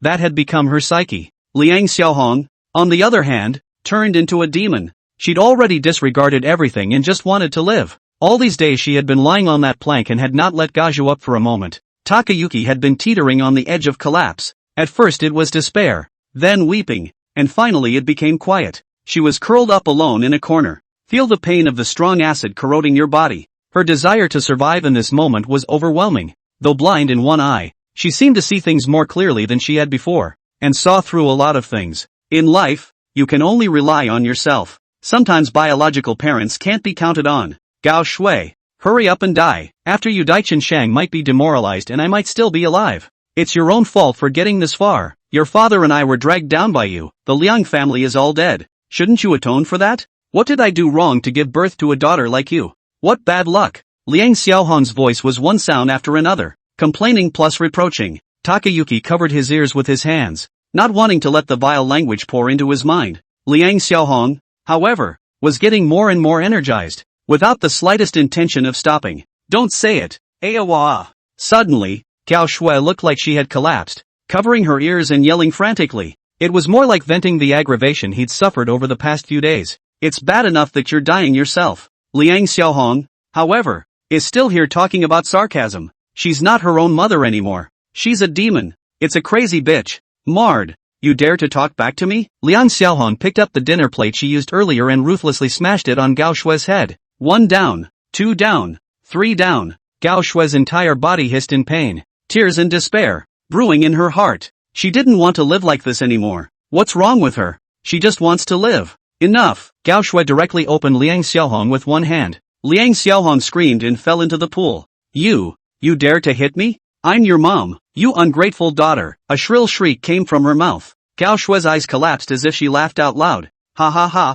Yeah, you are my mother. My own mother. In the past, you protected me and gave me food and drink, but now you want me to die. You are no longer my mother. You are my enemy. The devil. Yeah, you're the devil. You're not even my mom. Ha ha ha. I'm going to kill you. Kill all the devils in this world. Takayuki slowly stood up, his expression grim. Liang Xiaohong kept backing up in fear. The image of Gao Shui's fierce rush over was imprinted backwards in her pupils. Then, Gao Shui lunged. Chen Shang came to the water prison. It's gotten all quiet around here. Gao Shui crouched alone on the plank. The sink was an indescribable stench. Liang Xiaohong floated on the water with her head down. Gao Shui's mouth and body were covered in blood. The scene was like hell on earth. Brother Shang, Liang Xiaohong is dead. Little Feng went over to take a look and then came back to report. The corner of Chen Shang's mouth hung a cold smile. Did you capture all the footage just now? Back it up for me. I'll make the arrangements. Xiao Luo promised. Chen Shang came in front of Gao Shui and looked at her smilingly,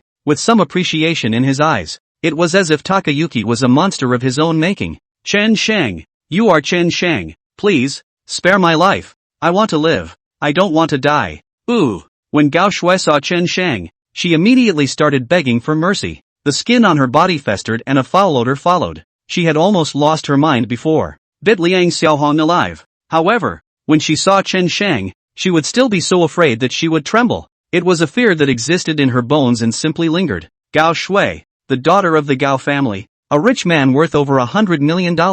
Your family probably never dreamed you'd end up in this situation, including Liang Baojian. Don't worry, I won't let you die that easily. Wait, I'll take you somewhere. Gao Shui's pupils instantly shrunk into the most dangerous pinprick shape, trembling and not daring to speak. Chen Shang and Xiao Luo and the others watched the video. The image of Gao Shui and Liang Xiaohong killing each other was a great one. Gao Shui was using her teeth to bite Liang Xiaohong to death. The water in the pool was stained red. It's all her mother's blood. Gao Shui had been tortured for so many days that she might have had a short-lived hallucination and thought of Liang Xiaohong as her enemy. Plus the mental defenses are constantly being breached and crumbling again. She's practically as mad as a hatter. Chen Shang was very satisfied and cut this video down, and then posted it online. Brother Shang, on Zhang Kai's side, I've also arranged everything. Xiao Luo came over and whispered. Well, the screen cuts over and I'll take a look, Chen Shang said in an old-fashioned manner. The scene cuts to Kai Zhang. After Zhang Kai had exchanged words with a few dogs, he originally didn't have much strength left in his body,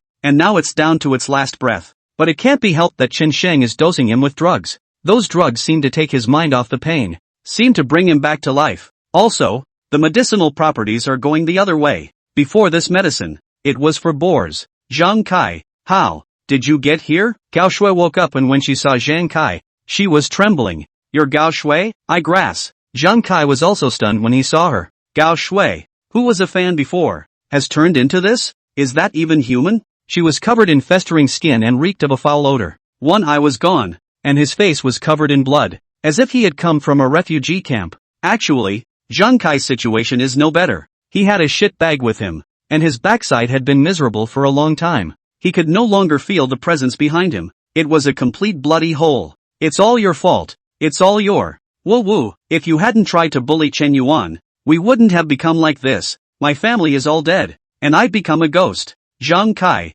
you're really a scum, asshole. Gao Shui could no longer hold back the collapse in her heart and cried out. Thinking back to the previous scene, it was all Zhang Kai who was leading the rhythm. He himself had nothing better to do than to bully Chen Yuan with Zhang Kai. She didn't think much of it at the time. It was just fun. Who knew things would turn out this way? Who knew that his family had lost their lives because of it? Mud, you're the asshole. You stinking cousin. Didn't you have a good time when you bullied Chen Yuan before? Now you know you regret it? We are on the same boat. No one can run away. The moment we were captured by Chen Shang, our fate was also sealed long ago. No, I want to live.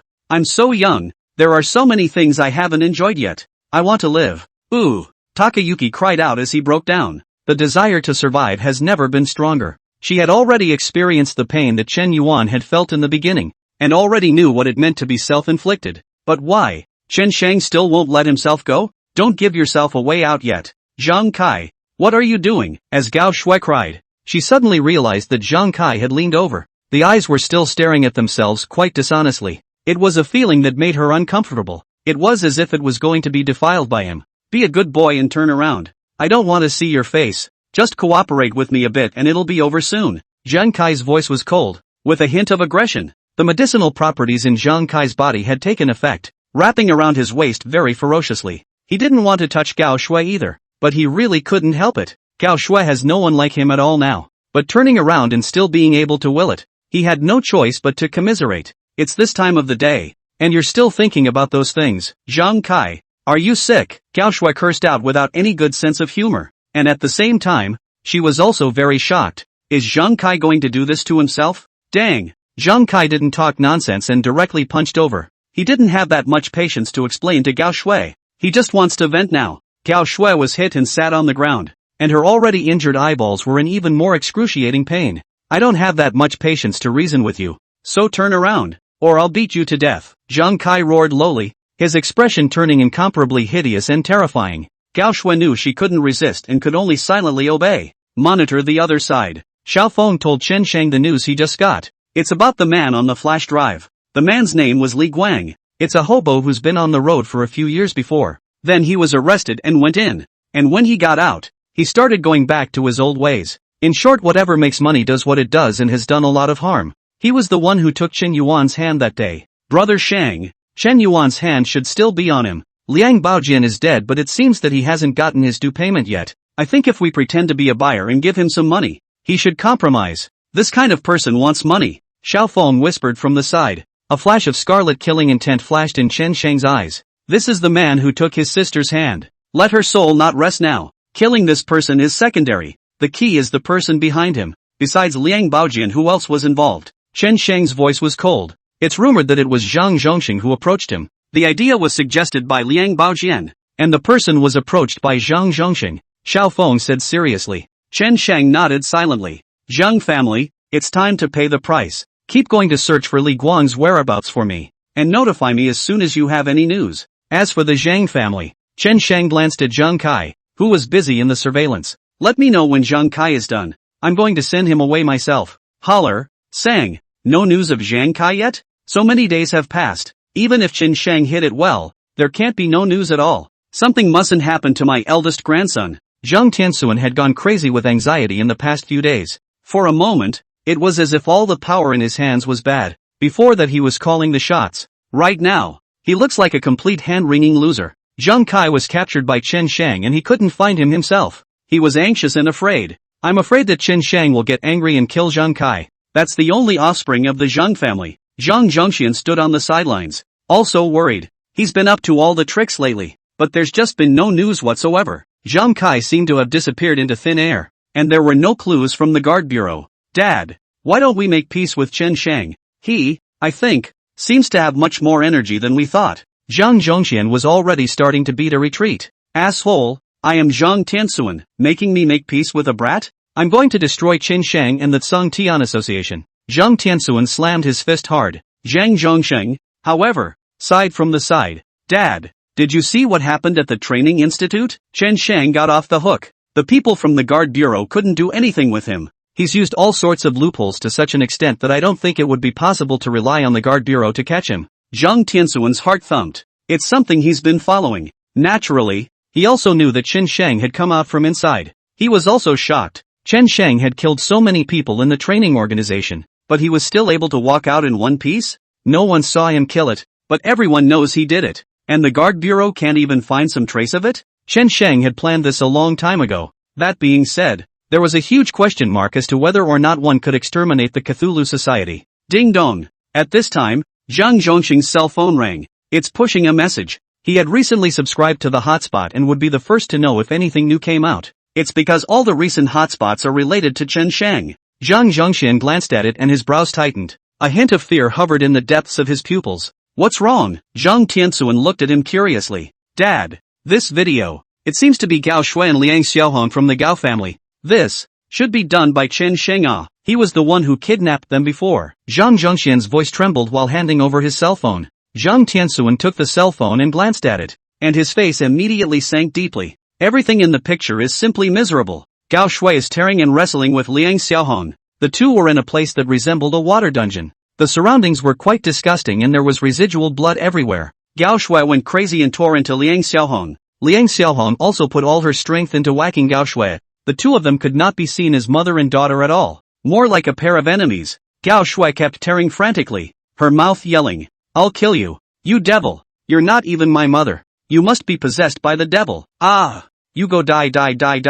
Liang Xiaohong wasn't willing to show weakness, but gradually she fell behind. Takayuki's desperate look seemed to scare her as much as anything. I'm your mother. I'm your mother. You asshole. Gao Shui. You shall not die. Hey.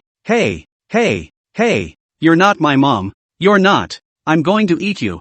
Ha ha ha. A burst of insanity, coupled with the gory images of near collapse. Liang Xiaohong was killed. As if irritated, Takayuki curled up and climbed onto the plank. After reading this, Zhang Tianxuan was silent. He couldn't help but look at Zhang Zhongxian one more time. The images of the Liang family's downfall. So will he or she be like that someday? Would Chen Shang, like this, kill himself? Are the consequences of messing with Chen Shang really so horrible? Dad, what do we do now? Zhang Zhongxian had completely lost his mind. Seeing this video, his entire body was bad. He subconsciously associated it with Zhang Kai. He was kidnapped by Chen Shang, and we still don't know what the situation is. Gao Shui's family is so miserable. Will he end up well? Before Zhang Tianxuan could say anything, his cell phone rang. It's a video. Sender unknown. He couldn't wait to click on it. What was on the video nearly broke him. It's Zhang Kai in the picture with Gao Shui. If they hadn't seen the previous video, they wouldn't have recognized that woman as Gao Shui.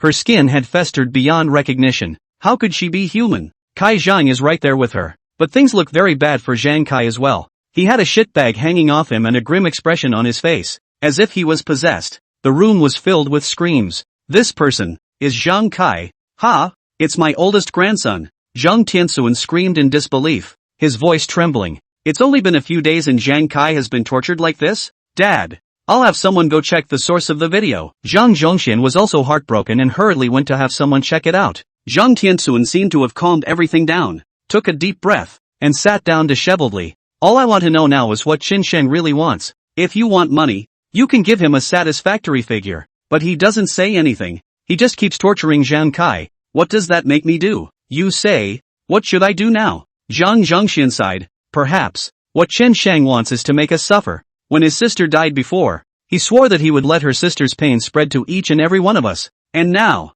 he's done it. Bullshit. Zhang Tianxuan slammed the table in anger. His sister is just an ordinary person. Zhang Kai is my Zhang family bloodline. He's a high and mighty Zhang family member. How can he be compared to her? 10,000 of her are no match for one Zhang Kai. Make us suffer? Is he capable of that? Zhang Zhongxian knew he was speaking in anger, because Chan Sang has already done it. Hadn't they spent these recent days in fear and uncertainty? The mental state these days has been swimming on the edge of collapse. He sometimes even wondered if he opened his eyes would Qin Sheng suddenly appear in front of him to give himself a knife. This kind of fear has never been seen before. Soon, a message was sent. If you want Zhang Kai to live, go to the river at night. It's from Chan Sang. Zhang Tianxuan's body tightened. A slight fear imprinted in his pupils. But soon, he clenched his fists again and narrowed his eyes. Bring the people from the martial arts troupe over with me at night. This time, never let Qin Sheng escape. Evening. The river was quiet. The reason why Qin Sheng had to choose the riverside was more to honor Chen Yuan. When Chen Yuan was alive,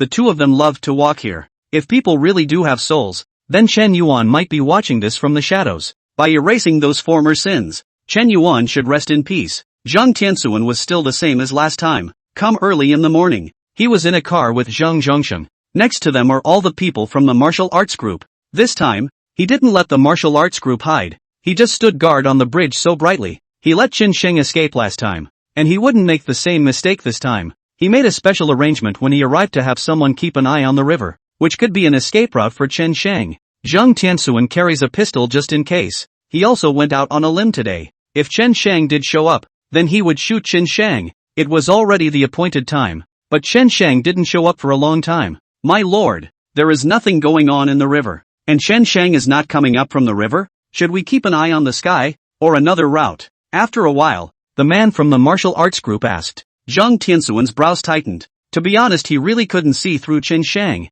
Not to mention he didn't know what kind of appearance he would make this time. It just doesn't feel right inside. All routes must be guarded. We must not let Qin Sheng go this time. Even if I put my old life on the line, I'll catch him today. Zhang Tianxuan gritted his teeth viciously and gripped his pistol tightly. He must want Qin Sheng to die today. Soon. My lord, we've spotted a boat coming up the river. There seems to be a man hanging from it. It's too far away for us to see clearly. The martial arts group reported loudly. Zhang Tianxuan and Zhang Zhongxing both looked over together, searching for suspicious spots on the river. It didn't take long for a small boat to float by. The boat was not too big or small, and looked like it could only hold 5 or 6 people. It floated on the smooth river without making a sound. You can see a man hanging from it. The man was in a rather lopsided position, and it was not clear if he was still alive. My lord, the person hanging above is Zhang Kai. The identity has been confirmed. That man, that's Zhang Kai. Zhang Tianxuan's heart thumped, and he hurriedly gave orders. Why don't you quickly bring the people back to me? Quick! Jump down! Zhang Tianxuan shouted, looking like he was on the verge of breaking down. Flop! Flop! One by one, the men of the martial arts group jumped into the water. There was a flurry of swimming towards the small boat. Zhang Tianxuan also rushed off the bridge and got on a boat to go over. Zhang Zhongxian advised him not to go, but he simply wouldn't listen. He's getting antsy. What about Qin Sheng? Has there been any discovery of his whereabouts? Zhang Zhongxing was more alert and asked loudly. No sign of Qin Sheng's whereabouts for now. There's no sign of Qin Sheng. Something might not be right. Chan Sang is like a ghost. He's everywhere. Would he be so nice as to send Zhang Kai back? There's definitely a scam going on here. Dad, get back here. There could be danger in this. Chen Shang is definitely swindling us. Zhang Zhongxing shouted over the intercom. Zhang Tianxuan, however, did not respond. Not much longer. With the cooperation of the martial arts group, they brought Zhang Kai's boat to the shore first. Then it was the first thing to go and call the EMTs to come over. Zhang Tianxuan's heart broke as he looked at Zhang Kai. Both of Zhang Kai's hands were chopped off. As bad as it's going to get. He was hanging upside down. His arteries had been slashed. Blood is falling like money. But he's still breathing. He's not dead yet. Now he should be able to survive as long as he is sent for medical attention. Chen Sheng, you did this to my grandson.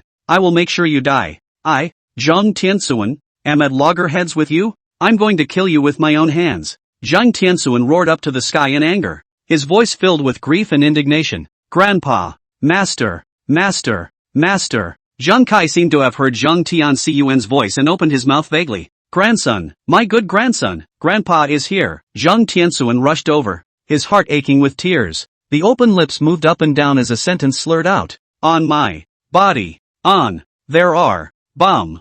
You. Run. Fast. What? Zhang Tianxuan didn't react to what was going on for a moment. What did Zhang Kai say? With a bomb on it? Is he the one with the bomb on him? Zhang Kai anxiously held his red face, gritted his teeth, and desperately wanted to speak up clearly, but was unable to do so. He's in pretty bad shape right now, and he's going to hang up at any moment. Grandpa, you quickly. Escape. Come on. Ah.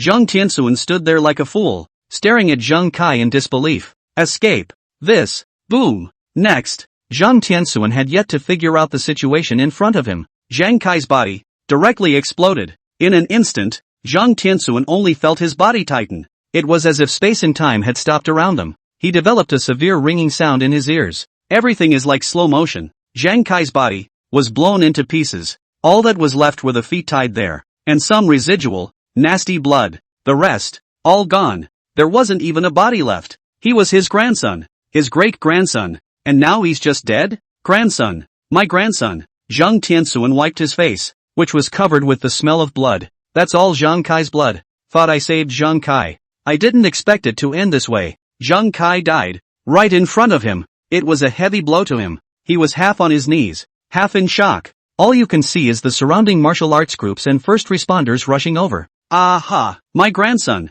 Chen Sheng. I don't share the same fate as you. Zhang Tianxuan almost collapsed. Already over 100 years old, he knelt on the ground and broke down and shouted. Those first responders and martial arts groups also heard the explosion. They were still all taken aback when they saw Zhang Tianxuan. He was covered in blood and looked incredibly wretched. Couldn't tell if there were any injuries on the body. Zhang Kai, who had originally fallen on the boat, was nowhere to be found at the moment. Just a pair of feet left standing. Where's Kai Zhang? My lord, where is Zhang Kai? Some of the people from the martial arts group that came behind them were unsure, and followed up with the first responders nervously. Dead. My grandson was blown up. It's all Chen Sheng's doing. He's the one who blew up my grandson. You EMTs, if you're what you eat, you guys are responsible for my grandson's death. It's because you guys came too late. Otherwise nothing would have happened. My grandson.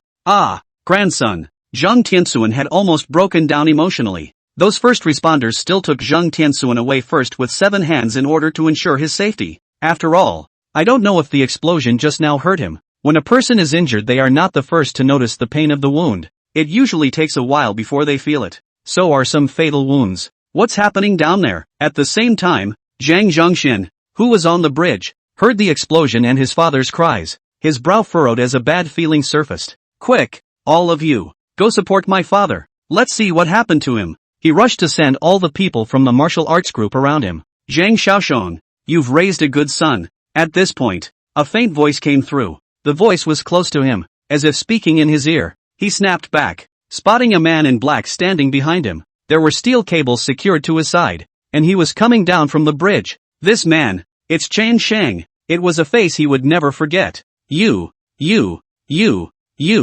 was too nervous to speak. His body subconsciously backed up again. You let someone take away my sister's hand. It wouldn't be too much for me to kill you. Chen Sheng's voice chilled down, seemingly unwilling to talk more nonsense with him. No. Come on people. Zhang Zhongxian was finally able to make a sound. What had been a nightmare suddenly became real, and he was in immense pain. Before that he had been fantasizing in his mind. Will Chen Sheng suddenly appear? Will he suddenly give himself a stab? Now those fantasies are coming true. Chen Sheng just appeared by his side. Unknowingly, the fear in his mind was being amplified indefinitely. The Zhang family will be destroyed. All Zhang family members must die. In the effort of a turn, Chen Sheng had already arrived at his side and stabbed him with a knife. At such a close distance, Zhang Zhongxiang simply couldn't dodge. One could only watch as the dagger in Chen Sheng's hand stabbed into his body. For a moment, he went limp, collapsed limply to the side. Mouths kept calling out for help. There was no emotion in Chen Sheng's eyes, just looking at him so quietly, as if looking at a poor maggot. Chen Sheng shot out quickly and stabbed over again. It was rooted on Zhang Zhongxian as if he was venting. and then a third cut. Zhang Zhongxian was desperate at this moment. He knew he was 80% dead. Just then, bang bang, the martial arts regiment opened fire. Several men rushed toward the area with guns at the ready. Let go of Lord Zhang. Be a good boy and raise your hands, or we'll beat you to death. Chen Sheng frowned. Zhang Zhongxing is still alive, but the people from the martial arts group were able to come, and they didn't have a chance to do it themselves. He took 2 steps back, an easy leap backwards. The body showed a perfect and exquisite arc in the air before flopping into the river. That man is Chen Sheng. He jumped. Oh my god, he really jumped. Notify the people on the river to arrest Chen Sheng. The martial arts group immediately sent out a notification. A few boats were coming up the river fast. At the same time there were others who jumped into the river to intercept Chen Sheng, but nothing was found. Zhang Zhongxing was also, at the first opportunity, taken to the hospital. In the hospital, he and Zhang Tianxuan were placed in the same ward. Zhang Tianxuan's face was burned and his internal organs were shocked, so he needed careful recuperation. Zhang Zhongxian, on the other hand, was hit by 2 knives, and one of them almost killed him. It took all night to finally salvage it. Zhang Kai is dead. My grandson is dead. He is right in front of me. Blown to powder. Zhang Tianxuan recited silently, as if talking to himself. Zhang Zhongxian also heard about this. He was hurting inside, too. His own son died just like that, without even a whole body. But he cares more about his life and death right now. Chen Sheng is a god. Can he be his match? He doesn't want to die. Dad, I've already reported it to the public, and everyone from the guard bureau has already started investigating. Zhang Zhongxian said. Zhang Tianxuan let out a shameful laugh. Now he seems to be earthly awake. After exchanging a few rounds with Chen Sheng, he already knew his gap. He was supposed to lead the men to catch Chen Sheng tonight, but it ended up with both of them being injured and Zhang Kai being killed. Counting on the guard bureau? That's a laugh. Might as well count on myself then. Chen Sheng, this is what you forced me to do. If I can't, I can only go to that person. As long as he steps in, you'll die for sure. Zhang Tianxuan and Zhang Zhongxing were injured, and this incident would have been a big deal and should have been on the hotspot. After all, Zhang Tianxuan's identity was too special, but it was overpowered by the heat of the Takayuki incident. Gao Shui killed her own mother with her own hands, and this unconscionable act quickly caused a huge backlash. Many people who knew Gao Shui also expressed their incredulity. The tortured person in the picture was really Gao Shui? She used to be a great beauty, and now she would be so miserable and wretched. What's even more unbelievable is that she killed her own mother, and in such a crazy way. It was a mouthful. How crazy is that? This video was the first thing the guard bureau received. Also send someone to look for Takayuki, but to no avail. Gosetsu, they couldn't find it at all. It's like she's disappeared. This case was also hung up in the guard bureau by them, and a death order was given from above that within a month. A 123 must be investigated. In the guard bureau, Chen Guohua, Li Jun and the others were dead in the water. It's something they really don't know where to start. Gao Shui was kidnapped by Chen Sheng before. Could it be at Chen Sheng's place? Could this kind of thing be done by Chen Sheng? Some voiced the question in their minds. That's what everyone in the guard bureau was thinking at this moment. But what can they do? Go to Mr. Chan. Do they have any evidence? It must have ended up being a wasted effort. Even if it is, do you have proof? Chen Sheng will leave evidence for you? Chen Guohua turned around and questioned the man. The man immediately stopped talking and was also worried. Li Jun picked up next to him. But the above gave us a death order. There must be progress within a month. Look at the current situation, not to mention a month. Even if it is a year is difficult. That video has had a huge impact online, and public opinion is now not in our favor. This whole thing is a pain in the ass. The room fell silent again. At this moment they were all wondering what they would do next if they were Chen Sheng. Team Chen, there's a discovery. At that moment, a man ran in at the door, looking alarmed and anxious to report. What happened? Is there some more trouble? Chen Guohua was dying of worry these days. Thanks to Chen Sheng's blessing, they've been busy with their feet hitting their asses. There hasn't been any progress on the Zhang family's matter, and now there's this mess. The man got down and gasped for a few breaths before he slowly spoke. Gao Shui, caught. Last night. Actually, Takayuki came out. Only no one would recognize her. She's walking down the street like a beggar now, like she's crazy, with her clothes in tatters, her speech slurred, and her thoughts disorganized. All she could think of now when she closed her eyes were the images of her previous torture. By Chen Sheng. By Zhang Kai. She couldn't help but let out a scream at the thought of Zhang Kai frantically venting on her. Zhang Kai, it's all your fault. It's all your fault. If you hadn't offended him, how could I have become like this? If I have the chance, I really want to kill you with my own hands. It's all because of you that we've been victimized. You bastard. Shameless villain. Following that, she squatted on the ground again and hugged her head and cried, looking incomparably broken. Chen Shang, please let me go. I really didn't mean it. Please give me a chance to change my ways. Don't kill me, okay? Repeating these actions back and forth without stopping, Takayuki had broken down. At night, she's like a walking corpse, wandering back and forth in a once familiar city. Hey, is that a woman? No? Holy shit, that's a nice body. Brothers, go over and have some fun? A group of drunks happened to be passing through the alley late at night. Spotted Takayuki, who happened to be passing by. Little sister, come and play. Coming out alone so late. Is there no one to love you? A few drunkards smiled and made a move on Gao Shui. Gao Shui was in a sorry state, but her former charm was still there. Not a bad little beauty for these drunks. Aha, don't you kill me. I really didn't mean it. I didn't want things to turn out like that. Please, don't hurt me. Gao Shui immediately broke down and hugged her head and cried, Egu, is this stimulated? One of them had a twinkle in his eye and was immediately happy. It's the only time a woman is easy to get a hold of. Ha, it's okay, brother is good to you. You go with brother. We won't hurt you. A few pats on the back for reassurance. Really? Takayuki's eyes gradually cleared. That's for sure. How could we bear to hurt you? You come with us over there for a bit so we can protect you too. A few people talked and seduced, and took Gao Shui to a place where no one was around. Then, 7 or 8 drunks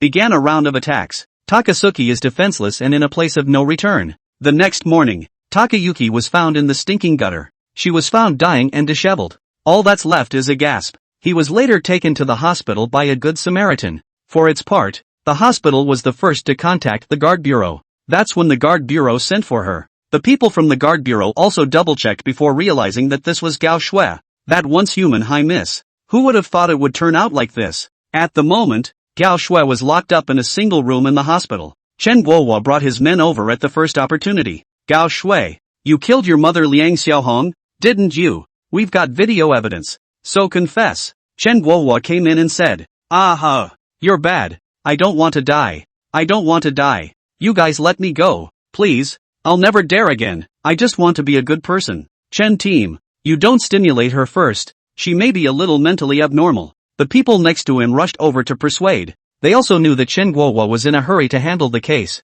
but it's not a good idea to push Gao Shui so hard. I heard from the doctor that she was, and all torn up by 7 or 8 drunks last night. So serious? Chen Guohua frowned. He wasn't worried about Gao Shui, but it seemed that he couldn't inquire in such a situation, at least until she's healed. All he wants now is to close the case quickly. Teen Chen, why don't you go back to rest and relax first? You haven't had much rest these days. You can come back when Gao Shui's situation has stabilized. Chen Guohua took a deep breath and shook his head. I'm not leaving. I'm going to wait here. This matter is taken very seriously by the top. Nothing must go wrong. Tell the doctor to stabilize Gao Shui as soon as possible. We have something to ask her. At that moment, a doctor pushed his way in. He frowned distractedly at the sight of so many people surrounding him. It's going to affect the patient's rest if so many of you gather around here. And the patient doesn't have long to go, so do you have to push her so hard? These words caused Chen Guohua and the others to instantly furrow their brows. Chen Guohua pulled the doctor back and questioned loudly. Wait, what do you mean she doesn't have much time left? That doctor said helplessly. She drank paraquat. This kind of medicine has no solution. We have already helped her to wash her stomach and do some basic detoxification treatment, but the effect is not obvious. She can only wait for days slowly now. What? Chen Guohua felt a cold sweat seep out of his back. An inexplicable fear instantly wrapped around him. Chen Shang releases Gao Shui, but leaves her to slowly wait for death. First you give her hope, then you make her despair. What's the scariest thing in the world? It's knowing when you're going to die and not being able to do anything about it. Gao Shui was now in a poor mental state, not yet realizing how much fear was in her heart. The doctor went on to say, she'll probably only have 2 or 3 days left now, and during that time she'll be in immense pain, with seizures coming on at any time, and the organs in her body slowly failing. What you're going to ask her? It's best to wait until she's in a better condition, or it might backfire. Chen Guohua took a deep breath and nodded silently. The people in the guard bureau still had a glimmer of hope, but now they all despaired upon hearing this. This tactic of Chen Shang's was too terrifying. Let Takayuki wait for her death and let her take one step towards hell. They didn't continue to stand guard even after listening to the doctor's orders, but left the ward. It wasn't until the morning of the second day that Takayuki woke up. Chen Guohua walked in on the first one. Gao Shui, why did you kill your own mother? Now that the video has been posted on the internet, you can't even think of pleading not guilty. I advise you to admit it obediently. And you don't have long left to live. Leaving with a guilty conscience won't make it any easier for you when you get to Hades, so you might as well come clean about it all. Cao Shue's eyes were lifeless, as if her soul had been drained. Her lips were white and she didn't look like she had much life left in her. The blood on his face faded a little more. No one knew what she was thinking in this moment. Perhaps confessing his faults, or thinking about his end. It was as if she had seen death carrying a scythe to meet her. Hey, I'm asking you, do you hear me? Chen Guohua yelled out as soon as he was in a hurry. No, Gao Shue's emotions immediately broke down,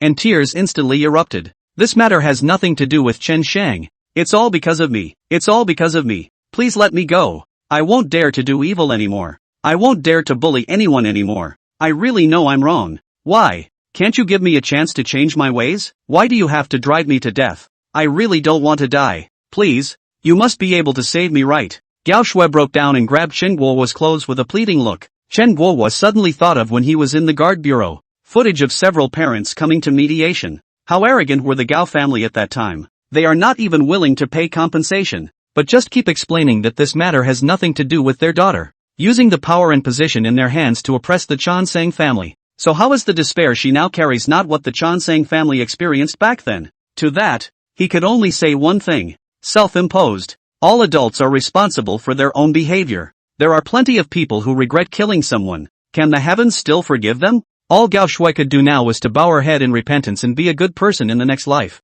Everything in this life is a done deal. Chen Guohua saw that he couldn't ask anything from her, so he could only leave. That afternoon, Gao Shui died because of the failure of resuscitation. She died with her mouth agape. I was wrong. I was wrong.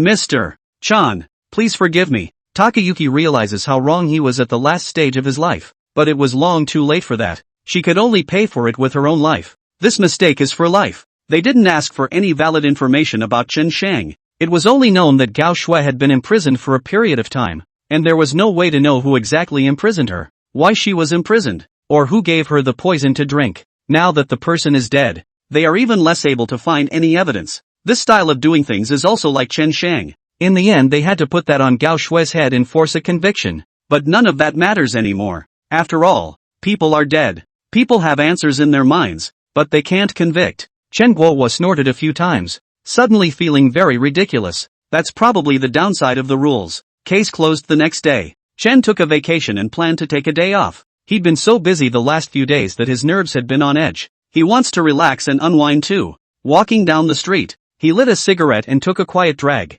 Looking back on this time, he felt as unreal as a dream. So much had happened in a short period of time between Chen Yuan's accident and Chen Shang's return. Many things have refreshed Chen Guohua's perception. It even made him question life, doubt the rightness of the power exercised in their hands, doubt that the path you're on is the right one or not. So far, his brain was still a mess. Between good and evil, he could no longer tell who was right and who was wrong. Chansang is sometimes a savior and sometimes a demon. The last time the Forensic Training Institute happened, Chen Guohua was expecting Chen Shang to come at that time. Since those people disregarded the rules, they should let Chen Shang punish them, make them pay, and let them know that justice still existed in this world. But really when Chen Shang came over, his heart was filled with regret. Thinks that Chen Shang has gone too far. Thinks there's too much killing in him. Perhaps there are degrees of this that no one can grasp. Being both good and evil. Becoming a god or a devil with a single thought. This is the nature of Chen Shang. He even wondered if it would not be a beautiful thing if one day he shed this layer of skin and joined the Tsangtian society. And from then on, he would be fastidious and stand up for those who needed help. Justice exists in the hearts of many. Just not many can let it go. After all, there is too much at stake. The most wonderful thing about this world is that any evil in the living world will eventually be exposed to the sunlight and buried in the darkness. And that's why we have a new world, a new life, and generations of people who are constantly striving for it. Suddenly, a familiar voice came over. Chen Guohua snapped back to look. It was discovered that the person speaking was none other than Chen Shang. He was sitting alone on a roadside bench with a cigarette in his mouth and a leisurely expression, looking at the endless stream of people. Chen Shang, you still dare to come out? Chen Guohua gave a surprised cry. Chen Shang looked at him and smiled slightly. Sit. Chen Guohua didn't think much about it and obediently sat down. He thought about it and still couldn't help but speak. Chen Shang, the last time. Chen Shang smiled. If you have evidence, you can arrest me anytime. I have no complaints. Chen Guohua was like being poured a pot of cold water. Evidence? That's what they've been searching for and have never been able to find. There was nothing they could do about Chen Shang. Chen Shang, I understand how you feel, and with all that you've done so far, I also feel that you've done everything right. But this is North Sky City, a place of rules, and I don't want you to continue to be wrong anymore. It might not be too late to repent in time, and now that Chen Yuan's murderers are dead, shouldn't you stop? Chen Guohuo was very seriously persuading Chen Shang. Instead of answering his question, Chen Shang asked a rhetorical question. What do you think is right and what is wrong in this world? I was right to take revenge, but wrong in your eyes. Yao Yu is being targeted, which is right in the eyes of the training organization, but in our eyes, that's wrong. It's wrong that evil people run rampant and take up the resources of the vast majority of the people in this world, but in their minds, they deserve to exist. I am taking revenge and clearing the world of its sins, and I know that this may be a difficult path to take, and perhaps my existence won't change anything at all, but this is a path that I will keep going once I have chosen it. As long as evil exists in this world, I will never stop. After Chen Shang finished, he handed Chen Guohuo a cigarette and got up to leave himself, disappeared into the haze. Chen froze for a moment, sitting still for half a day. Chen Shang was born for sin, deep in the mud, but still holding on to his original beliefs. A thought grew stronger in his mind. Want to join the Cthulhu Society, trying to do the people a favor, trying to do God's work for him, trying to eradicate all evil. Northern Sky City, the center of power structure. An emergency meeting is being held here. The initiator is Zhang Tianxuan. He had just been discharged from the hospital and was still in a sling, so he couldn't wait to come to the meeting. The people above also knew that Zhang Tianxuan was in a hurry, and they all cooperated and came to the meeting. In the largest auditorium, the crowd gathered around. These are the people who stand at the top of the power structure. Power in the hand is greater than in the hand. The eyes were all focused on Zhang Tianxuan. He has always been very healthy, never had any illnesses, and even when he encountered the biggest things, he could laugh it off and never took it to heart. But today, he's like a different person. The whole person became incredibly weak, and his eyes were thick with fear. It's as if he's being crushed by something huge and can't breathe. This, coupled with the fact that he was in a sling, added to the feeling of a few weaknesses. See that everyone is here. Zhang Tianxuan opened his mouth trembling. Leaders, colleagues, I have no choice but to invoke this emergency meeting today, so please forgive me if I have disturbed you. I, Zhang Tianxuan, am from a martial arts regiment family that has done a lot for the country of A, and has even produced several generations of famous generals. Our family, too, has always been impartial and law-abiding, and has never done anything wrong. On the contrary, we have contributed more than anyone else to North Sky City. It can be said that we have a clear conscience. The same goes for the Liang family. I'm sure everyone should have heard about the Liang family. Liang Baojian is dead. Although he did a lot of things that hurt the world, I don't think his crime is to death. His merits outweigh his faults. Take a step back and say that even if he did something wrong, he shouldn't be judged by Chen Shang. This is contempt for us and a provocation to the power structure in North Sky City. They are simply a tumor. The more Zhang Tianxuan spoke, the more angry he became. His voice trembled and he waved his fist in venting. Then he coughed violently. He was weak. On the one hand, there is the fallout from the last explosion. And on the other hand, there is grief. His own grandson was killed. Killed right in front of him. He couldn't even leave a body behind. He couldn't swallow this breath. Old Zhang is right. North Sky City is about rules. Even if there is a mistake, it shouldn't be judged by one person. This is a provocation against us. It's a defiance of the whole rule. Immediately below, there was a response to his words. The others nodded. This whole thing is really over the top. Liang Baojian died a rather gruesome death. Zhang Tianxuan's grandson was also killed. Not even a whole body. Now his son, Zhang Zhongsheng, is still lying in the hospital. When has Zhang Tianxuan ever suffered this kind of anger? He was planning to mobilize the power of Northern Sky City to deal with the Zhongtian society. Zhang Tianxuan took a deep breath to stabilize his emotions and then said, the existence of that Zhongtian society was originally out of order. We should eradicate it so as not to cause any trouble. Do justice to the existence of our authority. As far as I know, a lot of things have happened recently because of the Zhongtian society. They are simply lawless, and I don't know how many crimes they have committed in their hands. Why don't we take this opportunity to eliminate them in one fell swoop? And it'll be considered as doing the people a favor. When that was said, 80% of the people below raised their hands in agreement. They had all heard a little bit about what had happened in North Sky City recently. All of them also knew that there was an organization called the Cthulhu Society. They will never allow this evil to continue. Wait, at that moment, Sun Qinghai loudly interrupted them. After all you've said, this is all nothing more than your own speculation. Do you have proof? Proof that this was all done by the Cthulhu Society? Those words brought the hall back to silence. Zhang Tianxuan's face was even more ugly. If there was evidence, he would have arrested them long ago. Why would he need to come here for a meeting? He couldn't help but look at Sun Xinghai one more time. The evidence is not available yet, but I guarantee with my head that this incident was definitely done by someone from the Cthulhu Society. If it's wrong, then cut off my head. I'm not doing this for my own benefit. I'm doing this for the tranquility of North Sky City. With their presence, this city can't be at peace. They kill innocents indiscriminately. They are simply a bunch of demons. Old Zhang, Sun Xinghai interrupted, his expression serious. As far as I know, even though the Cthulhu Society exists, they haven't done anything to harm the heavens. On the contrary, in the days when they appeared at the Northern Sky City Guard Bureau, the law and order here has never been better. The Tsangtian Association has also donated a number of Hope Elementary schools, welfare centers, and various projects to benefit the people in their personal name. They haven't asked for any favors, much less harmed any innocent people. So why should we exterminate them? Should we exterminate a group of righteous people? If we let everyone know about it, then won't we become executioners with blood-stained hands? Who will dare to do good deeds or do harm to the people in the future if this goes on? The entire conference room instantly fell silent, and everyone hesitated. If it's really like he says it is, then the existence of the Cthulhu Society wasn't a bad thing for North Sky City. Rather, it was a good thing. But they couldn't help but wonder in their minds, is there really such an organization? Taking no favors for the people and donating so much money for free to help those in need.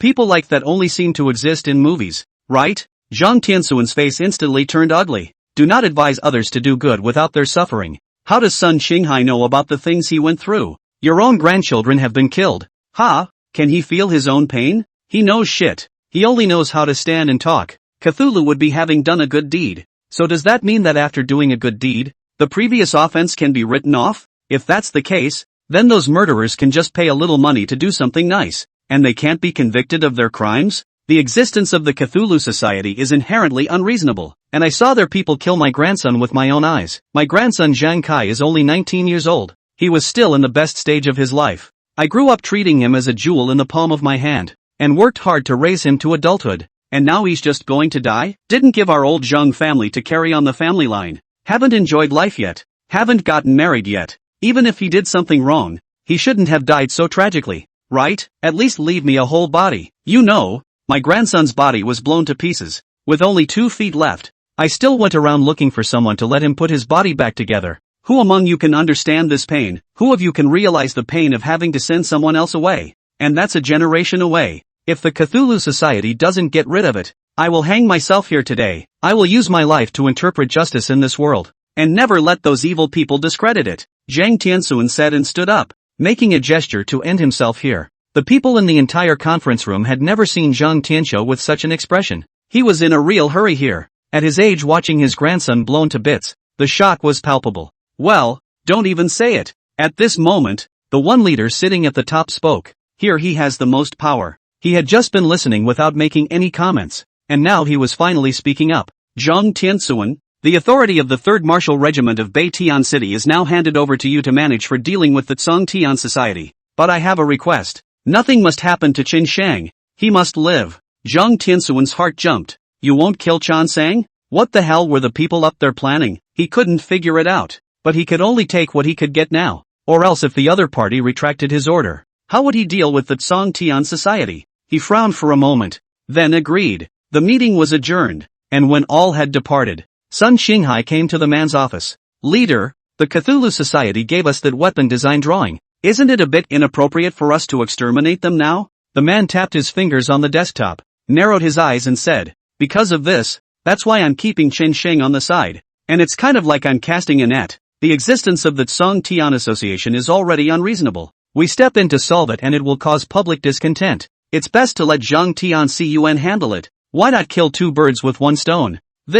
Sun Xinghai took a deep breath. Although he felt a little sorry for Qin Shang, but all he could do now was to save his life. Zhang Tianxuan left the center of power before heading to the 3rd Martial Regiment. After a simple handover of formalities, he managed to take over the place. Before, he also had the power to take charge of the martial arts troupe, but that was too much of a limitation to compare with today's power. And the 3rd Martial Arts Regiment, there were 50,000 people. Now, he could go against the Cthulhu Society with great fanfare. He took the lead in ordering people to investigate the inner workings of the Cthulhu Society and the industries it was involved in. This time, He didn't want to make too much of a commotion, and only wanted to finish off the Cthulhu Society. Then the best thing to do is for them to disintegrate from within. Know your enemy and know yourself in order to win 100 battles. The first thing to do is to investigate how much power they really have. That way it's easier to get started. This time, he would make the people of the Tsung Tian Association bury Zhang Kai with them. Later that night, the most luxurious hotel in northern Sky City, the largest private room. Zhang Tianxuan was sitting with one person waiting for someone. The man looked a little nervous, as if he'd never been in such a luxurious place before, and his eyes surveyed it curiously. There are 2 risers in the dining room. He was surprised to find that both risers were topped with gold dust. You can imagine the kind of presence that comes to dine here. How ironic that the places where rich people eat cost more than their entire fortune. Sit quietly and wait here. That lord will be here soon. Don't disgrace me later, Zhang Tianxuan ordered. Li Guang hurriedly nodded his head in agreement, acting incredibly obedient. Originally, he thought he was dead. He'd also heard about the Forensic Training Institute. Chen Shang killed so many people. Although there was no direct evidence that Chen Shang had done it, he knew in his heart that this matter must be inseparably related to Chen Shang's sister. After he learned that Chen Shang had come out of the guard bureau, he was so nervous that he wanted to flee to another country for a while. Chen Shang, this is already killing mad. It was he who cut off Chen Yuan's hand in the first place. Will Chen Shang be willing to let himself go? He's a nightmare. He's hell. He's out of reach. Until Zhang Tianxuan called himself and explained his intentions, Zhang Tianxuan was going to introduce him to another lord and show himself a way to live. With a million thanks, he came over anyway. Not knowing who the Lord Zhang Tianxuan was talking about was, he was now filled with curiosity. Squeak! It didn't take long for the door to open. 3 men walked in from outside. A man who appeared to be in his early 30s was followed by 2 cold-faced bodyguards. These 2 bodyguards looked like the kind of existence that had been through 100 battles, with a lean figure and very venomous eyes. Carrying a gun with you is not at all evasive. The man's eyes were squinted, a little lewd, but unusually spirited. It's as if nothing escapes his eyes.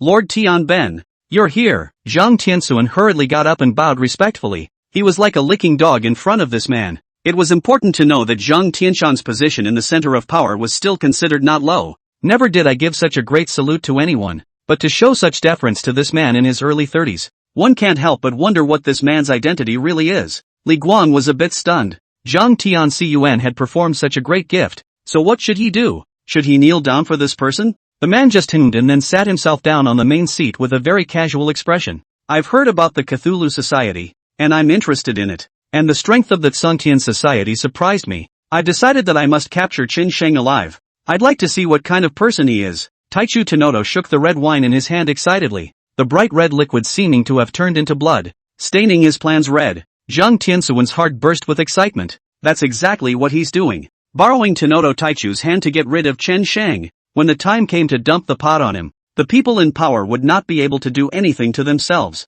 Chen Shang was the mastermind behind the murder of Zhang Kai. How could he let Chen Shang go? Thank you for your help, Your Excellency. Chen Shang is definitely no match for you, Your Excellency. If you make a move, you will surely succeed. Zhang Tianxuan hurriedly bowed and poured wine for him. Zhang Tianxuan's smooth career path was not due to his outstanding ability or his outstanding merits. Rather, it's because the Tomoto family is behind it. Without their support, he is nothing at all. How is it possible to get to this high position in the center of power? No one succeeds at anything, and nothing is ever what it seems. And Zhang Tianxuan is also a pawn that the Tianben family has planted in a country. Tianben Taichu sneered a few times. That's for sure. How can a mere Chen Shang be a match for me? Tianben? It's not just Chen Shang. In the future, the entire country of A will be under our control. Zhang Tianxuan, you're considered lucky to be the first to join the Tianben family. Your future will be bright in the future. I will help you with this matter. Chen Shang shall die. So,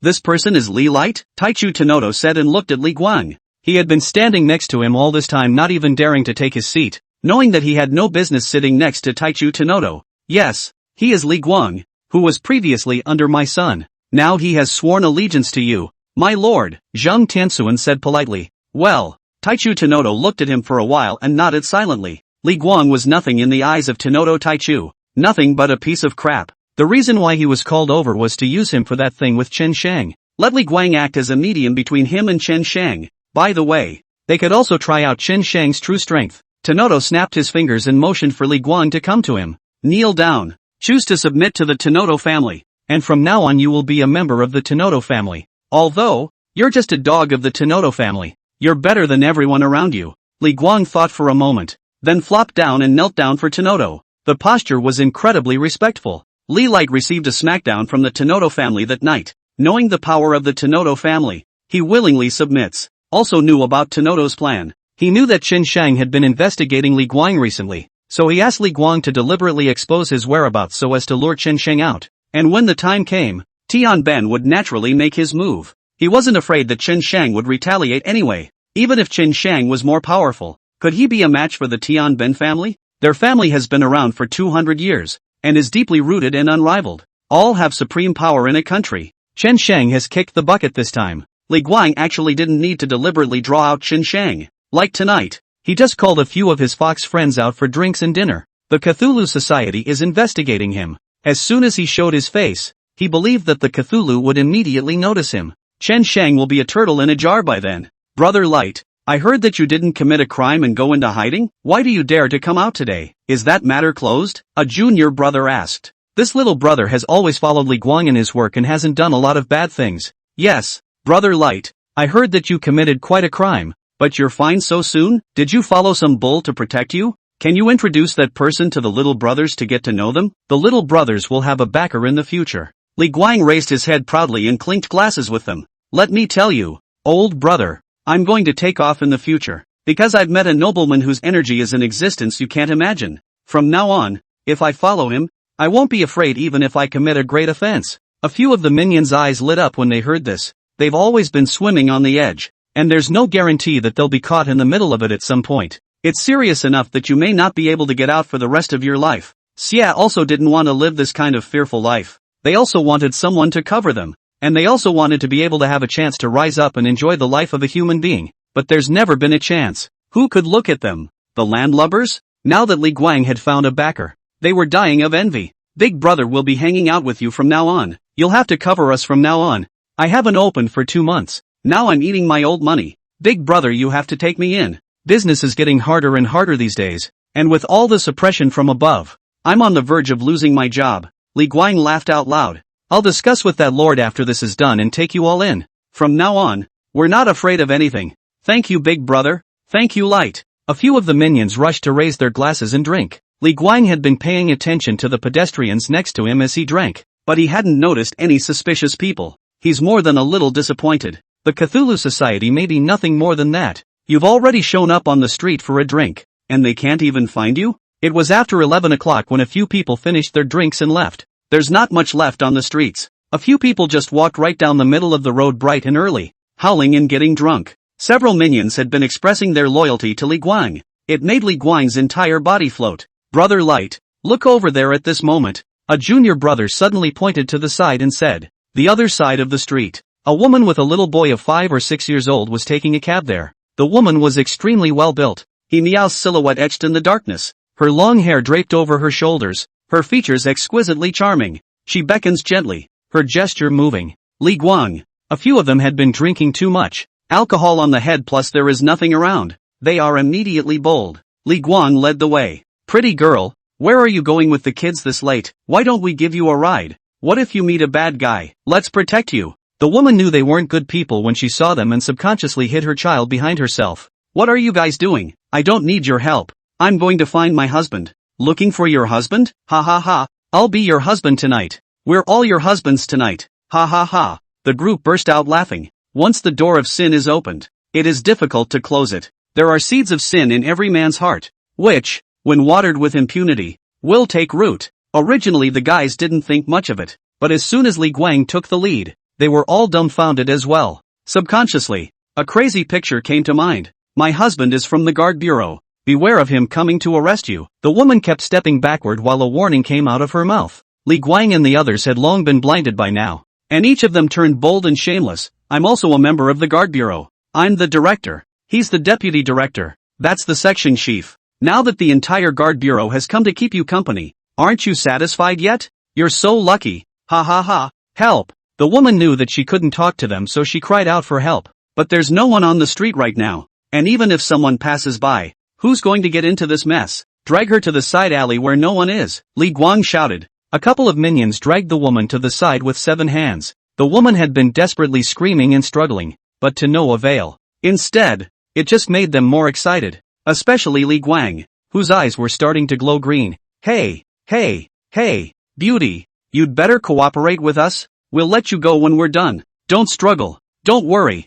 We'll be gentle and make sure we don't hurt you. Don't look at the rough-looking brothers, but they still know how to show mercy. The woman shielded herself with both hands. How could she stand alone in the midst of a pack of hungry wolves? She was so scared that she kept shouting and crying. She never dreamed that she would encounter such a thing even though she was a family member of the Guard Bureau. It's amazing how the clutches of criminals can reach out to themselves as well. She saw her son in a trance, standing there alone and dumbfounded as if he was terrified. It was fine for her to be taken advantage of by these assholes herself. Something must not happen to her son. She yelled at the top of her lungs. Wanda, run and get your dad. Run. Wanda is only 5.5 years old, but is much more mentally mature than the average child, because since he was a child, his father taught him to punish evil and to fight against evil forces. Now that his own mother was in danger, how could he leave alone? Usually, even if the kids are bullied by the upperclassmen, he will step in to help. In the face of these wolf-like villains, a 5.5-year-old boy showed bravery like he had never seen before.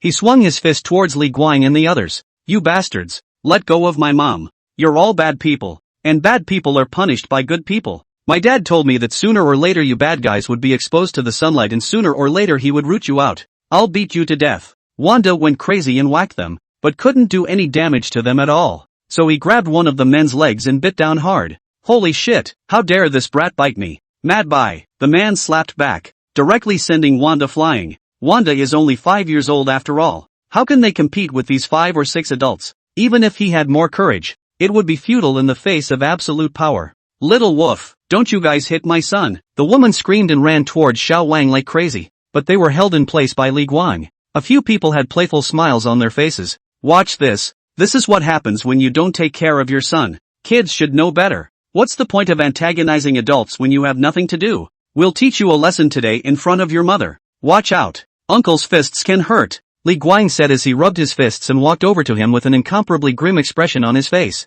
Wanda's head was dizzy from the slap she had just received, and it took half a day for her to get up from the ground. But instead of retreating, he swung both fists in front of his chest in a fighting stance. You bullied my mom. I'll fight you. Dad said that evil can't be defeated. You can't beat me. This comment caused a few people to let out a call. What kind of bullshit is that? That's just grown-ups lying to kids. In this world where there is good, there is evil, and this has been the case for thousands of years, and no one can really get rid of the evil in this world. This little kid is so naive too. Stop by and teach him a lesson today. Learning people to punish evil and promote good? Grass. Wanda put all her strength into punching at him, but the fist felt like it was hitting iron. That punch didn't have much effect at all. Instead, it was Li Guang, who turned around and slammed a heavy punch into Wanda's face. He struck without mercy, almost using his full strength. How can a 5-year-old child take such a blow? He fell to the ground again with a scream of misery. Covering his face in pain, he rolled on the ground, couldn't hold back the screams.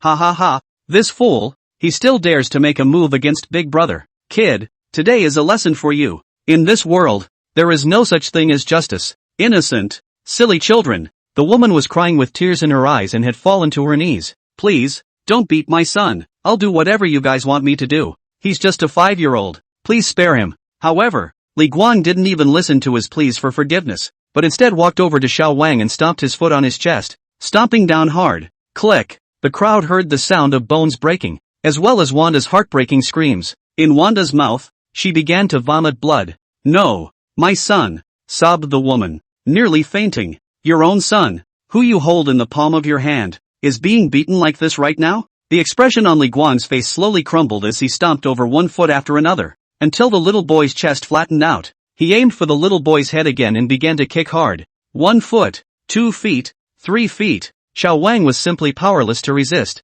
just watching this vicious man greet himself vigorously, as if he was venting. By the end of the day he couldn't feel the pain anymore. It just felt like everything was drifting away. Ethereal. His head in this moment recalled his father's words. Good will eventually triumph over evil in this world. When you grow up, you should be a righteous man and do good to the people. My wolf is the best. Daddy's proud of you. In the future, you have to protect mom and dad. A tear fell from the corner of Wanda's eye. It was his parents that existed in his mind in these last moments. Without a word of mommy coming out of his mouth, he closed his eyes forever. With an expression of immense pain, Li Guang didn't know how many kicks in total until Wanda hung her head and didn't move a muscle. After venting, he returned to the woman. Smilingly, he looked at her. Your son can't move anymore. Now are you going to listen properly? I'll fight you all. The woman yelled like crazy, her voice muffled. Wanda hadn't moved. It was his own son. He became this way to protect himself. Martyr bitch, how dare you resist? You want to become like your son? I can fulfill you, but first let us have a good time. Li Guang laughed evilly a few times, then grabbed the woman's hair and ruthlessly threw it to the side. A few of the boys were able to cooperate and came over to hold the woman down. Even though the woman struggled and resisted as hard as she could, it didn't help at all. Where would Li Guang and the others let her go? Everything is shrouded in darkness, and the most evil side of human nature is on full display, staged without pressure in this dark alley. This insane, unconscionable outburst. Li Guang and the others, this night have been transformed into demons. This scene, heaven forbid.